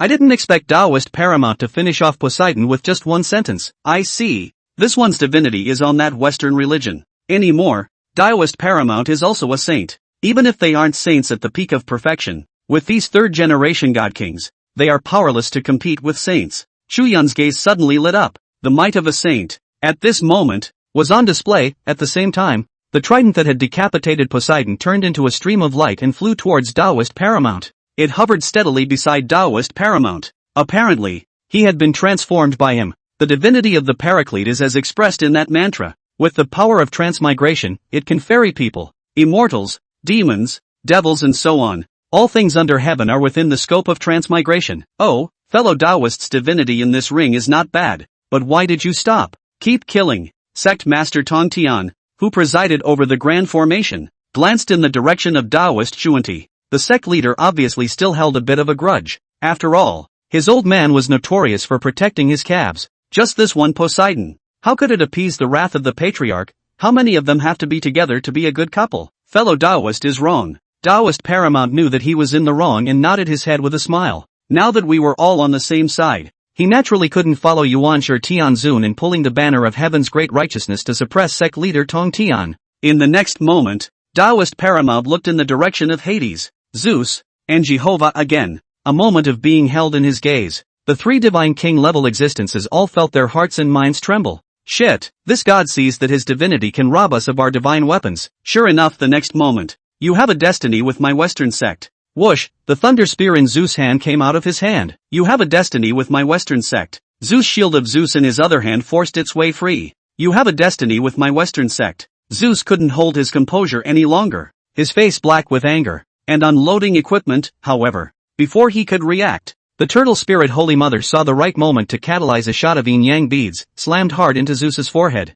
Past losing the shelter of his shield, Zeus was smashed on the spot by this terrifying supreme treasure. The body staggered back. And over there, Jehovah was flabbergasted. I don't have an artifact. Oh, this Eastern god. Brainiac. Right, Jehovah had thought he was going to get away with it. However, in the next moment, Jehovah suddenly realized that he was enveloped by an inexplicable force. In your ears, in your head, in your heart, it was as if originating from all directions. The phrase was repeated over and over again. You are bound to my Western religion. You are bound to my Western religion. Like flies that can't be repelled, it buzzes and pervades the body. Magic sound through the ears. Jehovah was confused. What? Not only were you able to get away with the artifacts, but you were even able to be transmuted in your own god. There was no more celebration in Jehovah's heart. Fear, shock, disbelief, and other mixed emotions filled the mind. He crouched on the ground with his head in agony, desperately trying to stop the demonic sounds from filling his ears. Enough is enough. Shut up, grandmother.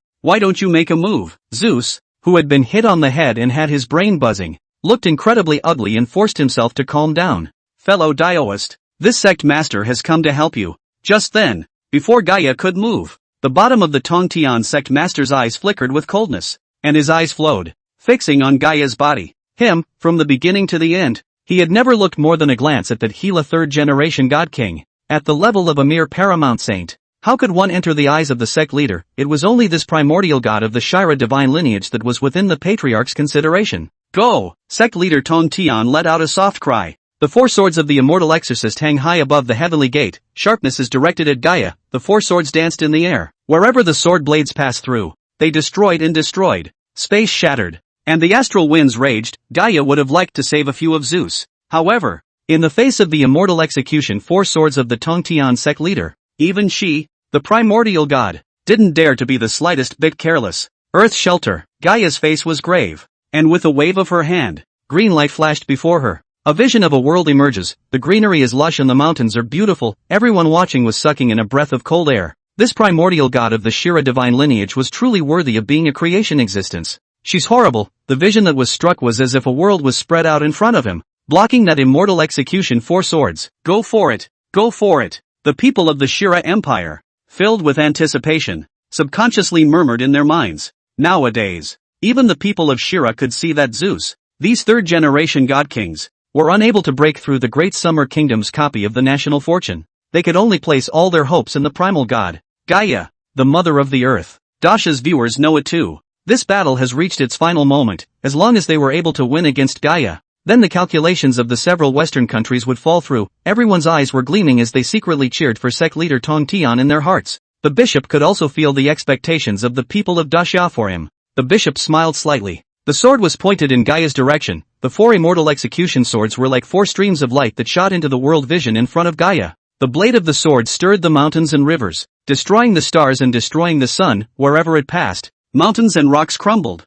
and the sun and moon rotted. Kachow. Visible to the naked eye, dense cracks surfaced on that world vision, as if it was a glass mirror breaking. Cracks spread wildly in all directions. Gaia's face changed slightly as she raised her right hand to the sky. Above her head, a crack opened. Through the slit, a world of light can be seen behind. This time, the worldscape is much more mythic. Inside, there are unicorns running happily in packs and towering snow-capped mountains that stand at the center of the world. Mount Olympus. This was a view of a corner of the divine realm world in the Shira divine system. Gaia, who was connected to the world of the divine realm of Sheila, enjoyed the blessings of the divine realm. The Shira divine domain continued to unfold, as if it covered the heaven and earth of the mythic ring, changed the corner of the world of the mythic ring into a divine landscape. As for Gaia, she was within the realm of Sheila. The surroundings were all familiar to her. Her body was covered in floating light and a colorful armor all over her body. In an instant, it changed from that gentle, mother-like image of a woman to a goddess of divine might.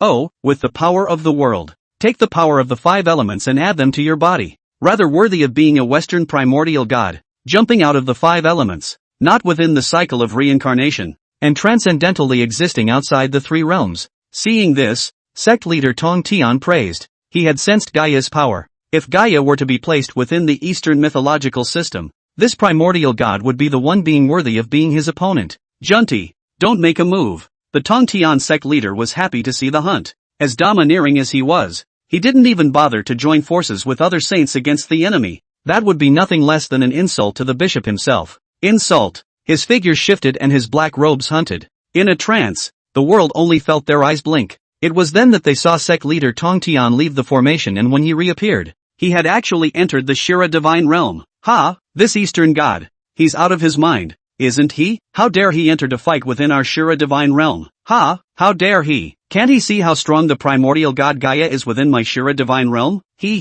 I'm afraid you're not floating, are you? Letting go of the advantages of their own great formations, they actually dared to rush into our side of the divine realm. The Sheila people in the audience froze for a moment before bursting into laughter. The mocking banter was unmistakable. The Sheila are about to die of joy. Haven't seen such an arrogant and ignorant Eastern god. Within the divine enlightenment stone, Yi Yuntian and the others' faces changed slightly. The bishop Several people's expressions were grave, vaguely sensing that something was wrong. Being Chu Yun, who was familiar with the worldview of the feudal gods, he was able to see it. The sect leader, his old man, is discovering that this Gaia wants to use the Shira divine realm to fight the 10,000 immortals formation. After all, it's a world of mythological systems, and the sect leader wouldn't dare to gamble on whether the 10,000 immortals formation would be able to stop it. If the 10,000 immortals formation breaks, that would also mean that the copy of my great summer kingdom's national fortune has been breached. Even if the sect master, Junti, and other saints combatants are still around, but according to the rules of the ring, our side will be ruled defeated. When that time comes, my great summer kingdom will be plunged into a place of no return. Speaking of this, Chu Yun's face became somewhat complicated. That's why the sect leader, his old man, would rather risk the ferocity of entering into a battle in the hierarchical divine realm than letting this divine realm crash into the 10,000 immortals formation. Hearing Chu Yun's words, several people came to a realization. Gee, these gods in my country, they're just. Old General Song Hai's face was solemn, only feeling his heart clogging up. Taoist Paramount also noticed this scene and frowned slightly. You, fellow Taoist. Taoist Paramount thought of the past. This protective godfather had always treated his own people this way. He would rather be punished himself and go against the heavenly order than to save his disciples and children. Footnote, it's obvious how his temperament is. The speed on Taoist Paramount's side picked up, and he wasn't transmuting those divine artifacts to treasure. In the next moment, he waved his hand out and struck out the enhancing pestle. One saw a golden glittering treasure pestle and mortar, flickering in the void, appearing in an instant above Hades' head. Hades was keenly aware of the terror of this precious mortar and pestle. In his haste, the underworld aura around his body bulged, and the underworld portal was displayed, using the impenetrable portal of the underworld to block the attack of the treasure pestle. Boom! The enriched treasure pestle and mortar slashed down on his head with the force of splitting Huashan. It shattered the gates of the underworld. What? This can't be right. Hades' face changed drastically before he could react. The precious mortar and pestle then hit him hard on the head. Pissed, Hades' skull shattered and he collapsed to the ground in a shriveled spurt of blood, fainting on the spot. You should know that this enchanted pestle and mortar, which had beaten Kong Xian into a prototype, is still easy to deal with a quasi-saint, and a quasi-saint has no power to fight back at all. A saint's greatest treasure, terrifying as it is. Hades? Zeus also saw the sight and his face changed. However, before Zeus could do anything, Taoist Paramount swung out another hand. A bright green bamboo floated above Zeus' head. Green bamboos rooted in the void.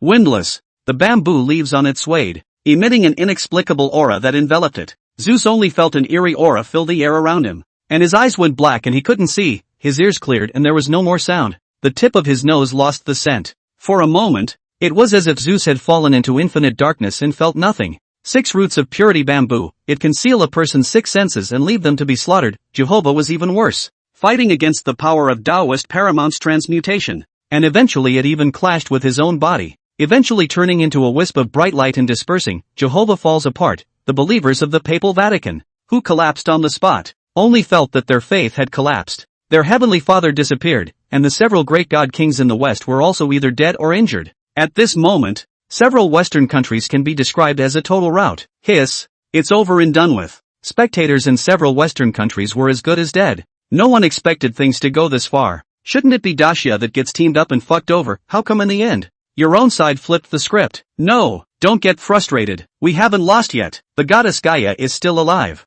The mother of the gods, she is still alive. Someone suddenly shouted. The spirits of the spectators in several Western countries could not help but be shaken. Yeah, the goddess Gaia is still around. She's the original god of the myth of Hela. Don't be discouraged. We haven't completely failed yet. We can definitely win against Dacia. Yeah, we can. Have faith, everyone. A number of Westerners stood up and yelled at the top of their lungs, intent on cheering up the crowd. It was as if they saw the glow of justice in them. Their expressions were so righteous, so much like a guiding light in a desperate situation. Hero-like. Bah, shame on you. Don't talk like you're some kind of justice makers. What? You're going to beat us up and we can't fight back? Yes. Get it right. We're the ones protecting the country. You're the invaders.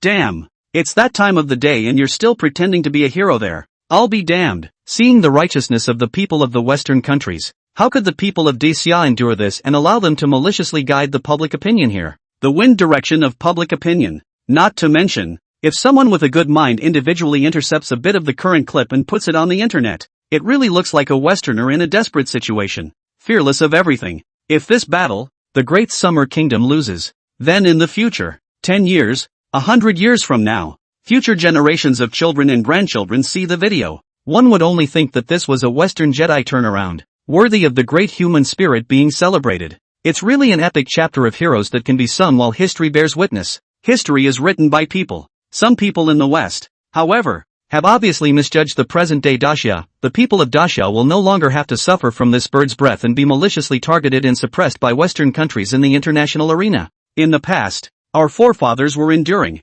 That is, they had to. Many unfair treaties were accepted reluctantly, because it's important to live and think about future generations. The continuity of a people is not without periods of endurance and humiliation. But, no need to hold back now. Any slander or dirty water will no longer be tolerated by the people of Dacia. This is the time that our forefathers, with their humiliation and stoicism, traded for, just so that future generations can puff out their chests and say it proudly in the world. I come from the East. I was born in China. If the Westerners were allowed to pull the wool over their eyes again at this point, then even the Dacia people would look down on themselves. Several Western countries looked at the Dacia people in surprise. Is this the same turtle country? How dare they, however, no matter what kind of thoughts they held. At this moment, everyone understood the situation. This included Chu Yun, Yi Yuntian and the others within the Divine Enlightenment Stone. Godfather, it's up to your old man. Chu Yun took a deep breath and empathized. To be affected by the atmosphere of the moment. Everyone knew that the victory or defeat between Lord Tong Tian and Gaia would determine the end of this divine war.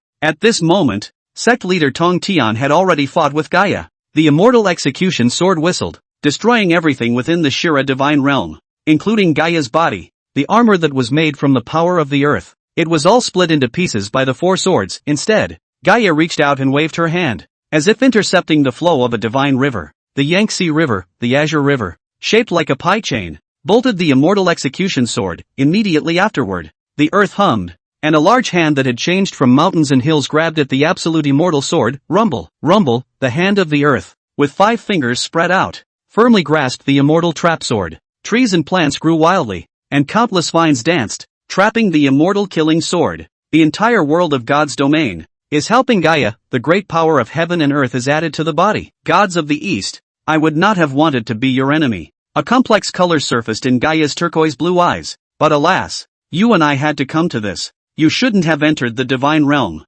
Gaia raised her hand, and invisibly, the power of the world spread. Sect leader Tong Tian was keenly aware of it. The winds of heaven and earth were tearing at him. The odor detected by the tip of his nose became incomparably pungent and unpleasant, as if it was an invisible toxin that was frantically eroding him. In my world, no matter how strong you are useless. Gaia shook her head and let out a low sigh. He, primal god of the West, since between you and me, it is already a situation of immortality, then why should the Tao not be strong? Kill my heart, and you shall be as firm as a rock. Out of Gaia's expectation, not only did the Tong Tian sect leader not panic in the slightest, but even the exact opposite. He still thinks he's not killing enough. Gaia's heartland couldn't help but tremble. Surprised beyond measure, he gazed at the Tong Tian sect master. Such a god she had never seen before. What kind of confidence is this? How domineering. There is a saying that you are not wrong. Indeed, in your world, it would be difficult for this sect leader to put you to death. And even this sect leader can foresee it.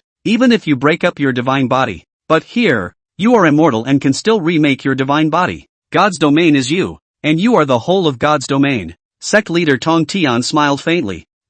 He sees through it. Gaia was amazed beyond belief and puzzled at the same time. Since this Eastern god had seen through his essence, then why had he entered the divine realm to fight with himself? Didn't he know that in the divine realm, he was invincible? This is the very divinity of Gaia, the mother of the gods of Hera, the primordial god. As long as the divine realm existed, she was immortal, and just as Gaia watched in confusion, sect leader Tong Tian suddenly sat down on his knees, his hands pinching the myriad true techniques. No need to wonder. God's domain is you, and you are God's domain. Since this heaven does not belong to me, the earth is not for me, then it's just a matter of recreating the earth, water, fire, and wind, destroying the heavens, and recreating the world. The bishop smiled sardonically. What? Hearing this, Gaia was slightly stunned, and panic gradually spread in her eyes. The figure of sect leader Tong Tian was seen in a momentary trance. Several figures actually appeared. As a youth, he was spirited. In his middle age, he was covered in a black robe with gold filigree depictions,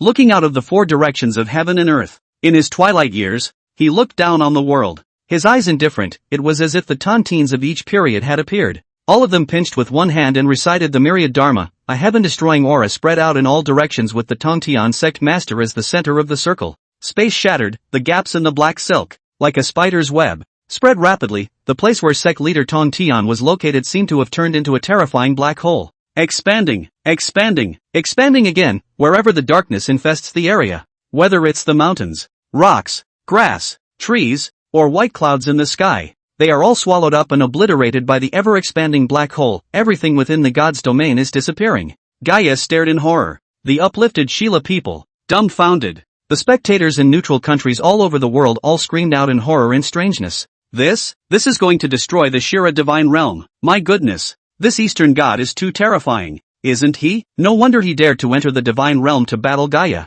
Hissed. The sound of backward breaths of air was set off all over the world, and global temperatures rose by 1 degree at that moment. Inside the divine enlightenment stone, Jacob, who was the leading figure of several Western countries, sat on his butt. It's over. Jacob was disoriented and looked at the scene in disbelief. He was in deep despair, as if he had seen the end of the fiasco of the Western nations. At the representative seat of the great Xia country, Chu Yun's heart couldn't help but tremble as he clenched his fists. Is this protectorate war going to be one? Crap! Chu Shin is awesome. So Tong Tian's sect leader is so strong. The Chu god surely knows. Going to win? At this moment, the people of the great summer nation raised their eyebrows. Everyone was getting up and raising their arms. Gaia, you still won't admit defeat. Gaia, you still don't recognize your fate. Gaia, you still don't bow down to my Eastern Tong Tian godfather. Listening to the cries of the people of Daxia, the ones with the ugliest faces were the ones from several Western countries. But there are also 2 countries in the East where the leadership has a somber look on their faces. Little Cherry Blossom Remnant and the 3 Kingdoms. Damn it! I can't believe I let them pull through. Damn it! The Shira divine system is too wasted, isn't it? This can't even destroy the Great Summer Kingdom? San's leaders clenched their teeth darkly, especially when they saw Taoist paramount. A nameless fire rose in their hearts. This strong god, it should have been ours. However, the San leaders did not notice that Chu Yun suddenly glanced at their position. It seems that the winner is already divided, and there are not many variables left. Since this Hera has the divine realm where the gods reside, the present spiritual mountain of Buddha in Agri. Monkey, do you want to take a trip to the Buddhist kingdom of Agri? Seeing that the winner was already a winner, the ending was hardly a surprise. Chu Yun suddenly looked in the direction of Agua. He hadn't forgotten his promise to Monkey, According to the rules of the Mythic Ring War, each country can declare war on it once a year. Daxia has always been in a passive-aggressive situation. It's also because of the cultural disconnect. At the international level, it has endured for many years. However, the situation is now improved, and the Great Summer Kingdom has the strength to take the initiative to declare war. After thinking about it, Chu Yun was the first to set his sights on the Sangwa. How about dry humping them? Chu Yun blinked, secretly searching. The Sand people didn't know what Chu Yun was thinking, and they were still cursing in secret, only blaming the Shira divine system for their lack of competitiveness. No revenge for them. That's as bad as it's going to get in terms of cursing. Meanwhile, within the Shila divine realm, the earth shakes, destroying the sky and the earth. In the depths of the earth, the gateway to the underworld was open, and a terrifying roar emanated from within it. The Titan gods that had been imprisoned in the deepest layers of hell sensed the aura of the world's destruction, and all of them roared with the intention of breaking free. Within the Shira divine realm, several obscure and powerful auras rose at the same time. Oh, there are primordial gods besides Gaia? Sect leader Tongtian detected these auras, but he was not the least bit fearful, and on the contrary, he was full of wariness. He wanted to see if he, a saint, was the one who was powerful, or if it was the primordial gods of Shira who were powerful. And just as Sect leader Tongtian silently got up, the supreme treasure around his body was hidden. Gaia suddenly looked in the direction of the Tongtian Sect leader. Wait, the gods of the East. As you should know, the true spirit itself has yet to return, and even more so because of the great battle that once took place. It was unable to return to its place and descend into the present world. It's only right that we all need the power of coordinates, and the reason why Zeus declared war on your Chinese god system is nothing more than a moment of greed, wanting to return to the present at the earliest possible time. And I beg your pardon for his great disrespect. The people outside couldn't even hear what Gaia was saying. The divine domain blocks out all sound. But the outside world audience around the world saw it. Gaia dispersed the power of the world's enchantment and knelt down on one knee in the direction of the Tongtian Sect leader. It is the most revered rite of passage in the West, if placed in the mortal world. This is a ritual only used when worshipping a monarch. Chu Yun heard Gaia's voice instead, although Lord Tongtian was not Chu Yun's original deity. However, as the divine favored one who had awakened Lord Tongtian this time, he himself was closely related to Lord Tongtian. Ha! Is Gaia trying to admit defeat? Chu Yun's eyes flashed with a flash of essence. He also heard the deeper meaning in Gaia's words. It was the talk about the battle between the gods of the Blue Star and the unknown and powerful enemy in the deep space of the universe before the revival of the aura. Chu Yun had seen that realization picture, so he probably understood what Gaia meant. Gaia didn't want to completely tear her face off with the Huaxia divine system, which would both defeat the original purpose of the mythic ring's appearance and be extremely unfavorable to another great battle that would likely occur in the future. Sect leader Tongtian, however, smiled coldly. Primal gods of Hilla, what would you have this patriarch say about you? Does it have to hurt to admit defeat? But have you ever thought that if this sect leader loses this time, those third-generation god kings of your Shira will spare the people of the great Xia behind this sect leader? It is not that you care for the greater good, but only that you are afraid of death. Chu Yun heard the sect leader's words and praised them in his heart.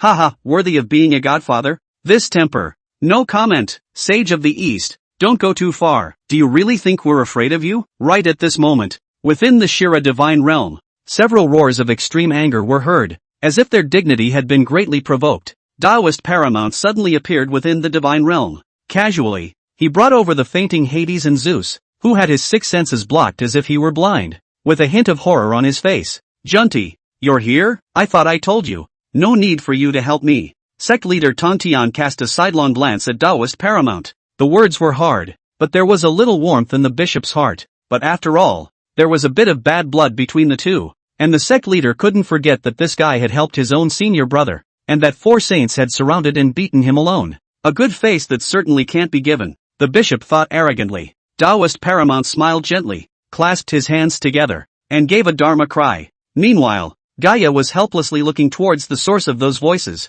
Shut up, silence, the source of the voice, which had previously been furious to the core, fell into silence for a split second. Within the realm of the Shira gods, there are indeed still primordial gods in existence, all first-generation Shira gods like Gaia. Sage of the East, please be generous and don't blame them for their outbursts. You're right, Zeus is unforgivable for what these third-generation god kings have done. As he spoke, a color of hesitation flashed under Gaia's eyes, but it quickly turned into determination. She lashed out, and the power of the earth transformed into a 5-fingered hand that slapped toward Zeus and Hades. Whether it's Zeus or Hades, they were all dying of serious injuries and had no resistance at all. and were slapped into bloody powder by Gaia on the spot. 3 generations of god kings, death is all. Originally, Gaia would have still taken into account Zeus's influence in the mortal world, much less want to do such a desperate thing. That's why she helped Zeus a little. After all, Zeus represents the authority of the current king of the gods. But, where is the care now? Oh, Gaia's scene of killing and decisiveness had surprised the Tongan Sect leader. It's kinda sincere. The crowd outside also saw this sight, and everyone's eyes were rounded. Crap, what the hell is going on in there? How is it that Gaia has struck out at the gods of her own country? The faces of Sheila's people were pale. I still hope that the 2 saints will look at the big picture,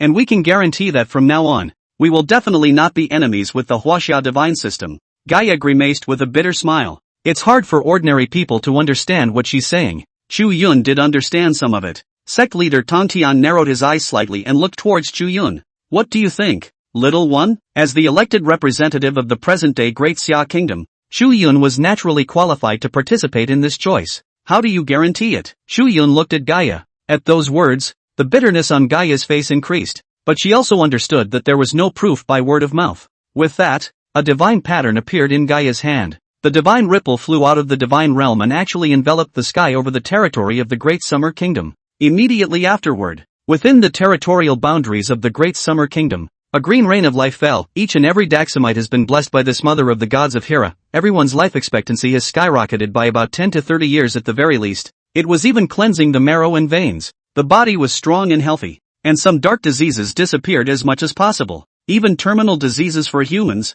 cancer, leukemia, etc., have been cured. There are also a number of chronic diseases, diabetes, high blood pressure, etc., which have subsided as much as possible.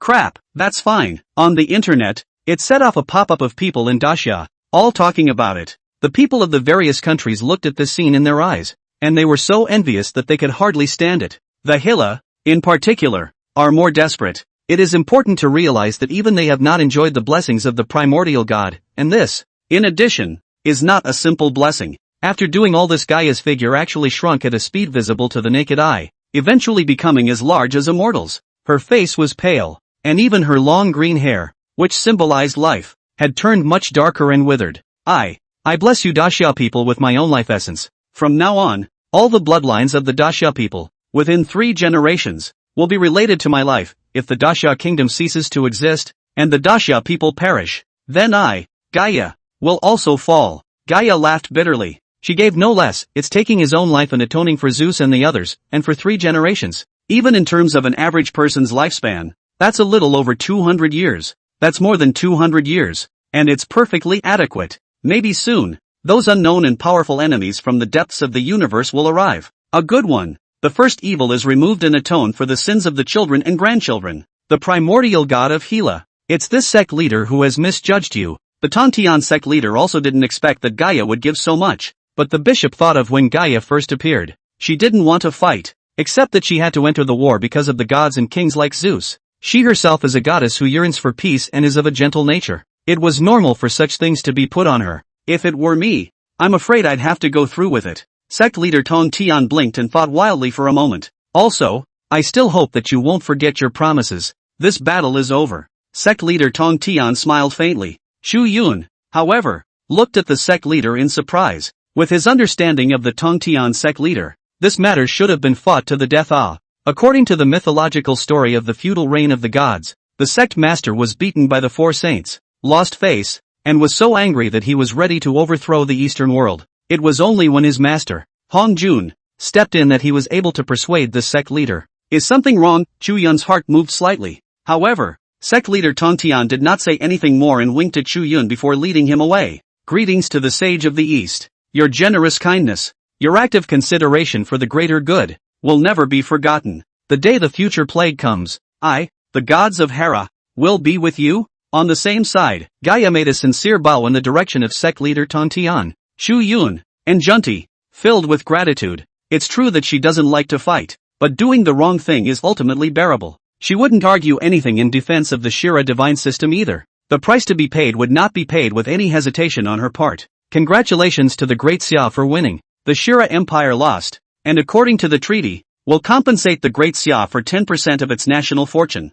Just then, the sound of the rules of the mythic ring resounded around the world. Boom! After a brief silence, The world was in an uproar. My goodness, the Shira Empire has conceded defeat. Hiss now. The only remaining Holy See Vatican and Great Eagle Empire were confused on the spot. On the part of the Vatican, their Heavenly Father Jehovah had been killed by Taoist paramount, so how could they dare to fight again? And while the Egyptian Empire has long since withdrawn. As for the side of the Great Eagle Empire, one of the 4 ancient civilizations, the ancient gods of ancient Babylon, with the defeat of Gilgamesh, they don't seem to want to participate in the war either. After only a brief hesitation, a voice rang out. I, the Church, concede defeat. I, the Great Eagle Empire, concede defeat. Crying, really about to cry. But they could only break their teeth and swallow. No one will be on the road to the rise of the Great Summer. No country can stand in the way. The world is looking on in total defeat. It's really because the significance of this divine battle is so incredible. The 5 Western powers, surprisingly, all lost to the Great Summer Kingdom. Who would have believed it if they hadn't seen it with their own eyes? Many neutral countries. Their eyes changed as they looked at the Dasha people. The original was a bit intimidating. At the moment it turned to awe. It was a gaze that didn't dare to have even the slightest hint of provocation. At the same time there was deep envy, and many people were even wondering if they could immigrate to the Great Summer Country. But Dasha's nationality is the most stuck up. It is easy to change nationality and go out, but it is difficult to go back to Dasha. This is an ancient inheritance that has always existed in the Great Summer Kingdom, and with several countries reluctantly admitting defeat and surrendering. Congratulations to the Great Xia for winning and the Egyptian Empire for losing. According to the treaty, 10% of the national fortune will be compensated to the Great Xia. Congratulations to the Great Summer Kingdom for winning. The Great Eagle Empire lost, and according to the treaty, will compensate the Great Summer Kingdom for 10% of its national fortune. Congratulations to the Great Xia for winning. The Vatican of the Holy See was defeated, and according to the treaty, will compensate the Great Xia for 50% of its national fortune. The power of the rules of the mythic ring rang out one after another. Rumble, in the real world, countless rich trails of chi crossed the sky above the azure dome of the sky, sweeping across the sky. Like a cloud of mist, it surged towards the direction of the Great Summer Kingdom. The golden dragon of Chi Luck reappeared, opened its mouth, raised the sky and roared, like a dragon sucking water, devouring the Chi Luck of all countries in a big way. The moment, the Great Summer Kingdom reappeared with the vision of the Rue Chi vaporizing, the nations rejoice. It is really no wonder that the people are so agitated, because this battle has come so hard. All the people of Dasha, men and women, young and old, students, and office workers. During this period of time, no one was closely watching the direction of this national copy war. After all, it's a coalition of the 5 powers. This situation of targeting has never been seen before in all of history. Anyone from the Great Summerland is worried. But, we won, we can proudly say this to all foreigners. Us, winning, anyone who offends my Dasha will be executed even though he is far away. Meanwhile, Chu Yun, sect leader Tong Tian, and Taoist paramount had returned to the ring. Chu Yun looked at the sect leader suspiciously. Sect leader, we just accepted the surrender of the Shira divine system? Sect leader Tong Tian smiled mysteriously and made a whispering gesture. Ha ha ha, what else can you do if you don't accept it? That ability to reshape the world and destroy the sky. This godfather I do. But well, it would have to be me in my prime. At this level of recovery now, it's barely cast at best. Hold on a little longer. My own little bit of recovered origin is about to be consumed. Me? Well, I'm just scaring them. Sure enough, hearing the sect leader's words, Chu Yun knew that he had guessed correctly. It seemed that the honest sect leader, who had suffered much in the God-sealing quantum revelation, was now becoming a completely different person. People still eat a turtle and grow wiser. Not to mention saints with sharp minds. Ahem. Looks like the Oscars will have to give your old man a little gold medal. Oh, what's Oscar, M? An event in the Beautiful Federation. The Beautiful Federation? I recall. And among the ranks of several of the nations that have declared war on us, I believe. Moreover, there's an Aztec goddess there who helped little Yang Jian. This favor, this sect master will remember it. When it's later, make sure you go over to their side to see for yourself. The bishop narrowed his eyes. However, Chu Yun was not laughing. His eyes flashed with complexity. Don't look at the bishop's words lightly. However, Chu Yun was well aware of how ferocious this battle was being fought. But whenever the sect leader reveals the slightest crack, I'm afraid that things won't be able to end well. The warnings of the old fathers were right. Diplomacy can only be based on absolute strength. What is diplomacy without strength? There's just a deep sense of powerlessness. The good thing is that today's Dasha state has the strength to take on these powerful countries. Well, the matter is settled. And this sect leader returns to his position. The sect leader looked in the direction of the people of the Great Summer Kingdom and pulled the sleeve of Taoist paramount again. I haven't forgotten the scene where you used to beat me up with my senior. Paramount. Doyle. The true spirits of the two saints returned to their positions, turning into streams of light that disappeared into the divine enlightenment stone of Daxia. The audience of the Great Summer Kingdom at the scene rose and saluted in the direction of the two saints. Greetings to sect leader Tong Tian. Greetings to Taoist Paramount. Greetings to my great summer gods. Everyone is honored from the heart. Nothing else, just because they're sheltering the great Summerland. Then, born and bred, who can ignore them? Meanwhile, the leaders of the Aguni and Sakura had gathered and were arguing with each other. Nowadays, the Great Summer Kingdom is getting more and more scary. Instead, they didn't dare to stare at the Great Summer Kingdom. But these two countries remember the beautiful federation falling apart. Because of the unexpected development of events, the Nordic countries took advantage of the situation to restore their countries, and the beautiful federation has lost its status as a permanent member of the Big Five. They even lost the support of the Norse god system. Without this powerful divine lineage to sit on, the beautiful federation today is like a lamb to the slaughter. Moreover, even the native Aztec gods do not harbor the beautiful federation. That feathered serpent god's act of sacrificing his life to help young Jian of the Great Summer Kingdom was enough to prove it all. The beautiful federation has been in a big mess. That's really stealing a chicken and screwing yourself over. They immensely regretted participating in this move against the Great Summer Nation. Yet there is never a pill for regret in this world, and that gave San and Sakura hope. Bagger, have you guys forgotten? We're allies, though we lost to the Great Summer Kingdom. But we're still allied. The beautiful federation should be ceded to my great Sakura nation. Oh, let it be given to you guys. What are you guys still restoring the country for? Isn't the Yamato nation able to live anywhere? History has proven countless times that you guys have licked the Yamato nation for a long time. So why don't you go up and lick it again? And see if they want your women. What? The woman? What about men? Men go down to the sea and drink nuclear wastewater. Bagger, I'm going to report you to the League of Nations for female boxing and gender inequality. Ha ha ha. Our country has a long history of myths, and the strength base is still there. It is the most suitable to ascend to the top of the five great powers. You guys should just forget about it. The leaders of the two countries, you and I, dislike each other. Both of these countries are trying to take advantage of the situation to make waves and take advantage of the situation. It was only that they had already declared war on the Great Summer Kingdom this year, so they could only discuss it first and wait for next year. As for the rest of the small countries, they are not in the consideration of the two countries. After all, even though the beautiful federation had been crippled by the Great Summer Kingdom, it was not something that some small countries could provoke. A country with a complete mythological system is the only one that has a chance of defeating the beautiful federation. However, they seem to have forgotten a country. It's none other than Daxia. Chu Yun glanced at the two countries that were arguing with red faces. With his S-class divine favorite's ear, he was able to hear those words clearly. Oh, still want to take advantage, picking away the fruits of our victory in Daxia? Come on, I'll give you a chance. Little San wants to get to the top. Dream on. Chu Yun couldn't forget the bloody battle of Chi Yu Laozu. Even though the mythic ring was not a true return of the gods, he could not forget that bloody scene. There was also the promise made to Monkey, which he couldn't forget. In the next moment, Chu Yun's gaze gleamed as he sought out Yi Yuntian and the others. Uncle Yi, we have one more chance to actively declare war this year, right? Do you want to take a trip together to A.S.A.O.? Hearing Chu Yun's words, Yi Yuntian suddenly narrowed his eyes flashing with essence. He looked around the room and whispered, "Go back, it's crowded." Aha! Chu Yun nodded. At the same time, with the end of the Battle of the National Luck Copy, the audiences from all over the world left their seats with complicated and shocked feelings, have returned to their countries through the portal. But even after leaving, today's battle will always be remembered in the hearts of all nations. Enough of a battle to go down in history. This battle didn't just represent the fall of the Western powers and the rise of the Eastern Daxia. It's more of a collision of mythical worlds. It made all the countries understand that the Great Summer Country was no longer the stoic to the core, let it be beaten country of yesteryear. For some reason, many foreigners thought of a great man who had once been a part of the Great Summer Country. He said that, for China, reading for the rise of China, the people of Daxia, for generations, have had no shortage of this type of visionary talent. Even the fact that the literary lineage is broken and only a few exploits of great men have been unearthed is a testament to the horrors of this nation.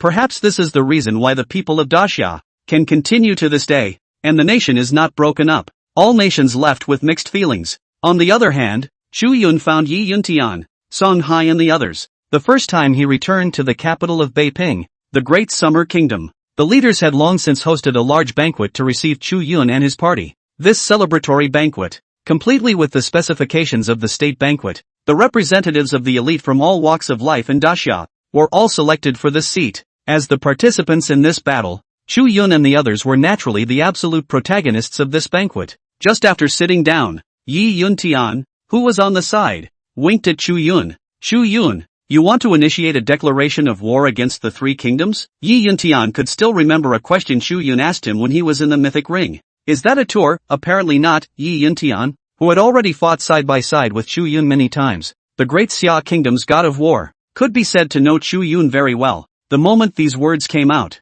the crowd in the gallery could not help but look at Chu Yun in surprise. Old General Songhai's eyes lit up. Ha, yeah, we still have one more chance to actively declare war. Ha ha ha, beating up little San. It can be done. The old general had spent his entire life in the military, guarding the borders and defending the country, and especially after becoming an S-ranked divine favored one, he was always keeping an eye on the movements of the countries in the vicinity of the Great Summer Country, to be the most disturbed. It's the little a-holes that are the most disturbed. What's more, it had been pitched by these little things in conjunction with Sakura earlier. If Chu Yun had not come out of nowhere and saved the day, I'm afraid that the current situation of the Great Summer Kingdom would not be pretty. For Chu Yun's contribution, the leaders present were all seeing it in their eyes, glancing at each other. Everyone gave a heartfelt smile. Wait, an old man, dressed in a tang suit and aged, suddenly spoke out. This person was a respected old senior in the Great Xia Kingdom, and was one of the earliest S-class divine favorites in the Great Xia Kingdom,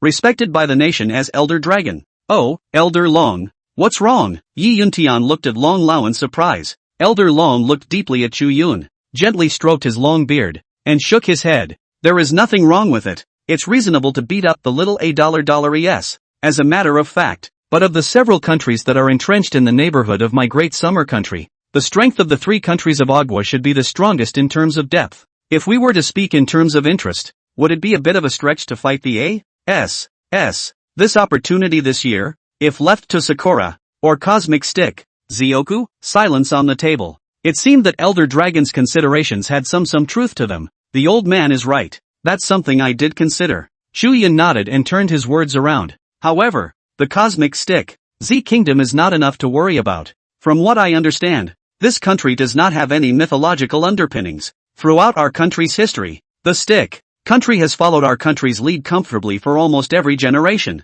especially the Li dynasty, which has been following our country for many years. Don't look at the current Stick, ZZ country, because of following the beautiful federation. Everywhere with our country does not agree. In the international or even proclaimed that they are the Orthodox East. The various festivals of our country, the historical feats, are all claimed as their origin. But really, that's just them amusing themselves. If we declare war with this country, we're sure to win 100% of the time, but there's very little to be gained. Chu Yun explained. Elder Long looked at Chu Yun in surprise. Little one, you know something about the Stick. Zioku also have knowledge? Chu Yun nodded solemnly. There was no doubt about it. After all, in his previous life Chu Yun lived in that era of information explosion. Go over the wall and look on Twitter to find out how terrible Stick, how horrible the sub's mouth is. But left to the Sticks, Z messes around and not many people recognize their ideas internationally. After all, hagiography pales most in the face of absolute proof.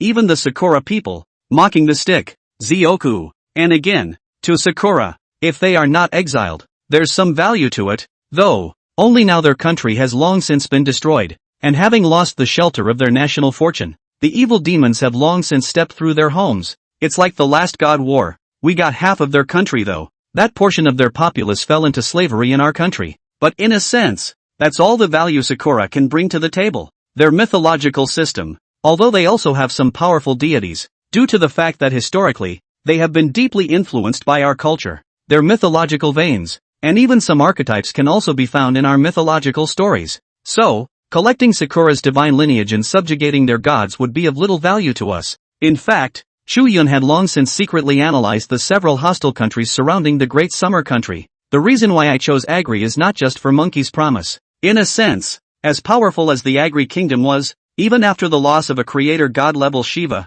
the impact on its underpinnings was not that great. But as long as we can conquer the A.S., that would be the greatest benefit gained for Dasha. Elder Dragon nodded. But he had another concern. Elder Dragon narrowed his eyes. Well, you're right. As you have proven many times, there is no one in my country of Dasha who knows more about the mythological systems of my country, and indeed of all countries, than you do. There's no doubt about that. Old man, I believe you. Elder Long sighed in admiration, then frowned. However, as you said, the three countries of Agua still have their heritage, so if our country fights with them, will it be picked up by another country? Today's great situation is not easy to come by. The old man, I am really a little worried. Elder Long smiled bitterly. Chu Yun could understand this old man's concern. He was truly terrified, because in Long Lao's life experience, he had witnessed too many births and deaths, and had seen the despair of the Dasha people too many times. It was a time when our forefathers threw away their heads and spilled their blood, and even had to pay with their lives to keep the nation's fortunes alive. The old man came from those hard times. He cherished the happiness and goodness of the present more than anyone else. So, he was cautious and afraid of losing. Thinking of this, Chu Yun's gaze softened a lot as he patiently explained. Old senior, we actually have a good chance of winning if we take on the three kingdoms. Oh, what's this for? OPS, a riotous length is coming soon. Posies are looking forward to Chu Yun's promise to Monkey. Warmth can guarantee that Monkey will come back, and there is also a mysterious god will appear. Oh, hey, Warm here first sell a secret. Doghead to protect life. What are the chances of winning? Elder Dragon's spirit drifted for a moment. He thought of a divine battle he had been involved in during his youth. He saw with his own eyes his master, the first generation of the great Xia god of war, at the cost of his life. He died tragically on top of the mythic ring. In that battle, the master put up a fight, and in that battle, the divine favorites and the gods of the great summer, all did their best. But still he died under Vishnu of Agri. Vishnu, little one, do you know Vishnu? Elder Long's face was complicated. Aha! Chu Yun wore a gentle smile on his face. Vishnu, one of the three main gods that are now the mainstream of the agnostic religion, is on par with Shiva, the god of destruction, in the mythology of the agnostic religion. If it is Shiva who represents destruction, then Vishnu is the dimension of order and guardianship. He's strong. Above him, there is even a stronger one. Brahma, the god of creation in the Agnus Dei religion, is said to have fallen into a deep sleep after the creation of the world. Brahma's great dream represents the reincarnation of an era, and every time he wakes up from his sleep, the world will also revert to chaos. One dream, one world, one dream, one reincarnation. After hearing Chu Yun's words, the pupils of Elder Long's eyes suddenly contracted. To be honest, the old man only knew Vishnu for the existence of Brahma. Not to mention him, even people around the world don't understand it. For no nation, since the beginning of time, has ever been able to force this creator god of sand to take the stage in a mythological ring. Chu Yun, since you know it all, how? Elder Long couldn't help but laugh bitterly. That doesn't sound like a good chance of winning. Chu Yun also nodded. Well, Sand's heritage is not to be underestimated, but it's Sand's religion. There are still variables. When these words came out, the people present couldn't help but prick up their ears and listen carefully. The three kingdoms of Arakan are not like my country, which is too complicated with myths and stories, and so far it has been difficult to form a perfect system. This has both benefits and drawbacks. The bad thing is that the proponents of either doctrine cannot become mainstream. The upside is that in the mythic ring, our gods also have the diversity to add a multitude of words and summon their true spirits to elude the nations. And it's not the same with the A.S. The country is not just one sectarian power of the A.S. Church. There is also a sectarian faith in the A.S. that has a strong backbone and has snatched up a lot of A.S. believers. Chu Yun smiled wistfully. I know. It's the Buddhists. Old General Songhai clapped his hands together and suddenly understood what Chu Yun meant. The old general is right. It is the Buddhist sect. These two great divine systems are the underpinnings that support the A.S. But how could they not be the gaping hole that breaks through the A.S.? Chu Yun then explained to the crowd what he had learned about the situation of the three kingdoms. There has always been a caste system in the three countries of the A.P. Although it has been abolished in plain sight, it is still there in practice. They are Brahmins, Kshatriyas, Vaishyas, Shudras and Dalits. The five major castes are strictly defined in terms of status, rights, etc. And the ranks are inherited from generation to generation. The Brahmins are represented by none other than the monks, the most devoted followers of the agnostic religion, who control the interpretation of the myths. Kshatriyas are representatives of the higher echelons of power and also mostly follow the state religion. And the third Vaishnava, a descendant of the Aryans, Lord of Commerce, feeds the first two classes. As for the Shudras and Dalits, it is even worse, being descendants of once conquered indigenous peoples, who can only engage in the most menial occupations. And the main source of Buddhists' followers is in these latter three major classes. After all, they long to turn over a new leaf, even to be happy in the afterlife. According to the Buddhist concept of accumulating good deeds in this life and receiving good rewards in the next life, it can be said to fully satisfy the quest of these three classes of people. There's no hope in this life. So let's work hard and get a good berth in the next life. The A.S. Brass also saw the scene and felt it was a good reason to stabilize the lower classes. So too, they are secretly building momentum for the Buddhists. This is the reason why the Buddhist sect has been expanding its power and has even become one of the three dominant sects in the world. I see. We can totally utilize the conflict between the two major sects of San. After listening to Chu Yun's explanation, the gazes of the people present suddenly lit up. They are all elites from all walks of life, so naturally they don't need too many words to persuade them. Everyone, in a flash, figured it out. Then I'll arrange for someone to publicize it right now. We're ready to go to war against the three kingdoms. The main target is the San Buddhist sect. The old boss of teasing sounds, the corners of his mouth hooked up and he couldn't even suppress them. In fact, due to the many years of cultural disruption in Dacia, the people of Dacia did not know much about their neighboring powerful country. Even when spies have been sent, they have had little success. That's a lot of constraints when you're weak. But not anymore. Yes, since these two sects are in conflict, I'm afraid that the relationship between their respective gods is not good either. Right? Both are competing for believers to believe in. Yi Yuntian grinned and also understood what Chu Yun meant. It's to take advantage of the opportunity to fan the flames. It's even likely to cause infighting between the two major god systems of Asan. It must be said that this plan is naked. Naked young conspiracy. It's a good way to take the heat out of the situation, of course. All of this was also thanks to Chu Yun's understanding of his country's situation with the three kingdoms. If not, there is no guarantee that this program can be implemented. In fact, we still have a valid reason. Let's say that our country is going to penetrate the present spiritual mountain of the Buddhist sect to avenge the great saintly master of our country. After all, the people of the world have seen the conflict between the great sage master and that Sakya. Chu Yun said wistfully, ha ha ha, good, just do it, you kid. You're really spooky. After discussing the matter, all parties immediately took action. Meanwhile, Chu Yun had arrived within the Great Summer Pantheon in the capital of Beiping. Under the reception of little Taoist Su Rin, Chu Yun stopped in front of the portrait of the great sage master. With a solemn face, he reverently burned 3 pillars of incense and made a silent salute to the portrait of Monkey. In that portrait, the mighty Monkey King seems to have a sense. Go, Chu Yun, my old grandson is going, no matter what. Lao Sun, will go. He can't forget it. Monkey could feel the warmth radiating from the 4 sherds inside him. The nerd had said that he was timid and scared, and that he liked to hide behind Monkey. But that nerd smiled nervously and resolutely stepped forward when it mattered most. So is the Sand Monk, that unassuming honest man who is always silent, but will always be silent and firm in his strong support of his big brother when necessary. The same goes for White Dragon Horse. As for the master, I was uninhibited, a great demon wreaking havoc with my nature. I like to crisscross the world and get away with a lot. Who planted a human heart for me? Who taught me about human feelings and worldly truths? It's the master. It was the master who took great pains to make me know right from wrong, good from evil. The moment you put on the gold band, you will not be yourself. The words of the past are still ringing in my ears. The once great saintly master hated the golden hoop too much, as if it bound his freedom. But now, he missed the golden hoop, for that was the embodiment of the master's nagging, the master's ever-present desire for him to know right from wrong,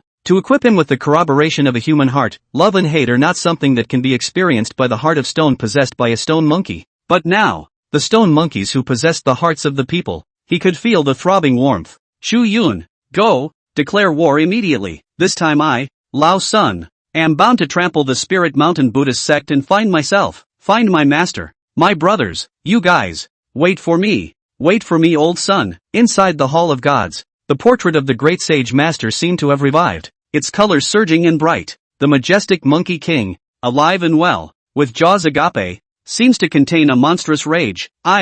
Chu Yun, what's going on? The little Taoist priest Su Rin on the side was startled. It was because only Chu Yun, who had inherited the Pangu inheritance, had the ability to sense the heavens and could communicate on with the gods in the Chinese divine lineage. This was a unique ability that belonged uniquely to Chu Yun. Su Rin, however, did not hear the voice of the previous great sage master. Chu Yun took a deep breath and just shook his head, not explaining anything to Su Rin. Right, Chu Yun? My master, he said he wanted to give you a surprise. I don't know how it is now, but master just called back yesterday, so it should be almost done. Su Rin suddenly added. Oh, at those words, Chu Yun remembered. Su Rin's master was none other than the current strongest Van S-class divine favorite in the Great Summer Country. No one knew how long the old man had lived, and not even his original deity had ever appeared. It could be said that this guardian, who had been living in seclusion in the Great Xia pantheon for years, was a mysterious undercard of the Great Xia kingdom. It is also because of this old man's presence.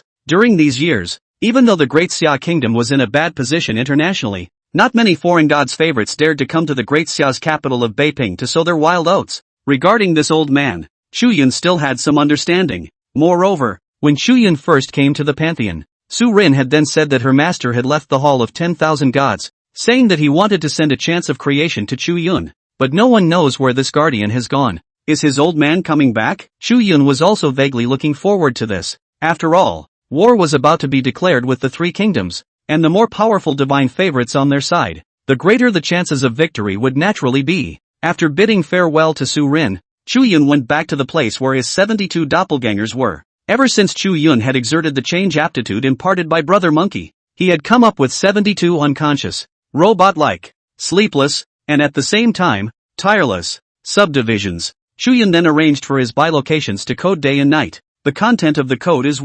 naturally, it's the various mythologies of China. What Chu Yun wanted to do was actually very simple. He wanted to take the mythology and dedicate it to the nation. Bring it to the nation, of course. There were many things that Chu Yun could not quite remember. It needed some opportunity, such as after seeing the portrait of a certain god, for Chu Yun to be able to think of it. After all, he was a human being, not a machine, and couldn't possibly memorize that well. However, at this stage, Chu Yun could do it. As long as it was a god that he had come into contact with, he would be able to think of some stories that had stories about those gods. And that's enough. It's better than nothing. This is then followed by the billeting of words on the keyboard day and night, through various channels, either online, short videos or traditional paper media. Spread the Tongtian Sect master, Monkey, Yan Di Shen Nong, Li Bai, and other gods who had once been awakened by himself as quickly as possible within the boundaries of the Great Summer Kingdom. In this way, the people of Daxia will be made aware of these mythological figures, breaking the dilemma that there are no gods to call upon in the Great Summer Kingdom and that the Chinese gods lack the power of faith. The power of faith is important, especially in the mythic ring. Chu Yun had already discovered some secrets of the mythic ring. According to the rules of the mythic ring, these gods are not true instants. Therefore, it also requires people's faith to support it. Chu Yun did not want to go through the situation again, where he had awakened a certain powerful god and was nearly out of gas because of his faith power, which prevented him from utilizing his perfect strength. Monkey, for example, had almost gotten himself hitched after a battle with Tamao. It's not that Monkey isn't strong, it's that the faith is just too little. Therefore, to ensure the greatest possible chance of winning, the people of Daxia need to be reminded of these powerful gods of their country. This matter, too, was the most valued aspect of Chu Yun. Could it be because of inheriting the legacy of Pangu de Zun? As long as I can see the gods, the deepest memories within me will be awakened, and the deeds of these gods will be realized in a flash. At the same time, Chu Yun also discovered a change in himself. In fact, many of the Eastern gods he had certainly come into contact with in his previous life, but didn't always remember clearly. But not now. As long as he could see those god portraits, you don't even have to think about it. The memories come to you naturally. In Chu Yun's speculation, this was most likely due to inheriting the Pangu inheritance. After all, this one was the existence that opened up the heavens and the earth in Chinese mythology, the source of everything. With this discovery, it also made Chu Yun rather look forward to the next battle with the three kingdoms. That way he might be able to refresh more strong gods, memorize everything there is to know about them. The road to the rise of the Great Summer Kingdom was definitely a road of horrific conquests that fed war with war. The more one participates in the battle, the more Chinese gods one can awaken. Chu Yun vaguely understood his future path. It's not an easy road, and war for war sounds hot, yet the truth is elusive and there are too many unknowns. But he wouldn't back down. Chu Yun asked himself that he was not an abusive person, but as a Daxia person, how can you stand by and watch your country fall? Moreover, without the shelter of the Great Summer Kingdom, the nationals, including himself, would have long since been taken out by the extraterrestrial evil demons. Whether or not the Daxia kingdom prospers or not is closely related to his own safety and security. This bottom-line firmness, he still has. The international dark current surging. Many heads of state have also noticed the strange movement of the Great Summer Country, have speculated whether the Great Summer Country will have any big action now, and in a mysterious place in the east. It is difficult for the average person to imagine how large the true blue star landscape is. It was the world of Eastern mythology. An old man with white hair, a Taoist robe, and a pale face ascended a towering mountain of gods. The old man was panting, as if he was here, enduring a pressure that mortals could hardly resist. Who but it's finally here. Indeed, Even a peak mortal cultivation level is nothing more than a mere mole within this mythic world. The closer we get to the immortal cave, the more we can feel that terrifying pressure. The old Taoist sat down on his butt on a rock, breathing heavily. He pulled a satellite phone out of his pocket and dialed it. Su Rin, tell Chu kid that poor Taoist I found the one. Ah, master, what did you say? I can't hear you clearly here. A broken voice came from the other end. Can't hear you. Are all the satellite phones blocked? The old Taoist priest hung up the phone helplessly. Then his eyes flickered and fixed on the front. Right after he had ascended to the peak of the divine mountain, not far in front of him was a magical portal. The portal stood on top of a mountain with nothing to lean on around it, but the two vermilion doors that are ancient in color and aroma, as if the years have gone by, revealing a sense of vicissitude and antiquity. It just appeared out of nowhere. On both sides of this portal, there were also two verticals of gold dense writing floating around. Lingtai Fonchen Mountain 3-star Cave of the Slanting Moon. What are you doing here, old immortal? Do you remember a disciple? He, has already appeared. Even more so in the battle of my great summer kingdom. He has raised the reputation of the Huaxia divine system. You were saying, great sage, monkey, little monkey. Exactly. You don't know, old goddess. But the great sage has remembered your teachings, and has never talked about where his masters came from in front of outsiders. He has not uttered even a word of your name. The poor Taoist risked his life as a mortal cultivator to hastily come to this immortal cave. Spirit platform square inch mountain. Precisely because he wanted to ask you, old divine immortal, to help your obedient little disciple, right? The old Taoist smiled bitterly. Immortal cultivation, cultivating oneself, sitting in oblivion of the past and the present, staying out of the way, is only the way of an immortal. Inside the portal, a faint voice came out, as if it spanned 10,000 years, a word of the sea, and everything was new and silent. The old Taoist monk forced himself to hold on to his flesh that was about to disintegrate, panting as he got up and bowed respectfully to the portal. The old divine fairy's teachings, the poor Taoist understands. After all, the poor Taoist also comes from the Xian Sect Taoist family. But in the history of our Daxia people, in the chaotic world of the Taoist masters, in the prosperous world of the Buddha, whenever there is chaos, there are always Taoist disciples who take refuge in the world and cultivate in seclusion, and they go down to the mountains with their swords,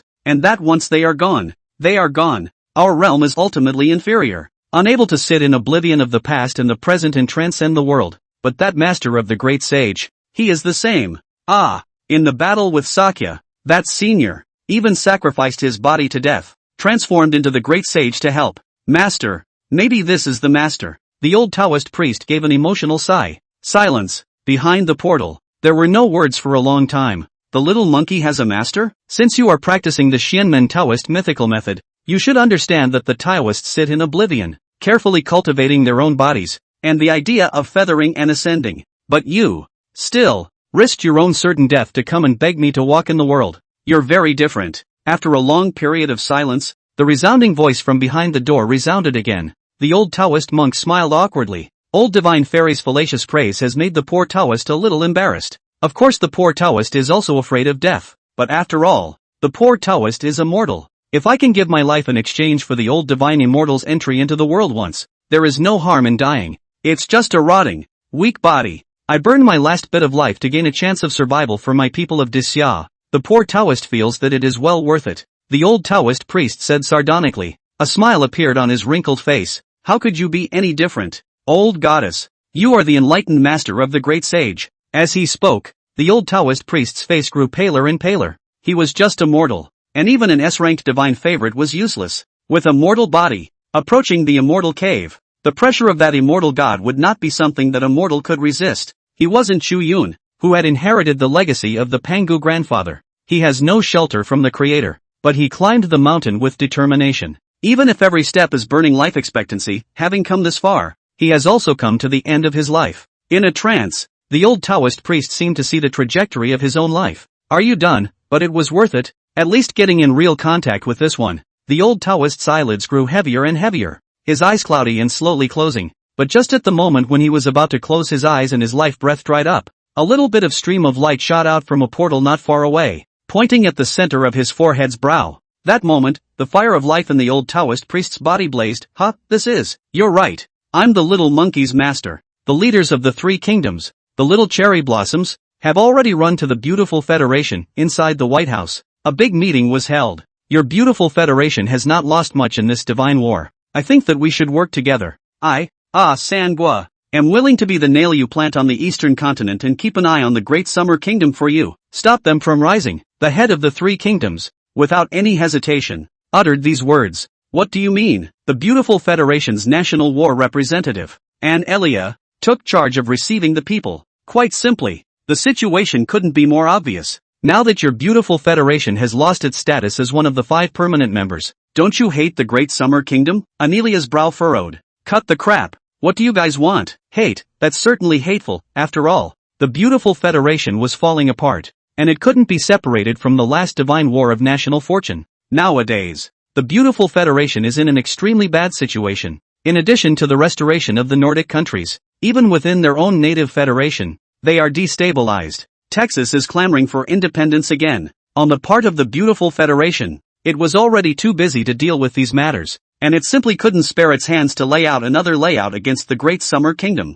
In fact, we, the 3 kingdoms, are well suited to sit in the seat of the Big 5, as long as you are willing to support us. While our right to initiate a declaration of war has been used this year, you have not. You could have declared war on us and then conceded defeat immediately afterward, bailing us out of the top 5 powerhouse seats. San's leader's eyes gleamed as he voiced his plan. Let's voluntarily admit defeat and send San to the top. Anelia's eyes widened. Walter Hare. This guy is here for a laugh. Right, I'm afraid I'm out of my mind. What kind of deranged plan is this? But, are you an idiot? Anelia rolled her eyes, not even bothering with the heads of the 2 countries. No, you let me explain. Head San explained in a hurry. Actually, the plan of the A.S. is very simple. Speaking by the rules, they can only declare war on the beautiful Federation next year. However, the small Asan who always like to compete with the big summer country, where can they endure the big summer country ranked in the top 5 powerful countries, while they do not have this treatment? So the best thing to do at this point is to work with the beautiful Federation. On the one hand, it will allow his country to catch up with the Great Summer. On the other hand, there is a chance for a clean slate. And, don't forget that the mythological underpinnings of our San are extremely terrifying. I'm afraid that the only one who can help you take revenge on the Great Summer Kingdom is us,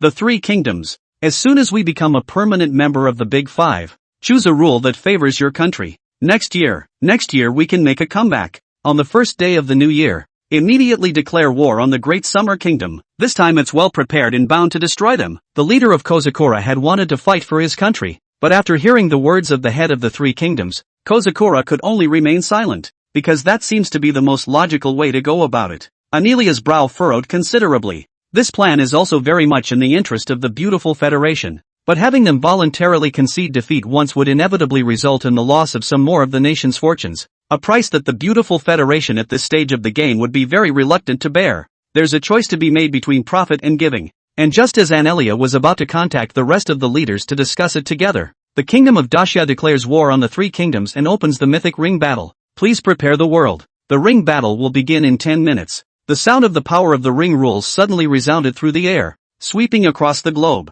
Everyone heard it, and the world was in an uproar. The head of San was confused on the spot.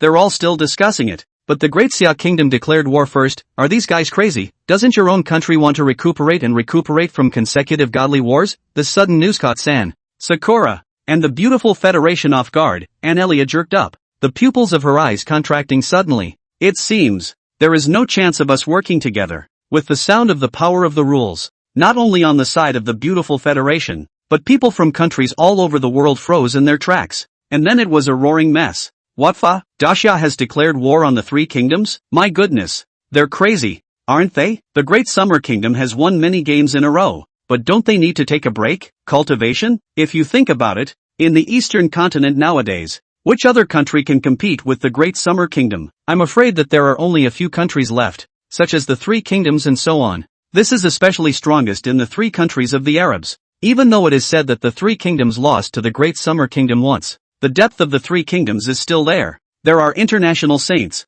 suddenly compassionate, with their hands hitting the keyboard in quick succession. No way, we are all human beings. How can we be so unforgiving? You can't do this kind of thing. We should unite and fight against those extraterrestrial evil demons together. Blah blah blah. Sainted horde, get out of here. When San joined forces with Little Cherry Blossom to screw us Dacia people, why didn't you holy mothers jump out and force lie? Now we can't get revenge? Geez. You Daxia people are terrible, you have no human righteousness at all. We're a blue star village, oh. We all need to love each other as spit it out and spit it out. Holy mother of God, shut up. The internet has set off a war of words. Some people want to take the so-called moral high ground and point fingers in the grand scheme of things. Naturally, the people of Daxia were not willing to show any weakness and disliked each other. Chu Yun had in turn seen these remarks through his cell phone, but he didn't care. His heart was in the right place. The gringos can say what they like. All he knew was that he wasn't big enough to take it all in. He is just an ordinary person who can think in terms of his country's interests already. Chu Yun took a deep breath,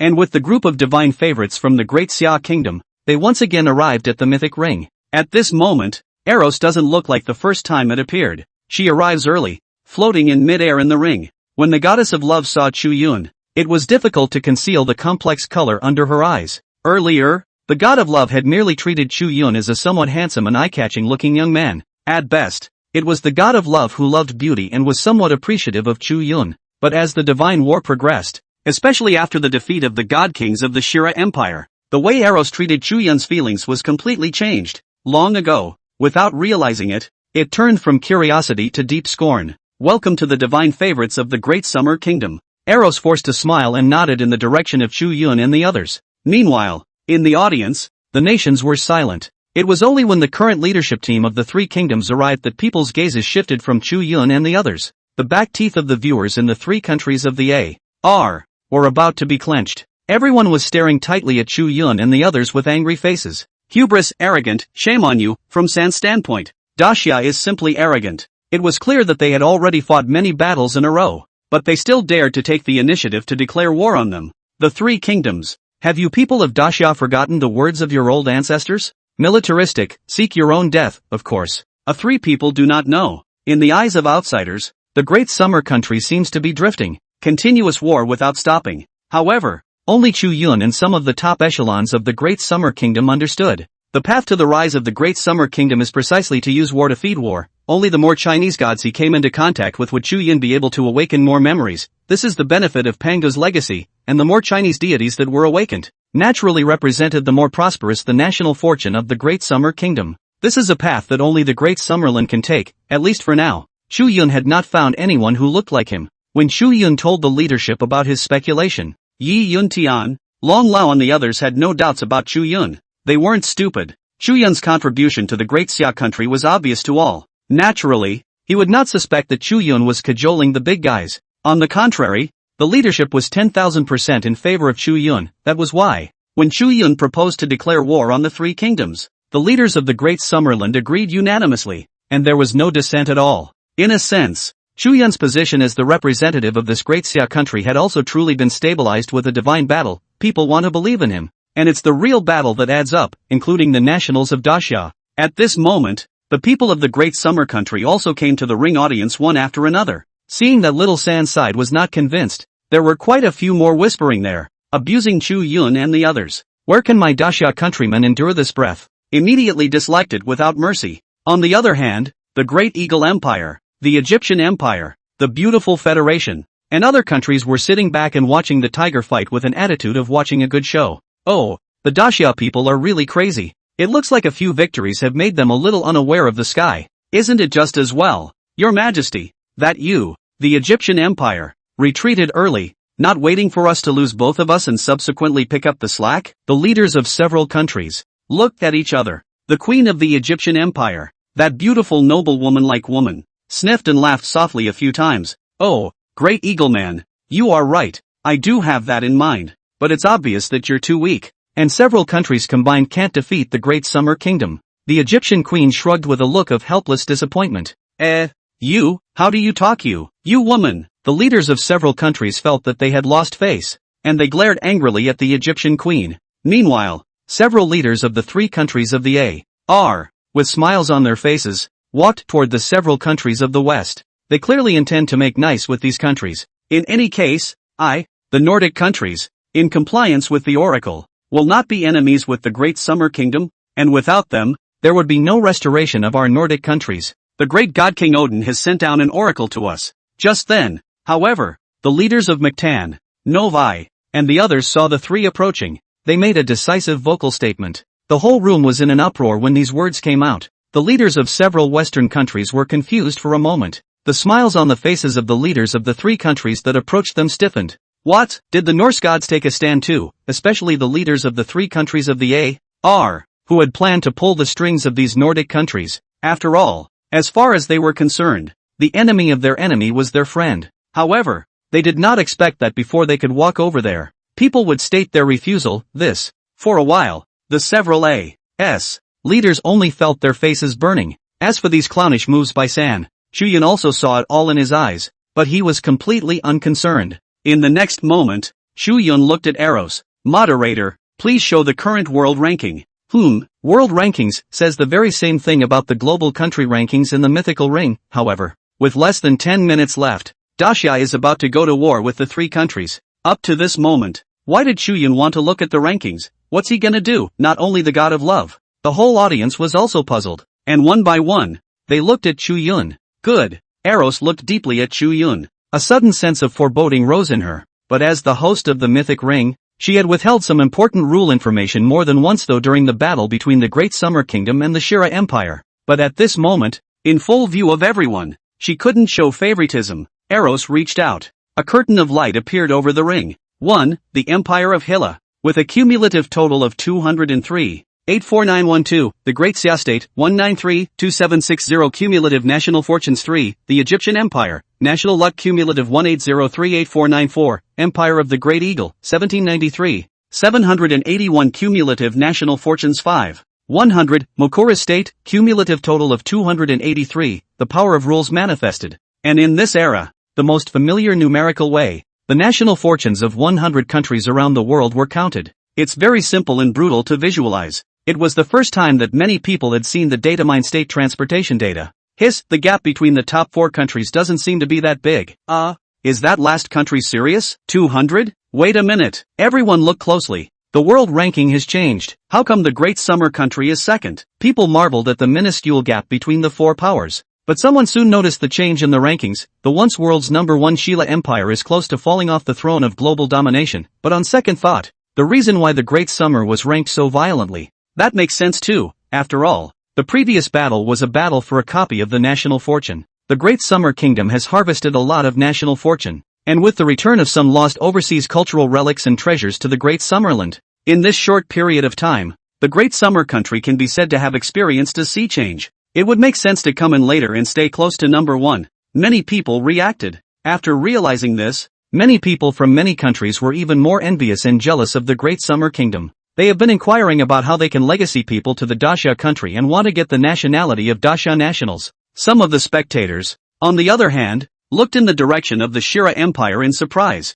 Nowadays, with the passing of the 3 generations of god kings such as Zeus, after the primordial gods such as Gaia had re-ruled the divine lineage of the Sheila Empire, Sheila's leadership, too, is no longer that directed against the Great Summerland. After all, Gaia had offered her life essence to bless the Daxia people. Many of Sheila's leaders, though unconvinced in their hearts, did not dare to show it in plain sight. At this moment, he saw that the Great Summer Kingdom was about to overtake them. Naturally, the face of the Sheila was not very pleasant. Oh, that was close. Was going to just change the host. Chu Yun narrowed his eyes. That's right, the reason he checked the national luck rankings. It's all about jerking off Eros, not to mention that Eros is not a big part of Sheila's mythology, but she has some advantages as the host of the mythic ring. Chu Yun hadn't forgotten that as long as the host had selfishness, then there was absolutely no way to talk about fairness and impartiality in the ring. In the first few battles, the Great Summerland side hadn't suffered many losses. It was only now, with the great shuffling of the hierarchy of gods, that Eros had collected herself, and that host, in turn, is elected by the #1 ranked country in the world only enough to qualify. I see. This little thing, Chu Yun, is trying to change hosts. Nice try. And you want to change hosts to pit us against each other? Damnable and hateful Daxia people. What a scheming mind. The viewers of the 3 countries of the A.S. woke up with hindsight, and one by one, they cursed out angrily. Chu Yun only glanced at them lightly. Blind? It's this close to national luck. It will be enough to behead a few of your gods at random later. Chu Yun was not that soft persimmon, pushing with him, that he disliked back without mercy. After hearing Chu Yun's words, the Sand people became even angrier. They really hated that they could not immediately rush to the ring and beat Chu Yun to death. And yet the little a-holes would only dare to curse and swear. They really weren't stupid. Where would they dare to go up and fight with Chu Yun, who was an S-class divine favorite? Chu Yun didn't even bother with this group of mouth breathers. With that he looked to Eros. By the way, can I wake up the goddess early and get ready to replace you? After all, this divine war, I feel that our great Xia kingdom is sure to win. I'll wake up the goddess first. At those words, the expression on Eros' face froze. She now sort of understood the source of her foreboding. Chu Yun spoke with true nonchalance, however. As the host, even though Eros did not want to answer Chu Yun's question, she was restricted by the rules and could not refuse. She could only drill some loopholes, and if Chu Yun did not ask, she would not say anything. But when asked, she had to say, sure, this is also a right unique to your country of Daxia. Only the second-ranked country in the world can enjoy this privilege. The god of love forced a smile and then told Chu Yun some rule matters. That's done. Without any hesitation, Chu Yun immediately walked towards the divine enlightenment stone within the seat of the representative of the great Xia country. Eros had screwed over the great summer kingdom, so he naturally wouldn't show Eros any mercy. As for Yi Yuntian and the others, they watched as Chu Yun walked inside the divine enlightenment stone. These veteran divine favorites who had dedicated their lives to the great summer kingdom and had fought for many years suddenly had a strange dreamlike feeling. The original. What a way for our country to go, our god can also take the stage and show up. The elderly were heartened, simply because they had lived through the absolutely dark times of the great summer. Ha ha, our god can appear too. Ring host, one day it will be our country. The people of the great summer kingdom and the audience were expecting a lot from this. Chu Yun, many elderly people even hazed their eyes. Grandpa, why are you crying? The little grandson opened his big, pure, innocent eyes. The old man reached out and gently softened the little guy's head, murmuring, silly boy. Grandpa me, I used to have a grandpa too. The child didn't understand and cocked his head in confusion. But those who lived through those years get it. Older teenagers and young adults get it, because our grandfathers and grandmothers, they were in the miles, one by one, when they fell in the wind and snow. The driving force that insisted them to go on was the never-ending faith of Huaxia. They had fantasized about the bright future of China when they had no choice but to bring their millet-plus rifles and spill their blood on foreign lands. Ancestors and grandfathers, spilling blood on the frontier. When they were defending the country, that reason is just too simple, too pure. Just want the descendants to live a happy life. With that uninhibited happy smile on their faces.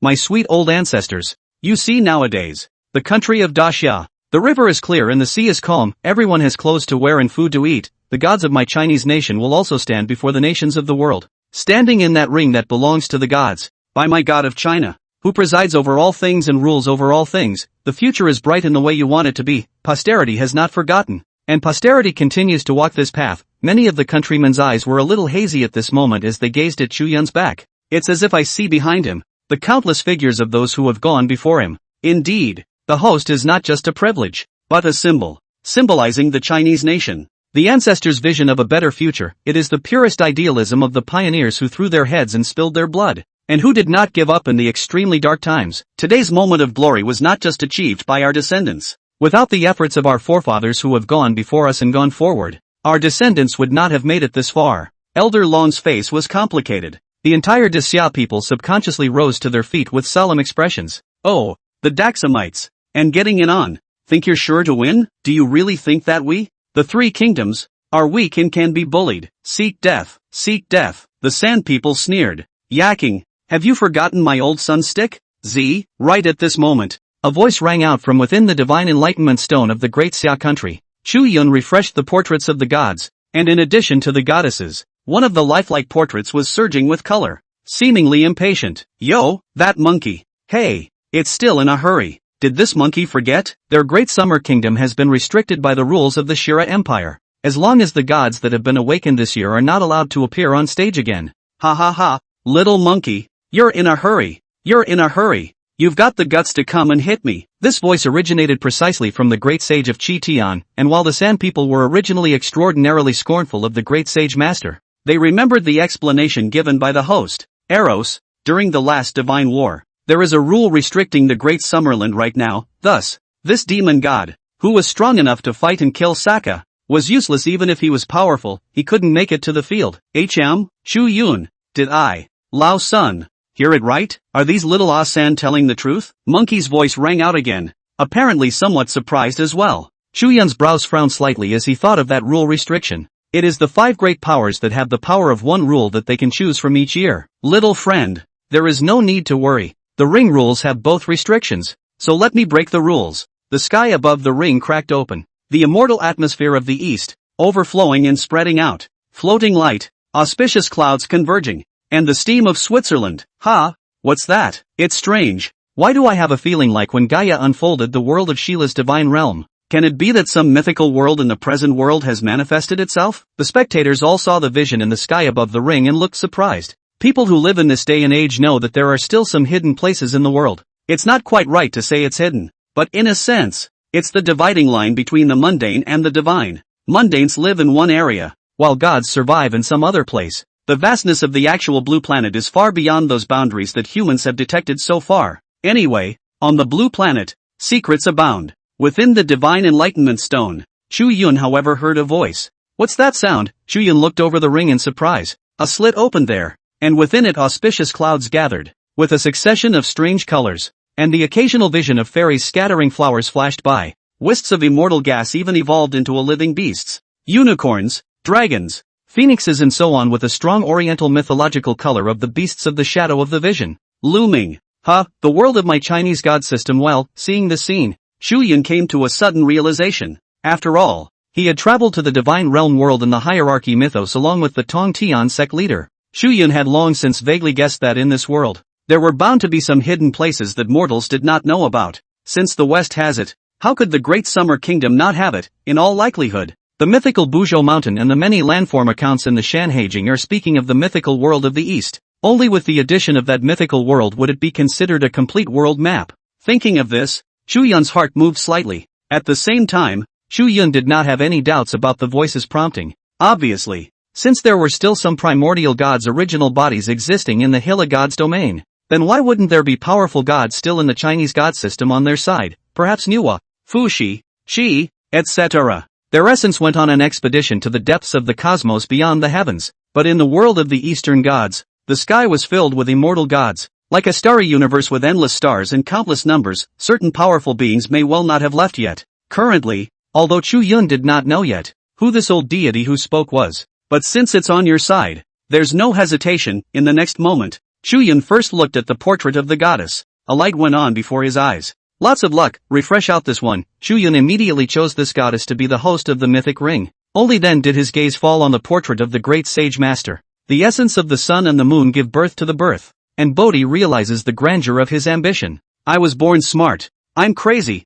I'm cynical. And I'm a fighter. Late Chu Yun welcomed the great sage of Qi Tian, the monkey king, to the mythic ring. Boom! Chu Yun's words were like a thunderbolt that set off a huge wave in the crowd of spectators at the scene. The audience in each country was dumbfounded. Crooked? I didn't hear it wrong. Did I? What is Great Xia's Chu Yun doing? Has he forgotten that his own country was limited by a force of rules chosen by the Shira Empire during the last war? Yes, they, the Great Summer Kingdom, are clearly not allowed to awaken the gods that have debuted to fight again within this year. That's not true. This is also the bottom line of the Sand People, right? After all, although the Great Summer Kingdom has won consecutive battles, there are quite a few powerful deities that have been summoned. How many strong gods are left in the Great Summer Kingdom? I'm afraid there aren't many. Could it be that Chu Yun had no choice? Did he choose this monkey god with a stiff upper lip? The nations were talking, and all kinds of statements were being made. There were the surprised and puzzled, and those who were ready for a good show, not the least of which was some snickering and teasing.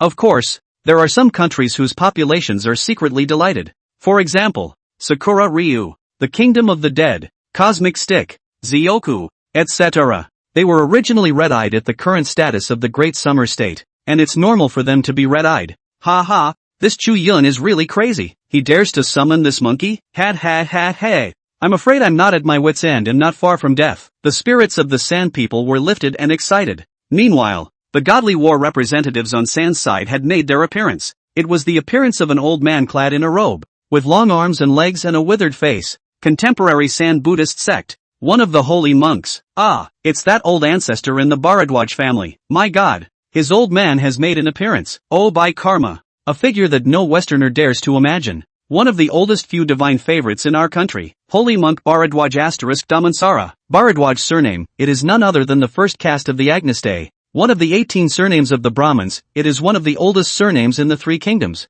and has an extremely loyal faith and sense of family belonging. It has an extreme loyalty to the religion, and a sense of family belonging. Of course, the original Bharadwaj family, the majority of the clan, practiced the agnostic religion. To this day, there are some Buddhist followers. More so, it occupies an important position in the San Buddhist sect. Take for example this holy monk, Dhammansara. He was not just a Buddhist monk of high status, it was even a remarkable mortal S-class divine favorite, and was even praised by many Buddhists as the Buddha of the human world, the light that walked in the mortal world. Meanwhile, with Dhammansara appearing, there was also the San deity he had awakened within the divine enlightenment stone. In full view of all, Dhammanthar knelt reverently and kowtowed to the void. A male Buddha with a dignified appearance and a golden radiance all over his body, heralding the boundless power of the Dharma, manifested in mid-air, Buddhist, Vishnu Shakyamuni Buddha, and yet that's not the end of it. Immediately afterward a white elephant emerged, on which sat a handsome-faced bodhisattva, and then a mighty lion's roar resounded through the heavens and earth. A green lion shook its head and manifested its true form. On this lion's body, a beautiful, generous, mildly regarded female bodhisattva, with a smile on her lips, rode the lion. 1 Buddha and 2 bodhisattvas. 3 after all. Now, people from countries all over the world exploded with attention. What fa? Did the 3 kingdoms cheat? I can't believe I woke up 3 of them. Bullshit. Don't talk nonsense if you foreigners don't understand. These 3 are the figures in the Buddhist sect who are celebrated by the world as the 3 saints of Huayan, the 2 bodhisattvas, who are the most loyal attendants of Vishnu Shakyamuni Buddha. Want to come out? So of course they come out together. Ha ha ha. Steady, steady. The monkeys on the Daxia side can't even get out. Isn't this a sure win for us? Honestly, that monkey from Daxia is also good luck. It's lucky that he didn't come out. Otherwise he would have been killed on the spot. The San people were so excited that they couldn't stop wailing. Oh, the 3 sages of Huayan, Chu Yun also saw these 3. By all accounts, the situation looked menacing. No one thought that the Buddhist sect of the 3 kingdoms had this in store for them. Plus monkey hasn't shown up yet, and in the eyes of others, likely won't make it to the stage. No matter how you look at it, it seems that the Great Summer Kingdom is set to lose. But Chu Yun's face, however, suddenly turned a little odd. It's not Manjushri and Pratyabhadita, Chu Yun murmured. Send to your door. That's right, Chu Yun recognized it, that Vairocana Buddha is, in Buddhism, a kind of Dharma phase of Sakyamuni Buddha, or Dainichi Buddha. There are many phases of Sakya. What monkey knocked off was also just one of the present-day phases. This Vishnu Shakyamuni Buddha Chu Yun could ignore. But Manjushri Bodhisattva and Pratyabhadita Bodhisattva, a man and a woman, he could be too familiar with. There are also legendary accounts of these 2 in various mythological accounts in the East. Even the origins and whatnot are well documented. The most famous of all is to be found in the account of the sealing of the gods, under the disciples of the first Heavenly Father, among the 12 golden immortals,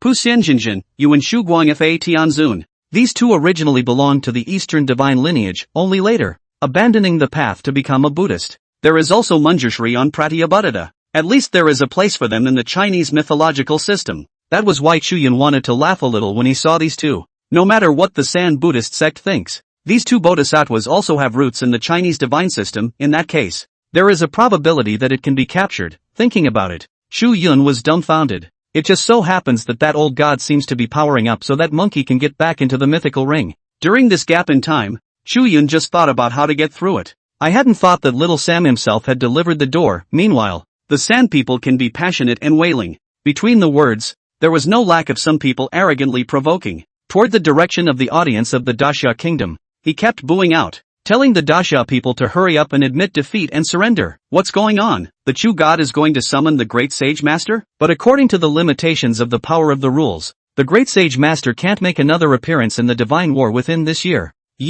You still don't believe in the Chu god? The Chu god must have his reasons for doing this. That's it. It's absolutely right to trust the Chu god. And look everyone, the vision that manifested over the mythic ring is likely to be a change yet. The Chu god definitely has his way. The people of the Great Summer Kingdom in the audience didn't pay any attention to the arrogant little ajushis. Although people's faces were a bit ugly, everyone's confidence in Chu Yun had not wavered in any way since the beginning. This stemmed from the prestige that Chu Yun had fought out battle after battle. The people of Daxia are not stupid, and they certainly don't doubt their own representatives. Yi Yintian and Song Hai glanced at each other. Their faces were grave, and they nodded wordlessly. Oh Yi, what is there to worry about? The great sage shall make his appearance. Ask who said so. Poor me I say. Right at this moment, a stream of light swept in, descending from the sky and landing steadily on the representative seat of the Great Summer Kingdom. Come on man, it was none other than the contemporary strongest divine favorite of the Great Xia Kingdom, the guardian of the pantheon of the Beiping capital, Zhang Ningzi. who was of Taoist Shinmen Orthodox origin. We, the others, meet the old-timers. When Yi Yuntian's few people saw Zhang Ningzi appear, they were slightly stunned, and then they hurriedly bowed their heads to Zhang Ningzi. Don't worry, the poor Taoist invited that one, with that old deity's original true body out there. Isn't the power of the district's rules just for breaking? Zhang Ningzi stroked his beard and laughed lightly. At the same time, Chu Yun's side had also made a move. Eros, give me the prayer. Chu Yun could not help but walk out of the divine enlightenment stone and extend his hand towards the goddess of love. Eros was slightly stunned. This little guy, what's he up to? Eros' mind trembled slightly, but there was no way for her to refuse. According to the ring rules, she could only satisfy Chu Yun. Soon, a paper prayer appeared in front of Chu Yun. The corners of Chu Yun's mouth couldn't be suppressed, and the divine pen quickly swung and began to write a prayer on the spot. Everyone saw this scene and were all stunned. Hup, prayer offerings to God, it's at this time of the day. And you're still not worried about whether or not your own Qi Tian de Shang can come out. Preferring a prayer offering to God, does he still want to take away the gods of Agri? No. No. Is this Chu Yun really at his wit's end? Forcibly summon a god who was limited by the power of the rules. Now there is the inexplicable choice of praying and sacrificing to God. To an outsider, it looks like a forced move in every way. Chu Yun, he's really out of practice. Several leaders in the audience of the 3 countries of the A.S. had happy faces. Aha, I originally thought that this Chu Yun had taken hormones and won 100 battles, but it turns out that there are times when he is unlucky. Hey, who says it isn't? But that's only normal. If he's lucky, can he be lucky all the way? It's time for him to be unlucky and unlucky. The San leaders only felt that the pent-up breath in their chests was exhaled to the fullest extent. It's so refreshing and relaxing. On the ring, the saintly monk, Damansara, who had a thin figure and had his hands folded and placed in front of his chest, sitting cross-legged on the ground, was surprised and raised his eyes to look at Chu Yun. Though Damansara was a monk of the world, the clansmen of this family had a strong sense of belonging to their family, and to their country. Don't look at Damanther, who is appearing in front of people for the first time, but this year there are godly battles about the 3 kingdoms of Arakan, and he has not left a single one behind. It's clear to see through online channels. Thus, Damansel remembered Chu Yun. After all, Chu Yun's active performance in the Divine War made it difficult for people to not notice. This little guy from the Great Summer Country. He's not the type of person to give up on himself after falling into a desperate situation. Damanther narrowed his eyes slightly, keenly aware of a hint of oddity with his eyes and insight. He was also far from being comparable to those enemy opponents Chu Yun had once encountered. Damanther had never underestimated Chu Yun for a moment. A flash of essence flashed within his cloudy eyes. What does this little guy want? Is it over? Under Damansel's gaze, the prayer in Chu Yun's hand shot up into the sky and was burned up by the golden flames. 2 bodhisattvas. Don't quickly come to your senses yet. Recognize yourself. See yourself. Chu Yun exited aloud. The words are as if they contain wonders. At the same time, the figures of the 2 male and 1 female Buddhist sect strong gods that manifested in midair. One of them, a man and a woman on the left and right sides, suddenly trembled in their bodies. Manjushri and Pratyabhuddha were slightly stunned. The bottom of both men's eyes were flooded with a thoughtful color, and in their eyes, there were floating, walking images that flashed by quickly. It was as if the memory of the past had been restored. I am Pushyun real, said Pushyun Bodhisattva, his face showing a flash of realization. I am Manjushri Guangfa Tianzuan. Today, to know that I am me. Hearing the sudden whispering of the 2 bodhisattvas, the San people in the audience who had been yelling nonstop grew their mouths wide and froze. The spectators all over the world who looked over stared in astonishment and disbelief. Damanther's brow furrowed slightly. What? The prayer offering was successful? No way, sparing this holy monk. His state of mind at this moment was flooded with a ripple as he rose violently and stared straight at Chu Yun. Little one. What? What have you done? Chu Yun had landed on the mythic ring and stretched. It's nothing. It's just tracing the origin of the 2 bodhisattvas to their ancestors. A3. WOJ. What? Recognize your ancestors? What recognition of ancestors? The San people in the audience roared with confusion. The smiles on the faces of several of the San leaders froze. Right at that moment, the appearance of Manjushri Bodhisattva and Pratyabhuddha Bodhisattva in the ring changed drastically. A man's crotch, the green-furred lion underneath his body. The Buddha's light on his body was hidden, and his great demonic aura came out. The Buddha nature on Manjushri Bodhisattva gradually faded away, and the 7 treasures golden lotus appeared around his body, with the demon binding rope wrapped around his waist. The other person is immortal and Taoist, holding a Wu hook sword, Taiji talisman floating around, sitting down on a white elephant. God's might. The San people's mouths were wide open for a long time. The likeness of these 2 bodhisattvas changed greatly, especially Prabhupada is not even in the female bodhisattva form anymore. In fact, The reason why Pratyabhadata is able to look at people in both male and female phases is precisely because after entering the Buddha's gate, the Buddha's Dharma phase of the Buddha's body can be changed at will, and is not bound by the distinction between male and female. But, at this moment in time, the Pushya Bodhisattva, that is no longer one of the San Buddhist sect. The body exuded the aura of an Eastern immortal god. After noticing this scene, the leader of San only had the feeling of having eaten a fly. Looking at the changes in the two men, they couldn't help but be reminded of the paramount Buddha mother. No way, the two bodhisattvas are also associated with Dasya?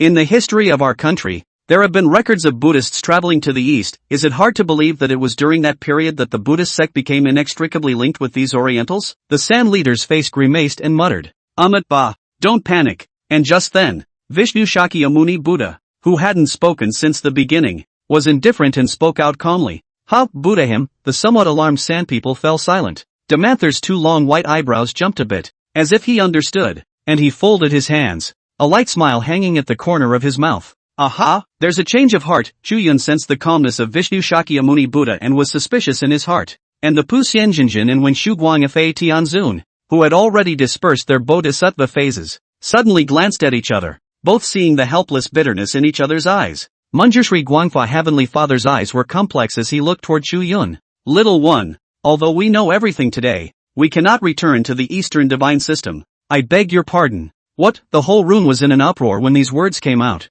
The audience of the Great Summer Kingdom was jaw-dropped. The watching neutral country audience was delighted. Yo, that's quite a twist and a good one, beautiful Federation viewer. Ha, this is going to be a good one. Spectator from the Great Eagle Empire. So Chu Yun doesn't have everything under control. I thought this kid's luck was out of control. Azunda viewers, this brat, he's really scaring the hell out of people. Hey. Still wanting to snatch away our country's strong god by virtue of the prayer sacrifice god. That's really hilarious. Ha. The two bodhisattvas simply don't see eye to eye with their Great Summer Kingdom's divine lineage. People simply don't want to go back. That's right.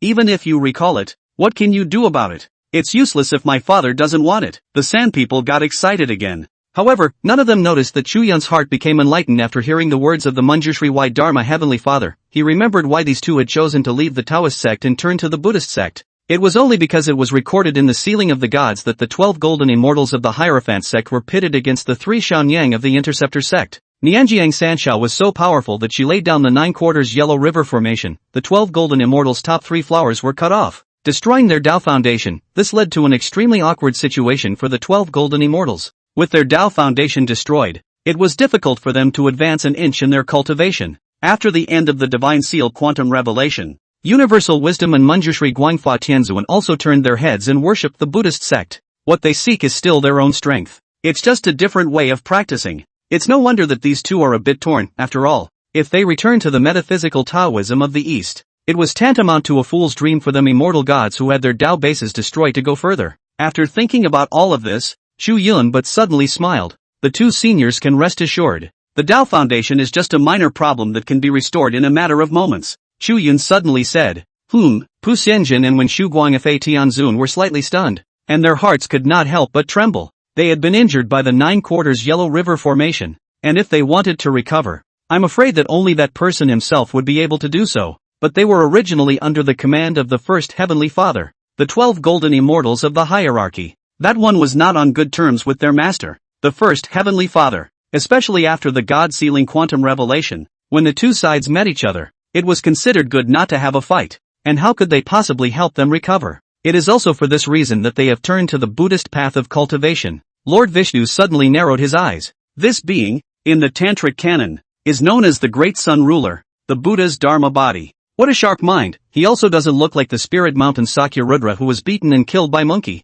Too lazy to pretend with the world. The corner of his mouth curled up into a faint sneering smile. You're quite a sharp-tongued, articulate little fellow from the East. However, the destruction of the foundation of the Tao is not to be trifled with. Full of shit. Opening his mouth. If the two of you believe this yellow-haired boy, you can give it a try. Vishnu is looking for a takedown. Anyone can hear that he's saying the opposite. Said to give it a try. However, in these words, they could all be sneering at Chu Yun's insouciance. The more you say that, the more you are afraid to try it. Sure enough, the faces of Puxian and Manjushri turned a bit ugly. In fact, from the beginning to the end, their Taoist hearts had never changed, still maintaining the Eastern immortal god, cultivating his own body. transcending beyond the five elements, proving the mind of the great eternal life. It was only because the foundation of the Tao was destroyed that he had no choice but to turn to Buddhism. But in the final analysis, it was still cultivating one's own body. Unlike some gods that could only rely on the existence of incense from mortal beliefs.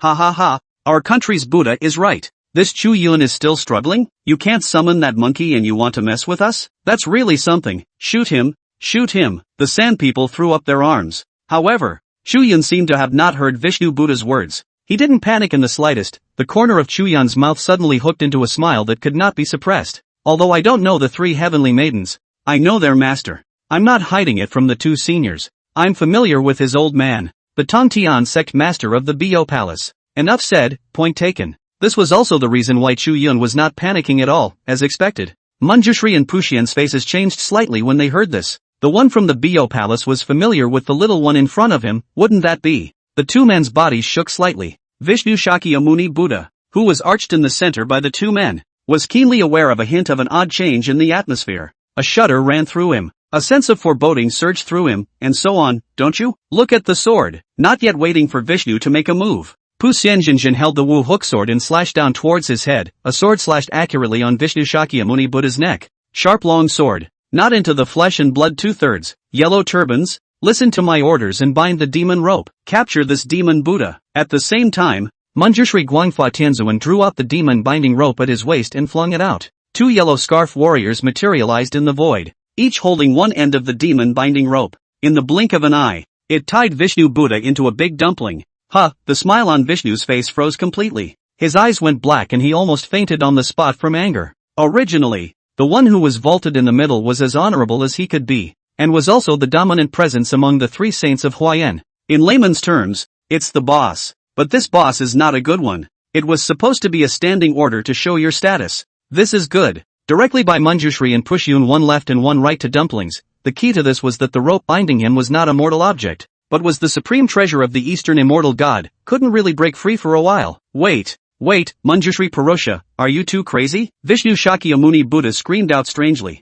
Yet neither one of them paid him any mind at all. The two of them looked at Chu Yun and smiled awkwardly. Cough cough cough. Look, little friend. The Dragon Boat Festival is almost here. Are these dumplings still satisfactory? The sand people in the audience nearly spewed a mouthful of old blood at the words. Damn. This situation is changing too fast. Isn't it? Get off me. Get off me. Bold. Unbridled. Are you too stupid? Could it be that you don't want to cultivate the supreme mysteries of my Buddhist sect anymore? Vishnu's mind broke down. What was originally a very pretentious center stance had unintentionally become a killing stance for him to be wrapped up in a dumpling. The entire person was tightly bound by the demon binding rope, and from the void, as if he had fallen backwards, he poofed onto the mythic ring. Manjushri and Puxian just stood on either side, looking at him indifferently. My Buddha is merciful. Turn back to the shore. If you turn back at this moment, my Buddha can still accept you. After the initial panic, Vishnu forced himself to calm down. With his mind racing, he naturally saw the situation at this moment. He was to be presented as a dumpling to the great summer, and he this dumplings. A moment and a half really cannot resist. No room to fight back, so there's no use cursing. It would be better to find a way to get out of it in a hurry. Therefore, Vishnu Shakyamuni Buddha held back the anger in his heart and instead greeted Manjushri and Puxian with a smiling face. Prabhupada glanced down at Vishnu Shakyamuni Buddha. Well, the two of us don't plan on practicing the Buddhist myriad. When I first specialized in your method, it was only to pursue the great Tao. The Tao heart of the two of us has never changed since the beginning. Whether it's your Buddhist mysteries or my Taoist Shinmen orthodoxy, they are all nothing more than means on the path of seeking. Now, since we can re-enter the Tao, why should we bother to seek farther and nearer to cultivate your Buddhist path? Manjushri and Puxian's Taoist mind was pure, and their words disliked Vishnu Shakyamuni Buddha's speech. Vishnu sensed that the two would not let go at all. He fiercely looked in Chu Yun's direction. This kid, he abducted these two with a few words. On what grounds? Why do Manjushri and Puxian believe in this kid's words so much? Vishnu Shakyamuni Buddha, however, did not know that when Chu Yun spoke of the Tongtian sect leader, Manjushri and Puxian would not have any hesitation. In the minds of the two men, sect leader Tongtian was a great terrifying existence that was on par with their most admired and respected master, the first heavenly father. One must know that the 9/4 yellow river formation that had dryly overthrown the 12 golden immortals was only set up by the Tongtian sect leader's disciple, Nyang San Shao. Fucked over by a disciple. That's to say nothing of the master. How could the two possibly doubt this great terror in Chu Yun's mouth? Take it away. Well, It's just right to offer it to his old man, Uncle Shifu. Under the seat of the senior uncle, there are mostly hair and armor-clad, wet and oviposited people, and great demons proliferate. I'm sure they haven't tasted the flavor of the San Buddha yet, have they? The many senior brothers should be satisfied. The two of them muttered a few words, and then they drove the yellow scarf warriors, lifted the Vishnu Buddha, and headed in the direction of the great summer kingdom. Bound into a dumpling, Vishnu Shakyamuni Buddha, shaking 3 times, was as humble, pitiful, and helpless as a chickadee. His mind was completely broken at the moment. There was no longer the earlier dignified appearance of the Buddha. This disheveled look fell in the eyes of viewers all over the world, and even gave people an unreal sense of fantasy. Buddha can get hurt too. God doesn't seem to be omnipotent and irresistible, you see. He can despair. He can have a breakdown of heart. Vishnu Shakyamuni Buddha suddenly looked at Chu Yun in the ring. Damanther, what are you waiting for? Kill him for me. Kill him. In the mythic ring, the gods can't lay a hand on the divine favorites. This was one of the most important rules in the mythic ring, and even summoned supreme gods could not break this rule. But the divine favorites are capable of killing each other. Lord Vishnu now placed his only hope in the holy monk Damansara. Damanther would have been all confused. This holy monk who had lived for 100 or 200 years had never seen the Buddha tied up as a dumpling. There was no need for that hiss of Vishnu's Buddha, which still awakened Damansara. Damanther, who had been sitting cross-legged in the ring, jerked up with a jolt. The great lion's roar. Damansara was also worthy of being a holy monk, and after reacting, he immediately stared Chu Yun dead in the face. He knew that the only way to break the game at the moment, it's to beat Chu Yun to death. The only way to win this divine battle anymore was to kill Chu Yun, the divine favorite who was fighting on behalf of the great Xia kingdom. Roar! Damanther folded his arms, his chakra venting wildly. White eyebrows fluttered and his clothes hunted. It was seen that in front of Damansel, golden radiance surged, and a golden-furred lion with open teeth and claws came to life. This golden-haired lioness roared and pounced on Chu Yun. Hold it back! Chu Yun, however, did not utilize any divine mysteries at all, but instead let out a stern cry. His terrifying fleshly strength thumped out. Mana surged within his body. The extreme end of Pangu's power, the mana inheritance of Fu Shi, Lord Tong Tian, and so on from the gods that roam the heavens, a perfectly harmonized blend of force and law. The roaring breath of this exhale stretched for miles. The air around them was repelled by this terrifying air pressure, creating a terrifying vacuum. Chu Yun's sound waves were clear to the naked eye and resembled a huge wave that was like a mountain of mountains. In an instant, it crushed that golden-haired lion son's vision into smithereens. Rumble, this sound, the words are like the thunderous hum of the sky. The concussion made the live audience's heads spin and their eyes blur. This was still because the mythic ring was isolated from the audience with an arcane shelter. Otherwise, just this rebuke alone could have shaken countless mortals to death on the spot. The dreadfulness of the mortal-less divine favorites was manifested at this point. Of course, ordinary people did not have the strength that Chu Yun had. After all, his original deity, the number of inheritances he had inherited, was simply too terrifying. Obviously, Damansara had not expected Chu Yun's strength to be this terrifying either. Being swept around by this wave of air, Damanther had only a strange feeling of being hit by a divine mountain. The entire person sprayed blood and flew backwards. So wretched, the entire audience was silenced, and San's face was pale and bloodless. After a brief moment of silence, the entire room erupted in a shocking cheer. Ha ha ha, Chu God is awesome. It's almost the Dragon Boat Festival. Our gods are going to eat dumplings, so we can't lag behind. Right. Crooked. Is the Wufang Jai dumplings well? I order a few. Trouble you guys pack it to send to the mythical ring this side. Thank you. Me too.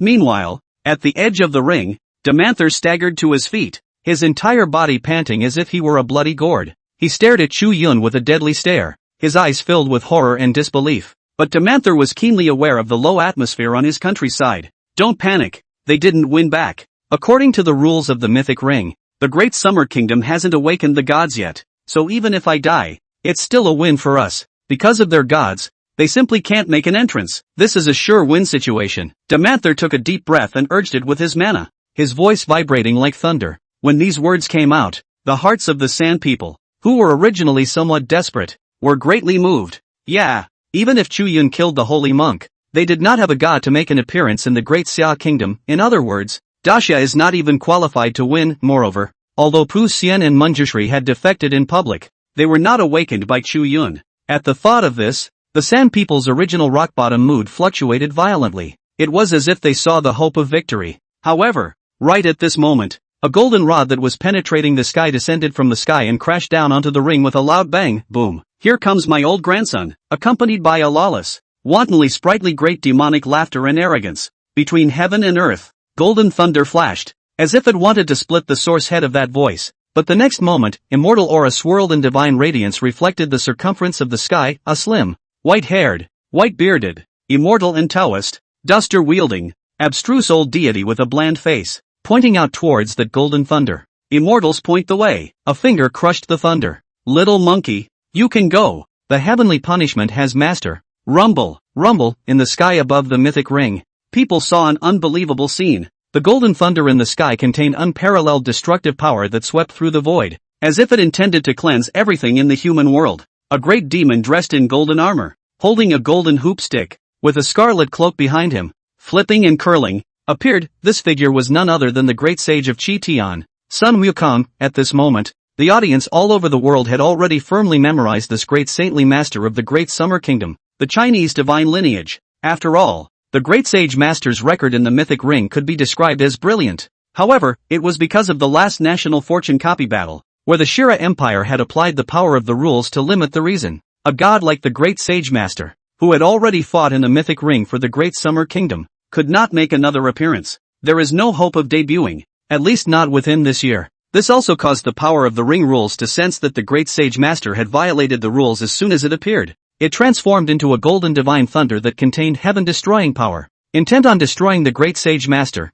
the spectators of the great summer country were watching with shocked eyes, and a strong look of worry appeared on their faces. But monkey, how could he not know this? But he must fight a battle. He had to win back the true spirits of his masters and brothers himself. In this battle, you cannot die. It is necessary to trample the Buddhist gate of the spirit mountain to find the person in my heart. Monkey's eyes were red, and the four divine auras of demon, devil, Buddha, and human were thumping and sweeping across the sky. It was as if the idea of being unyielding and undefeated was crying out silently. In an instant, the golden thunder wrapped itself around Monkey. The golden hoop stick in Monkey's hand swept out horizontally, destroying and clearing the golden thunder that was entangled around his body. Go for it, Master Sage. The Dasha people in the audience were sweating for Monkey. As for the Vishnu Buddha, who was bound into a dumpling, a touch of joy appeared on his face. Foolish Eastern gods, the power of rules is not something you can fight against. A flash of surprise passed through Vishnu's eyes. Originally he had been a little desperate. In fact, all that was needed was for the great summer countryside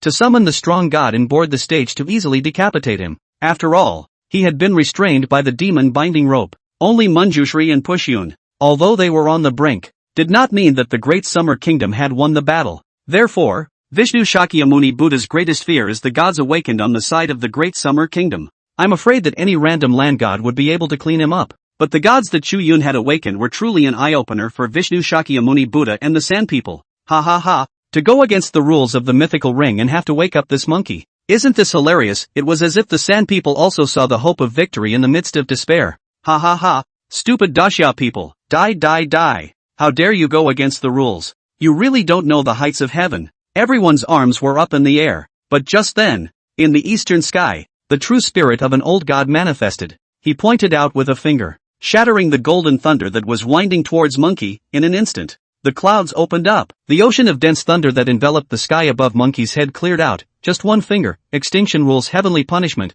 below the golden thunder sea. Monkey, who was battling with the infinite thunder, was instantly empty in front of him. There was no more blast of golden thunder. Huh? Is this? Monkey was also shocked, not expecting someone to come to his aid at a time like this. So who is it? Monkey subconsciously looked up. Just one glance, Monkey froze on the spot as if he had been cast in a stasis. He stared blankly at the pale figure that was situated in the air above his head, leaving him with only a backdrop. The figure was not remarkably tall, with a thin build and not so broad shoulders, but held it all together for him. Aha, what the hell is this? Who is this old man? The sudden scene caught the crowd off guard. The Sand People froze. The joy in the bottom of Vishnu Shakyamuni Buddha's eyes in the ring vanished, and he narrowed his eyes at the old god. Even on the side of the Dasha people, they were at a loss. They could see though that it was a powerful Eastern immortal god manifesting, but people knew nothing about the identity of this old god. Whoa, what a strong old god. Heavens, who is his old man? How dare he fight against the power of rules? I was sweating for the great sage master just now. I always felt that the great sage master was going to be overwhelmed by the power of the rules. I never thought that this old deity would destroy the sea of rule lightning with a single finger of the immortal. The people of Daxia were pleasantly surprised and exclaimed in admiration. Bodhi the Elder. Chu Yun did see it. This was precisely the same person who, when Chu Yun had hesitantly struggled for a moment as to whether or not to risk going against the rules and awakening the great sage master, the voice that was transmitted to him in the state of celestial sensation. At that time, Chu Yun had a guess. Now the speculation is confirmed, because in this world, the ones who can genuinely and sincerely do good for monkey, aside from a few people from the westbound side, this was the only one left. His identity is not hard to guess. Moreover, Chu Yun could also see the difference between Bodhi old man. He was not the same as the gods that manifested in the mythic ring. This one's main body is still in Blue Star, in my Eastern mythological world. A place that is hard for mortals to peer into. His strength is perfect to the core. Even at this moment, Elder Bodhi could not descend into the mundane human world in his true form. But even this manifested incarnation was terrifying in its strength. Rumble, rumble, the power of the rules manifested once again. As if it was endless. Golden thunder spread all over the pale sky, frantically splitting downwards. One could see Elder Bodhi, the duster in his hand flicking upwards. Endless immortal mysteries surfaced with him as the center of the circle. It was like a ripple track that shot up into the sky. It turned into a transparent barrier that enveloped the sky above the dome. The water curtain-like swirling barrier resisted the golden thunder that struck down with tyrannical recklessness. All the spectators from neutral countries looked dumbfounded. This was the first time ever that a god dared to openly defy the power of the mythic ring rules. It's a scene that's never even been seen before in history. It's impossible for people not to freeze. The three of them, on the other hand, were wide-eyed, with only a sense of having seen a ghost. No, no, no. You guys in Daxia are floating enough. That brat, Chu Yun, dared to go against the rules and awaken the monkey. You gods of Xia have drifted away, too. How dare they also go against the rules, even openly resisting the rules' heavenly punishment? Dare I ask, old senior, who are you and why did you block the robbery for my old grandson? But I, Lao Sun, thank you. In the void, monkey, who was in a daze, had some red eyes. Of course he knew the old god, but he always remembered the teachings of the old gods. You this go, fixed life bad, by how you caused trouble and murder, but not allowed to say is my disciple. That year, at the back of Mount Fengsuan, the old god reached out and patted the little monkey's head, whispering in a harsh, darkly warning and reminding tone. At that time, the little monkey didn't understand or comprehend that this was actually a reminder from the old gods to him, but the little monkey nodded in ignorance. He remembered that the old gods had said that their relationship should not be mentioned to outsiders. Until today, the little monkey grew up and became that great and powerful man of the heavens and the earth. But this teaching remains with him. Silly boy. Since the master has shown himself, what is there to be afraid of recognizing? When the sky falls, the master holds it up. Boom! Elder Bodhi's words were like a thunderbolt that exploded in the ears of the people of the world.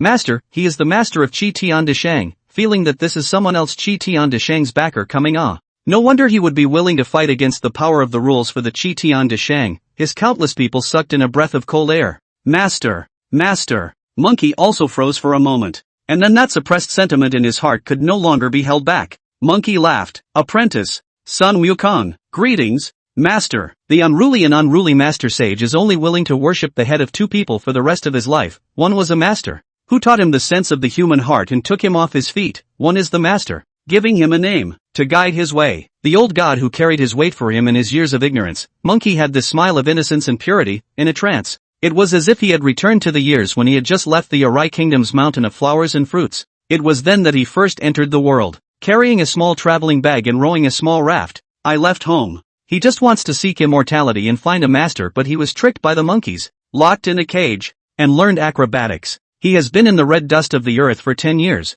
and has experienced the perils of the human world and the red dust. Finally the kung fu was not enough and he worshipped an immortal mountain. Lingtai Square Inch Mountain. Slanting Moon 3-star Cave. He went from sweeping the floor, day after day, year after year, and his heart for the way remained unchanged. His original intention unchanged. Ancestor Bodhi saw that his Taoist heart was resolute and gave him a chance. Class and slapped him on the back of the head 3 times. Monkey is intelligent and amazingly perceptive. In the middle of the night, kneeling at the door of the ancestor. With this kneeling, he almost collapsed his Tao heart. The ancestor doesn't open the door for him. Did you guess wrong? But fortunately, the little monkey was compared to the rest of his fellow brothers. Though he did not have godly parents, nor did he have a chance made in heaven. He was just a silent and nameless little monkey who came up from the red dust of the mortal world, groping and crawling. But the good thing is, he has a heart of perseverance. You can't stop until you reach the Yellow River. He held up It also ushered in the biggest turning key point in his life. The ancestor opened the door for him and preached late at night. He was given the name,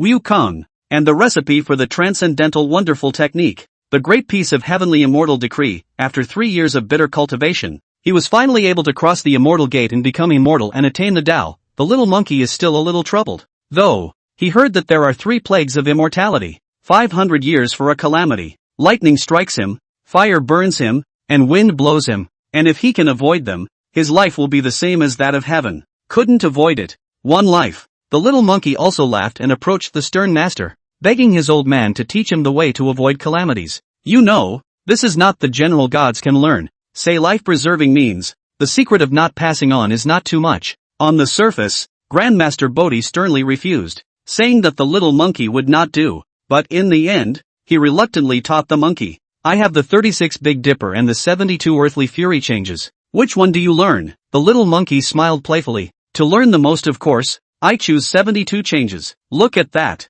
Obviously, the Bodhi ancestor who had been rejecting the little monkey and talking about how the little monkey couldn't learn. At this point, however, he just smiled and leaned in, carefully instructing up the little monkey. The little monkey, probably didn't even notice. When faced with the wonders of the immortals that normal people can only dream of, his own master even let him choose up later. The little monkey lifted his haze and flew up. Overjoyed, he made a strong jump, 5 or 6 feet off the ground, and repeated it but 3 miles away. Ancestor Bodhi was amused by him. Is this even considered to be a Taiyun? It can only be considered climbing clouds. You're still far from it. Master Bodhi counted the little monkeys. But then, according to the monkey's habits and preferred jumping style, he was taught the somersault cloud. Since then, the little monkey has been flying in the clouds. With a heel of 100,000 miles, the avatar that belongs only to the little monkey is tailor-made for him by his master. In a trance, Monkey thought of years gone by. He made a respectful bow in the direction of ancestor Bodhi. This gift comes from the heart, just as in that year. He waved goodbye to his master in tears and left Mount Fangchen. In this life, he also had the gift of a teacher that he had not yet repaid. Only the master had said not to mention him in the slightest, in front of outsiders. So, Monkey kept this sentiment hidden, and never talked about it in front of anyone. After all, those were master's words. How could he forget? The sand people stared blankly at the scene. The Vishnu Buddha in the ring acutely sensed a sense of foreboding. Vishnu suddenly struggled. Damansara, who had been knocked away by Chu Yun and was sitting disheveledly on the ground like a blood gourd, stared dead at Monkey's figure. What scared Damantha the most was the monkey who had won back-to-back battles in the mythical ring. I can't believe there's a master. His master appeared at this moment. Damantha looked violently in the direction of Eros. Moderator, is this even possible? Blatantly defying the rules of the mythic ring. Are the rules of the ring as nothing? Can anyone go against it? He cannot fight on behalf of the great Xia kingdom. He has forced his way out. It is a great offense. And the great summer kingdom must be judged to have failed. Damantha's jaw dropped. Eros' face paled as she looked incredulously in the direction of old man Bodhi. Honestly, it does go against the rules. But what can Eros do? Is it possible for one small body to question this old god of the East? It looks as if you could kill yourself with a slap. Vishnu Shakyamuni Buddha also said. That's right. This monkey cannot appear. He goes against the power of the rules. He's not being reasonable. The words had not yet fallen. A golden rod, wrapped in strong wind, negligently smashed down, boom, a stick. The sun smashed into Vishnu Shakyamuni Buddha's head, smashing this Athanasian Buddha's Dharma body on the spot. It shattered with a bang. The first god of this battle, Agnistae, death by death. Everyone was stunned and grew their mouths to look at the unruly, golden rod-wielding great sage master. Monkey, however, was full of concern, his great demonic aura spreading. He stared viciously in the direction of the three. Had, my old grandson has a backer. Why can't I walk sideways? My old son's master has manifested. As a personal disciple of master, his old man, I naturally can't disgrace master. I'm going to walk sideways. I'm going to stand in the mythical ring. You guys aren't convinced? Then come and fight. Monkey's little mouth lifted in a rather proud manner as he said this. Then of course you'll be proud, because today, he, the great sage of Chi Tian, could finally do it in front of the whole world. Be proud to say who your master is and where your roots are. Lingtai Fangchun. Ao Lai Chi Tian. The Monkey King is also. The sand people were completely confused and looked on in a daze. That's a nifty drag, you know. Until this year, it had always been their sands gods that had faced the gods of the Great Summer Kingdom with crushing disdain. Now the situation is reversed. It became the Great Summer Kingdom gods strutting their stuff in front of them. Abominable, hateful, damn it. The three of them also finally experienced this feeling of having no place to take their anger. The people of the Great Summer Kingdom, on the other hand, were incredibly excited. And everyone was shouting for Monkey, gotta be strong, it's so awesome, and in Monkey's body, an incredible aura was rising up. A rift unfolded in the sky above the three kingdoms,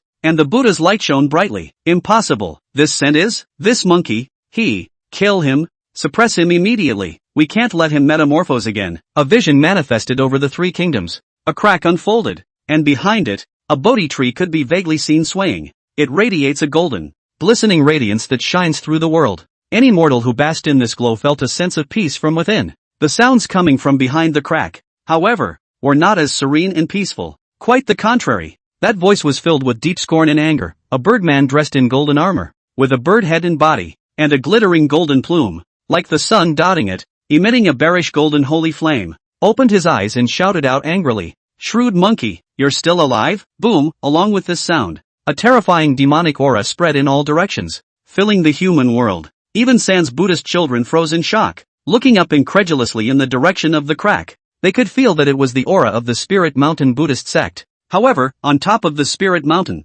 why is there a great demonic aura? Isn't the Spirit Mountain the pure land of ultimate bliss? How can there be demons in a world of blissful purity and Buddha's light? The Buddhist sons of San were confused. Chu Yun in the mythical ring, however, narrowed his eyes slightly. He recognized the Birdman. It's no one else but a great enemy of life and death that Monkey encounters on his way to fetch scriptures in the west, golden-winged rockbird, Sakya's uncle. It is it. Chu Yun's heart was greatly moved. Regarding this one, Chu Yun also had some understanding. There's actually a very obscure clue in Journey to the West. It was later put together by Dark West. That is, as one moves away from the eastern land of Datong, the closer one gets to the western spirit mountain of ultimate bliss, the more magical and powerful the demons one encounters become instead. The most famous ones are the three demons of the Lion's Hump Ridge, and one of these times, the Lion's Camel Ridge can be called a purgatory on earth, with countless mortal skeletons on the road, demons running rampant, and countries losing. If the average cowardly person mistakenly enters the territory of the Lion's Hump Ridge, I'm afraid that before he takes a few steps, he will be scared shitless. It is not too much to say that it is a mountain of corpses and a sea of blood, just like the underworld of purgatory. And this golden-winged rockbird is one of the three demons, but it has another identity, as the uncle of Sakya Rudra. In some legend, the phoenix gave birth to two sons, the peacock and the rock. Later, the peacock eats Saka, and Saka cultivates his body and breaks out of the peacock's back, and subdued the peacock, eventually calling the peacock the Buddha's mother. Later, Sakya took in the rockbird, and according to the generation projection, the rockbird is Sakya's uncle. Anyways, it's the golden-winged rockbird in mythology. With the lion demon and the white elephant spirit, they repeatedly scourged the earth, committing countless blood debts. Yet clearly their territory was close to Spirit Mountain, but no Buddha governs, even until Monk 8 and the others went all the way to the Lion and Hunchback Kingdom territory. It was only after 9 deaths that he passed through this level of difficulty as well. The most ridiculous thing is that when the masters and disciples came to the Spirit Mountain to meet Sakyamuni, Saka even managed to say that the Great Tang is located in a remote area, has not been educated, and the demons are rampant with absurd words. To know, where are the most demons, the strongest? When the Tang monk was in the territory of the Great Tang, the most he encountered was a tiger and a few bandits. But the closer they got to the Western Spirit Mountain, the more horrifying and powerful the demons they encountered instead. The twists and turns of this are so confusing. Of course, this golden-winged rock was not defeated in the end, even if it was finished off. After all, people were considered Saka's uncle in terms of seniority. The golden-winged rock also then looked angrily in Monkey's direction. "You shrewish monkey, how dare you set foot in the western pure land of ultimate bliss? Who gave you the guts? Who gave you the courage?" The golden-winged rock bird chimed out, a blazing flame scurrying under its eyes. After all, Monkey fought and killed Sakya, even if it was only one of Sakya's present phases. But in a sense, Monkey had already violated the bottom line of the Buddhist sect. It was tantamount to declaring war on the wandering Buddha. What's more, the golden-winged rockbird had a great relationship with Sakya. At this moment, the monkey whose breath was metamorphosing and seemed to be about to undergo some subtle changes, he looked in the direction of the golden-winged rockbird. Golden Eye blew up fast. Monkey laughed. "Little golden chicken, you just dare to yell and scream over there? Come down if you have the guts to fight your grandpa's son for 300 rounds. Originally old rivals, both sides met and no one looked at each other in a bad light. And the golden-winged rock quickly noticed the sky above the mythic ring. The power of the rules there transformed into golden thunder that filled the sky, each strand of thunder emitting a gut-wrenching aura of destruction. and it was this terrifying thunder that was blocked by an old deity with white hair and white beard, dressed in a white shirt, with facial features that had a distinctly oriental coloring. This is, the golden-winged rock's mind was shaken. He was now without having to ask, and immediately realized who had given the monkey his courage. The golden-winged rock shut up and stopped yelling. This old thing. It looks like I'm afraid it's a god of the Eastern Supreme category. And it's not the true spirit of the ring manifesting. He's the true body. A perfect immortal. The golden-winged rock's brow furrowed slightly. Your Highness, what should we do? The gods of this East are coming on strong. This shrewd monkey is no longer alone. Behind them were Buddhas, Bodhisattvas, and Lohans, all of them with furrowed brows and grim, watery faces. Of course they knew about the feud between Spirit Mountain and Monkey, especially the vow he made when Monkey fought and killed Sokka. He vowed to set foot on Spirit Mountain and retrieve the true spirits of his master and brothers. It is safe to say that this feud is unsolvable. Spirit Mountain is also bound to kill Monkey as a way to wash away the shame of Sokka's beating and killing. Shame. This old thing is not simple. Quickly go and invite those gods of the A3 cult. Now. The Sakyamuni face has been destroyed. The past Buddha burning lamp is gone. And the future Buddha Maitreya Buddha doesn't care about this. We'll just have to work and cooperate with those pagan gods, the golden-winged rockbird said after a little thought. At the same time, Chu Yun and Monkey exchanged glances. Monkey would smile. With both hands, he carried the golden rod across his shoulders and said somewhat lazily, God of Sand, I, Lao Sun, have come to take revenge this time. I will only fight the Buddha of the Western Spirit Mountain. As for those of you who are gods of other sects, you have no grievances or enmity with my old grandson, and if you do not stand in my way, with you and others, yet there is nothing to cross. The whole room was in an uproar when these words came out. Smart people hear it immediately. It's pulling hate. It is the hatred of the Buddhist sect of A.S. that is being pulled, but it is clearly stated that it does not compete with the A.S. religion. Oh, shrewd monkey, you're really whimsical. Do you think my father can't see your little mind? Wanting us to fight amongst ourselves? There is something really funny about that. We are not of the same denominational faith. But we are. The golden-winged rock snorted in mockery. How could he not see what Monkey and Chu Yun had in mind? However, to the golden-winged rock, this was simply useless, after all. Although the Three Kingdoms sect had been fighting with the Buddhist sect for many years, but there was an enemy fighting over. How could it not be united? He was just now preparing to go and ask for some reinforcements from those pagans because he was afraid of Bodhi old man. But before the golden-winged rock could finish his words came to an abrupt end. The smile on his face froze. It was seen that the mythic ring was inside the divine enlightenment stone at the seat of the representative of the Three Kingdoms. All the portraits of gods and goddesses of the Three Kingdoms religion were glowing with a dull, dead gray sheen, except for some weaker gods that don't do much good when awakened. Those gods who were so powerful that they refused to be awakened seemed to be closed one by one. The golden-winged rock froze, its body stiffening. What the fuck? Really? The golden-winged rock's eyes widened in anger. Monkey and Chu Yun, however, smiled at each other. Chu Yun and Yi Yuntian and the others had long analyzed the situation in the Three Kingdoms, the Brahma and other great gods of the Three Kingdoms religion, although they also have a grudge against the Dasha Kingdom. After all, Shiva died in a battle with Chi. But compared to the foreign threat of the Great Summer State, obviously it is the Buddhist sect that has robbed the San faith with them that is the biggest hidden danger to the San religion, simply because faith is at the root of their existence. And that is something that should never be lost, at least until Monkey crippled the Spirit Mountain Buddhist sect and took his revenge. The strong gods of the Three Kingdoms sect would definitely not show up. Interests, between God and God. It is also about a benefit, no different than on Earth. Hey, little golden chicken, stop squawking. What? No one in your Spirit Mountain, no one dares to come down and fight with old son? Monkey nuzzled provocatively. Golden-winged rock. You, seeing Monkey's appearance. The golden-winged rock's face instantly became gloomy. Shrewd monkey, you're really arrogant and bossy. Ha, but you're kind of lucky. You've already won one game, so it's time to return to your place. It's a pity. This honored one had wanted to come down personally and have a fight with you. The golden-winged rock suddenly smiled coldly. Apparently, according to the rules of the mythic ring, Monkey had already been considered to have won after he had killed Vishnu Shakyamuni Buddha. Then, Monkey, who is the one who was awakened for this divine battle, will also have to return to his true spirit. It was clear, though, that Monkey had no intention of leaving. This stinking monkey from the Great Summer Kingdom is really something. He still wants to fight? He's so heartless and arrogant. But fortunately,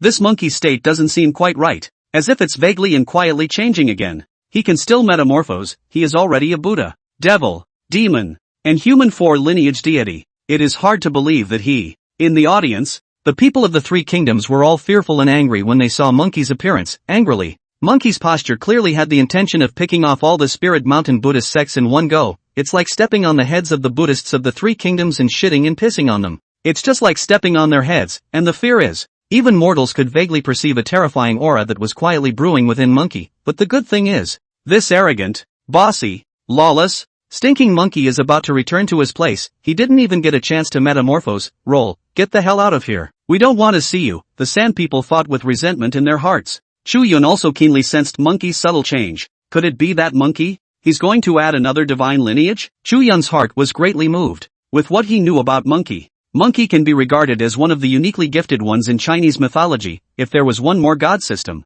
it would have to be immortal. After all, Monkey studied under Bodhi Laozu, and was originally a disciple of the Shen Taoist family with the right roots. At that thought, Chu Yun looked at Monkey, his eyes gleaming. Even Chu Yun could not imagine how much of a change would occur in Monkey's body if he were to obtain the immortal god system again. Of course, the golden-winged rock could sense it. Stinking monkey, there are quite a lot of opportunities to create, but it's a pity that you don't have a chance. The golden-winged rock narrowed his eyes. In fact, as long as he waited for Monkey's true spirit to return to its place, he would naturally interrupt his metamorphosis. And according to the rules of the mythical ring battle, Monkey couldn't delay much longer, and even if he didn't want to, the rules would forcefully determine him, the victor, to return to his place. Little golden chicken, wait for me, Grandpa's son, and I'll come back to meet you later. Monkey felt some pity too, but no matter. He just wanted to fight his way up to Spirit Mountain. Congratulations to Daxia's victory. Under 5 games and 3 wins, Daxia vs. Agua. Daxia's first win, boom, the sound of the ring rules resounded in all directions. The faces of the Sand People were hard to see. Before this year, beating them to death could not have imagined today's scene. In the past, the Great Summer Kingdom, not to mention actively declaring war on them, was struggling to even passively defend itself, and now the Great Summer Country. But it is really branched up.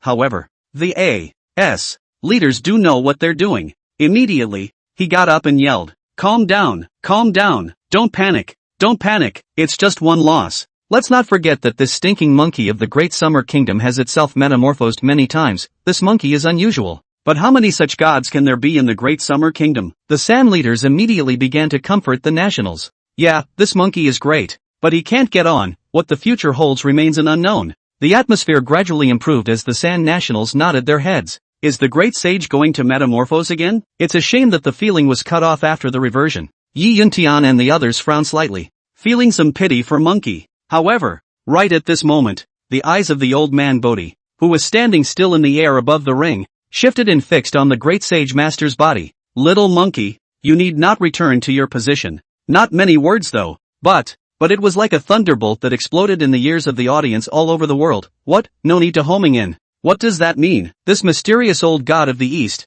he wants, before the crowd could react. Old man Bodhi added, since the rules have already been broken, breaking them once is bad, breaking them twice is also bad, and there's no harm in doing it a few more times. Amount. The whole room was silent, a dead silence. The corner of Eros's eye twitched violently. It moved a few times. This senior from the East, according to the ring rules. Eros laughed bitterly, scornfully, and reminded. But before she could finish her sentence, old man Bodhi shook his head. The rules of the ring are the rules of the ring, and any celestial punishment is directed toward me. Eros, can't speak. At those words, everyone's eyes widened as they looked incredulously at old man Bodhi. The people in the room heard it all. This master and disciple, they are trying to knowingly break the rules of the mythical ring. Master. Monkey looked at old man Bodhi with some concern. He knew that old man Bodhi was sensing his metamorphosis. Don't want him to miss this opportunity. But instinctively, Monkey was a bit worried about Bodhi old man's state. You know,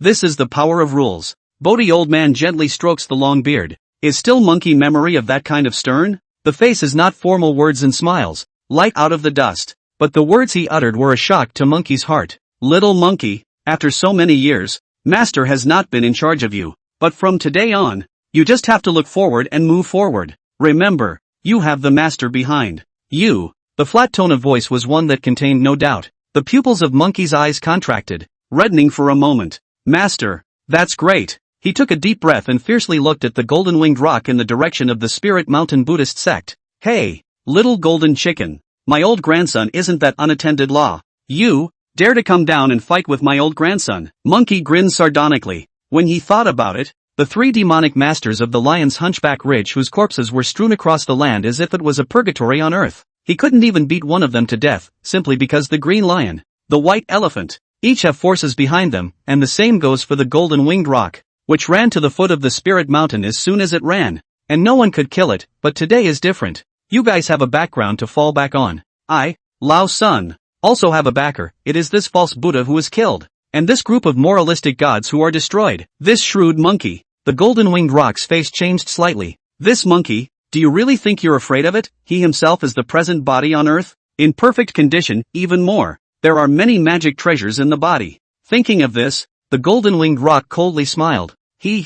Shrewd monkey, you're a bit arrogant. As he spoke, the golden-winged roc looked in the direction of Old Man Bodhi. Obviously, the reason it didn't want to fight with Monkey wasn't, ultimately, because he was afraid of the manifestation of the great sage master's true spirit. Rather, they are jealous of Bodhi. Old Man, golden-winged roc, don't you dare to fight for your Buddhist sect? And just then, a voice entered the ears of the golden-winged roc. In a trance, the sky and the earth changed, and in the sky above the three kingdoms, the shadow of a man with a blue complexion, wearing a precious crown, and with a bejeweled body, manifested itself in the air. His appearance made the world seem like a new place. Behind him, a throne inlaid with bejeweled jewels appeared. With a smile on his lips, he sat lazily on top of the throne. Vishnu, it's one of our three main gods. Lord Vishnu, oh my god, he's manifested. The Sand people stared wide-eyed at the honorable man with a cyanotic complexion. Clearly very different from the skin color of mortals, he was none other than the terrifying existence that was on par with Shiva as one of the three main gods within the mythological system of the eight-tribe religion. Chun also saw Vishnu. Chu Yun's brows could not help but frown. The gods of the agnostic mythological system have also appeared. Haven't they? That's not right. Chu Yun glanced in the direction of the Divine Enlightenment Stone in Agri. There, the portraits of the gods belonging to the mythological system of the Three Kingdoms religion are all in a dead gray color. That is to say, the powerful gods of the agnostic church do not want to be awakened. But this Vishnu manifested. What's he up to? Chu Yun was puzzled. The golden-winged roc, however, was delighted in his heart, only thinking that the divine reinforcements of the Three Kingdoms sect had arrived. However, before the golden-winged roc could say anything, Vishnu suddenly shotted a look of interest. What? Golden-winged roc, are you really afraid to play? Of course, it's fine if you don't dare to go down. After all, you so-called florists are peace-loving. The word peace was bitten hard by Vishnu. That's what everyone heard. Vishnu manifested himself, not at all to help the Spirit Mountain Buddhists, but to see the fun. It looks like the three countries aren't ironclad either. Don't you guys realize that Chu Yun and that great saintly master of the Great Summer Kingdom, they are deliberately provoking the conflict between the Buddhist sect and the Three Kingdoms sect? Yes, this great sage master, in his opening remarks, said that he wants to fight the Buddhist sect and has nothing to do with the rest of the people. It seems that the Great Summer Kingdom is not well prepared this time, even using psychological warfare. Even if San's gods guessed the Great Summer Kingdom's plan, as long as the Buddhist sect is gone, it will definitely be a good thing for the San sect. They'd rather sacrifice the price of losing a divine war. I'm afraid they'll also stand on the sidelines and witness the fall of the Buddhist sect. There was no lack of smart people in the countries of the world who had vaguely sensed the plan that Chu Yun had discussed with the executives of the Great Summer Kingdom. Damn it! These Daxia people are really insidious and cunning. Pissed off. A few of the A.S. leaders in the audience had ugly faces and figured it out after Vishnu showed up to eat his melon. But it's useless to understand, it's a phallic plot. Naked masculinity. There was no fear of San reacting at all, because their country is such. The open and shut battle between the A.T. religion and the Buddhist sects involves a battle for the number of believers. There is a conflict of fundamental interests between the two sides, so there is no room for maneuver. Vishnu carries exactly this mindset, and Vishnu thought a little deeper. When the Buddhist sect loses a series of battles and their reputation completely hits rock bottom, wouldn't it be great if the gods of our divine lineage return strongly and turn the tide against the odds? Vishnu's mouth hung in a smile as he thought prettily. Obviously, the agnostic side has its own plan in place as well. Just waiting for Monkey to set foot on Spirit Mountain, they were still waiting for Monkey to crush the Buddhist sect in one fell swoop. And then the gods on their side would then make their appearance when the people of the country were at their most desperate. Defeating the great summer gods and creating a miracle of a Jedi turnaround, just think of that wonderful future scene. Vishnu couldn't suppress the smile at the corners of his mouth. At the same time, the smile on the golden-winged roc's face was completely frozen. At this moment, it sort of sees it, this group of Athanasian gods. Even if they don't come to help, they still come to eat melon. Nope, They also desperately want this stinking monkey to crush my Spirit Mountain Buddhist sect, because only in this way can we lose the prestige of our Buddhist sect and completely lose to their state religion side in the competition for believers. In an instant, the golden-winged roc came to a realization. This stinking monkey has this kind of mind? That little thing.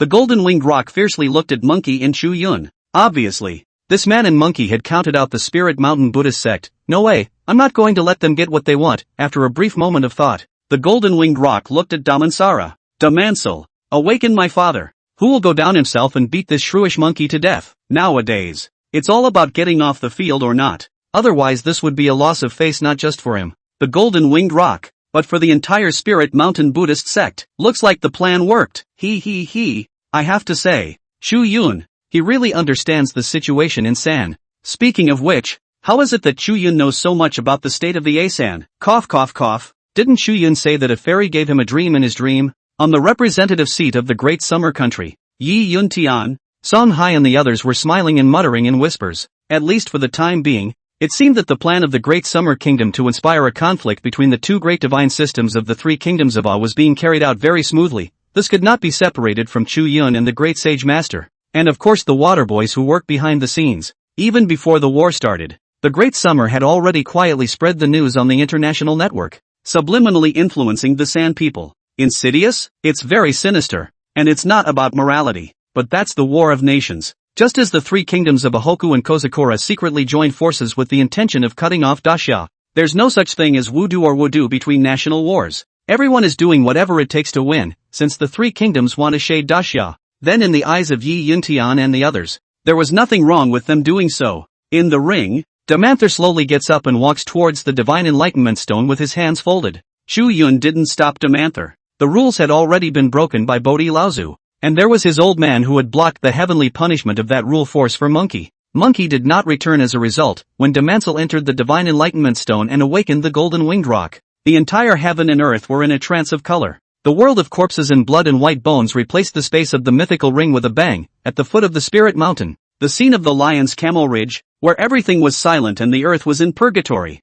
was shown. Stinking monkey, you're not allowed to be wild in my father's territory. Boom! A rushing figure wrapped in a powerful wind and killed Monkey. It was the golden-winged roc with a silver spear and a fierce face. The Sand people were abuzz. Damn the insidious Daxia people. How dare they use tricks to trap us? They deserve to be exterminated. Such a cunning people should not have existed in the world a long time ago. Though the Buddha is compassionate, he also has an angry face. Protect the Dharma fighting Buddha. Beat this monkey to death. The Buddhist sons of San were not stupid. And after seeing Vishnu, they finally woke up with the benefit of hindsight. Because of this, the Buddhist children were the ones who hated Monkey and the people of the Great Summer Kingdom even more. Yet these Sand people seem to forget. Some time ago, they had secretly joined forces with Little Cherry Blossom to try to trap the Great Summer Kingdom, regardless of what the three thought. Chu Yun was keenly aware that something was wrong. The scene in the mythic ring has changed. It's like the hidden devil of the mist at the time. Jack. When the scene in the mythic ring transformed into the landscape of the Lion's Camel Ridge,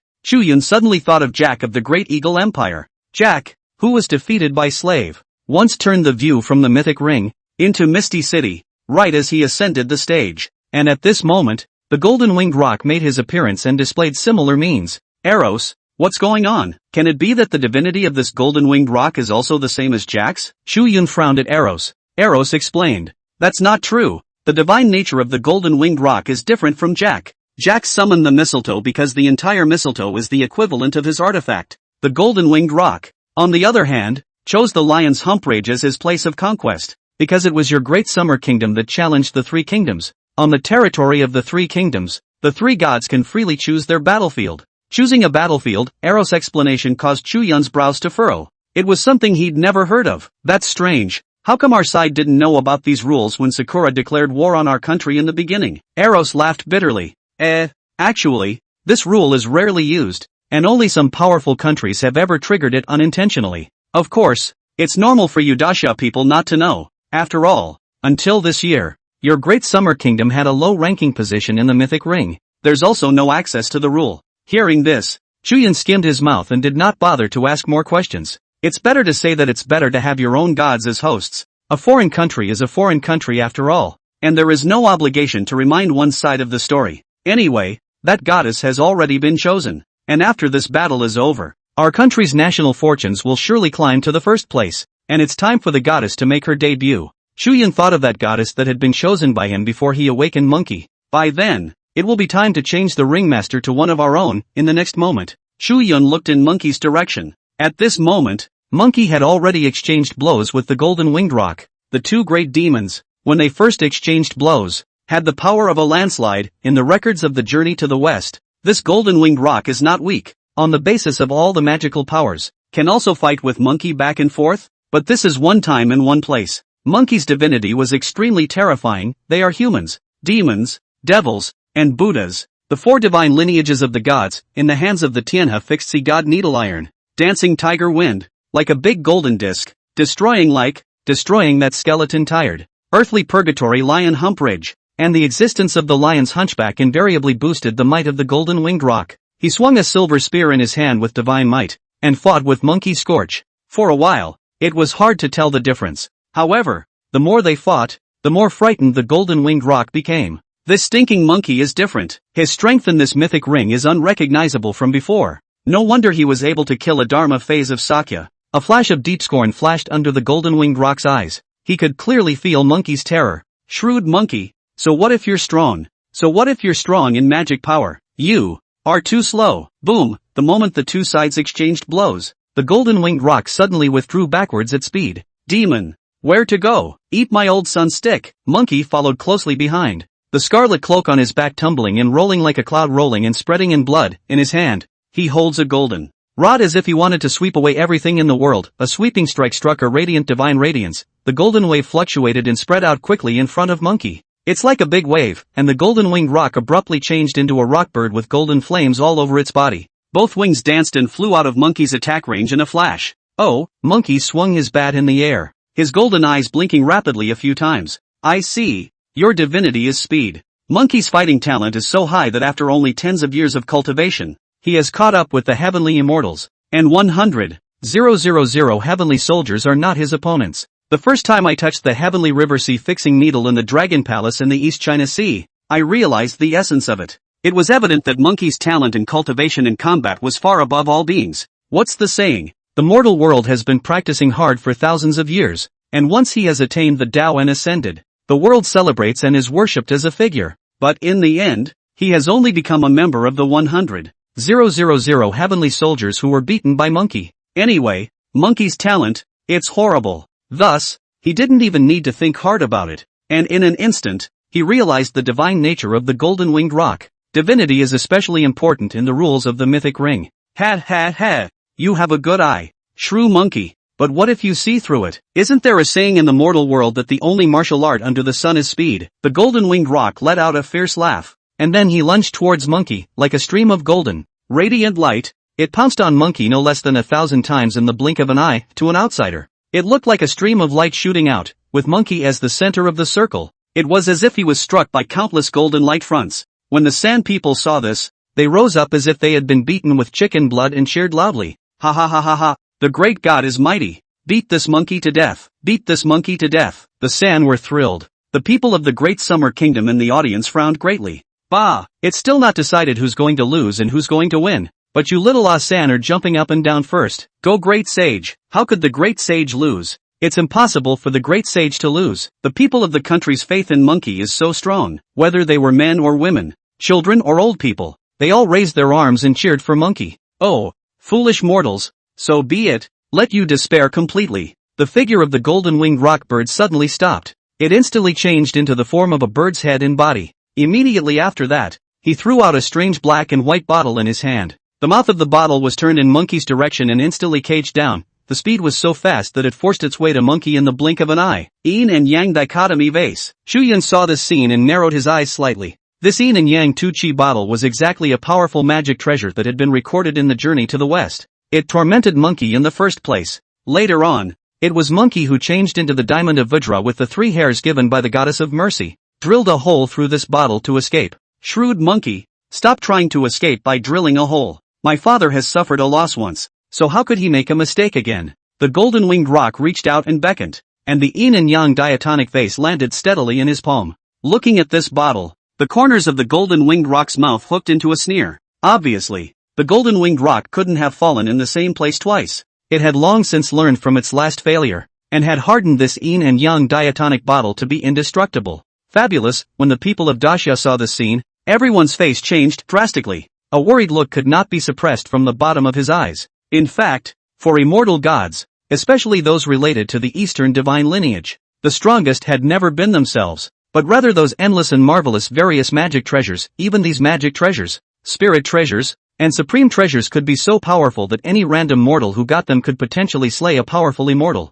One can imagine how terrifying these treasures are. Monkey. In the audience, the people of Daxia couldn't help but raise their heads and look in the direction of Old Man Bodhi. He's Monkey's master. He won't just stand by and watch Monkey get robbed, will he? Little Monkey, since you have joined my Xian Sect's Taoist lineage, you should correct the path to the immortal way's wonderful laws. Now that the path to immortality has been completed, do you still not realize it? Old Man Bodhi, who was bathed under the roiling golden thunder, flung the duster in his hand and hitched it to his left arm. His old man's gaze was fixed on that yin and yang diatonic bottle. A prophecy, just a small reminder. But, that's enough. Hey, Apprentice Wukong, thank you for reminding me. Master. Inside that yin and yang diatonic bottle that was clearly sealed tightly and shouldn't have had any sound coming out, Monkey's voice was clearly coming out. Immediately afterward, visible to the naked eye, the yin-yang dual chi bottle was actually flooded with silk cracks. Click, click, click. A surging immortal Dao aura thumped out. It surged out from the slit. Aha, the smile on the golden-winged rock's face froze.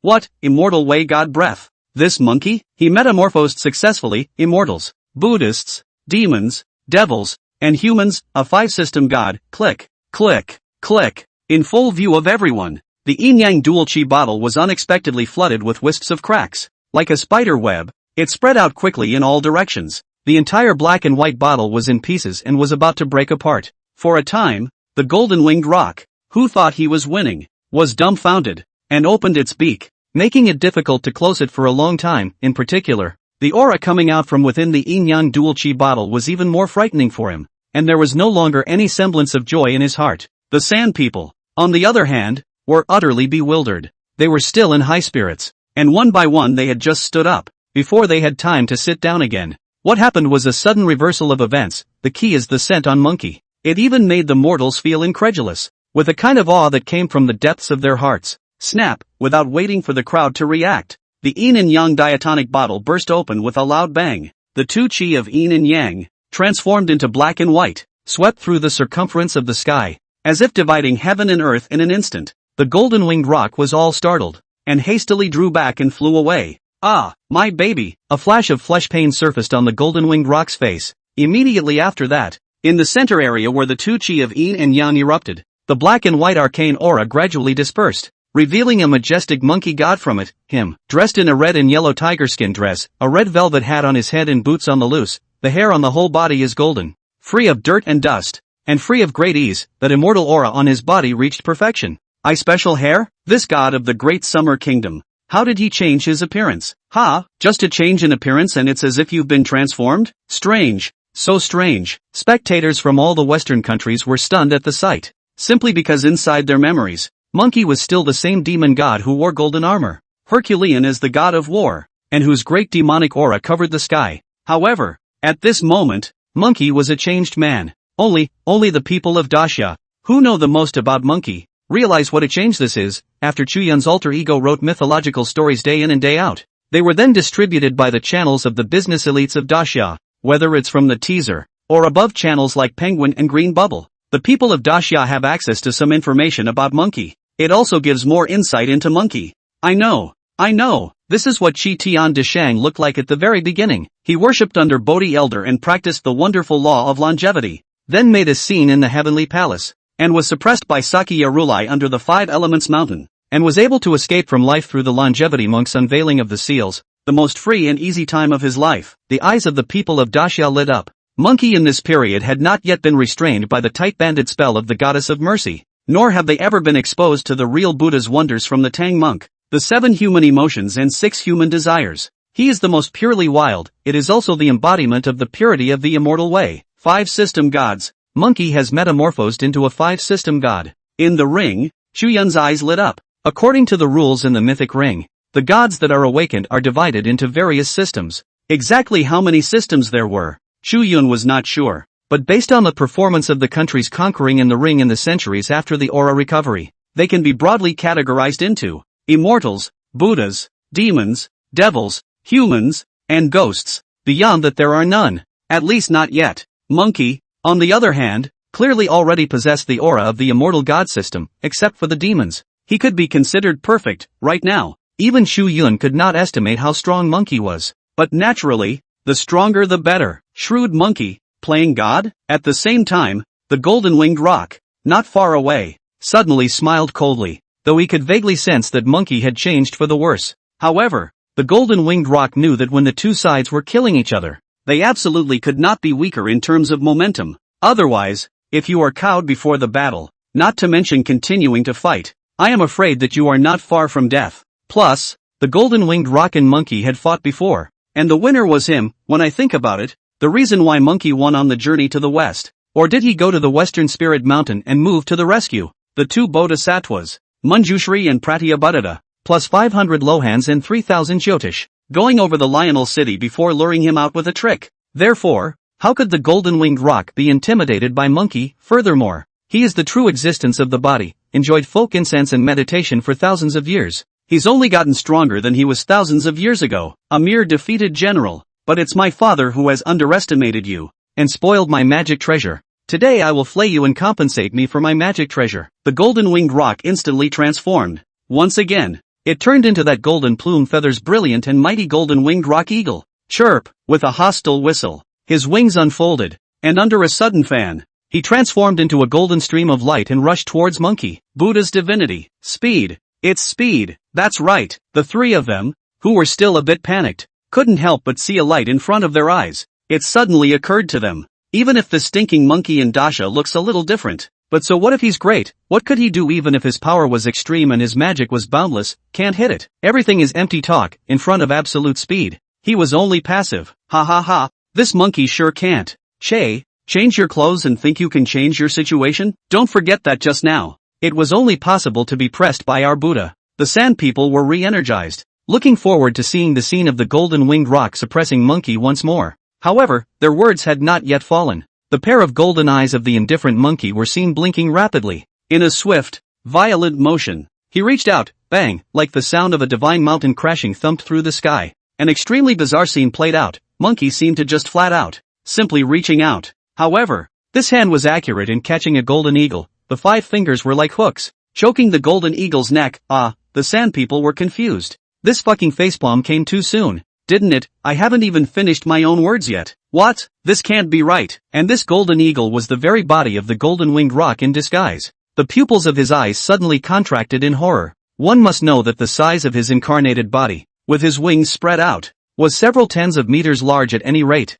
But now what? How? Somehow, he had become very much the size of the monkey he had been caught by. The golden-winged roc himself didn't even react until after he was grabbed by Monkey's neck, and then he suddenly realized that without even realizing it, he had become the size of a small chicken. It seemed to be getting smaller and smaller as he rushed towards Monkey. It keeps turning out to be a good fit for Monkey's hand grip level. In short, to an outsider, the golden-winged roc seems to be very sweet. It was as if he was afraid that Monkey wouldn't be able to catch it and grasp it comfortably, which was why it had become so small. Yet God have mercy, the golden-winged roc was suffocating. 10,000 tsunamis ran through his mind. Next, standing on the void with a calm expression, Monkey's eyes flowed and fixed on the direction of Spirit Mountain. What next, he wants? Before the golden-winged roc could react. Click, Monkey's big hand exerted force and broke the golden-winged roc's neck on the spot. The bird's head of the golden-winged roc tilted softly at an eerie angle. Weak, too weak. It doesn't even stir up Monkey's desire to fight a little. Desire.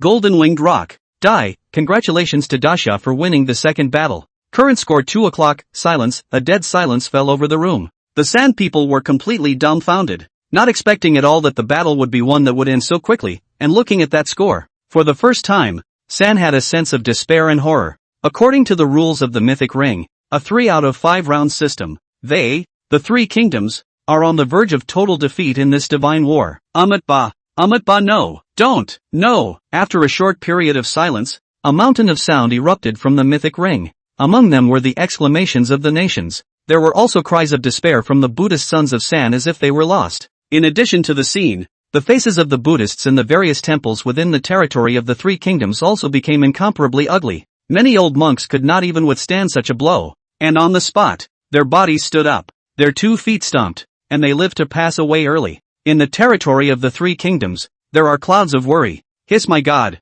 the great summer kingdom is really different. So strong, so strong. Is there any way to be able to bequeath people to the great summer kingdom? I so want to become a citizen of the great summer kingdom. At the same time, quite a few people from smaller countries looked enviously and incomparably in the direction of the great summer country in the audience. Simply because this godly war was over so quickly, people have never seen it, in the hundreds of years after the revival of the aura, which divine battle didn't have to be fought fiercely for 10 days and half a month, with the sky and the earth darkening. But since the great summer kingdom took the initiative to declare war on the three kingdoms, a total of less than an hour has passed. Daxia, however, has won 2 in a row. It's horrible. This kind of speed is enough to reflect how powerful the present-day Daxia state is. San's Buddhist sect is going down the drain. After losing this battle, that what's-his-name Buddhist sect Spirit Mountain's chi will bear the brunt of it, and will surely be transformed into A3's fortune and plundered away by the great summer kingdom. The entire Spirit Mountain Holy Land may cease to exist. Some smart people see the difference and lament.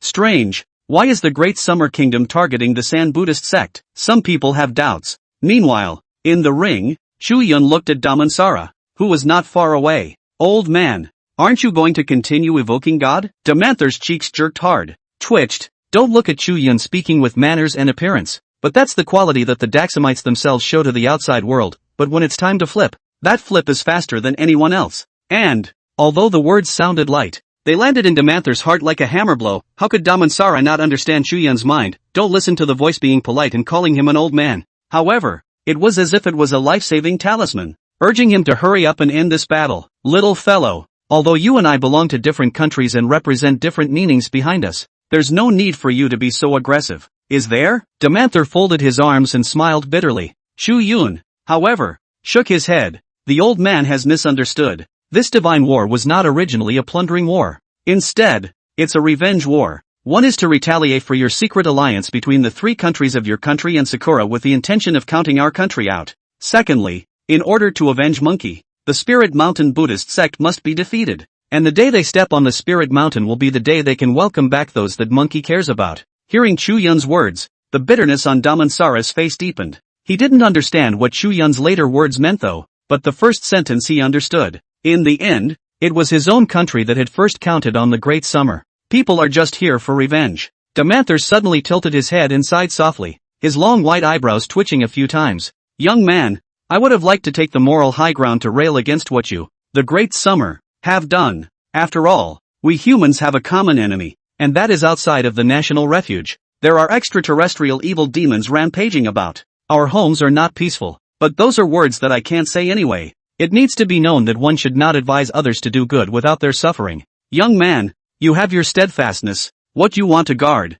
I, of the Bharadwaj family, have my own firmament. Amit Ba. Damanthar released a smile. He was also worthy of being one of the few oldest divine favorites in human history. It was an existence that had stepped into the peak of mundanity. The Buddha in the mind of this holy monk is different from those false Buddhas. The Buddha nature in him seems to be purer than those who became Buddhas. Chu Yun looked at Damanthar in surprise. That's a different kind of opponent. It could almost be said that there was a world of difference between them and those contemporary S-class divine favorites that he had once come into contact with. The Buddha says that good causes bear good fruits and evil causes bear evil fruits, and that what should come will come. Good and evil will be rewarded in the end, and it cannot be stopped by the power of an individual. Damanthar looked at Chu Yun. His eyes were calm at this moment, seemingly devoid of any battle intent. The conversation between Damanthar and Chu Yun was also heard by the crowd in the audience. The San people immediately exploded. Several of the San leaders, incredulously, looked at Damanthar. Holy monk, why are you still sitting up with the damn Daxia people? Beat this Daxia man to death. Shoot him and we'll get the game back. Beat him to death. Who can kill Chu Yun? The leaders' faces were odd.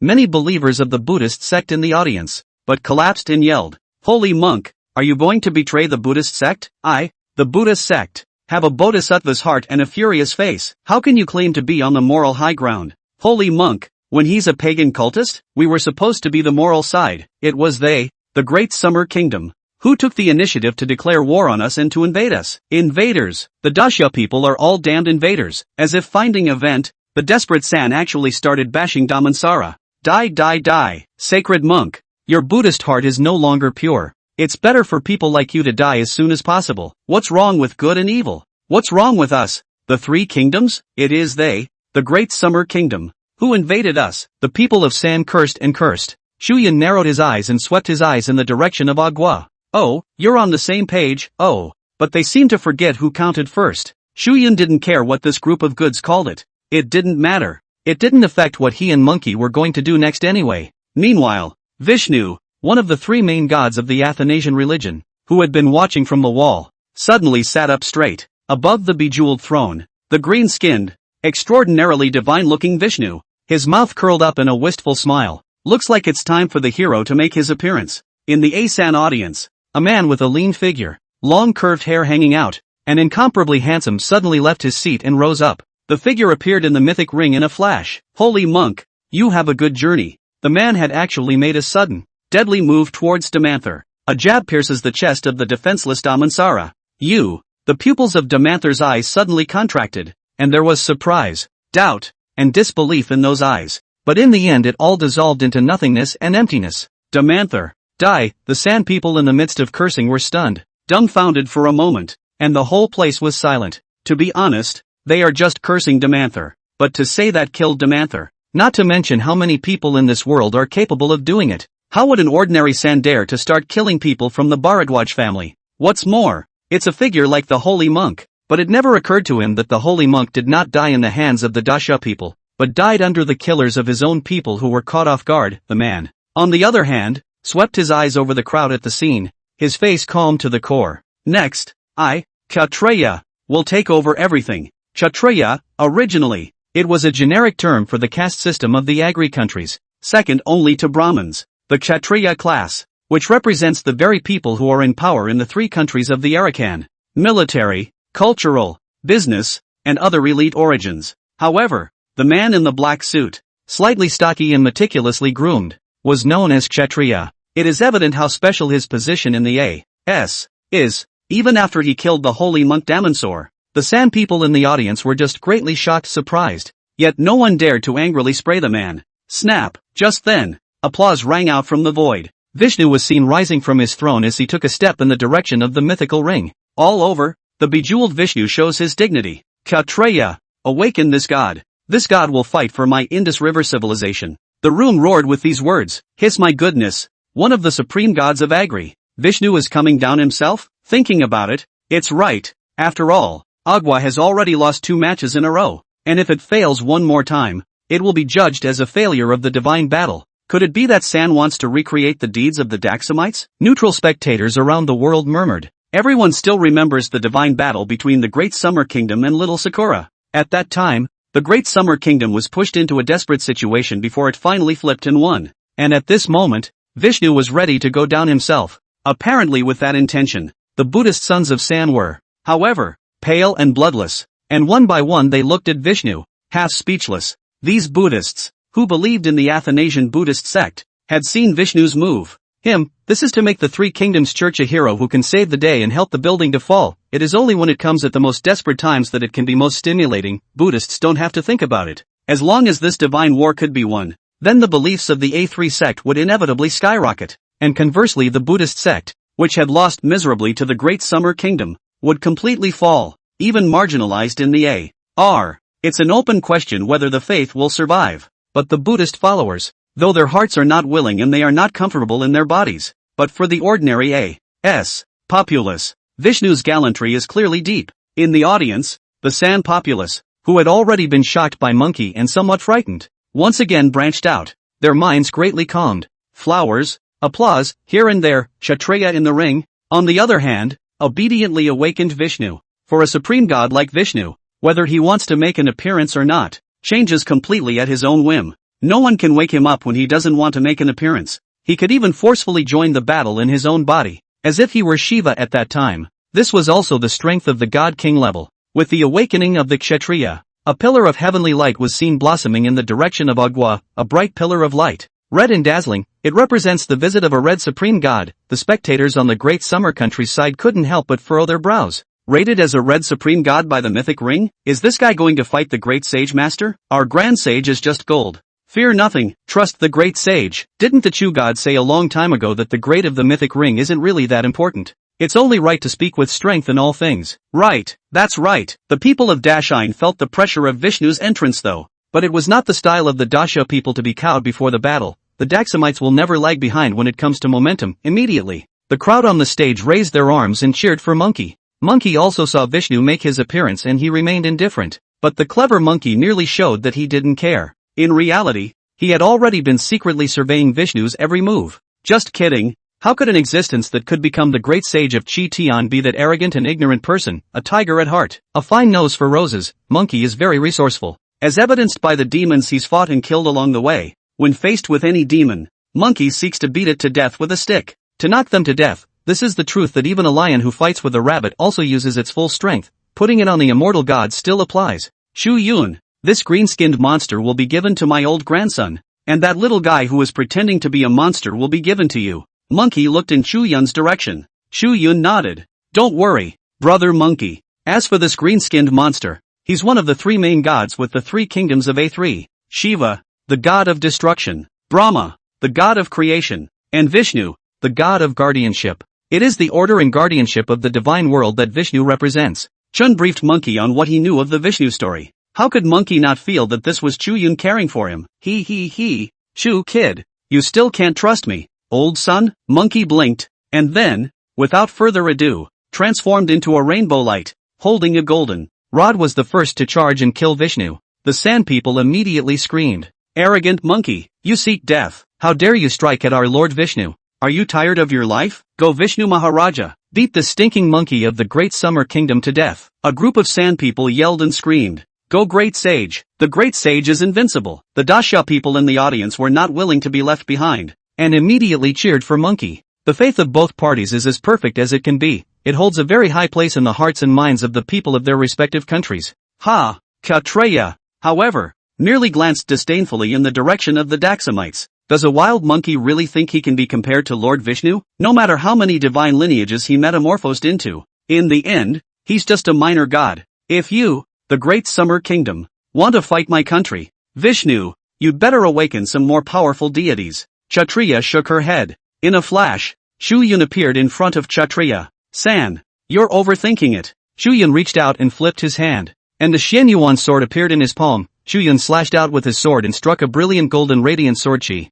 Young man, the holy monk Darmansel has told me so with a bloody price. Competing with you for the power of an S-class divine favorite is the most foolish thing in this world. There is a small price to pay for killing you. Obviously, Damansara's defeat by Chu Yun with a single move had given Kshatriya great inspiration. Kshatriya had no intention of sparring with Chu Yun in terms of mortal power at all. To draw on divine power, it was also the moment when the divine power of the Kshatriya was in full swing. With the help of divine power, a clockwork wheel shadow emerged around him. Within 3 feet around him, time seemed to have become incomparably slow. Even the sword chi that Chu Yun struck in was as if it was stuck in a quagmire, and was easily dodged by Kshatriya.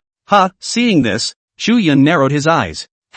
Fighting for your life in the opening round? Fighting with the help of divine power, but you're the only one who can lend a hand. You think I don't? Is this the divine power of Vishnu, with time and space as a shield? The power of absolute guardianship. Chu Yun, who had inherited a drop of Fushi's divine blood, could be said to be a walking encyclopedia. One must know that drop of divine blood could not only make Chu Yun's fleshly body stronger 24/7, it is even more inclusive of all aspects of knowledge. Chu Yun did not even need to think about it, and with a single glance, he could see through the move that Kshatriya had executed with the help of divine power. But it's not a coincidence, Chu Yun was also able to utilize divine power. Moreover, his original deity was still the Pangu Zun of the extreme end of power, the extreme of divine power that was enough to open up the heavens and the earth. Chu Yun slightly closed his eyes, as if he was plunged into endless darkness. His vision was all black. However, Chu Yun's appearance of Pangu surfaced in his mind, the memory of this ancient god who opened up Chinese civilization. Boom, the infinite darkness in his vision snapped up a ray of divine fire. The underworld is tied to Pangea and wonderfully connected. Force, lending you. It was as if a pale voice that had come across 10,000 ancient years was ringing in his ears. In a trance, that gigantic god who topped the sky and opened the heavens with an axe flickered behind Chu Yun. Immediately after that, Chu Yun opened his eyes. His eyes, without realizing it, turned golden and dense, precious and divine. Glittering, Chu Yun's naked. On his exposed skin, an arcane blood-colored pattern even emerged. An inexplicably terrifying aura spread across Chu Yun's body. Heaven, earth, and man, in ancient times, at the very beginning of the human race, before Sangjie made characters, there are no words among the people. But the people saw the tiger, the king on its forehead. The human race reveres the power of the tiger, the majesty of the sole ruler of the mountains and forests, and the naming of the supreme being after the king. And the king, split apart. The 3 horizontal and 1 vertical are exactly representing heaven, earth and man. The head is in the sky and the feet are on the ground. A vertical in the center is for people. Is this what it feels like to use divine power? It was also the first time Chu Yun had utilized the divine power of Pangu.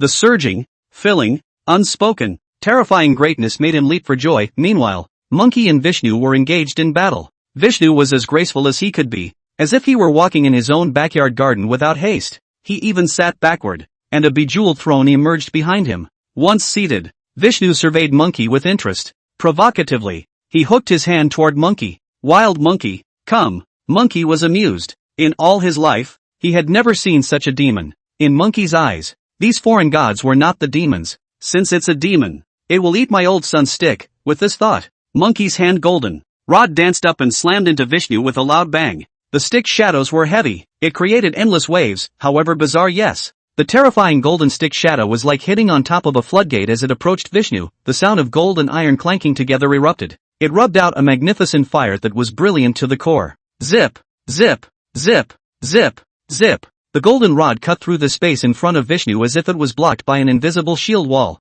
Flames shot out in all directions, as if dazzling a wave of flames. Ha! Monkey blinked. No wonder Kid Chu said you're the guardian god. On first try, Monkey instantly saw it. Vishnu's divinity is none other than guardianship. The reason why the place he hit with that stick was blocked was because of the existence of the power of guardianship. Simply put, it's an absolute defense. The all-around, no-death angle kind. Vishnu, however, shook his head and surveyed Monkey with a teasing look. Wild monkey, this god is not afraid to tell you. The divinity of this godme is order in addition to guardianship. What is order? Vishnu's mouth quirked up in a smirk. He was clearly different from Shiva's character. He was not the cold and morbid type of fighting maniac. He prefers to play his prey to death. Order is the rule of this god. God said that if you can't beat it, then you can't beat it. Under the realm of this god's rules of order, you can only listen to orders and bow down. Vishnu was clearly confident and spoke of his divinity without hiding it. The Sand people saw Vishnu's appearance and one by one their faces reddened with excitement. Ha ha ha ha ha, the great god is invincible. This stinking monkey of the great summer kingdom. How can he understand how terrifying the divinity of our great god Vishnu is? Be an enemy of order and you will surely die. Damn the great Xia kingdom. How dare they take the initiative to declare war on us? All of them great Xia people must die. It's all about making them eat their own. Hit them hard, smash them. The Sand people threw up their arms in the air and were very passionate. Monkey, however, didn't seem to hear the jabbering of the flies. He just cocked his head and took a long look in front of Vishnu. Hey, what a big mouth. Monkey was laughed out of breath. You have the strongest shield, then I, Lao Sun, still have the strongest spear. As the words fell, Monkey plucked out a hair, put it in his palm, and blew it out casually. At once, Monkey hair changes, 1, 10, hundreds, thousands, million, in an instant. The emptiness of the mythic ring seemed to be filled, and a figure identical to Monkey quietly emerged. Monkey hair changes, split into thousands. The Sand people who were still yelling fiercely froze at the sight. Ha, one can't break it. It's a direct transformation into 10 million. Where had the Sand people ever seen this scene before? Each and every one of them was staring with rounded eyes, frozen on the spot. Immediately afterward, they saw the most unforgettable scene of their lives. It was a figure holding a golden rod, dense, as if endless. It swooped down in the direction of Vishnu. As long as I, Lao Sun, am willing, the heavens will fall and the earth will fall. The untamed and ferocious aura of a great demon covered the sky. If I cultivate the right fruits, I will witness the Buddha under the Bodhi tree, and all the devilish obstacles in the world will be eliminated. If I become a devil, there will be no honored Buddha under the Bodhi tree. Boom! The smashing down of each rod was draped with the boundless aura of fury and the monstrous icy coldness of demonic thoughts to the bone. There is also the Buddha's angry eyes and great power swirling. What is the heart of man? You only know that the heavens are angry. But do you know that the heavens also tremble when the heavens are shaken? I want the sky to turn upside down, and man will prevail. Human fireworks, misty and overflowing, the 7 emotions of the red dust, transmuting the heart of the stone. A stone monkey on the top of the mountain of flowers and fruits, seeking the fruits of the way in a square inch of the spiritual platform. The Ao Lai Chi Tian De Shang returned. The Xianmen Zhengfa of mine. You demon, can you catch it? Boom! The dense, countless figures of the great sage master murmured in a low voice. It was as if there were countless living beings chanting sutras. The divine sound shook the hearts of the people, and the entire audience fell into it, unable to extricate themselves. Even the sand people can't call out. The aura of the 5 divine lineages emerged on the figure of each of those great saintly masters. The stick smashed down, and the shadow of the stick was infinite. It seemed to fill the whole world. This stick strikes the immortal that Monkey has sought after through 1,000 dangers. It is also the journey of Monkey on his journey to the west, experiencing the human condition and engraved in his body and mind. This stick, it's more a reflection of Monkey's life. Today, let's show the world what it means. Orochi Tian Monkey King, rumble. Rumble, the divine battle in the sky above the mythic ring was no longer something that could be seen clearly by the human naked eye. To the viewers, it seemed like a light and eerie landscape. Everything was distorted, as if time, space no longer existed. Crap, we can't see. Chu Yun should be able to. Right, he. On the representative seats of the great summer country, Yi Yun Tian, Old Man Long, Song Hai and the others had serious faces with hidden worries in their eyes. In the next moment, they all looked at Chu Yun. It was only because Chu Yun's eyes were different from ordinary people, having been inherited to Monkey's Fire Eyes Golden Eyes divine power mystic, and had an insight that far surpassed that of ordinary people. Everyone wants to know what is the status of Monkey's fight with Vishnu at this moment. As for the worry that Chu Yun wouldn't be able to win against the Kshatriya, that's a no. After all, there was no one who knew Chu Yun's strength better than Yi Yun Tian. These divine favorites of the great Xia country, although they were all the same mortal S-class divine favorite, but there is a gap between S-class and S-class. Meanwhile, the mythic ring, Chu Yun, who had utilized the divine power of Pangu, did not even use the Regulus sword again. He just swept out with a single healthy step, charging at Kshatriya with his own strong body. The corners of Kshatriya's mouth curled into a mocking smile. You can't even break my absolute guardian with that divine sword of your great Xia kingdom. By yourself, you still want to break open? Kshatriya was amused. In fact, Kshatriya knew very well that he was not Chu Yun's opponent at all. If he were to fight hard with Chu Yun, the odds were that he would end up like the holy monk Damansara. So, Kshatriya started with the help of divine power, directly set up his absolute guard. This is the power of guardianship inherited from Lord Vishnu. Under absolute guardianship, everything under the sun is defensible. The word absolute means everything. The vision of a clock, a sundial, floated around the Kshatriya. It is the distorted use of time and space. This absolute guardianship seems to change the flow of time, with the planning of space. This marvelous atmosphere enveloped the Kshatriya as if it were enveloped in an invisible curtain. This was also the reason why the sword that Chu Yun had struck earlier had slowed down after the sword chi had approached the Shakti. Chu Yun, however, only smiled coldly. Oh, not using Regulus, it's because I'm afraid of beating you to death. After all, if you die, this divine war will be over, and then won't your Vishnu escape back? Huh? Hearing Chu Yun's words, the entire crowd of sand people were infuriated. Arrogant, too arrogant. We've always been the only ones to humiliate your countrymen. When did it become your turn to stand on our heads and be wildly arrogant? It's unbelievable. The sand people cursed and condemned Chu Yun, yet their words had only just left their mouths. Chu Yun's person was like a bloody light, with blood-colored magical veins spreading across his body surface. His eyes even turned the color of radiant golden glory, as if they contained unparalleled greatness. After Chu Yun rushed into the 10-meter range around the Kshatriya, he immediately felt a strong tearing force, crazily pulling his physical body physique. That's a distortion of space. At the same time there was a force pressing down on his body. The whole thing was as if it was stuck in a quagmire. Changes in the flow of time, this is the very source of Kshatriya's self-confidence. But all is futile in the face of absolute power. One power breaks all laws. Chu Yun, without a teacher, reached out and grabbed in the direction of the Kshatriya.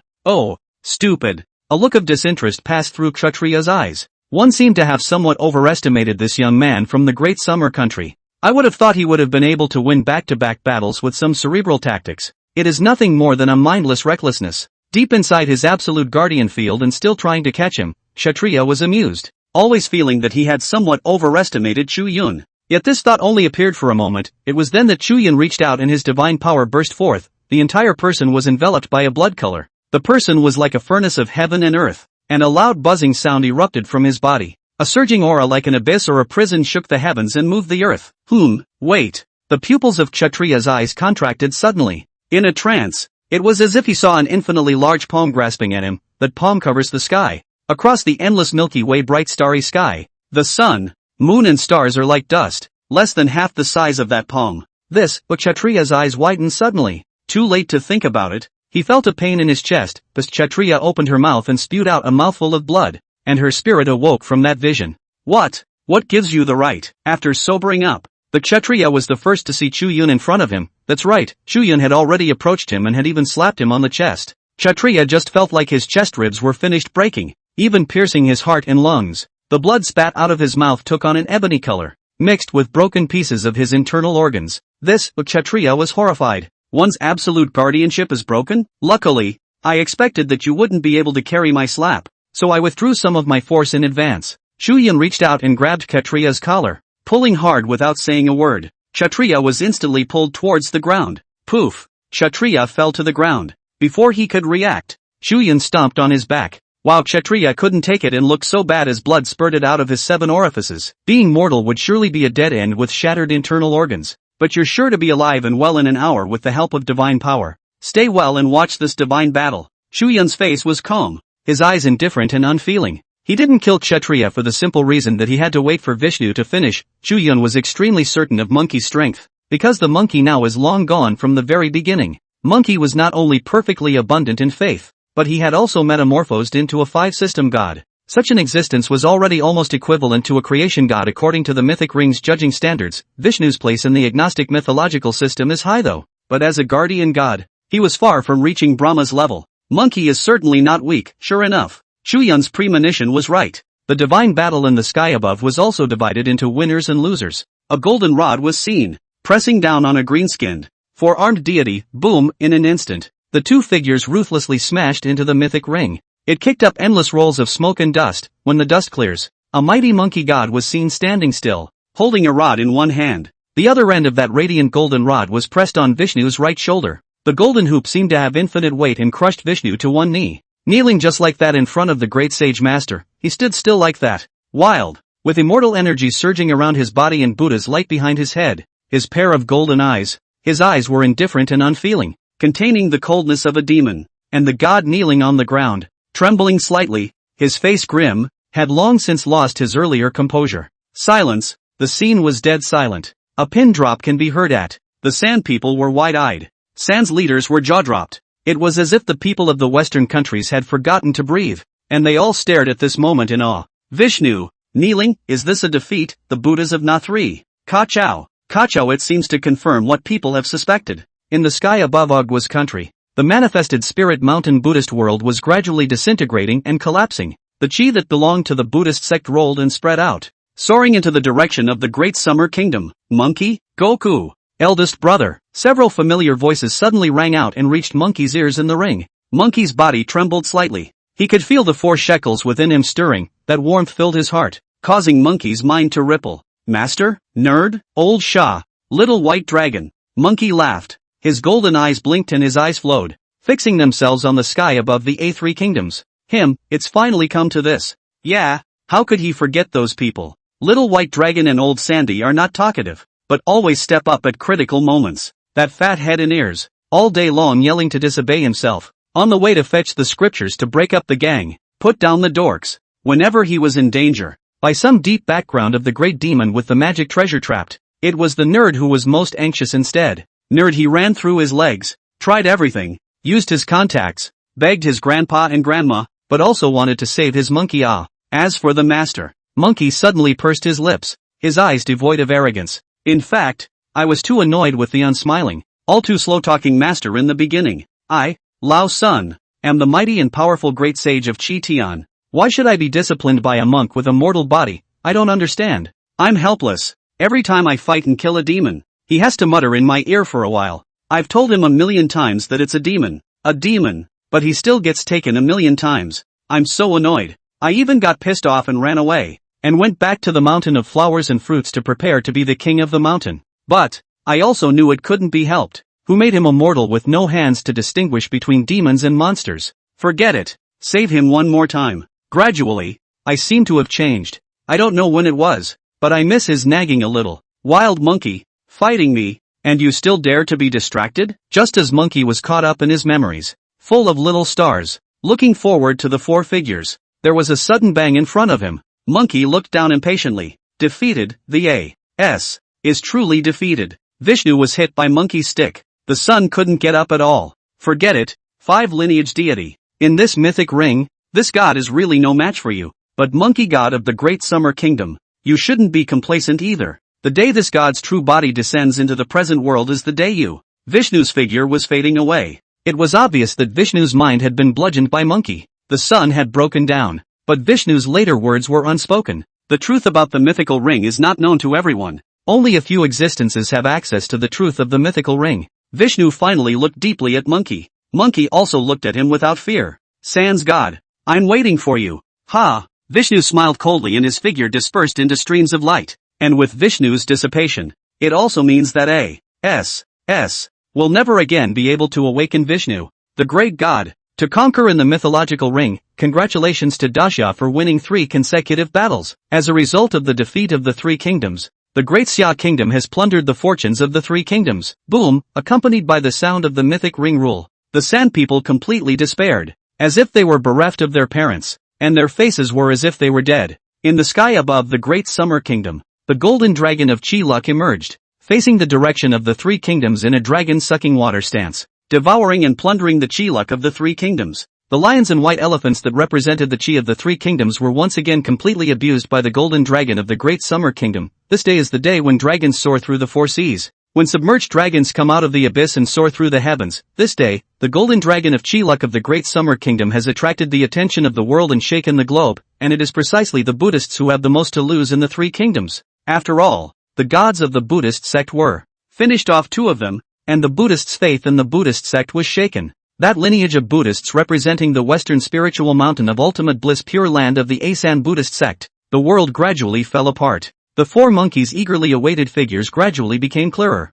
Monkey grinned, overjoyed, and reached up to scratch his head. Old ancestor Bodhi, who was fighting against the golden thunder transformed by the power of rules in the void, had a complex look in his eyes. He looked at the happy monkey, and the old god suddenly felt some emotion. Little monkey, so you have found companions who can know you and be with you for the rest of your life in the journey that belongs to you. The corners of old man Bodhi's mouth couldn't help but curl up into a smile. There was a sense of relief in those eyes. It's like seeing your own wild child, who has finally grown up and stepped out on a journey of his own. If you compare a lifetime to a bridge, old man Bodhi accompanied the little monkey on the first half of his journey, walking the small half of the bridge. But it's time for him to let go, because the little monkey has a life of his own. It's time to let the little monkey walk forward on his own. He just stood back and eyed the little monkey's back all the way away, wordlessly sending his blessing. You, have your own path. And along the way you will meet your fellow man. I'm, old. Can't stay with you for a lifetime or influence your journey.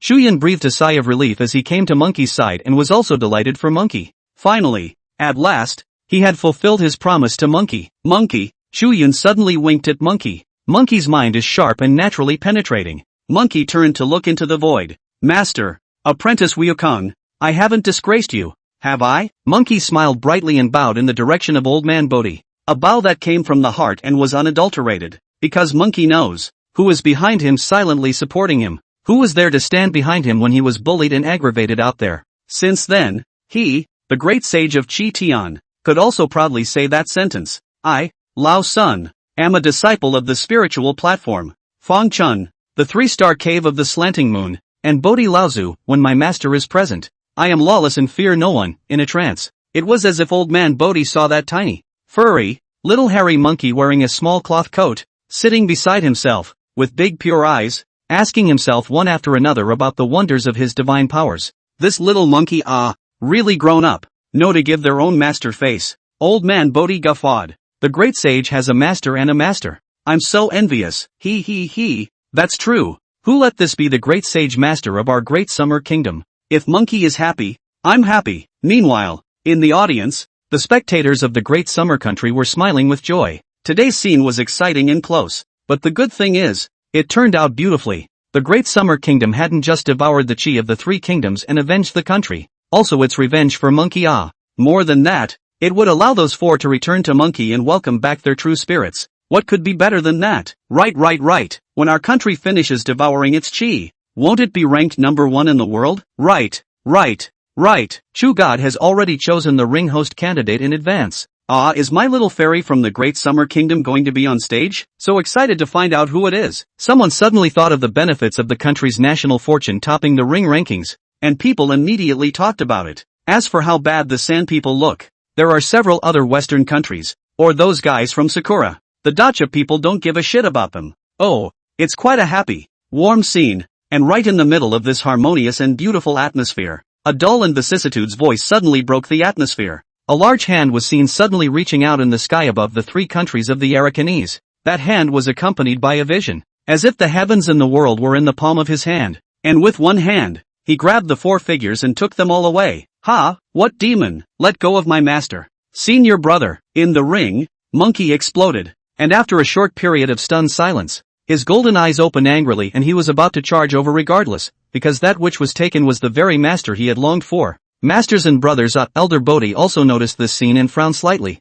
Who is the Taoist friend? Mistake, my disciple. Fellow Taoist, you are trying to die? A voice that was calm to the extreme, as if it did not carry the slightest emotion, but that undoubted killing intent was spreading across the sky. He saw that immortal, holding a duster, as if he were a man of the world, untainted by dust and karma. It has long since jumped out beyond the 5 elements of the wheel of reincarnation. The body was thin, yet it seemed like an incredibly tall old god. He appeared behind Monkey, extending his pale hand. He gently patted Monkey's shoulder. In the past, when I wasn't around, the little monkeys were always bullied by this and that, but today, I am. So, my little monkey, no one can bully. Easy little monkey. Master, came to kill him. Monkey's footsteps, which were about to rush out, stopped. He could feel the faint warmth coming from the large pale hand that rested on his shoulder. That's his master. In using the arcane immortal method, he gently caressed his heart and calmed him down. The blood color under Monkey's eyes faded for a moment.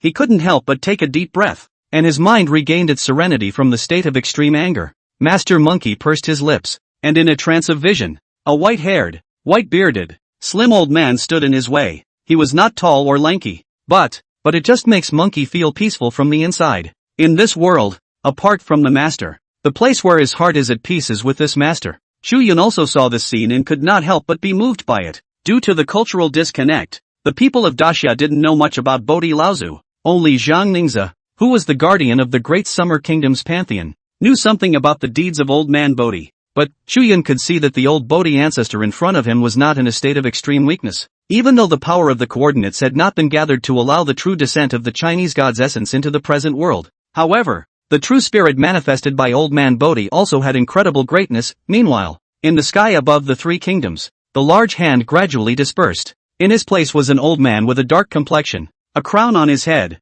a vermilion red dotting his brow, and a pale, pure beard. The old man sat cross-legged on a lotus throne. His figure was withered, as if he were walking stiff and weak, yet no one would underestimate his strength. It was because the large hand vision that shook the universe earlier, as if holding the sun, moon, and stars, was what this old man had struck out. The Sand people, who were originally as if they had lost their lives and their faces were ugly to the core, stared blankly in the direction of the old man. The leaders of the three kingdoms also stiffened, and joy gradually surfaced under their eyes. Who is he? Little one? Old man Bodhi suddenly looked at Chu Yun. Chu Yun knew that what Elder Bodhi was asking about was precisely that old man. Chu Yun's face straightened and he performed an ancient salute towards old man Bodhi. Elder, if I'm right, he should be the creator god of the A3 Kingdoms sect. Brahma, one of the three main gods in the San Francisco religion, Shiva, the god of destruction, and Vishnu, the god of protection. Furthermore, it is this god of creation, Brahma. Brahma is arguably the apex of the agnostic religion. Although there are many versions of the Brahma legend in the agnostic religion as well, but none is more widely circulated than the creation of Brahma. There is an interesting legend that when Vishnu first met Brahma, he asked him who he was. Brahma simply replied that he was the supreme one who had created the universe dry. It was for this reason that Vishnu honored Brahma, and Brahma's followers in A.S. can be said to be all over the place, and there are no less than tens of thousands of temples dedicated to him alone. It could almost be said to be all over the A.S. territory. Brahma also created the Athens, from whom the Sanskrit alphabet was created. He is also known as the book-making heaven, Brahmacharya, and pure heaven, and is the god of creation in the agnostic religion. Anyway, there are so many legends about Brahma. Almost all the creations in the Athanasi are related to Brahma. When Chu Yun told Elder Bodhi what he knew about Brahma, a flash of essence flashed across the bottom of old man Bodhi's eyes. So this is the creator. Monkey also heard Chu Yun's words. The creator, then if it were placed in our Chinese divine system, wouldn't it be the equivalent of Pangu de Zun opening up the heavens and the earth? Monkey's brow couldn't help but frown. vaguely feeling something tricky. Almost subconsciously, he stepped forward and pulled on Old Man Bodhi's sleeve. At this time, Monkey did not have that unruly and untamed posture of a great demon. In a trance, it was as if it was the little monkey that loved to follow the old ancestor and listen to his teachings back then. Master, this is a simple matter. Wukong, I can handle it myself, so I won't bother you with any of this. Master, I have learned all of your skills, Master, and my work is deep and powerful. The creator of the district's little Asan, Wukong, would I be afraid of him? Monkey grinned and raised his head proudly, as if he was full of concern and didn't put Brahma in his eyes at all. Old Man Bodhi looked back at Monkey. The vision blurred for a split second. It seemed to see the little furry monkey who had just learned the somersault clouds and was so happy. The little monkeys in those days were so comfortable flying in the clouds. The little monkeys are reckless and spontaneous, and their laughter resounds through the square inch of the mountains. But how could the old ancestor not see it? His own little monkey, without realizing it, has grown up. He's even lying about it. The little monkey began to worry about his master. He wants to carry his own weight, because the little monkey wasn't sure of Brahma's strength either. In that case, the master can't be allowed to step in.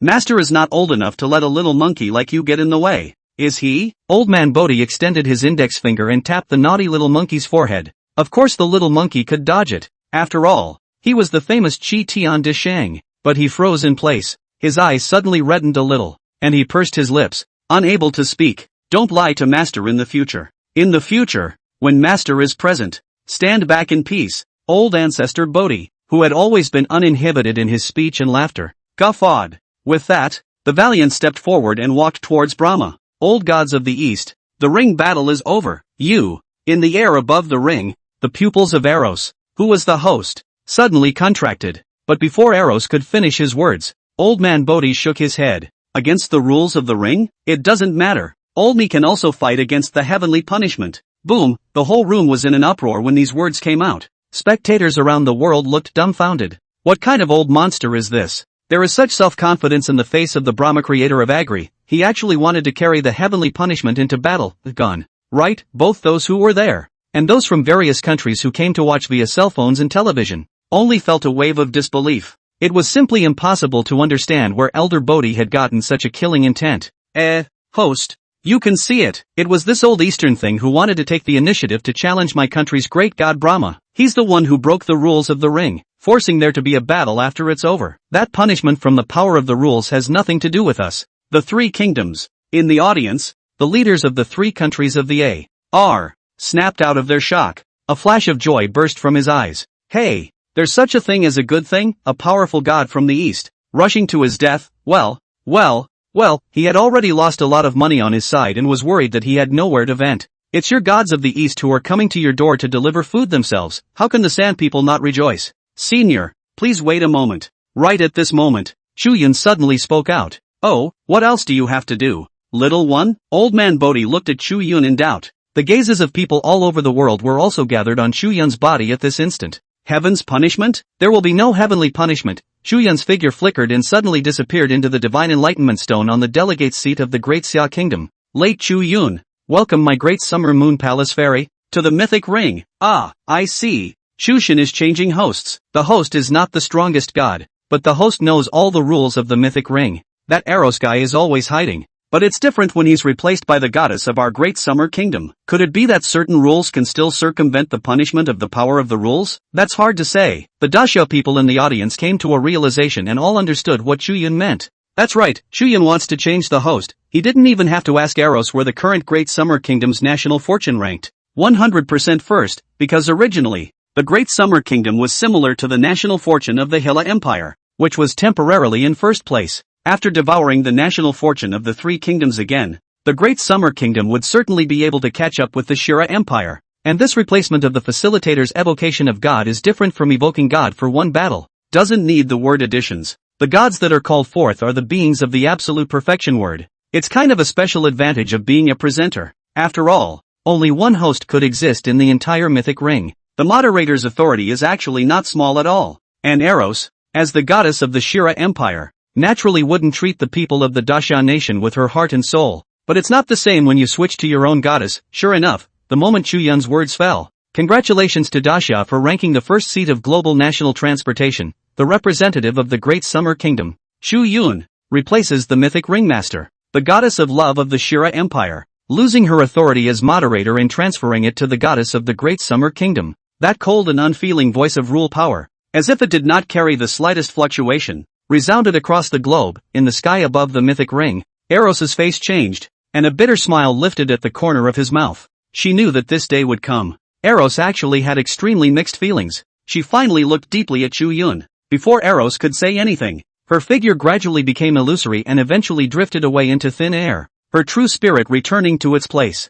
The host position in the mythic ring is vacant. Immediately afterward, a full moon rose above the sky, changing the sky. The moonlight swings over the world of man. Under the reflection of that cool moonlight, a beautiful figure gradually emerged. Her feathered clothes fluttered, and her bare, naked feet, as if untainted by mortal dust, ink-like long hair, flowing behind, gently dancing, like autumn waves rippling, teasing, tantalize people's hearts. Her beauty simply cannot be described by the overflowing words of the human world. She was like that perfect work of art that the Creator had crafted. Little one, was it you who awakened me? She was holding a fluffy bunny in her arms, and with a gentle smile, she was a great success. That cool voice was like an orchid in an empty valley, serene and distant. To be honest, Chu Yun froze for a moment. The old ancestors are really sincere. This Moon Palace fairy, that's really too beautiful to describe. That's right, the deity that Chu Yun had awakened was none other than an extremely famous goddess in the Chinese divine lineage. Chang, fairy, what fa? Hiss, this is too good looking,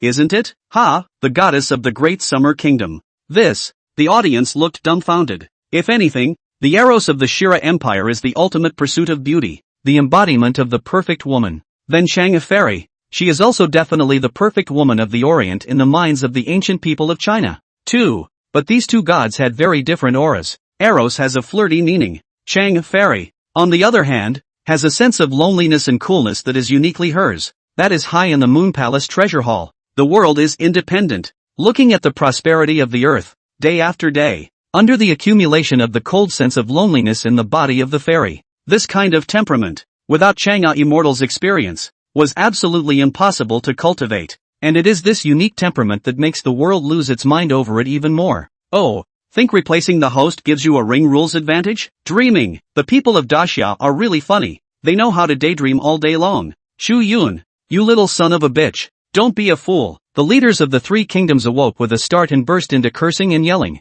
Of course they didn't want to see Chu Yun replace the host. After all, even a fool knows the importance of a presenter. Yet as much as they were envious and jealous, they knew that it couldn't be helped. Who let the Great Summer Kingdom rank number one in terms of national fortune? The Sand People could only be strong and calm, hoping that the Great Summerland, on its part, would not be able to take advantage of the situation. Chu Yun just rolled his eyes, not even bothering to take care of this group of little Asan, chanting, "The more you scream, the more you prove that you're doing the right thing." Just as Chu Yun was about to explain the current situation to Immortal Chang'e, the fairy guffawed. No need to say more. I understand. In fact, after Chang'e Fairy replaced Eros and became the host of the mythic ring, everything that had happened in the ring was passed down in an orderly fashion, as if it were a continuation of memory, so that the fairy knew it all. Thus, Immortal Chang'e immediately understood the cause and effect of the matter. She also knew what Chu Yun wanted. The mind moved slightly. The many rules of the ring flashed through his mind. Could be.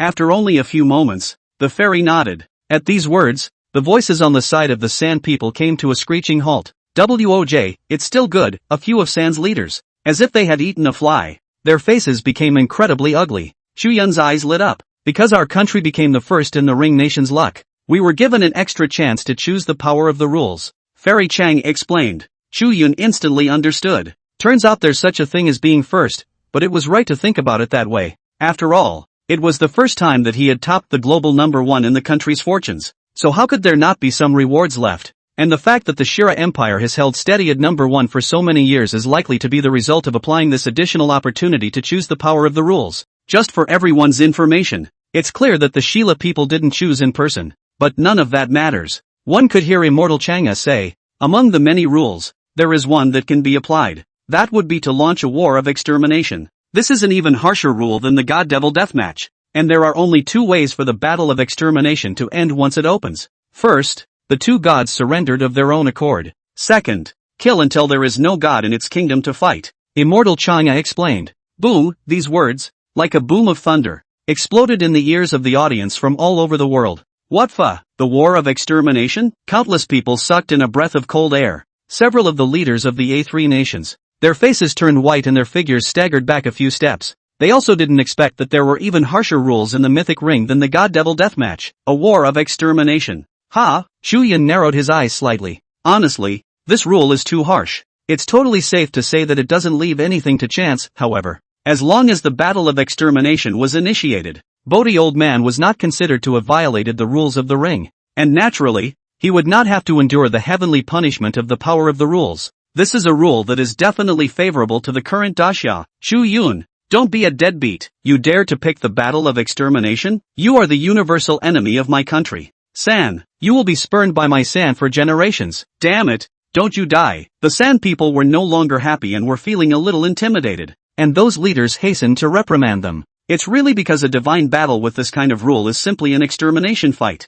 The one who loses, but the country will be destroyed directly. This is the kind of fight that makes people too scared to bet on it. The fact that things had come to this point was also out of everyone's expectation. I thought it was an ordinary divine battle, but unexpectedly, it was a moment of life and death decision. The gazes of countless people all converged on Chu Yun's body. Monkey suddenly came forward and reached out to pat Chu Yun's shoulder. Chu kid, trust my old son's master. In this world, there was no one who believed in Bodhi Old Man more than Monkey. That's Monkey's backer. That was the existence he admired the most in his life. Uncle Yi, Elder Long, let's. The rules model for the war of extermination is too appalling. Under the attention of all the people, Chu Yun, who was the representative of the Great Xia Kingdom, turned to look at the senior members of the Great Xia Kingdom in the audience. The elites from all walks of life in the Great Summer Country, plus Yi Yuntian, Long Lao, and Song Hai, the veteran divine favorites, had gathered today simply because this battle was originally a declaration of war initiated by the Great Summer Kingdom. Coupled with the fact that the fight was against the three kingdoms, the Daxia Kingdom took this extraordinarily seriously. Yi Yuntian and the others understood what Chu Yun meant and cast a supportive look towards him. Fight! Hit the fucker! The corners of old General Song Hai's mouth hooked into a sardonic smile. The old general can't forget about the secret alliance between the three kingdoms of Ah and Little Cherry Blossom, staging millions of troops at the border with the intention of holding back their Great Summer Kingdom's divine favored ones, though the crisis is said to be over. And Sakura and Ajamanga are even more self-inflicted, losing the God War. But that was a win for Daxia. What if we lose? Song Hai couldn't even dare to imagine the scene after his country lost. Chu Yun, we support you. The opportunity is not easy to come by. If you don't fight, when will you wait? Even Elder Long, the oldest war god of the Great Summer Kingdom, was already an old man who was on the verge of dying, with half a foot inside his coffin. At the moment, they were also firm-eyed. It was because Elder Long could never forget the humiliation that the Great Summer Kingdom had suffered over the years. This old man who had experienced the sturdy years of the Great Xia Kingdom, he understood better how difficult it had been for the Great Xia Kingdom to come all the way. The conflict between the Great Xia Kingdom and the Three Kingdoms could even be traced back to before the revival of the aura. 1951, the three countries of the Arakanese state crossed the national border, occupation of 90,000 square kilometers of Daxia territory south of the McMahon Line. In 1959, Daxia gained the West Tibet after the victory of counterinsurgency. For its part, the San openly claimed 90,000 square kilometers of the eastern section of the borderline and 32,000 square kilometers of the western section from the state of Daxia. After the state of Daxia's stern rejection, it pursued a forward policy and continued to encroach on the territory of the state of Daxia, taking advantage of those early years of Daxia's founding. The three countries of the A.S. have made a lot of big moves at all. They used trumped-up reasons to create the Rangju and Konka Pass incidents, killing and injuring officers and soldiers of the Daxia Border Defense Force. Year 62. Daxia declares a war of self-defense. In this battle, the Great Summer Expeditionary Army pushed all the way across the country, recovering lost ground and winning consecutive battles, taking the forces of the little athletes and beating them back to their own capital. A war aimed at invasion. A war aimed at strategy was hardened into a war of capital defense by the little A.S. itself. It was also the battle that established the untouchable status of the Eastern powers. Since then, little A-san has been honest for a long time, and no longer dares to move easily with the Great Summer Kingdom. But in the years following the aura recovery, because of the fault lines of the divine lineage of the Great Summer Kingdom, it gradually fell into a disadvantageous situation in the international arena. These neighboring countries are getting stupid again. In particular, Little San's gaze was dead set on Daxia. It was as if he had gotten tired of being the second of 10,000 years and was intent on challenging the status of the big brother. There can be only one overlord of the East, and it can only be my Great Summer Kingdom. The frail, Several hundred-year-old Long Lao, who had strongly supported himself from his wheelchair, raised his hand and gave a standard military salute in Chu Yun's direction. Older military people. The only thing in his heart is the prosperity of Daxia. If there is a strong enemy, then blood will be used to defend the border. This day, in that endless, snow-covered, bitterly cold plateau border region, there were several young soldiers, gathered in front of the television, excitedly watching the scene broadcast live within the television. Fight! Hit them! Hey! Hey! I'm going to tell Xiaolu, who is standing guard, that his boy will soon be able to go home and reunite with his wife. It's also, that little Lu kid just got married and rushed back to the army the next day. The gate was pulled open. An icy, bone-chilling wind swept in. The snow was flying in a white world as far as the eye could see. A lone kiosk could be vaguely seen, standing at the highest point. There is a figure with his chest out and his head held high, like a benchmark nailed under the pavilion. Border guard posts, 24 hours a day, day and night, monitor the borderline. Same moment. All over the country, there are veterans who rise up in silence with their hearts in their mouths. Hit them, in the underworld. It was as if countless beliefs converged in the direction of the mythic ring. At that moment, the sky over the great summer country seemed to be draped with sharp energy, moving the world, making the world feel the intent to raise the country to war. Any god's favored one from a foreign country could vaguely feel this strange aura because of their cultivation. Regardless of which country's divine favorites were from, they were all taken aback by this scene, especially the gods' dependents of Agua's country. Their faces suddenly turned incredibly ugly. Several of the San leaders in the audience clenched their teeth even more. Chu Yun, I advise you not to be ungrateful. Chu Yun, you Daxia people really dare? San's leaders twitched at the corners of their eyes. We wouldn't dare. Chu Yun also felt the coalescence of this strange aura. At this moment, Chu Yun did not have the slightest worry of hesitation. His gaze froze, and he didn't even bother to pay attention to the soon-to-be exasperated San. Instead, he ascended along the steps to the seat of the representative of the Great Summer Kingdom. It was as if the people of the world had already sensed something, their gazes subconsciously converging on Chu Yun's body once again. The will of China is passed down through the ages. Today, whether you are Chinese at home or abroad, you will feel the added protection from your homeland. That is the will to win without pride and to lose without discouragement. Stand up for yourself and go proclaim all that you are proud of. Come, let the world hear you. Tell the three kingdoms that I, the people of Daxia, dare you. Why not dare? All the subjects of the Great Summer Kingdom laughed at this moment. Fight, beat them to death. Our old ancestors, with their flesh and blood, guarded us to this day. Isn't it precisely so that we, the descendants, will have the strength to proudly shout out, I am a Daxia countryman, in my Great Summer Kingdom. Friends come with wine and meat, and enemies come with swords. The sword in my hand is not unfavorable. Boom, the world is in an uproar. In the ring, Fairy Chang'a guffawed. As the goddess of the Great Xia Kingdom, how could she not sense the hearts of the Great Xia's subjects? Then, fight. Daxia launches a war of extermination against the three kingdoms. The initiator, Chu Yun, representative of the Great Xia Kingdom, and billions of sons and daughters of the Great Xia Kingdom. The recipient, Agnes Day, represents Kshatriya. The rules are as follows. 1. Both sides will fight to the death and end by killing the last of the gods. 2. Both sides fight to the death, ending with the complete surrender of one side and the destruction of the country. The sound of the mythic ring rules resonates across the globe. Just after hearing this voice, one of the older leaders of the three kingdoms spat out blood in anger on the spot. Damn the hateful Daxia people, damn you guys. How dare you fight this godly war mode that only a madman would fight, and when the forces of the rules are reorganized and a new national war begins. In the ring, Old Man Bodhi suddenly had a feeling of relief all over his body.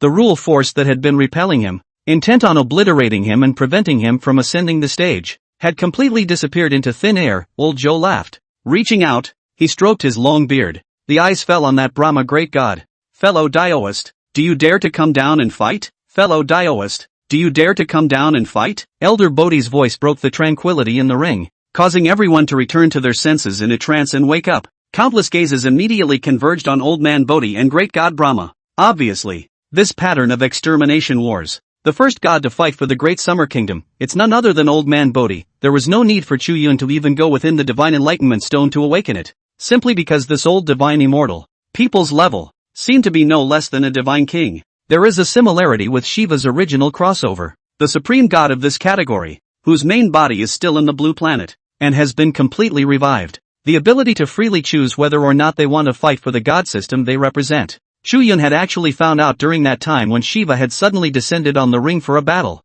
though the gods of the nations are not yet able to descend to the present world in their true forms. But as long as the main body is still within the Blue Star Mythos world, powerful gods who are recovering well again, they all get to be more or less privileged in the mythic ring. For example, this time after Bodhi Laozu was willing to fight a battle for the sake of monkey, he was able to force a manifestation entrance, same with the Brahma of the Three Kingdoms, too, because of certain opportunities, could manifest his spirit and capture the four Tang Sanzang and the 8 preceptors. Obviously, the Brahma of the Three Kingdoms was also in a perfect state, manifested, and possessed some strength sufficient to affect the rules of the mythic ring. In that case, my natal deity, great god Pangu, this creator, the god of creation that I Chinese have learned about in all of my elementary school textbooks, he is also still within the Blue Star mythological world, but it hasn't shown up until now. I think it's because it's just been awakened by me and hasn't fully recovered yet, right, and the right opportunity hasn't presented itself. Chu Yun narrowed his eyes and vaguely deduced based on the information he currently had.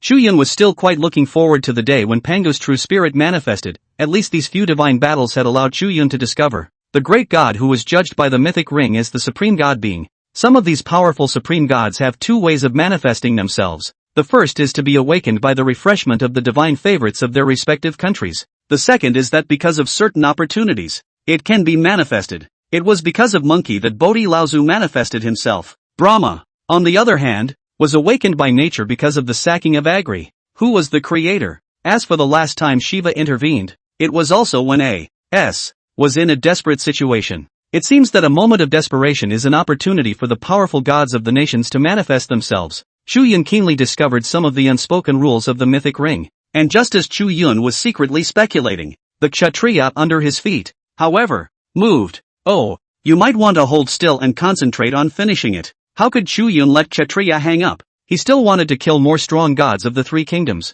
Brahma, in particular, is arguably the largest faith presence in the state religion of the A.S.A. If the Brahma could be defeated, it would definitely deal a tremendous blow to the Three Kingdoms. It's even likely that the wariness of the A.S.S. will completely collapse yet. Chu Yun's feet used a slight amount of force. Kshatriya's eyes rolled back in her head and she almost hiccuped on the spot. He only felt that he wasn't being stepped on by a person, but rather by a magnificent divine mountain that oppressed him in such a way that he couldn't move at all. Bastards, don't get cocky. You guys, I know what you're thinking. You want to see my country's Brahma Maharaja defeated, but you don't even understand the terror of the Brahma great god. This old god of your country is going to die. A loser cannot lose a battle. The Kshatriya, who was suffocating to the extreme, viciously glared at Chu Yun. Chu Yun just rolled his eyes, not even bothering to bother with Kshatriya. Anyway, on the side of the divine favorites, he was as steady as he could be. The Kshatriya representing the Agnus Dei has been taken dead center. Meanwhile, the mythic ring, inside the divine enlightenment stone on the Agri side, the divine portraits are refreshed. Brahma's portrait was revealed. Obviously, this stems from Brahma's intervention. With his own country in desperate straits, Brahma could force an entrance if he wished. The world was in a trance. Once again, when it became clear, he saw a thin, scrawny-looking, dry, white-bearded old man, hunched over, appear in the mythic ring. Exactly Brahma, the weak-looking Brahma is not like Vishnu, who wears gold and jewels, bejeweled and so aristocratic. Brahma was more like an amiable, ordinary grandfather. His plain, slightly tanned complexion was also mortal-like, with nothing magical about it. He was naked, exposed the upper part of his dry body, and underneath, wearing yellow cloth pants. Gods of the East, you've crossed the line a bit. Brahma smiled gently in the direction of old man Bodhi. The smile on his face was standard, but the eyes were empty and indifferent, seemingly without the slightest hint of emotion. Crossing the line? Why didn't you say you crossed the line when you bullied the little monkey in my house?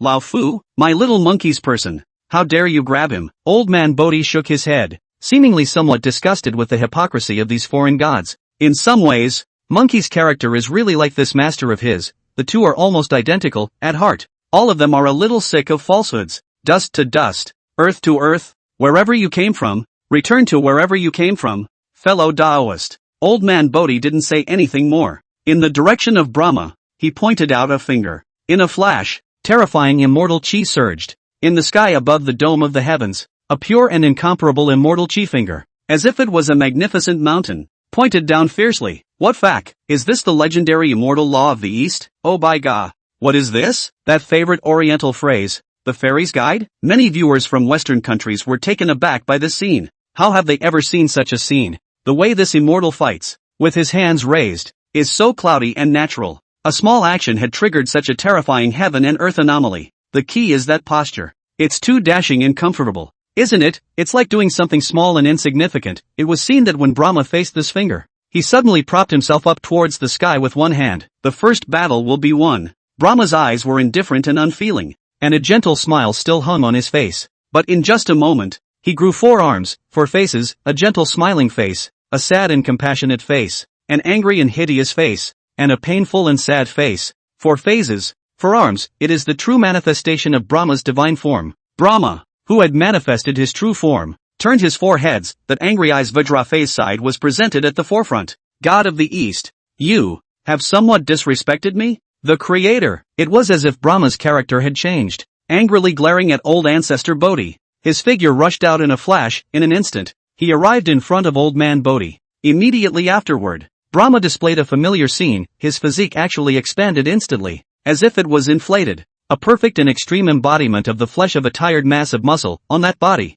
sinews and flesh surged like gnarled dragons coiled. It no longer looked like the skinny, dry, thin old man it did earlier, and this state of Brahma caused Chu Yun to look at him in a trance before his eyes. The god of destruction. Shiva? That's right, at this moment, Brahma. His state like when one of the originators of Chinese humanities with Qi Yu were killing Shiva. Shiva is just extremely good at close combat. It's not just like that. Brahma's fist blade also contains the power of destruction. Chu Yun's perception was extremely sharp. Though in the mythic ring, the gods fought amongst themselves and couldn't affect the divine favorites. Can't take a shot at the divine favorites. However, Chu Yun still keenly sensed the terrifying power of destruction. Brahma was seen waving his 4 arms and striking towards old man Bodhi. A strong man with rolling muscles beating up an old man with a thin frame. It's a weird scene any way you look at it. Shoot him, beat him to death. Brahma the Great is mighty. When the Sand people saw this scene, they couldn't help but get secretly excited. And they all got up and cheered. It was as if they had already seen Bodhi old ancestor as if he were a little chicken,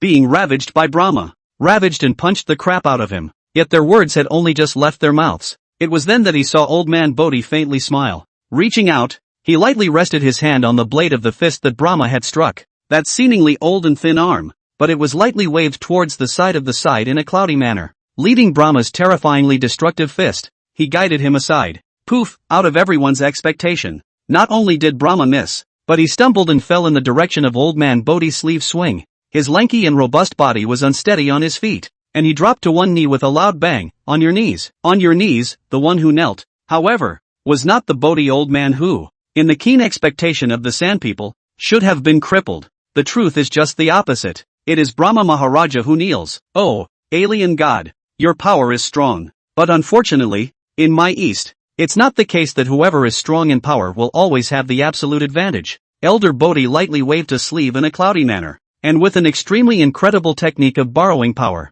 he dissolved all the destructive power from Brahma's fist blade. And it's not just that. It was precisely because Brahma's punch was so vicious that it was equivalent to an overwhelming punch that was enhanced by Shiva's divine destructive power. After being guided away by old man Bodhi, the backlash of this power caused Brahma's chi and blood to churn, and his entire face was bruised. Hearing old man Bodhi's words, the corners of Brahma's mouth suddenly hooked into a smile. Borrowing power? An oriental technique? In full view of everyone, Brahma rose violently, and with his 4 robust arms, he lashed out at old man Bodhi with a bizarre amplitude. That's right, it's not a fight, it's exactly pump. His 4 arms seemed to have turned into limp whips. Yovid Jiu-Jitsu from Agnes Day. Exactly. I see. Old ancestor he used the 4 kilogram technique earlier, using softness to overcome hardness. But this god of San is well versed in this. Yi Yintian and the others' faces changed slightly. They still have some knowledge of the 3 countries of the Arakanese. In fact, not only the people of Dacia, but also people from various countries all over the world have the biggest impression of the 3 kingdoms. It's just those 3 points. 1 curry, 2 dirty, 3 yoga. The art of yoga is the art of the feminine extreme. It can be said that all the people in A.S. are practicing, and naturally, the gods of the 3 are well versed in this. Not to mention Brahma, the creator of Agri. Brahma's 4 arms struck with a rolling sonic boom. It was like a dark trajectory, as if it was a storm, and it was pumping towards old man Bodhi. The human naked eye couldn't even observe clearly the trajectory of Brahma's whipping anymore. To humans, it looked like a dense black dragon. Dust rose in all directions. Space trembled. The entire heaven and earth seemed to be wailing in sorrow. It's horrible. The exchange between these 2 great gods was simply not something that mortals were qualified enough to see clearly. Oh bugger, so strong, heavens, whether it's this old god of Disya or Brahma of the three kingdoms, they're both so terrifying. Brahma is, after all, the creator god of Agri. But don't you guys realize, Brahma is the creator in the Ace and divine system. And what about this old god of the Great Summer Kingdom? He's not even the creator of the Great Summer Kingdom. To be honest, it's the gods of the Great Summer Kingdom that are the most surprising. The spectators in the neutral countries debated heatedly. The queen of the Egyptian Empire, without leaving a trace, glanced in the direction of the Daxamites. I'm not wrong. The gods of the Great Xia Kingdom should not be underestimated, especially after this little fellow named Chu Yun appeared. He seems to know the Great Xia Kingdom's divine lineage. In particular, in the audience, the Egyptian queen, dressed in a gown, absolutely beautiful and gorgeous, noblewoman-like, murmured softly. Beside the Egyptian queen stood a mysterious man with golden eyes and a slightly demonic appearance. The man pushed the glasses on his face and said expressionlessly, "This unknown old god of the East should also be in existence at the level of a supreme god. Otherwise, it wouldn't be separated from Brahma. But he's about to lose. Don't forget that Brahma is the creator of the three kingdoms. A god at the level of the creator who possesses abilities that ordinary gods don't have. Especially within the confines of the rules of this mythical ring." The man narrowed his eyes slightly and voiced his judgment. He didn't say so explicitly, but the Egyptian queen listened. The man was saying that in a mythic ring, the creator gods, obviously, had some advantages over the average gods. This was not a tussle in which the true body of a god descended into the present world, and for that reason there would be some restrictions. The real body descends well, the power of the coordinates of the Great Summer Kingdom, but it's not that easy to get. The Egyptian queen narrowed her eyes and looked meaningfully at Chu Yun. Meanwhile, the engagement in the ring had reached a white-hot finish. Hiss, the toothsome sound of air tearing resounded through the four directions of heaven and earth. Bang! Amidst the rolling smoke, a muffled thunderous noise startled the audience. It was seen that in the area right in the center of that battle between the two sides, the astral wind erupted and blew away the rolling dust, revealing the two men within it. Old man Bodhi pointed a finger at Brahma's angry face, and Brahma's forearms rested on Bodhi's body. Old man Bodhi, his immortal clothes were ragged, and the upper half of his body was almost torn apart. On that revealed immortal body, the skin was split open and a trail of blood and flesh was spread all over the upper half of the body. It's the skin being torn off, whiplash. It's going to be more painful than a direct cut, simply because that kind of pain that tore through flesh could hurt much more than a knife cut. This is why humans use whipping and thrashing as a means of punishing prisoners, and Brahma was in bad shape. Two of his forearms were hanging down in disheveled weakness. In particular, old man Bodhi pointed a finger on his brow. Only then did Brahma's movements come to an abrupt halt. "Oh, finally caught you." Elder Bodhi lightly exhaled a mouthful of turbid air, his fingertips bursting with immortal chi. This finger, the Qin reverses the chaos, the wonders of the Eastern immortals. Bang! Before people could wake up from the bloody mess that was old Bodhi's immortal body, they heard a mind-shattering explosion. Only Brahma's furious head was seen to shatter. The bright golden blood, waving in the air, even emitted a strong medicinal scent. It was as if each drop of divine blood contained unrivaled wonders that were enough to bring the dead back to life. Brahma's huge and robust body just fell on its back in the mythic ring. Boom, visible to the naked eye. Brahma's huge body, as if deflated, once again turned into a thin, dry and thin old man's appearance. Ah, Brahma Maharaja. Was he shot in the head? People from all over the world rose up with a roar of shocked surprise. The jaws of the sand people who were originally in the middle of cheering were staggered. Their mouths grew wide, and they couldn't scream out a single sound anymore. No, on what grounds? Our great creator is getting his head blown off? What makes him, an unknown wild fairy from the east, able to beat our creator? The sand people's minds broke down and they covered their faces and screamed. Phew. Okay, the ancestor is mighty. Ancestor mighty, worthy of being the master of the great sage. The spectators of the great summer country were secretly relieved. Everyone saw that old man Bodhi was slightly injured, but it was a good thing that he had worried prematurely, that it was Brahma, the creator of the Agri kingdom, who eventually fell, soon. However, the murmuring people vaguely sensed that something was wrong. Why hasn't the mythic ring rules sound gone off yet? By all rights, it should have been declared that the great summer had won one game by now, right? Is the war of extermination different? Not announced, at this moment. Elder Bodhi stood still in the mythic ring, dense immortal chi emerging from his body surface, visible to the naked eye. The Tao injuries on his body were slowly recovering. Actually, old man Bodhi understood. Although his strength was strong, Brahma was not weak either. After all, this is the creator of a major mythological series. Translated into their Huaxia divine system, it was equivalent to the existence of a Pangu de Zun. The divinity of the creator is extremely singular. To be able to exchange a small injury for the life of this god is not a loss. Old man Bodhi murmured softly as he glanced in Monkey's direction. At this moment, Monkey was sitting in the seat of the representative of the Great Summer Kingdom, and together with Chu Yun, who was grasping Kshatriya, they were closely watching the place. The old ancestor and the little monkey exchanged upward glances, with 4 eyes facing each other. Old man Bodhi subconsciously smiled gently. Instead, the little monkey's eyes were red, pursed lips, unable to speak. Monkey didn't have his true spirit return to his place, and this was because the host was changed to the eastern goddess Chang'e fairy of the Great Summer Kingdom. Since the hosts are now homegrown, it's natural to be a bit privileged. Fairy Chang'e would not force the victorious monkey to go. Only Monkey was in the way of the rules of the mythic ring, and he couldn't come down to the ring to fight. But Monkey can watch the battle from the sidelines. Monkey was gladly happy to do the same. After all, how could Monkey not know why his master, Old Master Bodhi, would enter the war? He was originally a worldly Taoist master who was free and relaxed and only practiced his own body. His old man could have ignored the storms of the outside world forever, seeking only immortality, crossing the immortal tribulation and becoming immortal. Available at. But master, his old man, still came out. Nothing else? It's all because of this little disciple of his who likes to run around and cause trouble. Chu Yun, do you think my old son's master is good? His old man is a truly pure immortal, following the natural laws of heaven and earth, out of this world and beyond. In the eyes of you people of Dacia, such immortals should not be as good as those good immortals who have regard for the world's people and are willing to save them from the flames. Right? Monkey murmured. Chu Yun, however, laughed as he shook his head. What is wrong with the old-timers, pursuing their own Tao, sitting in oblivion of the ancient and modern years? Lao Zi in the west out of the Hanga Pass, the purple gas to the east, forgetting all the things in the mortal world, lifting the Xia sword to the top of the cannon. It's too normal for my immortals in the east to seek immortality. However, the old-timer isn't all like what you said. Monkey, he, has his heart in the right place. You see, it's not just for Monkey's sake, breaking his own rules and entering the world himself. Chu Yun's words caused Monkey to freeze for a moment. Monkey reached up and scratched his head. I have to say that Lao Sun, is liking you kid more and more. After this divine battle, I'll make sure that my master will teach you some immortal mysteries. Why don't you just be my old son's senior brother? Don't worry, the sky's the limit. If anything happens, senior brother, I'll take care of it. Monkey showed his teeth as he smiled, his eyes suddenly rolling again.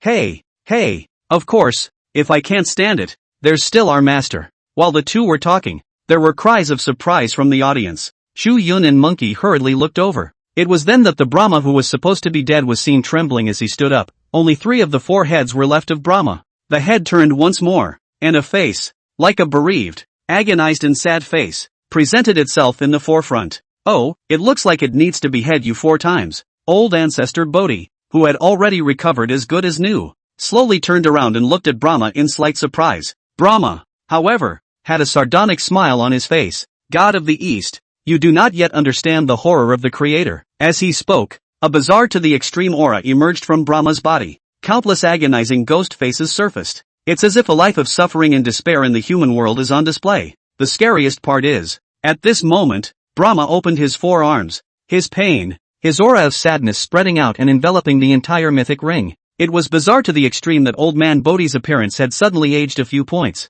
Visible to the naked eye, his hair is stained with snow, his body is tainted with dirt, and his armpits stink. There is no greater agony of despair in the world than to be deprived of the time of years. God of the East, can you break this prison of despairing time? Kneel for this Creator. Top worship the wonders of the Creator. Brahma's eyes were azure, as if he was a supreme being. At this moment, Vishnu's manifestation would have been pleasantly surprised if he had been alive. This was exactly the scene when he had first encountered Brahma, when he had bowed down to Brahma. He, Vishnu, is the one who has submitted to the awesomeness of the Creator. His Brahma Maharaja still has this kind of divinity? Steady.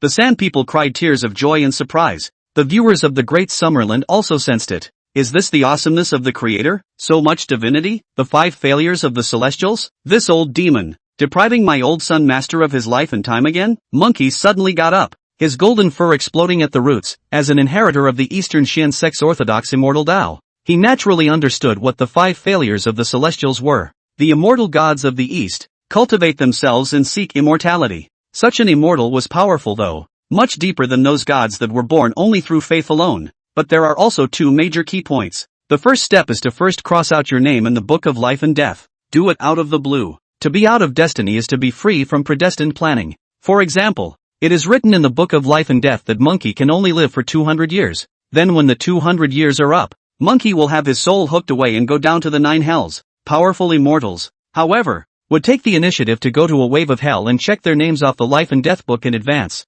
In this way they are not affected by the destiny of the underworld. Of course, there's a downside. Like if monkey is 200 years old, then he'll live to be 200 anyway. But once the name is ticked off, monkey will not be sheltered by heaven's destiny, and will likely live to be over 200 years old, or he may be killed just as soon as he leaves the house. In short, providential planning, both good and bad, but those who seek immortality and ask for it naturally do not want to be bound by it. The second step is the one taught by Bodhisrila Prabhupada. Immortals, one calamity in 500 years. Every 500 years, you need to cross the immortal apocalypse, and if you become immortal and live forever, and if you fail, then you will be struck to death by the immortal apocalypse. This old demon, if we let him deprive us any longer, my master's immortal tribulation will come. Monkey's eyes widened in anger. He could certainly feel that old man Bodhi's lifespan was rapidly passing away. Monkey knew that the stronger the immortal tribulation he needed to cross. Him, never willing to gamble once on whether or not his master could survive the next immortal tribulation. Not to mention that at this moment, master, his old man, was still facing a formidable enemy like Brahma. With this in mind, Monkey's golden eyes blinked repeatedly. Chu kid, my old grandson will stop nattering with you for now. The moment the words fell, Monkey stormed out of the Dasha delegate table seat. Tai, demon, eat my old son's stick. Regardless, Monkey reached out and grasped toward his side, and the golden band suddenly emerged. It was actually a blatant defiance of the mythic ring's rule restrictions. Forcefully intervened in this divine war. Yeah, how could the little monkey stay out of the way? The master was willing to carry everything for him. Then he, too, was willing to top all for his master. Nothing else. Only because the little monkey grew up. He, was no longer the little monkey who would only follow his master's buttocks, reaching out and tugging at his sleeve, looking adoringly at his master's back with wide eyes. Lingtai square inch mountain, slanting moon 3-star cave. The first sentence is seek and the latter combined is heart. It's a journey to the heart of the little monkey. He rode a small raft across the ocean and through all the dangers, he finally found a place to belong where he could put his heart at ease. Called Goku. The master gave the name. Master, your little monkey grow up. Monkey suddenly intervened across the room. Out of everyone's expectation, the pupils of immortal Changa's eyes suddenly contracted. Not good. Great sage, he's going to face the heavenly punishment of the power of rules. The gods of the same Eastern divine lineage were naturally attached to their side. Fairy Changa's mind raced, trying to find some rule loopholes for Monkey. Apparently, though, the rules of the mythic ring don't have that many loopholes. For a while, Fairy Changa also felt at a loss for words. Chu Yun, on the contrary, guessed what Monkey was going to do the moment he uttered his first words. Instinctively, Chu Yun also wanted to stop Monkey. After all, that rule power was not child's play. No, it's not the same. Monkey's strength, long ago, is not the same as when he is already a 5-system deity. Such an existence is second to none even among the gods of my great Xia kingdom. I'm afraid that Monkey's potential is far more than what's shown on the surface. If Chu Yun's heart slightly moved, suddenly had a bold idea. Meanwhile, in the ring, Monkey suddenly appeared and rushed into Brahma's domain. Monkey struck at Brahma's head with his stick. Brahma's face changed slightly. Damn you! You stinking monkey from the east! You dare to violate the rules of the mythic ring? Dare? Does it matter if you dare? The important thing is that I, Lao Sun, am about to beat you. Monkey didn't bother to say another word to Brahma. The golden rod in his hand cut out a bright golden splendor, wrapped in the momentum of the thunderous force, split his head and face as a rod smashed to the Brahma. In Brahma's hand, he threw out a token magic treasure in the shape of a soup spoon. Boom! This token rose against the wind and transformed into a huge shield that covered the sky. Break it for my old grandson. Then a magic weapon. How could Brahma know that Monkey had grown up along the way, and that he had witnessed too many Eastern Dharma treasures? That one and all, God's might is inexplicable and powerful. However, no matter what kind of phallic treasure you are facing, he, the great sage of Chi Tian, Sun Wukong,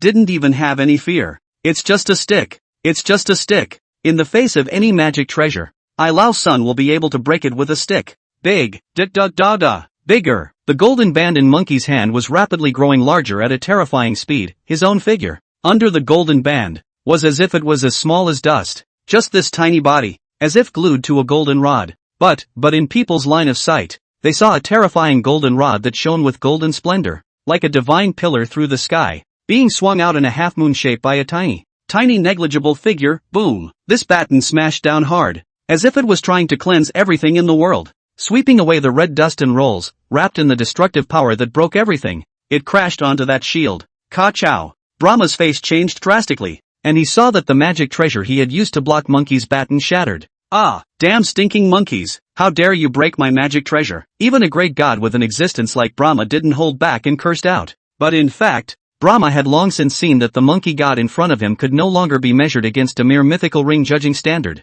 Because of this monkey god, he's growing all the time. For humans, the mythic ring was like trying to screen out the strongest among humans, so that humans could inherit the power of the gods and become god-favored people, or even become gods and attain immortality. And for the gods, it's a high-intensity sparring match. Some exceptionally gifted gods could likewise use the rules to omit tens of thousands of hours of cultivation. A single epiphany can cross classes and become stronger. Only such gods are too rare. There may not even be many of them in a country. The great sage of Chi-Tian, on the other hand, was clearly a deity of this category with demonic talent. From the time Monkey was able to defeat Vishnu's true spirit manifestation, Brahma sensed that Monkey was different. It was only that Brahma hadn't expected that this stinking monkey would dare to go against the power of the rules. Oh, that's kind of funny. But stinking monkey, you clearly have incredible growth potential. But you made a fatal mistake before you had grown to perfection. It's a shame that you're wasting your talent and your future. You are not yet a match for this god. Brahma quickly calmed down.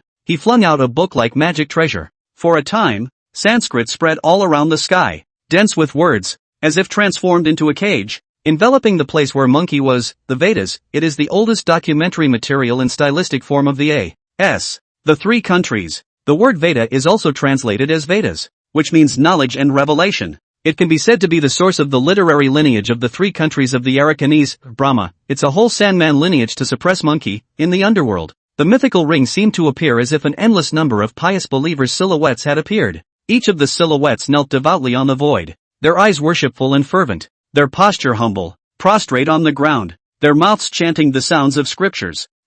Monkey, who was surrounded by countless Sanskrit inscriptions and trapped in a corner of the void, he couldn't help but lose his concentration and freeze in place. Buzz off. Honestly, this chanting sound that burrowed inside Monkey's ears felt so familiar to Monkey. It was like a buzzing, annoying mosquito that was making a lot of noise. But so familiar, Monkey was frozen in shock. At the same time, Brahma's domain enveloped Monkey's area, depriving him of his lifespan. Visible to the naked eye, a pitch-black robbery cloud gradually coalesced above Monkey's head. Eastern Immortals. The immortal apocalypse once every 500 years, obviously. Monkey's immortal tribulation was triggered out. And immediately after that, the golden thunder transformed by the power of rules spread towards Monkey from all directions. All the people who saw this scene were all screaming out strangely. Oh, by karma! This monkey god of the great summer kingdom is a sure death. The neutral nation's audience gasped out in shock. Shit, this Brahma wants to take the opportunity to kill Monkey? He's afraid of our monkey, isn't he? Did you hear what Brahma just said? He said that Monkey is the kind of god with demonic talent and incredible growth power. The faces of the Dasha people in the audience changed drastically. Everyone could see that Brahma was trying to bring Monkey to his death. Brahma really thought so. In fact, he had a share of scorn for Monkey, even more so than he did for Bodhi. When dealing with old man Bodhi, Brahma didn't have much certainty that he could win. But against the future monkey, Brahma knew very well that he might not even be able to win, simply because this monkey is growing so fast that it made Brahma, the creator, feel intimidated. He couldn't even imagine Monkey's future. It was also for this reason that Brahma had used the Sanwan vein to suppress Monkey, wanting to take advantage of Monkey's violation of the ring rules to completely obliterate Monkey with the help of multiple killing forces. Originally, this killer was going to be reserved for your master, but you are also filial, to come to die for your master. Killing you is more satisfying to this god. A flash of joy swept across the bottom of Brahma's eyes. Elder Bodhi's brows frowned slightly. To be honest, the old ancestor didn't expect his young disciple to come to his aid. My little monkey, he's really grown up. He knows to worry for his master. A smile suddenly appeared on old man Bodhi's face. Out of everyone's expectation, old man Bodhi didn't seem to be worried at all, but drew back and flew back. Ha, what the hell? It was a scene that threw many people for a loop.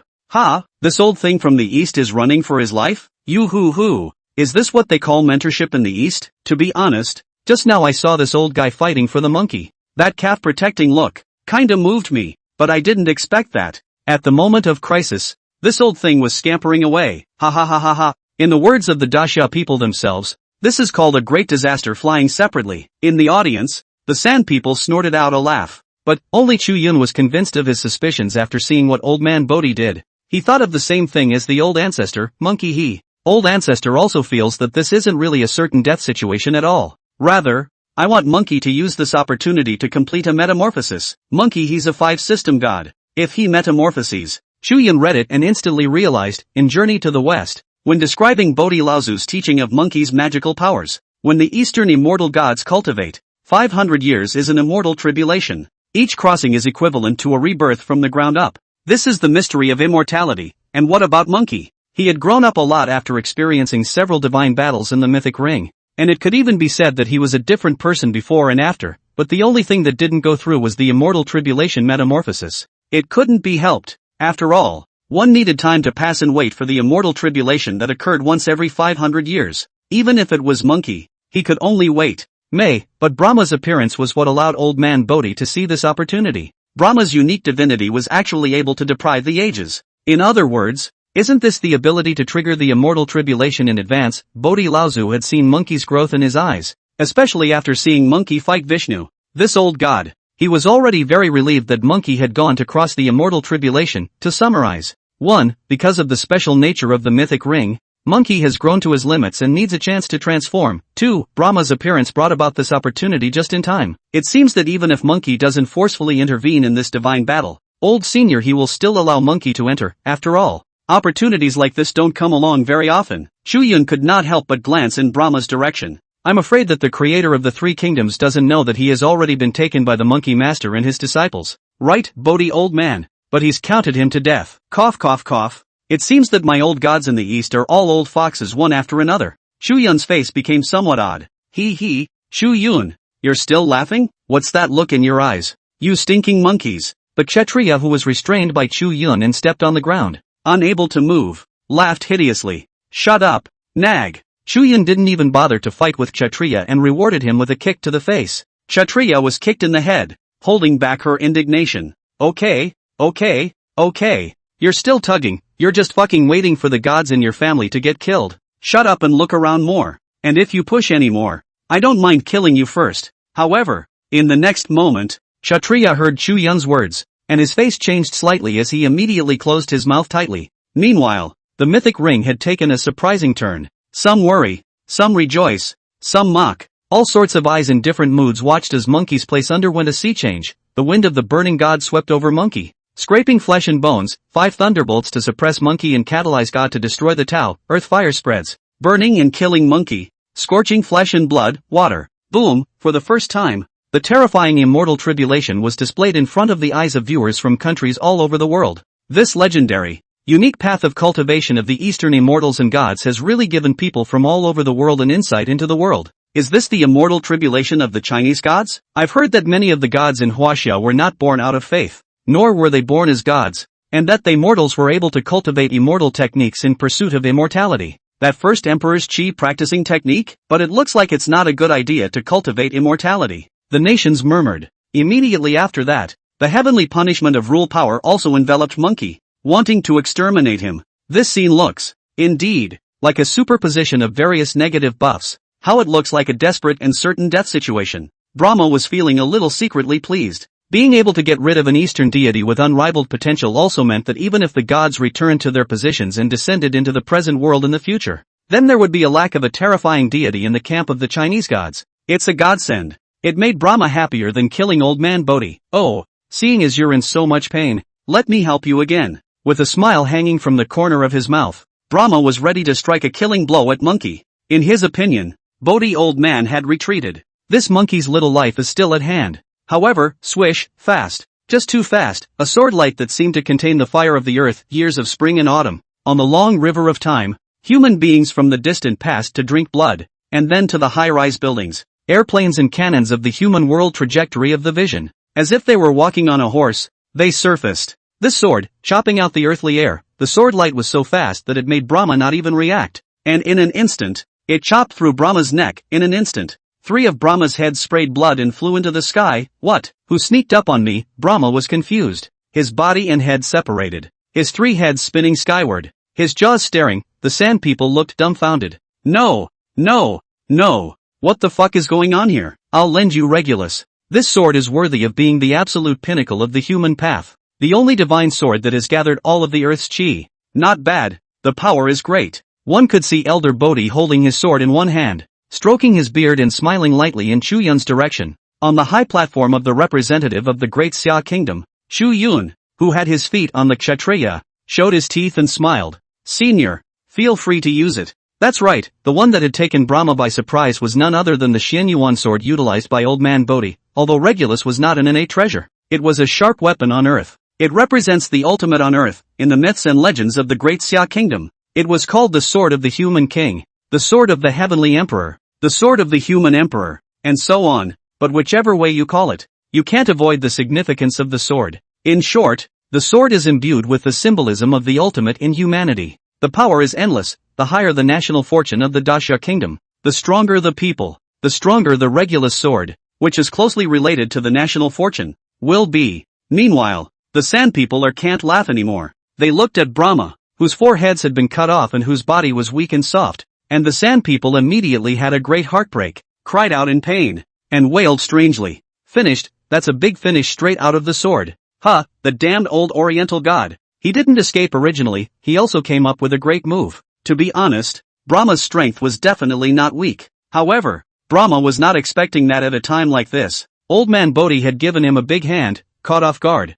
His head was severed. How can this be a fight? Ah, God of the East, you're shameless. You cheat, you even sneak attack this god. This god was careless. This god didn't flash. You wait for this god. On the day this god descends, I will destroy your Tao and kill all of your great Xia human race. After the three heads grunted and rolled on the ground a few times, they all burst out in rage. Pfft, old Master Bodhi's face remained unchanged as he swung his three swords in a cloudy manner. The sword explodes. There's a lot of bullshit. And the day your true body descends into the present world, then you'll destroy your true body. Old Master Bodhi's face was calm, not the least bit afraid of Brahma's threat. Bullish, bullish, bullish. Old ancestor is mighty. Ha ha ha. Worthy of being monkey's master. Master, do you accept female disciples? In the audience, the people of the Great Summer Kingdom were smiling and laughing. At the same time, the voice of the rule force rang out. Congratulations to the Great Summer Kingdom for winning a divine battle. Due to the special rule pattern of the War of Extermination, if you win one game, you will be deprived of 10% of the luck of the three kingdoms. Both sides are invited to make a choice whether or not to continue the War of Extermination. With Brahma's defeat, first battle, the Great Summer Kingdom. A great victory, the world was in an uproar. Looking in the direction of the Great Summer Kingdom in the midst of the celebrations, many of the people of the neutral countries had awe in their eyes now. The Great Summerland, it's terrible. Even the people of Daxia didn't look back. Without realizing it, the international situation has changed drastically, and the great powers are actually ourselves. As for the Sand people who heard the Ring Rule's voice reminding them, those few leaders, as if they had been beaten with chicken blood, immediately shouted, "We refuse, no more fighting, no more." Are you kidding? Even Brahma lost. How can this be a fight? Might as well say no and hasten to discuss a solution. As long as you give your country time, there will always be a day of revenge. Damn Daxia. You're just waiting to die. If you can't win the God War, you can sneak around and unite with a few more countries to kill you in reality. Right, that's it. Hint, for humanitarian reasons. The three countries are given the opportunity to choose, but refusal is not valid. The initiator, the representative of the Great Summer State, is also invited to make a choice. A3. All three of them were confused. No, no, no, no, no, no, no, no, no, no, no, no, no, no, no, no, no, no, no, no, up and down the Agri state, there was a wail. And at this moment, Chu Yun didn't care what Asan thought. Chu Yun also did not rush to continue the battle, but instead looked in Monkey's direction. Simply because at this point in time, Monkey was at an extremely important moment for him. Monkey is transmitting the immortal apparition, under the world's attention. That terrifying immortal tribulation swept over Monkey. The 5 flavors of the divine wind, the heavenly robbing thunder in the upper sky, and the earthly fire and weak water, the colorful and varied visions of the calamity were dazzling to the eye and the heart. The spectators of the Great Summer Kingdom were also on tenterhooks. Everyone held their breath and watched Monkey intently. Everyone knew that this promotion metamorphosis of Monkey was important. As long as it works, then the great sage of Chi Tian would become an incredible god in the Great Summer Kingdom. Just like the heavenly river pin in his hand, it will become a sea pin-like existence of the Great Summer Kingdom, the potential of a great sage master. The Westerners couldn't understand it. And the three couldn't read it either. They just felt their scalps tingle. Some races that have always had old grudges with the Great Summer Kingdom. For example, the Sakura Yamato clan, mixed in with the people of the various countries, were also watching the scene with grim faces. Bugger, damn Dacia people. Are they really going to rise again? These people are so scary. How come they can't be defeated? Think of the days when our Great East Asia co-prosperity program, it was deeply mired in the quagmire of the Dacia kingdom, and was hard delayed to death by them. This country, so annoying. Some of the leaders of Little Cherry Blossom were grimacing. On the side, the great cosmic stick, the leader of the Sun country, deep envy and jealousy flowed from the bottom of his eyes, but on the surface, he had an expressionless, unperturbed look on his face. Humph. In the long history of the past, it was nothing more than a vassal state of my cosmic empire. Rise? Oh, this little brother country, still quite competitive. Cosmic stick. Z's nostrils turned upwards and he looked as if he was the biggest in the sky and the biggest in the world. On the beautiful Federation's side, Anelia and the others didn't look good either. Pull. This monkey god. The Egyptian queen narrowed her eyes. Beside her, the handsome, long-haired man known as R.A., his golden,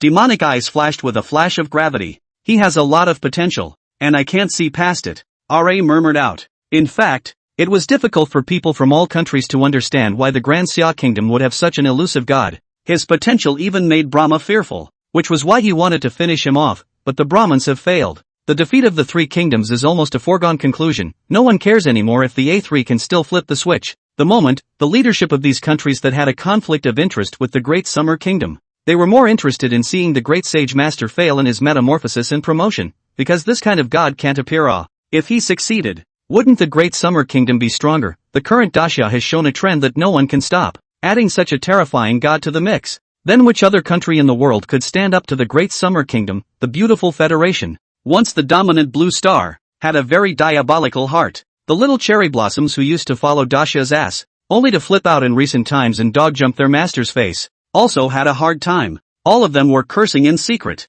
expecting to see the great sage master fail in his immortal tribulation. Chu Yun could feel these malicious eyes from all directions. Scared? Some of the country's leadership is scared, but the more you guys are scared, the more it proves that I did the right thing. Chu Yun faintly swept his eyes at the countries in the audience. In here, there were quite a few countries that had set foot in the territory of the Great Summer Kingdom. There were some hatreds that Chu Yun knew that they, the descendants, were not qualified to forget for the sages. The reason is simple, these years of peace were earned by the sages who threw away their heads and their lives. Do not see, all over the summer, there are sages' mausoleums, standing up a monument without a name it, there are only a few names on there. Many have even lost their names to history. By the time their bones were brought back, they were long, bloody and mangled. The mother's eyes were red from crying and she couldn't recognize who her child was. The woman looked at the tired white bones and searched blankly for her husband. Wailing babies, growing up and going to school, but the child is lost. Mom, why don't I have a dad? I see they have their dads picking them up when they come home from school. Grandma, is my dad a hero? But why doesn't the hero come home? I want a dad too. Much too much. Many of the former sages did not leave their names in history, because fame and history belong only to the great generals, the great marshals, but they also existed. They just turned into a string of cold, dead figures. After thinking of this, Chu Yun exhaled the pent-up breath in his chest. Monkey, make sure you succeed. Let this world bear witness to the rise of the gods of my great summer kingdom. Chu Yun secretly clenched his fist and gazed at Monkey's direction with incomparable anticipation. In the underworld, the aura on Monkey's body became more and more terrifying. The world is watching. Monkey made a sudden move. He changes a lot. When the fire of karma burns, Monkey becomes gold and iron, and 1,000 hammers refine his body. When weak water strikes, Monkey becomes a fish and swims in the water like a fish. When that thunder accompanied by the heavenly punishment of the power of rules bombarded down, Monkey changed into a godly mountain towering over it, and the thunder struck, and the sky would never be destroyed. These 72 changes are truly amazing. The means of the Eastern immortal god made people from all over the world look dumbfounded. My goodness, this monkey god of the great summer kingdom, can't he really die? Oh, by karma, how can he change so many times? Is this the immortal law of the East? Many foreigners looked mesmerized. There were also a number of people in the country whose faces became even more ugly. Kill him, please, don't let him succeed. On what grounds? Why does the country of Dacia have this special god? Our country doesn't? Various, differently minded gazes converged on Monkey's body. On what grounds? Chu Yun also heard these whispers. Oh, that's certainly unique by virtue of Monkey. What's a monkey? He was the absolute protagonist in the Western Quantum of Solace. It is the image of the spirit of defying the power and fighting upwards, which has represented the Chinese people since ancient times. Broken. Give it to me, old son. Break it open. A streak of heavenly thunder, as if it were chains, bound Monkey's body, but Monkey snapped his eyes open, and an unparalleled arcane divine splendor erupted from his golden, radiant pair of eyes.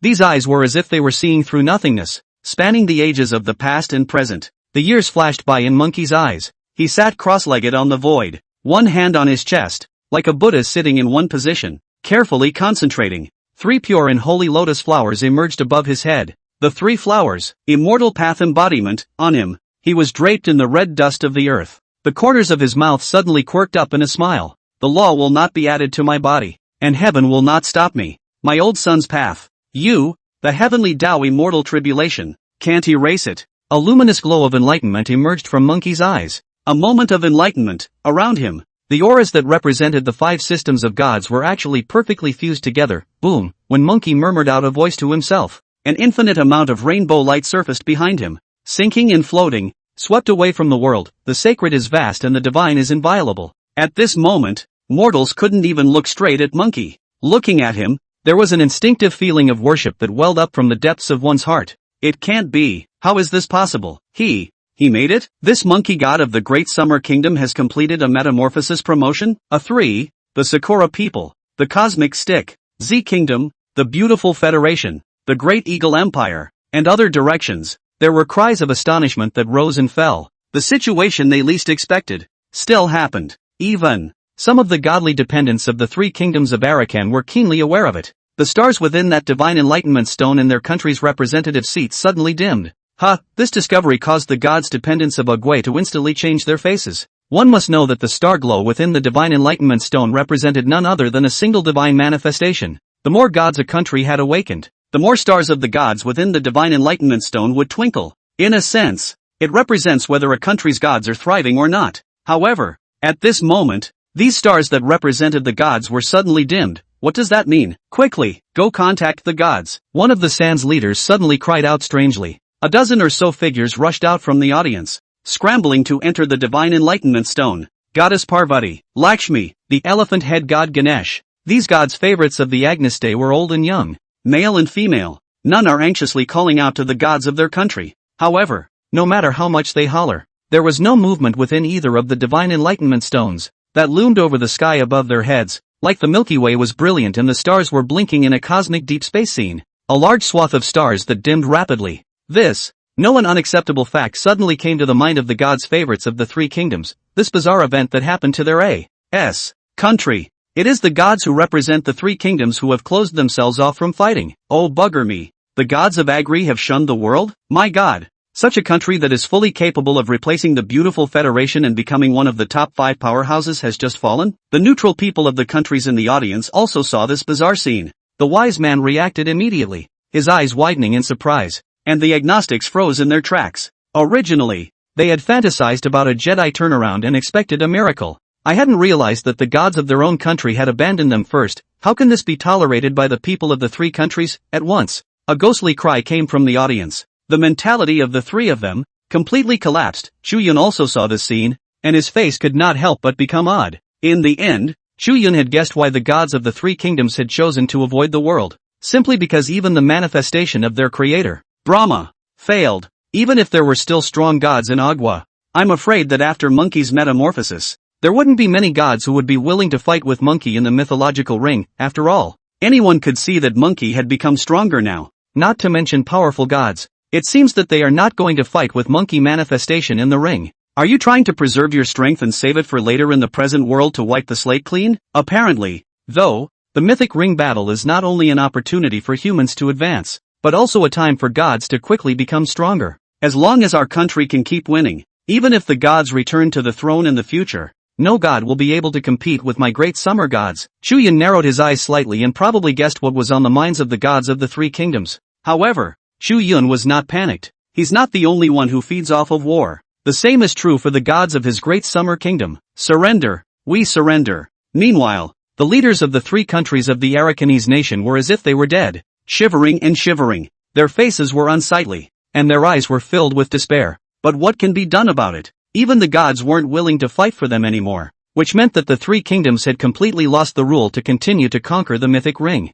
To use an old saying of the Great Summer Kingdom, this was to give up without a fight. A metamorphosis of the great sage master had served as such an unexpected gain. The people of the Great Summer Kingdom raised their arms and cheered for Monkey. Due to the voluntary surrender of the three kingdoms, congratulations to Dasha for winning the War of Extermination. The rules of the War of Extermination are special. Congratulations to the Great Summer Kingdom for obtaining all the territory of the three kingdoms of A. Congratulations to Dasha for obtaining all the national fortunes of the three kingdoms of A. Boom, along with the sound of the power of rules. This divine battle came to an end. The chi of the three countries of ASEAN had rushed to the Great Summer Kingdom. A holographic projection-like outline of a global map floated above the ring. It was seen that the borderline, which represented the red map of the Great Summer Kingdom, was like a crimson tide spreading out in the direction of the three countries of ASE. In less than a few breaths, the red map of the Great Summer expanded to the entire country of the three kingdoms, red. It enveloped the earth, on the map of the entire eastern continent. The crimson color of the Great Summer Kingdom appeared so dazzling, it was like the rising sun rising in the east.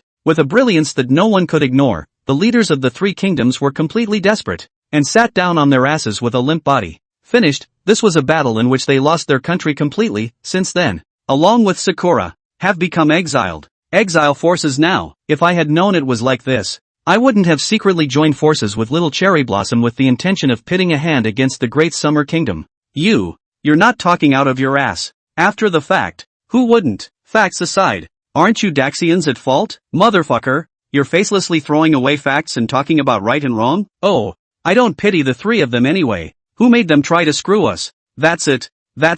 +1 for me Jiangsu, me Shanxi +1, Hunan +1, your state +1. On the internet, a new round of War of Words has been started, but compared to the keyboard warriors of the Great Summer, these gringos were clearly no match, and were spewed back and forth. My Dasha keyboard warrior, a key comes with a bang. The country has responded, since the three countries of the A are originally ranked 5th, although they did not become the 5 permanent members, they have inherited the status of the 5 powerful countries in the netherworld. Congratulations to Dasha for defeating Agri, and obtaining 1 copy of the power of coordinates. Currently, 2 copies of the power of the coordinates of the Great Summer, 1 copy of the Hilla Empire, and 1 copy of the Egyptian Empire. Just then, the voice of the rule force suddenly sounded again. Chu Yun's heart shook.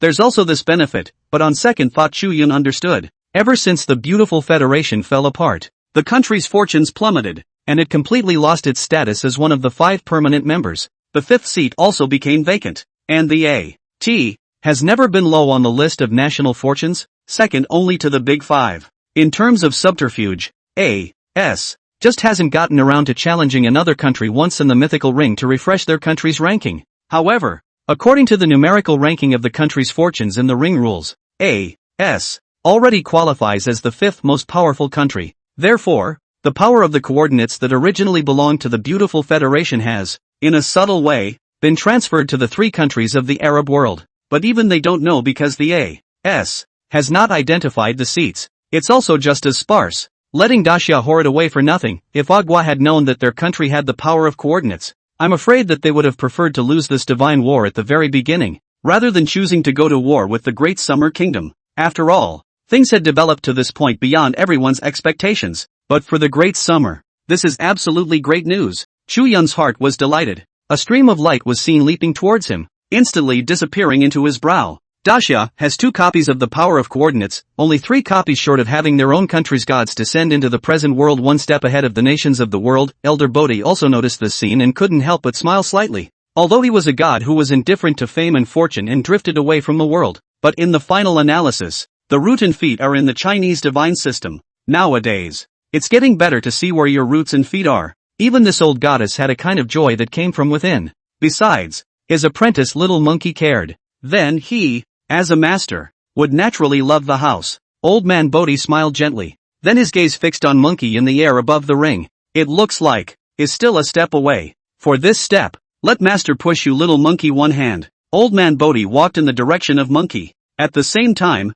with the surrender and admission of defeat by the 3 kingdoms, a large amount of national fortune surged in the direction of the Great Summer Kingdom. Chu Yun, on the other hand, was staring dead on in the direction of Agri, not noticing the movements of old man Bodhi for the time being. At this moment, What was on his mind was his promise to Monkey, god of sand. Since you don't want to fight anymore, if you want to end it painfully. Where are my monkey's masters and brothers? Then the 4 who were captured by Brahma are still not released back. Chu Yun's words, which contained mana, were loud and clear, like muffled thunder, resounding in the sky above the 3 kingdoms of Ah. The faces of the several Third Kingdom leaders who were as if they had lost their lives changed drastically, and they looked at Chu Yun with an incomparable amount of resentment. Gas, so angry, his own country was already like this, but he was still being held up by this brat Chu Yun. Damn you, little thing, the leader of Ogwa's country roared in his heart, his killing intent towards Chu Yun having reached extremes. However, they really didn't dare to say anything more and could only bury this killing intent in their hearts. Chu Yun was also too lazy to bother with them. Anyway, even the power of the coordinates had been taken over, and this Ogwa country did not serve any purpose in Chu Yun's opinion. As for this moment, would it be bad to completely offend the gods of the Agnus Dei? Please, how could Chu Yun not be clear that even if he did not offend these A3 gods to death, then in the future, after the gods of the A3 kingdoms descended into the present world, I'm afraid that I will inevitably have to make an enemy of the great summer gods. After all, even the 3 main gods in the category of Brahma, Vishnu, and Shiva failed in the ring and lost face. For the gods, this face is a matter of the foundation of faith. In any case, the first thing the gods' true bodies would do when they returned, was absolutely come to retrieve the situation. This grudge, both sides have obviously already made. It's not something that can be diffused in a few words. Since that was the case, then Chu Yun would not be polite, surrender all surrender. Then show the attitude that surrender deserves. That's right, release my country's great saintly masters. That masters and disciples who were captured by Brahma. Back in peace. Right at this moment, Yi Yun Tian, Song Hai, and the other veteran divine favorites of the great Xia country also sided with Chu Yun without hesitation. Chu Yun had long since explained to them about the power of coordinates and return of the gods. Therefore, even if the gods' true bodies descended and wanted to settle scores after the fall, that was also the case that whoever's family gathered 5 copies of the power of coordinates first, the gods of that family would be eligible to descend first. The current situation in Dacia is great, and it is also the first country to gather 2 copies of the power of the coordinates. It's going to be a race to see whose god descends first. The Daxamites have the same confidence in their own family. Yes, god of sand, put the man back. Don't think this is over. We Dacia people are not fools. If we don't see those 4 today, you, Agua, won't be able to get away with it. In the next moment, the Dacia people in the audience also stood up. Men and women, old and young, all raised their arms and stared dead in the direction of the 3 kingdoms. This day, the people of Dacia, all of them, even mortals, dare to question the gods. No one is afraid. No one is intimidated. Simply because behind the people of the country stood the divinely powerful gods of Dacia. That strong sense of security makes every member of the nation proud of himself or herself. From the bottom of his or her heart, the rest of the people from the neutral countries were all shaken in their hearts when they saw this scene. The Great Summerland is really different. This is not just a change from a divine battle, but a metamorphosis from the heart of the people of Dacia. Is this the benefit of having a strong god behind you? Even mortals dare to question the gods. Many people looked at the Dacia people with incomparable envy. For their part, a few of the leaders of the 3 countries were silent. The people of Dacia, they have simply taken bullying to the extreme. Fucking Dacia, the heartless Dacia people, in the eyes of these San executives, the Dacia people at this moment were tantamount to devils. That's no face for them. San, N.A.S. Although it was judged to be an extinct country, the country's fortunes were plundered, and from then on, all of the territory of the 3 countries of A.S. would be divided among the Great Summer Kingdom. Many San people will surely volunteer to join the Great Summerland. However, the higher caste as San people who have been used to enjoying the superior experience brought about by the caste system are definitely not willing to be annexed by the Great Summer Kingdom. After all, the Great Summer Kingdom did not have such a system, and it was even more unlikely that they would be honored as guests. They had already decided that they would go home, pack up their belongings and flee overseas with their entire clan. That is the only way to retain your wealth, your power. Almost all of the top brass of the A.S. have this mindset. The Brahmins and Kshatriyas from all over the country, without consulting each other, prostrated themselves reverently in front of the statues of their own gods. One kowtowed vigorously, pleading with the gods to release the 4 men. They still wanted to safely escape from the 3 kingdoms, but they didn't want to be slaughtered by the furious Dacia people halfway through the journey. Click, click, click. The faith of the believers in the underworld comes together. Though San's god didn't make a statement in plain sight, a crack was displayed in the sky above the mythic ring. Immediately afterward, the familiar figures of the 4 gradually became clear. Ness, welcome the return of my four gods of Daxia. When the Daxia people in the audience saw this, everyone's faces were filled with excitement. Cool, it's so cool. This feeling of raised eyebrows shook the hearts of the nation. You know, after the recovery of the aura, the Great Summer Country has been suppressed for hundreds of years, and has it suffered fewer humiliations in the international arena, if it wasn't for the fact that the three of them and little Sakura felt that the Great Summer Kingdom could be bullied. How could they have secretly joined forces?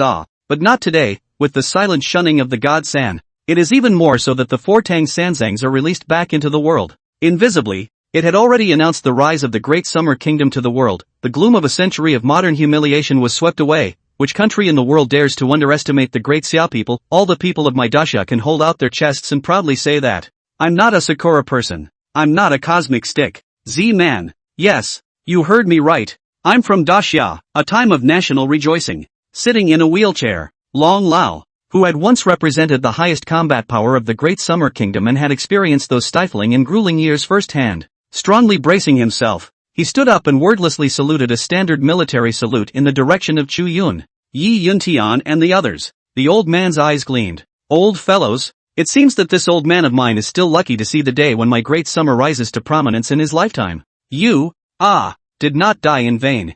I'll see who dares to mock you in the future. Each one of you is obviously so weak, yet your heart is higher than the sky, and you'd rather die than surrender. Resist, insist, pathetic and ridiculous. Can't you see, holding onto your foreign father's leg makes your countrymen's little lives a little better? People who say these things, they don't understand us Yankees. To grovel for a better life. The people of Daxia, do not care for it. It was at this moment in time when all eyes were on me. Eldest brother, Goku. The four Tang Sanzangs appeared in the mythic ring. Although the divine war had ended, this scene still moved people from all countries. Many nationals of neutral countries had their eyes reddened at the sight of the four reunited with Monkey. You know, they also witnessed the perseverance of Qi Tian de Shang all the way. The quest of this eastern deity has remained unchanged since the beginning. He has fought all the way to this day to welcome back those four people in his heart. Hey, my monkey brother is getting stronger? What a strong aura. The 8 preceptors, who were born with beckoning ears and a big belly, noticed Monkey's metamorphosis and immediately showed joy. Of course he'll be happy. It's because he likes to hide behind his big brother the most.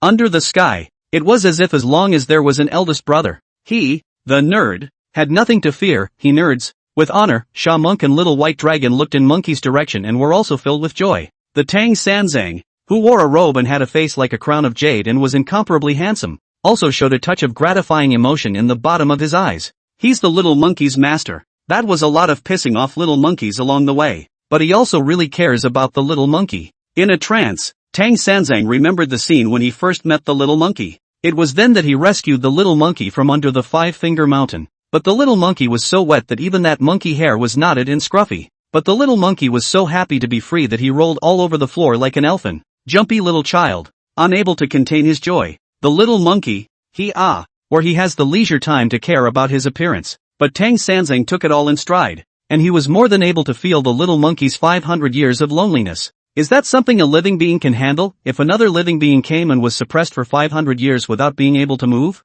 I'm afraid that his state of mind would have collapsed long ago, right? Goku, come here. The little monkey was puzzled, but walked over. When the little monkey came closer, Tang Sanzang smiled gently and reached out to remove the dead branches and leaves from the little monkey. Meticulously and carefully, the little monkey froze. He looked at the young monk who had crouched down and patted the dust and dirt from his body. Didn't you say that you're here to let me out by the order of the goddess of mercy to fetch scriptures from the west with you? Isn't it a simple partnership between us? But you, why are you treating me like this? The little monkey was puzzled, and for some reason his nose was suddenly a little sore. The little monkey's heart was in turmoil, and he ran away in a hurry. He wasn't used to the spectacle of people being nice to him, because he, the great sage of Qi Tian, has come all this way by himself with one stick. He was almost forgetting the strange sensation. Only once had he experienced it on that square-inch mountain when he was still a child, but it's been so long that it's really a bit disconcerting. The little monkey has a somersault cloud. 100,000 miles. It was as if only the wild wind blowing and the cold wind chill could make his somewhat turbulent,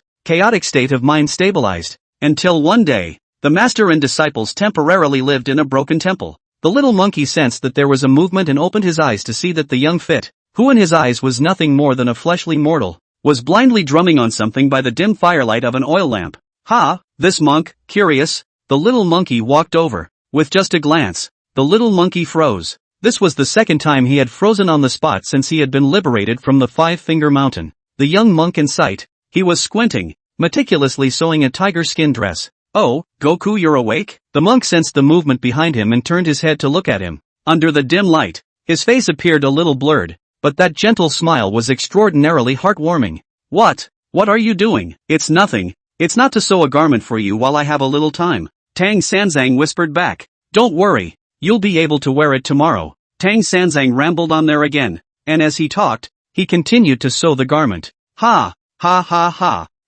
The great sage Sun Wukong, will have no clothes to wear. Just kidding. What a joke, as long as I am willing. And then go to the East China Sea Dragon Palace trip, scavenging some treasures. It is simply a bag of gold, easy as a palm. Need you, a mortal monk, to care? The corner of the little monkey's eye twitched violently. It twitched a bit, twisted its head and went back to sleep, curling up into a small ball. He hugged the air in front of him. Master, it's getting late. You should also rest quickly. Master, the little monkey called out master for the first time. He just felt like he was holding onto something, but he was afraid of losing it. But he so loved the feeling of being needed and pampered. He also swore in his mind that it couldn't be like when he was a kid. There are some things that you need to try to catch and try to protect.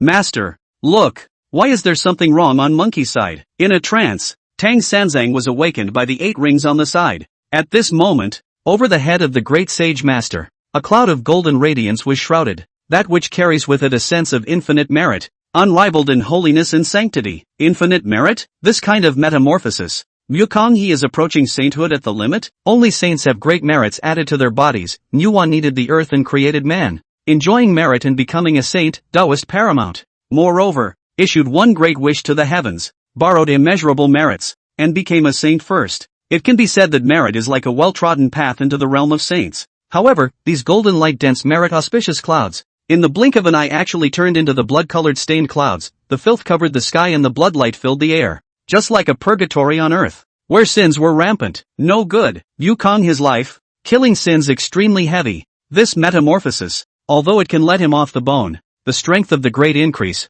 but his immortal disaster, can not just wind and fire obliteration, the 5 failures of the celestial beings added to the body. His killers have come to his door. Tang Sanzang had also long since ceased to be that mortal of flesh and blood. He had been cultivating for many years and had gained a deep understanding of the immortal's myriad techniques. Chu Yun also noticed this scene and could not help but feel a little worried. Indeed, although Monkey has meritorious deeds in his life, he has also committed a few sins of murder. In fact, this was also the reason why most of the Eastern immortal gods would go into seclusion after cultivation, simply because of the karma involved. The more sins that accompanied it, the more terrifying the immortal tribulation would be. Even Jin Yuanzi, the ancestor of the earth immortals, lived in seclusion in the Wushuangguan. Those great immortals who had attained the way also preferred to cultivate in their own heavenly sanctuaries and stayed hidden from the world, so there were considerations in this regard. No way. The immortal gods of the East seek the way of their own bodies, not that of gods born from faith. Cultivating one's own body,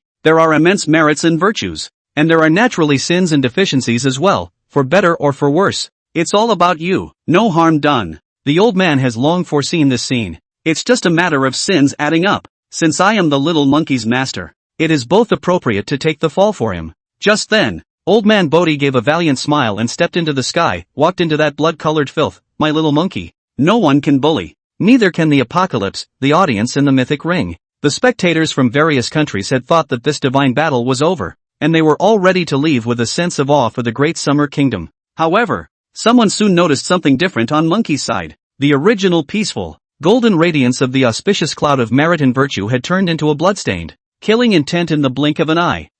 This is an unseen situation. In the hundreds of years since the recovery of the aura, when has such a thing ever occurred in the mythic ring? The people of many countries were amazed beyond belief. There was some confusion on the side of the Daxamites as well. It was then that the powerful old Eastern deity, with a flick of his duster in his hand, stepped into the air and arrived above Monkey's head. It was as if it had become a watershed that separated the filthy blood-colored clouds from Monkey. Yi Yintian's few people also saw this scene and quickly came to Chu Yun's side. Chu Yun, what is the old god doing? Yi Yintian and the others were also full of doubts and asked almost subconsciously. It was only because the understanding of Chinese mythology that Chu Yun had displayed had long convinced them. At a time like this, it would be better to ask Chu Yun instead of imagining things. A complex light flashed in Chu Yun's eyes. Uncle Yi, I don't know if you guys have heard of the immortal tribulation. In the records of my Chinese mythology, there are some depictions of monkey inside the records about the immortal tribulation. Monkey seeks to learn from Bodhi elder. The ancestor once said, immortal, 500 years for a tribulation. Thunder beat, fire, wind kill, crossover can continue to cultivate, not crossover, the body dead Taoist. Because of this, Old Man Bodhi taught Monkey 72 changes to cope with the calamity by means of the art of change. Previously, Monkey had already sort of crossed the immortal tribulation and was just about to take this final step. The last step, Yi Yun Tian, Song Hai, and the others listened with grave faces. This immortal tribulation doesn't sound easy to cross. Master De Shang, is he going to be okay? Several people were worried about Monkey. Looking at Monkey's last step, if I'm not wrong, it should be killing sins. My Eastern immortal cultivation method. Cultivate your own body. Unlike that Buddhist sect, snubbing what is difficult in this life. But as long as you work hard and do more good deeds, you will get good karma after reincarnation. In my Huaxia divine system, what I value most is this lifetime. Whether it's the merit of having done a good deed or the accumulation of sins committed, the good and the bad are borne by oneself. Definitely not dreaming of a better life in the next. After all, with the law of eternal life, one does not intend to die, and seeks immortality. Chu Yun explained a bit. Yi Yuntian's few people probably also heard it. To put it simply, that would be Monkey trying to survive his immortal tribulation. He will then have to face the sins he has committed in his life. The earlier auspicious cloud of merit represents Monkey's goodness, and the blood-colored filthy clouds that obscured the auspicious clouds of merit and virtue at the moment were the tired killing sins Monkey had committed in his life. Is Monkey's killing heavy, due to the cultural disconnect? Yi Yuntian and the others didn't know much about Monkey's deeds though. But I have also heard many stories about the Monkey King, the great sage of Qi Tian. Good fellow. Then in that case, the great sage master he's had quite a few kills. Old General Song Hai's tiger eyes were wide open, and his eyes were filled with worry. Yes, on the road to the west, the great sage killed the demons. Hiss, it seems like this immortal tribulation is really not easy. What do you think then? Most of our gods in the east are cultivated up, since from the roots, we have to be stronger than those gods that can only exist in human beliefs. It's kind of like having something to gain and something to lose. The divine favorites of the Great Summer Kingdom were talking about it. Seeing that everyone was intensely exploring, Chu Yun held back from finishing. Actually, it's more than just the demons that were fought and killed. Chu Yun could know too well that there were myths about the Great Sage Master. The Dragon Palace in the East China Sea, a wave of havoc in the Heavenly Palace, the 7 fairies fixed in the Garden of Peaches, the Old Lord's alchemy furnace, overturning the sky and overturning the sea, coupled with the demons that died under Monkey's stick later on the journey to the west. It is simply too many to count. This is probably the deck of cards for the protagonist of the Western Quantum of Solace. The karma of all parties is all implicated in Monkey. Monkey he. Chu Yun's heart smiled bitterly. It could be said that Monkey's immortal killing, that could definitely be even more terrifying than an ordinary immortal god. Of course, Chu Yun was not hopeless, at least for the moment. Monkey isn't alone. Chu Yun's gaze flowed and landed on Old Man Bodhi's body. Monkey he's got backing. Just as Chu Yun was secretly pondering, all of a sudden, he felt a bizarre aura lock onto his body. Aha! When Chu Yun looked up blankly, he saw that a blood-colored filthy cloud had also enveloped the sky above his head without his knowledge. Nice guy, I'm going to cross over too. Chu Yun froze for a moment. The next moment Chu Yun understood, because Monkey was the one who awakened him, and the rules in the mythic ring were extremely specific. He and Monkey are closely related to each other, and the legacy is well organized. So when Monkey metamorphosed in the mythic ring, he, the god follower, empathized. This. Chu Yun instantly had a head full of black lines. He himself is just a mortal now. Even someone as strong as a Van S-class divine favorite didn't have the ability to cross the immortal tribulation, right? Moreover, it's still a murderous immortal calamity related to Monkey. This, see, the top of that Chu Yun's head in the Great Xia Kingdom. Look, you guys, look, this kid deserves to die. And he's going to die too. Serves you right. This monkey, along with this brat, are both murderous devils. Damn it, all deserve to die. The leaders of the 3 kingdoms, who had lost the shelter of their national fortunes and had fallen into the status of deceased homeless people, quickly sensed something strange on Chu Yun's side. Hey, this is great. Those people from the several countries that had always had a grudge against the Great Summer Country were overjoyed, as if it was New Year's Eve. A bunch of hot, hippie cowboys. Damn it. How dare you curse our Chu God and Great Sage Master? One more fucking snide remark and I'll fucking slap you in the face. The audience of the Great Summer Nation woke up with a start, and immediately mouths and keyboard warriors came out in unison. Are you kidding me? Why don't you stand up for your own people, one by one? The Daxamites shook their fists and glared angrily at Sakura, San, Cosmic Stick, Z and other countries' direction, looking at an all-out brawl. Suddenly, a voice came from Old Man Bodhi's side. No harm done. Little one, come here. When he saw the whisk lightly waved in the hands of the old Bodhi ancestor, Chu Yun immediately felt an immortal charm lining him, pulling him towards the vicinity of the old Bodhi ancestor. The noisy scene quieted down. San and Sakura were dumbfounded. Lean, this old god of Dasha is so tough, you want his shelter too. Aren't you afraid you won't last long enough to be chopped to death? Chu Yun, on the other hand, just sat beside Monkey. A man and a monkey sat on their knees, wide-eyed. Monkey blinked his golden eyes and grinned. Chu Yun, relax, my master is here. Monkey squeezes. Chu Yun was in a trance and thought that he had recognized the wrong monkey. After all, in mythology, the unruly and lawless Qi Tian Dishang.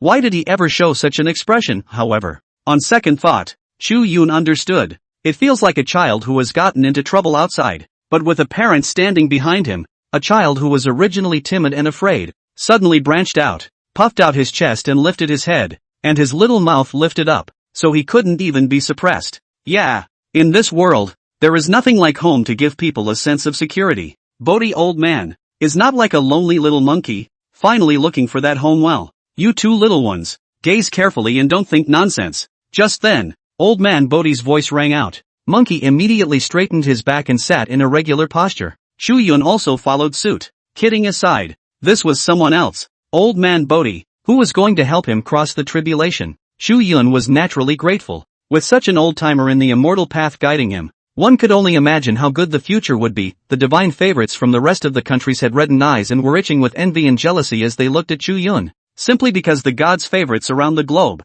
whether they were low-level or top S-class gods' favorites, it's all clear. Chu Yun, he had picked up a great bargain. Even a fool could see that the Qi Tian Dishang was bound to have a shocking metamorphosis after crossing the immortal tribulation, and Chu Yun, surprisingly, he followed suit and crossed over. The most enviable thing was that Old Man Bodhi had also helped Chu Yun carry off this calamity. How could this make the divine favorites not envious? The divine favorites across the globe could no longer even imagine the wonderful sight of Chu Yun after his successful tribulation. After all, the strength that Chu Yun himself had displayed was far higher than that of an ordinary mortal S-class divine favorite. What's going to happen when he morphs a bit more with this? Fail, please, please, please, Amaterasu Amikami. Take a look at this place and send down a curse that will make them fail. Sakura was eagerly awaiting it. For a time, a single gaze converged on Chu Yun, Monkey, and Old Man Bodhi. There was anticipation, envy, worry, and naturally some unsuspecting glances. Coming, right at this moment, Old Man Bodhi suddenly looked to the sky. The blood-colored light reflected down and shone on Chu Yun and Monkey's bodies. Sit still and don't move. Elder Bodhi's words seemed to contain an undoubted tone. In the eyes of the two, his not-so-tall, slightly thin back seemed to be able to carry everything. The tumbling blood cloud, as if it were a nightmare with teeth and claws, rolled, as if it were a blood bowl, and surged downward with a roar. Bold shrewd monkey, within the territory of my East Sea Dragon Palace, how can you be allowed to spread your wildness? Put it down. You dare to pull away the heavenly river's sea-fixing needle iron? In a trance, one was surprised to see an azure ocean appear around the three Chu Yuns. Inside the ocean, a golden, as if through the sky, large, rod, trembling, the earth shook, the sea water backed up, and millions of feet of turbulence attacked the sky and rolled the earth. A majestic monkey in golden armor, holding the golden rod in both hands, just wouldn't let go. Hey, this divine weapon is good. I want it. Monkey shakes the gold rod. Chu Yun instantly saw that this was exactly the time and journey to the west when Monkey caused havoc in the Dragon Palace. It is also the first great killing karma, according to the original account. Monkey is about to take away the golden rod and has had his own sacred weapon ever since. But this moment is a bit different from the mythological accounts. Monkey couldn't seem to take the golden rod, and as he pushed harder and harder, the more undersea waves he set off, the more fish and shrimp died. And just then, Bodhi Laozu stepped forward and reached out to place his hand on Monkey's. Up. The monkey in the picture can't see Bodhi Laozu, but the golden band is easily shaken. Monkey laughed and left with the pin. In the Dragon Palace below, the ground was sunken and the sea was raging. The old Dragon King was on his knees, on the verge of tears. God-damned monkey demon. One is really unlucky in blood. Just when the old Dragon King was in despair, suddenly, the East Sea stabilized. The Dragon King's 10,000 tribes, billions and billions of living beings, small shrimps, small fishes, small crabs, all of them are pleasantly surprised, and they only feel that they have been robbed of their lives. None of them noticed though. An old god with a thin, immortal figure cut off a piece of flesh and blood from his body here.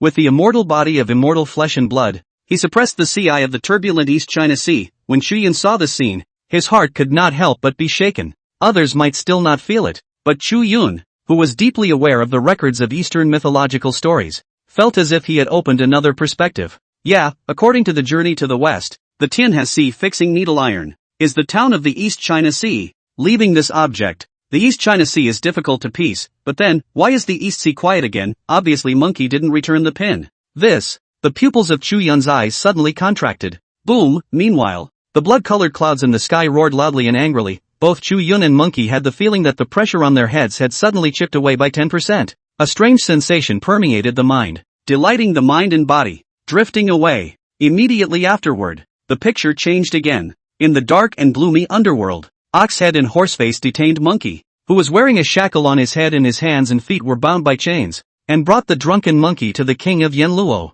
Your life is over. You deserve to be reincarnated. Monkey woke up with a jolt and sobered up. Your grandpa's son's life is over? What a joke. Tai, demon, eat my old son's stick. Monkey fought his way out of the shackles and summoned the golden hoop of Rui. When the stick was struck, the Oxhead and Horseface were knocked out of their souls, and countless soldiers and petty officials were killed or injured. The drunken Monkey even yanked over the book of life and death in the judge's hand and took a pen to outline it. Will his name? Will his monkey grandchildren's name? All from this life and death book scratched a right off. Then he patted his ass and walked away satisfied. Monkey, however, did not notice that in the depths of the underworld, a cold gazes looked at his back. Rest in peace, great emperor. This little disciple of mine has a spontaneous nature and acts in an inscrutable manner. He lacks experience to sharpen his mind, but the roots are great and good, and the nakedness is pure, so I hope the great emperor will give him a chance. Old man Bodhi appeared, pointing out his own heart's blood, feeding the ghosts with the great avatar method. His own immortal blood, this is the supremely pure essence blood of an immortal. A single drop can make a mortal live a long life.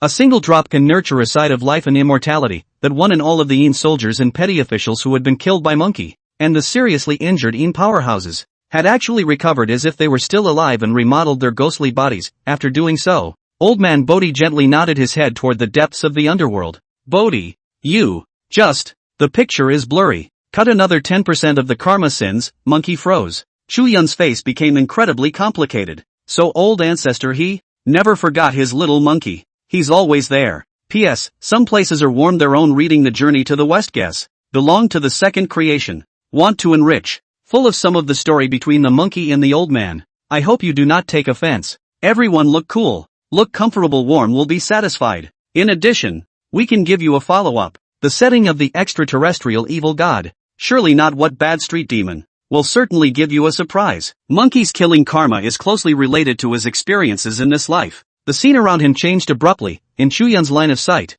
he saw a great demonic aura spreading, unruly and untamed, holding a golden rod. A monkey, standing above the rolling layer of white clouds, his disdainful eyes looking down on the enemies in front of him. His enemies, all dressed in silver armor and silver spears, were so numerous that one couldn't see the edge at a glance. On this day, the heavenly soldiers captured Monkey and set fire to the mountain of flowers and fruits, which completely enraged Monkey. It is also for this reason that Monkey wreaks havoc in the heavenly palace, going toe-to-toe with 100,000 heavenly soldiers. Seeing this scene, Chu Yun's eye pupils suddenly contracted. The karma this time, it should be very serious, right? Chu Yun knew that the way the Eastern immortal gods cultivated was different from the rest of the gods of the countries in the world. Every cultivator wants to become immortal and seek the path of immortality. As for the mortal cultivators, whether they swallow the external elixir of gold and stone or cultivate their own internal elixir, internal and external cultivation, complementing each other, after many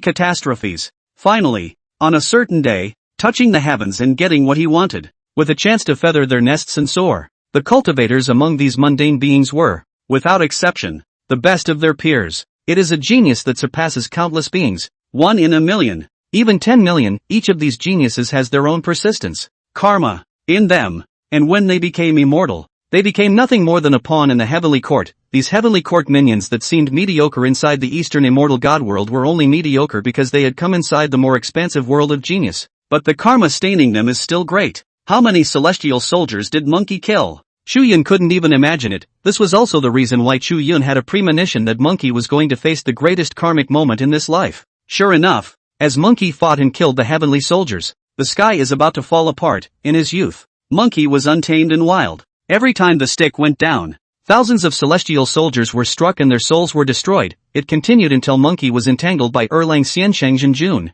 and Taishan Laojun threw out the Vajra bracelet and captured Monkey. Misery, it's too bad. In this battle, the heavenly court definitely won miserably. Countless tattered corpses of celestial soldiers, corpses everywhere, floated silently in the sky above the mountain of flowers and fruits. But even so, it's hard to get rid of Monkey's heart.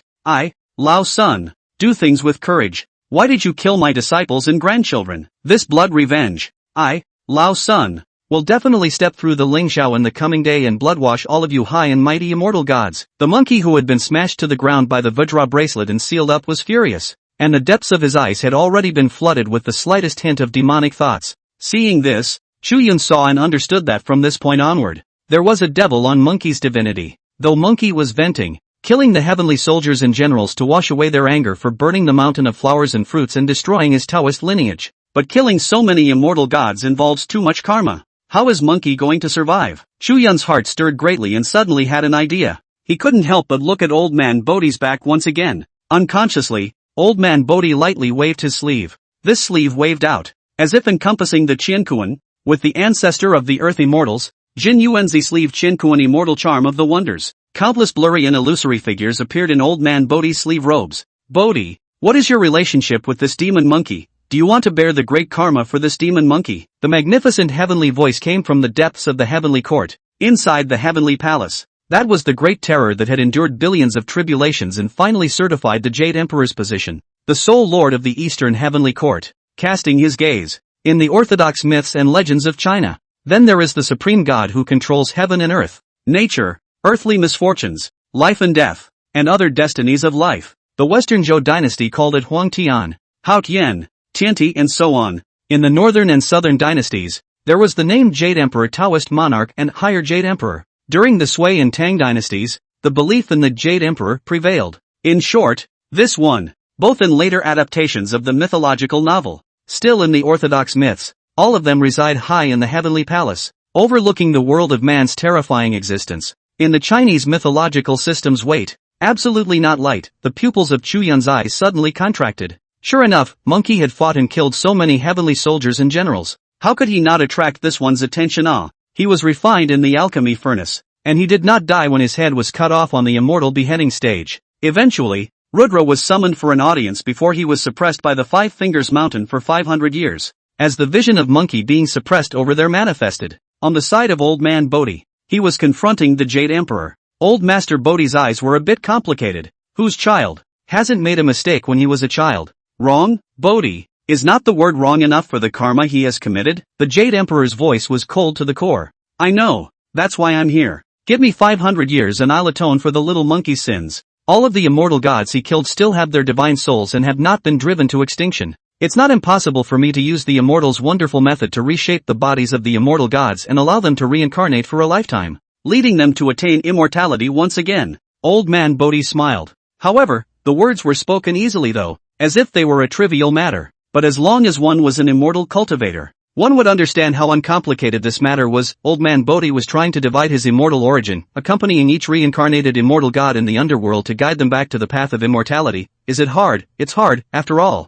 There were no less than tens of thousands of celestial soldiers who had been beaten and killed by Monkey. How much effort would a person, even an immortal, have to expend to guide tens of thousands of immortal gods? Of course, as a master, if I can't protect my own disciple, there's no need for me as a master to go back to Mount Fangsuan. My disciple wants to avenge his monkeys and monkeys' grandsons, and since he has failed to do so, then I, as a master, would like to do it for him. You, Heavenly Court, can defend me for a day, but not for a lifetime. I'll kill your 10,000 immortals today, and 10,000 more tomorrow, and one day, I'll be able to kill all of your heavenly group of immortals. I can't shake the three Qing saints, and I can't shake you Jade Emperor, but without your men, can you still sit comfortably as the Jade Emperor? Old Man Bodhi suddenly smiled. Silence, a deathly silence fell over heaven and earth. That's just it. You crazy. Boom, the supreme heavenly might swiftly drifted away. That once mighty, majestic, cloud-booted, golden-armored, lawless little monkey was crushed under the Five-Finger Mountain.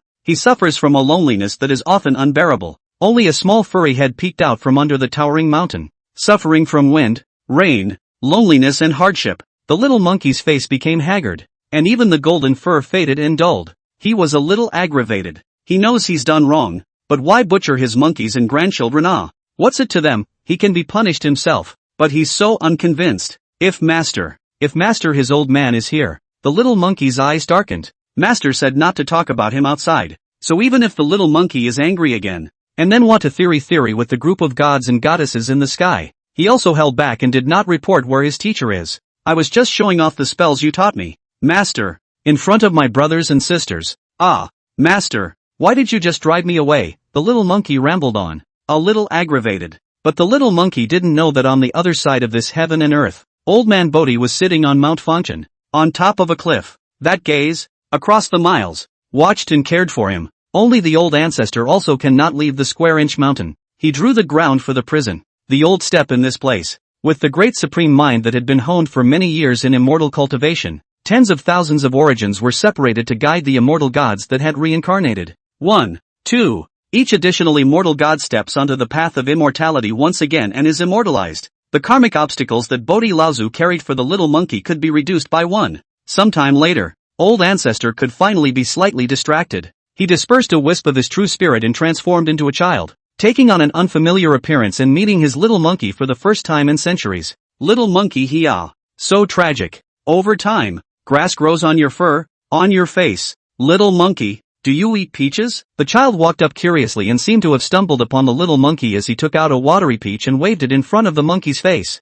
Eat, bring it on, it's so good, so sweet, as if a long drought had turned into a sweet dew. The little monkey's withered eyes bloomed with a strange color. He smiled that innocent smile. Chu Yun was silent. Monkey beside Chu Yun froze out of his mind, gazing at old man Bodhi's back. His eyes were red.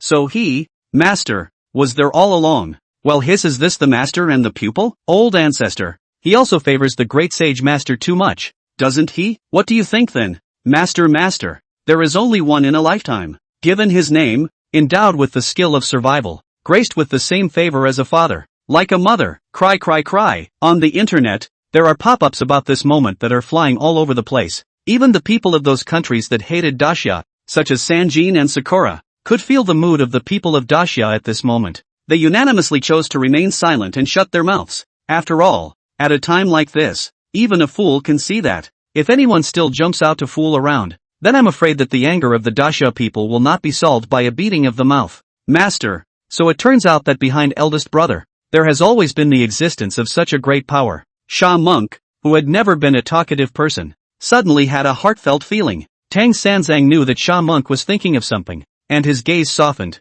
Actually, the Sand Monk was thinking of his own experience. He was originally a roll-up general in the heavenly court and was relegated to the mortal world when he accidentally broke a glazed marquee. You can imagine how strict the rules of the heavenly court are. Instead, he had little background and no one to protect him. Hey, old Shah, don't we have monkey? The 8 preceptors walked up, grinning, and reached out to pat the Sand Monk's shoulder. At the same time, the blood-colored filthy clouds that spread over the sky dome were gradually dispersing. Chu Yun also read it. No wonder old man Bodhi knew in advance that there was this last step when Monkey was about to cross the immortal tribulation. Lao Tzu knew very well how heavy Monkey's karma was. After all, he'd experienced it firsthand, and with his entry, he's helping Monkey cut down on the karma of this life. It's like a big tree with young, tender saplings underneath. The big tree, without the sapling realizing it, shields it from the wind and rain. Gradually, the clouds opened up and the sky and earth once again regained its tranquility. A pure white flawless ladder vision manifested in front of Monkey and Chu Yun.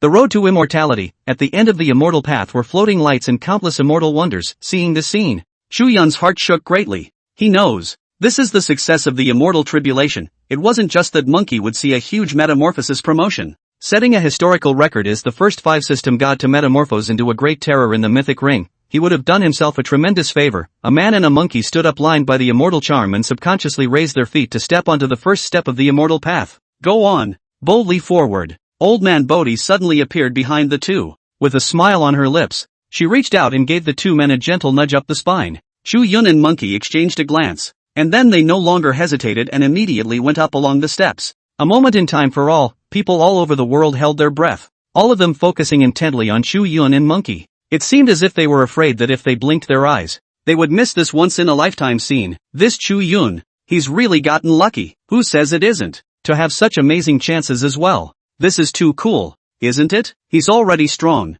So if he follows the metamorphosis and promotes a bit more, hey, it's really a people person. Some of the divine favorites from the countries of the world looked at Chu Yun's back with envy and jealousy, while others were secretly unconvinced in their hearts. But no matter what the mentality was, it could no longer stop Monkey and Chu Yun from transforming. On the other hand, on the side of the people of the Grand Xia Kingdom, they watched as Monkey and Chu Yun stepped on the immortal path and were enveloped in that mysterious figure. Everyone was smiling and excited. It's an honor to be associated with it. There was no need to mention Monkey. That was the god of their daxia. And what about Chu Yun? Oh no. That's already Chu Shun. Many people had faith in Chu Yun and worshipped him brainlessly. Nothing else. What Chu Yun had done was worthy of the nation believing in him. This was also something that Chu Yun had fought out one by one with that brilliant battle record along the way. R.A. Do you think I should make contact with Chu Yun after this? In the direction of the Egyptian Empire, the Egyptian queen, who was wearing a gown that revealed a cold and noble meaning all over her body, narrowed her eyes slightly. The mysterious man beside her, R.A., reached up and pushed his glasses up when he heard this. A thoughtful look emerged from the bottom of his eyes. After a short period of contemplation, R.A. shook his head and said with a calm expression on his face, "Don't be in a hurry. The situation in the countries of your human world is not yet clear. The re-emergence of the East, an ancient civilization, has indeed disrupted the existing world pattern. But you mustn't forget that on the blue planet, there are more than just the two forces of humans and gods, and the evil gods left behind when the great terrors were repelled." R.A. spoke as if he had a sense of the underworld. The pair of otherworldly demonic golden eyes, with their eyes flowing, subconsciously looked up to the sky. "Ha, that's strange. Why isn't Sakura and Sanside screaming? The cosmic stick. Didn't the sub-nation scream quite happily? Their leaders are missing." The people of Daxia were feeling a little uncomfortable when they didn't hear those countries calling out. It wasn't long before someone noticed something strange. The heads of these several countries, including those on the side of the beautiful Federation, had actually quietly left the field without knowing when. Really?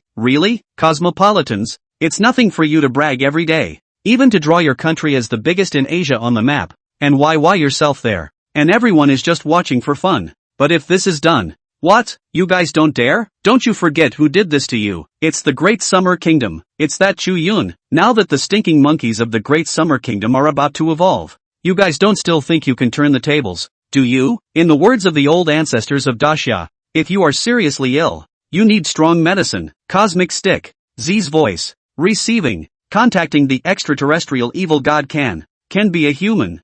Pa. Beautiful Federation. Blah blah blah. What human? Traitor. It's called Greater East Asia. Common. Honor. Sakura yelled. Chapter 159. Little Sakura with a thieving heart report. Cosmic stick. There's movement at the border of the Sun Country. Meanwhile, on the scene of the mythic ring, the representative seat of the Great Summer Kingdom, Yi Yuntian received a call from the border guards of the Great Summer Country. In fact, the top echelons of Daxia had never ignored the movements of the neighboring countries. This is something that being at the top of a country, one should rightly take into account. And with Chu Yun's appearance, he had consecutively beheaded a number of enemy gods in the mythic ring. The strength of the Great Summer Kingdom was also no longer to be underestimated, and it had even topped the ranking of ringing nations. It was also for this reason that the Great Summer Kingdom was no longer tolerant in every way in the real world. The radiating influence on countries has long been incomparable. Even if the smaller neighboring countries made a move, the Great Summer's military would be able to detect it at a moment's notice.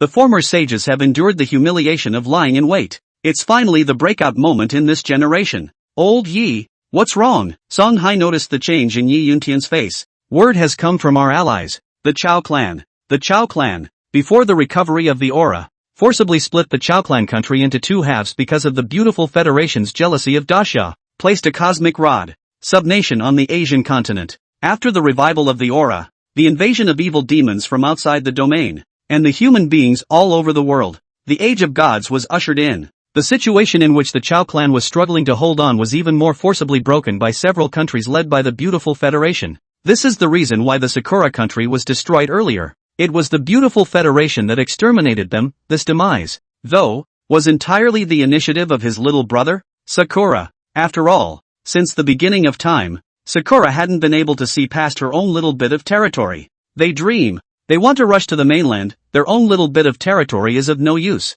The ideal township of their dreams is the territory of the Great Summer Kingdom. In the history of the Great Summer Kingdom, there had been many incidents where little Cherry Blossom had intended to break away from the island and die the mainland. No one is more famous for this than Sakura's Warring States period, when, immediately after the unification, the entire island's elite was dispatched to attack the Chao dynasty without warning. In a short period of time, it seized the territory of the Chao tribe. They want to use it as a stronghold to invade Dacia's territory. In the end, it was the Great Summer Kingdom that sent reinforcements to beat the crap out of Little Cherry Blossom's army and push it back across the sea to feed the fish. This incident also had a series of subsequent chain reactions. That figure who had agreed to the entire island of Kozakura had lost his elite, and his prestige had been hit harder than ever before. He spent the rest of his life in remorseful fear. It was also the first time he had realized the horror of Dacia. Eventually after his death, Sakura was once again in turmoil. The situation was chaotic, and his family was even exterminated and killed. In short,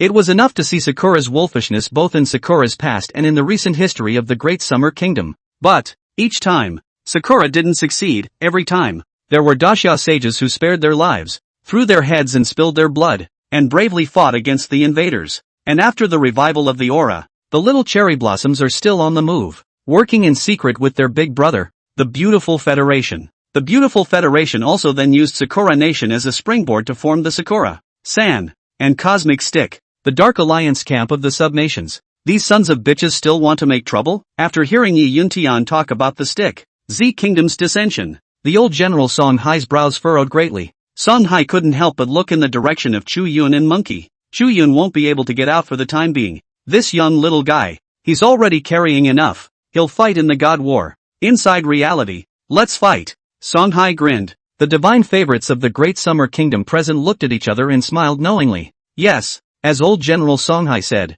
it's not like they're useless. Them old guys. I'd like to see what that crowd is up to again. Yi Yuntian, Song Hai and the few others. After speaking to Elder Long about the sudden situation, the figures of several people flashed and broke through the clouds. Anyone who is an S-class divine favorite can travel in the air, and it's extremely fast, so it's not a big problem to get where you want to go. This was one of the most headache-inducing points for S-class divine favorites in the real world. This level of existence is like a nuclear deterrent, coming and going without a trace. It would not be an exaggeration to say that it had the ability to easily destroy a city. Of course, the opposing country must have S-class divine favorites sitting around as well. It is also for this reason that there is a mutual fear that they will not easily enter the territory of another country. In fact, over the years, the Great Summer Kingdom had not been weak in reality, and had been secretly building up. It was only in the mythic ring that he was at a disadvantage because there were so few mythic veins unearthed. All along, the Great Summer Kingdom did not want to use the bottom of reality. After all,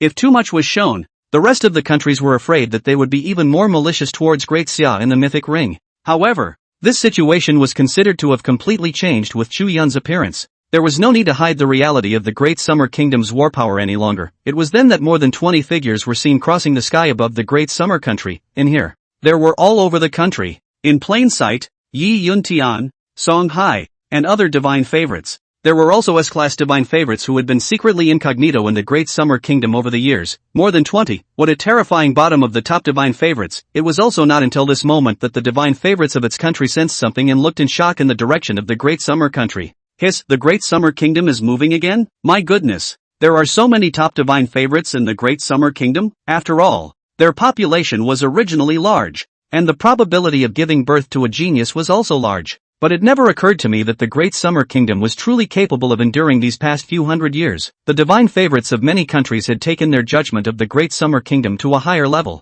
It was thought that the Great Summer Kingdom had just rolled over and risen in terms of divine warfare. I hadn't realized that in the real world, the depth of the Great Summer Kingdom was still not shallow. What a horrible country. In the ring, as the old-timer of the Great Summer Kingdom's pantheon guardians, Zhang Ningzi, silently watched as his own divine favorites departed. Immediately afterward, Zhang Ningzi's gaze landed in the mysterious auspicious cloud above the sky dome. Oh Chu Yun, what kind of situation will you be in when you come out? Zhang Ningzi was expecting a million things from Chu Yun. It was only because before Chu Yun had experienced the immortal tribulation, his strength had already caused the divine favorites of various countries to be afraid of him. It was truly impossible to imagine the sight of Chu Yun after his immortal revelation metamorphosis. Zhang Ningzi, however, did not know. When Yi Yuntian and the others left the table, Chu Yun, who was shrouded by the immortal rhyme mysteries, had already sensed it. It was only because Chu Yun realized that he did not need to understand the great Tao supreme principle and those immortal rhythmic mysteries on his own at all, inside him.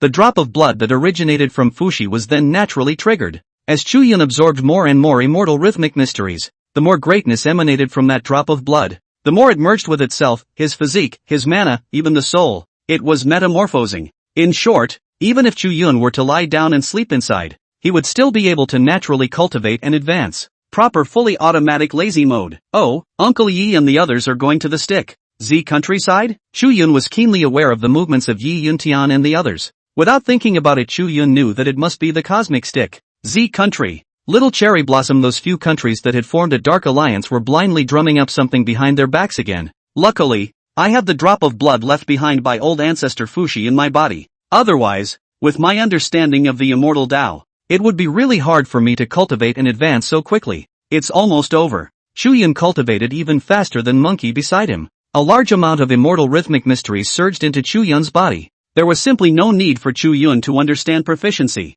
He naturally realized it, because inside that drop of Fushi's blood, it could be said to be all-encompassing. With Fushi's understanding of the wonders of the Eastern Immortals' great Tao, it is important to realize that cultivation cannot be achieved overnight. It takes days and months to keep refining your Tao. The longer you live and the more you learn, the faster you can understand. This is one of the biggest drawbacks of the Eastern Immortals. Even for geniuses, lacking the precipitation of time, it would be hard to match those great immortals and saints. Monkey was just relying on his own sense of cultivating immortality over the years, understanding and absorbing those great principles. Chu Yun, however, omitted this step. Even though he was very young and did not have several thousand years of cultivation Tao, however, Fushi's blood was enough to make up for this shortcoming of Chu Yun. Soon Chu Yun became uninitiated and realized many mysteries. 3 realms: flesh, soul, and mana. The 3 realms of extremes. A flash of realization flashed across Chu Yun's eyes. When he utilized his strength, his body surface actually glowed with a faint golden halo. Flesh is extreme, and adamantine is indestructible, equivalent to a natural self-defense magic spell. All-round dead end sheltered his body. In the next moment, the mana within Chu Yun's body traveled along all his limbs and bones, and immediately, there was a strange feeling of sensing the heavens and being one with the nature of heaven and earth. Even if it wasn't for the naked eye that saw Chu Yun, when Chu Yun had utilized his body's mana, none of them were able to detect Chu Yun's mana fluctuations. Can't see him, couldn't perceive him, unless when actually facing Chu Yun. This is the magical phenomenon of being one with the nature of heaven and earth. There is a term for this phenomenon among the native Chinese Taoists. Harmony with light and dust, the ultimate in mana. The celestial image of immortality. And Chu Yun soon realized that his soul was constantly metamorphosing. Out of nowhere, he was able to feel his Qi Si high. It is known as the abode of the souls of living beings. The white sea of Qi represented the strength of a being's soul. Within Chu Yun's Qi Si, he was like an onlooker, witnessing a figure identical to his own, gradually transforming from a state of mist into a lifelike form. The soul coalesces. The divine soul has come to fruition. This is the manifestation of the ultimate mortal soul. In the ancient records, there are ancient masters of the way who can have their souls go out of their bodies. Their magic power is limitless, and they can take someone's head from 1,000 miles away. So that's the realm they're talking about, isn't it? The current me should be the limit of mortal cultivation, right? Chu Yun's heart was greatly moved. Meanwhile, Monkey was gradually completing his metamorphosis. As the immortal rhythmic mysteries dispersed, the figures of the two appeared in the audience's line of sight. Monkey's body was a perfect blend of the auras of the 5 divine systems. Sitting in place with his knees crossed, his precious appearance was solemn and sacred. It even gave a sense of alienation that was in no way inferior to that of a creator god. This monkey. The spectators from various countries didn't hold back and sucked in a breath of cold air in unison. Ordinary humans feel okay, but it was different with the divine favorites. There was only a sense of worship that came from the depths of their hearts, even when looking at Monkey. Even the divine favorites from rival countries didn't dare to utter any words of great disrespect anymore. Before Monkey's metamorphosis, the divine familiars of other countries could still talk the talk. But now, they had the feeling that they would be condemned by the heavens just by disrespecting this oriental god of the great summer. This feeling is only felt when facing the creator gods within the mythological systems of the nations. Right? This monkey god of the great summer kingdom. His level. Boom, without waiting for the crowd to react. A pillar of heavenly light shot up in the direction of the great summer kingdom's pantheon. The people of Daxia burst out in surprise. Red, the supreme god in the ring ratings. The great sage master, he's become a supreme god. Bull. Across the country, fierce cheers erupted. The national fortune of the great summer kingdom. Moreover, ushered in another surge because of Monkey's metamorphosis. The higher the national fortune, the more blessings the people of Daxia would be able to enjoy. There is a greater probability that a genius figure will be born within the descendants. All in all, the benefits are just too great. Everyone, look at Chu Yun. At the same time, many people had also noticed Chu Yun. At the first sight of Chu Yun, people's spirits were shaken. In a trance, it was as if he wasn't looking at a mortal. Rather, there is a vague sense of awe when facing a heavenly god. God, you're a god now? Crap, just calling out Chu God, Chu God. Chu God, he's really close to becoming a god here. Cowpuncher, cowpuncher. I'm Chu Yun's brainwashed fan.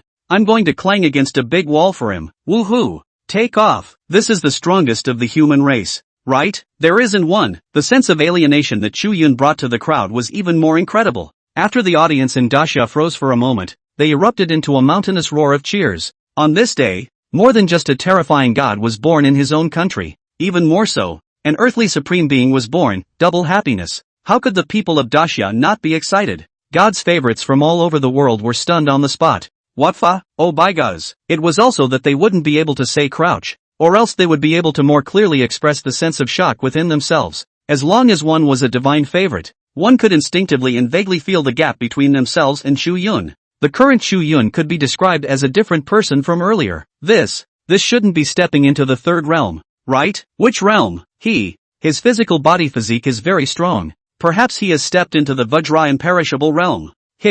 That's terrible. How did this kid cultivate? He's open, isn't he? The divine favorites from various countries were shocked beyond belief, and were talking to each other. The ultimate three realms of the divine favorites. In the hundreds of years since the recovery of Aura, few people have been able to reach it. All are paid a great effort, non-great perseverance, genius demon impossible to become. The strongest human beings who had left a glorious name in human history were either adamantine indestructible, celestial image immortal, or divine souls out of the body. This was because with the lifespan of 200 to 300 years of a top human divine favorite, one could only choose one path and specialize in one realm. After all, time is limited. However, the divine favorites from the various countries were still too timid to imagine that Chu Yun was a third realm great perfection. He is, however, not limited by a lifespan. The next moment, Chu Yun appeared in the audience of the Great Summer Kingdom. Senior, Uncle Yi and the others have gone to the Stick Z countryside. I'm rushing over to take a look. Chu Yun smiled faintly towards the divine favorites left behind. Elder Dragon and Guardian Zhang Ningzi. You know? Elder Dragon was slightly stunned. Zhang Ningzi narrowed his eyes slightly and kindly reminded. Why don't you just not go? We have you and I to hold the country in case of change. Zhang Ningzi certainly trusted Chu Yun. Not to mention that at this moment, Chu Yun's strength had increased tremendously again. Only Zhang Ningzi also considered the domestic emptiness. After all, whether it was Little Cherry Blossom, San, or even some countries in the West, there was a possibility that they could take advantage of the situation while the divine favorites of the Great Summer Kingdom were out. This has to be guarded against. That's why Zhang Ningzi stayed. Don't worry, senior. I do have a foolproof plan. I don't have to go over directly in my main body. I still stay in the country, and I can come back instantly if something happens. So even if there is a change in the country, I'll be fine. I'll trouble senior to bring my main body back to the country. Chu Yun blinked. Hearing Chu Yun's words, Zhang Ningzi froze for a moment. Before Zhang Ningzi could say anything, he saw Chu Yun sitting cross-legged. In the next moment, a figure that was exactly like Chu Yun, with a slightly illusory feeling and a faint white mist surging around his body, actually surfaced. Out of body. Master. Chu Yun. He's going to have his soul out of his body? At the same time, with Chu Yun's departure, Monkey, who had also finished his promotion and had appeared beside Old Man Bodhi, was keenly aware of the movement on Chu Yun's side. Monkey couldn't help but be pleased. Thinking of his first meeting with Chu Yun, without realizing it, that weak little fellow had already come to the point where he was today. Monkey was about to chase after Chu Yun when Old Man Bodhi suddenly reached out and pulled him back. Don't forget, you can't leave the mythic ring unless there is a special opportunity to awaken you. Old Man Bodhi reminded Monkey. Monkey froze for a moment before reaching up and scratching his head. He really can't stay away from the mythical ring. The gods cannot descend into the present world until the power of the 5 coordinates has been gathered. Seeing that Chu Yun is in such a hurry, I'm afraid this matter is not small. Monkey looked worriedly in the direction Chu Yun had left. Elder Bodhi's brows furrowed slightly for a moment as he murmured softly, "Trust him. You should return your true spirit to its position and properly digest the insights gained this time." Old Man Bodhi reached out and stroked Monkey's head. No matter how awesome the little monkey in front of him is out there now, but as far as the old ancestor was concerned, the little monkey would always be his little monkey. and Tang Sanzang, the 8 preceptors, the sand monk, and the little white dragon walked over. There were also the 2 eastern immortal gods, Munjushri and Pu Xian, who had previously been transformed by Chu Yun into the Great Xia Kingdom's Chinese god lineage by way of a civil fight, all gathered together. They finally glanced in the direction of the Great Summer Kingdom, all of them with a sense of great expectation in their eyes. People look forward to the coming of their own gods to the present world, and the gods, who are not trying to find their way home. There were just some things that couldn't be said because of the rules of the mythic ring, but no god forgets his roots and feet. The more prosperous Daxia was, the better they would naturally be. Master, Monkey, on the other hand, looked at the 2 men in front of him, his eyes glowing a little red. This was a scene he could not even dream of imagining. The 2 people who had played a vital role in his life were now standing in the same frame. When we get back, Master will catch up with you properly. Hey, Monkey, my old pig misses you. Farewell, eldest brother. Earlier, when Monkey was in the critical period of the immortal tribulation, the westbound group did not come up to disturb him. It was different at the moment, as the 8 preceptors, Sand Monk, and Little White Dragon immediately gathered around. My old grandson, I miss you all too, Monkey murmured out, a word of longing intent. By the way, Monkey, that little guy who saved us should be okay, right? Yeah, what was that little guy's name? Chu Yun. Yeah, named Chu Yun. Don't worry, my old son's senior brother, with his great powers, will definitely be fine. Oh, when did Master accept Chu Yun as a disciple? Master, earlier, you also withstood the immortal tribulation for Chu Yun. So on a whim, I took on a disciple on behalf of my master. Monkey smiled awkwardly. You little monkey. Old man Bodhi rolled his eyes. Then Master, when will you teach Chu Yun to point me to the immortal mysteries? Monkey blinked. Old man Bodhi stroked his beard and laughed lightly. Also, on the day of his return, the gates of the 3-star cave of the slanted moon will be opened for him. As for now, well, with his realm, he can learn some. Old man Bodhi didn't blame his little monkey in the slightest for taking on another disciple for him. Reaching out, he tapped his brow, and a ray of bright light appeared, floating on his fingertips. Immediately afterward, Elder Bodhi pointed out a finger, and this ray of bright light swept away in the direction Chu Yun had left. The wonders of the Eastern Immortals. It was still an absolutely rooted Shinmen orthodox immortal technique. This scene made many people look at it. For a while, the divine favorites of the various countries didn't know what to say to make things better. They had witnessed the power of Old Man Bodhi. Now Chu Yun had received another gift from this old goddess of the East. One could imagine how brilliant Chu Yun's future would be, but everything that happened today was just too fast for the eyes. The divine favorites of the various countries all felt a bit numb, their faces frozen, for a moment unable to tell whether this was a dream or reality. Simply because there are so many good things like this. It's unbelievable. A few figures left with a smile on their faces, and one after another, their true spirits returned to their places. Greetings to the return of the great sage. Greetings to Elder Bodhi. Welcome the return of my holy monks of Daxia. Greetings. In the audience, the people of the Great Xia Kingdom watched their own strong gods return to their positions. Everyone was smiling and excited. Oh, foolish Daxians, be happy and rejoice while you can. That's all the fun you guys are going to get for a little while. Meanwhile, in the corner, some of the Sakura executives who stayed in the mythic ring looked in the direction of the Daxia people. Their eyes glittered with envy and jealousy, disdain and contempt. Both are envious and jealous of the unstoppable rise of Daxia. The people are being blessed more and more, and the country's fortunes are flourishing, shining down on all the people. At the same time, they all felt instinctively that the Daxia people were inferior to them in their bones. After all, they had once come close to conquering this country and setting foot on the eastern continent that all the people of their own country had dreamed of. Damn it, if there was no great summer kingdom on the eastern continent. His own little Sakura's dream of being free from the restrictions of the island for generations might have come true a long time ago. Can't you guys be as tough as the Chosens? Master, what are those little cherry blossoms looking at? In the audience, Su Rin shrunk her neck and looked at her master, Zhang Ningzi. Su Rin was also a god's favorite, and was able to keenly perceive some unsuspecting gazes. Zhang Ningzi narrowed his eyes slightly. I don't know, but news should be back soon. Chu Yun he has already passed. Few people noticed Chu Yun's main body. When Chu Yun's divine soul went out of his body, Zhang Ningzi, the dragon elder, had someone quietly protect Chu Yun. On the one hand, it was to not reveal the secret of which of the 3 realms Chu Yun had stepped into. On the other hand, Zhang Ningzi was also a bit curious about what little Sakura, the universe, and the beautiful Federation were secretly fooling around with. The harder it was for the other side to grasp their side of the situation, the more secret undercurrents the Great Summer Nation would naturally have, to remain unchanged and to cope with all changes. Meanwhile, the border zone between the Cosmic Kingdom and the Great Summer Kingdom. Across a turbulent river, it was possible to vaguely see a dense group of people gathered on the side of the Cosmic Kingdom. Yi Yuntian and the others were hiding in the shadows when they heard the familiar shouts of Little Cherry Blossom across the river. Greetings to the first emperor, the god of great benevolence, great wisdom and great goodness, the one true god of the earth, Sakura wailed, excited. What are these little cherry blossoms up to? The first emperor? Good lord, what are they pulling? Going by their history, the first emperor goes back thousands of years, right? The Yi Yuntian and Songhai people in the dark glanced at each other, and both saw the surprise in each other's eyes.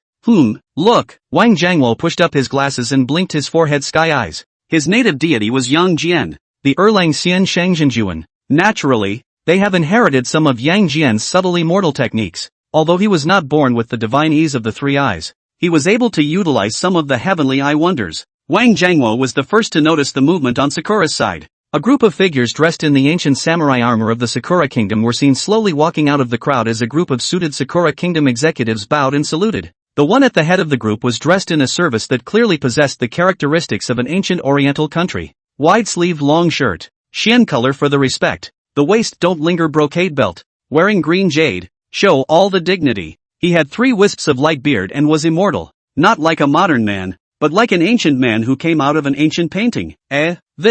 This Sakura person. Why does he look like an ancient person from our country? Uncle Song, I seem to have guessed who he is. Wordlessly, a sound rang out behind Yi Yuntian. The person who came was none other than Chu Yun. Ha, Chu Yun, you're here? Good boy. Why are you silent? You scared me. Hearing Chu Yun's voice, Yi Yuntian, Songhai and the others hurriedly turned around to look. Everyone's eyes lit up and their faces smiled. Within this dark fortress, there were several other dynasty kingdoms' divine familiars, all of whom looked towards Chu Yun with curiosity. Of course they knew Chu Yun. Even more so, he knew that after Chu Yun's sudden emergence, the Great Summer country's position in the international arena had seen a sea change. In the gazes that they looked at Chu Yun again, there was also a touch of respect in the depths of their eyes. Don't look at Chu Yun's age. But in this chaotic era, age did not mean everything. A gifted divine favorite appeared and was often able to obtain a large amount of social resources tilted in his favor and achieve the status and respect he deserved in the human world. Even foreigners would not ignore Chu Yun just because of his young age.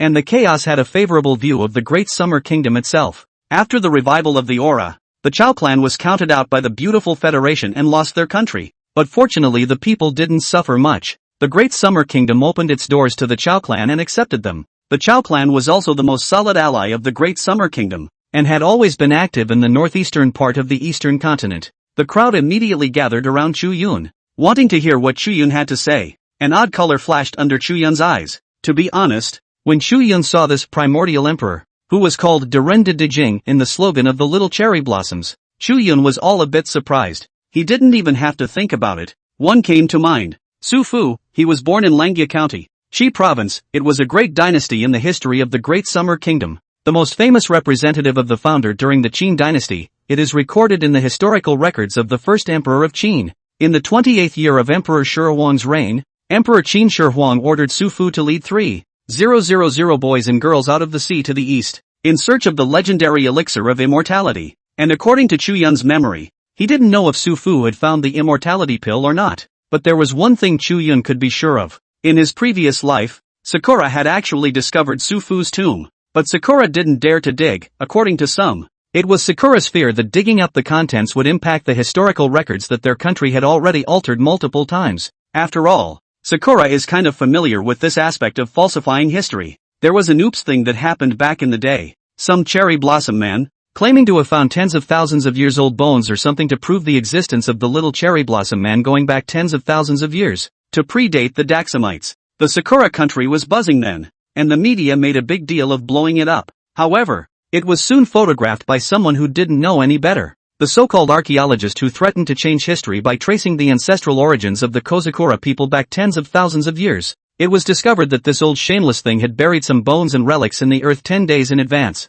Then after a while, stumble on it. When this came to light, the little cherry blossom people were to stop jumping around. In short, because the Sakura people like to falsify history and brainwashing the people. There have always been many versions of the origin of the Sakura people, and so far it is impossible to identify them uniformly. One version of this is that Su Fu traveled east, leading the advanced technology of the Qin dynasty to the land of the island. The people there were taught to farm and led into the era of agricultural civilization. It seems that no matter where the Sakura clan's origin is, Su Fu has definitely gone there. Only he didn't come back. Chu Yun explained the origin of Su Fu to the group. Yi Yuntian and the others were dumbfounded by what they heard. Due to the cultural faults of the Daxia kingdom, the people of Daxia only knew some vague dynasties from the past. Little is known about the detailed accounts. At this moment, he heard that this figure, who was honored by Sakura, was actually from his own national lineage. Everyone was confused. Something's not right. How is a character from thousands of years ago still alive? It looks quite young. Old General Son Hai blinked with a shocked expression.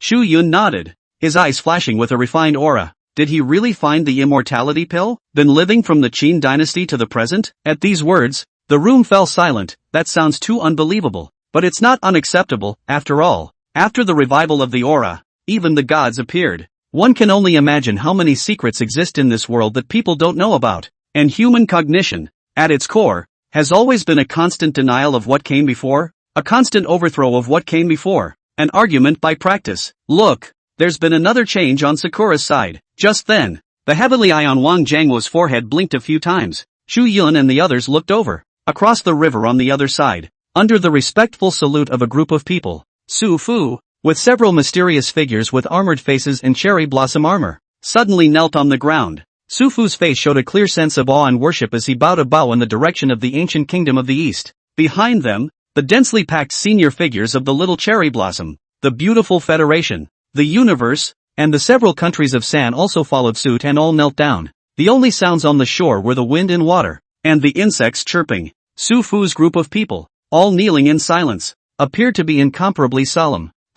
This isn't supposed to be about recognizing your ancestors, is it? A touch of eccentricity surfaced on Son Hai's face. Soon, however, Su Fu's words broke the tranquility. Honorable evil god, your faithful followers invite you to descend into the present world. Unspeakable, unseen, unnameable you. Open your eyes and see the delicious and savory offerings presented to you by your faithful devotees. You see, what delicious flesh and blood, what faith. On that great eastern land, their gods are gone, and in the age of godless patronage, your loyal followers devoutly welcome your return. Devour them and you will once again have dominion over the entire world. Su Fu's eyes flashed with madness. His eyes widened as he stared straight across the river in the direction of the border of the Great Summer Kingdom. In his eyes, he could vaguely see a bizarre sight. It was an image that cannot be described in words. In that image, there were countless blood-colored thick tentacles surging. On that one tentacle, dotted with countless eyes of different sizes, densely packed and blinking slowly.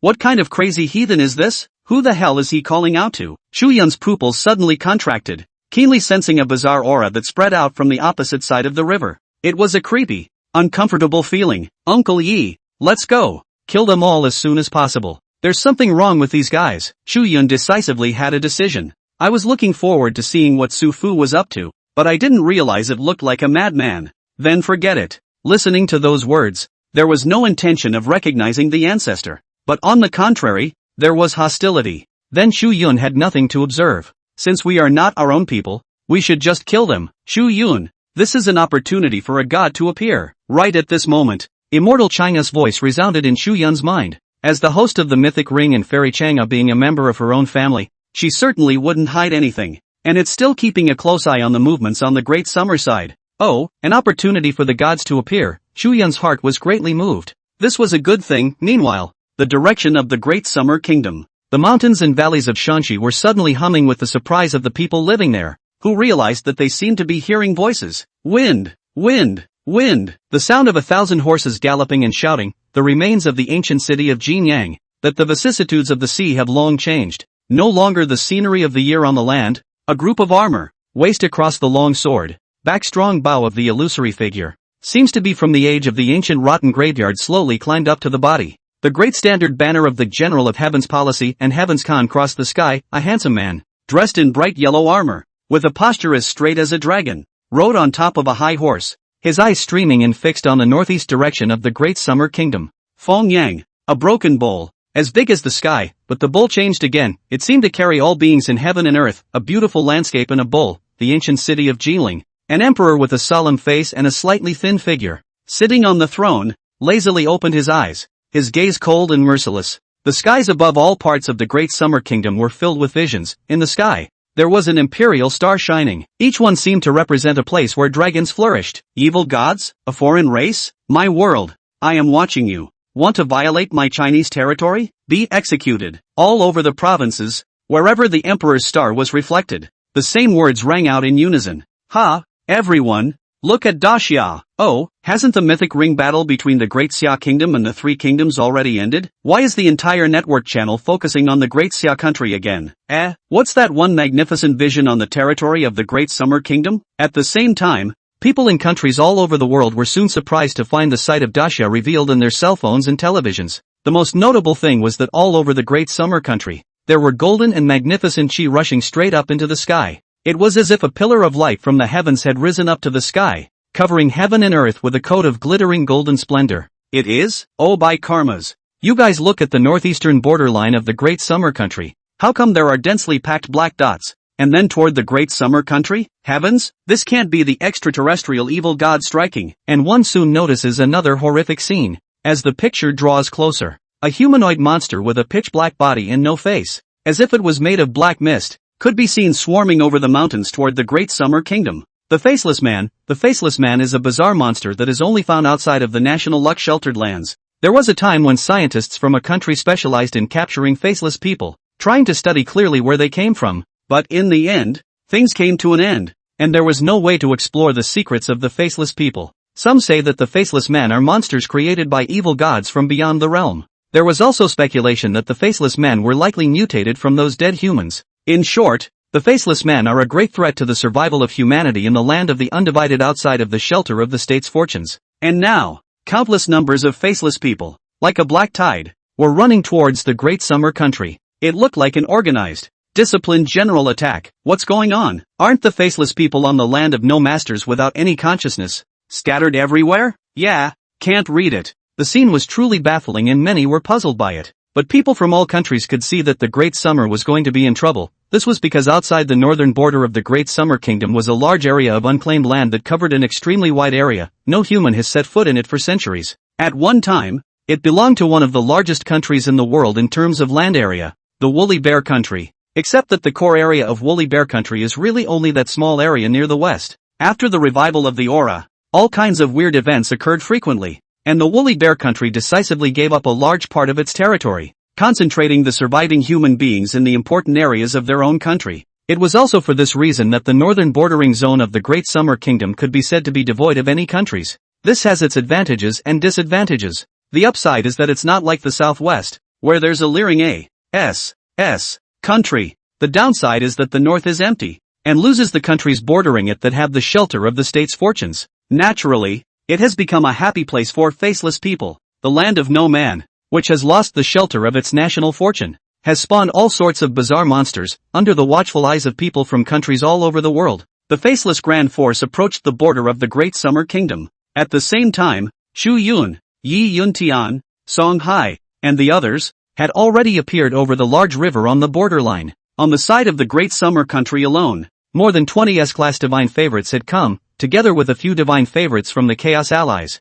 There were a full 30 people, 30 S-class divine favorites. What kind of concept is that, paying some price? These people alone could run roughshod over a real-world country. Ha! Daxia countrymen, how did they get here? Damn it, these Daxia people are really dog-eared, sticking and not letting go. By the river, the leaders of several countries who were accompanying Su Fu in a bizarre ceremony, their faces changed drastically. They certainly knew that it was only a matter of time before this conspiracy against the Great Summer Kingdom was exposed, but it never occurred to them that they were just getting started, and they hadn't been happy for long. And the Daxamites killed them. Are you guys seeing things? The faces of the leaders of several countries were unsightly. Daxia people, your actions have violated the treaties of international organizations, and you have brazenly crossed the national border without our permission. Do you know how serious your actions are? I'm going to warn you one more time. So get your asses back in there. Cosmic Stick, the leader of the sub-nation, a middle-aged man with a country face, shouted in a colorful voice. Warning you hammerhead. Chu Yun did not spoil him and pointed a finger remotely. This was precisely the inheritance wonders of Old Man Bodhi that Chu Yun had suddenly received just now while he was talking with Yi Yun Tian and the others. But Monkey said it.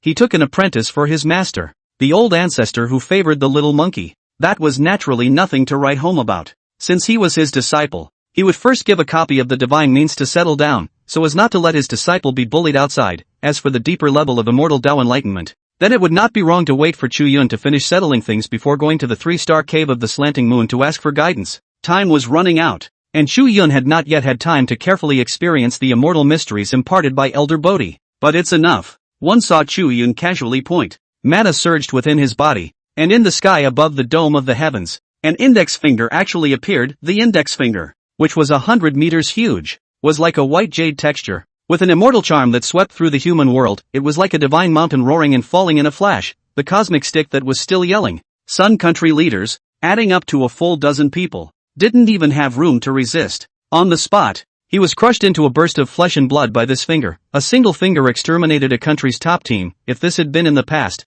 Chu Yun would have been carried to the top of the international court to be tried. However, right now, Chu Yun did not care about that. It's all blatantly aimed at your own country. Who cares who is who? Whoever jumps out, that's who will be slaughtered. Oh, by karma, back off, Bagger, Sakura, San, and the leader of the beautiful federation were then hugged and dodged by their country's top divine familiars. The leaders of the several countries that had avoided a life and death crisis were pale and bloodless, obviously having palpitations and almost being scared to death. And Elia, why don't you go up and stop them? The head of the beautiful federation, an elderly blonde man, was furious. Accompanying him was none other than the young generation's top god's favorite of the beautiful federation, Elia. Petite, blonde-haired Elia froze for a moment as she turned her head to look at the older man beside her. Ah, me? Elia reached up and pointed to her face, her turquoise blue eyes wide. She was confused. Elia wasn't stupid. To let yourself stop this group of divine favorites from the Great Summer Kingdom, isn't that looking for death? And let's not talk about so many S-rank divine favorites.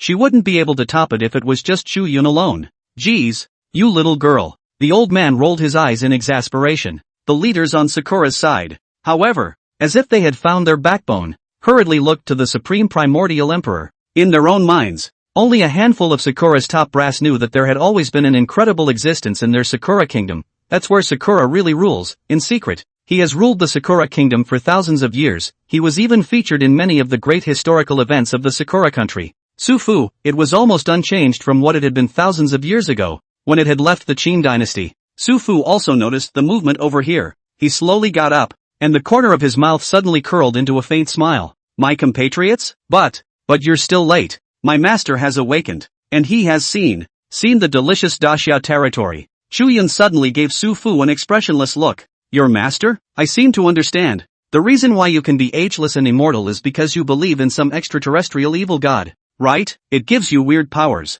Sufu appreciated. Smart. Chu Yun narrowed his eyes slightly. But you're a bit early to be happy. Open your eyes and see who's coming. Who's that? Sufu was slightly stunned. He subconsciously turned his head to look in the direction of the Great Summer Kingdom. Boom! On the borderline of the Great Xia Kingdom, a majestic great wall that shone with golden splendor and stretched for an infinite distance rose up. The golden, slightly illusory sense of the Great Wall exuded a bright golden aura, reflecting heaven and earth. What is the Great Wall? This is the ancient Chinese nation. In order to the great world unification, the world peace, to stop the foreigners wantonly trampled on the national boundary range of the Rift Valley barrier, it began in the Seven Kingdoms and flourished in the Qin dynasty, and all the emperors of the following generations valued it, one of the gems of the world's miraculous attractions. Su Fu, why don't you kneel when you see me? A magnificent heavenly voice came from a distance from the Eastern Kingdom. It was seen that a luxurious carriage, running thunder and lightning, wrapped in rolling thunder, hovered over the great wall that was reflected in golden splendor. The scene was broadcast globally. Countless people were stunned. Hiss, the god of the Great Summer Kingdom? I remember him. He's that first emperor, the human god who decapitated our country's Orochi. The Sakura people were creeped out and stared. Several Sakura leaders were confused, completely unable to understand why this first emperor of the Great Summer Kingdom had appeared again.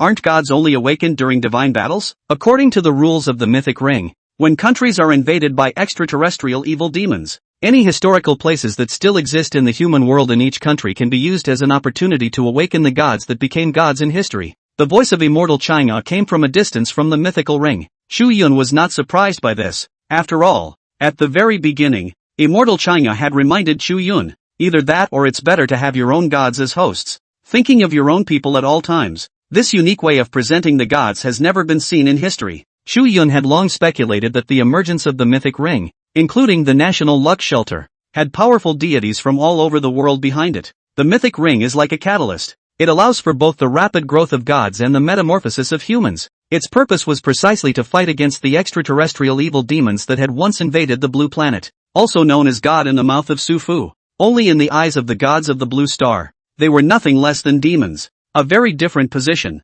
so to speak. It's okay, our Emperor Sama is still here. What is he? Can he, a dead earthly emperor, be compared to our heavenly emperor? Sakura's leader suddenly wailed, intent on cheering up. At the same time, the voice coming from that carriage caused Su Fu's body to subconsciously tighten. Then, however, Su Fu then subconsciously weakened his knees and knelt on the spot. Poof, Su Fu knelt down on the ground, habitually prostrate on the ground, his buttocks puckered high, and in a posture of 5 bodies. He worshipped the figure in the depths of his memories that was so powerful that it could not be blasphemed in the slightest. Sakura man. Sakura leader. Nanny, the Sakura people were dumbfounded. The punch in the face came too soon, didn't it? Why is the oldest ancestor of the family on his knees?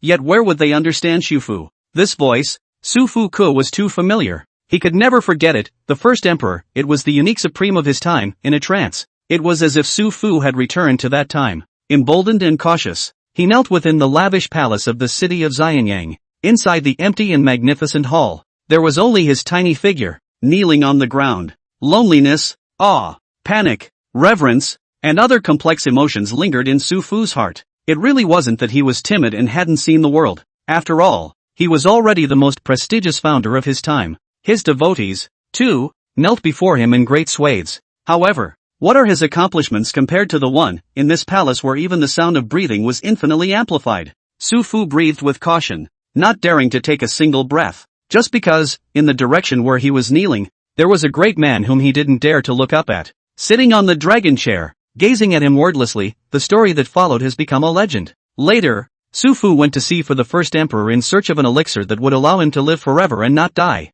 Also since then, Su Fu has never returned. No, who am I to still kneel and worship him? I'm not the same person I was back then. Su Fu, who was caught up in his memories, woke up with a jolt. He scrambled up on his hands and knees. For the first time in his life, Su Fu dared to face up to his awe, and boldly raised his head to look at the figure that he had once longed for and revered the most. Qin Shi Huang, you tyrannical ruler, what face do you have to make me, Su Fu, kneel to you? What I, Su Fu, have done is not inferior to you at all. Yes, in the beginning I could only humble myself and prostrate myself at your feet, but it's different now. I've also unified a nation, and like you, I have the merit of recreating the Qianquan and unifying the great world, and I've done more than you. I even taught those savages how to plow and how to weave. The Sakura people, listening to Su Fu's words, had wanted to raise their arms and cheer for a wave of support, but as she listened, for some reason, Sakura couldn't be happy. The smiles on the faces of both the Sakura leaders in the room and the Sakura people scattered all over the place froze.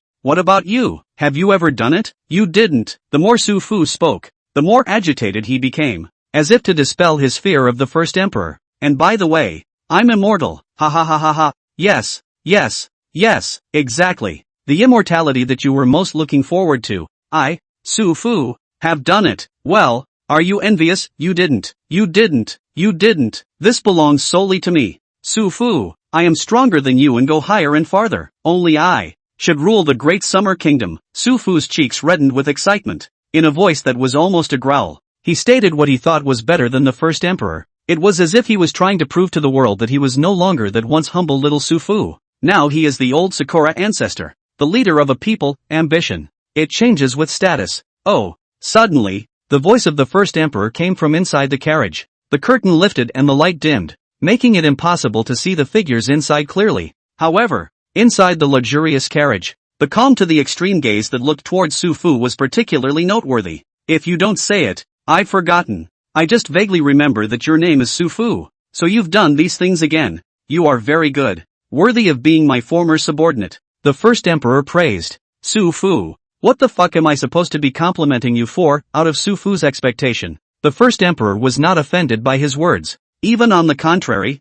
the first emperor complimented him. However, this left Su Fu somewhat human numb. Did I ask for a fucking compliment? Can't you hear it? I'm proclaiming what makes me better than you. Su Fu froze, somewhat unable to comprehend the first emperor's mind. Oh, the old ancestor of Sakura? Ha, what a Sakura's old ancestor. Then I'll send you to meet the little cherry blossoms underground. Just as Su Fu froze, Chu Yun made a flash and charged in his direction. Chu Yun already knew Su Fu's bottom line. Thousands of years ago, Su Fu did search for the elixir of immortality. Only this immortal medicine was a little different. What he found was the extraterrestrial evil, because of some special opportunity. The unspeakable great horrors were contacted. This gives them the power of immortality. Of course, Chu Yun did not know what exactly Su Fu's immortality ability was right now. But none of that matters. Chu Yun only needed to understand that this Su Fu fellow living was harmful to the great Xia kingdom. And that was enough. Baka. Insolent Daxia. Is this how you treat the emperor? A blade light suddenly attacked. In the blink of an eye, he charged and killed Chu Yun.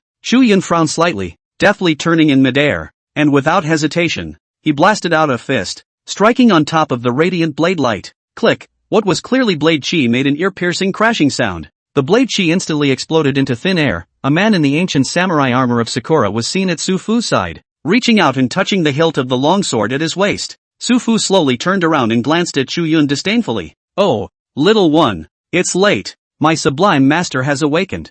And master, it has promised me to be the lord of this continent. The land of no man is to you the despair of losing the shelter of the kingdom and the light of the gods. But for me, that's the real free world. Su Fu's eyes flashed with eerie images. It was as if there was a great unspeakable horror inside that was observing the world through Su Fu's pair of eyes. At the same time, Yi Yun Tian, Song Hai, and the others swarmed up and fought the armored warriors around Su Fu. The number of these armored warriors was small, only 5. However, the strength was extremely powerful, and he even fought one against many without losing. Chu Yun, go back quickly and see what's going on in our country. We're here, yes. Chu Yun, don't worry. Yi Yun Tian, Song Hai, and the others displayed their abilities and mixed with the armored warriors. These veteran divine favorites of the great summer kingdom, however, did not have their minds on the powerful enemy in front of them. What they care about most is never themselves, but the family and country behind them. It has become almost instinctive. That's how they've thought about it since they were frontier skirmishers. That's what they thought when they became divine favorites and fought for their country in the mythic ring.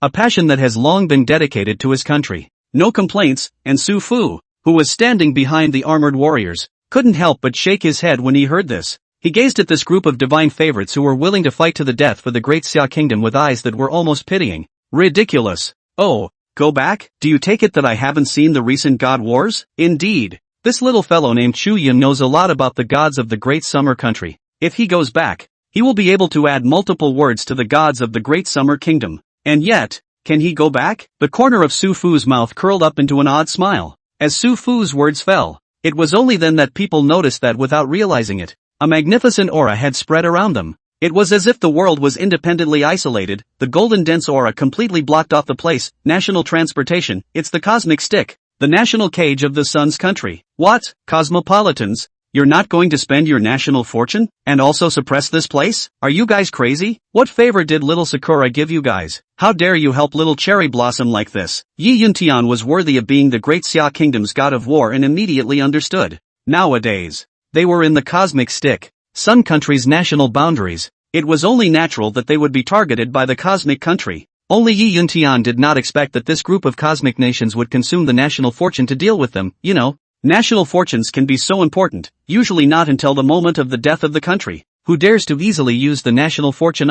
After consuming the country's luck, it's also equivalent to destroying the country. Ha ha ha. You mind us, Daxamites. You might as well mind your own business. Cosmic stick. A few of the leaders of the subnation skimmed their mouths in disdain. Damn it, this group of stick. The kids are forgetting how Sakura beat them up in history. Song Hai rolled his eyes and cursed out angrily. The cosmic nation leader's face changed slightly as he chortled out. Bullshit, Daxia people. You should not maliciously distort history. You're trying to talk about your country's 3 great Wanli expeditions, aren't you? Get it straight. That wasn't your country of Daxia sending troops to aid us. Rather, we, the supreme king of the cosmic kingdom, have decreed that you, the subordinate nations under your command, send your troops here to fight. This is nothing more than a big training exercise to test the strength of you affiliated countries. Otherwise, why do you think my country's Isunshin became one of the world's top 10 generals? The cosmopolitans wailed as if they were cats whose tails had been stepped on. Chu Yun was about to be infuriated when he heard this.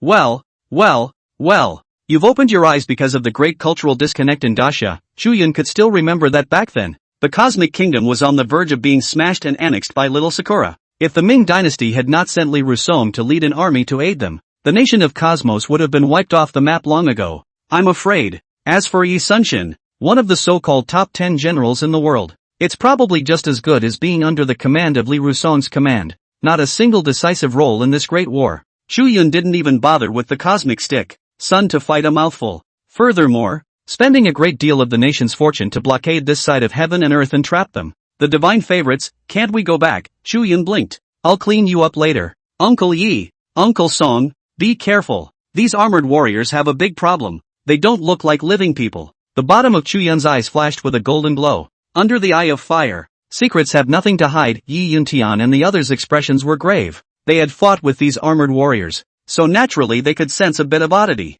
Finally Chu Yun looked at Su Fu. I'll clean you up later. Sakura Man and Cosmic Man were happy. What do you mean by that? You still want to go back? To be honest, if it weren't for your great summer kingdom's elites pouring out, our cosmic kingdom wouldn't have been able to trap you. You deserve it. Su Fu also shook his head silently, always feeling that Chu Yun's brain was a bit abnormal. You're not even thinking straight anymore. Should be pissed off. Right, but this is war. Everything is a calculation of gain and loss. Blame it on no one. Su Fu smiled coldly. However, before Su Fu could say anything, Chu Yun's figure suddenly disappeared. That's right, it disappeared without warning. Without any mana fluctuations, it was as if he wasn't supposed to be here in the first place. What's going on here? The group was wide-eyed and confused. Not to mention them, Su Fu was also stunned for a moment. This kid him? He came over as an out-of-body spirit? Su Fu's insights were not insignificant, and he instantly understood. Only a divine soul out of the body can ignore space. Even a national blockade could not prevent a living being's divine soul from returning to its place. Su Fu, after all, had lived for thousands of years and knew more about the divine favorites than ordinary people. What a great summer country. Someone is already on the verge of becoming a god. Well, Su Fu's face was complicated as he turned his head and silently gazed in the direction of the great summer kingdom. Emperor Sama, it's just a little mouse that got away. It won't have much effect on our plan. The lowly-boned Daxia people, even if there is one that stands out. That's. A small Sakura leader came over and took the opportunity to try to kneel down Su Fu. However, before he could finish his words, Su Fu gave him a cold eye. The leader of this little cherry blossom was so creeped out that he hurriedly shut his mouth tight. He almost forgot that the great man in front of him, who is regarded as the originator of civilization by the Sakura people, is from Daxia. Remember, to conquer a civilization, you must first value it. Your knowledge of the Daxia people is still too shallow. Su Fu's face was expressionless as he spoke out faintly. No one knows the history of the Great Summer Kingdom better than Su Fu. This was the reason why Su Fu had held back for thousands of years, not daring to leave that island and log onto the territory of the Great Summer Kingdom. He is from the country of Daxia, deeply understand the horror of this country's underbelly. In the past years of history, Su Fu had only dared to deliberately guide little cherry blossom, constantly attempting to violate the bottom line of the Great Summer Kingdom by launching numerous invasion wars. However, Su Fu never felt that he could defeat the Great Summer Kingdom with just one or two attempts. He was both trying to figure out the underlying strength of the Great Summer Kingdom in each era, as well as honing in on Sakura as a people. Until now, the aura is revived and the gods descend. The Great Summer Kingdom's literary lineage is broken, an era of chaos and disorder.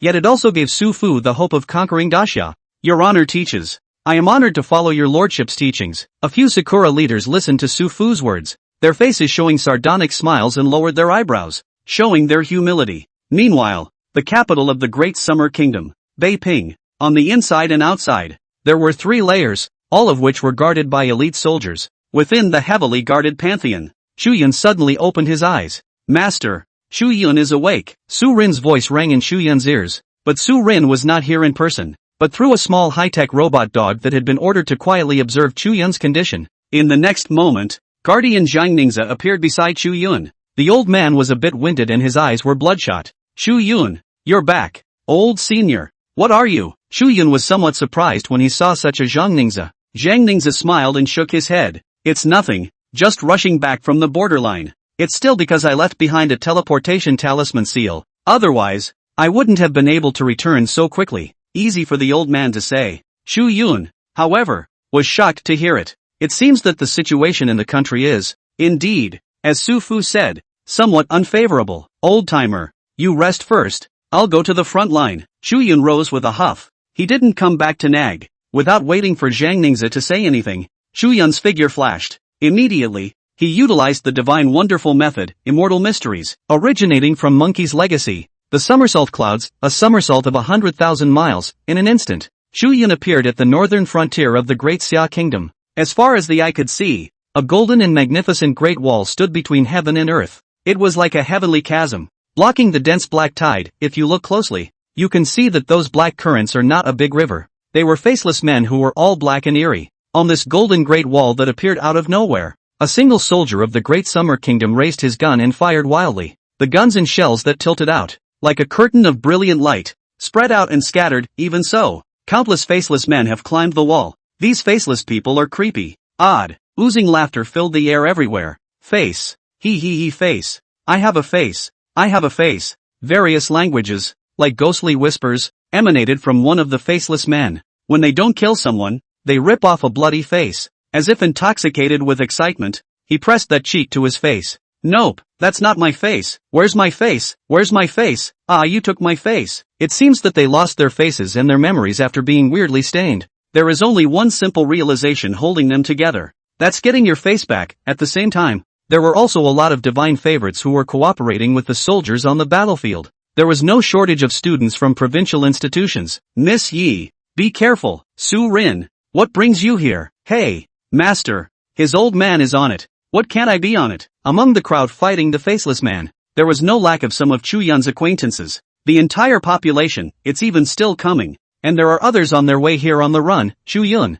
who was in midair. His consciousness drifted for a moment. He had the power of the coordinates of the Great Summer Kingdom within him. In a sense, what he represented was precisely the national destiny of the Great Summer Kingdom. In the darkness, Chu Yun saw many images. It was the convergence of the will of the nations. Some men hugged their wives and kissed their children on the forehead. Daddy, where are you going? Didn't the big brother in the army tell us not to run around at home? The little girl is not big, only 7 or 8 years old. She does not understand this world. She only remembers the soldier brother inside the TV said something. The man grinned. Silly girl, your old man I'm just going to be enlisted. Called up to the army. Hey, I'll be your soldier brother from now on. After saying his words, the man put down the girl and gave a final glance to his wife before turning around and leaving without a second thought. The little girl looked at her dad's back, those innocent eyes getting brighter and brighter. Mom, is my dad one of those big heroes on TV? The woman held back her tears and tenderly touched the little head of the girl beside her.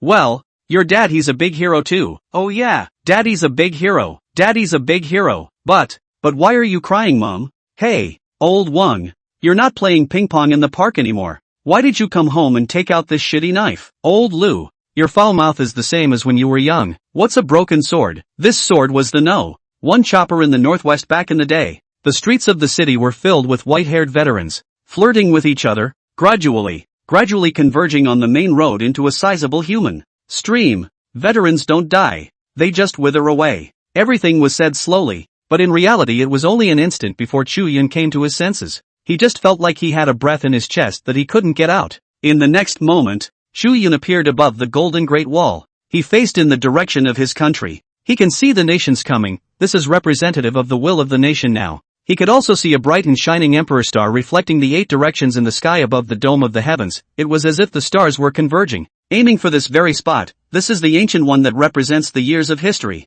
Su Fu, little cherry blossom, stick, Z, beautiful people. You guys, aren't you guys underestimating a sparkling ancient civilization a bit? Chu Yun murmured and turned to look at the luxurious carriage hovering over the void. Old ancestor, didn't you lack a map of the world back then? 10,000 families for the country. The Great Wall Mountain for a siege, accompanied by Chu Yun's continuous chanting. That radiant monumental projection of China. The Great Wall with its golden splendor became more and more solid. Ha, Chu Yun is back. Oh bugger, didn't he just leave Daxia? This guy? The spectators from the countries of the world that seemed to have discovered Chu Yun at once, and everyone was startled. Yet not before people woke up. Wind, wind, wind. It was as if the voice had crossed the pale of 10,000 years, from far away to near, from light to heavy. The heavens and the earth are colored like an abyss and a prison. A blurry golden figure carrying a powerful bow and holding a halberd quietly emerged on the Great Wall's battlements. The nations looked dumbfounded. Crap, what is this? At the same time, the luxurious carriage hovering in midair suddenly vibrated. Where is the front of my army? Wind, my point, all for my great Qin territory. My wish, only my Chinese soldiers, inserted throughout the human world all the way. Buzz, a golden sword blade entwined with dragon. She rushed out of the carriage and stuck precisely on the end of the sky. This sword is like a guiding light. There are countless black faceless men in this pathway. But, wherever Emperor Shi Huang's army leads, that's where Qin's army leads. Boom, with a golden illusory figure. The righteous rushed out of the Great Wall. It was as if a golden torrent had collided with the black torrent made up of the faceless man, Great Qin soldier armor, once again. A few thousand years ago today, the protest is present, an extremely incredible scene. Even the people of the Great Summer Kingdom, who were fighting the faceless man on the battlefield, froze in shock. Someone almost got poked in the chest and ripped off their face by the faceless man. It was a hazy and blurry golden illusory figure that stood in front of him. 1, 10, 100, 1,000, 10,000. Too much, these Qin soldiers in armor that seemed to have revived. As if they had come from the distant past, blocked in front of the Xia people on the battlefield with their own indestructible spirits. Ancestors, still sheltering us. The spirits of the olden times stand in the way of the living of the present age. The reason is actually quite simple. Because even though there wasn't much awareness, the subconscious mind of every Great Qin soldier armor was clear. It's not their time anymore. They're the years gone by all over again. So, then of course they have to stand in the way of the living. After all, they had died a long time ago, and even if they died again, it wouldn't make a big difference. And this scene fell into the eyes of the people of the world. Countless people sighed in awe and felt overwhelmed. Is this the ancestor of the Great Summer Kingdom? Oh my god. Their Imperium? It's a true Yingling immortal? They don't seem to have much consciousness, but instinctively protect the Daxia people on the battlefield. Honestly, isn't it true that little Cherry Blossom, San, and the beautiful Federation have somewhat underestimated the Great Summer Kingdom? You know, the Great Summer Kingdom is an ancient civilization, the only one that has continued to this day, and they have a great heritage. Many of the spectators from neutral countries were talking about it. Soundless, only the hissing of the faceless people could be heard on the battlefield, and these golden hazy shadows with dull expressions and without any embodiment of vitality. They were just mechanically waving the halberds in their hands. Chop, slash, stab, and block. Kill, one way or another. The black wave that had originally approached under the Great Wall was actually pushed back by this golden wave at a speed visible to the naked eye. It's not fast though. For every 10 meters of advance, countless figures had to fall. But they have no complaints. Great Qin Iron Army. The king's order. No one dares to disobey. No one fails to obey. This unshakable battle spirit seemed to recreate the might of the Great Qin Iron Army of that year. At one time, they had crisscrossed the land of China, sweeping the 6 kingdoms and eventually unifying the land of the 7 kingdoms, paid with his life for laying down a grand vision of the idea of grand unity for future generations. Shi Huangdi is a model of 1,000 emperors, and no matter how much later dynasties discredited him, they could not erase his brilliant legacy in history. And under the first emperor, how could it be otherwise for these Great Qin Iron armies? They are also famous in the eastern continent. Chu Yun also saw this scene, and his heart and mind perked up as he subconsciously clenched his fists. Since the Shang ruler changed the law, Qin has been a tiger and a wolf. Worthy of a tiger and a wolf. The people of the Daxia kingdom who seemed to be doing so through various channels couldn't help but be energized and passionate as well. Old ancestor bull. Chu God is awesome. Hey, the Chu God is back. Did you hear the word him our Chu God attached to our old ancestor? Little Sakura. Wolfish people, still want to make trouble. Can you do it? Come on. We have ancestors to shelter us. I'm afraid of you. Humph. I'm proud of my old ancestor. I'm just arrogant. I'm just tugging. Come and bite me if you're not convinced. The people of Daxia were not quick to fight back, with keyboard warriors frantically venting their frustrations. It was only because Sakura was so annoying that the viewers of Daxia couldn't help themselves. This wouldn't even make sense if I didn't vent about it. The international situation is lopsided. Everyone was shocked by the Great Qin Iron Army, even the beautiful Federation. Little Cherry Blossom, San, Cosmic Stick, Z, these guys from the Dark Alliance who had united together, were also dumbfounded by their dislike. For a moment there were no words. Is this the end? In the void, Chu Yun's brows frowned slightly. To be honest, the strength of the creepy faceless man had greatly exceeded Chu Yun's expectations. Not to say it's a rookie. Well, at least it couldn't cause much trouble to the gods that had been awakened through the famous monument steed. If that's what's behind Shifu, the means of that master of his, that also seems a little too pedestrian,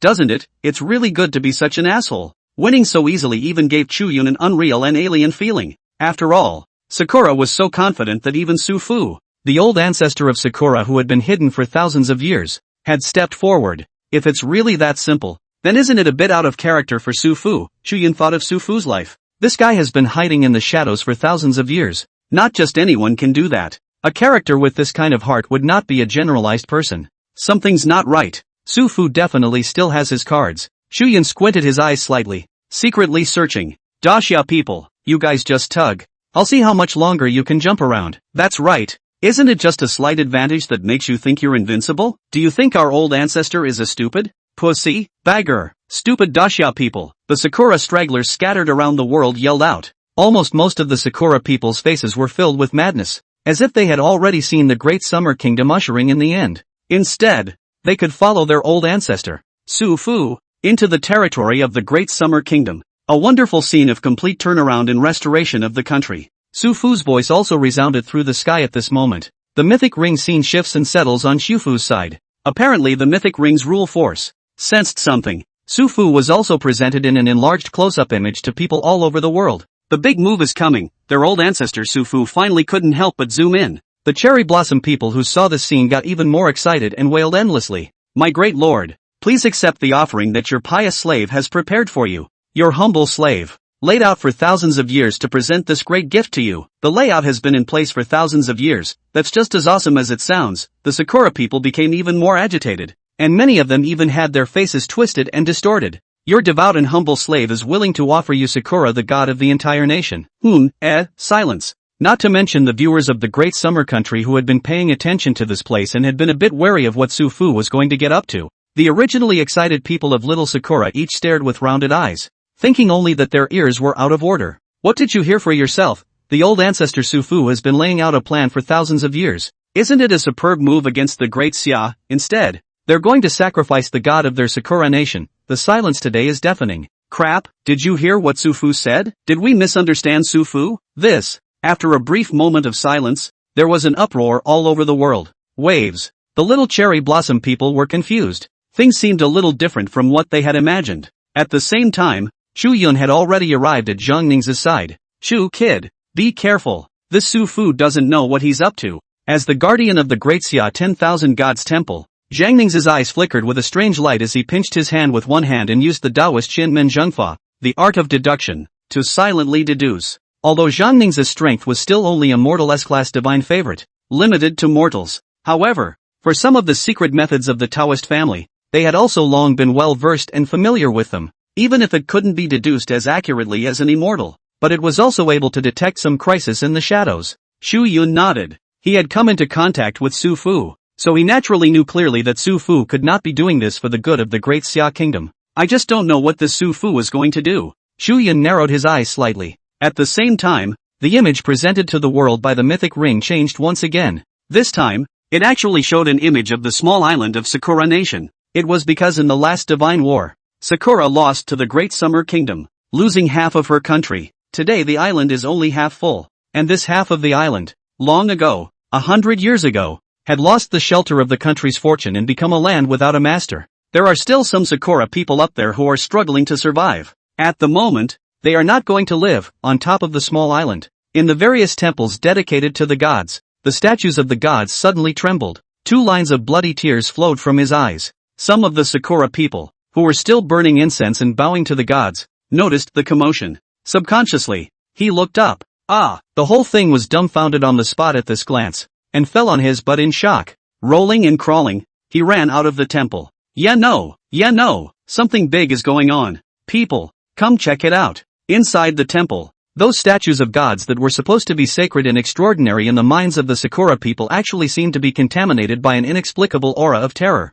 Eyes red with blood and tears. Immediately afterward, people in countries all over the world were treated to an unbelievable scene. In the image presented by the mythic ring, the figures of gods and goddesses were revealed in the skies above all parts of Sakurajima Island. Amaterasu Amikami, Susanoo no Mikoto, Shichifukujin, the commander of the 100 ghosts of the night, the slippery ghost. Some of the gods that were well known within the Sakura myth system showed up, only they all seemed to be in bad shape. Every god's face was twisted with horror, anger, shock, and awe. Su Fu, what have you done? Amaterasu Amikami's beautiful eyes flowed, her gaze fixed dead center in Su Fu's direction. Damn you Su Fu, bagger, you pitted us against each other? Susanoo was holding a 10-fisted sword, slashing indiscriminately, with a tyrannical killing intent running rampant. There were also many Sakura deities wailing as if they wanted to block something, only to realize in despair that there was nothing they could do. Gentlemen, you might as well give up resisting. I have laid out thousands of years,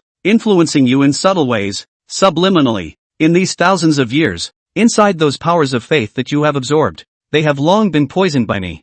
Su Fu's eyes flickered with madness, a nervous smile appeared on his face. The poison in Su Fu's mouth was the very thing that could hold the Sakura god's jinxes, back when he first came into contact with that extraterrestrial evil god, his own master. Su Fu then had a bold idea. To sacrifice all those gods that the Sakura nation believed in to their master. After all, the future of the Sakura god was none of his business, but not his own master. He was able to live forever by being gifted by his master. His ambition to be the master of the Eastern continent, could only be realized by his master. Su Fu, you deserve to die. The gods of Sakura's entire island, one by one, were tainted by that inexplicably evil aura, and their voices faded. Cherry blossom people around the world looked dumbfounded. Baka, after all this, it's actually a sacrifice of our divine lineage? Yeah, no, old ancestor Su Fu, how could you do this? We're worshipping you as the originator of humanities. Damn it, Su Fu, you don't deserve to be the old ancestor of our Sakura people. Su Fu could also hear these voices, and he only glanced faintly in the direction of the eye-talking ring. Old ancestor? When did I, Su Fu, ever say that I was the oldest ancestor of your Sakura people? Before I went, you were nothing but a bunch of wild monkeys, and you deserve to be called my children? Su Fu shook his head, full of disdain. The cursing Sakuran was disliked. After all that, they're the ones who made a fool of themselves. At the same time, the few Cherry Blossom Kingdom divine dependents who were still fighting for Su Fu, with the 5 mysterious armored warriors, blocking Yi Yuntian and the others, had their minds crumbled when they heard these words, as they watched their own divine lineage being contaminated by the extraterrestrial evil demon. The people of Little Cherry Blossom, no matter how stupid they were, understood the gravity of the matter. For a people, it is the loss of their own divine lineage that is the greatest despair, because without a divine lineage, it also meant that there was no qualification to conquer the mythic ring. This is going to be worse than the end of the country. If you've destroyed your country, you can still run to an ally's house and seek refuge, and as long as there's still one of your countrymen alive, then there's hope for another turnaround. But the god system is gone. What's the point of flipping a disc then? You're not even eligible to participate. All the Sakura people, dreaming of the ambition to ascend to the eastern continent. On this day, it was kind of spoiled by Su Fu. The minds of these few Sakura divine familiars were in turmoil. Yo, how dare you get distracted? Before they could come back to their senses, they were seized by Yi Yuntian, Song Hai, and the others, and were exterminated on the spot without mercy, and Su Fu just looked this way faintly. Immediately afterward, he actually rose up into the sky, the corners of his mouth curving into a bizarre arc. Grand Commander of the Demon Suppressors, leader of the 100 Ghosts of the Night, you're still not coming to work for my lord? Boom, as Su Fu's voice fell, a sky-high red aura rose up from Sakura Island. Su Fu he, awakened a god of the Sakura Kingdom. People around the world are finally seeing it now. Su Fu sacrificed Sakura's god to the unspeakably great horror behind him. The gods of those tainted cherry blossoms also became swords in the hands of Su Fu. Hiss, 100 ghosts at night? Oh, by karma. What Su Fu awakened was the Sakura 10,000 Demon Commander. Slippery Lady Ghost, right? The Slippery Lady Ghost has been transformed? Countless people stared in disbelief. A Slippery Ladybird Ghost? 100 Ghosts of the Night. Chu Yun also noticed this scene. He had also come to understand Su Fu's bottom card. Su Fu's master, it seems, can't show up yet. Like the gods of the nations, it is suspected that they are prevented by some rule from descending to the present world in their true form. So Su Fu's killing move is the Sakura Kingdom's divine system. At least that seems to be the case for now. This Slippery Lady Ghost is not a lowly position in the Sakura divine system. Chu Yun looked in the direction of the first emperor. Slippery ghosts are demonic paths. Qin Shi Huang, on the other hand, is the ultimate in humanism. There is no need for me, Emperor Qin, to make a move. Humanity Emperor, is it not a cat or dog brat that can touch the porcelain? Right at this moment, a terrifying red aura shot up in the direction of the Great Xia country. It is also the breath of the Most High God. The same represents a certain extreme in the mythic ring's rating scale, that it was monstrous killing intent. The killing intent nearly coalesced into materialization, rolling blood-colored clouds, toward the border of the Great Xia, pressing down on the sky and the earth.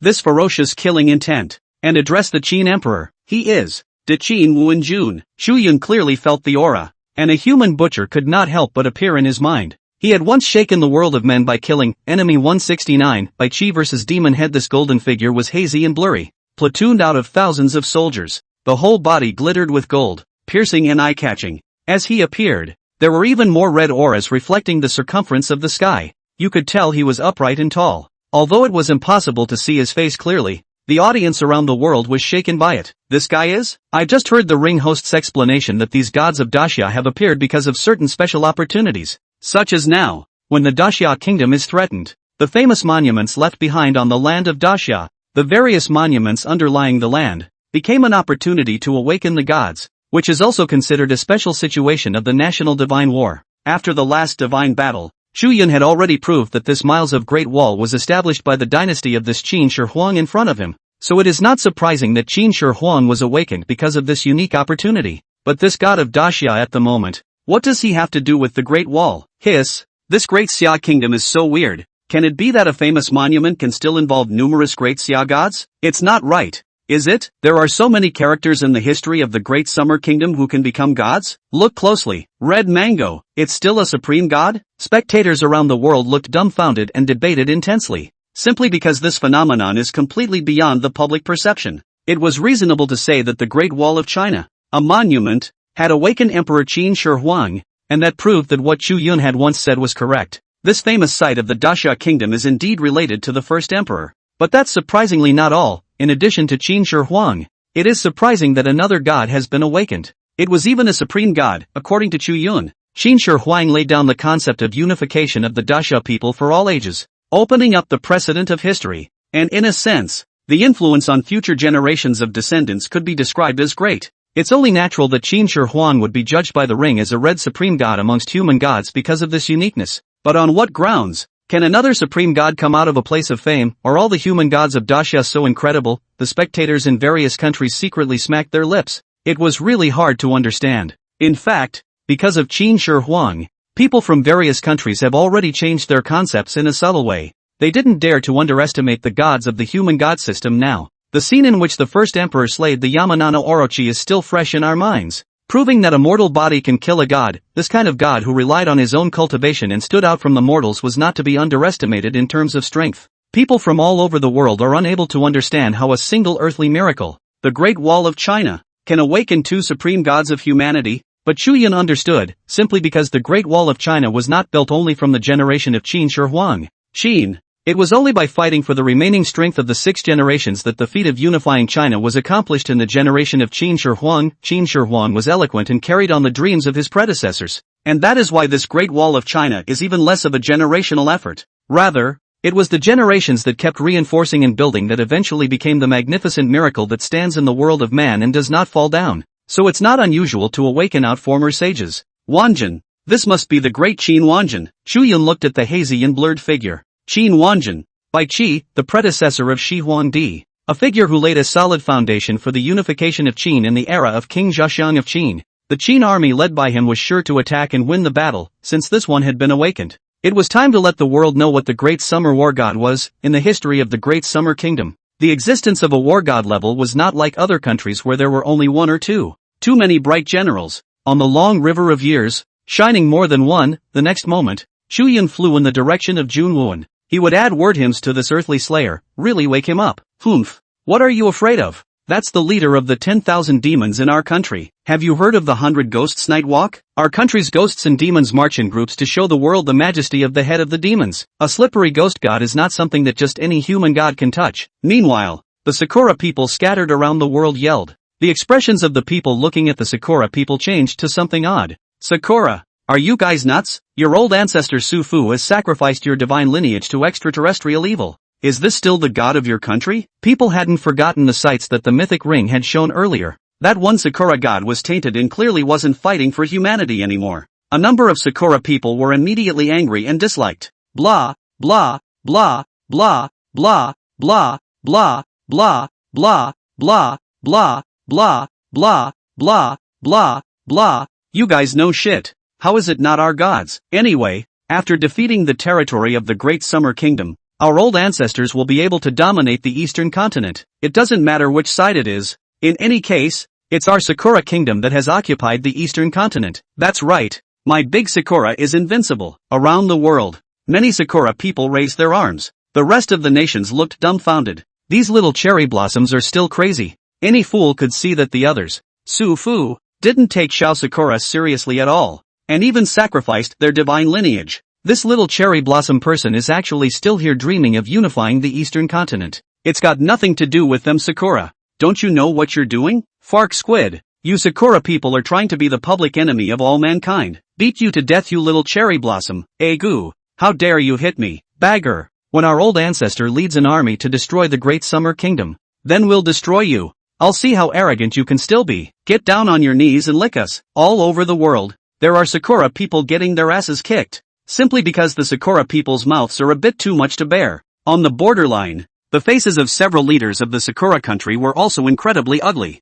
This is dedicating the divine lineage to the extraterrestrial evil god in front of all of humanity. Is this really good? There were cherry blossom leaders blushing, but there were also Sakura leaders who were righteous and chided. Baka, how can you doubt the decision of the old ancestors? Besides, what's the point of being the public enemy of all mankind? As long as we are strong enough, my Sakura kingdom will prosper, conquer the eastern continent, and even rule the world. So is there anyone in this world who dares to call us public enemies of mankind? No, no, no, they won't say it again. They can only humbly submit to our rule. At these words, the Sakura leaders present were creeped out, but it also elicited a lot of nods of approval. Yeah, history is written by the winners. Just falsify history. They are cursed now, but after conquering them, within a few generations, who will know what happened today? The cherry blossom leaders were dumbfounded and fantasized about a better future. At the same time, Chu Yun had already arrived at Jun Wu's side. He cupped his fists and bowed to Wanjin. He has never been defeated in his life and is called the god of war, and the human slaughter is due to the killing of the descendants, destroying his name and honor for the king's grace. The first person to enter the way of the soldier. I, Chu Yun, welcome the descent of great Qin Huang Jun. Ai Chi, what up? Chu Yun's words fell. That golden hazy figure became clear in an instant. Inside the great summer kingdom's pantheon, a portrait of a god quietly surfaced. The pillar of blood-colored light through the sky rose up. The supreme god within the human god system. Audiences around the world were amazed. It's really a supreme human god. Hiss, what's going on in the great Xia kingdom? Where did so many humanity supreme gods come from? Honestly, have you all forgotten? The great summer kingdom is the only ancient civilization among the four major civilizations that has been passed down until now. Although their cultural lineage was broken after the revival of the aura, the underpinnings of this civilization still stood quietly on the land of the great summer country. These underpinnings, they won't go away even if people forget about them. Internationally, some of the old professors who had been drilling into the great summer for centuries had stony faces. Although it is said that many foreigners do not want to recognize the glory of the past era of the great Summerland, but that has nothing to do with whether they recognize it or not, as long as the great summer kingdom still exists. That heavy heritage is not something that can be worn away by time. Their existence, moreover, does not need to be recognized or acknowledged by others. Oh, you little guy, recognize this king? Meanwhile, the Wuan Jun, who had been truly awakened, his eyes flickered as he twisted his head to look at Chu Yun on the side. His posture was straight, his face was resolute, and he had the sharpness of a man in the line of duty all over his body. Standing there, it was as if it was a lofty and upright high peak, abysmal, with a breath as surging and boundless as the sea. Not to mention, old Joe was quite handsome. It was not even possible to see in Wanjin that he was the manslayer who regarded human life as if it were grass. There was no tyranny in him. Chu Yun cupped his fists and bowed to Junwuan.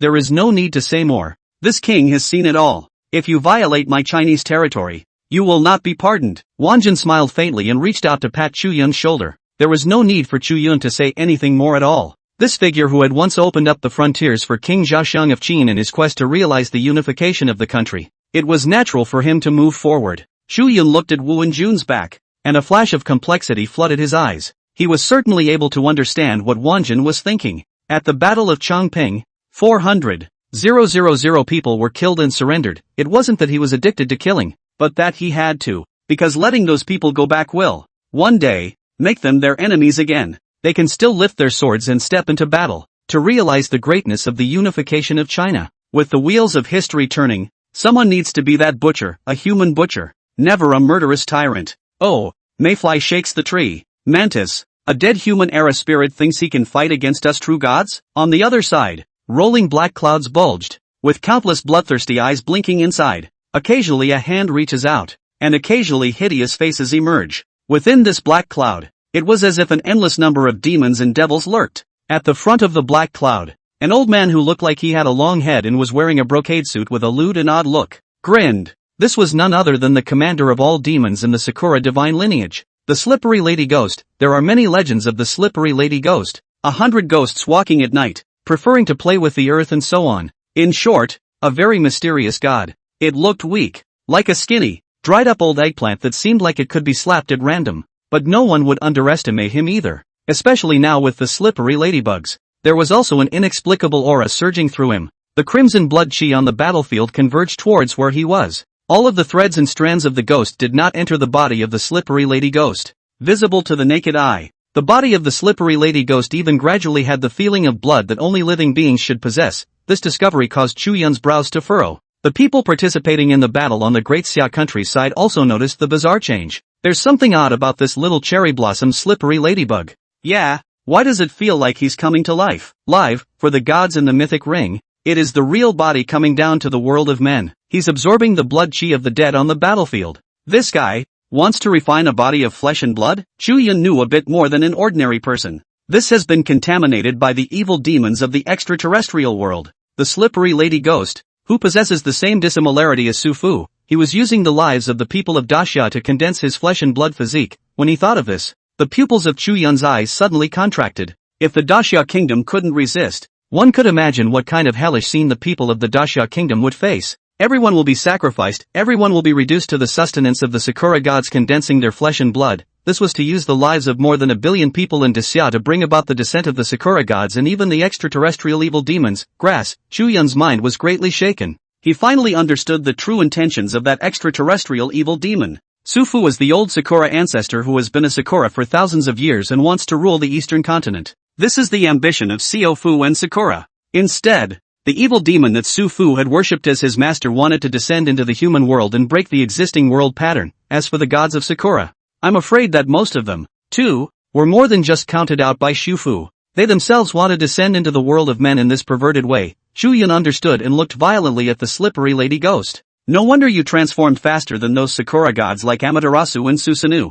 I was just a little confused as to how you could have been transformed so quickly given your position in the Sakura divine system. Now it looks like you volunteered. At those words, the slippery ghost looked at Chu Yun in surprise. Oh, the little mole cricket of the human race has a few smarts, and has actually guessed something. The slippery ghost licked the corner of his lips, his eyes gleaming as he sized up Chu Yun with interest. You smell good, little one. Looks like you've got some secrets in you. You're a divine favorite, aren't you? And which one is your native deity? I'm sure it must not be low in your Chinese divine lineage, right? That's good. That's good. When I recover my flesh and blood, I'll be sure to savor your taste. The slippery ghost stared greedily at Chu Yun. Being stared at by such a lewd old man, Chu Yun instantly felt a vicious chill. I request an order to kill this Fong. Just then, Jun Wuan bowed towards the luxurious carriage in the void. Sitting inside the carriage was none other than the king of Great Qin. He was the first emperor of the opening of China, creating the honorific title of emperor. But this is the emperor of the world. In the minds of the Qin, this is their king, even though Wanjuan's time was earlier than Ing Zhang's. The day he was a vassal of the Qin king, the day he fought for the Great Qin, Wanjun, with his martial arts, settled the country. Granted. Inside the carriage, the voice of the first emperor came. Wanjun clasped his fists and turned around with a huff. There is a king in Great Qin who rules over all nations. Great Qin also has a god of war, whose name shakes the heavens. This ruler does not behead nameless ghosts. Foreign little gods, report your names. Wu and Jun looked towards the sliding lady ghost, his eyes indifferent and unfeeling. His crotch, a warhorse quietly surfaced underneath. Immediately afterward, he reached out and a rainbow light surged, the halberd in his hand. The point of the army is where the king's orders are directed. Oh, lowly human gods, nothing more than old-time spirits. What a big mouth. Slippery ghost smiled sardonically and shook his head. I am the head of all demons, commanding all demons. You little human god, dare to be my enemy? Oh, yeah, ruling over all the demons, the head of all the demons. Wanjun narrowed his eyes slightly. It seemed that he, himself, was a spectral purgatory. Those who violate my Chinese border shall be executed. Wu and Jun just smiled lightly and drove his horse forward. His tone was subdued, as if he didn't have the slightest bit of killing intent. But, it is this calmness that reveals no doubt that is all the more striking, because he doesn't find such things hard or wrong. That's what the sentence seems like it was supposed to be. It was as plain as asking if you had breakfast today. Bones. Wanjun has gotten used to this routine. When he was a marshal, he was a leader who commanded thousands of troops. When he was a general, he was the first to charge into battle, first to die like a soldier, and the first to mount the enemy city and pull out the flag. Wanjun's words fell and he leapt with his horse. Crotch. The white horse underneath him stepped into the air and killed the slippery lady ghost in a flash, the halberd in his hand. With a sweeping force, as if wrapped in the might of the pouring sky, burst out an unparalleled horror-killing intent, straight chopping the neck of the slippery ladybird ghost. Halberd, one end of the long handle is equipped with a spear tip, with a crescent-shaped blade attached to the side, synthesizing the spear and the jail into a single unit, capable of both straight thrusts and horizontal strikes. It is the crystallization of the wisdom of the ancient Chinese people. However, slippery lady ghost was walking towards Wanjin Bai Chi with his hands in his sleeves, like a leisurely rich man. The halberd that Bai Chi swung out was sharp and was deftly dodged by him. Oh, lowly mortal Yingling, even if he is remembered by history and becomes a god, what can he do? A playful smile lifted the corners of the slippery ghost's mouth. In an instant, Bai Chi's eyes were flooded with intense killing intent, and the halberd in his hand danced out hundreds of phantoms. It even ripped the air apart, tearing out a shocking black slit. However, the slippery lady ghost was jumping left and right, jumping up and down, as if it was a breeze brushing the willow, along with Bai Chi's murderous attack. Each time, he could skillfully avoid Bai Chi's fatal strike. Oh, look at you. That's how you lowly mortals are. Always thinking that you can rely on a full-blooded passion to be able to subjugate the gods and kill them to prove the Tao. Ridiculous. What a pathetic and ridiculous little mole. As lowly a mortal at heart as your master, still wanting to touch the realm of the gods. What a fool's errand. Slippery ghost showed emotion on his face and gazed at Bai Chi with an air of superior indifference. He stretched out that dry, withered hand that looked like an old tree, and grabbed towards Bai Chi's chest. Heart, demon, it's meant to be cannibalistic. In mythology, there is nothing that demons and devils are more obsessed with than digging out a person's heart and tasting that wonderful flavor. How dare you, a small demon of a foreign race, daring to insult my king of Qin? Bai Chi suddenly drew back and flew back, stepping on the horse's back with one foot. The whole person was like a goose spreading its wings, avoiding the fatal strike of the slippery lady ghost. Bai Chi, who stood above the void, his face remained calm. The only thing he was angry about was that the little demon in front of him had verbally insulted the king of Qin. The Qin emperor is of the world, and the king is the old Chinaman's heart, even though Zhang is not the king he once was. But Bai Chi could never forget King Zhaoxiang of Qin. It was the appearance of King Zhaoxiang of Qin that gave him Bai Chi's unrivaled trust. It made him stand out from a small soldier, until he ascended to the highest stage of Great Qin. It was also King Zhaoxiang of Qin's unrivaled trust in him that gave him, Bai Chi, the opportunity to lead the Tiger and Wolf Qin division and sweep the world. If we are talking about the favor of knowing him, he was willing to bear the sin of killing and surrendering 400,000 people in order to repay the king's favor. Simply because if you don't kill, you will become a living force that will block Great Qin from unifying the world. So, only kill. Some hailed him as a contemporary god of killing, but more of the world. For that reason, feared him as a ghost or a demon. Even later, the elderly and obstinate King Zhaoxiang of Qin forced him to attack Zhao 3 times, but Bai Chi knew that the best time to destroy Zhao had been missed. The best time to destroy Zhao was when he killed the captives last time and took advantage of his reputation as a god of killing to shock the Zhao people, but now it's missed. To talk about destroying Zhao now is just a futile endeavor and a vain attempt to give away the lives of the Qin people. So he refused. Countless voices attacking him arose in the courtroom as well. The group of civil ministers led by Prime Minister Fan Suo desperately proclaimed that he, with his great achievements, had become a contemporary god of war, so much so that even the Qin king's order dared to be disobeyed. He was removed from power and left idle. He has held his tongue. He has been angry, until that last day, when King Zhaoxiang of Qin himself came to his door. Both men sat under the pavilion, neither with the vigor of their youth. Wang Kuan, you're getting old. Bai Chi had thought that his king had come to ask for punishment, and he was ready to die for his family and country. He was as straight as a dragon and sat upright. Before he dies, he is not willing to lower that high and proud head. The first words of King Zhaoxiang of Qin, whose hair was stained with blood, were greatly out of Bai Chi's expectation. Wang didn't come to ask questions, just came to talk to him. The two of them also just put on their wine and kept talking about the things they used to experience together when they were young. When you were young, you really didn't want to die. Every time the first dead soldiers boarded the city and pulled out the flag, you were always at the front. King Zhaoxiang of Qin lamented. Bai Chi smiled faintly. That's not because the king is behind it. And you have repeatedly disobeyed the old nobles, treating their words as if they had fallen on deaf ears, and have never arranged for any of the disciples of the Qin nobles on their way to open up the territory for my great Qin. It's not easy for you. King Zhaoxiang of Qin's gaze was much more complicated. Bai Chi's gaze, on the other hand, softened. I have no fear of those that nobles, and it is thanks to having the king behind me. I know that the king has also carried a lot, and has withstood too much pressure for my servant. How could Bai Qi not understand that if it were not for the manhwa and mutual trust between the king and his ministers to the extreme, he wouldn't have been able to get to where he is today? For throughout the 7 kingdoms, there was only one king of Qin, who dared to hand over the front of a country's army. To him, an outsider, what great trust is that? The king of Qin never worried that he would rebel, even silently carried it all for him when countless people attacked him.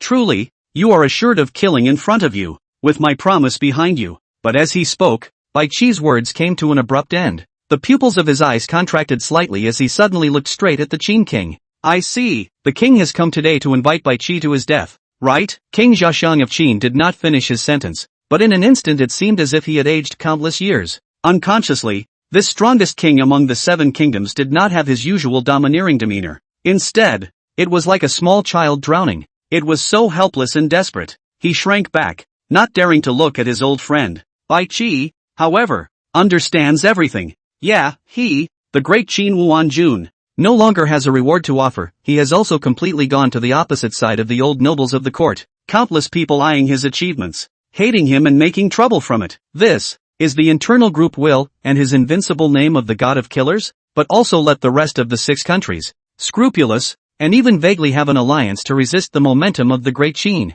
It's the will of the group from the outside. Bai Qi suddenly laughed. He suddenly realized that he should have come to the end of his life. Even the king couldn't carry it for him. You said that the extermination of Zhao is not in Lone's generation, and since Lone can't exterminate Zhao in his generation, but the hatred of the Zhao people for me, the Qin people, is hard to dispel. This hatred continues, and will become my great Qin's greatest enemy. And at some point, 2 lines of hot tears flowed from King Zhaxiang Qin's eyes. He's old. He will die eventually. He knew very well that what Bai Qi had said was true, and that his own generation had already done what one generation had done. It was as if it was his elder brother, King Wu of Qin's giant tripod, that shook the majesty of the Zhou royal family and opened up the great era in which the world's heroes were all fighting for the stag. He, King Zhaxiang of Qin, is also nearing the end of his life. Then as a king, he needs to think about future generations. He could not leave behind an unstable dynasty, nor could he leave behind a great Qin that the 6 countries were incredibly afraid of.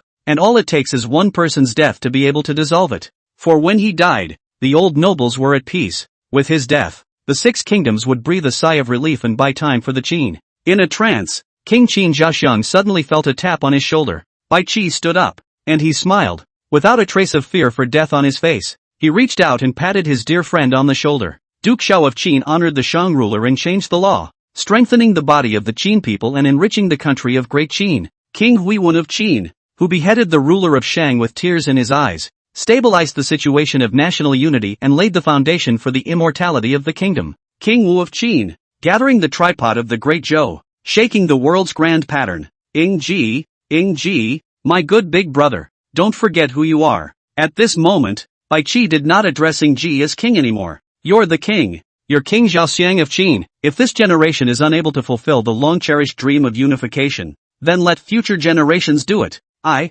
Bai Qi, believe that among the descendants, there will be a king who is so eloquent that he will be immortalized in the world. Or even, he will set a precedent in history, Bai Qi said, his expression getting more and more excited, his eyes shining. It was as if he had already seen the beautiful vision of the eternal unification of the land of China in the years to come. Wuankuan, Wu is to settle the country, and is the heaviest word. The king has given me the title of Wanjin, so why should I, Bai Qi, covet the life of one man? Bai Qi laughed as he walked outside the pavilion, reached out and lifted up the hem of his robe, and slowly bowed in the direction of King Zhaxiang of Qin with a solemn and incomparable posture. Please order the king to grant Bai Qi death. I'm willing to die. Dying for the future unity and beauty of China. Death is good, also. Die for your best buddy. We're all not going to live long anyway, so why not do something useful with the time we have left? Silence. No one could hear the conversation between the 2 men, only the winds that sneaked off to the side in the courtyard, listening away to the lifelong quest of 2 dear friends.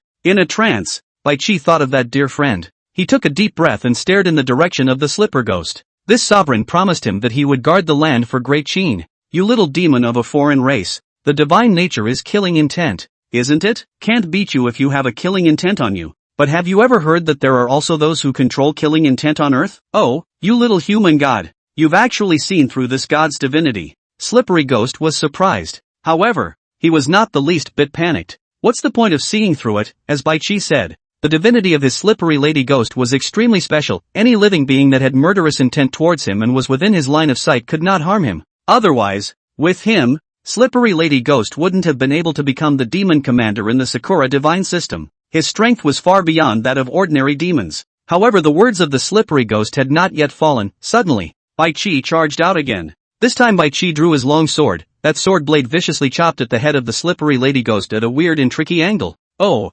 foolish mortals. Don't you already know about this god's divinity? Why are you still? Slippery ghost snorted out a laugh. But his smile only lasted for a moment. He saw the sword in Bai Chi's hand slice through his neck without any hindrance. Immediately afterward, thousands of sword awnings whistled and chopped out. And in a flash, sword chi streaked across the sky, destroying the land for 10,000 miles in a radius. Even the large group of faceless men below were strung out. As for the body of the slippery lady ghost, it was wiped out and chopped clean. Buzz, the long sword hummed like the sound of a dragon's roar. Resounding through the 9 heavens, Bai Chi put away his sword and stood. His eyes were as calm as ever. He who is the commander of a great army. That heart is not comparable to the average person. He will not be swept away by any mood, nor will he be dumbfounded by anger. His heart is as clear as ice, and he is not surprised by the collapse of the sky. This was exactly the kind of figure in the history of the Grand Xia that could remain in history and be worshipped as a god of war by the world. Killing intent. To be honest, I'm afraid that this sovereign's control over killing intent is not something that you,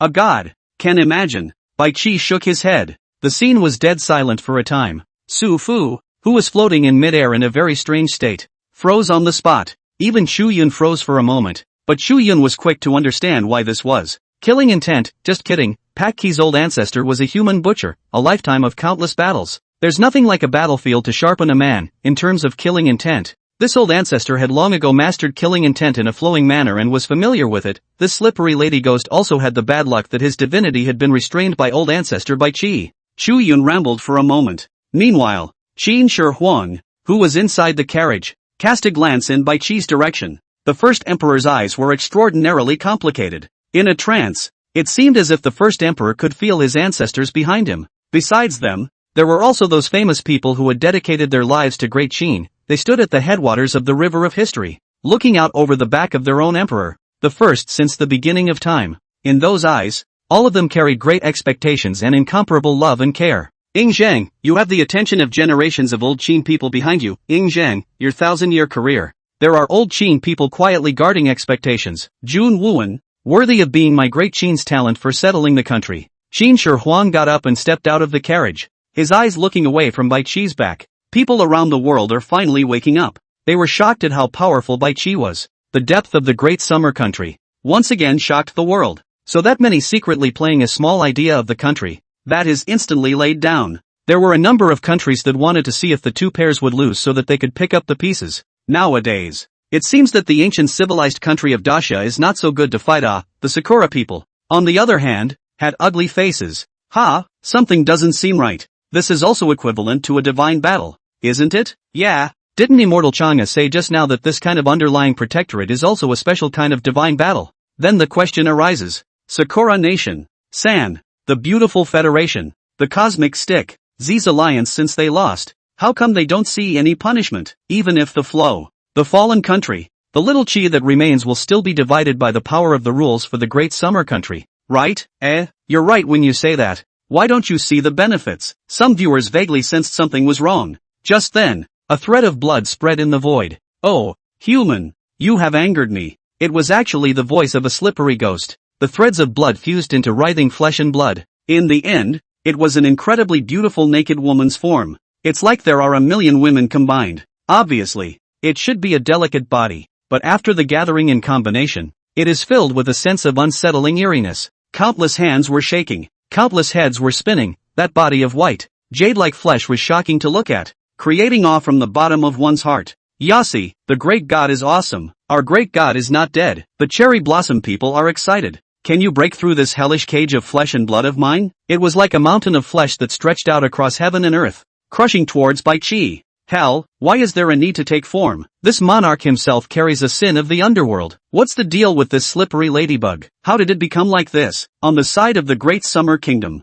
due to the awakening of the mythological gods, the attack of the faceless people slowed down a lot. The people of Dacia on the Great Wall were finally able to take a breather. Jiang Ningzhe appeared at Chu Yun's side. his brows furrowed. As a guardian of the Great Xia country, Zhang Ningzi came from a prestigious family in the Great Xia country, the Zhang family. The Zhang family had practiced Xianmen Zhengfa for generations, and even before the recovery of aura, it was already the leading and prestigious family in the Great Xia country. Therefore, Zhang Ningzi knows more than the general public. Of course he had heard of the 100 ghosts of the night, the slippery lady ghosts of the great demon commander. Only at this moment, the slippery lady ghost was completely different from the previous skinny old man's appearance. Zhang Ningzi vaguely felt something tricky. Chu Yun nodded wordlessly. He narrowed his eyes and surveyed the bizarre mass of flesh with 1,000 bodies, 1,000 heads, and 1,000 hands that was as if it were countless women, with their jade bodies spread out and combined. Flesh and blood. Right at this moment, the bizarre to the core meat mass surged and smashed into Bai Qi in an overwhelming manner.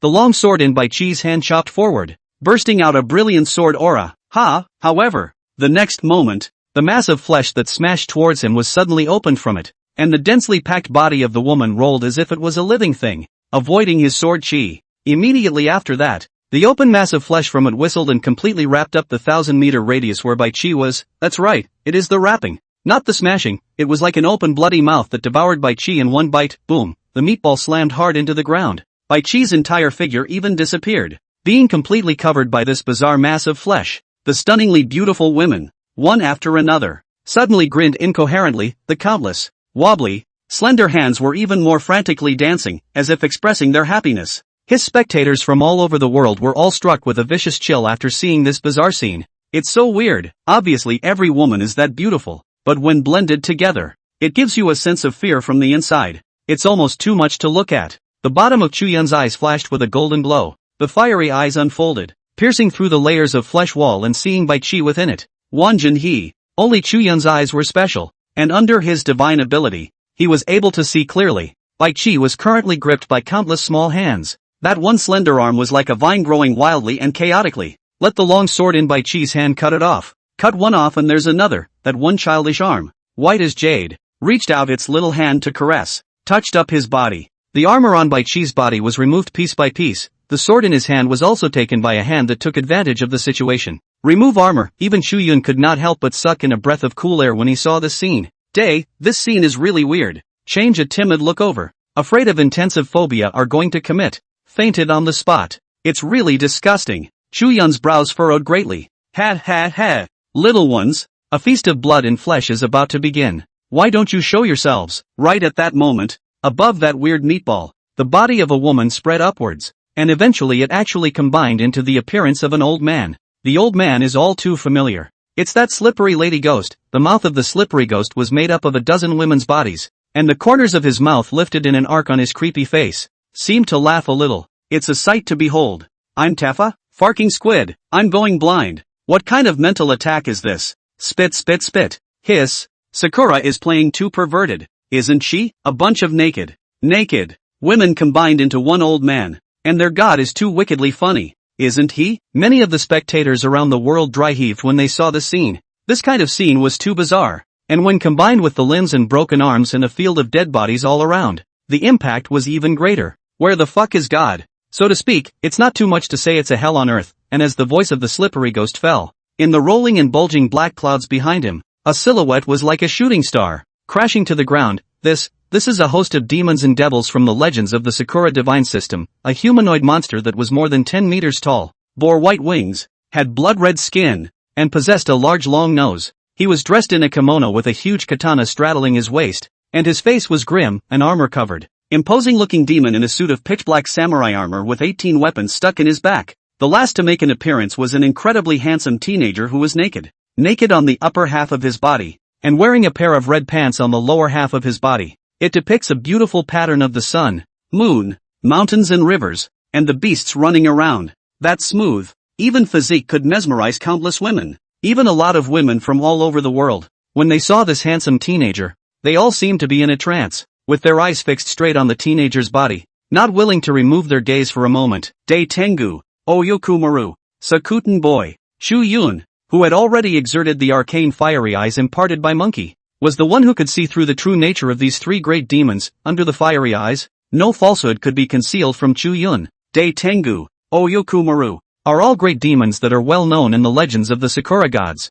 As for Sakuten boy, don't look at him now as a handsome young man. However, in reality, this is only a change of Sakutani boy to seduce the women of the world. It was just a way for Sakutani to seduce the women of the world. Truly it is a vicious, evil ghost, prefer to devour women. Enjoy the pleasure of that tender flesh and blood. Sensations. He doesn't even eat men. In his words, women are more tender. Hyaki no Yako. This is Sakura's famous Hyaki no Yako. As a head of ghosts and monsters appeared, Chu Yun's face suddenly became somewhat ugly. He guessed the intentions of the slippery lady ghost. This was to use Bai Chi as a sacrifice for a feast. 100 ghosts appeared and sat on the banquet table to eat the gods of his great summer kingdom. Grass, you want to use my country? Wuan. As a sacrifice in the first battle of their Sakura kingdom's 100 ghosts, Chu Yun's brows furrowed greatly. The rest of the gods should be able to intervene, right? After all, this kind of divine war is different. And the first emperor is still here. Just as Chu Yun was pondering. Little one,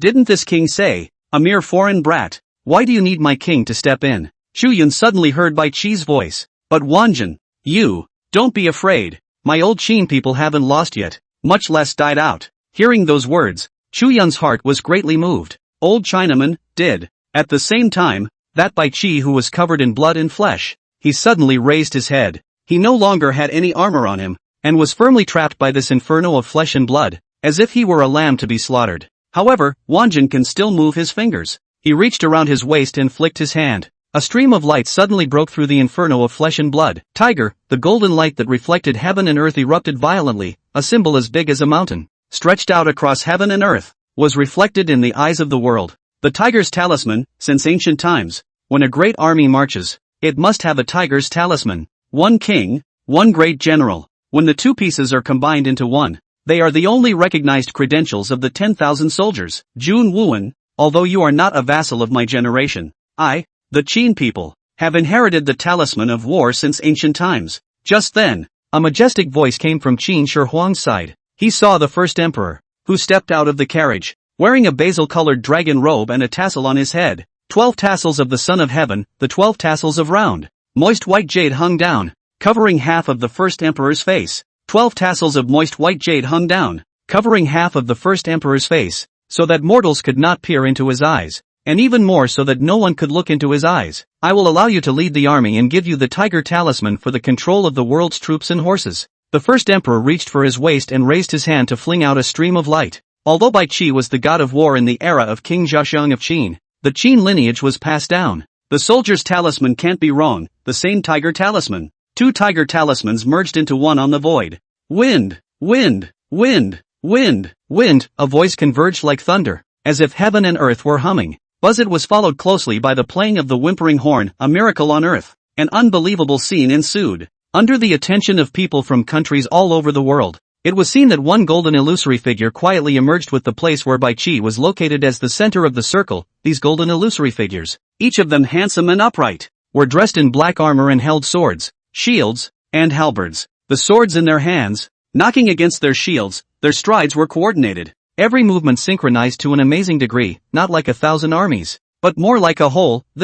What kind of army is this? What kind of army is this? What kind of era creates an army like this? What kind of army is this? The nations looked dumbfounded, especially certain countries in the West. The ancient Roman squares that they have always worshipped seemed to be somewhat inadequate even in front of such an army. Crap, it's the Qin army. Ah, the old grandfathers are so handsome. Gosh, it looks like the terracotta warriors. The valor of my old fathers. The people of the various countries had not yet reacted, and were shaken to their souls by the unending, fully loaded Qin army. But the people of Daxia are different. Even though there have been cultural breaks, some monuments have been unearthed by state professors. People just don't know the specifics, but they can still recognize them at a glance. Moreover, it was different now. With Qin Shi Huang being awakened by Chu Yun, the people of the Great Summerland have a better understanding of these lost years of history. Interesting.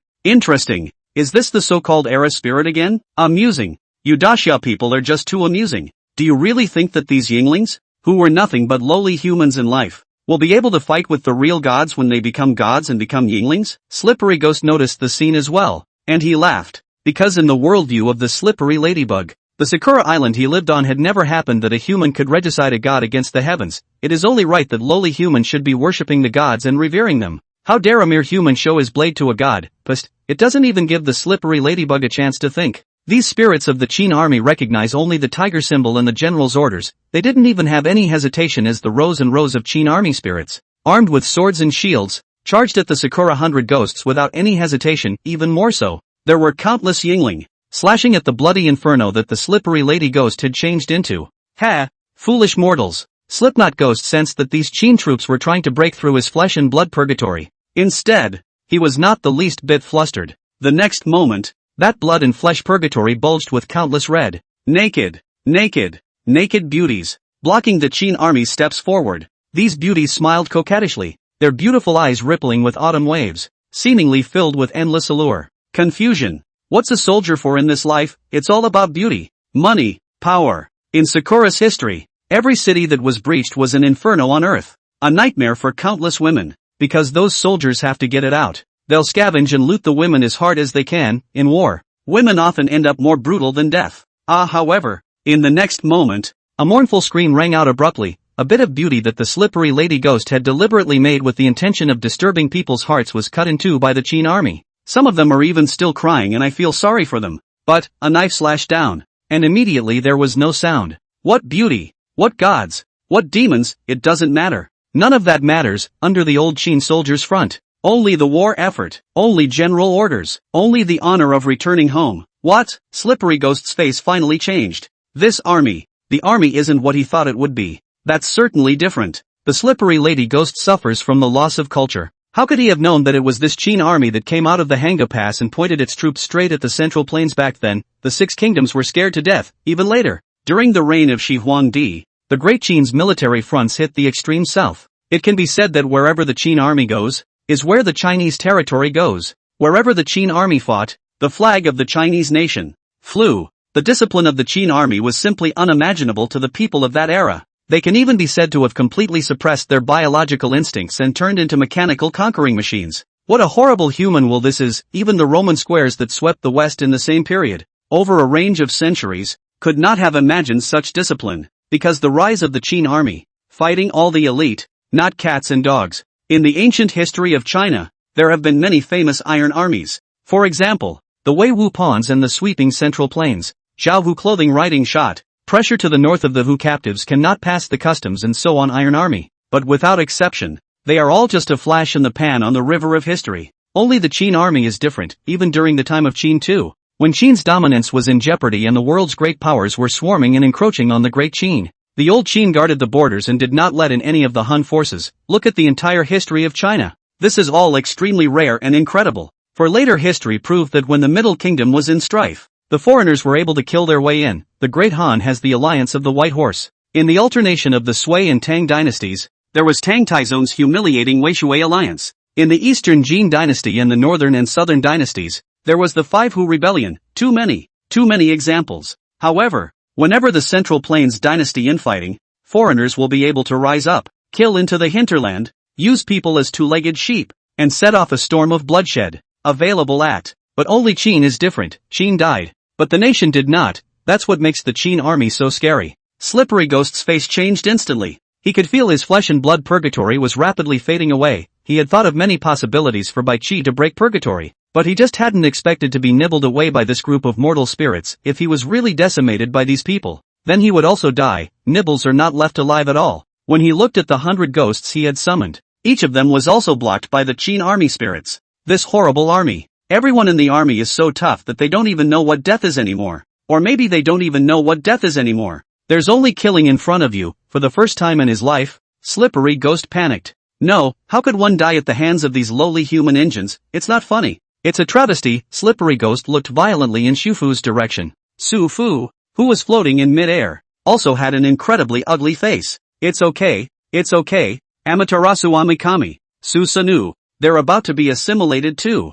They'll come to support you. You hold on a little longer. Xiao Fu could only hope for the rest of the Sakura deities. Oh, and, then summon it quickly and let me see it.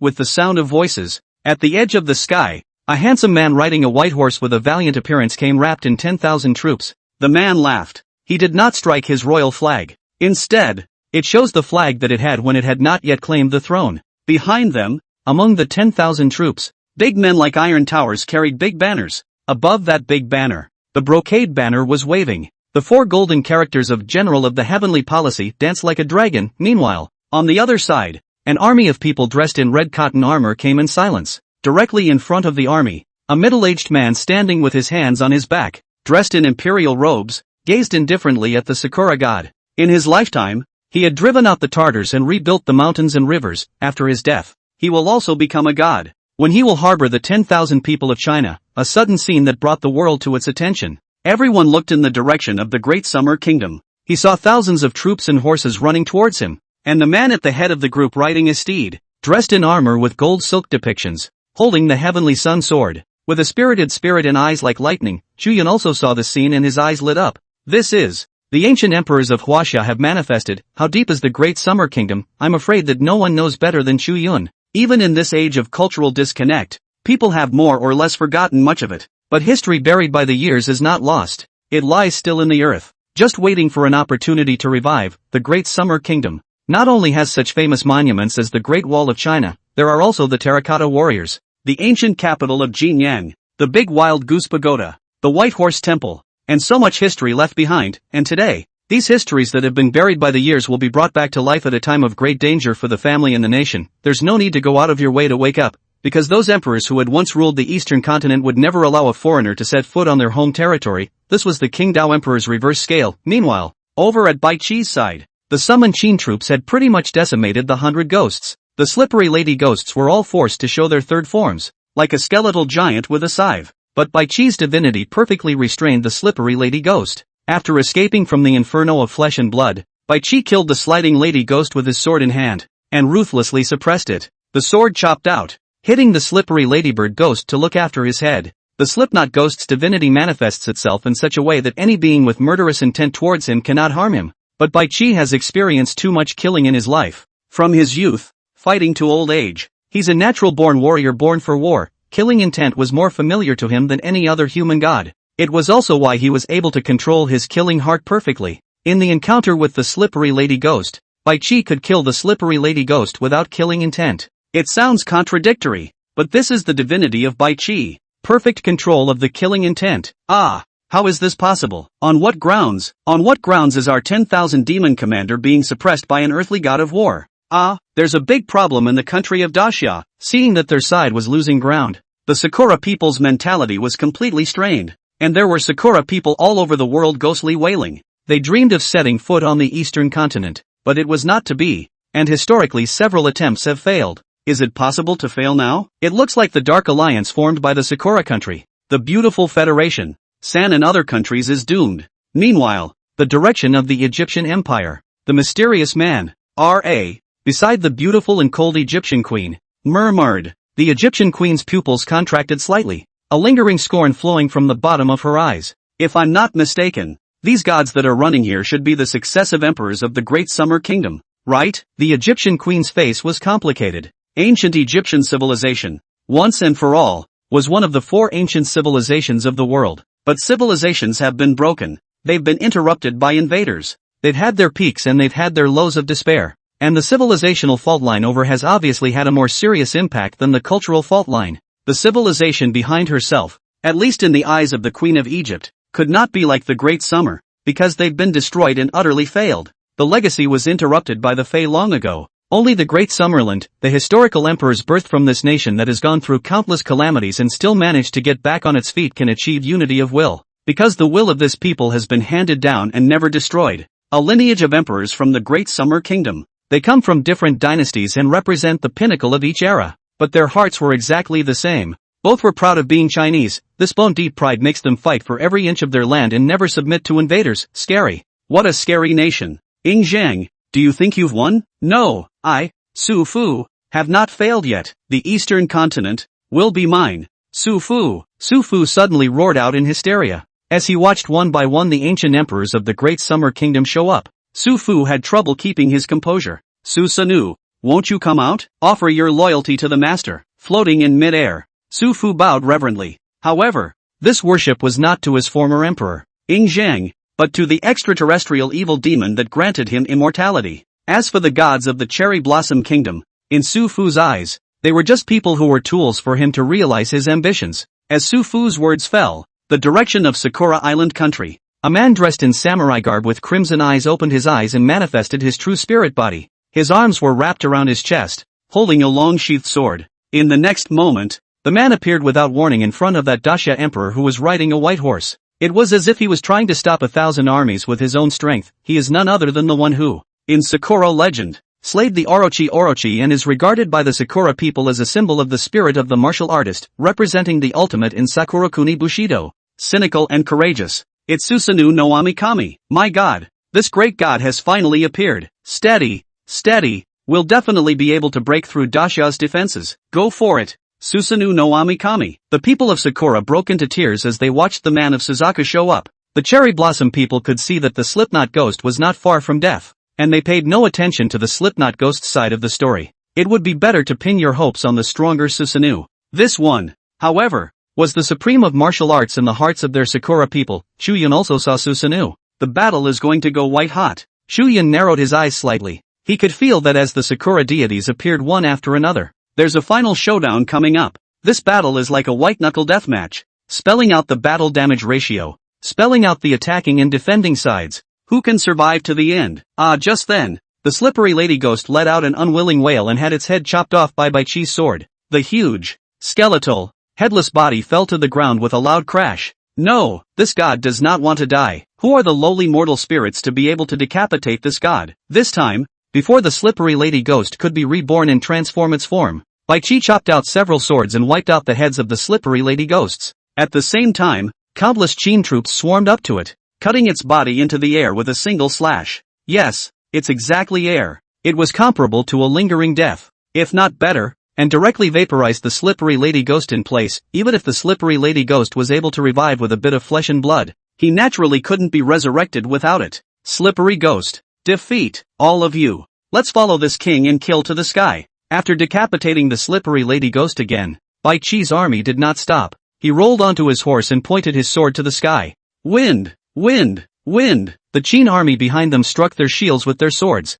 and their voices shook the sky. The yellow sand wears gold armor in 100 battles, and will not return until it is broken. Inch by inch, it was to kill every enemy within sight. Steady! Seeing this, Chu Yun secretly breathed a sigh of relief. The situation on this side, with Qin Shi Huang sitting on the throne and the Qin army expedition led by Baichi, can be said to be completely stabilized. In the next moment, Chu Yun looked in the direction of Susanoo. Then next, it's the turn of this Sakura god. Susanoo, I'm afraid you don't realize which old ancestor of my great summer kingdom you're dealing with, do you? That's right. Chu Yun had already recognized the man who was riding a white horse and was formidable. There is no doubt about the flag of Admiral Tianzi. Him, it is Tang Taizong. Li Shimen, almost everyone was focused on it. Oh bugger me. The great summer has actually held up. More than just holding on. That slippery lady ghost was all killed by the great summer's god of war. And now people are in the sweeping stage. Looks like Sakura hasn't given up yet. And this god is? Didn't you hear Sakura crying tears of joy that it was Susanoo?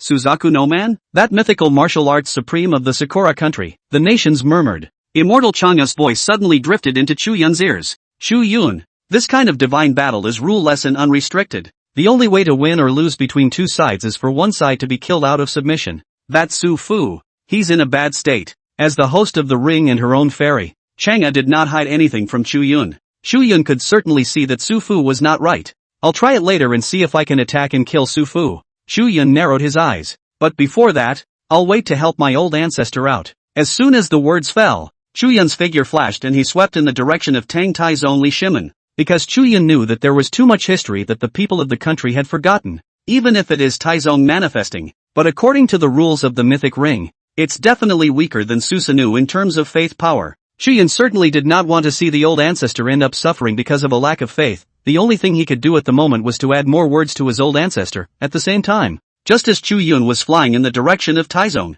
there's movement on Susanoo's side. He raised his eyes. His eyes were ancient and fixed on Li Shimen's body, facing the thousands of troops in front of her. This Sakura Valkyrie did not show the slightest bit of timidity. On the contrary, he seemed to be reading Li Shimen's mind. Great Xia's humane emperor gods, you have lost your faith. You are no match for this god me. As he spoke, Susanoo drew the sword in his hand. It was a katana that was covered in crimson runes and contained a terrifying sealing power. 10-fisted sword. Any further and I'll have to behead you. Susanoo suddenly let out a low sigh. The arrogance of a demonic god like the Slipknot ghost was not seen in him. His eyes as he looked at Li Shimin even contained some pity. Complexity. It has to do with the origin of Susanoo. His sister, Amaterasu, rules Sakura Takatenkara, heavenly realm. His other sister, Tsukuyumi, on the other hand, rules the Night Kingdom of Meditation, the underworld. Susanoo, on the other hand, was assigned to rule the Kara China, the human realm. He was well aware of humans, and at the same time had slightly mixed feelings about them. Furthermore, as the supreme of the martial Tao, with the high pride in his heart, he didn't want to engage in a life and death battle with a half-crippled human god. To him, that was tantamount to insulting himself. Hearing this, Li Shimin's side hadn't reacted yet, but the first ones to jump were the little cherry blossoms. Baka, Susanoo, what the hell are you doing? Quickly kill the human gods of Dacia. No way? What are you playing at this time of the year with the martial supreme? Kill, kill, the originally gleeful Sakura people cursed. This kind of face of the Sakura people fell in the eyes of people from neutral countries, causing countless people to roll their eyes. I have to say, Sakura is a real fucking pervert. Flip-flopping is faster than flipping a book, but switching to the Sakura people seems perfectly normal. Both preached the spirit of honorable Bushido and frequently did all sorts of regicide and usurpation. Just like now, treating the Dacia country, they are both envious and jealous of the civilization heritage of the Dacia country, but also confident that they want to be more noble than the Dacia people, and more suitable to rule the eastern continent.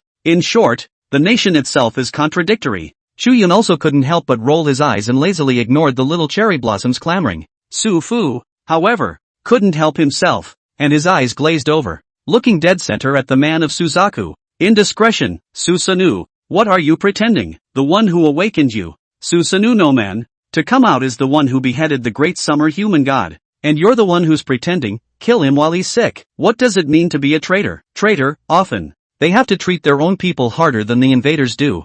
For this class of things, from the very beginning when they chose to betray their country, are doomed to go only one way. Su Fu was well aware that there was no way back for him. His admiration and jealousy for the first emperor and his salivation for the eastern continent bred a desire for absolute power. He wants to rule the eastern continent too much. It was as if only in this way, after holding on to power, could he step out of the shadow of Qin Shi Huang and get rid of his Han? Traitor's identity. And as Su Fu's words fell, the red aura underneath Susanoo's eyes deepened a bit more. Su Fu suddenly looked at Li Shimin again, his eyes gleaming. Great Emperor, you are also a supreme being of a certain period of time. Look, is the world still yours now? Look over there. There is even an emperor who, like you, calls himself an emperor. A nation cannot have 2 days, and a mountain cannot have 2 tigers. Great Emperor, don't you want to bring your empire back to the world? Why don't we work together? Half of this river and mountain for you, half for me. Even my master can remake your flesh and blood. Su Fu could be too smart, and at this point in time, he even wanted to utilize the time when all of the Dacia emperors showed up to turn some of them against the Dacia emperors. Chu Yun also heard this. What's up? Su Fu is still up to this, trying to turn my Dacia Yingling, in a flash. Chu Yun had already appeared beside Li Shimin. Old ancestors. Chu Yun looked at Li Shimin with a complicated face. These Ying spirits manifested because of the opportunity and did not need Chu Yun to say anything more at all to understand the situation at this moment. Li Shimin only smiled gently towards Chu Yun. With that, he rolled over and dismounted. Foreign gods, you have your steadfastness, and I have my own. He waved his hand for the generals behind him not to come forward, and then he drew the heavenly sword at his waist. The blade of the sword was pointed directly in the direction of Susanoo and Su Fu. You seem to have misunderstood something. Although I am not a contemporary, this native land that gave birth to me has left too many memories. The reason for my manifestation is not to recreate the splendor of my great Tang and compete with my country. For every age, there is a leader for every age. And the present age does not bear the ships of us old-time heroes.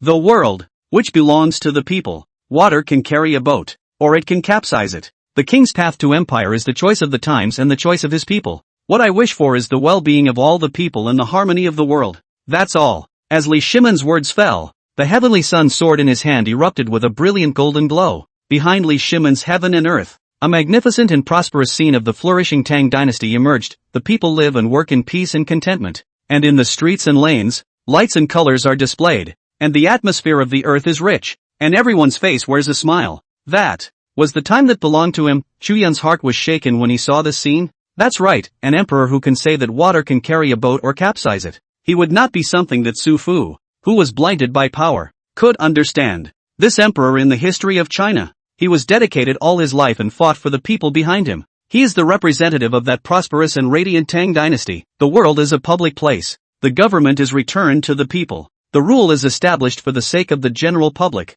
and the sages are always admired. A 3-foot sword in the dust and wind, and a military garment for the gods of earth and grain. I, Chu Yun, welcome the founder of my great Tang dynasty, Taizong Li Shimen, to reappear in my Chinese land.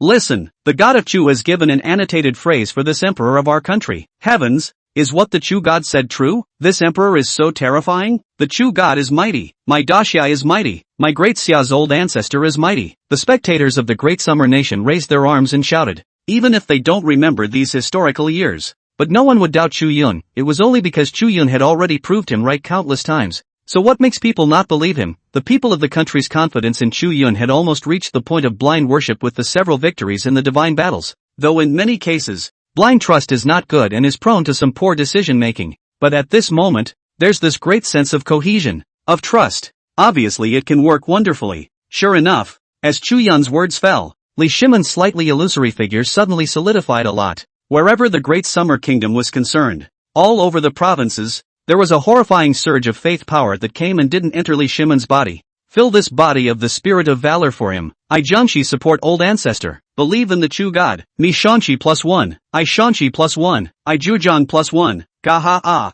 Don't wait for me. Look down on me what? I'm a big northeast groundnut +1. Southern small potatoes requesting to join the war. The internet has blown up. All over the country, either playing Terpsichorean or throwing their arms up in the air, regardless of whether they were men or women, old or young. At this moment, all of them turned their hearts to their own old ancestors. One was because of Chu Yun. Irma, how could people not believe it? After all, that figure standing beyond the Great Wall, in the void, was fighting for them. Whoever fights for his country, why should he be questioned? There is no doubt about it. Li Shimen looked at Chu Yun in surprise. He knew that it was Chu Yun attaching the words of the mythical ring rules for him. The old ancestor is not to be blamed. There was a cultural fault line that occurred in Daxia, so the people of the country have forgotten the sages. Chu Yun looked at Li Shimen with some guilt. Have the nations forgotten me? Li Shimen murmured. No harm done. He suddenly shook his head again. Today, let all the people again remember my great Tang style. Li Shimen suddenly rolled onto his horse.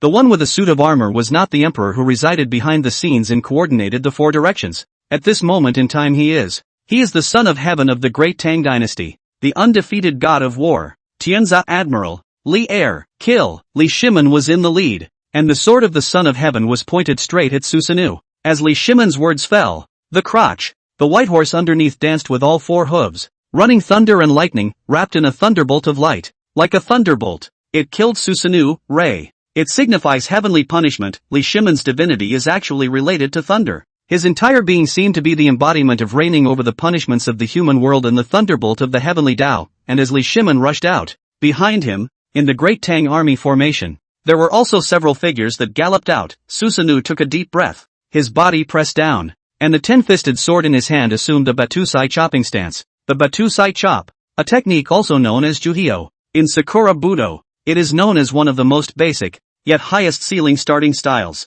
Anyone who studies Sakura Budo can't avoid the Gumiho. Almost all of the Sakura Budo masters will reside in the hop. But, in the history of Sakura, there have been very few people who have really made the best use of Ikebana. Susanoo as Sakura Budo Supreme. In myths and legends, he once killed the Yamanano Orochi, which was a danger to the earth, with his sword. From this, it was clear how superior Susanoo's swordsmanship was. Chu Yun also noticed. Susanoo's posture appeared to be plain and simple, but it contained a hint of the special flavor of the great way, the natural way. This guy, not simple. The golden radiance underneath Chu Yun's eyes flickered, observing Susanoo at all times with his fiery eyes, also wanted to remind Li Shimen when necessary. Of course, it was not that Chu Yun did not believe in Li Er's strength. With Chu Yun's character, he naturally wanted to be prepared. As for Li Shimen, Chu Yun was still quite confident in this old ancestor. In many ancient records, it is only remembered that Li Shimen opened up the reign of Jingwan, the foundation of the great Tang dynasty. He took on the image of a kingly emperor and penetrated into the hearts of the people. But that's only because Li Shimen, who was the emperor, was too colorful. So much so that the emperors he overshadowed his own light when he was the general of the heavenly policy. You should know that Li Shimen became emperor before the Zuan woman incident. He can be called the invincible god of war of the great Tang, with him as the general and commander-in-chief. The Iron Army of the great Tang, led by him, conquered the world, and no one dared to disobey. 36 rebel kings, 72 paths of smoke and dust, under the front of the Great Tang army led by Admiral Tianzi, all died out in the dust and disappeared on the long river of history. So said such an invincible emperor. How could Chu Yun not feel at ease? Bang! On the other hand, Li Shimin had already engaged the man of Suzaku in a fight. The Heavenly Sun sword chopped at the ten-fist sword, stirring up a terrifying wave of pressure. A streak of golden dragon shadows erupted out, twisting towards Susanoo, and the ten-fisted sword in Susanoo's hand appeared at first glance in one weird red font, attached to the golden dragon shadow. It twisted it as if it was absorbing it, sealing it toward the ten-fisted sword within. The ten-fist sword, among the Sakura artifacts, has the power to seal everything. And that's not all. The blade of the sword in Susanoo's hand grazed the Tenchi sword. To outsiders, his entire body looked as if it was a dancing wild goose, penetrating the area where the golden dragon was dancing and arriving in a flash 100 meters behind Li Shimin. Yan returned. In the next moment, the expressionless Susanoo flipped the ten-fist sword in his hand, pointing it with a sharp edge straight at Li Shimin's back heart area. His whole body was actually as if he were a dexterous swallow returning to the stream. Shakti returns, and this time, his sword blade was able to accurately pierce into the back of Li Shimin's heart. This is another Sakura Budo technique. Sakura Bushido, so to speak, has been mastered by Susanoo. Humph. Foreign curmudgeon with such a weird sword technique? Bang! Just as Susanoo's man stabbed his sword at Li Shimin's back heart, two burly figures suddenly appeared behind Li Shimin. A man holding a gilt-ripe double copper mace and carrying a gold-codified Tiburon gun, with a white face and a slight Confucian aura, struck with the mace and blocked this sword of Susanoo's man. How dare you! How dare you! Foreign gods! Hurt my majesty? Boom! Susanoo was suddenly sent flying, his clothes bursting into pieces and half of his body bursting into a bloody mist. The one who struck out was a big man holding both male and female whips, with a dark complexion and a fierce look. You guys! Susanoo's face changed slightly. The whip that struck his body earlier had actually directly shattered his divine body. Susanoo looked at his mangled half. Even this Sakura martial god felt his heart and mind shake. What kind of divine power is this? It was actually able to easily crush him. No, this human god of the Great Xia was not just his extraordinary battle prowess. Those people he brought with him, they weren't easy either. Qin Xiong, Yuchi Gong. At the same time, Chu Yun also saw this scene. He instantly recognized who the two war generals that appeared beside Li Shimin were. It was two of the 24 meritorious ministers of the Great Tanglingi Pavilion. There can be quite a bit of artistry for these two in later years. Their spirits are naturally not weak. Even, it's not just these two that show up. The 24 meritorious ministers of the Lingnan Pavilion, one by one, steered their horses to the back of Li Shimin. Chan Sun Wuji, Du Rui, Fang Xianling, and so on. A team of founding fathers of the Great Tang, gathered at this moment. This is a group fight. For a moment, Susanoo's face fell. He had thought that he was facing one of the imperial gods of Xia, but it never occurred to him that Li Shimin had a powerful human god by his side. And the scene of Susanoo being crushed fell into the eyes of the crowd. People around the world immediately looked dumbfounded. Oh, because? Not just an imperial god? Hiss. It's fake, right? I'm not dreaming, am I? Where did the Great Summer Kingdom get so many human gods? All over the world, there were cries of alarm from people. That's because they don't understand Chinese civilization. In the Chinese lineage of gods, there are many gods that were born on earth. The Chinese honor God but do not fear him. For in the divine lineage of this civilization, there are many gods that can be found as earthly archetypes in history. Cultivate on your own, and prove the way with your own body. By no means is it the kind of god that is simply born in faith. At the same time, Su Fu also noticed the difference over here. Damn it, you're so shameless, what a gangbang. Su Fu's eyes went black. He did know that this was not an ordinary divine battle, but rather the Great Xia Kingdom's protectorate battle. These gods of the Great Summer were all awakened because of some opportunity. Then there is no limit on the number of people. No, it can't go on like this. It's really worthy of being my Su Fu's hometown. Su Fu's eyes suddenly stared, seemingly hesitating for a moment. Then his face was firm. Faster. Whatever. I, Su Fu, will take the Sakura people and sacrifice them. You, quickly offer sacrifices to my lord to accelerate the transformation of the Sakura gods. Seeing that the man of Suzaku was at a disadvantage, Su Fu suddenly shouted madly. The previous calmness and composure could no longer be seen in him. In its place is extreme insanity. He had a lingering nervous-like smile on his face. He certainly didn't want to fail, to be precise. Su Fu dared not fail. He couldn't imagine what would happen to him if he failed. Death may all be a relief. Ha, want us to sacrifice? Meanwhile, the Sakura people scattered all over the world just thought their ears were out of order. However, before the Sakura people could react, many of the Sakura people then felt their blood boil inside them. countless Sakura people actually burned without hesitation and autonomy. Ah yeah no. Miserable screams resonated through the streets around the world. Someone was walking along and suddenly fell limply to the ground in pain, holding their head, and then wisps of blood-colored fire sprang out and they spontaneously combusted. What the hell? No, Emperor-sama, what are you doing, old ancestor? Among the several countries' divine familiars who were fighting with Yi Yuntian and the others, some of the Sakura divine familiars all suddenly collapsed to the ground in agony, their bodies looking at each other. Their blood veins were like boiling lava, burning away their flesh and blood, just less than a few breaths. These Sakura divine familiars all died horribly on the spot. To be honest, this scene all but stunned Yi Yuntian, Song Hai, and the others for a moment. And those few Sakura nation leaders hiding behind the armored mystic samurai were also confused. Bagger, what's going on here? No, don't, I don't want to die. One of the leaders even spontaneously combusted as well, his jaw dropping as he watched the rolling embers coming out of him, his entire body frozen in place. But it was only the next moment that he fell to the ground in a twisted body, flailing and flailing. The rest of the Sakura leaders were taken aback and hastily stepped back, far away from each other. This scene is just too weird. The faces of several Sakura leaders were pale and bloodless. Don't worry, the ones that died were probably only 9 out of 10. Back then, I took 3,000 boys and girls and climbed onto Sakura Island. Way back then, after I met my master, I started laying out any Sakura person who was related to my Sufu, or the bloodline of the people I brought with me, has a copy of the ban I left behind in their body. This prohibition will be accompanied by the bloodline and passed down from generation to generation. It's not a matter of whether they are willing to sacrifice or not. It's a matter of me having to get them to sacrifice. Sufu's voice rang out. Well, now people get it. Turns out it's a setup that's been in the works for thousands of years. It was useless for the Sakura people even if they didn't want to sacrifice, because there was a prohibition in the bloodline. Chu Yun also noticed this scene. He couldn't help but look deeply at Sufu. I have to say, this guy is really tough. It has been laid out since thousands of years ago. Little Sakura was sort of held to death by Sufu. Of course, Chu Yun would not pity these guys, whether it's the crazy Sufu or not, or the Sakura people in the current era. All of them have been coveting the Great Summer Kingdom for a long time. Then they can only be enemies. There is naturally nothing to say to the enemy. At the same time, one of Sakura's leaders cried out in pain and suddenly fell to his knees, kowtowing as if he were pounding his head in Sufu's direction. Old ancestor, how can you be so heartless? Since we have your bloodline flowing in our bodies, are you willing to watch your descendants die out? Sufu's brow furrowed, and a flash of impatience flashed under his eyes. What offspring do I want if I live forever? Besides, it would be an honor for them to offer sacrifices for my lord. What? You're still alive. Are you not convinced? Also, if you don't listen to the dog, just kill it. Sufu suddenly threw out his hand and struck out a mana fluctuation that was like a sharp blade,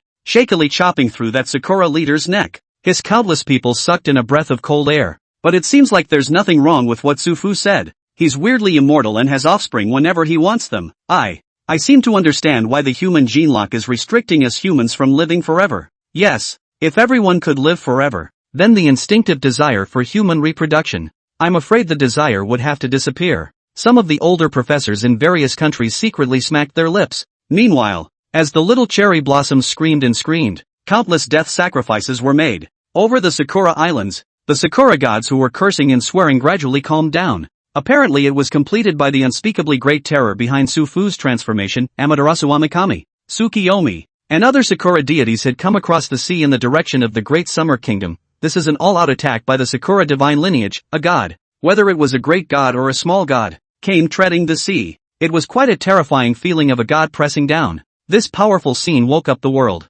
People also stopped discussing how many people died in Sakura, and were suddenly shaken to their core. Chu Yun's brows furrowed greatly. Sure enough, Armageddon was upon us. At this moment, Chu Yun also secretly gritted his teeth, hating that he had not become a god and was powerless to participate in this protectorate duel. How great it would be if he had gathered all 5 copies of the power of the coordinates, or if he cultivated a little faster and could become a god. Chu Yun, do you want to join the battle? And right at that moment, a voice suddenly sounded in Chu Yun's mind. The world I have opened up naturally has the opportunity for my awakening, but I can't manifest for the time being, so you, little one, will fight for me. At those words, Chu Yun's heart shook greatly. Of course he knew who the source of the voice was. It's the Great Pancake, and, to lend him a hand? The Great Exalted One can't manifest for the time being because of certain reasons, but can lend me divine power to reach the level of a god. No one noticed that Chu Yun's body in the void stiffened and his footsteps stopped. A means of possessing a god who has practiced to become a god? Discord's voice sounded again. At those words, Chu Yun could not help but feel a bit puzzled. Great Exalted One. According to the rules of the Mythic Rings narrative, isn't it true that only those who have broken through the limits of mortals and cultivated to the god realm can use divine possession? That's right. Chu Yun still remembered some of the general knowledge of divine favorites that Yi Yuntian had imparted to him after he had just become a divine favorite. Divine possession is scary, but even a mortal S-ranked divine favorite couldn't utilize it. Only by first metamorphosing from a mortal to a god. This was also the reason why Chu Yun had never considered casting a divine possession with the help of his own original deity, the Pangu divine power. That's right. Mortals can't afford to be possessed by a god. If one were to hastily perform such a means, it would be tantamount to asking for death. Let alone being possessed by a god. Even with the help of just a little bit of divine power, a mortal's body is in danger of collapsing. But, speaking here, Pangu's words changed. But you're different. You have surpassed all the mortal powerhouses of the past generations among the mortal S-class divine favorites. You are currently the only mortal whose fleshly body is adamantine and indestructible, whose soul can go out of the body, and whose magical power is immortalized by the heavenly images, and who has stepped into the third realm. Only such mortals are capable of withstanding the pressure of divine possession. Hearing those words, Chu Yun's heart was instantly delighted. It's done, but there is a downside. You are still mortal after all, and divine possession doesn't last too long. The next time one wanted to cast divine possession again, there would also be a long interval between them. Have you considered, little one, to utilize divine possession on this occasion? Pangu explained in detail to Chu Yun. Chu Yun instantly understood. Even for an otherworldly third realm divine favorite like him, it was impossible to indiscriminately abuse divine possession. After all, no matter what, he was now in a mortal body. If abused, I am afraid that even his body will not be able to suffer. Use it. Of course. At this moment in time, Chu Yun did not hesitate and immediately stated his position. As for the special means of not being able to use divine possession again for a short period of time after divine possession, this had almost no effect on Chu Yun. After all, even if he did not need to be possessed by a god, Chu Yun was confident that he would be fearless of the god's favorites from all the countries in the world. It was useless even if any of them wanted to take advantage of the opportunity to snatch the power of the coordinates within him. Chu Yun's own strength far exceeded that of the divine favorites from the remaining countries. Good. Little one. Yuan memorize this spell. Divine possession allows you to draw on any deity you have ever awakened, and for the duration, they will be your source of power. Immediately afterward, Great Exalt Pangu imparted a unique myriad dharma recipe to Chu Yun. This kind of wondrous method should have been taught by one's own native deity only when the divine favored one had broken through the limits of mortals and become an immortal and a god. However, Chu Yun did not have to be like the rest of the divine favorites. He is given this law now, at the same time, all over the globe. The people of hundreds of countries had clearly seen the appearance of the little Sakura gods through the picture channel revealed by the mythic ring. That one god was wrapped in an incomparably monstrous power. It was like a great army pressing in, with the pressure of pouring out the heavens and destroying the world, and rolling clouds shrouded the coastal borderline of the great summer kingdom. A god. There was that giant as tall as a mountain, standing on top of the sky, stepping on the sea, his feet lifting up 10,000 waves, a holy and noble, cold and indifferent face, with a golden halo hanging behind her head, bare, naked feet, walking in the air, the goddess, as if the sun is rising, the great sun shine in its surroundings reflecting the living beings. Amaterasu Amikami, on Sakura Island, with the previous sacrifice by Su Fu, the few remaining Sakura people wailed. These remaining cherry blossom people, despite the grief in their hearts, all had hatred for Su Fu, but after seeing the terrifying gesture of their own gods,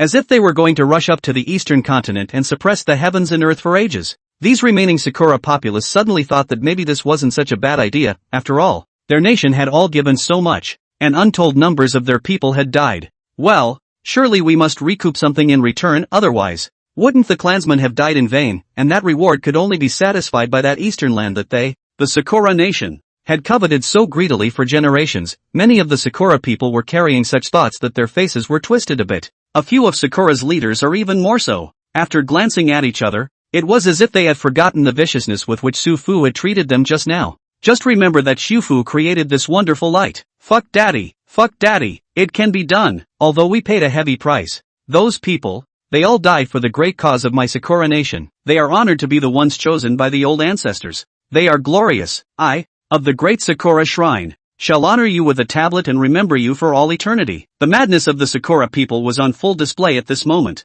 People people from all countries are looking a little alarmed. Needless to say, this nation is extremely crazy. Flip-flopping is faster than flipping a book in the face of absolute interest. Earlier, there were still many people denouncing Su Fu's viciousness, but now it has become a universal glory. A lot of people can't understand the twisted mentality of the Sakura people, but that's the way this nation has always been. The so-called Bushido Tamashii is the ultimate in this kind of twisted devotion. After all, it wasn't like they were the top leaders who died. Sakura's several leaders, seeing that there is hope to enter the eastern continent, that is of course, the best way to appeal to the people, happy to dedicate themselves. Meanwhile, the first emperor's side also noticed the scene. The first emperor didn't say anything, and in the next moment, his figure appeared on the coastal borderline of the Great Summer Kingdom. The first emperor simply drew the Qin king's sword at his waist behind his back. The sword, passed down from generation to generation of Qin kings, until his generation. It completed the old Qin people's idea of the unification of China.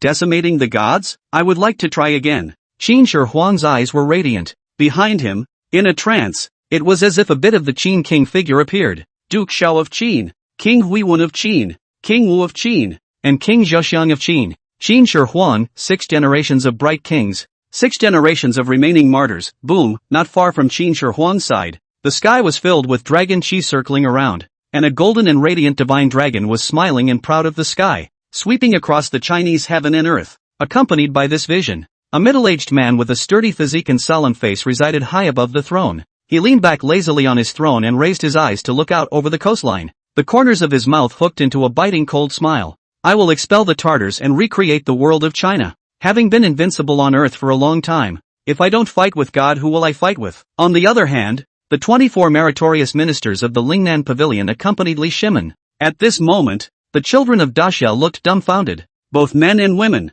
young and old, looked up at the picture in the sky. 3 emperors across the sky, in the same world. Hisso by karma. These emperors who once ruled the Great Summer Kingdom are so handsome. This is the aura of an emperor. I mean, are you guys nuts? Can't you see how many gods there are on Sakura's side? If I were one of these Daxia emperors who had manifested their spirits, I would have definitely dispersed my spirit body. After all, being killed here could be a real death. Yeah, well, there's nothing to lose if you die. With so many gods in the Sakura Kingdom, is it possible for 3 humanistic emperor gods to hold their own? There was a lot of talk in the countries. Some people marveled at the spectacle of the 3 emperors of the Great Summer Kingdom crossing the sky. Others couldn't help but secretly shake their heads, feeling that these 3 emperors were a bit out of their depth. After all, in this kind of divine battle, anyone who wasn't a fool could see that it wasn't a one-sided game. It also managed to crush the other side on the strength of its own power. Rather, almost the entire Sakura divine lineage had been summoned by Su Fu. Look at those gods, whether it was a hefty and famous great god,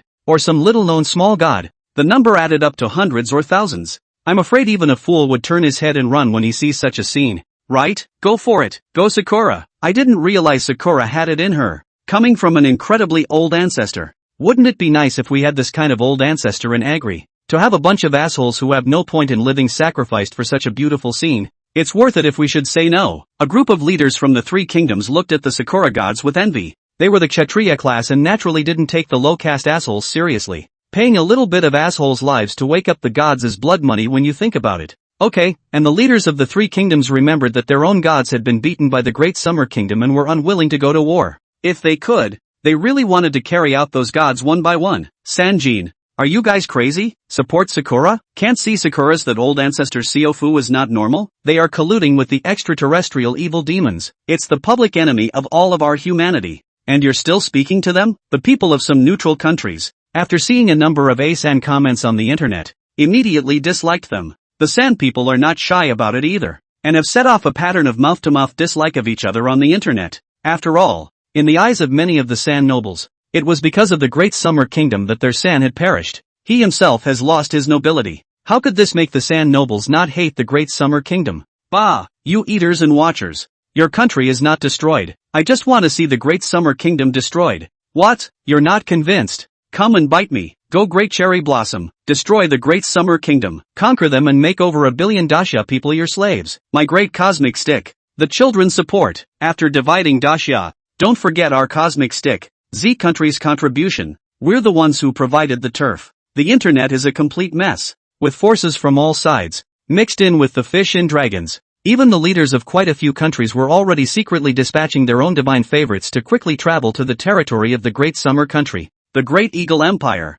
the Egyptian Empire, and so on, the divine favorites from all over the world, all aimed at someone in the Great Summer Kingdom. That's right. The target was none other than Chu Yun. It was because Chu Yun's body had 2 copies of the power of coordinates. All of these people analyzed the situation and only felt that the Great Summer Kingdom could not withstand this crisis of extinction. Just waiting for the time when the Great Summer is destroyed, the national asylum collapses, and the country is plunged into a chaotic situation. It was also time for them to pick up the slack while they could. Judging by their respective positions, there is no excuse for doing so. They certainly didn't want to stand by and watch Su Fu take away these coordinate forces. After all, Xu Fu and the Sakura nation he led were already sitting as public enemies of all humanity. These guys believe in extraterrestrial evil demons, which is not tolerated by the world, and countries are quite afraid of them. Meanwhile, the gods of Sakura had approached the country of Daxia. Under the attention of all the forces, the Sakura kami at the head of the group was seen, and Amaterasu and Tsukiyomi glanced at each other.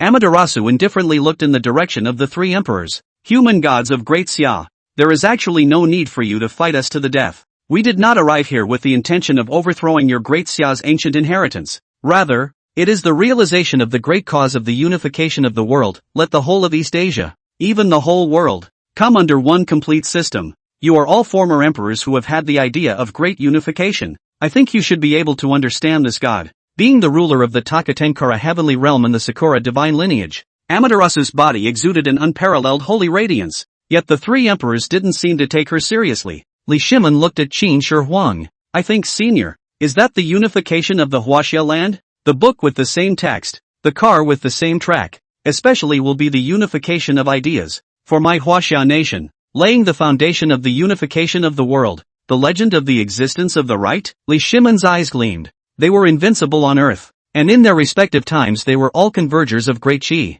Under the rules of the mythic ring, after they became gods, many things could be naturally understood in their hearts without much explanation. It's like the inherited history of China. These emperors who have left a bright mark on history can all understand instantly after seeing each other. Qin Shi Huang also looked at Li Shimin as he smiled slightly. Dragon and phoenix among men, Li heir of the great Tang dynasty, with my Huaxia as the orthodoxy, the integration of all nationalities, the passage of the western regions, the conquest of the Turkic, and the creation of a dynasty of 10,000 states. The prosperous and flourishing Tang dynasty of you, is also very good. Ha, brother Zhu, why are you dozing off? On the other hand, the founder of the great Ming, Zhu Yuanzhang, who was drowsy on the dragon chair, suddenly snorted. He looked in the direction of the Sakura gods with disinterest. That twat's grating speech just now is making me a little sleepy. Zhu Yuanzhang shook his head and sat up straight. Who's going to kill this bitch? He spoke with a big smile and didn't care about all the official niceties and etiquette. Because